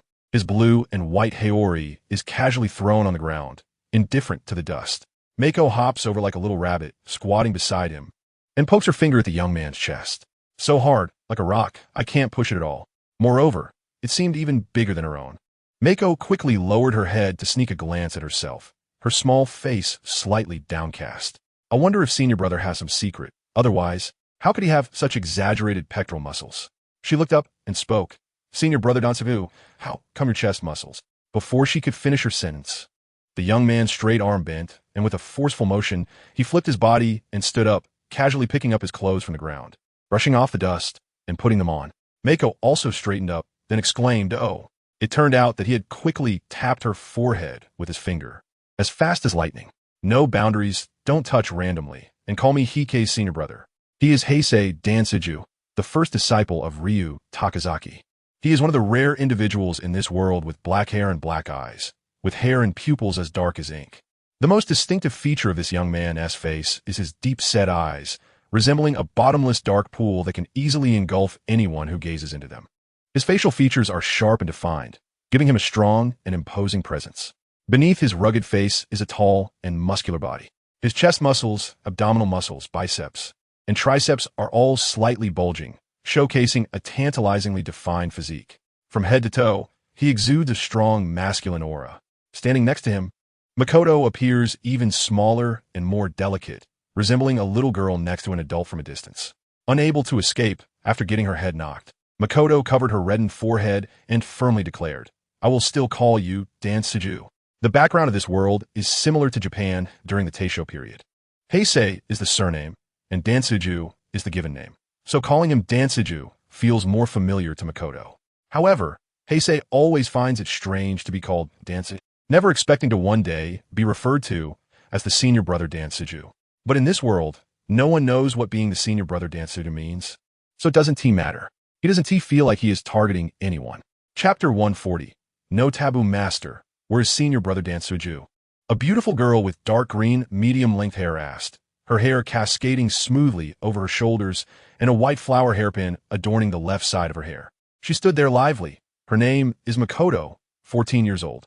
Makoto has deep blue eyes, snow-white skin, and a petite figure, appearing to be less than 1.6 meters tall, but her legs are surprisingly long and straight. Dressed in a thin pink kimono for the summer, with a white ribbon at her waist forming a bow on her back. Her sleeves reach only to her elbows, revealing her delicate white arms. Beside Makoto stand a man wearing a Tengu mask, Ryu Takazaki. His half-white hair looks somewhat aged, and his mask has a fierce expression, standing straight, giving off an unapproachable vibe. Ryu Takazaki wears a loose outfit with a water blue base embroidered with wave cloud patterns. His voice is very serious. He is at the mountaintop. Makoto, you can learn breathing techniques from him, but don't take his crooked path seriously. Go ahead, but remember, don't get lost in his power. That is his path, and others cannot walk it. For every person who tries to learn from him, one dies. He used to be able to speak calmly, but just thinking about that rebellious disciple makes Ryu Takazaki more and more angry. Why not follow a good path instead of practicing some crooked techniques? Learning other breathing methods for integration is not that easy. Others have tried long ago. And would it even fall to him? Makoto stuck out her tongue and comforted him. Master, don't be angry. Senior brother is very strong and will surely bring you glory. Ryu Takazaki coldly huffed again in annoyance, waved his hand, and turned away to teach the new disciples. Expressing her helplessness, Makoto tiptoed and began to bounce up the mountain. It was noon, and a huge orange-yellow fireball hung high in the sky, radiating endless light and heat. In the summer, the air in the narrow mist mountain is much more humid than elsewhere, with various types of vegetation growing extremely lush and vigorous. Green vines wrapping around thick tree trunks, and tree roots faintly visible above the ground like human meridians. At the foot of Narrow Mist Mountain is where Makoto and Ryu Takazaki currently are, while senior brother is at the mountaintop, his favorite and most frequented place. The sunlight shines down as Makoto swiftly runs along the rocky mountain path, sometimes leaping to branches, her agility surpassing that of the monkeys in the mountains. Throughout the process, her breathing is rhythmic, steady, and deep. Soon, she reached the mountain's midsection, where mist appeared, and the path beneath her feet became somewhat unclear. However, she was quite familiar with the area and found a small path that led directly to the mountaintop, likely trampled out by someone. Senior brother has consistently walked this path every morning, truly impressive. Narrow Mist Mountain is not low, but Makoto is also quite fast. After about half an hour, she reached the mountaintop. The mountaintop is perpetually shrouded in mist, even during the scorching summer. The mist exists, and under the sunlight, it takes on a golden hue, resembling clouds mixed with crushed gold, creating a stunning sight. When arriving at the mountaintop, all the mist disappears, revealing a clear view, with sunlight shining in a way that dazzles the heart. The top of the mountain is relatively flat, with dry, cracked brown rocky ground beneath, devoid of any weeds. Nearby, there are numerous stone balls and stone stumps, each sizable, weighing at least half a ton, though most are cracked, covered with deep fist marks, palm prints, and finger holes, surrounded by intersecting cracks. In the middle of this area stands a young man with his upper body bare. He is performing a handstand, unsupported by anything behind him. At that moment, he has his left hand behind his back and his right hand with the index and middle fingers together, pressing against the ground, supporting his body up and down while doing one-handed two-finger push-ups. He has done an unknown number of them with apparent ease. His arm muscles rhythmically rise and fall with his movements, causing onlookers to feel a rush of excitement. His blue and white haori is carelessly thrown on the ground, showing indifference to the dust. Makoto, like a little rabbit, hopped over, squatted beside him, and poked her finger at the young man's chest. So hard, like a rock. I can't even budge it. Moreover, it was bigger than her own. Quickly lowering her head to sneak a glance at herself, her little face showed slight disappointment. She wondered if senior brother had any secret. Otherwise, how could he have such impressive pectoral muscles? She looked up and called out, "Senior brother Dansuju, how come your chest muscles?" Before she could finish her sentence, the young man bent his arm sharply and then forcefully flipped his body, standing up and casually picking up his clothes from the ground, dusting them off and putting them on. Makoto straightened up and exclaimed, "Oh, It turned out the young man had quickly flicked his finger on Makoto's forehead. No manners, don't touch randomly, and you should call me Heisei senior brother. He is the first disciple of Heisei Danzuru Sakin Takanori. He is one of the few in this world with black hair and black eyes, with hair and pupils as dark as ink. The most distinctive feature of the young man's face is his deep-set eyes, resembling a bottomless dark pool that can easily engulf those who gaze into them. His facial features are sharp and well-defined, giving him a robust and powerful appearance that exudes an undeniable presence. Beneath his rugged face lies a tall and sturdy physique. His chest muscles, abdominal muscles, biceps, and triceps all slightly bulge, showcasing a tantalizing display of sculpted muscles in both motion and stillness. From head to toe, he is filled with a strong male pheromone aura. In his presence, the petite and delicate Makoto appears even smaller, almost like a little girl standing beside an adult. Unable to avoid it, after getting a tap on the head, Makoto covers her reddened forehead and firmly declares, "I will call you Danzuru." The background of this world is similar to Japan during the Taisho era. Heisei Danzuru, with Heisei as the surname and Danzuru as the given name, makes it feel more familiar for Makoto to call him Danzuru. However, Heisei always feels strange about being referred to as Danzuru, never expecting that one day he would be called the senior brother of Danzuru. But since no one in this world knows what being the senior brother of Danzuru means, it doesn't matter. He doesn't feel he is targeting anyone. Chapter 141. Come celebrate with me. Asakusa didn't rush to leave, but instead tried to replicate the breathing technique again. However, the searing pain returned, and he could only frown and give up on the idea. Then, he looked deeply at Tanjiro Kamado and said seriously, "My promise remains unchanged. After a while, I will come back to teach your eldest son the correct way to use the breathing technique." This statement did not bring joy to Tanjiro Kamado. Instead, he felt a strong sense of threat and malice. If possible, he didn't want to see Asakusa a second time. So, Tanjiro Kamado sighed and said, "Don't worry. I didn't fabricate anything. The breathing technique I gave you is all genuine." Kurosawa smiled faintly and said meaningfully, "I, Kurosawa, have always been a man of my word. You gave me breathing techniques, so I won't be stingy with a bit of return."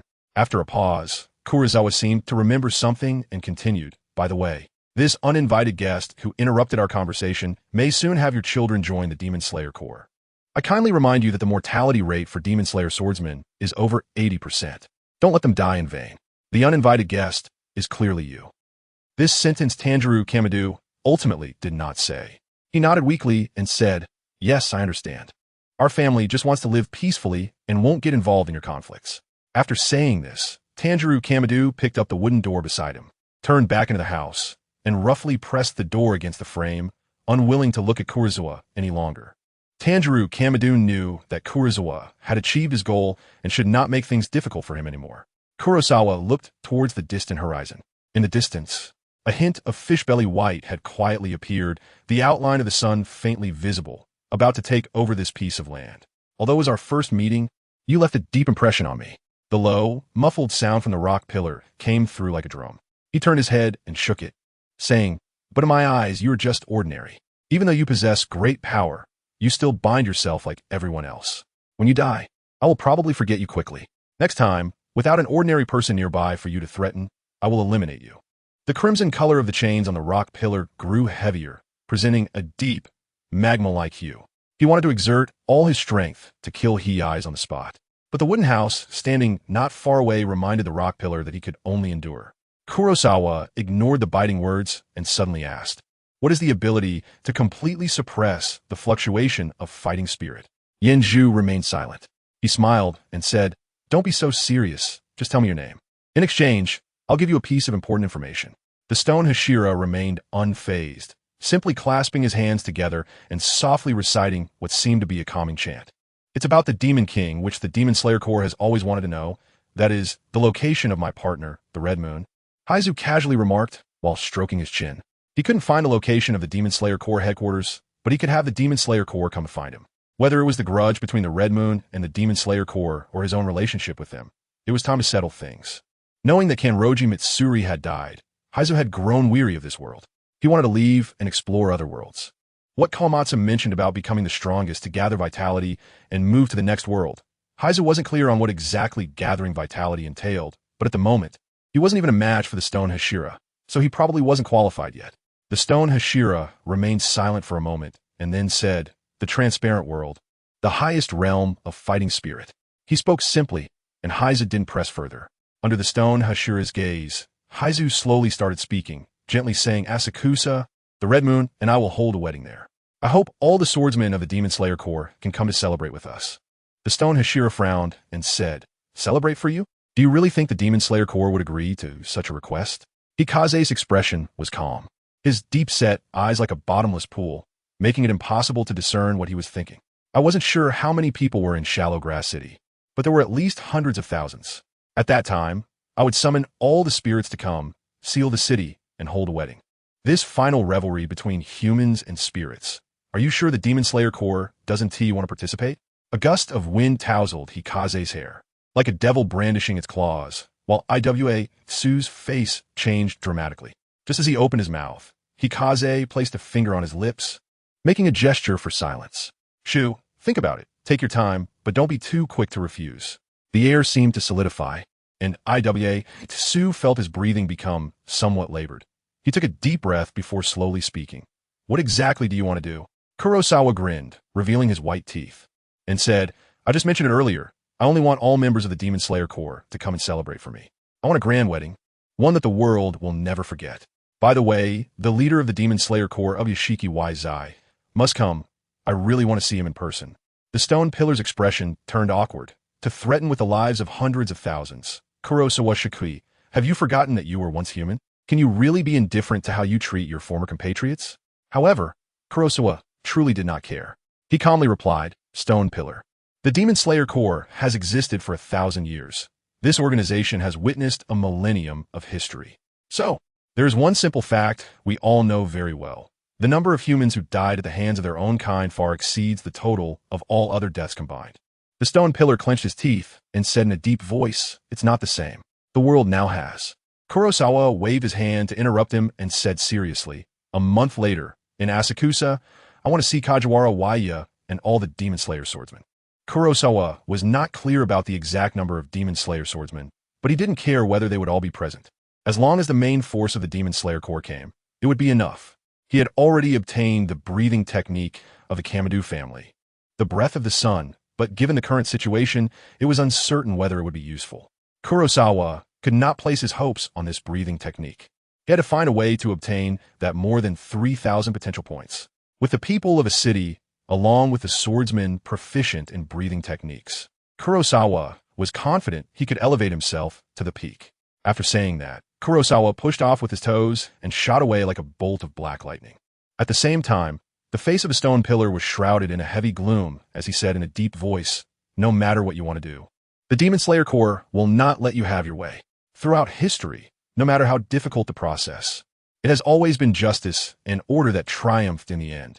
Not far away, Kurosawa's voice became faint as it was carried by the wind. Once I achieve victory, I will naturally represent justice." Chapter 142. Thoughts on the power of genocide during the day. Kurosawa was hidden in the shadows of a dense forest. The sunlight today was not strong, and the patches of light filtering through the gaps in the branches and leaves appeared dim, lacking the brightness of previous days. Next to an ancient tree, whose roots were entwined with some green vines and whose surface was covered with many green mosses, Kurosawa leaned against its stout trunk, chewing on a piece of wild grass he had casually plucked from somewhere. His lips moved gently as he chewed, and a faint bitter taste of grass and what came from his taste buds. He looked towards Asakusa, silently operating the breathing technique of the Kamadu family, who, in an instant, a piercing pain surged from where the breath flowed, as if sunlight was burning his heart veins. It must be the breath of the sun, otherwise, such a painful sensation would not arise. Hakuza has made many attempts since obtaining the breathing technique, but the results have always been the same. Excruciating pain, unbearable pain, still unbearable pain. However, compared to real sunlight, the aura produced by the sun breathing only causes him discomfort. The actual damage is not severe, allowing for easy regeneration and not hindering his regenerative abilities. Although the training is painful, there's a high probability that he will succeed in mastering it. The pain has already begun to diminish slightly. Kurosawa slightly closed his eyes, biting off the wild grass in his mouth and spitting it out. As he attempted more times, the pain brought by the sun's breath was gradually diminishing, almost imperceptibly. Heisei could feel his demon body adapting to the sun breathing, and he estimated that the hardest part was just the beginning. It would become easier as he progressed. Gaining the sun breathing would allow his demon body to reach a state of perfection, which seemed not to be a mere fantasy. While practicing the sun breathing, Heisei felt the change in his breath, becoming scorching, vibrant, and full of vitality, a sensation akin to the blazing sun hanging high in the sky, nurturing all things. After mastering the sun breathing, he might still be unable to withstand any harm under the sunlight for a while. However, as the sun breathing gradually approached perfection and reached a stable stage, the continuous flow of this energy within his body would eventually allow his demon body to fully adapt to the damage caused by sunlight. Hanyue did not possess the sun breathing, but she had tried it.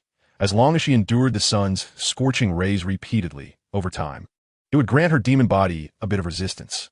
Perhaps after thousands or even tens of thousands of years, she could achieve complete immunity. In this way, through repeated destruction and rebirth, the demon body could also reach a state of great perfection.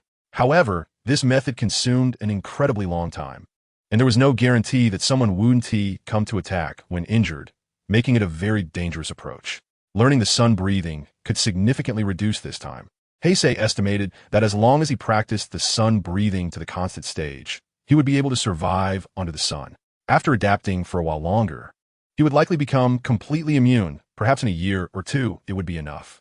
Enduring the excruciating burning pain within his body, Heisei's face would occasionally show bulging veins, which then gradually subsided. When the sun breathing finally completed a cycle and the energy flowed through his entire body, Heisei abruptly opened his eyes and let out a long, scorching breath. This breath blew onto a green leaf that had just fallen, instantly leaving some charred marks on its surface. The regeneration ability of the immortal demon body was activated, and the remaining injuries in his body were healed within seconds. At the same time, his hunger reached an extreme level, with green light seemingly emanating from his eyes. Without hesitation, Heisei focused his mind, and his potential value suddenly dropped by more than 10 points, eliminating the side effects of the immortal demon body, and a feeling of emptiness disappeared, making Heisei's body once again full of strength. Next, Heisei shifted his peripheral vision to his attribute panel and looked at the skill symbols. The symbols unfolded, revealing the skills he currently mastered. Immortal Demon Body Water Breathing, 5th Stage, Water Sword Style, 5th Stage, Crimson Eye of the Other Shore, 1st Stage, Sun Breathing, 1st Stage. In addition to the original skills, there was now an additional 1st Stage Sun Breathing. The Water Sword Style had advanced to the 5th Stage after comprehending its profundities, saving Heisei a considerable amount of potential value. While the Immortal Demon Body did not have obvious stage classifications, likely because the flawed Immortal Demon Body was the norm. At this moment, Heisei focused on the Immortal Demon Body and found that the potential value needed to be immune to sunlight had decreased slightly. Although it was just a few points, it truly meant that practicing sun breathing was an effective method. Well, regardless of whether he could ultimately rely on sun breathing to become immune to sunlight, it would at least reduce some potential value consumption. A satisfied smile appeared on Heisei's face. At the same time, Heisei glanced at the dark symbol at the very bottom of the gray-white panel, which had remained silent. Power of genocide. It had always been at 0, and from its emergence until now, there had been no changes. Kurosawa lightly tapped his fingers in a rhythmic manner, his expression thoughtful. How can one obtain such a power of genocide? What does it represent? Do beasts like lions and tigers count? Kurosawa asked Gray-White. Gray-White silently provided an answer, indicating that only intelligent beings can form a true sense of a race. In the world of Demon Slayer, the two most obvious intelligent beings are humans and demons. To exterminate humanity with Kurosawa's current power is simply a pipe dream. Should he ask the Red Moon for help to transform a large number of demons? Heisei shook his head, dismissing the thought. Hanyue had told him that demons can transform other demons, but it fundamentally relies on the trace of bloodline she provides. However, Hanyue's bloodline is limited. If she gives too much, it will weaken her own abilities. Even if she were to turn all her blood into demon entities, it would likely not exceed a mere 10,000. In comparison, humanity's presence is widespread, and demons are just a drop in the ocean within human society. The number of humans who naturally die each day is likely many times greater than those who perish at the hands of demons. So, should we try to exterminate the demons?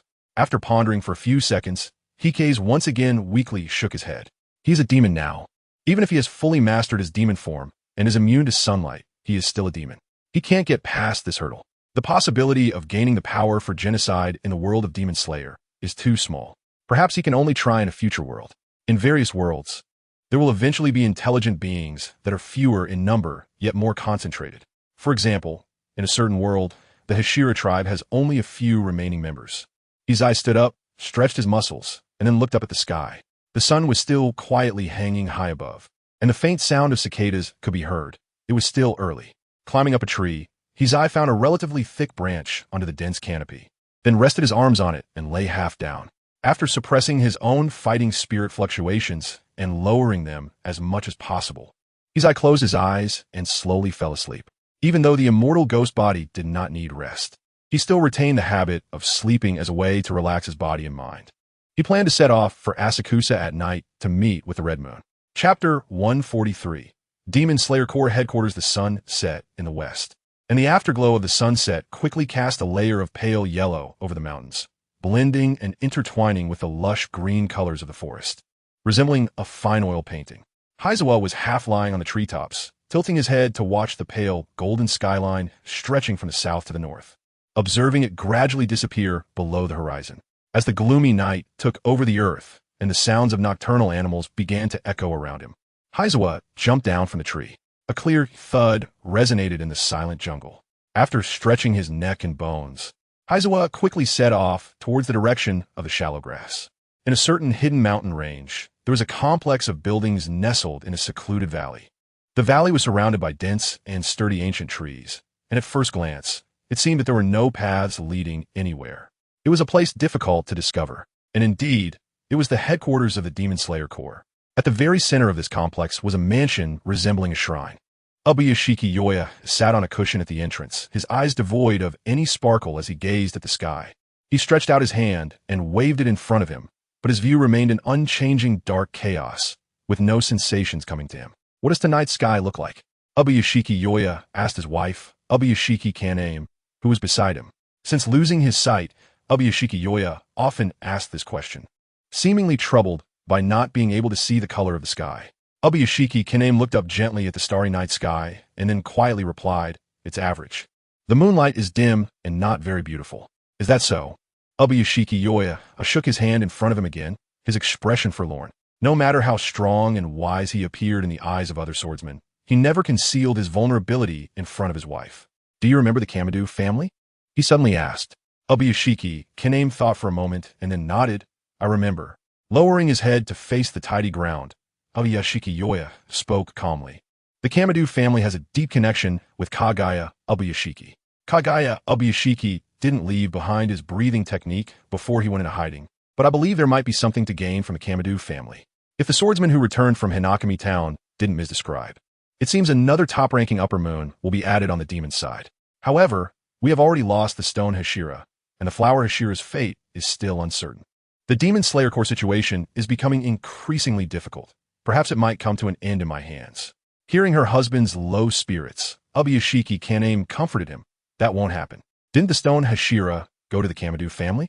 If he can bring back the Hinakami breathing technique, it might change the situation." Ubuyashiki Yoya thought for a moment and then said, calculating the time, "The stone Hashira should be back from his mission soon." After saying this, he closed his eyes, unable to see anything, and quietly waited with Ubuyashiki Kaname by his side. Sure enough, about an hour later, the unique steady footsteps of the stone Hashira reached Ubuyashiki Yoya's ears. "My lord." The stone Hashira's voice sounded somewhat weary, causing Ubuyashiki Yoya's heart to sink. He paused and then chuckled softly. "Gyumi-ai, how did it go? Did you gain anything?" Across from him, the stone Hashira's tall and sturdy figure, over 2 meters tall, blocked out the moonlight, casting a large shadow on the ground of the courtyard. He remained silent for a moment before saying, "He refused to tell me the breathing technique." The stone Hashira's visit to the Kamadu family was not a coincidence. His purpose was also to seek the Hinakami breathing technique. For the past few days, the stone Hashira had perfected his stone breathing technique and wanted to reverse engineer the Hinakami breathing technique from it. Wind, flame, thunder, water, stone, these 5 major breathing techniques all derive from the Hinakami breathing technique. In theory, with sufficient talent, one should be able to deduce the true Hinakami breathing technique. But the stone Hashira couldn't do it. In the supreme realm of fighting spirit, where he could perceive the world, he practiced as if aided by divine intervention, frequently breaking through. However, when it came to Hinakami, although there were flashes of inspiration, he still couldn't successfully deduce the Hinakami breathing technique due to his own limitations. However, his long hours of hard work were not in vain. The stone Hashira conceived an alternative breathing technique. This breathing technique could not unleash the body's potential. It had only one function: to allow the user to master the Nichiren blade against demons. He named it the blade breathing technique, a special breathing method that could turn weapons into a breathing technique against demons. To obtain the Hinakami breathing technique, the stone Hashira followed Ubuyashiki Yoya's guidance and went to the Kamadu family in Yamakiri Mountain, where he encountered Heizawa. If Heizawa knew the whole story, it would be hard for him not to think that there was divine will at work behind this. At that time, the sky was already beginning to brighten.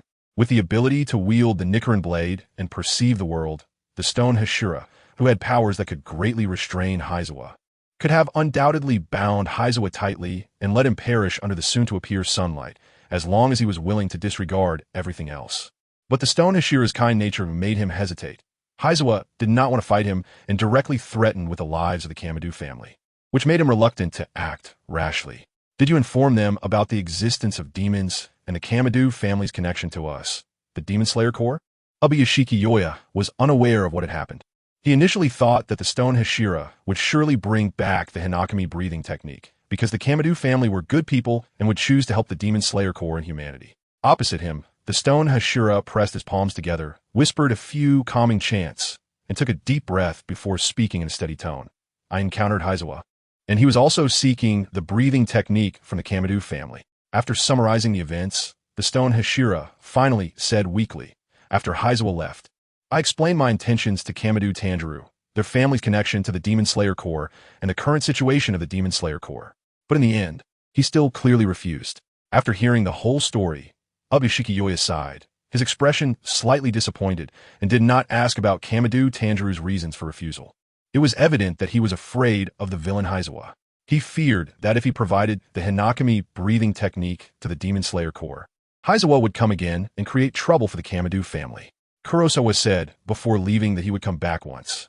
But Tanjiro Kamadu did not think that was truly a return.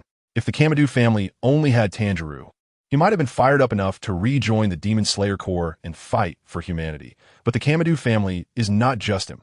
He has family to consider. Giving the breath of the sun to the Demon Slayer Corps would once again drag his entire family into conflict.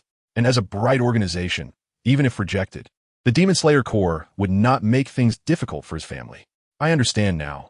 His actions are justifiable, said Ubuyashiki Yoya. He understood Tanjiro's actions, but still felt an inexplicable sense of sadness in his heart. Chapter 144. Encounter in battle looking at the slightly downcast Lord. The stone Hashira fell silent for a moment and slowly said, there's one more thing. All bad news. He was unsure how to begin. Sensing something was off, Ubuyashiki Yoya lowered his head, ran his fingers through his hair, and then said, speak. The stone Hashira reported truthfully. Kurosawa Damatsuri is threatening the lives of all residents of Asakusa, saying he wants all the swordsmen of the Demon Slayer Corps to attend his wedding. After pausing for a moment, he gritted his teeth and continued. He also wants you, Lord Ubuyashiki, to go personally.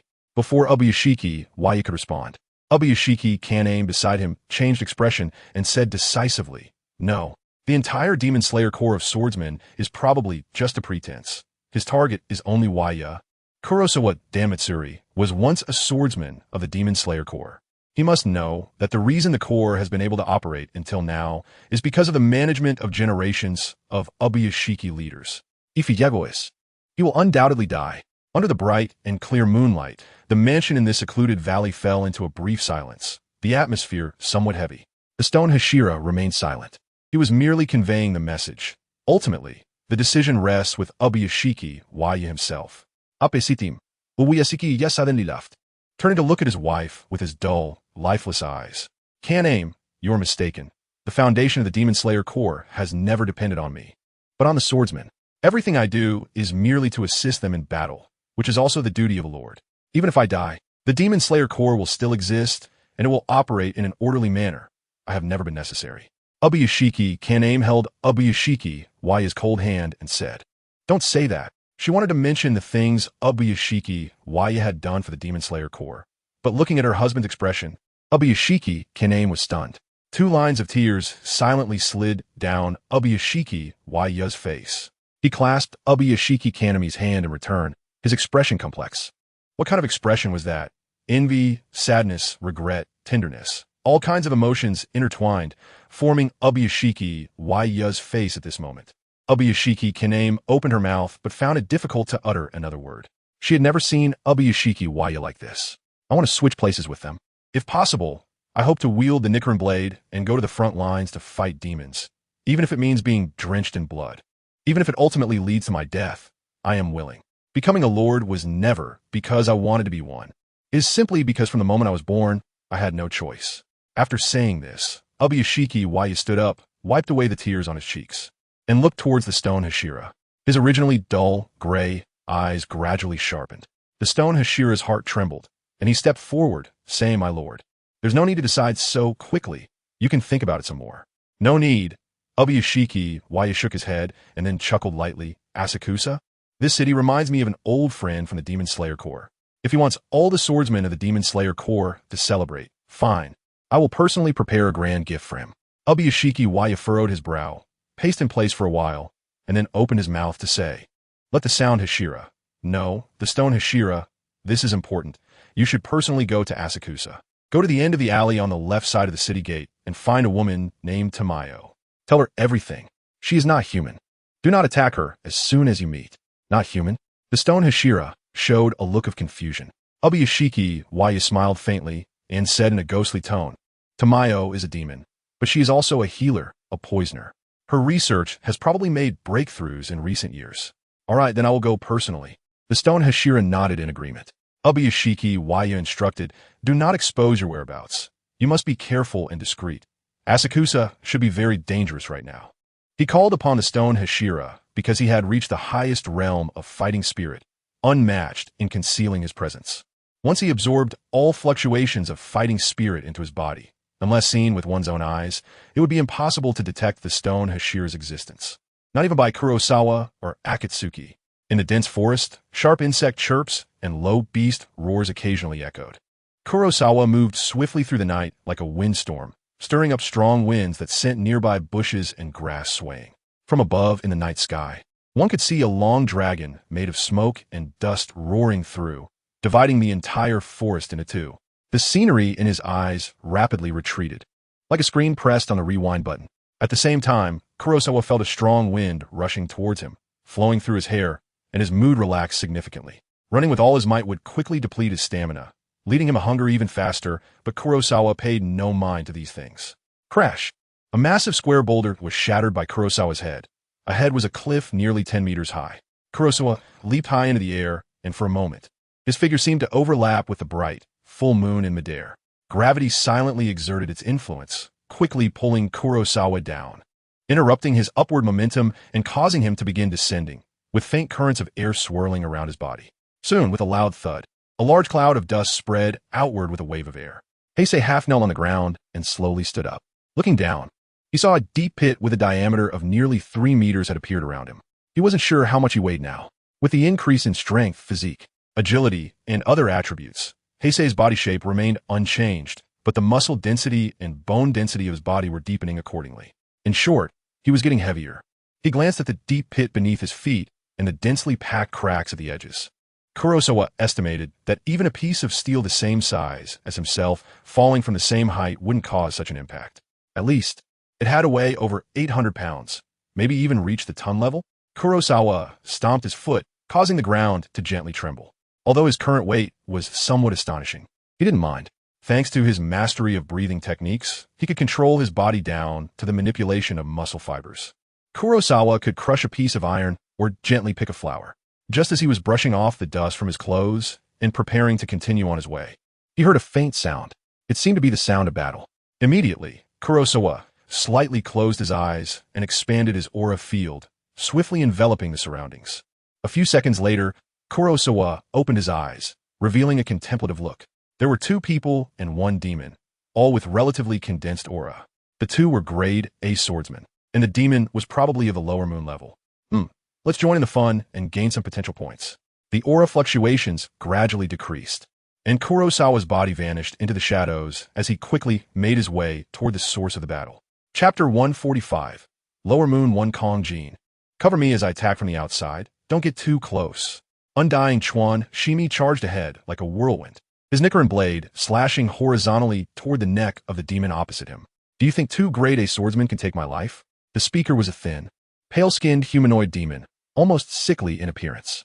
His eyes shifted, revealing that the right eye bore the inscription of Lower Moon, while the left had one. The Crescent Moon Demon, head of the Lower Moons, Hachikatsu Ryo. Countless swordsmen have died at my hands. Grade A? Just a couple of harmless toys. Faced with the siege of two grade A swordsmen, most demons would meet their demise, but only the Crescent Moon Demon could confidently say such words. Hachikatsu Ryo extended his hand, causing the air around him to ripple. Two mirror-like blood demon technique constructs appeared, reflecting the scenery within. One faced Undying Chuan Shimi, while the other faced Kong Jin, who was searching for a weakness and waiting for an opportunity. Upon seeing this, Undying Chuan Shimi's pupils constricted. In the suddenly materialized mirror, he saw his own figure mimicking his actions, one hand wielding the Nichiren blade in a fierce horizontal slash, already nearing the mirror's edge, seemingly about to break through. Breathe. Focus entirely. Two streams of breath erupted from Undying Chuan Shimi's mouth and nose, his muscles bulging as whirlwinds lifted from his feet, propelling him forward at high speed. Wind breathing. First form, dust whirlwind. The sharp blade light seemed ready to cut through the moonlight, and before the Nichiren blade arrived, fine wind blades shot out, heading towards Hachikatsu Ryo to envelop and slice him. Clang, clang, clang. A series of metallic sounds echoed as blades clashed. Undying Chuan Shimi's steps halted, blocked, his expression fierce as he glared at the figure before him. Hachikatsu Ryo, however, moved nimbly, skillfully dodging the fine wind blade strikes. The wind blades landed on the ground, leaving behind a dense array of knife marks. Isn't it interesting to fight against yourself?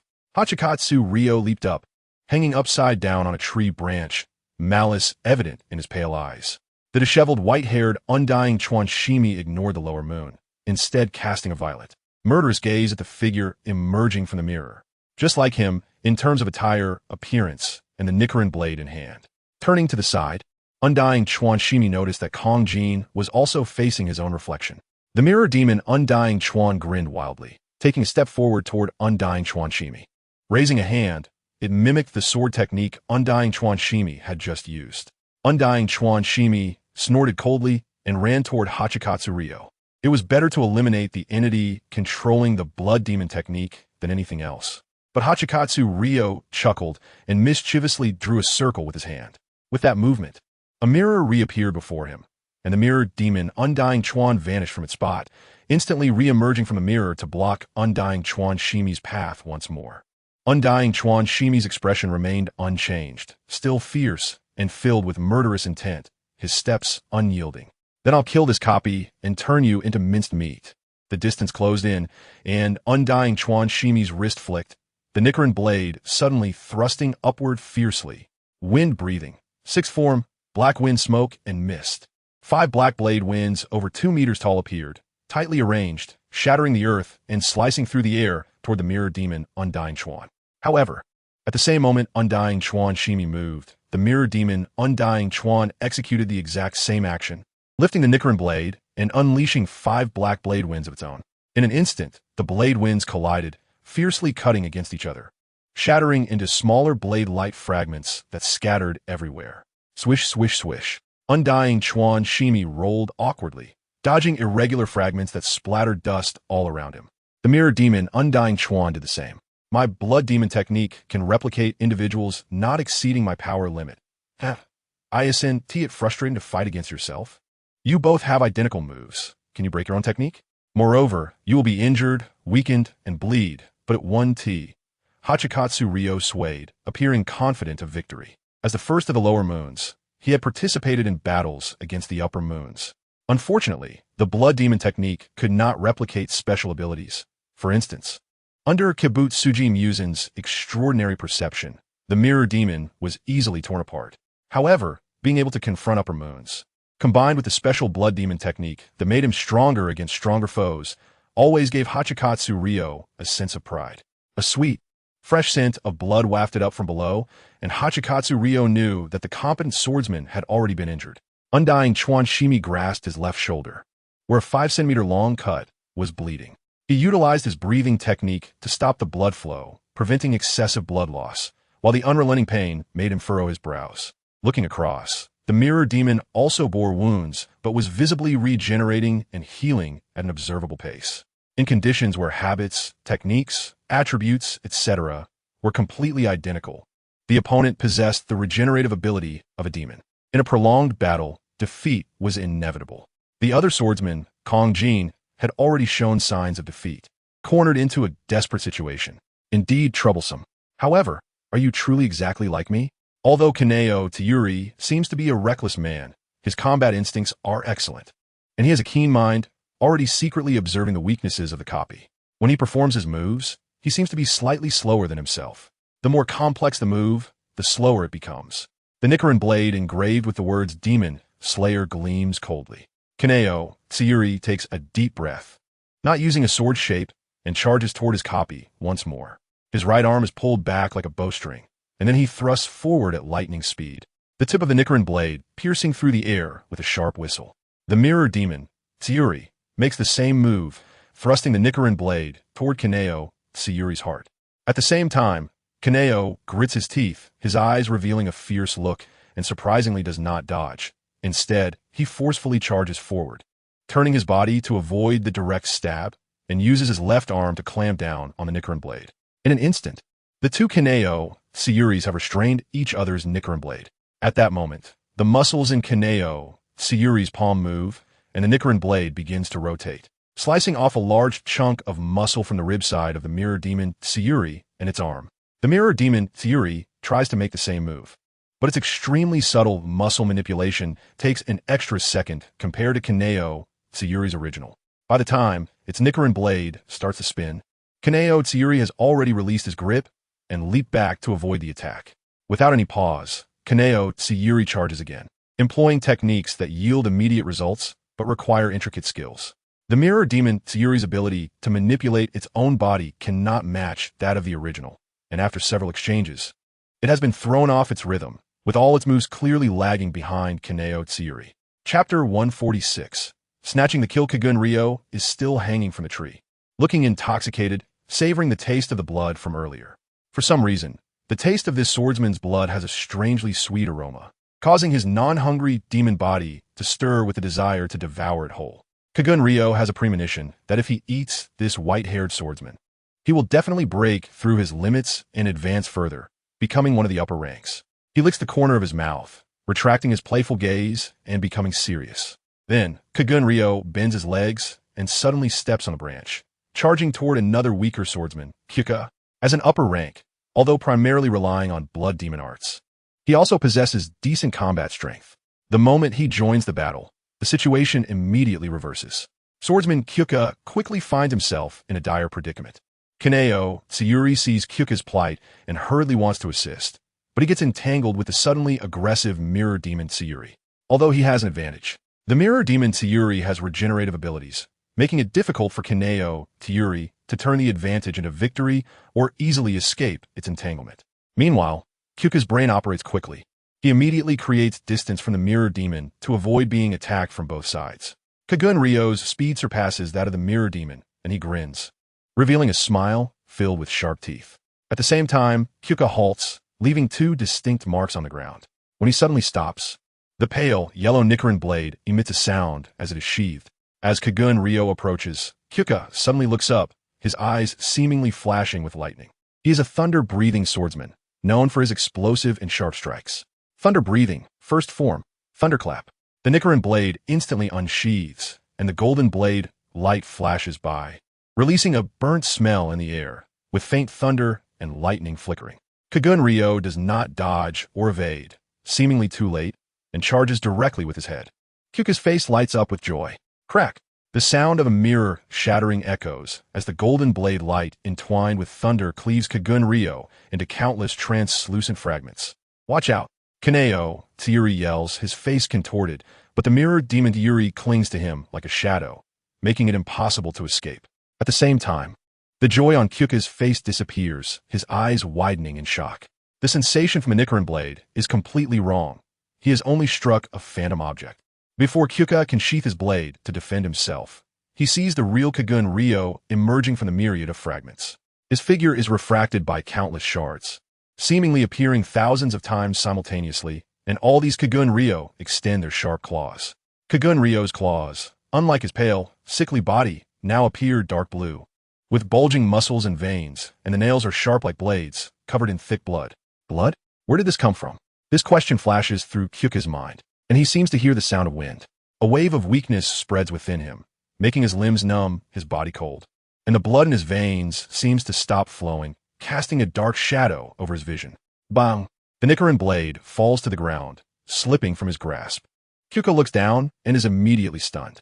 It turns out there is a large hole in his chest. Kagun Ryo grins, fully opening his dark blue palm, and a blood-soaked heart is prominently held within. You're much weaker than your companion, both in vigilance and strength. Even the taste of this blood is inferior. Let's just consider it an appetizer. He reaches out to grab the heart, then tilts his head back, his mouth opening impossibly wide like a snake's jaws. Releasing his grip, the entire heart falls into his mouth. Actually not bad. Kagun Ryo squints his eyes in satisfaction, chewing vigorously, bloodstains left at the corners of his mouth. Kaneo Tsuyuri's eyes widen in fury. Suddenly, a rustling sound comes, like leisurely footsteps. Kagun Ryo cautiously turns to look. Roar! A wave of blade light, covering a radius of several meters, bursts forth like a tidal wave, uprooting and shredding all the trees in its path, then heavily sweeping toward him. Akin to the monstrous waves of a stormy sea that can destroy ships.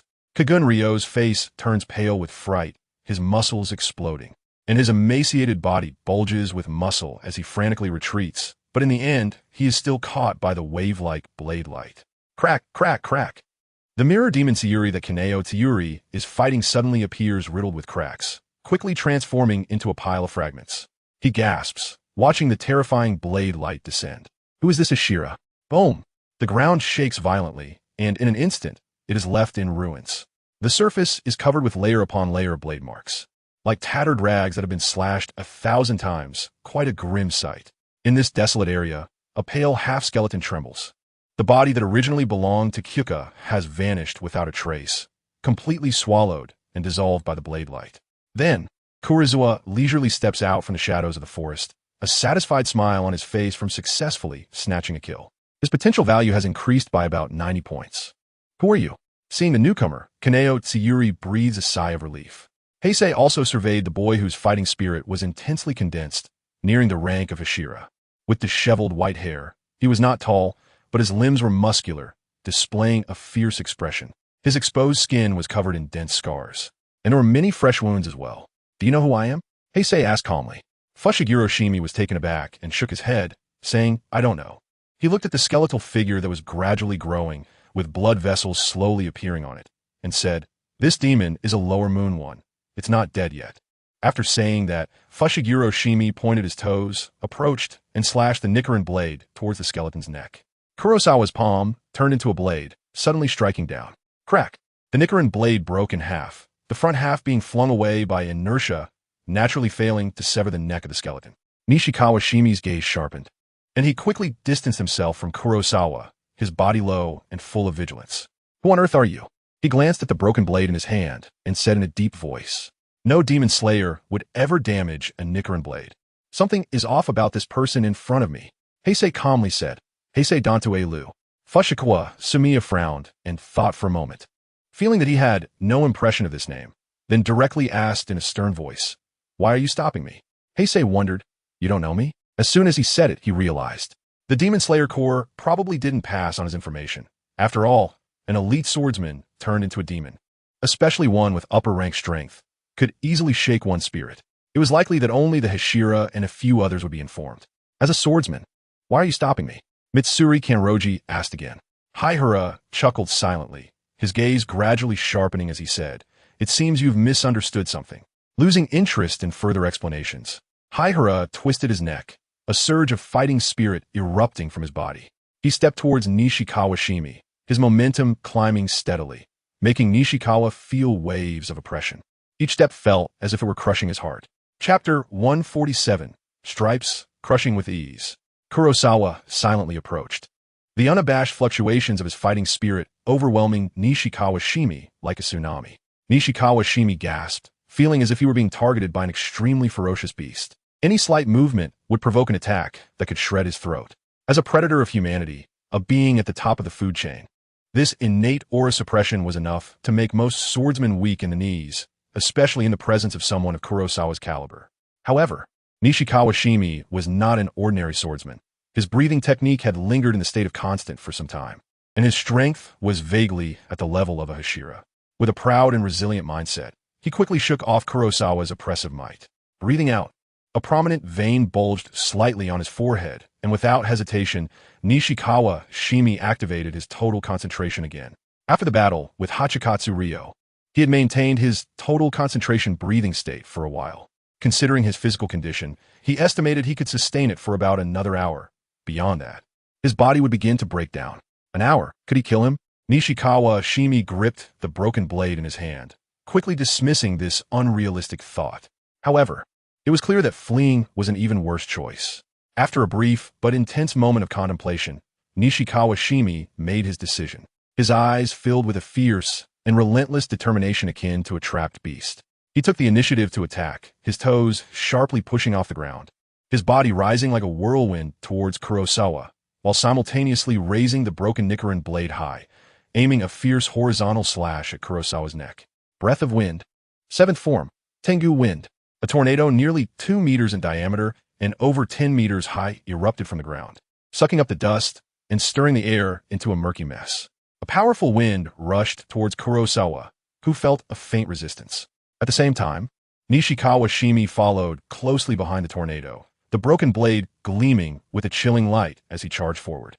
This swordsman's attacking style was exceptionally fierce and sharp, sacrificing a degree of defense to focus entirely on offense. Faced with the immense power of a Hashira-level sword technique, Kurosawa did not want to take it head-on. Otherwise, his body would sustain severe damage, and the stamina required for regeneration would ultimately deplete his precious potential. Thus, Kurosawa dropped his arm, slightly tilting the blade of the Asahi, pointing the tip to the ground. Breath of water. Eighth form. Waterfall basin. The Asahi surged upward, and a rapidly extending crack suddenly opened in the ground, while a waterfall-like blade light surged up through the crack, forming a pitch-black curtain that slashed towards Nishikawa Shimi. Boom! The hurricane-like blade light collided with the heavy waterfall, creating waves of air that shook nearby trees, causing their branches and leaves to tremble and their crowns to tilt. Both were powerful sword techniques. But thanks to Kurosawa's deeper understanding of swordsmanship, his attack overpowered Nishikawa Shimi's.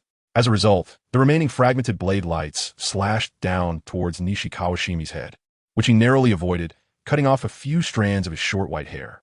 As Nishikawa Shimi dodged, the muscles in his arm exploded, and he hurled the broken blade, which turned into a spinning wheel in midair, quickly curving into a tricky arc, accurately flying towards Kurosawa's neck. It was rare for swordsmen to willingly discard their weapon. If an ordinary demon were to encounter such an unexpected assault, they might have fallen prey to it. However, Nishikawa Shimi remained within Kurosawa's fighting spirit domain. As he engaged his arm muscles and adjusted his body's breathing flow, Kurosawa already anticipated his next move.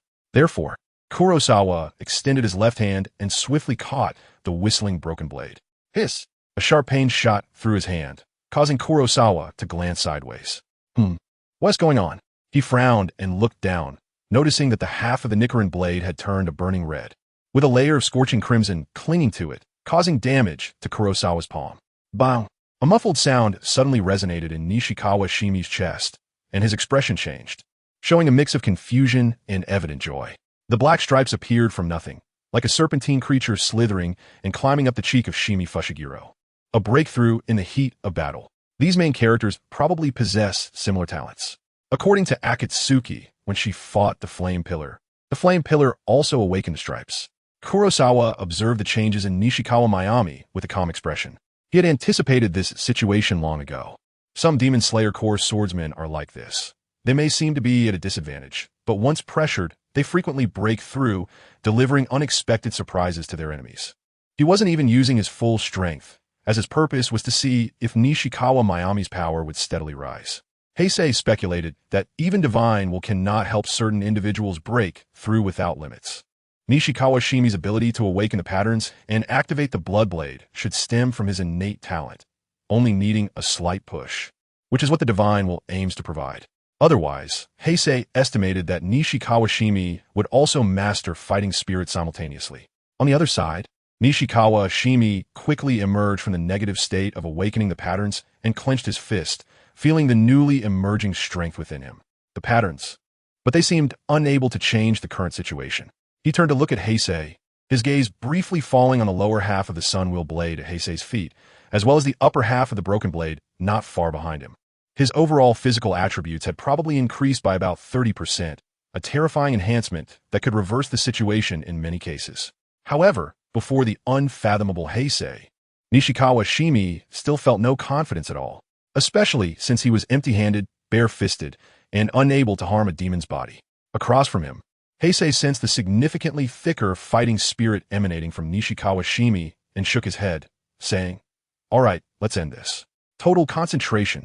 He took a deep breath, his energy surging wildly, rushing into his body in a frenzy, greatly enhancing his physique. What? Nishikawa Shimi was taken aback. Boom! With a thunderous roar, the ground beneath Heisei exploded, and his body instantly vanished from Nishikawa Shimi's view. Where? Nishikawa Shimi's eyes widened in shock as he quickly searched for Heisei's figure. At the same time, a powerful wind pressure descended from above. Without even raising his head, he hurriedly rolled to evade.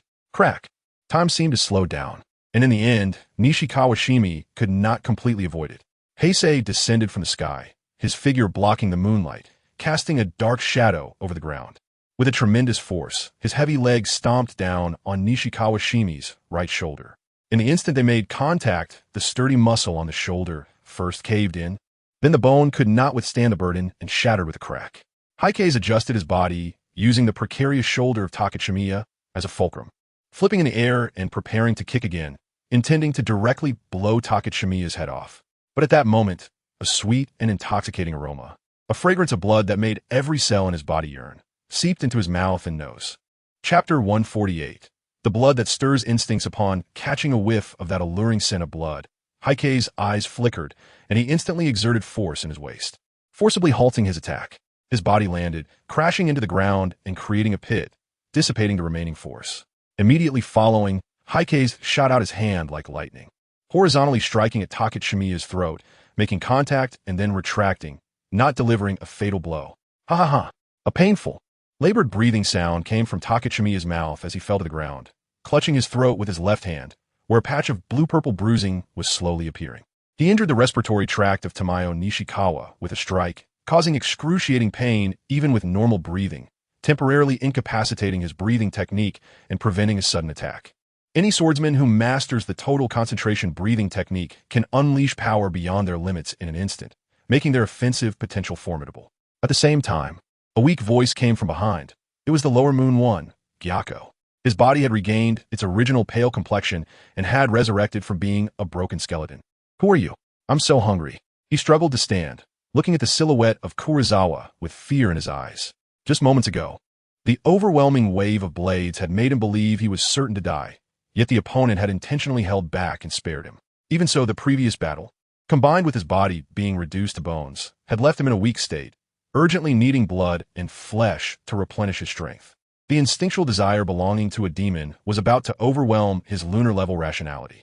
However, Gyako still managed to hold on, as Lower Moon One. He did not want to display the beastly appearance of a low-level demon. But at that moment, a rich and sweet scent of blood wafted by, reaching Gyako's nose. It was a scent that seemed to penetrate to the marrow and soul, causing every cell in his body to tremble and crave madly. In an instant, Gyako's reason was completely consumed by his hunger. Kurosawa glanced back, but had not yet answered when he saw Hashigane Ryo suddenly tremble all over, his expression contorting, and a mad light shining in his eyes. He should still have some strength left, enough to avoid being driven by instinct. Indeed, Nishikawa Shimiya's blood was not normal. Hashigane Ryo charged in frantically, reaching out, and a mirror appeared behind him, for which a mirror ghost identical to Kurosawa stepped out, attacking alongside his main body. Heisei looked surprised, then kicked Hachikubo's cold body away, eagerly engaging in a fight with his own copy. The mirror ghost also wielded a sun wheel knife resembling the one from Bright Day. It raised its hand to execute the sword-type ultimate technique, and the aura within it operated in exactly the same way, causing Heisei's expression to change slightly. Even Heisei himself wouldn't want to take a hit from the sword-type annihilation, which contained a mental attack infused with despair attributes. Even the undying ghost body would suffer severe damage. He exerted strength in his feet, planning to move away from the center of annihilation. However, the result was that the mirror ghost's aura operated the same way, and with a wave of its hand, it unleashed a 3-meter-long whistling blade of light. The blade emitted a fierce and menacing aura, indeed reflecting Heisei's attack style. But it couldn't be compared to the vast range and shocking lethality of annihilation, and there was no burning pitch-black aura present on it. Hei's complexion returned to normal, but he appeared slightly disappointed. He couldn't even be bothered to dodge, countering with a punch infused with dark energy that shattered the blade just as it was about to strike his head, the fragmented light of the blade being consumed by the dark flames. The ultimate sword form is not something you can easily replicate. The manifestation of the ultimate sword form requires a special mental will from the user. Without this will, it is just an ordinary sword form, significantly reducing its power. Mingzhou surged like a fluid, retracting back into Hei's body. He tapped the ground with his toes, his agile figure swiftly closing in on Kyoko, while simultaneously kicking away Hachiguchi Ryo, who was trying to devour the undead Kawamiya Mami. As he approached, Heis raised his hand and launched a barrage of attacks like a tempest. Steel fists, knife hands, elbow strikes, knee thrusts. His body erupted into action, functioning like a killing machine, every part of his body a weapon, each movement seemingly piercing the air with a sharp whistle. At the same time, Kyoko mirrored his actions, launching heavy strikes toward Heis with ferocity and a violent momentum. With such skills, is he merely a lower-tier fighter? Blood demon arts are diverse and peculiar, and Hachiguchi Ryo's blood demon art surprised Heis. At that moment, Hei's eyes sparkled with excitement, his movements growing faster. Kyoko also began to accelerate, but soon, Hei's attack speed seemed to exceed its limits, causing it to struggle to keep up. With his arms drawn to his waist, Hei's fist rose skyward, the muscles on his forearm bulging like iron, veins popping as he delivered a powerful uppercut.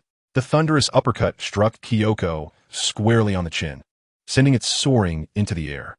Boom! Several meters away, Kyoko's body crashed to the ground, then wobbled as it stood up. Half of Kyoko's face had caved in. The entire jaw crushed upwards, blood and flesh a gruesome sight, looking utterly tragic. Hirazawa, with a bit more effort, might be able to directly knock the top of the mirror demon's head off.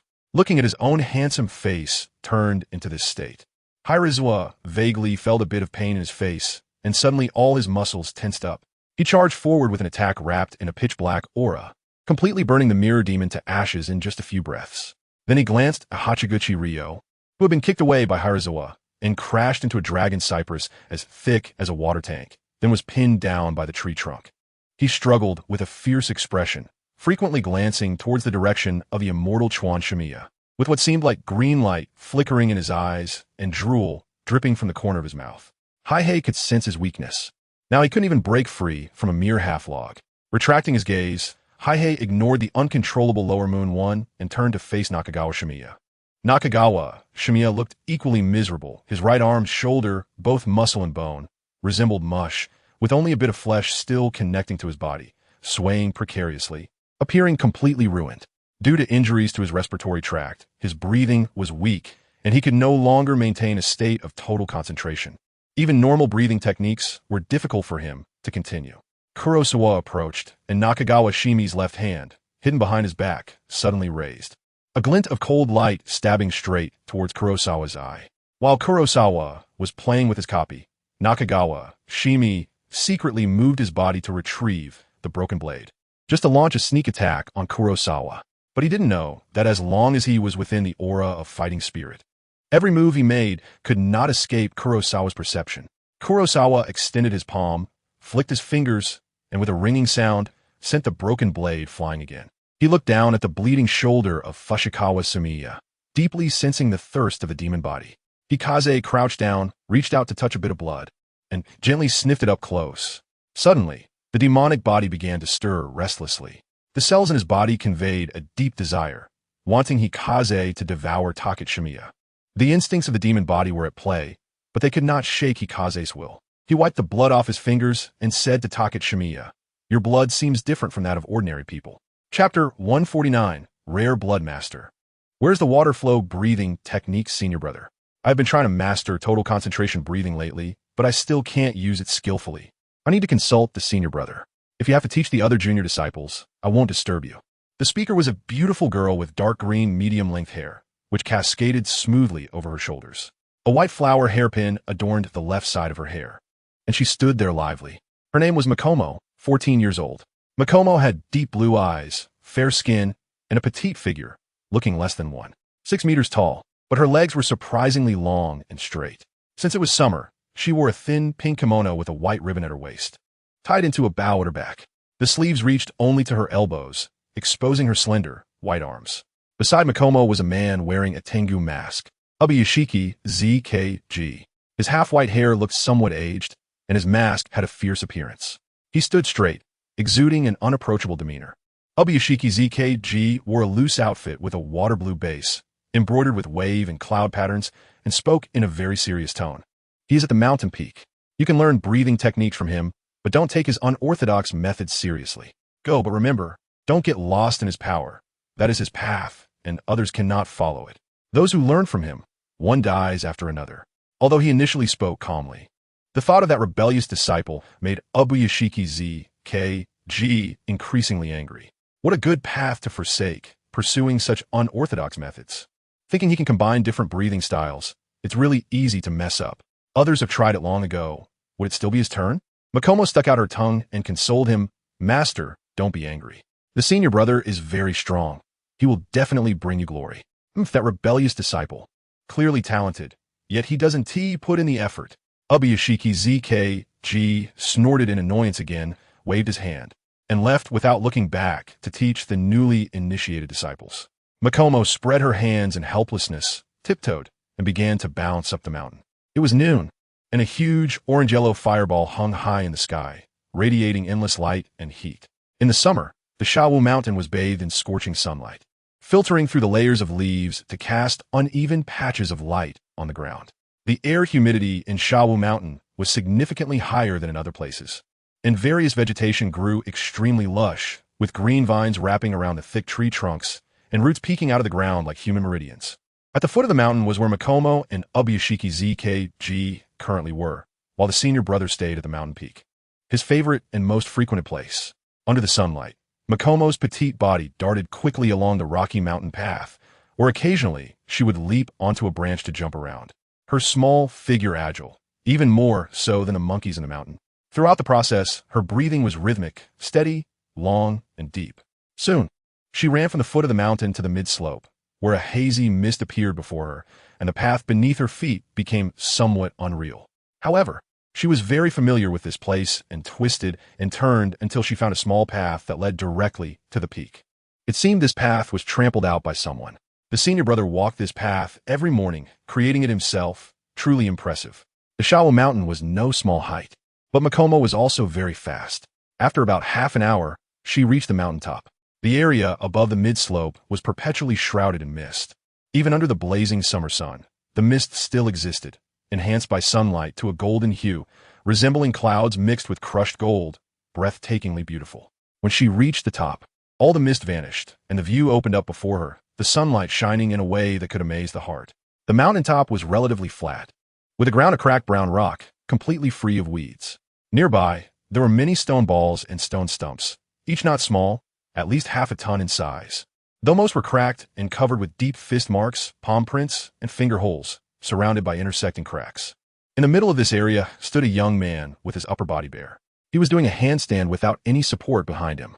At this moment, his left hand was behind his back, while his right hand's index and middle fingers were together, pressing against the ground, supporting his body as he performed one-handed two-finger push-ups. He seemed to be doing them effortlessly, having no idea how many he had done. The muscles in his arms rhythmically rose and fell with his movements, making one's eyes heat up. His blue and white haori was casually tossed on the ground, indifferent to the dust. Machino hopped over like a little rabbit, squatted beside him, and poked her finger at the young man's chest. So hard, like a rock, I can't even poke it. Moreover, it was bigger than her own. Machino quickly glanced down at herself, her little face slightly dejected. She wondered if her senior brother had some secret. Otherwise, how could he have such impressive pectoral muscles?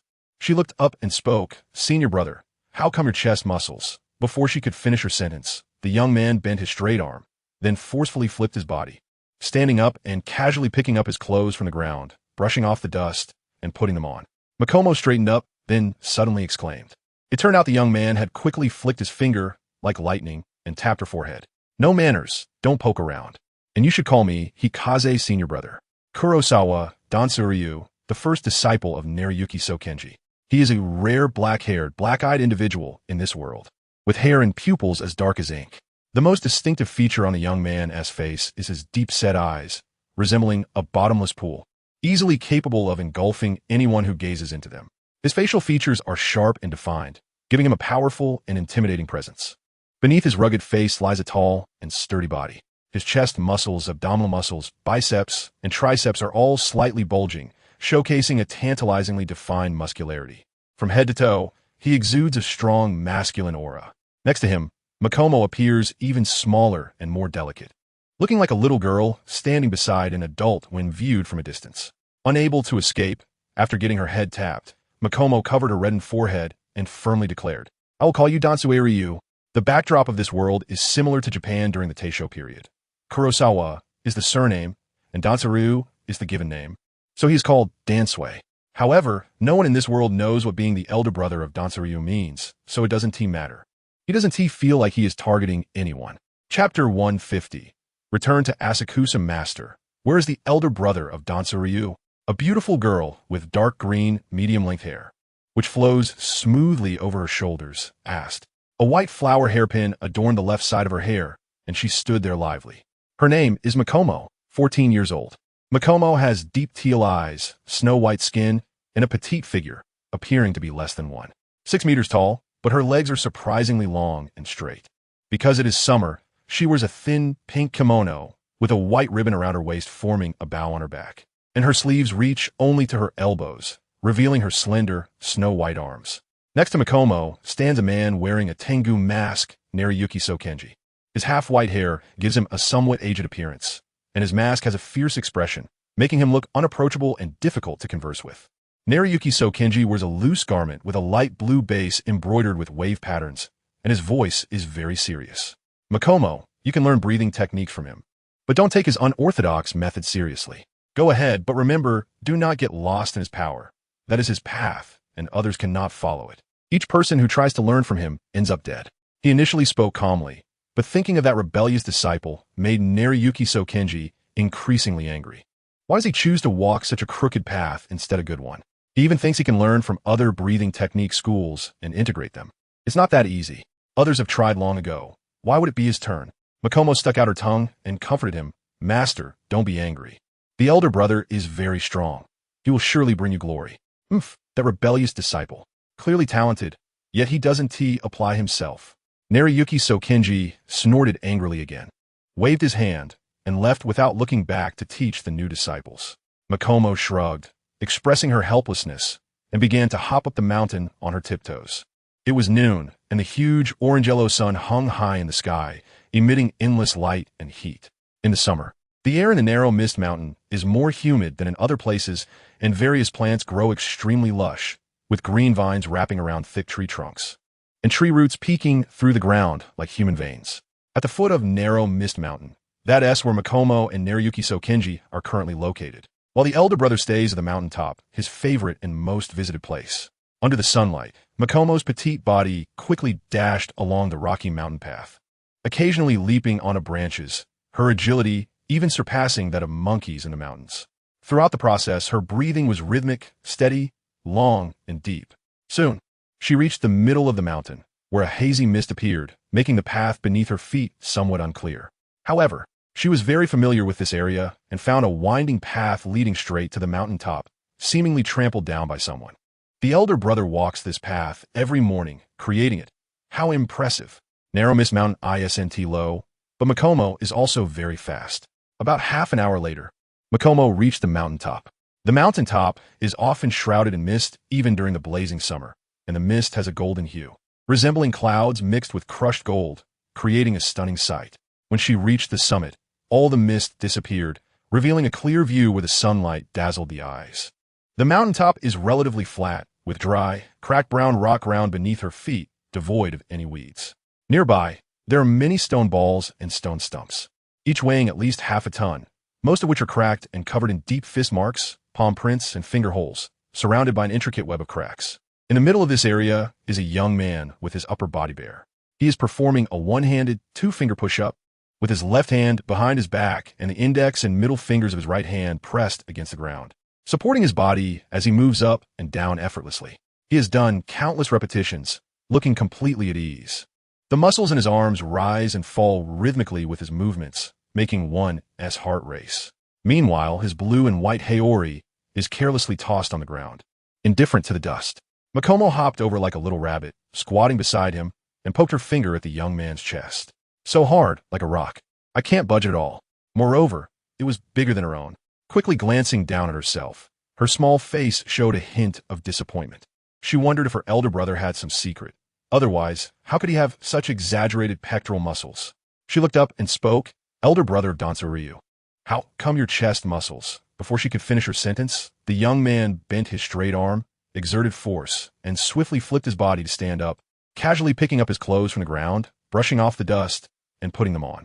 Makomo straightened her body and exclaimed, "Oh." It turned out that the young man had quickly tapped her forehead with his finger. "Don't be so familiar. You should call me Kurosawa elder brother." He is the first disciple of Heisei Dansuryu Sakanji Nariyuki. He is one of the few people in this world with black hair and black eyes. His hair and pupils as dark as ink. The most distinctive feature of this young man is his deep-set eyes, resembling a bottomless pool that can easily engulf anyone who gazes into them. His facial features are sharp and defined, giving him a strong and imposing presence. Beneath his rugged face is a tall and robust body. His chest muscles, abdominal muscles, biceps, and triceps are all slightly bulging, displaying a tantalizingly toned physique. From head to toe, he exudes a potent male hormone aura.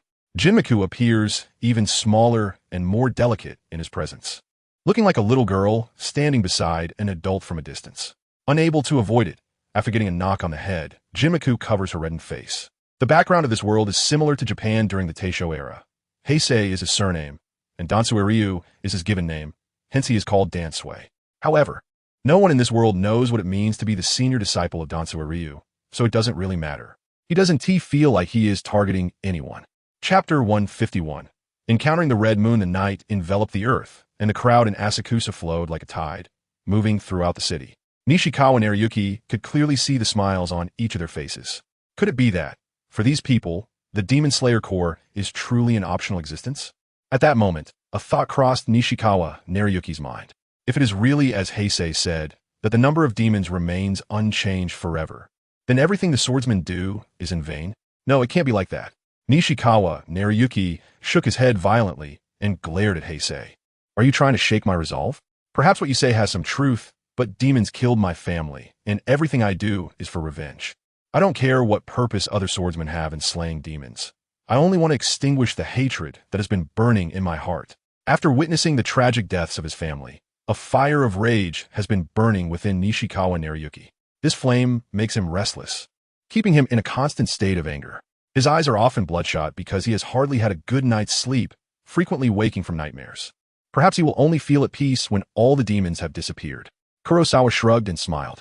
In this world caught in a cycle of reincarnation, no matter what one does, as long as they don't find a way to break the cycle, it is actually meaningless. Tanjiro will repeatedly experience the despair and heartbreak of that snowy night when his family was slaughtered, and Shinobu will have to hold Kanai's gradually cold corpse time and time again, endlessly. Heisei didn't know exactly how to break the cycle and make the world function properly again. Tanjiro never told him. However, Heisei guessed that perhaps leading the outcome in a direction completely opposite to the cycle could work. In the world of Demon Slayer, the ending involved human swordsmen experiencing all kinds of sacrifices and shedding blood, ultimately killing the source of the demons at the cost of near annihilation, and finally welcoming dawn and hope. So, what Heisei had to do was to completely wipe out the Demon Slayer Corps and find a way to sever the inheritance of the breathing techniques, allowing demons to establish themselves as a new race in this world. Hikes didn't know if this was right or wrong, but he didn't care about that. He just wanted to go against the will of that deity. Since it was constantly obstructing him, he wouldn't let it have its way. They were in an endless conflict, and as long as there was a way to hurt the other, Hikes was more than willing to do it. Not long after entering the city, Hikes followed the direction that Hanyue had previously mentioned and slowly arrived at a clearly more luxurious area of buildings.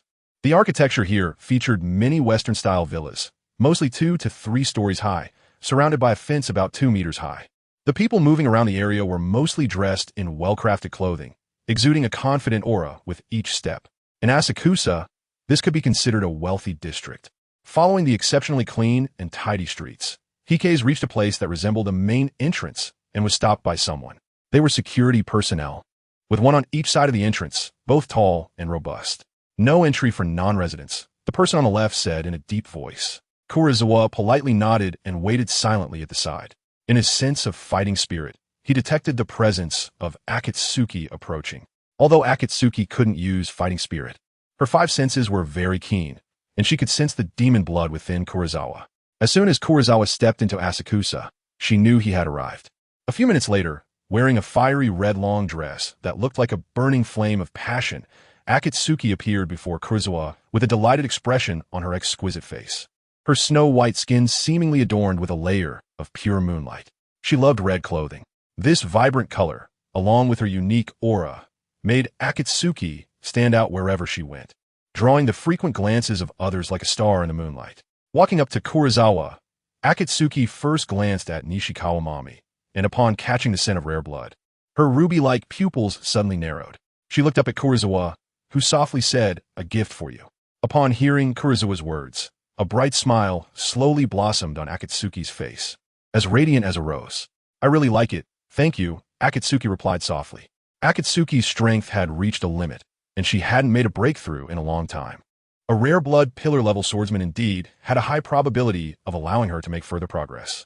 Nishikawa Mami, overhearing their conversation, grew increasingly sullen.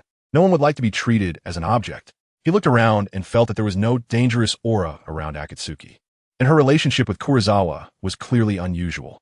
Thus, Nishikawa Mami suddenly sprang up, pushing off the ground and lunging toward Akatsuki, his intact left hand open wide, aiming to seize Akatsuki's fair and slender neck, intending to take her hostage. Always thinking about escape, his will was truly firm. Kurosawa stood with his arms crossed, watching with interest. Meanwhile, Nishikawa Mami felt a sinking sensation in his heart when he saw that Kurosawa remained unfazed. At the same time, he noticed Akatsuki's eyes. Those ruby pupils that had just been filled with warmth had transformed into narrow, beast-like slits, filled with cold and cruel intent. In an instant, a bone-chilling killing intent enveloped Nishikawa Mami, causing the hairs on his body to stand on end as he felt a chill rising from his feet straight to the top of his head. His vision blurred, and before he could see Akatsuki's movement clearly, he found his wrist being seized, followed by an overwhelming force.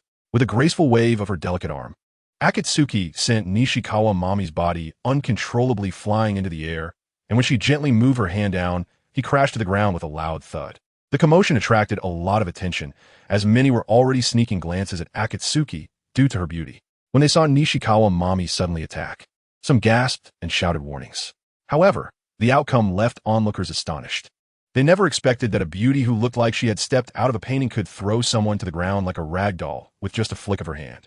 Watching Nishikawa Mami struggle a few times before slowly kneeling down, blood trickling from the corner of his mouth, those gathered felt a chill in their hearts.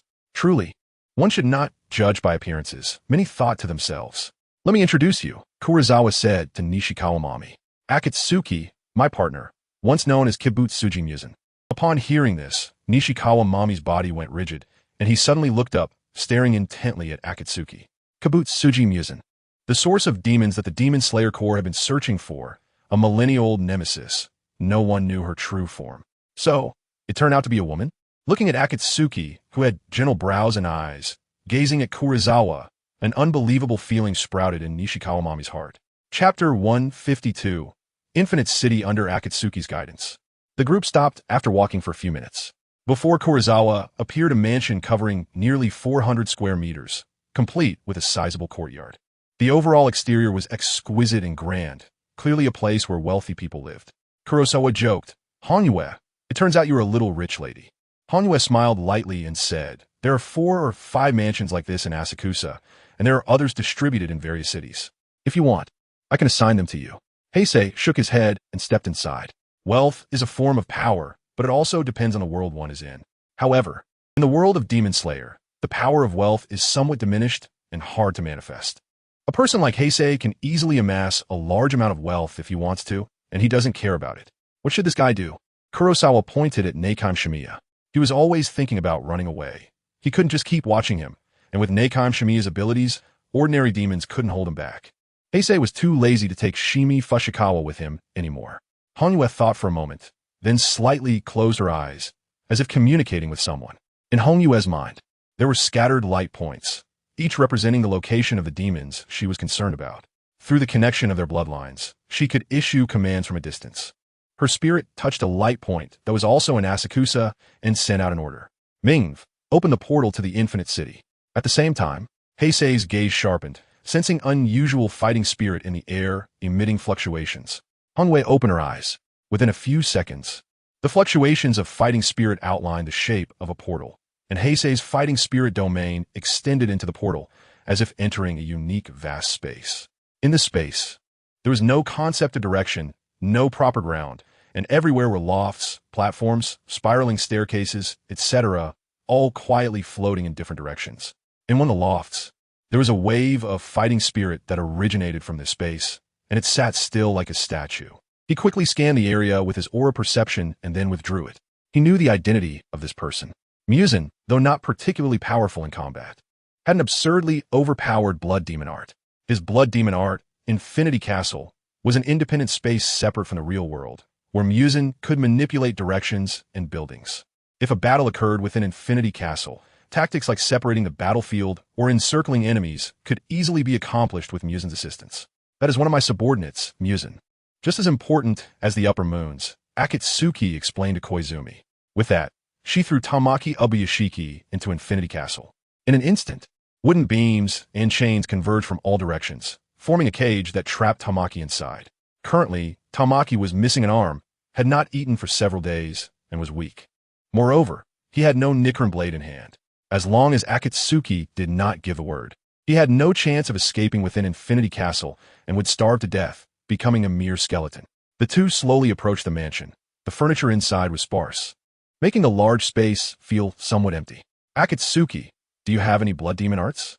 Some of them are so enticing that even I feel jealous. For instance, this Infinity Castle. The aura fluctuations gradually faded, and the invisible portal to Infinity Castle disappeared into the surrounding air. Hirazawa was very envious of this strange ability. In fact, I can be considered a shapeshifter, Hanyue replied. If I had to describe my ability, it would be a very slight control over my body. Hanyue extended her fair hand, and with a flick, it transformed into a grotesque, fleshly tentacle seemingly made up of layers of muscle, covered in gaping, savage mouths filled with sharp, knife-like fangs.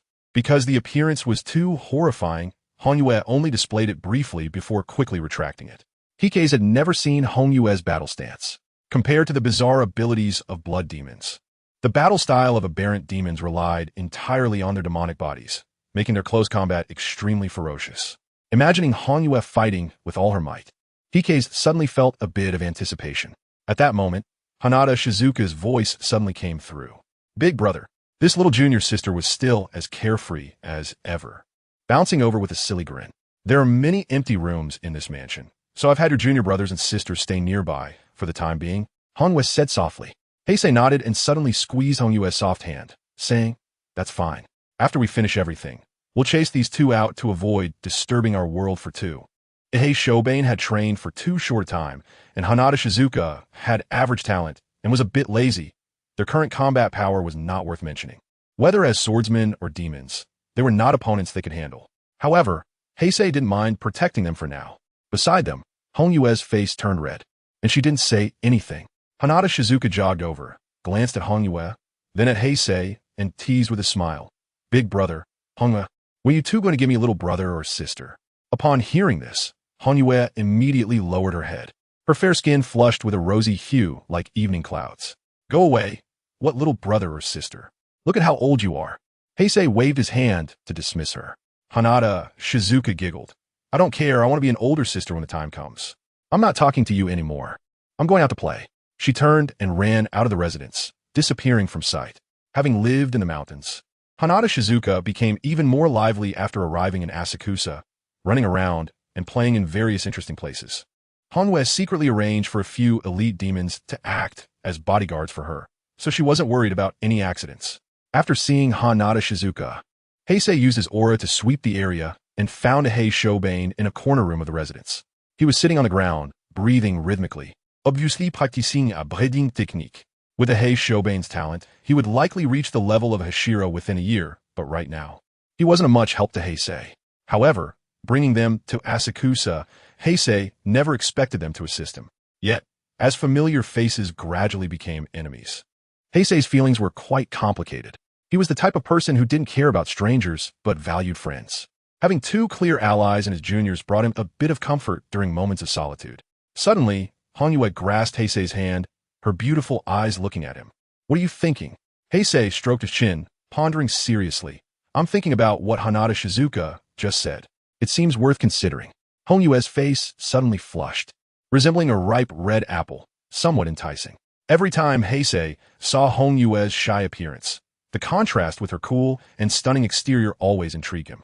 He suddenly laughed heartily, swept her up in his arms, and then went into the room, firmly shutting the door. Chapter 153. Naruko After a Night and a Day. The sunset's afterglow enveloped Shikusa City, casting a layer of golden hues over the bustling city. After nearly 24 hours of intense battle, Heisei stepped out of the room, feeling somewhat fatigued. He felt some soreness in his waist and back. In the initial moments of getting close to Hongwei, she was quite shy and evasive, but soon, it turned into a hesitant invitation, then proactive advances, and finally, Hongwei became increasingly uninhibited, revealing her true nature, directly shifting the offensive, leaving Heisei feeling somewhat drained. Heisei wanted to leave, but was pulled back by a hand. There were still several deep claw marks on the floor, evidence of Heisei's struggle to resist. He glanced at the beautiful figure of Hongwei, lying gracefully like a painting in the room, and hesitated for a moment. His physique was strong, but compared to Hongwei, he was still somewhat lacking, and in certain aspects, women had innate advantages over men. However, he couldn't help but wonder if children could be born between ghosts. Heisei recalled the question and thought seriously about it. To be honest, he didn't like children. Even in his previous life, while he liked fluffy and clumsy kittens and puppies, he had always kept a respectful distance from human infants, avoiding them as much as possible.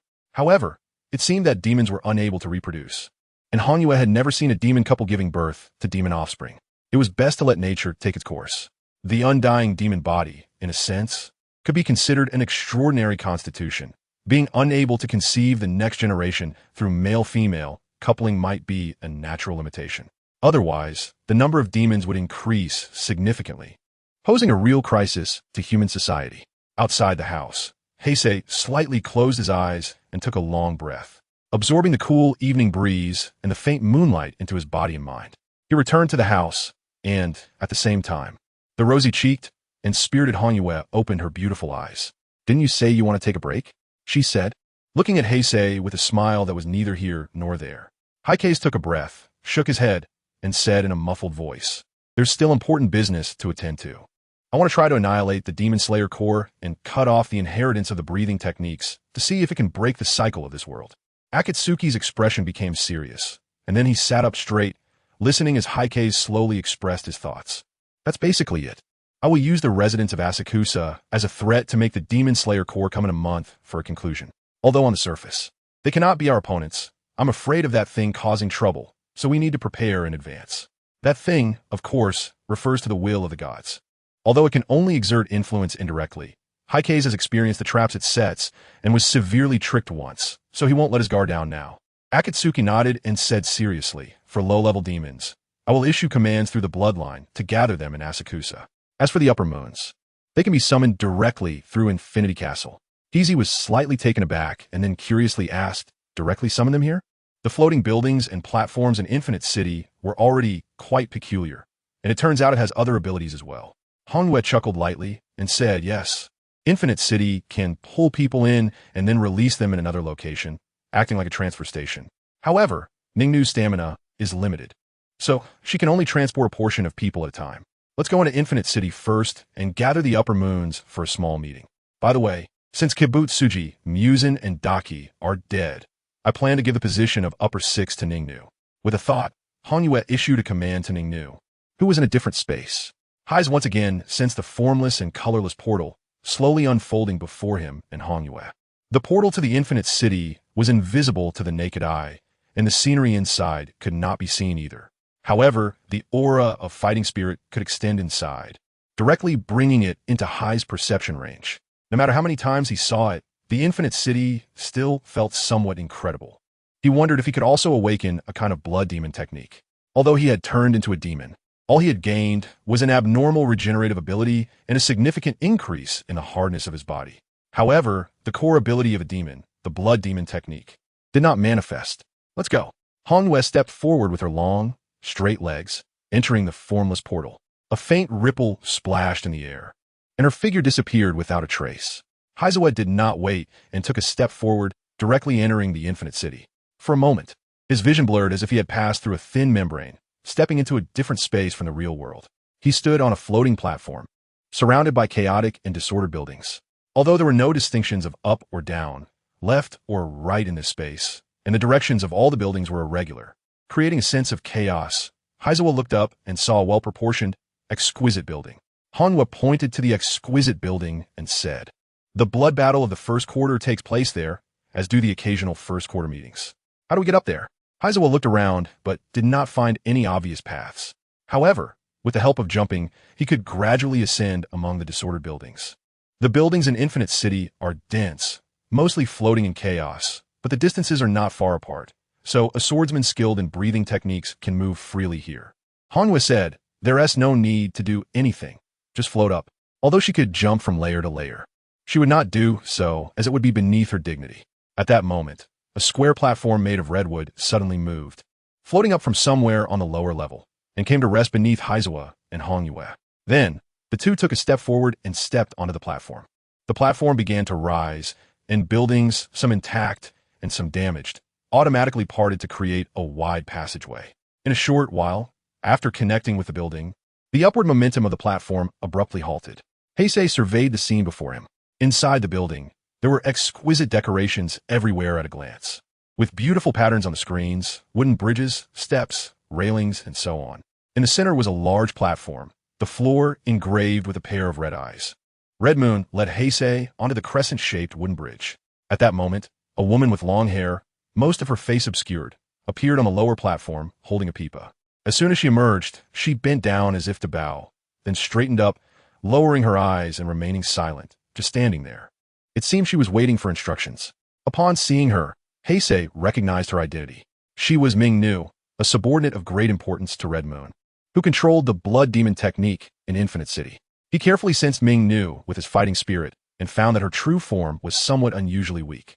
Even demons like Tamayo and Yagakuzan, who fought relying on the blood demon technique, had a certain level of combat ability and were quite formidable. However, the Ming Nu before him had little strength in her body. It seemed that even a beginner swordsman practicing breathing techniques could defeat her. But considering the bizarre Infinite City, perhaps all her abilities were focused on the blood demon technique, leaving nothing in her demon body. She was somewhat of an anomaly. Chapter 154. The upper strings gather. Don't underestimate Ming Nu. Even in Infinite City, it would take some effort to catch her. Red Moon seemed to see through Heisei's thoughts and said, "In Infinite City, Ming Nu can manipulate the buildings here. While her true combat power is not strong, her self-protection ability is quite decent." Hai nodded and looked away. "Let's get started." It seemed that the automatically separating buildings and the rising platform were all controlled by the Woman of Mourning. Woman of Mourning summoned the Upper Moon's meeting. Akatsuki instructed the Woman of Mourning, who had been quietly waiting nearby. In Hai's eyes, the Woman of Mourning resembled the ghostly female figure from his memories, especially like Sadako. Exudi no Irioha. After receiving Akatsuki's command, the Woman of Mourning remained silent, merely extending her pale arm and slowly plucking the strings of the pipa. No sound emerged, but in that instant, the void of Infinite City seemed to ripple, and 5 spatial portals that could accommodate a normal person opened nearby. Through these portals, I could see the outside world. In a dense mountain forest, a young man with short peach-colored hair and a muscular build was half-squatting on a branch of a dragon cypress at the mountain's peak. A look of reminiscence on his face as he gazed at a small town at the foot of the mountain. Suddenly, he turned his head and looked over. His eyes, like shards of gold, seemed to pierce through space, staring directly at Hai. He sensed Hai's fighting spirit and traced it back, extending his own fighting spirit in response. Upper Moon 3, the demon of fighting, Akaza. His skills in using fighting spirit surpassed Hai's. with all his abilities based on fighting spirit. Akaza was evidently accustomed to the portals of Infinite City, showing no signs of surprise. He simply sensed another fighting spirit assessing him. Could there be other demons who also master fighting spirit? Akaza thought to himself as he stepped into Infinite City. Similar to him, the other 4 spatial portals each displayed the location of a different upper moon. However, Akaza was the quickest to react. Akaza shifted his gaze to other portals. At the edge of a sheer cliff, a man dressed in a fitted samurai outfit with a high ponytail sat quietly on the ground, his crossed legs resting on an astonishingly long blood-red blade.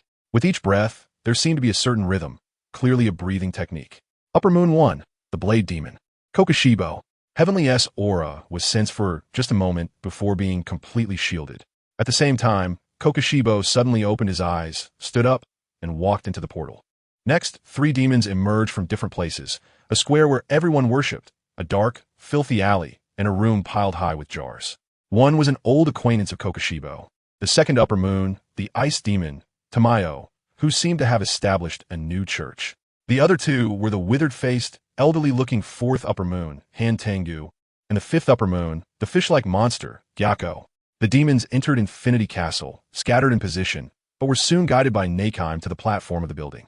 On the platform, the demons looked at the crimson moon and deeply bowed in respect, then lifted their heads, each with different expressions, gazing at Kokushibo beside the crimson moon.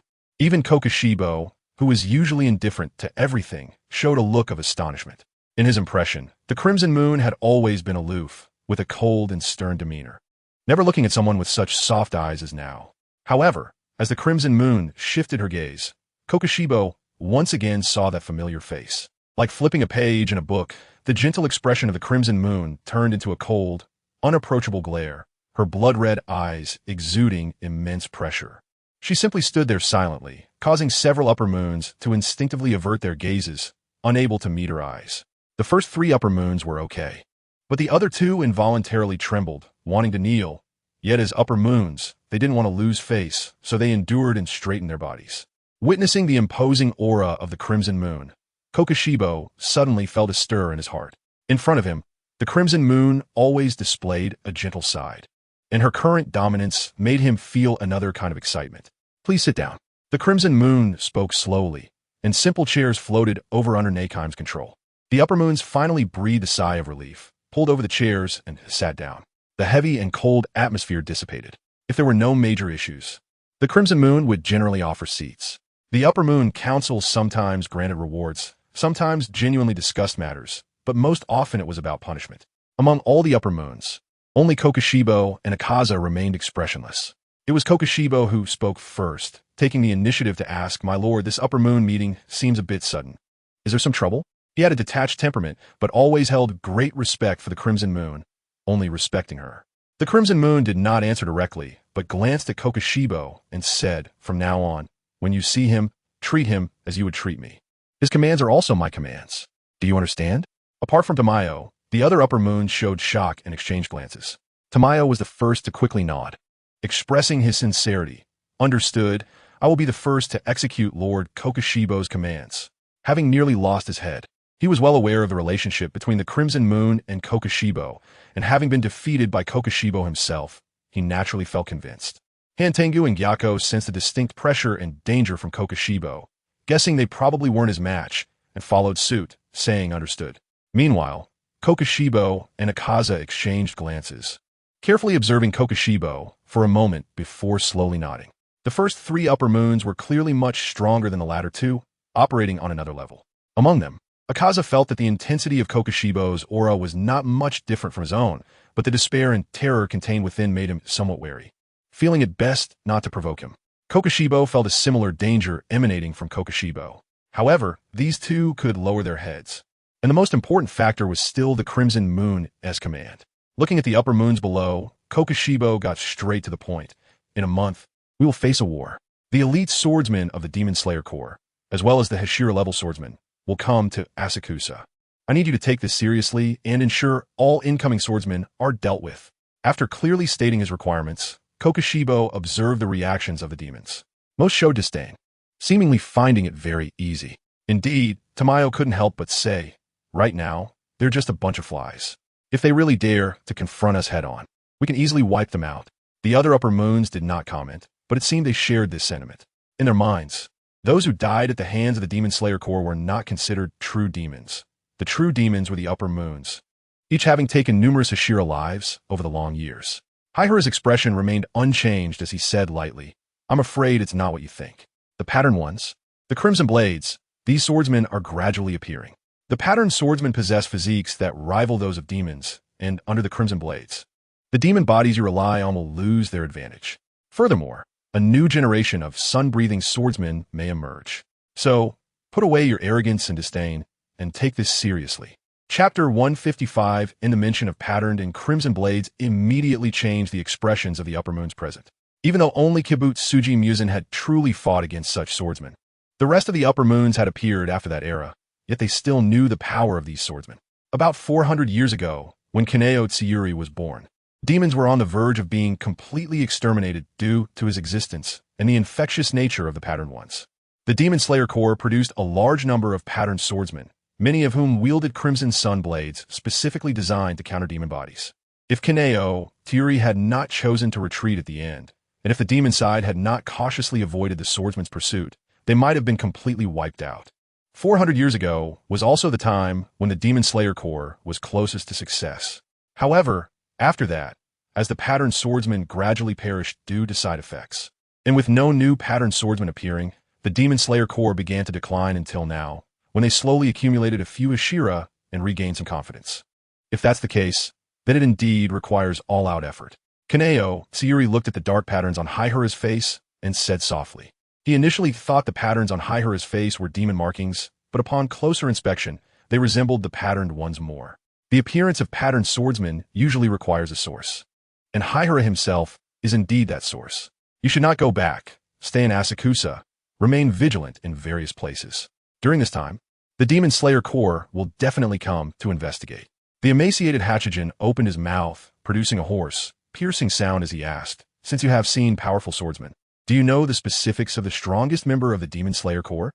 The figure of the stone Hashira immediately came to mind. Haihura pondered for a moment and replied, "Indeed, there is a swordsman serving as the stone Hashira who poses a significant threat. His physique has been trained to the limit. Aside from lacking regenerative abilities, he is almost indistinguishable from a demon body. He also masters the supreme domain of fighting spirit, and most importantly, his breathing technique gives me a sense of sun breathing, and it is steadily becoming stronger." The originally expected stone Hashira, while formidable, was at most on par with the top 3 upper moons, and due to the lack of regenerative abilities, prolonged combat would gradually lead to defeat. However, after last seeing him, Haihura felt that he was much stronger than he had imagined. But since it was almost dawn at that time, Haihura avoided engaging with him and did not know the true strength of the stone Hashira. However, judging by the strong fluctuations of his fighting spirit, he could probably hold his ground against an upper moon. Perhaps with the help of divine will, the stone Hashira has been significantly strengthened again. Akaza showed excitement. The supreme domain of fighting spirit, and a physique that rivals demons? I can't wait to fight him and see. He seemed unaware that the supreme domain of fighting spirit completely counters other users of fighting spirit. If a fight broke out, Akaza, whose abilities are all based on fighting spirit, would probably end up beaten severely. Hibetsumu glanced at Uosuo lightly, shook his head gently, and said nothing. Hakuji can also use the techniques of fighting spirit and penetrating the world, but his heart is not in this. He only sees it as one of the useful abilities and has not studied or explored it in depth. What he believes in is only the blade in his hand. The Lower Moon 5, who resembles a fish monster, chimed in, saying, "If it were Akaza who made the move, he would definitely be able to kill him." Clearly, this individual still holds a dismissive attitude towards human swordsmen, and such a deeply ingrained notion cannot be erased by a few words from Hakuji. Suddenly, as if remembering something, the fish-like figure looked around and said, "My lord, why haven't I seen Kyogai and that annoying Daki? Daki's strength isn't much, and she enjoys mocking the appearance of the fish-like figure, making them old rivals." During this upper moon meeting, the absence of those 2 upper moons left the fish-like figure feeling somewhat strange. This means he would be at the bottom. Without mentioning that the previous upper moon 6 had already died, Akaza simply stated, "The upper moon 6 will now be taken over by Neikime." She sliced open her wrist, and streams of crimson blood flowed out, directly drilling into Neikaime's body like a living thing. At the same time, Neikime revealed a half-visible face that showed obvious joy, and her aura steadily climbed, though her frail body still did not improve. Heisei's aura swept through, making the various buildings in Infinity City feel sturdier and more agile. Ningnu's enhancement still pertained to Infinity City. The Upper Moons. The Upper Moon demons had not changed for over 200 years. It was likely that Jotaro and Daki had perished at the hands of the Demon Slayer Corps. Besides the only one who knew the truth, Doma. The faces of the other Upper Moons shifted slightly as they began to speculate. This line of thinking wasn't entirely wrong. After all, when Heisei killed Daki and Jotaro, he was still barely considered part of the Demon Slayer Corps. The knowledge of the deaths of his Upper Moon companions instilled a slight sense of crisis in the survivors. Even though Upper Moon 6 ranked at the bottom, their strength as Upper Moons was unquestionable. Their deaths indicated that swordsmen could indeed threaten the lives of the Upper Moons. Seeing the somber expressions on the faces of the gathered demons, Heisei felt somewhat satisfied. After that, they discussed in detail matters regarding the sealing of Asakusa and the areas under the Upper Moon surveillance, and the Upper Moon meeting gradually came to an end. A larger portal slowly opened, with Hongyue and Heisei stepping in first, followed closely by the 5 Upper Moons. As they stepped through the portal of Infinity City, their vision suddenly broadened, returning to Hongyue's residence. The air rippled like the surface of water, and the figures of the Upper Moons emerged one by one from within. Go to where you need to go. Depart, Hongyue said emotionlessly. Yes, my lord. In an instant, the figures of the Upper Moons flickered and disappeared into the vast night within just a few breaths. Heisei looked up at the night sky, which resembled a layer of black velvet, his eyes narrowing slightly. After a few seconds, he withdrew his gaze and looked at the snow-white skin of the Red Moon, which seemed to shimmer with a soft glow. Red Moon, I will teach you the breath of the sun, okay? Red Moon smiled faintly. She had never asked Heisei whether he had learned the breath of the sun because she trusted him. After returning to the house with Red Moon, Heisei pondered for a moment and asked, have you learned any breathing techniques before? Red Moon nodded and replied, I learned the breath of the moon from Kokushibo for a while. However, I found it time-consuming and labor-intensive, with no benefit to my strength, so I gave up. Red Moon's physique had already reached the pinnacle limit of this world, and the breathing techniques could not demonstrate any improvement in her body. Even if she learned it to the final stage, unless she went on to learn sword forms, the breathing techniques would be useless to her. However, all of Red Moon's abilities were within her demon body, and the Nichiren blade was not as hard as her body. Using sword forms would only lower her combat power. So she decided not to learn it. Chapter 156. City closure 1 week later, as the sun was just setting and the night was falling, Heisei was wandering around Asakusa City with Red Moon. Gradually, they passed by a shop selling various flower baskets. Heisei paused and took a glance inside. He was thinking about whether to buy some flowers for Hongyue, unsure if she liked such things. However, after a brief glance, Heisei withdrew his gaze. These flowers were unworthy. Whether it was roses or peonies, which are quite famous, they all seemed dull in front of Hongyue. Her beauty would likely make these flowers feel ashamed of themselves. Throughout the process, Hongyue simply held onto Heisei's arm, quietly and beautifully watching his actions. Do you want them? Heisei asked, although he felt that these flowers were not worthy of Hongyue's beautiful temperament. What if she liked them? However, it was clear that Hongyue did not care for these mundane things. She gently shook her head and said, I like very few things. He smiled, and then continued walking forward with Hongyue, leaving behind the flower shop owner who rolled her eyes. The bright moonlight cast a faint glow over the earth, making them seem like an ordinary couple amidst the bustling crowd. He sometimes wonders what it would be like to give up the struggle and try to live as an ordinary person. But such thoughts usually only appear for a moment before he discards them. Both he and Akatsuki are destined to live anything but a normal life. After some introspection, he realizes that he actually enjoys the intense thrill of battle, relishing the feeling of walking amidst blood and corpses. Now, as he quietly strolls around, it seems like life is peaceful, but he knows this is just a facade. Crazy kisses and the blood rain might be the life that he and Akatsuki truly love. How are the low-level demons gathering? Heisei collected his thoughts and asked.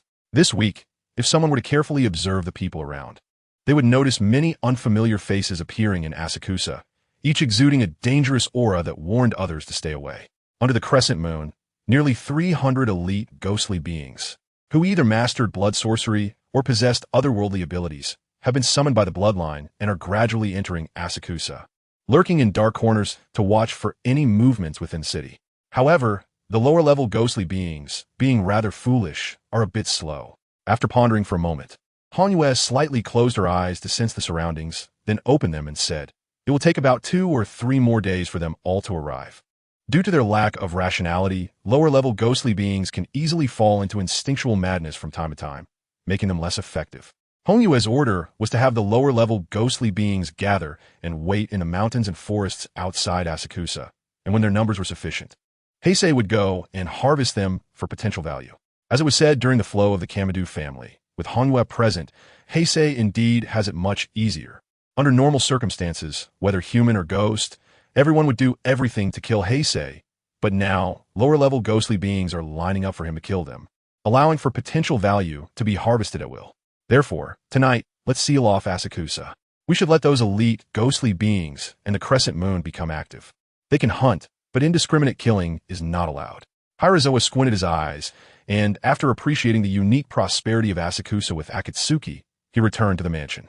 At the same time, under Akatsuki's command, all the hidden demons in Asakusa felt a tremor in their bloodlines, and their eyes gleamed with excitement. Boom! With a thunderous sound, a series of rock walls about 3 meters high rose from the ground, blocking the main road of Asakusa. A middle-aged man with a face resembling rough rocks and cracks, with 2 horns on his forehead, licked his lips, standing in the middle of the street, enjoying the chaos and confusion of the crowd, as well as the fearful gazes directed at him. Lower Moon Demon, Stone Demon, Ruru. What is that? Why did a wall suddenly grow on the road? Hey, who are you? Someone spotted Ruru standing in front of the rock wall. The wall blocked the moonlight, and Ruru, with his back to the wall, was entirely shrouded in shadow, making it difficult for others to see his appearance at first. A bold young man approached, wanted to see what was going on with the rock wall.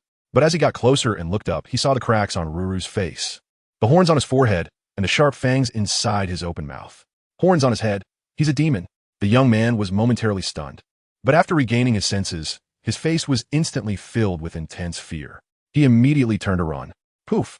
A sharp rock spike burst through the ground and pierced through his left chest. The crowd that had been watching seemed to freeze for a moment, then instantly erupted in a tsunami of panic, scattering in all directions. Ruru watched this scene, his expression somewhat intoxicated. Even as a lower moon, he had never been so flamboyant. Unlike the upper moons, who were stable and unchanging, the lower moons often changed due to being hunted by the Demon Slayer Corps.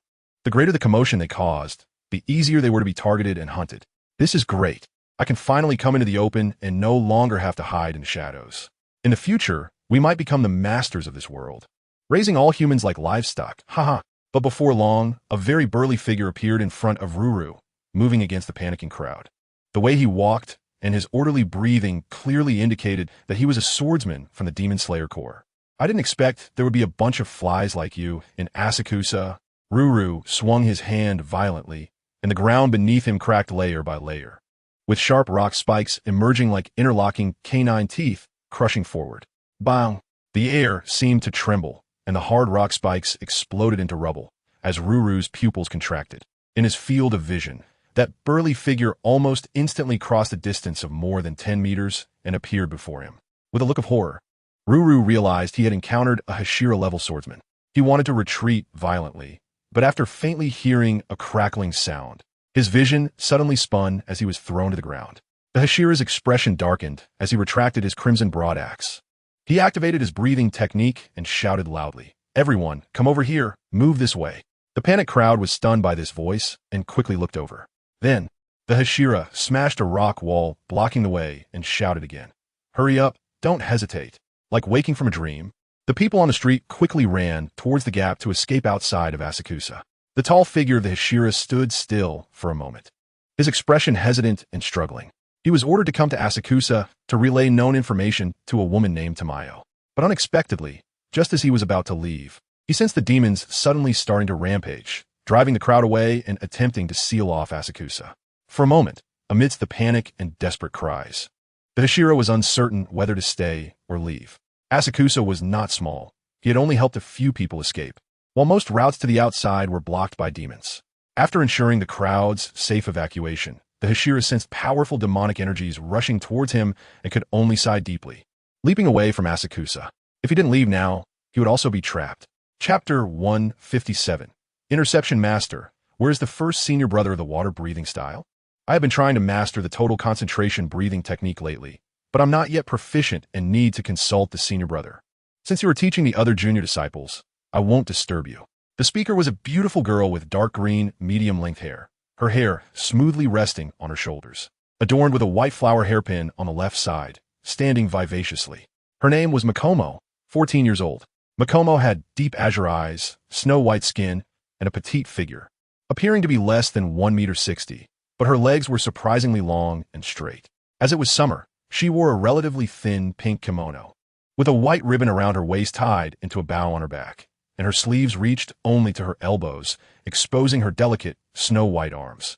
Beside Makomo was a person wearing a Tengu mask, Kaneo Tsuyuri.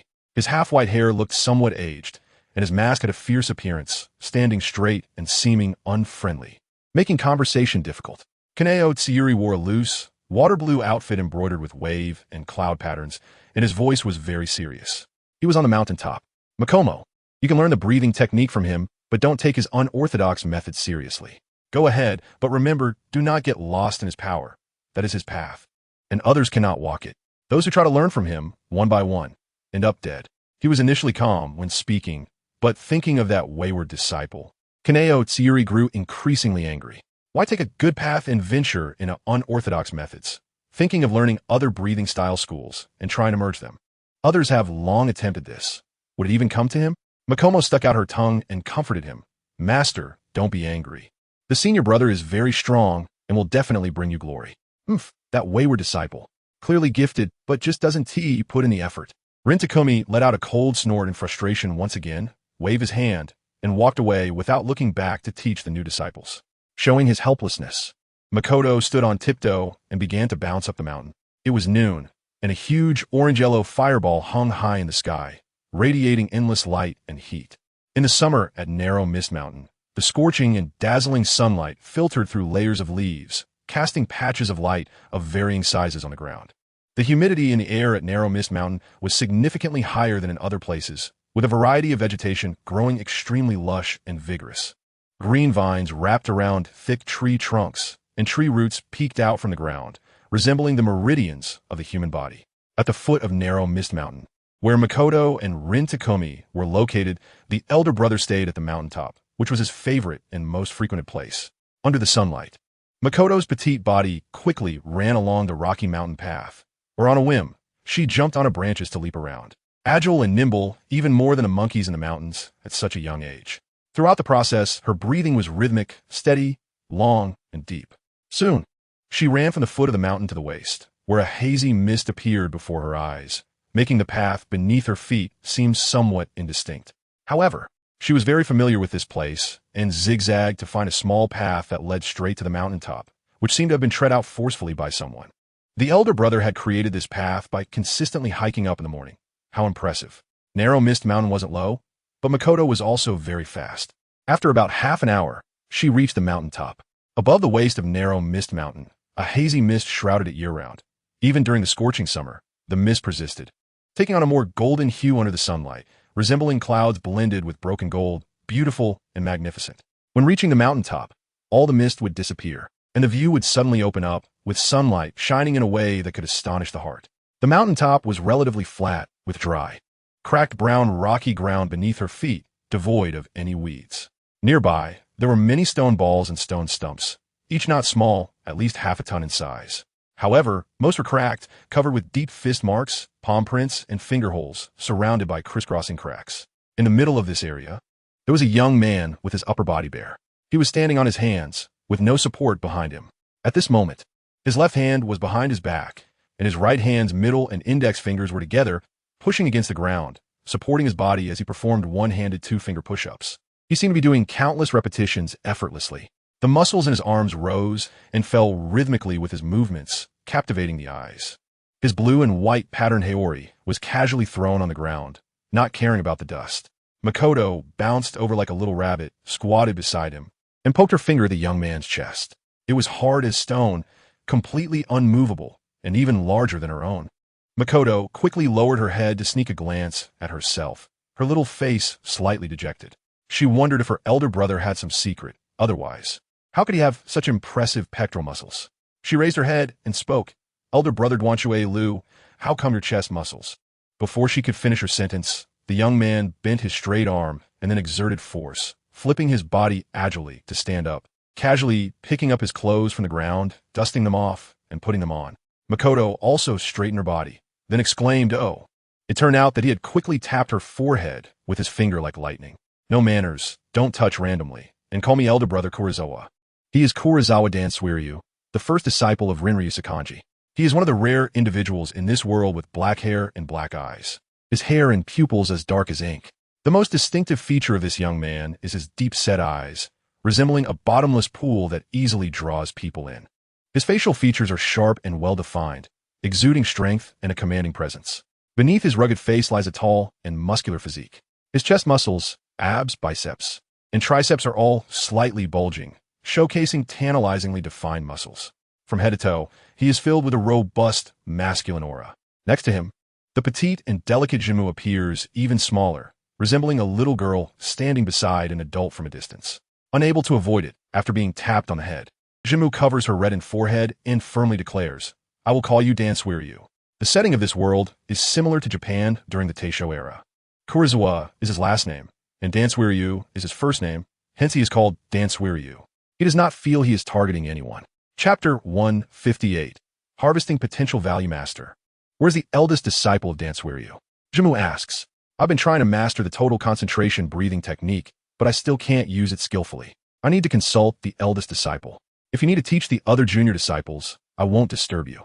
The speaker is a beautiful girl with dark green medium-length hair, her smooth hair resting on her shoulders, adorned with a white flower hairpin on the left side, standing vivaciously. Her name is Junmu, 14 years old. Junmu has deep green eyes, snow-white skin, and a petite figure, appearing to be less than 1.6 meters tall. But her legs are surprisingly long and straight. It's summer, and she wears a thin pink kimono with a white ribbon around her waist, tied into a bow at her back, and the sleeves reach only to her elbows, revealing her slender, pale arms. Next to Junmu stands a man wearing a Tengu mask. Rinryu Sakanji. His half-white hair appears somewhat aged, and his mask looks fierce. He stands straight, seeming unapproachable and difficult to talk to. Rinryu Sakanji wears a loose robe with a water blue base and embroidered wave cloud patterns, speaking in a very serious tone. He's at the mountain's peak. Jimmu, you can learn the breathing technique from him, but don't take his unorthodox methods seriously. Go ahead, but remember, do not get lost in his power. That is his path, one that others cannot walk. Those who try to emulate him, one dies after another. He initially spoke calmly, but the thought of that rebellious disciple made Rinryu Sakanji increasingly angry. Why pursue unorthodox methods instead of following a good path? Learning from other breathing techniques for integration is truly easy. Others have tried long ago. Would it even come to him? Jimmu stuck out her tongue in comfort, saying, "Master, don't be angry. The eldest disciple is very strong and will surely bring you glory." That rebellious disciple. Clearly talented, but just not diligent. Rinryu Sakanji snorted in annoyance, waved his hand, and left without looking back to teach the new disciples. Raising her hands in helplessness, Jimmu tiptoed and began to bounce up the mountain. It was noon, and a large orange-yellow fireball hung high in the sky, radiating endless light and heat. In the summer at Narrow Mist Mountain, the scorching sunlight filtered through layers of leaves, casting patches of light of varying sizes on the ground. The humidity in the air at Narrow Mist Mountain is significantly higher than in other places, and a variety of vegetation grows extremely lush and vigorous, with green vines wrapping around thick tree trunks and tree roots faintly visible above the ground, resembling human meridians. At the foot of Narrow Mist Mountain is where Junmu and Rinryu Sakanji are currently located, while the eldest disciple remains at the mountain peak. His favorite and most frequented spot, under the sunlight, Junmu's petite body swiftly runs along the rocky mountain path, or occasionally leaps onto branches, agile and nimble, even more so than the monkeys in the mountains. Throughout the process, her breathing is rhythmic, steady, prolonged, and deep.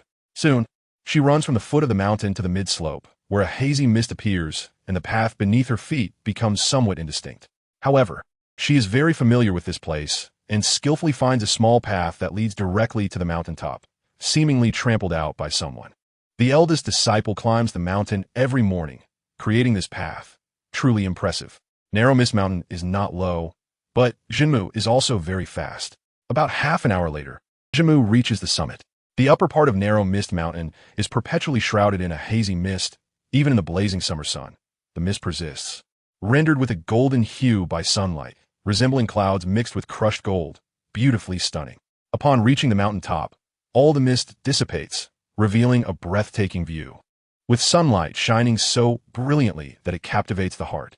The summit is relatively flat, with dry, cracked brown rocky ground beneath foot, devoid of any weeds. Numerous stone balls and stone pillars are placed nearby, each quite sizable, weighing at least half a ton, most of which are cracked and covered with deep fist marks, palm prints, and finger holes surrounded by crisscrossing fissures.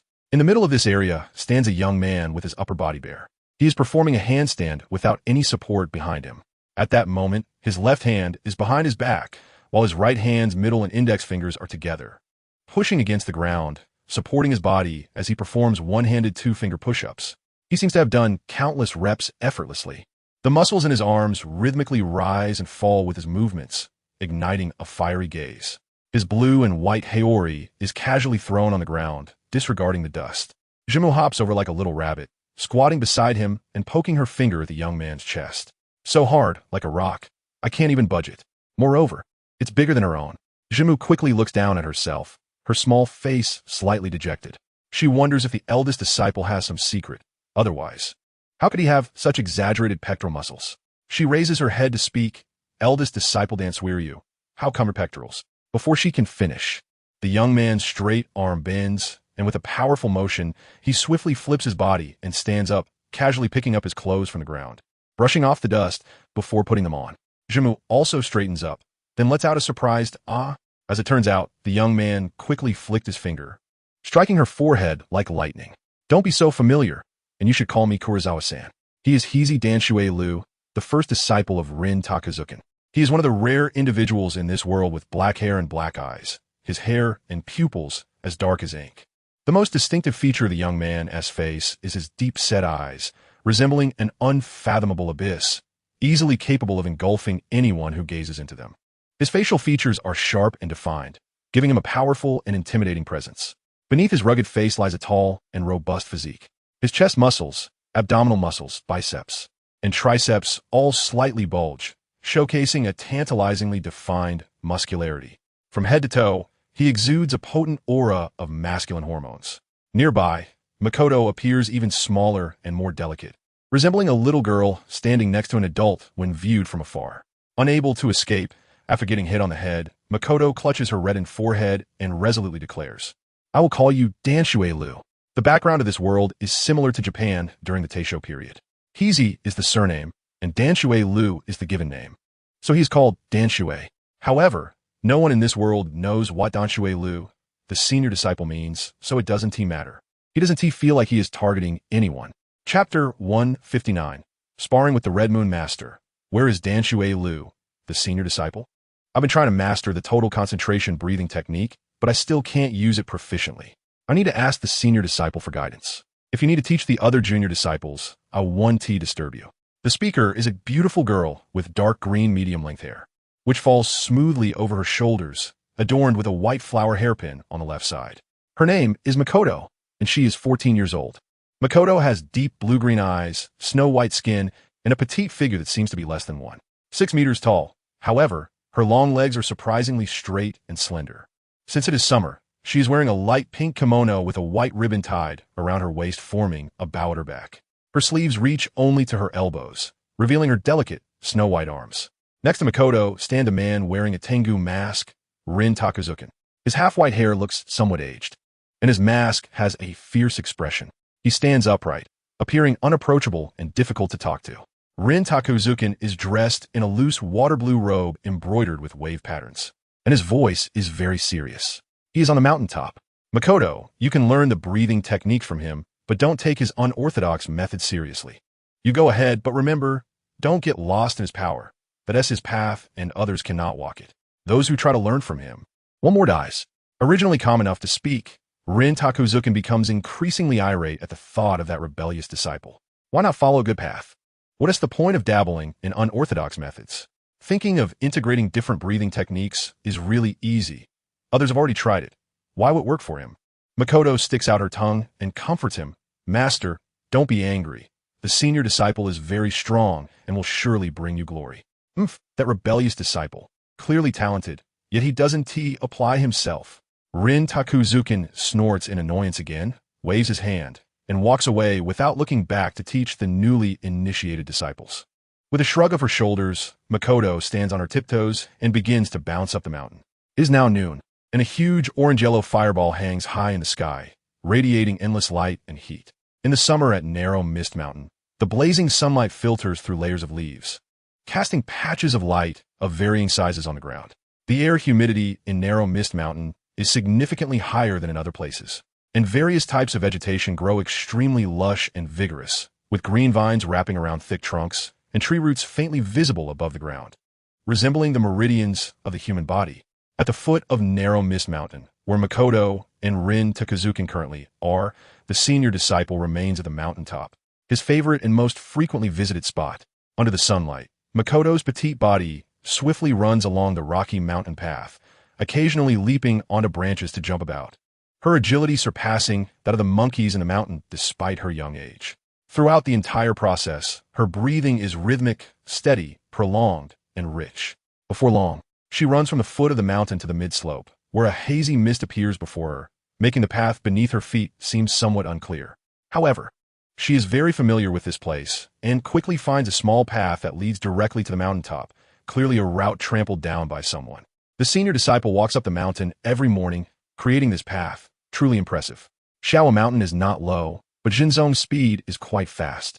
In about half an hour, Jinzong ran to the top of the mountain. Shawa Mountain is often shrouded in a hazy mist above its waist all year round. Even in the scorching summer sun, the mist still exists, tinted by sunlight with a bit more golden hue, resembling clouds mixed with crushed gold, beautiful beyond compare. When reaching the summit, all the mist disappears, and the view opens up with sunlight shining in a way that can astonish the heart. The mountaintop is relatively flat, with a cracked brown rocky ground beneath, devoid of any weeds. Nearby, there are numerous stone spheres and stone stumps, each not small, weighing at least half a ton, but most are cracked, covered in deep fist impressions, palm prints, and finger holes, with cracks crisscrossing all around. In the middle of this area, there is a young man with his upper body bare. He is standing on his hands, with no support behind him.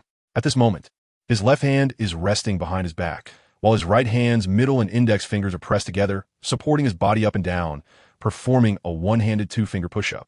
He seems to be doing it effortlessly, having no idea how many he has done.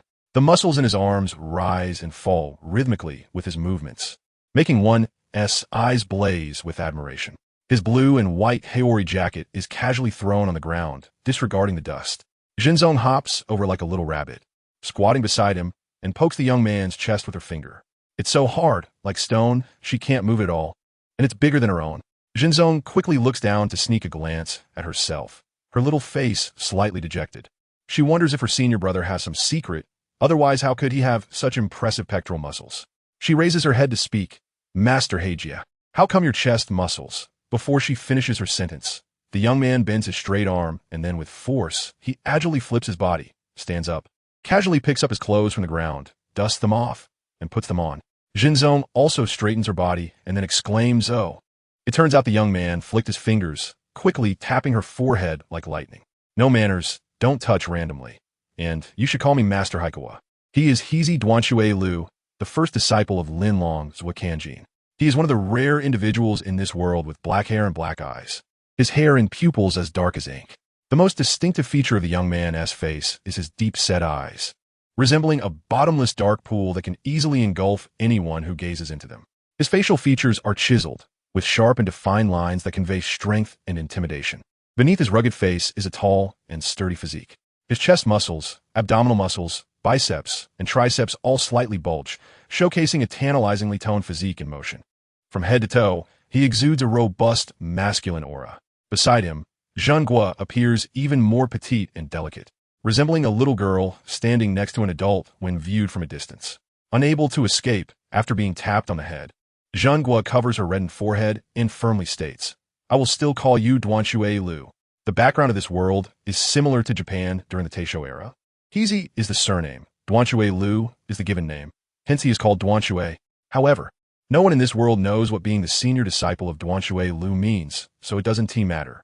He doesn't feel like he is targeting anyone. Chapter 160, The Beaten Heisei. Master, where is the senior disciple Duanxue Liu? I have been trying to master the total concentration breathing technique, but I am not yet proficient and need to consult the senior disciple. If you're going to teach the other junior disciples, I won't disturb you. The speaker is a beautiful girl with dark green medium-length hair, which falls smoothly over her shoulders, adorned with a white flower hairpin on the left side. Her name is Zhenghua, 14 years old. Zhenghua has deep teal eyes, snow-white skin, and a petite figure that seems to be less than 6 meters tall. But her legs are unexpectedly long and straight.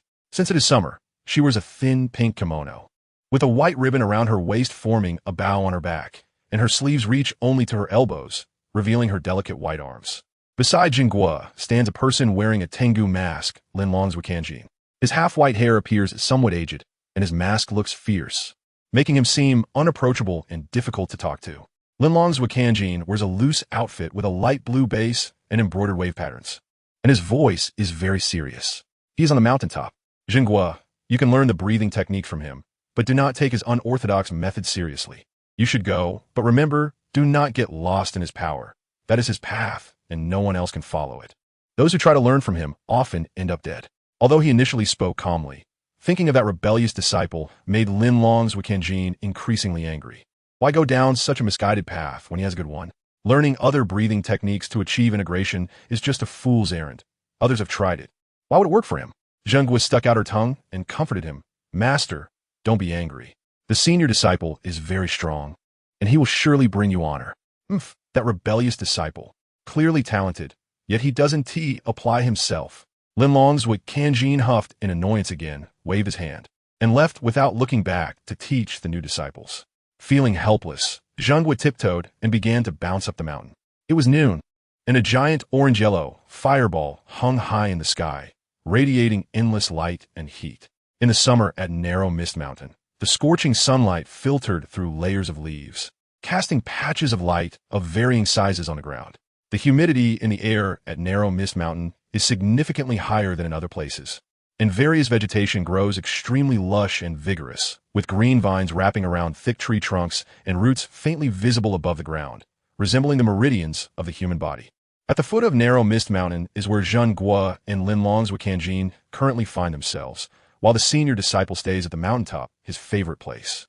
Under the sunlight, Zhenghua's petite body swiftly navigates the rocky mountain path, occasionally leaping onto branches, her agility surpassing that of mountain monkeys despite her young age. Throughout the process, her breathing is rhythmic, steady, and long, full-bodied. Soon, she reaches the mountainside, where mist appears in front of her, and the path beneath her feet becomes somewhat unclear. However, she is very familiar with the area and skillfully finds a small path that leads directly to the mountaintop. It seems this path was forged by someone's daily walking. The senior disciple walks up the mountain every morning, creating this path, truly impressive. Narrow Mist Mountain is not low, but Zhenghua is also very fast. After about half an hour, she reaches the mountaintop. The mountain is perpetually shrouded in mist above the waist, and even during the blazing summer, the mist remains, taking on a golden hue from the sunlight, resembling clouds mixed with crushed gold, stunningly beautiful. Upon reaching the mountaintop, all the mist dissipates, revealing a breathtaking view illuminated by the sun. The mountaintop is relatively flat, with a dry, cracked brown rocky surface beneath her feet, devoid of any weeds. Nearby, there are many large stone balls and stone stumps, each weighing at least half a ton, most of which are cracked and covered in deep fist marks, palm prints, and finger holes, surrounded by a web of cracks. In the center of this area stands a young man with his upper body bare. He is performing a handstand with no visible support behind him, currently holding his left hand behind his back while pressing his right hand's index and middle fingers against the ground, doing one-handed two-finger push-ups with his body moving rhythmically up and down, looking effortless. His arm muscles rise and fall in a regular pattern with his movements, captivating anyone watching. A blue and white Haori jacket is casually tossed on the ground, disregarding the dust. Zhenghua hops over like a little rabbit, squatting beside him, and pokes her finger at the young man's chest. So hard, like a rock, I can't push it at all. Furthermore, it is larger than her own. Zhenghua quickly glances down at herself, her little face slightly dejected. She wonders if the senior disciple has some secret. Otherwise, how could he have such exaggerated pectoral muscles? She raises her head and speaks, "Senior disciple Dwan Lu, how come your pectoral muscles?" Before she can finish her sentence, the young man quickly bends his arm, using his strength to flip his body upright, casually picking up his jacket from the ground, brushing off the dust, and putting it on. Zhenghua straightens up, then lets out an aya. as the young man swiftly taps his finger on her forehead like lightning. No need to be so familiar. Don't touch randomly. And you should call me Heisei senior disciple. He is Heisei's Dantwiliu, the first disciple of Rintaki Sokenji. He is one of the rare individuals in this world with black hair and black eyes, his hair and pupils as dark as ink. The most distinctive feature of the young man's face is his deep-set eyes, resembling a bottomless dark pool that can easily engulf others. His facial features are sharply defined, as if carved by a knife, exhibiting a powerful and imposing presence. Beneath his rugged face lies a tall and robust body. His chest muscles, abdominal muscles, biceps, and triceps all slightly bulge, showcasing a tantalizingly toned physique in both motion and stillness. The young man's unique, deep-set eyes are like a bottomless dark pool that can easily draw people in. His features are sharply defined, giving off a strong and intimidating aura, complemented by his tall and muscular build. From head to toe, he exudes a rich masculine hormone presence. In his vicinity, Makoto appears even smaller and more delicate, looking like a little girl standing next to an adult from a distance. Unable to avoid it after getting a knock on the head, Makoto covered her reddened forehead and resolutely declared, "I will call you Dantwiliu." The background of this world is reminiscent of Japan during the Taisho era. Heisei is the surname, and Dantwiliu is the given name. Hence he is called Dantwiliu. However, no one in this world knows what it means to be the eldest disciple of Dantwiliu, so it doesn't matter. He doesn't feel he is targeting anyone. Chapter 161. Thousands of Tentacles Master. Where is Dantwiliu, the eldest disciple? I have been trying to practice total concentration breathing, but I am not yet proficient and need to consult the eldest disciple. If you're teaching the other junior brothers, I want to disturb you. The one speaking is a beautiful girl with dark green medium-length hair, which flows smoothly over her shoulders, adorned with a white flower hairpin on the left side, standing vivaciously. Her name is Makoto, 14 years old. She has deep teal eyes, snow-white skin, and a petite figure that appears to be less than 6 meters tall, but her legs are surprisingly long and straight. Being summer, she is dressed in a thin pink kimono with a white ribbon around her waist forming a bow on her back, and her sleeves reach only to her elbows, exposing her slender, snow-white arms. Next to Makoto stand a person wearing a Tengu mask, Rintaki Sokenji. His half-white hair looks somewhat aged, and his mask has a fierce appearance. His body standing straight, exuding a sense of aloofness and difficulty in conversation. Rintaki Sokenji wears a loose outfit with a water blue base embroidered with wave patterns, and his voice is very serious. He is at the mountaintop. Makoto, you can learn the breathing technique from him, but don't take his unorthodox methods to heart. Go ahead, but remember, do not get lost in his power. That is his path, and others cannot follow. For every person who tries to learn from him, one dies. Though he initially spoke calmly, the thought of that rebellious disciple made Rintaki Sokenji increasingly angry. A good path is not being followed. Why pursue unorthodox methods?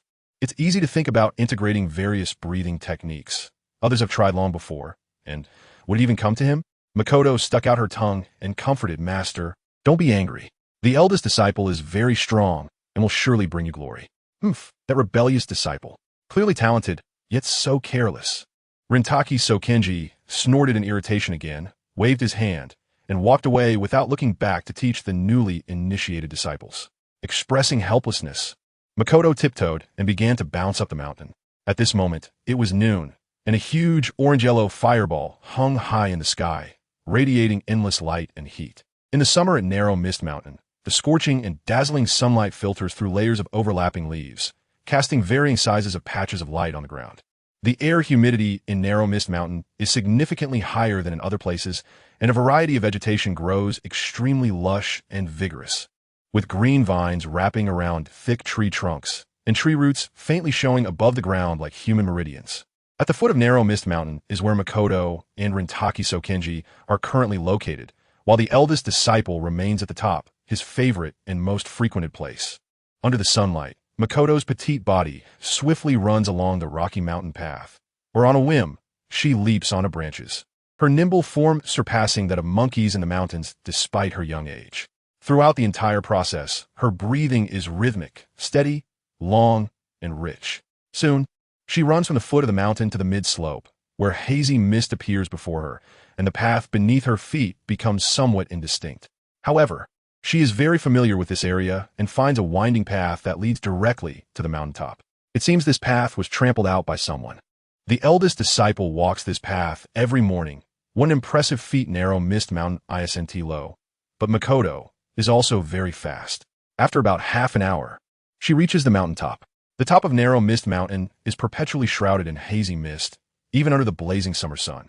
The mist still exists, and the sunlight adds a golden hue to it, resembling clouds mixed with flecks of gold, creating a stunningly beautiful scene.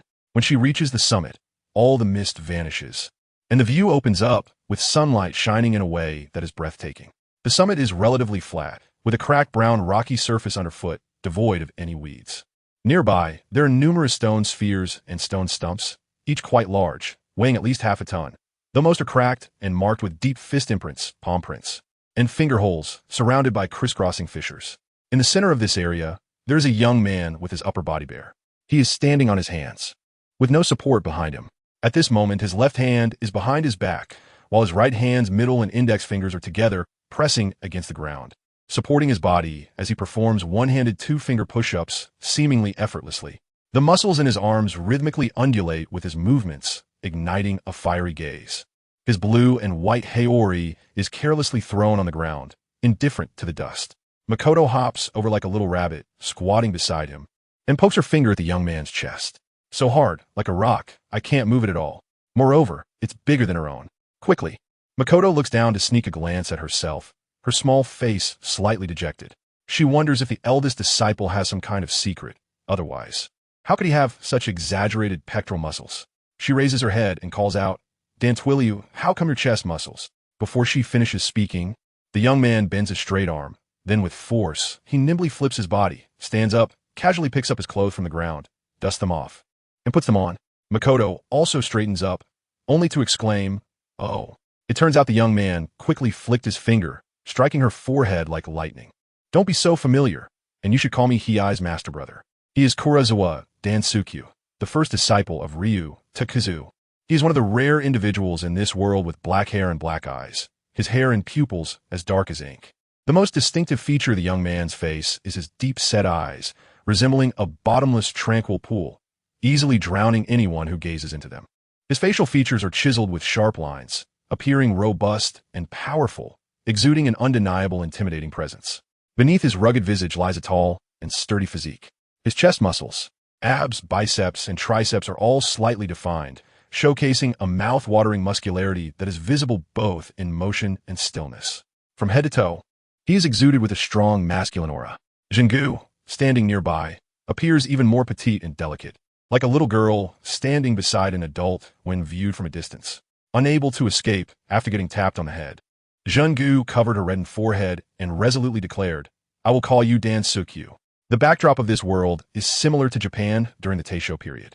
Kurosawa is the surname and Dansukyu is the given name, hence he is called Dansui.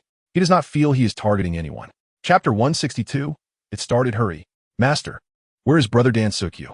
I've been trying to master the total concentration breathing technique recently, but I'm not yet proficient and need to consult Brother. If you need to teach the other junior disciples, I won't disturb you.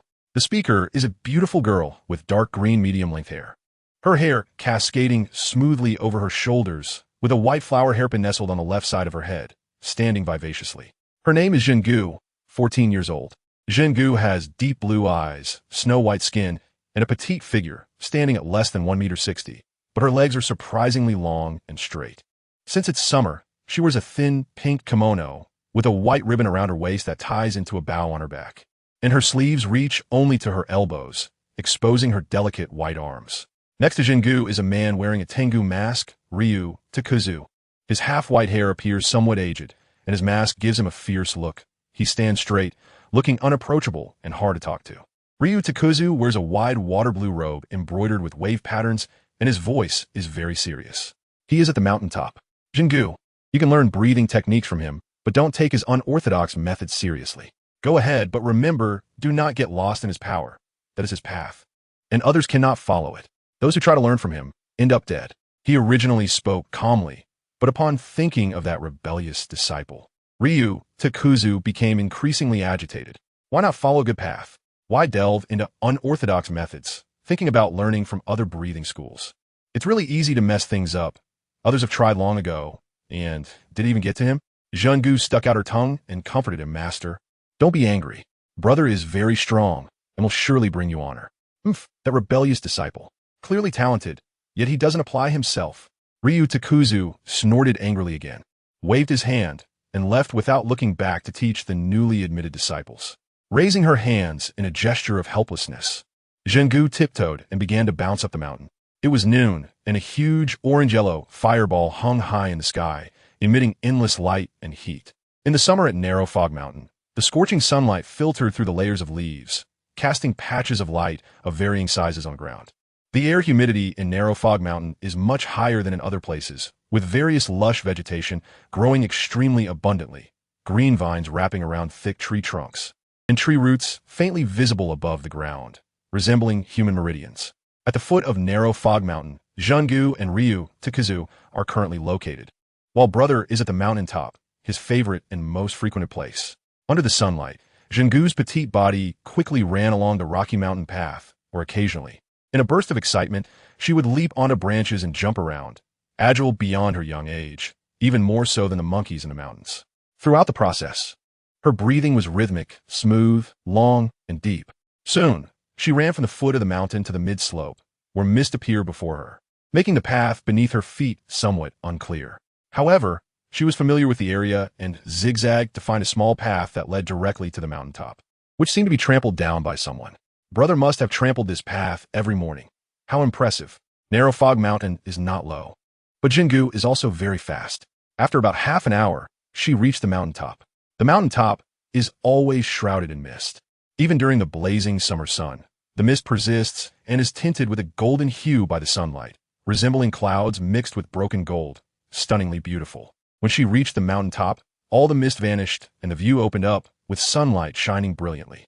The mountaintop is relatively flat, with cracked brown rock underfoot, devoid of any weeds. Nearby, there are many stone spheres and stone stumps, each not small, at least half a ton in size, though most are cracked, covered with deep fist marks, handprints, and finger holes, surrounded by intersecting cracks. In the middle of this area stands a young man with his upper body bare.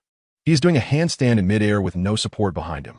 His left hand is behind his back, while his right hand's index and middle fingers press against the ground, supporting his body as he performs one-handed two-finger push-ups. He seems to have done countless repetitions effortlessly. His arm muscles rhythmically flex and relax with his movements, captivating the eyes. His blue and white haori is casually thrown on the ground, indifferent to the dust. Zhengu hopped over like a little rabbit, squatted beside him, and poked her finger at the young man's chest. It was so hard, like stone, that she couldn't move it at all. Moreover, it was bigger than her own.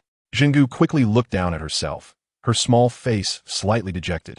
She wondered if Brother had some secret. Otherwise, how could he have such exaggerated pectoral muscles? She looked up and spoke, "Brother Dansukyu, how do you?" Before she could finish, the young man's straight arm bent swiftly, and then with force, he agilely flipped his body, standing up, casually picking up his clothes from the ground, dusting them off, and putting them on. Zhengu straightened up and exclaimed, "Oh." It turned out the young man had swiftly tapped her forehead with his finger. "No manners. Don't touch randomly, and call me Kurosawa brother." He is the first disciple of Koizumi Daisuke, known as Kurosawa Dansukyu. He is one of the rare individuals in this world with black hair and black eyes, his hair and pupils as dark as ink. The most distinctive feature of this young man's face is his deep-set eyes, resembling a bottomless dark pool that can easily engulf anyone who gazes into them. His facial features are sharp and defined, resembling those carved by a knife or chisel, exuding a powerful and intimidating presence. Beneath his rugged visage lies a tall and sturdy physique. His chest muscles, abs, biceps, and triceps are all slightly defined, showcasing a tantalizing muscularity in both motion and stillness. From head to toe, he radiates a strong masculine aura. Nearby, Mikomo appears even smaller and more delicate from a distance. She looks like a little girl standing beside an adult. Occasionally, one or two stars pierce through the galaxy or slip into the darkness, trailing red or white light, floating or darting, falling straight down or sweeping across, sometimes flickering and trembling, creating a disturbance of light and heat in the sky, and a burst of flickering in the darkness. Sometimes one or two stars fall, sometimes several at once, causing the quiet autumn sky to shudder, momentarily confusing the myriad stars. Occasionally, a single giant star punctures the corner of the sky, with an extremely long tail radiating starlight, red, turning yellow, in its final advance. It suddenly leaps and illuminates a stretch of the sky, as if piercing through layers of darkness. Unable to evade it after being hit on the head, Mikomo covers her reddened forehead and firmly declares, "I will call him Dansukyu." The backdrop of this world is similar to Japan during the Taisho period. Kurosawa is the surname, and Dansukyu is the given name, hence it is called Dansukyu. However, no one in this world knows what the title of the first disciple means, so it doesn't matter. He does not feel that he is targeting anyone. Chapter 163. The Demon Slayer Swordsman outside Asakusa Castle a week later, at dusk. The soft golden light of the setting sun covers Asakusa Castle, with flames of evening clouds leaping above it, a harmonious blend of gold and fiery red, combined with the quiet and desolate Asakusa Castle below, creating a beautiful and surreal painting. Outside the castle, there are the stone pillar, sound pillar, flower pillar, and the aging mist pillar. The sound pillar is a tall and athletic young man named Yuzui Tenjin. His face is adorned with some kind of makeup, with earrings and rings, giving him a very glamorous appearance, and he looks quite handsome. Behind him, he carries a pair of short, wide twin swords connected by chains, which are quite different from the Nichiren swords most swordsmen wield. At this moment, Yuzui Tenjin is leaning against a tree with his arms crossed. In front of him are three petite and charming young women, gathered together chatting. All three women are dressed in Demon Slayer uniforms, with a large character for pillar engraved on their backs, indicating that they are all grade A swordsmen and Tengen's wives, sharing a good relationship with each other. Among the four pillars, the mist pillar is the eldest, standing only a bit over 5 meters tall, quite short. He is just a year or two younger than Koizumi Daisuke and has reached retirement age, after Koizumi took on the role of a mentor. The mist pillar had also planned to follow suit, but unexpectedly his old friend passed away and his eldest disciple became an enemy of the Demon Slayer Corps. Although he is no longer at his peak, with weakened vitality and declining physique, the mist pillar still resolutely picks up his Nichiren sword. Kanroji Mitsuri has been persuading him for a long time, hoping that this elder can let go of the thought of fighting and retire peacefully, as he has devoted his life to the Demon Slayer Corps, with scars left by demons almost covering every inch of his skin. However, the mist pillar refused, and unlike his small stature, his attitude is firm, his voice like thunder. A swordsman's destiny, if not dying in battle, would be meaningless. Thus, Kanroji Mitsuri reluctantly agreed to let him join. The stone pillar raises his head, extending his battle sense into Asakusa Castle. A few seconds later, he speaks in a deep voice. The sun has not yet set, and the demon's aura is dissipated by sunlight, so I cannot precisely sense their locations. However, in the four directions of southeast, southwest, northeast, and northwest, there are large concentrations of human fighting spirit, indicating that they have been separated and imprisoned. The swordsmen nearby spread out, and under the protection of several grade A swordsmen, Kanroji Mitsuri's figure became visible. He pondered for a moment, then sighed. In terms of prolonged combat and high-end combat power, the demons hold the advantage, and separating the battlefield benefits them. We currently have only 4 pillars, while the upper moons, their strength is unknown. Kurosawa initially set the time for 1 month later, with just over a week left until the actual deadline.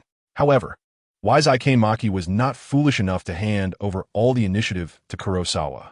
He led nearly 600 demon slayers from the Demon Slayer Corps, arriving near Asakusa during the day. During the day, demons find it difficult to move, as long as they keep their actions concealed and maintain a certain distance. They can stealthily reach the vicinity of Asakusa, rather than fighting on the enemy's home turf, according to Kurosawa's wishes. It was better to take the initiative and concentrate all their forces to launch a surprise attack on Asakusa, catching them off guard. As for why they couldn't attack Asakusa during the day, when demons find it hard to act, waiting until nightfall to engage in battle was a helpless choice. During the day, sunlight would dissolve the demons' fighting spirit, making their concealment abilities nearly transparent. Even a Hashira like Tenjin Yuzi would not be able to detect where the demons were, only able to observe with his eyes, which, moreover, were blind. Furthermore, demons could still move during the day, but they couldn't be exposed to sunlight. As long as they didn't reveal any skin, demons could walk around in the daytime. Though hardly any would do so, many tall buildings, dark alleys, and sewer openings in Asakusa could provide shadows for hiding, and demons could also use their clothing to block the sunlight. Although clothing is fragile and can be destroyed to let in sunlight to kill demons, attacking Asakusa during the day would render the Slayer's perception abilities ineffective, making them easy targets in the open while the demons lurked in the dark, significantly enhancing their ambush capabilities. Demons that took on human forms would not be detected by slayers until the moment of attack. The demon slayers typically carried out their demon-slaying missions at night for this reason. It could be said that the slayers had no choice but to fight in the demon's home territory. The only advantage slayers had over demons was that if they had sufficient talent, their strength could increase at an incredible speed, while demons needed a substantial amount of nourishment to increase their power, which couldn't be achieved overnight. The place where humans were imprisoned was located in the most prosperous area of Asakusa, situated in the back with a complicated layout. The ordinary humans they would rescue would undoubtedly be chaotic, and attempting to save them during the day would create an extremely chaotic scene, going back and forth. It was estimated that out of the more than 500 slayers, very few would survive the demon's ambush. However, that was not the main reason. The most critical issue was that the situation between humans and demons had already spiraled out of control. This time, Kurosawa could use the entire city to coerce the Demon Slayer Corps, and next time, he could hold a knife to the neck of all humanity. To completely resolve the problem, there was only one path to take, to eliminate the source of the demons. Otherwise, the Demon Slayer Corps would always be at a disadvantage, threatened at will, because they could not disregard human lives. The hope of killing the Demon King was exceedingly slim, and they could only abandon everything and fight with all their might. The sound of Shira turned around, his voice carrying a casual tone. "My lord, I feel that we actually have no chance of winning. I have only dealt with lower moons. Although I was able to ultimately defeat them, it took considerable effort. There are 6 upper moons in Asakusa, plus the enigmatic Demon King, which is..." Before he could finish, his words were interrupted by a loud voice. "Lord Sound Hashira, as strong warriors, we have an obligation to use our swords to protect our weaker kin. The hundreds of thousands of residents in Asakusa are waiting for us. Even if it costs us dearly, as long as we can save these people, there will be hope." The speaker was a boy with fiery red hair and bright eyes, looking about 16 years old. Yuzui Tenjin, interrupted, felt a bit displeased, but after glancing at the speaker, he said nothing. Rengoku Kyujuru, the son of the flame Hashira, Rengoku Shinjuru.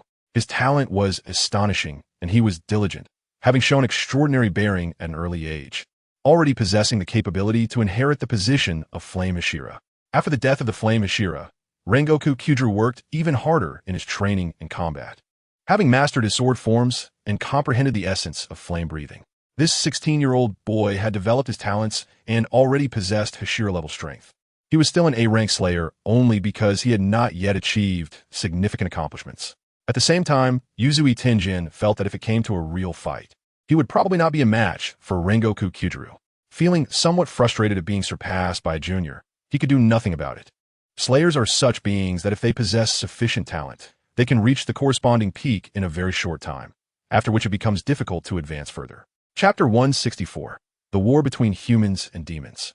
Kainmaki Waizai cast a gentle glance at Rengoku Kyujuru and said, "You are more outstanding than Shinjuru. He'll be proud of you." "My lord, you flatter me." Rengoku Kyujuru nodded, his fiery hair swaying in the wind. Then Kainmaki Waizai straightened his body, looked around, and said in a deep voice, "Our duty as the Demon Slayer Corps is twofold, to protect humanity and to eliminate evil demons. Now they are gathered in that city, imprisoning our fellow countrymen. Our mission this time is singular, to slay the Demon King. This is our ultimate goal for thousands of years and an urgent necessity right now. We must eliminate the Demon King at all costs, even if it leads to our own deaths.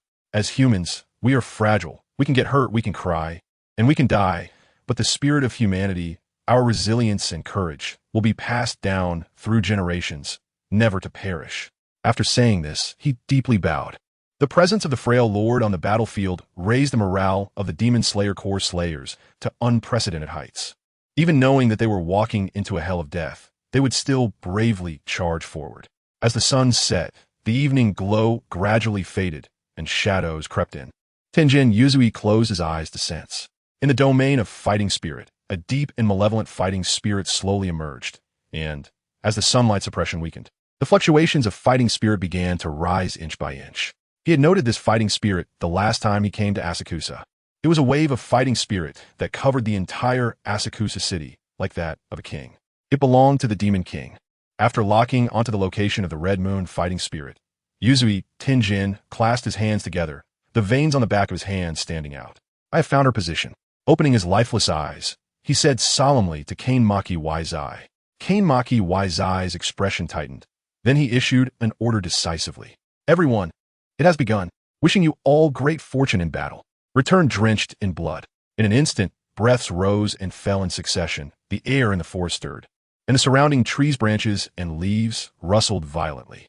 The Demon Slayer Corps slayers quickly sprang into action. The four Hashira acted first, each leading a team of slayers, splitting into 4 groups and swiftly set off. The slayers activated their breathing techniques, each moving with swiftness surpassing that of lions and tigers, rushing towards Asakusa.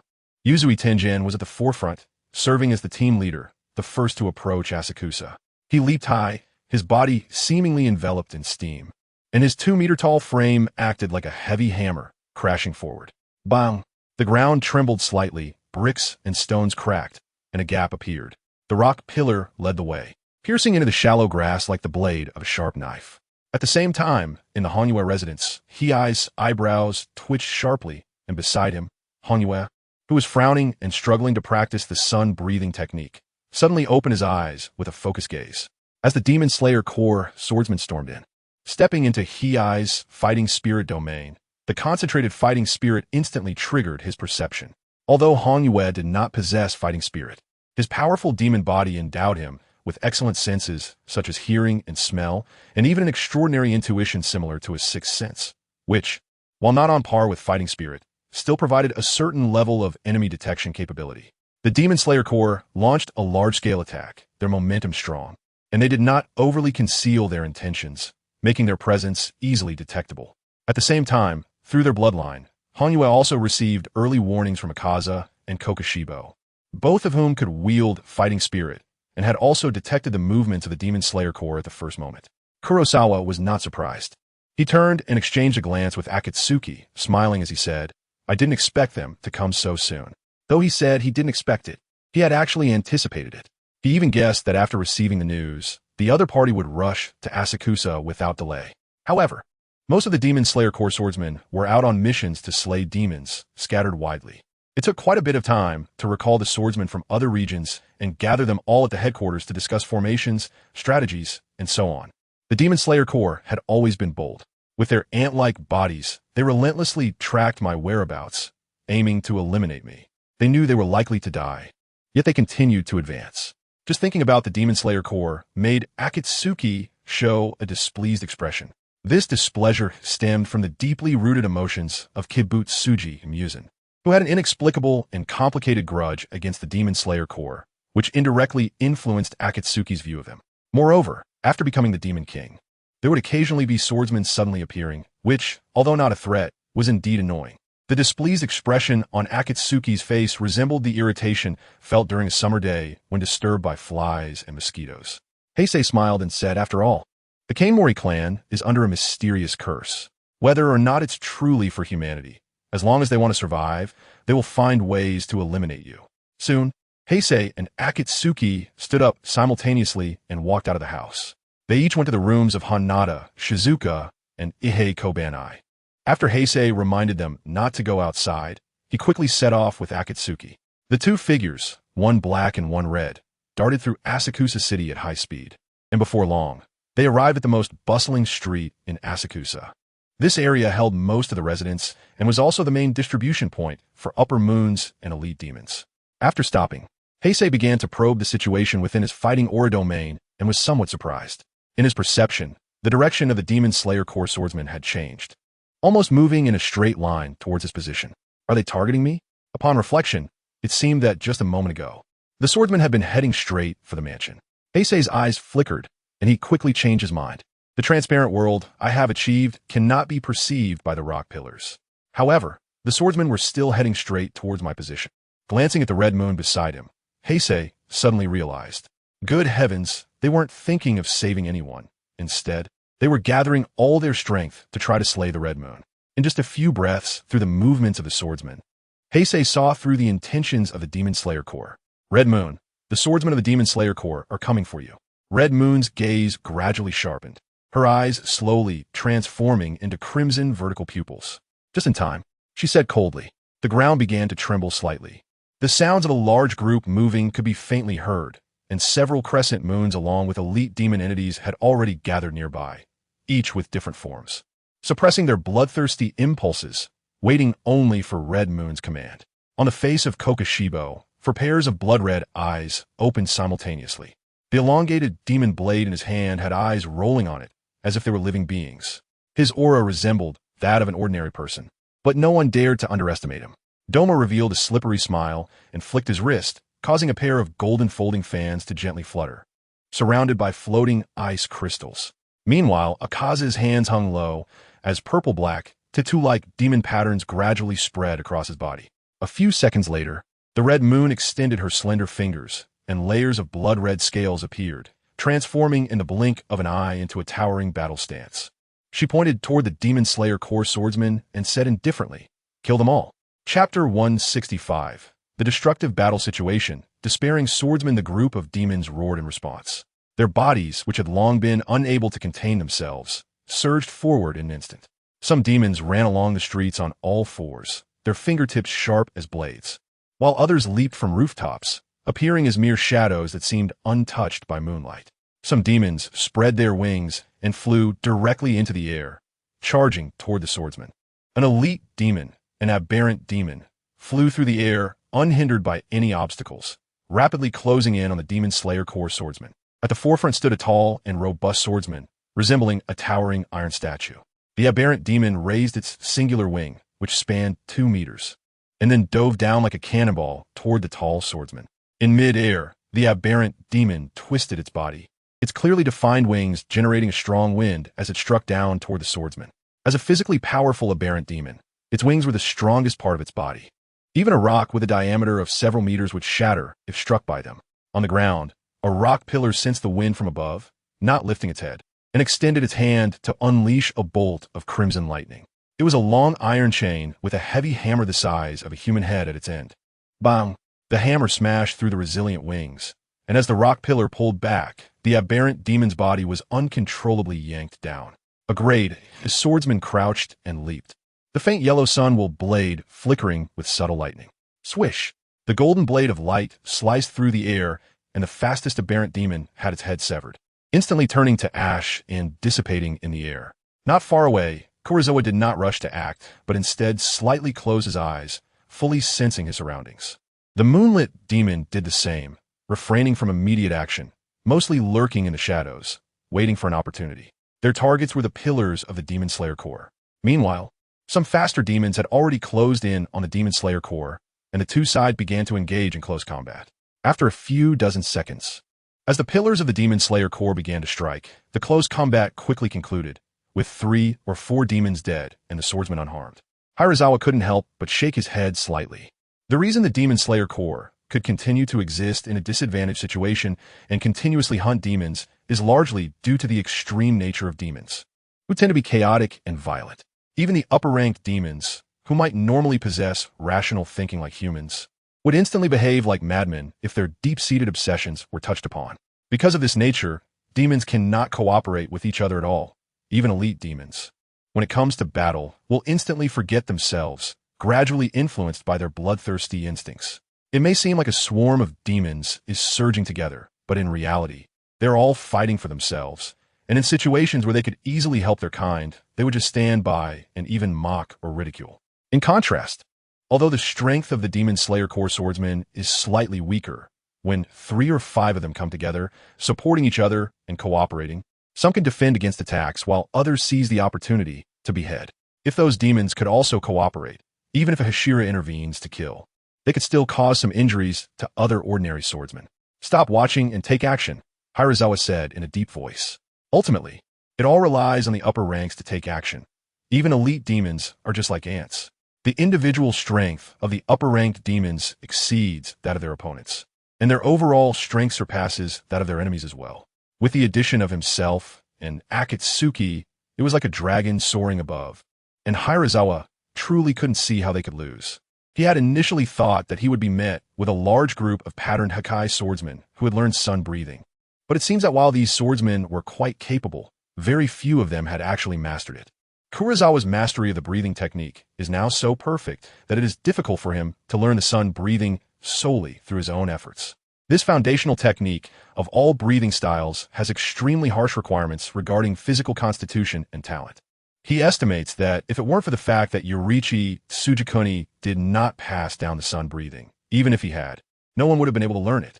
The Kamadu family uses a simplified version of the sun breathing, which barely helps them strengthen their bodies.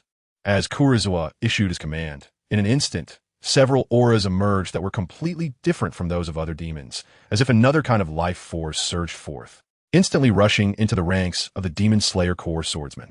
Swish!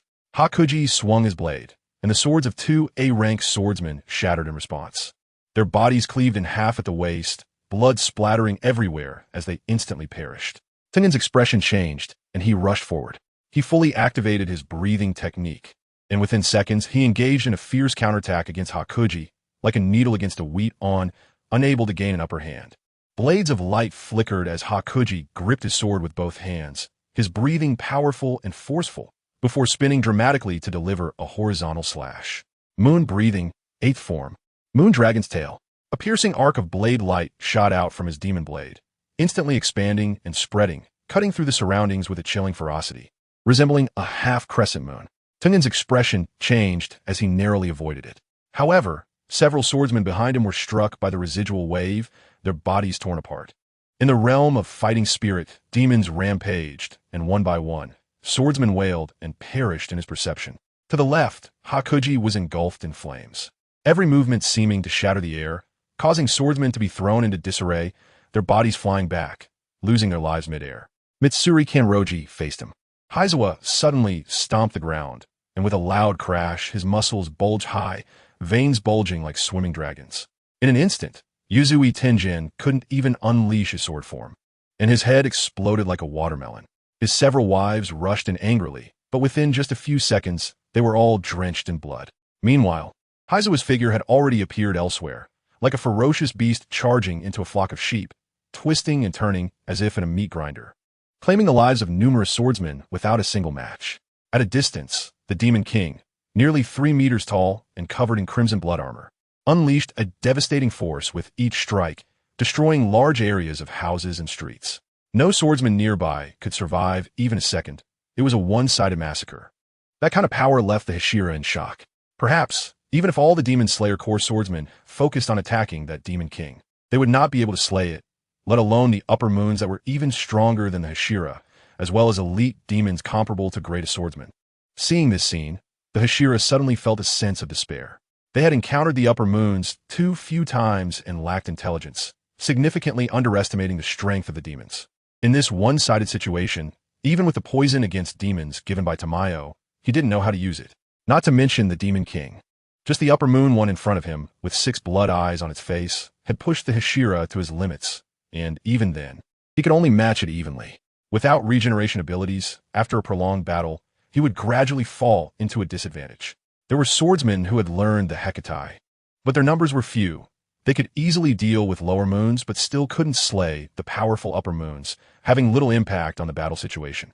The upper moons, Akaza and Heisei, when they joined the fray, the Demon Slayer Corps instantly fell into a precarious situation, like a lone boat on turbulent waves, constantly at risk of capsizing. In just a matter of seconds, Sound Hashira Yuzui Tenjin died, nearly 50 swordsmen lost their lives, and countless were injured in the aftermath. The Demon Slayer Corps had directly lost 1/10 of their numbers. At this rate, in just 2 minutes, they would be completely wiped out here. The Hashira battling Kokoshibo felt extremely anxious but couldn't break the deadlock. On the other side, Heisei moved through the crowd like a Tyrannosaurus wrapped in black flames. The physically weak swordsmen were like fragile glass products in his hands, easily destroyed. In less than half a minute, 1 Hashira and nearly 20 swordsmen died at his hands. Almost 1 kill per second, his body drenched in the crimson blood of others. The potential of swordsmen was far greater than that of ordinary humans. They seemed to belong to a different species altogether.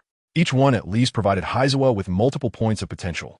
And the Hashira who was instantaneously killed gave him nearly 200 points of potential, a gratifying harvest. At this rate, he would soon accumulate enough to perfect the immortal demon body and the 6th stage of the breathing technique sword form. Suddenly, a sharp, pale purple slash came from behind. Heiji turned around like a prophet, his footwork slightly off, dodging the slash. Then, he let out a small sigh and said to the swordsman in purple, I have deliberately avoided you. Do you remember what I said last time? When I draw my sword, I won't hold back. Kanai activated her crimson eyes. Her gaze filled with dense blood vessels. Heiji, I won't show mercy either. After a brief exchange, Kanai moved her toes, and with a single stroke, she slashed directly at Heiji's neck. Rather than a fierce battle, her demeanor resembled a desperate plea for death. Heisei remained silent, his whole body engulfed in black flames. He struck like lightning, and with a sharp hand strike, he broke Kana's Nicaran blade at an awkward angle, then vanished, aiming for her pale neck. Since he had already mastered the top-level breathing techniques and could use the ultimate sword form, fighting against a swordsman was far easier for Heisei than battling an equally ranked demon. Except for the clearly stronger stone Hashira. The other Hashira had their movements seen through by Heisei, and their attributes of strength and speed were completely overwhelmed. In a one-on-one situation without the support of multiple Hashira, they were no match for Heisei. Due to having had a previous bond with Kanahu, Heisei did not strike with full force. A quick strike to shatter her spine would allow her to leave this world painlessly. At the moment her Nicaran blade was shattered, Kanahu had already lost her will to fight. She closed her eyes and calmly welcomed death. Perhaps this ending wasn't so bad. Kanahu thought. Crash. On the right side of the street, a two-story house was suddenly sliced into thousands of wooden fragments, exploding and scattering. The immense sound drawing the attention of both sides in the battle. A brilliant blaze of sword light shot up into the sky, sweeping towards Heisei's position. Hirazuwa suddenly felt a chill run down his spine, as if a cold wave had crept up to the back of his head. Before his brain could process the situation, his well-trained battle instincts drove his body to retreat repeatedly. Crack, crack, crack.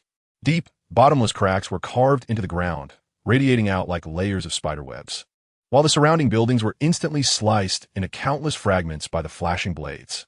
Houses collapsed, dust rose and filled the air, obscuring the vision of everyone and everything. And only a figure could be vaguely seen, standing with a knife held at an angle. Hihira's face turned pale as he looked down at his left arm, which was now nothing but a ghastly white skeleton. His once muscular and robust left arm was now a sight to behold, with flesh and blood completely vanished, leaving only some fragmented bloodstains clinging to the bones. Just moments ago, although he had reacted immediately, his left arm was still caught in that terrifying blade light. And in the blink of an eye, it was as if layers of flesh had been sliced away, with the entire process feeling like being scorched by sunlight, causing excruciating pain. Kurosawa's regeneration ability was stimulated, but the power that once allowed him to regenerate severed limbs in the blink of an eye was suppressed, and the regeneration speed plummeted as if it were truly a wound left by sunlight. Meanwhile, Kan-Aim, who didn't have time to dodge, had completely vanished, completely dissolved by the blade's light. Both sides of the battle were stunned, and the originally fierce, one-sided slaughter came to a momentary halt. Even the crescent moon was shaken by the soaring blade light, among which Kokoshibo's expression changed dramatically, his usually indifferent face filled with disbelief and shock. Wrapped in crimson blood armor, Akatsuki moved at an incredible speed, almost teleporting. Her crimson-slit pupils flickered wildly as she glanced at Kurosawa's injuries. Her face instantly filled with uncontrollable rage. Who is it? Akatsuki stomped on the ground, her ghostly form going berserk, charging like lightning towards the dust-filled area. The air was compressed and turbulent due to Akatsuki's speed, causing the dust to part and reveal a pathway. Among them, a figure standing with a slanted blade appeared in Kurosawa's view, making his pupils shrink instantly. With black hair and golden eyes, he has a refined appearance. This is Hinata Takashi, the boy whom Kurosawa once attempted to kill, but who escaped with the protection of a divine will. Clang! The red moon behind him creates trails of afterimages, stirring layers of airwaves. At first glance, it seems as if dozens of red moons are simultaneously attacking Hinata Takashi, exerting overwhelming pressure. However, Hinata Takashi now has a blank expression, neither happy nor sad, a bit different from the Hinata Takashi that Kurosawa remembers. In Kurosawa's eyes, he appears to be moving very slowly, raising the crimson sun will blade inch by inch before swinging it down. Opposite him, the red moon's speed seems to have slowed down as well, even slower than Hinata Takashi's strike. Not far away, Kurosawa is suddenly alarmed. It's not that Hinata Takashi and the red moon have slowed down. On the contrary, the extremely fast slashes distort the observer's perception, creating an illusion that the passage of time itself has slowed. A golden sun seems to rise from the ground, illuminating the shallow grass in the night. The dazzling sun surrounds Hinata Takashi's entire body and then suddenly strikes out along with his sun will blade. Those elite, ghostly beings feel a sharp pain in their eyes and instinctively close them. Boom! The red moon is sent flying. And even Kurosawa's annihilation sword form can only defend against the blood armor, which is now covered in glaring knife marks. In midair, she trembles repeatedly, struggling to stabilize her body before landing near Kurosawa. A sun-like aura envelopes the red moon completely. Heisei's arm had completely regenerated. He stepped forward and supported the seemingly unstable Hongyue. Toof! Hongyue spat out a mouthful of fresh blood, her mask shattered, her face pale and in pain. There were cracks all over her body, faintly glowing with a fiery light. On her body, one could see blazing, fiery scars, identical on both her front and back, with fiery light shining through. Heisei's heart sank, and the fighting spirit enveloped Hongyue's body inside and out. Each scorching blade mark penetrated Hongyue's iron-like demon body, and hundreds of solar attributes burning blade lights were still raging within her, making her body a mass of wounds, teetering on the brink of collapse. If Hongyue's demon body were even slightly weaker, it might have been shattered into countless pieces by now, but it was already close to that point. Those penetrating blade marks were stubborn and lethal, weakening the regeneration ability of her demon body to its lowest point. Yasuyuki, Hongyue murmured. A flicker of fear appeared in her crimson vertical pupils, which then transformed into round eyes resembling rubies. The deep-seated fear stemming from Kibutsuji had long influenced Hongyue's manic emotions, but in an instant, it vanished as if she was unwilling to face the swordsman before her. Heisei heard the whispers of the crimson moon, and his expression darkened. Indeed, the will of the gods had completely exposed itself, and the Hinata Takeo, who was supposed to provoke him, possessed the strength to turn the tide. Be careful. This seems to be the second incarnation of Kunigami Yorin. I can sense the lingering fear deep within the demon body. Even now, the regeneration ability of the Crimson Moon has not been able to erase the blazing knife light. It seems that every time the Demon Slayer core is on the verge of complete destruction, a terrifyingly powerful sword master from Hinata appears. No, rather than calling them a sword master, it would be more accurate to say they are an embodiment of some kind of existence. Not the same type of being at all. Chapter 167, Destruction Kill Master. Where is the senior brother of the water-breathing style? I've been trying to master the total concentration breathing, but I can't use it proficiently yet, so I want to consult the senior brother. Since you need to teach the other junior brothers, I won't disturb you. The speaker was a beautiful girl with dark green, medium-length hair, which flowed smoothly over her shoulders, adorned with a white flower hairpin on the left side. Her name was Machino, and she was 14 years old. Machino had deep blue eyes, snow-white skin, and a petite figure that looked to be under 6 meters tall, but her legs were surprisingly long and straight. As it was summer, she wore a thin pink kimono with a white ribbon around her waist that formed a bow on her back.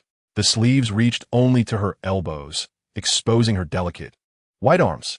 Next to Machino was a person wearing a Tengu mask, Yurokadaki Sakanji. His half-white hair gave him a slightly aged appearance, and the mask looked fierce, making him seem unapproachable and hard to talk to.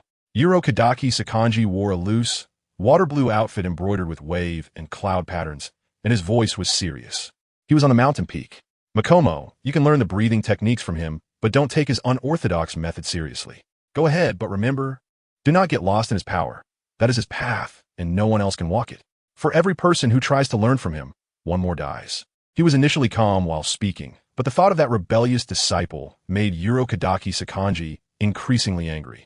Why would he not follow a good path, but instead resort to unorthodox methods, thinking he could mix different breathing styles? Others had already tried and failed. Why would it be any different for him? Machino stuck out her tongue and comforted him. Master, don't be angry. The senior brother is very strong. He will definitely bring you glory. That rebellious disciple. Clearly talented, yet he doesn't put in the effort. Yurokadaki Sakanji snorted angrily again, waving his hand as he turned away to teach the new disciples. Machino shrugged in exasperation and tiptoed, bouncing up the mountain. It was noon, and a massive orange-yellow fireball hung high in the sky, radiating endless light and heat. In the summer, the narrow fog mountain had scorching sunlight filtering through layers of leaves, casting patches of light on the ground of varying sizes. The air in the narrow fog mountain was much more humid than in other places, with all sorts of vegetation growing extremely lush, green vines wrapping around thick tree trunks, and tree roots faintly protruding from the ground like human veins. At the foot of the narrow fog mountain was where Machino and Yurokadaki Sakanji were now, while the senior brother stayed at the peak, his favorite place. Under the sunlight, Makomo's petite body swiftly ran along the rocky mountain path, or leaped onto branches to jump around. Although she was young, her agility surpassed that of the monkeys in the mountains. Throughout the process, her breathing was rhythmic, steady, long, and deep. Soon, she reached the mid-mountain area, where a hazy mist appeared before her, and the path beneath her feet became somewhat indistinct. However, she was very familiar with this place and twisted and turned until she found a small path leading straight to the peak, seemingly trampled down by someone. The senior brothers' daily morning runs had created this path. How impressive. The narrow fog mountain was not low, but Makomo was also very fast. After about half an hour, she reached the peak. The peak of the narrow fog mountain was shrouded in mist year-round, even in the summer under the blazing sun. The mist existed, further tinted with a golden hue by the sunlight, resembling clouds mixed with crushed gold, stunningly beautiful. When she reached the peak, all the mist disappeared, revealing a clear view, with sunlight shining brilliantly. The summit was relatively flat, with the ground beneath her feet being cracked brown rock, devoid of any weeds. Nearby, there were numerous stone spheres and stone pillars, each not small, at least weighing half a ton, but most were cracked, with deep fist marks, palm prints, and finger holes all over, surrounded by crisscrossing fissures. In the middle of this area stood a young man with his upper body bare. He was performing a handstand without any support behind him. At that moment, his left hand was behind his back, while his right hand's index and middle fingers were pressed against the ground, supporting his body as he performed one-handed finger push-ups. It was unclear how many he had done, but he appeared to be effortless. The muscles in his arms undulated rhythmically with his movements, captivating to behold. His blue and white haori was carelessly thrown on the ground, showing no concern for the dust. Makomo bounced over like a little rabbit, squatting beside him, and poked her finger at the young man's chest. So hard, like a rock, I can't push it all. Moreover, it was larger than her own. Makomo quickly lowered her head to sneak a glance at herself, her small face showing a hint of disappointment. She wondered if her senior brother had some secret. Otherwise, how could he have such exaggerated pectoral muscles? She lifted her head and spoke, "Senior brother Kadaki, how come your chest muscles?" Before she could finish her sentence, the young man bent his straight arm. Then with force, he agilely flipped his body, standing up and casually picking up his clothes from the ground, dusting them off and putting them on. Makomo straightened up and exclaimed, "Oh." It turned out that the young man had swiftly tapped her forehead with his finger like lightning. "Don't be so familiar. You must call me Heisei's senior brother. He is the first disciple of the Danshui Lu, Kozawa Danshui. He is a rare figure in this world, with black hair and black eyes, his hair and pupils as dark as ink. The most distinctive feature of the young man's face is his deep-set eyes, resembling a bottomless pool that could easily drown someone. His facial features are sharp and defined, exuding strength and power with a commanding presence. Beneath his rugged face is a tall and muscular body. His chest muscles, abs, biceps, and triceps are all slightly bulging, displaying tantalizingly defined muscles in both motion and stillness. From head to toe, he is filled with a robust male hormone aura. Nearby, Makomo appears even smaller and more delicate, looking like a little girl standing next to an adult from a distance. The background of this world is reminiscent of Japan during the Taisho era. Kozawa is the surname, and Danshui is the name, so he's called Danshui. However, no one in this world knows what the title of the Danshui Lu's elder brother means, so it doesn't matter. He doesn't feel he is targeting anyone. Chapter 168. The Upper Crescent joins forces to attack Hinata Takeo. Master, where's the elder brother of the Danshui Lu? I've been trying to master the total concentration breathing technique lately, but I'm not proficient yet and need to consult him. You should teach the other junior brothers. I won't disturb you. The one speaking is a beautiful girl with medium-length dark green hair, which cascades softly over her shoulders, adorned with a white flower hairpin on the left side.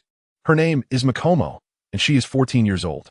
Makomo has deep teal eyes, snow-white skin, and a petite stature, appearing to be under 1.6 meters tall, but her legs are unexpectedly long and straight.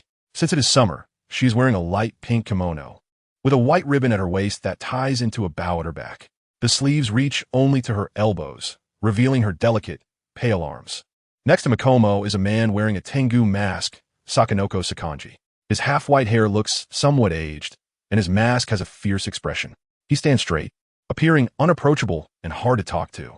Sakanoko Sakanji wears a loose outfit with a light blue base embroidered with wave patterns, and his voice is very serious. He is on a mountaintop. Makomo, you can learn the breathing technique from him, but don't take his unorthodox method seriously. Go ahead. But remember not to get lost in his power. That's his path, and others cannot walk it. For every person who tries to learn from him, one dies. Originally, he could speak calmly, but upon thinking of that rebellious disciple, Sakanoko Sakanji became increasingly agitated. Why take that crooked path when there's a good one? Trying to learn other breathing techniques to mix and match is really easy to mess up. Others have tried long ago. Will even reach him? Makomo stuck out her tongue and comforted him. Master, don't be angry. The elder brother is very strong. He will definitely bring you glory. Rebellious disciple. Clearly talented. Yet he doesn't put in the effort. Sakanoko Sakanji let out another annoyed snort, waved his hand, and left without looking back to teach the new disciples. Makomo shrugged in helplessness, then tiptoed and began to bounce up the mountain. It was noon, and a huge orange-yellow fireball hung high in the sky, radiating endless light and heat. In the summer at the narrow mist mountain, the scorching sunlight filtered through layers of leaves, casting patches of light of varying sizes on the ground. The air in narrow mist mountain is significantly more humid than in other places, and a variety of vegetation grows extremely lush and vigorous, with green vines wrapping around thick trunks and tree roots faintly visible above the ground, resembling human meridians. At the foot of Narrow Mist Mountain is where Makomo and Sakanoko Sakanji are located, while the elder brother is at the mountaintop, his favorite and most frequented place. Under the sunlight, Makomo's petite body swiftly raced along the rocky mountain path, occasionally jumping onto branches, her small figure agile and more nimble than that of a mountain monkey. Throughout the process, her breathing was rhythmic, steady, long, and deep. Soon, she ran from the foot of the mountain to the hillside, where a hazy mist appeared before her, making the path beneath her feet seem somewhat unreal. However, she was very familiar with this area and navigated through the winding paths to find a small route leading directly to the mountaintop, which seemed to have been trampled into existence by someone. The elder brother walks this path every morning, creating it through sheer perseverance. That's impressive. Narrow Mist Mountain isn't low, but Makomo is also quite fast. After about half an hour, she reached the mountaintop. Narrow Mist Mountain is perpetually shrouded in mist above the hillside, even in the blazing summer sun. The mist remains tinted with a golden hue by the sunlight, resembling clouds mixed with crushed gold, creating a breathtaking spectacle. When she reached the mountaintop, the mist disappeared, revealing a clear view that could dazzle the heart. The top of the mountain is relatively flat, with cracked brown rocky ground beneath her feet, devoid of any weeds. Nearby, there are many stone balls and stone stumps, each quite large, weighing at least half a ton. Most are cracked, covered in deep punch marks, palm impressions, and finger holes, surrounded by crisscrossing fissures. In the middle of this area, there is a young man with his upper body bare. He is doing a handstand without any support behind him. At this moment, his left hand is behind his back, and his right hand, with the middle and index fingers together, is pressed against the ground, supporting his body as he performs single-handed two-finger push-ups. He seems to have done countless repetitions effortlessly. The muscles in his arms rise and fall rhythmically with his movements, captivating the eyes. His blue and white haori is casually thrown on the ground, disregarding the dust. Makomo hopped over like a little rabbit, squatting beside him and poking her finger at the young man's chest. Wow, it's so hard, like a stone. I can't even poke it. Moreover, it's bigger than her own. Makomo quickly lowered her head to sneak a glance at herself, her small face slightly dejected. She wondered if her elder brother had any secrets. Otherwise, how could he have such exaggerated pectoral muscles? She raised her head and spoke. Dan Shuer, Lu, elder brother. How do you? Before she could finish her sentence, the young man bent his arms swiftly, then forcefully flipped his body, standing up, casually picking up his clothes from the ground, dusting them off, and putting them on. Makomo straightened her body, then exclaimed, "Ah!" It turned out the young man had quickly tapped her forehead with his finger like lightning. Don't be so familiar. You should call me Kozawa, elder brother.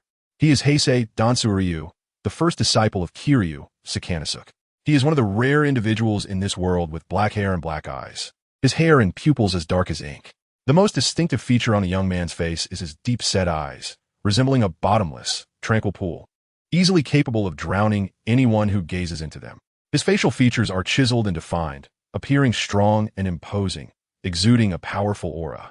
Beneath his rugged visage lies a tall and robust body, with his chest, abs, biceps, and triceps all slightly bulging, displaying a tantalizingly muscular physique. From head to toe, he is filled with a strong masculine presence. Standing next to him, Makomo appears even more petite and delicate, resembling a little girl standing beside an adult when viewed from a distance. Unable to avoid it after being tapped on the head, Makomo covers her reddened forehead and resolutely declares, I will call you Dansuryu. The setting of this world is similar to Japan during the Taisho era. Heisei is the surname, and Dansuryu is the given name, so he is called Dansui. However, no one in this world knows what it means to be the senior disciple of Dansuryu, so it doesn't matter. He doesn't feel targeted by anyone. Chapter 169, Imprisoned in Infinite City. Master, where's the senior disciple of Dansuryu? I've been trying to practice total concentration breathing recently, but I can't use it skillfully yet, so I want to ask the senior disciple for advice. If you need to teach the other junior disciples, I won't disturb you. The speaker is a beautiful girl with dark green medium-length hair, which falls softly on her shoulders, adorned with a white flower hairpin on the left side. Her name is Makomo, 14 years old. Makomo has deep azure eyes, snow-white skin, and a petite figure, standing at less than 1.6 meters tall, but her legs are unexpectedly long and straight. Being summer, she is dressed in a thin pink kimono, with a white ribbon around her waist tied into a bow at her back, and her sleeves reach only to her elbows, revealing her delicate, white arms. Next to Makomo stands a person wearing a Tengu mask, Kiryu Sakanasuke. His half-white hair appears somewhat aged, and his mask looks fierce, making him seem unapproachable and hard to talk to. Kiryu Sakanasuke is wearing a loose robe with a light blue base, embroidered with wave cloud patterns, and speaks in a serious tone. He is at the mountaintop. Makomo, you can learn breathing techniques from him, but don't take his unorthodox method seriously. Go ahead. But remember not to be mesmerized by his power. That is his path, and others cannot follow it. Those who try to learn from him often meet with misfortune. While he initially spoke calmly, the thought of that rebellious disciple increasingly angered Kiryu Sakanasuke. Why not follow a proper path? What is he doing with those unorthodox methods? He even thinks he can blend different breathing techniques. Others have tried and failed. Why would it work for him? Makomo stuck out her tongue and comforted him. Master, don't be angry. The senior disciple is very strong and will surely bring you glory. That rebellious disciple. He clearly has talent, but just doesn't apply himself. Kiryu Sakanasuke let out a cold snort in frustration, waved his hand, and walked away without looking back to teach the new disciples. With her hands raised in a gesture of helplessness, Makomo tiptoed and began to bounce up the mountain. It was noon, and a large orange-yellow fireball hung high in the sky, radiating endless light and heat. In the summer, the air in Narrow Mist Mountain is much more humid than in other places, with various types of vegetation growing extremely lush and dense. Green vines wrap around sturdy trunks, and tree roots faintly emerge from the ground like human meridians. At the foot of Narrow Mist Mountain, that is where Makomo and Kiryu Sakanasuke are now, while the senior disciple stays at the mountaintop, his favorite and most frequented place. Under the sunlight, Makomo's petite figure swiftly runs along the rocky mountain path, or sometimes, in a moment of excitement, leaps onto branches to bounce around, her agility surpassing that of monkeys in the mountains. Throughout the process, her breathing is rhythmic, steady, long, and rich. Soon, she reaches the mid-mountain area, where a hazy mist appears, and the path beneath her feet becomes somewhat indistinct. However, she is familiar with this place and skillfully finds a small path that leads straight to the mountain top, which seems to have been trampled down by someone. The senior disciple has created this path by consistently hiking up the mountain every morning. It's impressive. Narrow Mist Mountain is not low, but Makomo is also very fast. After about half an hour, she reaches the summit.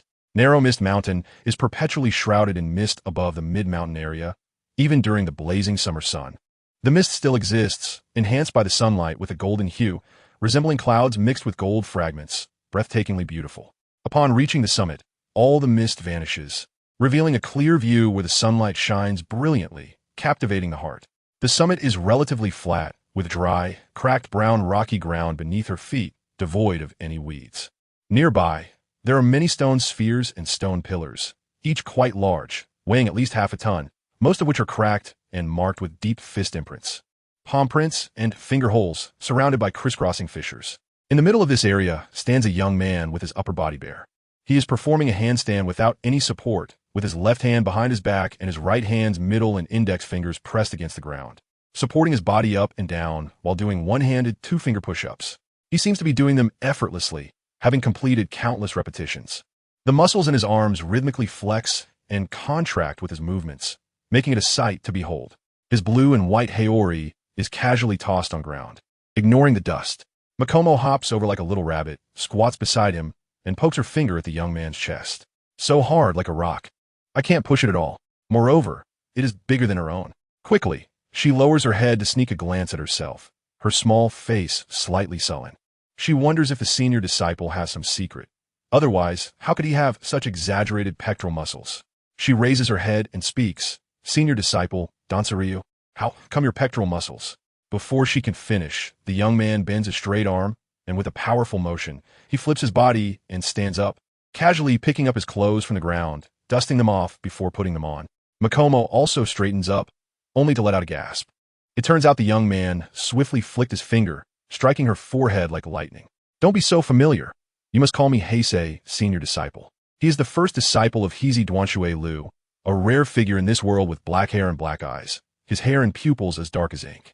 The most distinctive feature of the young man's face is his deep-set eyes, resembling a bottomless dark pool, easily drowning anyone who gazes into them. His facial features are chiseled and defined, exuding a powerful presence, with a formidable intimidation factor. Beneath his rugged face lies a tall and robust physique. His chest muscles, abs, biceps, and triceps all slightly bulge, displaying a tantalizing, defined musculature in both movement and stillness. From head to toe, he radiates a strong, masculine aura. In his presence, Jinguo appears even more petite and delicate, resembling a little girl standing next to an adult from a distance. Unable to escape, after getting her head knocked, Jinguo covered her reddened forehead and resolutely stated, I will call you Duanshui Liu. The background of this world is similar to Japan during the Taisho era. Heisei Duanshui Liu has the surname Heisei and the given name Duanshui, so he is called Duanshui. However, no one in this world knows what it means to be the senior brother of Duanshui Liu, so it doesn't matter. He doesn't feel targeted at anyone. Chapter 170. Sudden changes in celestial phenomena, thunder and lightning. Previously, the pillar was engaged in battle with Upper Moon 4, Hantengu, Blood Demon Art, Infinite Yew Tree.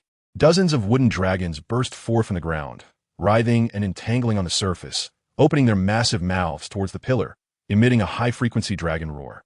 While their thick bodies charged forward, the pillar breathed heavily, perceiving the attacks of Hantengu as all flaws and weak points. Chains spun rapidly around him, cutting through the air with a low, muffled sound. The incoming wooden dragons collided with him, all hitting their weak spots and shattering into pieces. Yet the pillar did not relent. His towering body pressed forward, closing in on Hantengu. Seizing the opportunity, he swung his hand fiercely, a crimson meteor hammer circling from behind, stirring up chaotic air currents, and smashed down towards Hantengu with terrifying momentum. Breath of the Rock, fifth form, Rock Will Punishment. The fast-moving meteor hammer was initially aimed at Hantengu's head, but Hantengu dodged desperately, ultimately getting hit in the chest. The demon's body instantly broke through its defenses, emitting a series of explosive sounds like frying beans. Hantengu was sent flying by the tremendous impact of the meteor hammer, his chest bones shattered, blood and flesh a mess. And due to the crimson weapon, his regeneration was extremely slow. At that moment, Heisei and the Red Moon surged forward to attack. The Red Moon's figure was like a blood-colored specter, instantly appearing in front of the pillar, raising a fist covered in blood armor and smashing it towards the pillar's head. The pillar was startled. Even with his fighting spirit perception, it was difficult to keep up with the Red Moon's swift speed, especially since he had just used his sword form and his strength was slightly diminished. The pillar barely had time to raise his arms in a cross block. Bang! His thick muscles first turned to mush, followed by the hard bones of his forearms, which could not withstand the burden, showing visible cracks. Like Hantengu, the pillar was hit by the Red Moon's punch, his iron tower-like body unable to stop itself, sliding back while leaving long grooves in the ground. Before he could halt, the killing intent surged again. Heisei reigned in his fighting aura, his figure appearing silently, almost the rock column. The rock column was still caught in the residual force of the Red Moon's punch, leaving him no time to respond to Heisei's sudden attack. Goodbye. Swish. Mingzhou struck with a sharp slash without hesitation. During this time, the rock column attempted to block, but found that Heisei's slash seemed to merge with the surrounding spatial environment. It was clearly one strike, yet it felt as if thousands of blades were simultaneously slashing, with no flaw to exploit. Thus, he couldn't defend against it. In an instant, it seemed as if a smooth, mirror-like surface of water emerged from the edge of Mingzhou's blade, cutting off at the other side of the rock column's neck. The afterimage lingered in the air for a few seconds before slowly disappearing. The more than 3,000 potential points were not gained in vain. Heisei's water-calling sword type had reached perfection. Every move seemed to integrate with the natural world, driving the surrounding spatial environment to strike together. Very few could withstand it. Under the combined assault of Heisei and the Red Moon, the rock column fell in less than 3 seconds. If it had been a one-on-one fight, he might have lasted a bit longer. After slaying the rock column, the two of them plunged into the group of swordsmen without hesitation. Like a tiger entering a flock of sheep, they stirred up a bloody storm in an instant. Since the swordsmen here were all high-quality humans, full of vitality and with excellent potential, Heisei's potential value was rapidly increasing. 5 minutes later, blood covered the ground. Everything was a vivid red. In present-day Asakusa, there are no swordsmen left among the living beings. The entire Demon Slayer Corps had been annihilated. The potential value increased by 1,300 points, leaving only 600 points to reach the total potential required for perfect, indestructible demon body. The further along it went, the harder it became to obtain potential points. The last swordsman Heisei killed only provided him with 2 points of potential value, and now, with 600 points left, it wouldn't be enough to replenish with the lives of ordinary humans, even if it took tens of thousands. However, there were still living demon moons and elite demons. That should be enough. Heisei is like an endless abyss.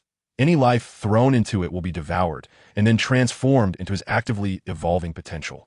This method of evolution is extremely terrifying, as it typically stands in opposition to all living beings due to excessive slaughter.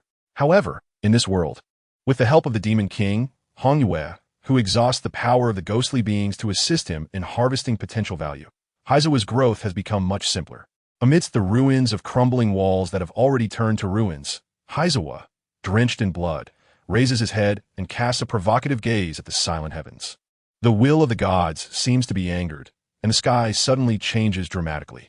Thunder rumbles. The dull roar of thunder suddenly erupts. In the blink of an eye, the night sky is filled with dark clouds, the wind howls, and lightning dances wildly. It seems as if thunder and lightning are about to accompany a torrential downpour. Kurosawa was taken aback. Wanted to strike me? Just as this thought crossed his mind, the night was illuminated by a blinding flash of lightning.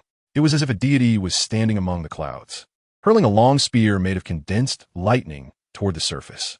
The night instantly resembles bright daylight. However, after this moment, the bright daylight fades away, and the night still envelopes the earth, never leaving. Heisei was startled and instinctively touched his body. Although he had the ability to sense energy, even that couldn't surpass the speed of light, by the time he sensed it, the lightning had already struck. Fortunately, he was unharmed. The bolt of lightning had struck an angle. Boom! The deafening sound of thunder finally erupted. About 10 meters to the right of Heisei, a wooden house was hit by the lightning, turning into a bright torch as it burned fiercely, with charred marks on the nearby ground. The acrid smell of air being scorched could faintly be detected around. Kurosawa let out a sigh. If the will of the deity could really strike him down, it would have done so long ago, not waiting until now. However, can the ghostly body withstand the lightning? Heisei thought for a moment, probably unable to withstand it. The temperature of lightning is over 10,000 degrees. He would likely die instantly, and only with the regenerative ability of his ghostly body could he recover. Rumbling, the deafening sound of thunder echoed, and that mass of dark thunderstorm clouds loomed over Asakusa, the momentum seeming to resonate in Heisei's ears. A few seconds later, a raindrop the size of soybean fell, hitting the broken street and splashing into a ripple on the ground. Splashing, the torrential rain poured down, with strings of raindrops cascading like curtains, instantly blurring the world. The blood and dust on the ground were washed away by the rain, slowly flowing towards lower ground like a winding river of blood. Whoosh! Night turned into day as more bolts of lightning struck within 10 meters of Heisei. This time, it did not ignite any buildings but hit the ground, leaving large areas charred black. Heisei raised his head, squinting his eyes, his vision slightly blurred by the continuous rain. This thing really is coming to strike me. He could sense that the lightning, which had vanished into the air, was coming with malicious intent. However, this divine will was ultimately just a will, lacking great power. It could indirectly exert influence, but could not precisely control the weather directly. It seemed to want to heavily injure Heisei with lightning. But even the slightest deviation in angle would cause the lightning falling from high in the sky to miss its target by a large margin, failing to affect Heisei.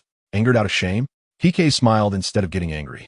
Without wasting time, he turned to Shuer and said seriously, "Can you kill all these upper moons?"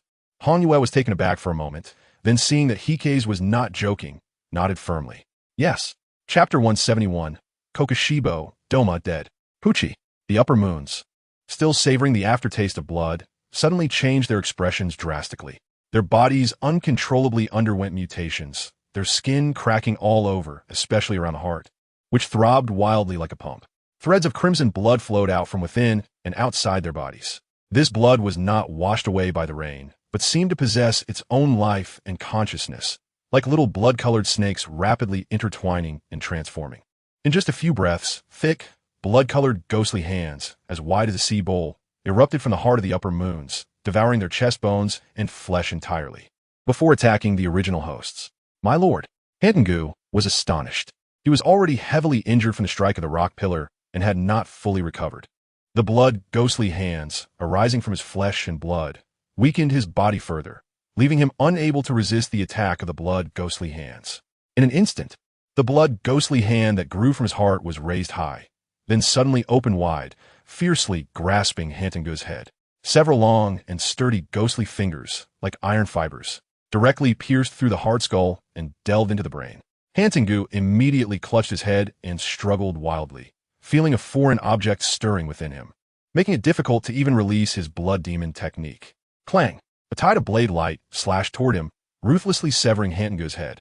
His body stiffened abruptly, then quickly turned to flying ash, unsure whether it dissipated in the air or melted away, washed into an unknown corner by the rain. In other directions, the remaining upper moons were struggling in a difficult battle with the blood, ghostly hands that had grown from their hearts. This arm originated from within them, drawn from their surging life force, and being so close to the heart, its attacks were fierce and relentless, overpowering their original bodies. Black Death Mu tilted his head to evade a punch, and the ghostly hand immediately flexibly clawed toward the back of his head. Crack! The sinister blade of the ghost slashed upward from behind, blocking the ghostly hand. Upon collision, the ghostly hand was no match for the sharpness, and the entire palm was instantly severed, leaving only a bare wrist. But before Black Death Mu could show any joy, his body's regeneration ability activated, and the flesh and blood at the wrist began to wriggle rapidly. The thick bones and sharp, cone-like fingers of the ghostly hand took shape inch by inch, and then it relentlessly attacked again. Lord Kabutsuji, why are you doing this? In a moment of desperation, Black Death Mu shouted out the original name of Red Moon.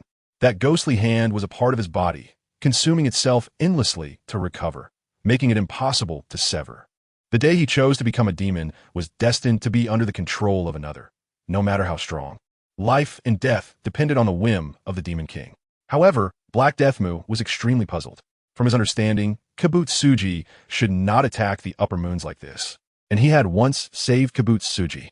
Considering this kindness, Kabutsuji had always been very permissive toward him. How could he possibly turn against him? However, Black Death Mu did not know that the Demon King before him was no longer the simple Kabutsuji musen. His personality had already changed drastically, but it had not been revealed in daily life, and they themselves were unaware of it. Red Moon remained silent, ignoring the pleas of the upper moons. Not only the upper moons, but all the living demons present had their bloodlines triggered deep within, attacking their own bodies in the form of ghostly hands. Meanwhile, Black Zetsu twisted his body, flitting like a fleeting shadow among the demons. 3 minutes passed. Only 3 upper moons were left, barely holding on. Afterward, Black Zetsu gained about 263 potential points, leaving him with 340 points of potential, enough to perfect his demon form and no longer fear sunlight damage. Give up your futile resistance. The pitch-black flames in the bright daylight flickered, mirroring the fear in everyone's hearts. Heisei approached Kokushibo, unleashing a fierce surface slash. The fully leveled water-breathing technique seemed to contain the might of nature itself, causing Kokushibo's pupils to constrict sharply. Moon-breathing, 14th form, catastrophic full moon. Layer upon layer of howling blade winds surged forth from the Demon Slayer, almost filling the surrounding space, leaving no inch unoccupied. In a daze, it seemed as though a bright round moon rose from the ground. At the same time, countless giant circular blades, each about half a meter in diameter, shot out in all directions, slicing through the torrential rain, creating a space of blank blade light around Kokushibo and Heisei. No matter how much Kokushibo struggled, it ultimately proved futile. At the moment he initiated the blade form, the demon's hand continued its ferocious assault, disrupting some of his rhythm. Hikazuto saw through it clearly and instantly found the flaw. It was still the simplest and most fierce water surface slash of the first type. The raindrops falling from the sky paused for a moment in the air, unknowingly split apart in the middle. The layers of blade wind continued to rage. But without the control of its master, it had lost its aim, merely venting its power aimlessly into the air. Kokushibo looked up at the sky, and the long, menacing blade of the demon shattered with a crack, breaking into pieces. Yurichi, I just wanted to become you. Jealousy had always been Kokushibo's original sin. But in that moment facing death, he seemed to understand Yurichi's state of mind from back then. Almost no one knew that Yurichi had actually died at Kokushibo's hands. 300 years ago, the nearly 100-year-old elder stood before the still youthful Kokushibo, and the two exchanged blows with their swords.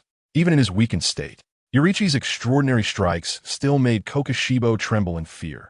When that blade came down, he thought he was going to die. But the anticipated strike never landed. Yurichi's aged face revealed a compassionate smile. How sad, dear brother.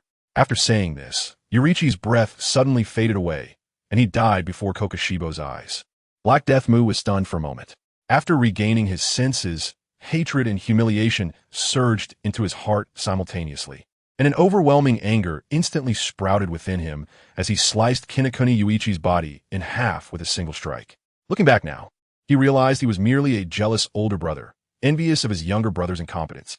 With a deep sigh, Black Death Moose sat cross-legged, closed his eyes, and slowly turned to ashes in the raging wind, leaving behind only a flute that seemed to have weathered many storms. Potential value, 230. The power of despair had already broken through the 400-point bottleneck when he killed the rock pillar and began to rise again. After killing numerous demons and Black Death Mu, it reached 482 points. He turned and left, instantly striking at Doma again. Doma was skilled in blood demon arts, but the blood demon arts couldn't directly obliterate him.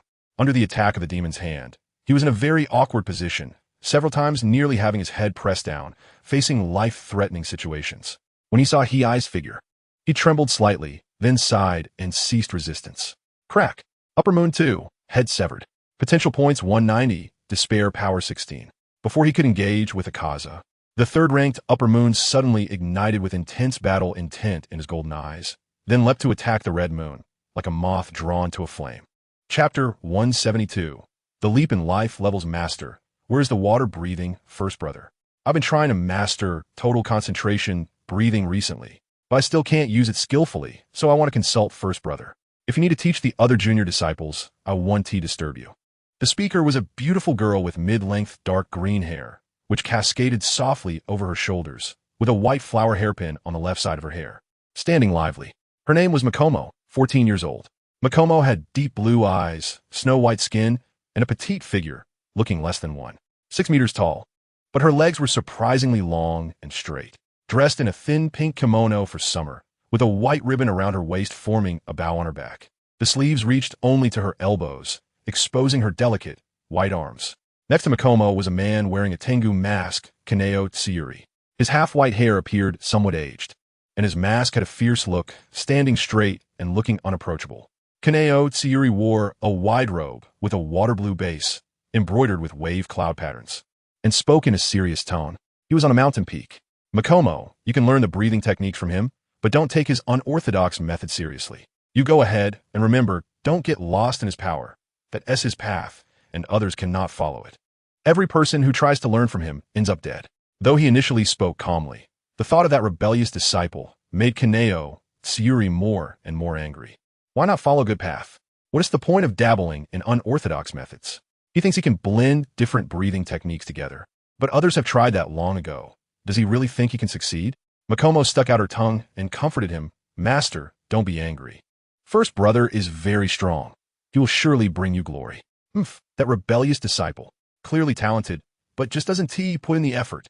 Kaneo Tsuyuri snorted in annoyance, waving his hand and walking away without looking back to teach the new disciples. With a helpless gesture, Makomo tiptoed and started hopping up the mountain.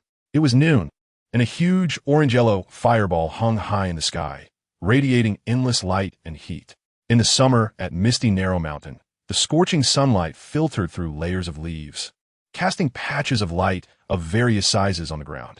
The humidity in the air was greater than in other places, with various types of vegetation growing extremely lush and vibrant, green vines wrapping around thick trunks, and tree roots faintly visible above the ground, like human meridians. At the foot of Misty Narrow Mountain, where Makomo and Kaneo Tsuyuri were located, the first brother stayed at the top, which was his favorite place to go. Under the sunlight, Makomo's petite body quickly dashed along the rocky mountain path, where she would leap onto branches and jump around. Despite her young age, she moved with agility that surpassed that of monkeys in the mountains. Throughout the process, her breathing was rhythmic, steady, long, and thick. Soon, she ran from the foot to the mid-mountain, where hazy mist appeared before her, and the path beneath her feet became somewhat unclear. However, she was familiar with the area and twisted and turned to find a small path that led directly to the mountaintop, which seemed to have been trampled out by someone. First brother walked up the mountain every morning, creating this path, truly impressive. Misty Narrow Mountain was not low, yet Makomo was also very fast. After about half an hour, she reached the top. Misty Narrow Mountain was shrouded in hazy mist year-round above the mid-mountain. Even in the blazing summer, the mist remained, tinged with a golden hue by the sunlight, resembling clouds mixed with crushed gold, stunningly beautiful. When she reached the top, all the mist disappeared, and the view opened up, with sunlight shining brilliantly. The mountaintop was relatively flat. The ground beneath her feet was cracked brown rock, with no weeds at all. Nearby, there were many stone balls and stone stumps, each not small, weighing at least half a ton, but most were cracked, covered with deep fist marks, palm prints, finger holes, and surrounding them were crisscross fissures. In the middle of this area, there was a young man with his upper body bare. He was standing on his hands, with no support behind him. At that moment, his left hand was behind his back, and his right hand's middle and index fingers were together, supporting the ground, doing one-handed two-finger push-ups. He had done an unknown number of them, yet appeared to handle it effortlessly. His arm muscles rhythmically flexed with his movements, captivating to behold. His blue and white haori was carelessly tossed on the ground, completely unconcerned about the dust. Makomo bounced over like a little rabbit, squatting beside him, and poked her finger at the young man's chest. It was so hard, like stone, that she couldn't push it at all. Moreover, it was bigger than her own. Makomo quickly lowered her head to sneak a glance at herself, her small face slightly downcast. She wondered if First Brother had some secret. Otherwise, how could he have such exaggerated pectoral muscles? She raised her head and spoke, "Water-breathing First Brother, how do you?" Before she could finish, the straight arm bent, and then with force, the young man agilely flipped his body, standing up, casually picking up his clothes from the ground, brushing off the dust, and putting them on. Makomo also straightened up, then exclaimed, "Oh." It turned out the young man quickly flicked his finger and tapped her forehead like lightning. "How rude. Don't touch randomly. And you should call me Heisei's First Brother. Kurosawa Dansuryu, the first disciple of Ryu Takezukanji. He is one of the rare individuals in this world with black hair and black eyes, his hair and pupils as dark as ink.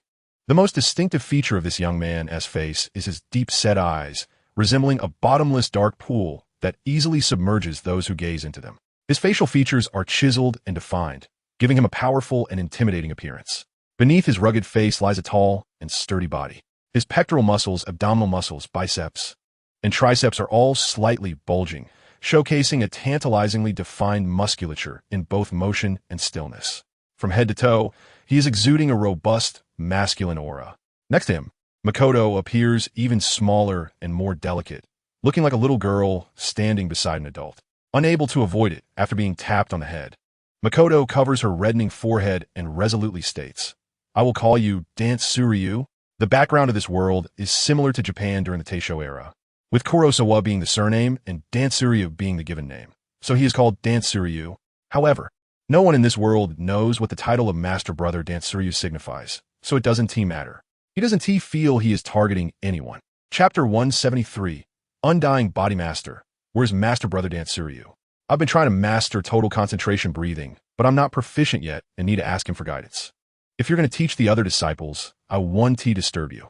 The speaker is a beautiful girl with dark green, medium-length hair, flowing smoothly over her shoulders, with a white flower hairpin adorning the left side of her hair, standing cutely. Her name is Makoto, 14 years old. Makoto has deep blue-green eyes, snow-white skin, and a petite figure, appearing to be less than 1.6 meters tall, but her long and straight legs are unexpectedly proportionate.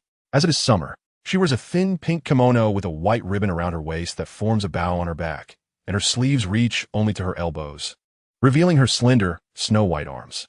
Next to Makoto stands a person wearing a Tengu mask, Ryu Takezukanji.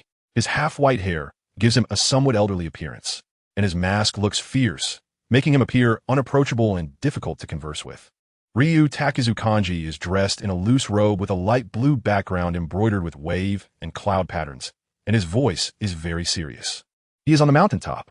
Makoto, you can learn breathing techniques from him, but don't take his unorthodox methods too seriously. You go ahead, but remember, don't get lost in his power. That is his path, and others cannot walk it. Those who try to learn from him, one by one, meet their demise. Originally able to speak calmly, Ryu Takezu Kanji became increasingly agitated as he thought of that rebellious disciple. Why does he refuse to follow a good path and resort to unorthodox methods, thinking he can learn other breathing techniques and integrate them? Others have tried, and would even come to him. Makoto stuck out her tongue to comfort him. Master, don't be angry. Master brother is very strong. He will surely bring you glory. That rebellious disciple. Clearly talented, yet he doesn't apply himself. Ryu Takezu Kanji snorted angrily again, waved his hand, and left without looking back to teach the new disciples. With a helpless expression, Makoto tiptoed and began to bounce up the mountain. At this time it was noon, and a huge orange-yellow fireball hung high in the sky, radiating endless light and heat. In the summer, at the narrow mist mountain, the scorching and dazzling sunlight filtered through layers of leaves, casting various-sized patches of light on the ground. The humidity in the air at Narrow Mist Mountain is much higher than in other places, with all kinds of vegetation growing extremely lush and vigorous. Green vines curling around thick tree trunks, with tree roots faintly visible above the ground, resembling human meridians. At the foot of Narrow Mist Mountain is where Makoto and Ryu Takezu Kanji are currently located, while Master Brother is at the mountaintop, his favorite and most frequented place. Under the sunlight, Makoto's petite body swiftly dashed along the rocky mountain path, occasionally skipping onto branches to jump, her agility surpassing that of monkeys in the mountains at such a young age. Throughout the process, her breathing was rhythmic, steady, long, and profound. Soon, she reached the mountainside, where mist began to appear, and the path beneath her feet became somewhat unclear. However, she was very familiar with this place, and wound her way to find a small path that led directly to the mountaintop. It seemed that this path had been trampled out by someone. Master Brother walks up the mountain every morning, creating a path. How impressive. Narrow Mist Mountain is not low. But Makoto was also very fast. After about half an hour, she reached the mountaintop. The mountaintop is always shrouded in hazy mist, even under the blazing summer sun. The mist still exists, illuminated by sunlight with a golden hue, resembling clouds mixed with crushed gold, creating a breathtaking scene. Upon reaching the mountaintop, all the mist disappears, and everything becomes clear, with sunlight dazzling the eyes. The mountaintop is relatively flat, with a dry, cracked brown rocky surface beneath her feet, devoid of any weeds. Nearby, there are numerous stone balls and stone stumps, each quite large, weighing at least half a ton, though most are cracked and covered with deep fist marks, palm prints, and finger holes surrounded by crisscrossing fissures. In the center of this area stands a young man with his upper body bare. He is performing a handstand without any support behind him. At this moment, his left hand is behind his back, and his right hand's middle and index fingers are together, pressing against the ground, supporting his body as he performs one-handed two-finger push-ups. He seems to have done countless repetitions effortlessly. The muscles in his arms rise and fall rhythmically with his movements, making one's eyes burn with desire. His blue and white haori is casually thrown on the ground, disregarding the dust. Makoto, like a little rabbit, hopped over, squatting beside him, and poked her finger at the young man's chest. So hard, like a rock, I can't budge it at all. Moreover, it was bigger than her own. Makoto quickly glanced down at herself, her little face slightly dejected. I wonder if Master Brother has some secret. Otherwise, how can he have such exaggerated pectoral muscles? She looked up and spoke. Master Brother Dansuryu, how come your pectoral muscles? Before she could finish her sentence, the young man bent his straight arm with lightning speed, then forcefully flipped his body, standing up and casually picking up his clothes from the ground, dusting them off before putting them on. Makoto also straightened up, then exclaimed, "Oh." It turned out the young man had swiftly tapped her forehead with his bent finger. No manners, don't touch randomly, and you should call me Master Brother Kurosawa. He is the first disciple of Heisei's Dwan Rin Takezu. He is one of the rare individuals in this world with black hair and black eyes, his hair and pupils as dark as ink. The most distinctive feature of the young man's face is his deep-set eyes, resembling a bottomless serene pool, easily capable of engulfing others. His facial features are chiseled and defined, giving him an imposing presence and a strong sense of intimidation. Beneath his rugged face lies a tall and robust body. His pectoral muscles, abdominal muscles, biceps, and triceps are all slightly defined, displaying a tantalizingly toned physique in both motion and stillness. From head to toe, he exudes a potent masculine hormone aura. Jinji, standing near him, appears even smaller and more delicate, resembling a little girl standing beside an adult when viewed from a distance. Unable to escape after getting tapped on the head, Jinji covered her reddened forehead and resolutely declared, "I will still call you Dwan Lu." The background of this world is similar to Japan during the Taisho era. Heisei is the surname, and Dwan Lu is the given name, hence referred to as Dwan Lu. However, no one in this world knows what it means to be the senior disciple of Dwan Lu, so it doesn't really matter. He doesn't feel that he is targeting anyone. Summary. On the throne, he gazed quietly, lost in thought. Beneath the throne, there lay countless white bones, forming a path, piled into a mountain. The bones varied, some as small as mosquitoes, while others were as grand as mountain ranges. Aside from the white bones, they had other names.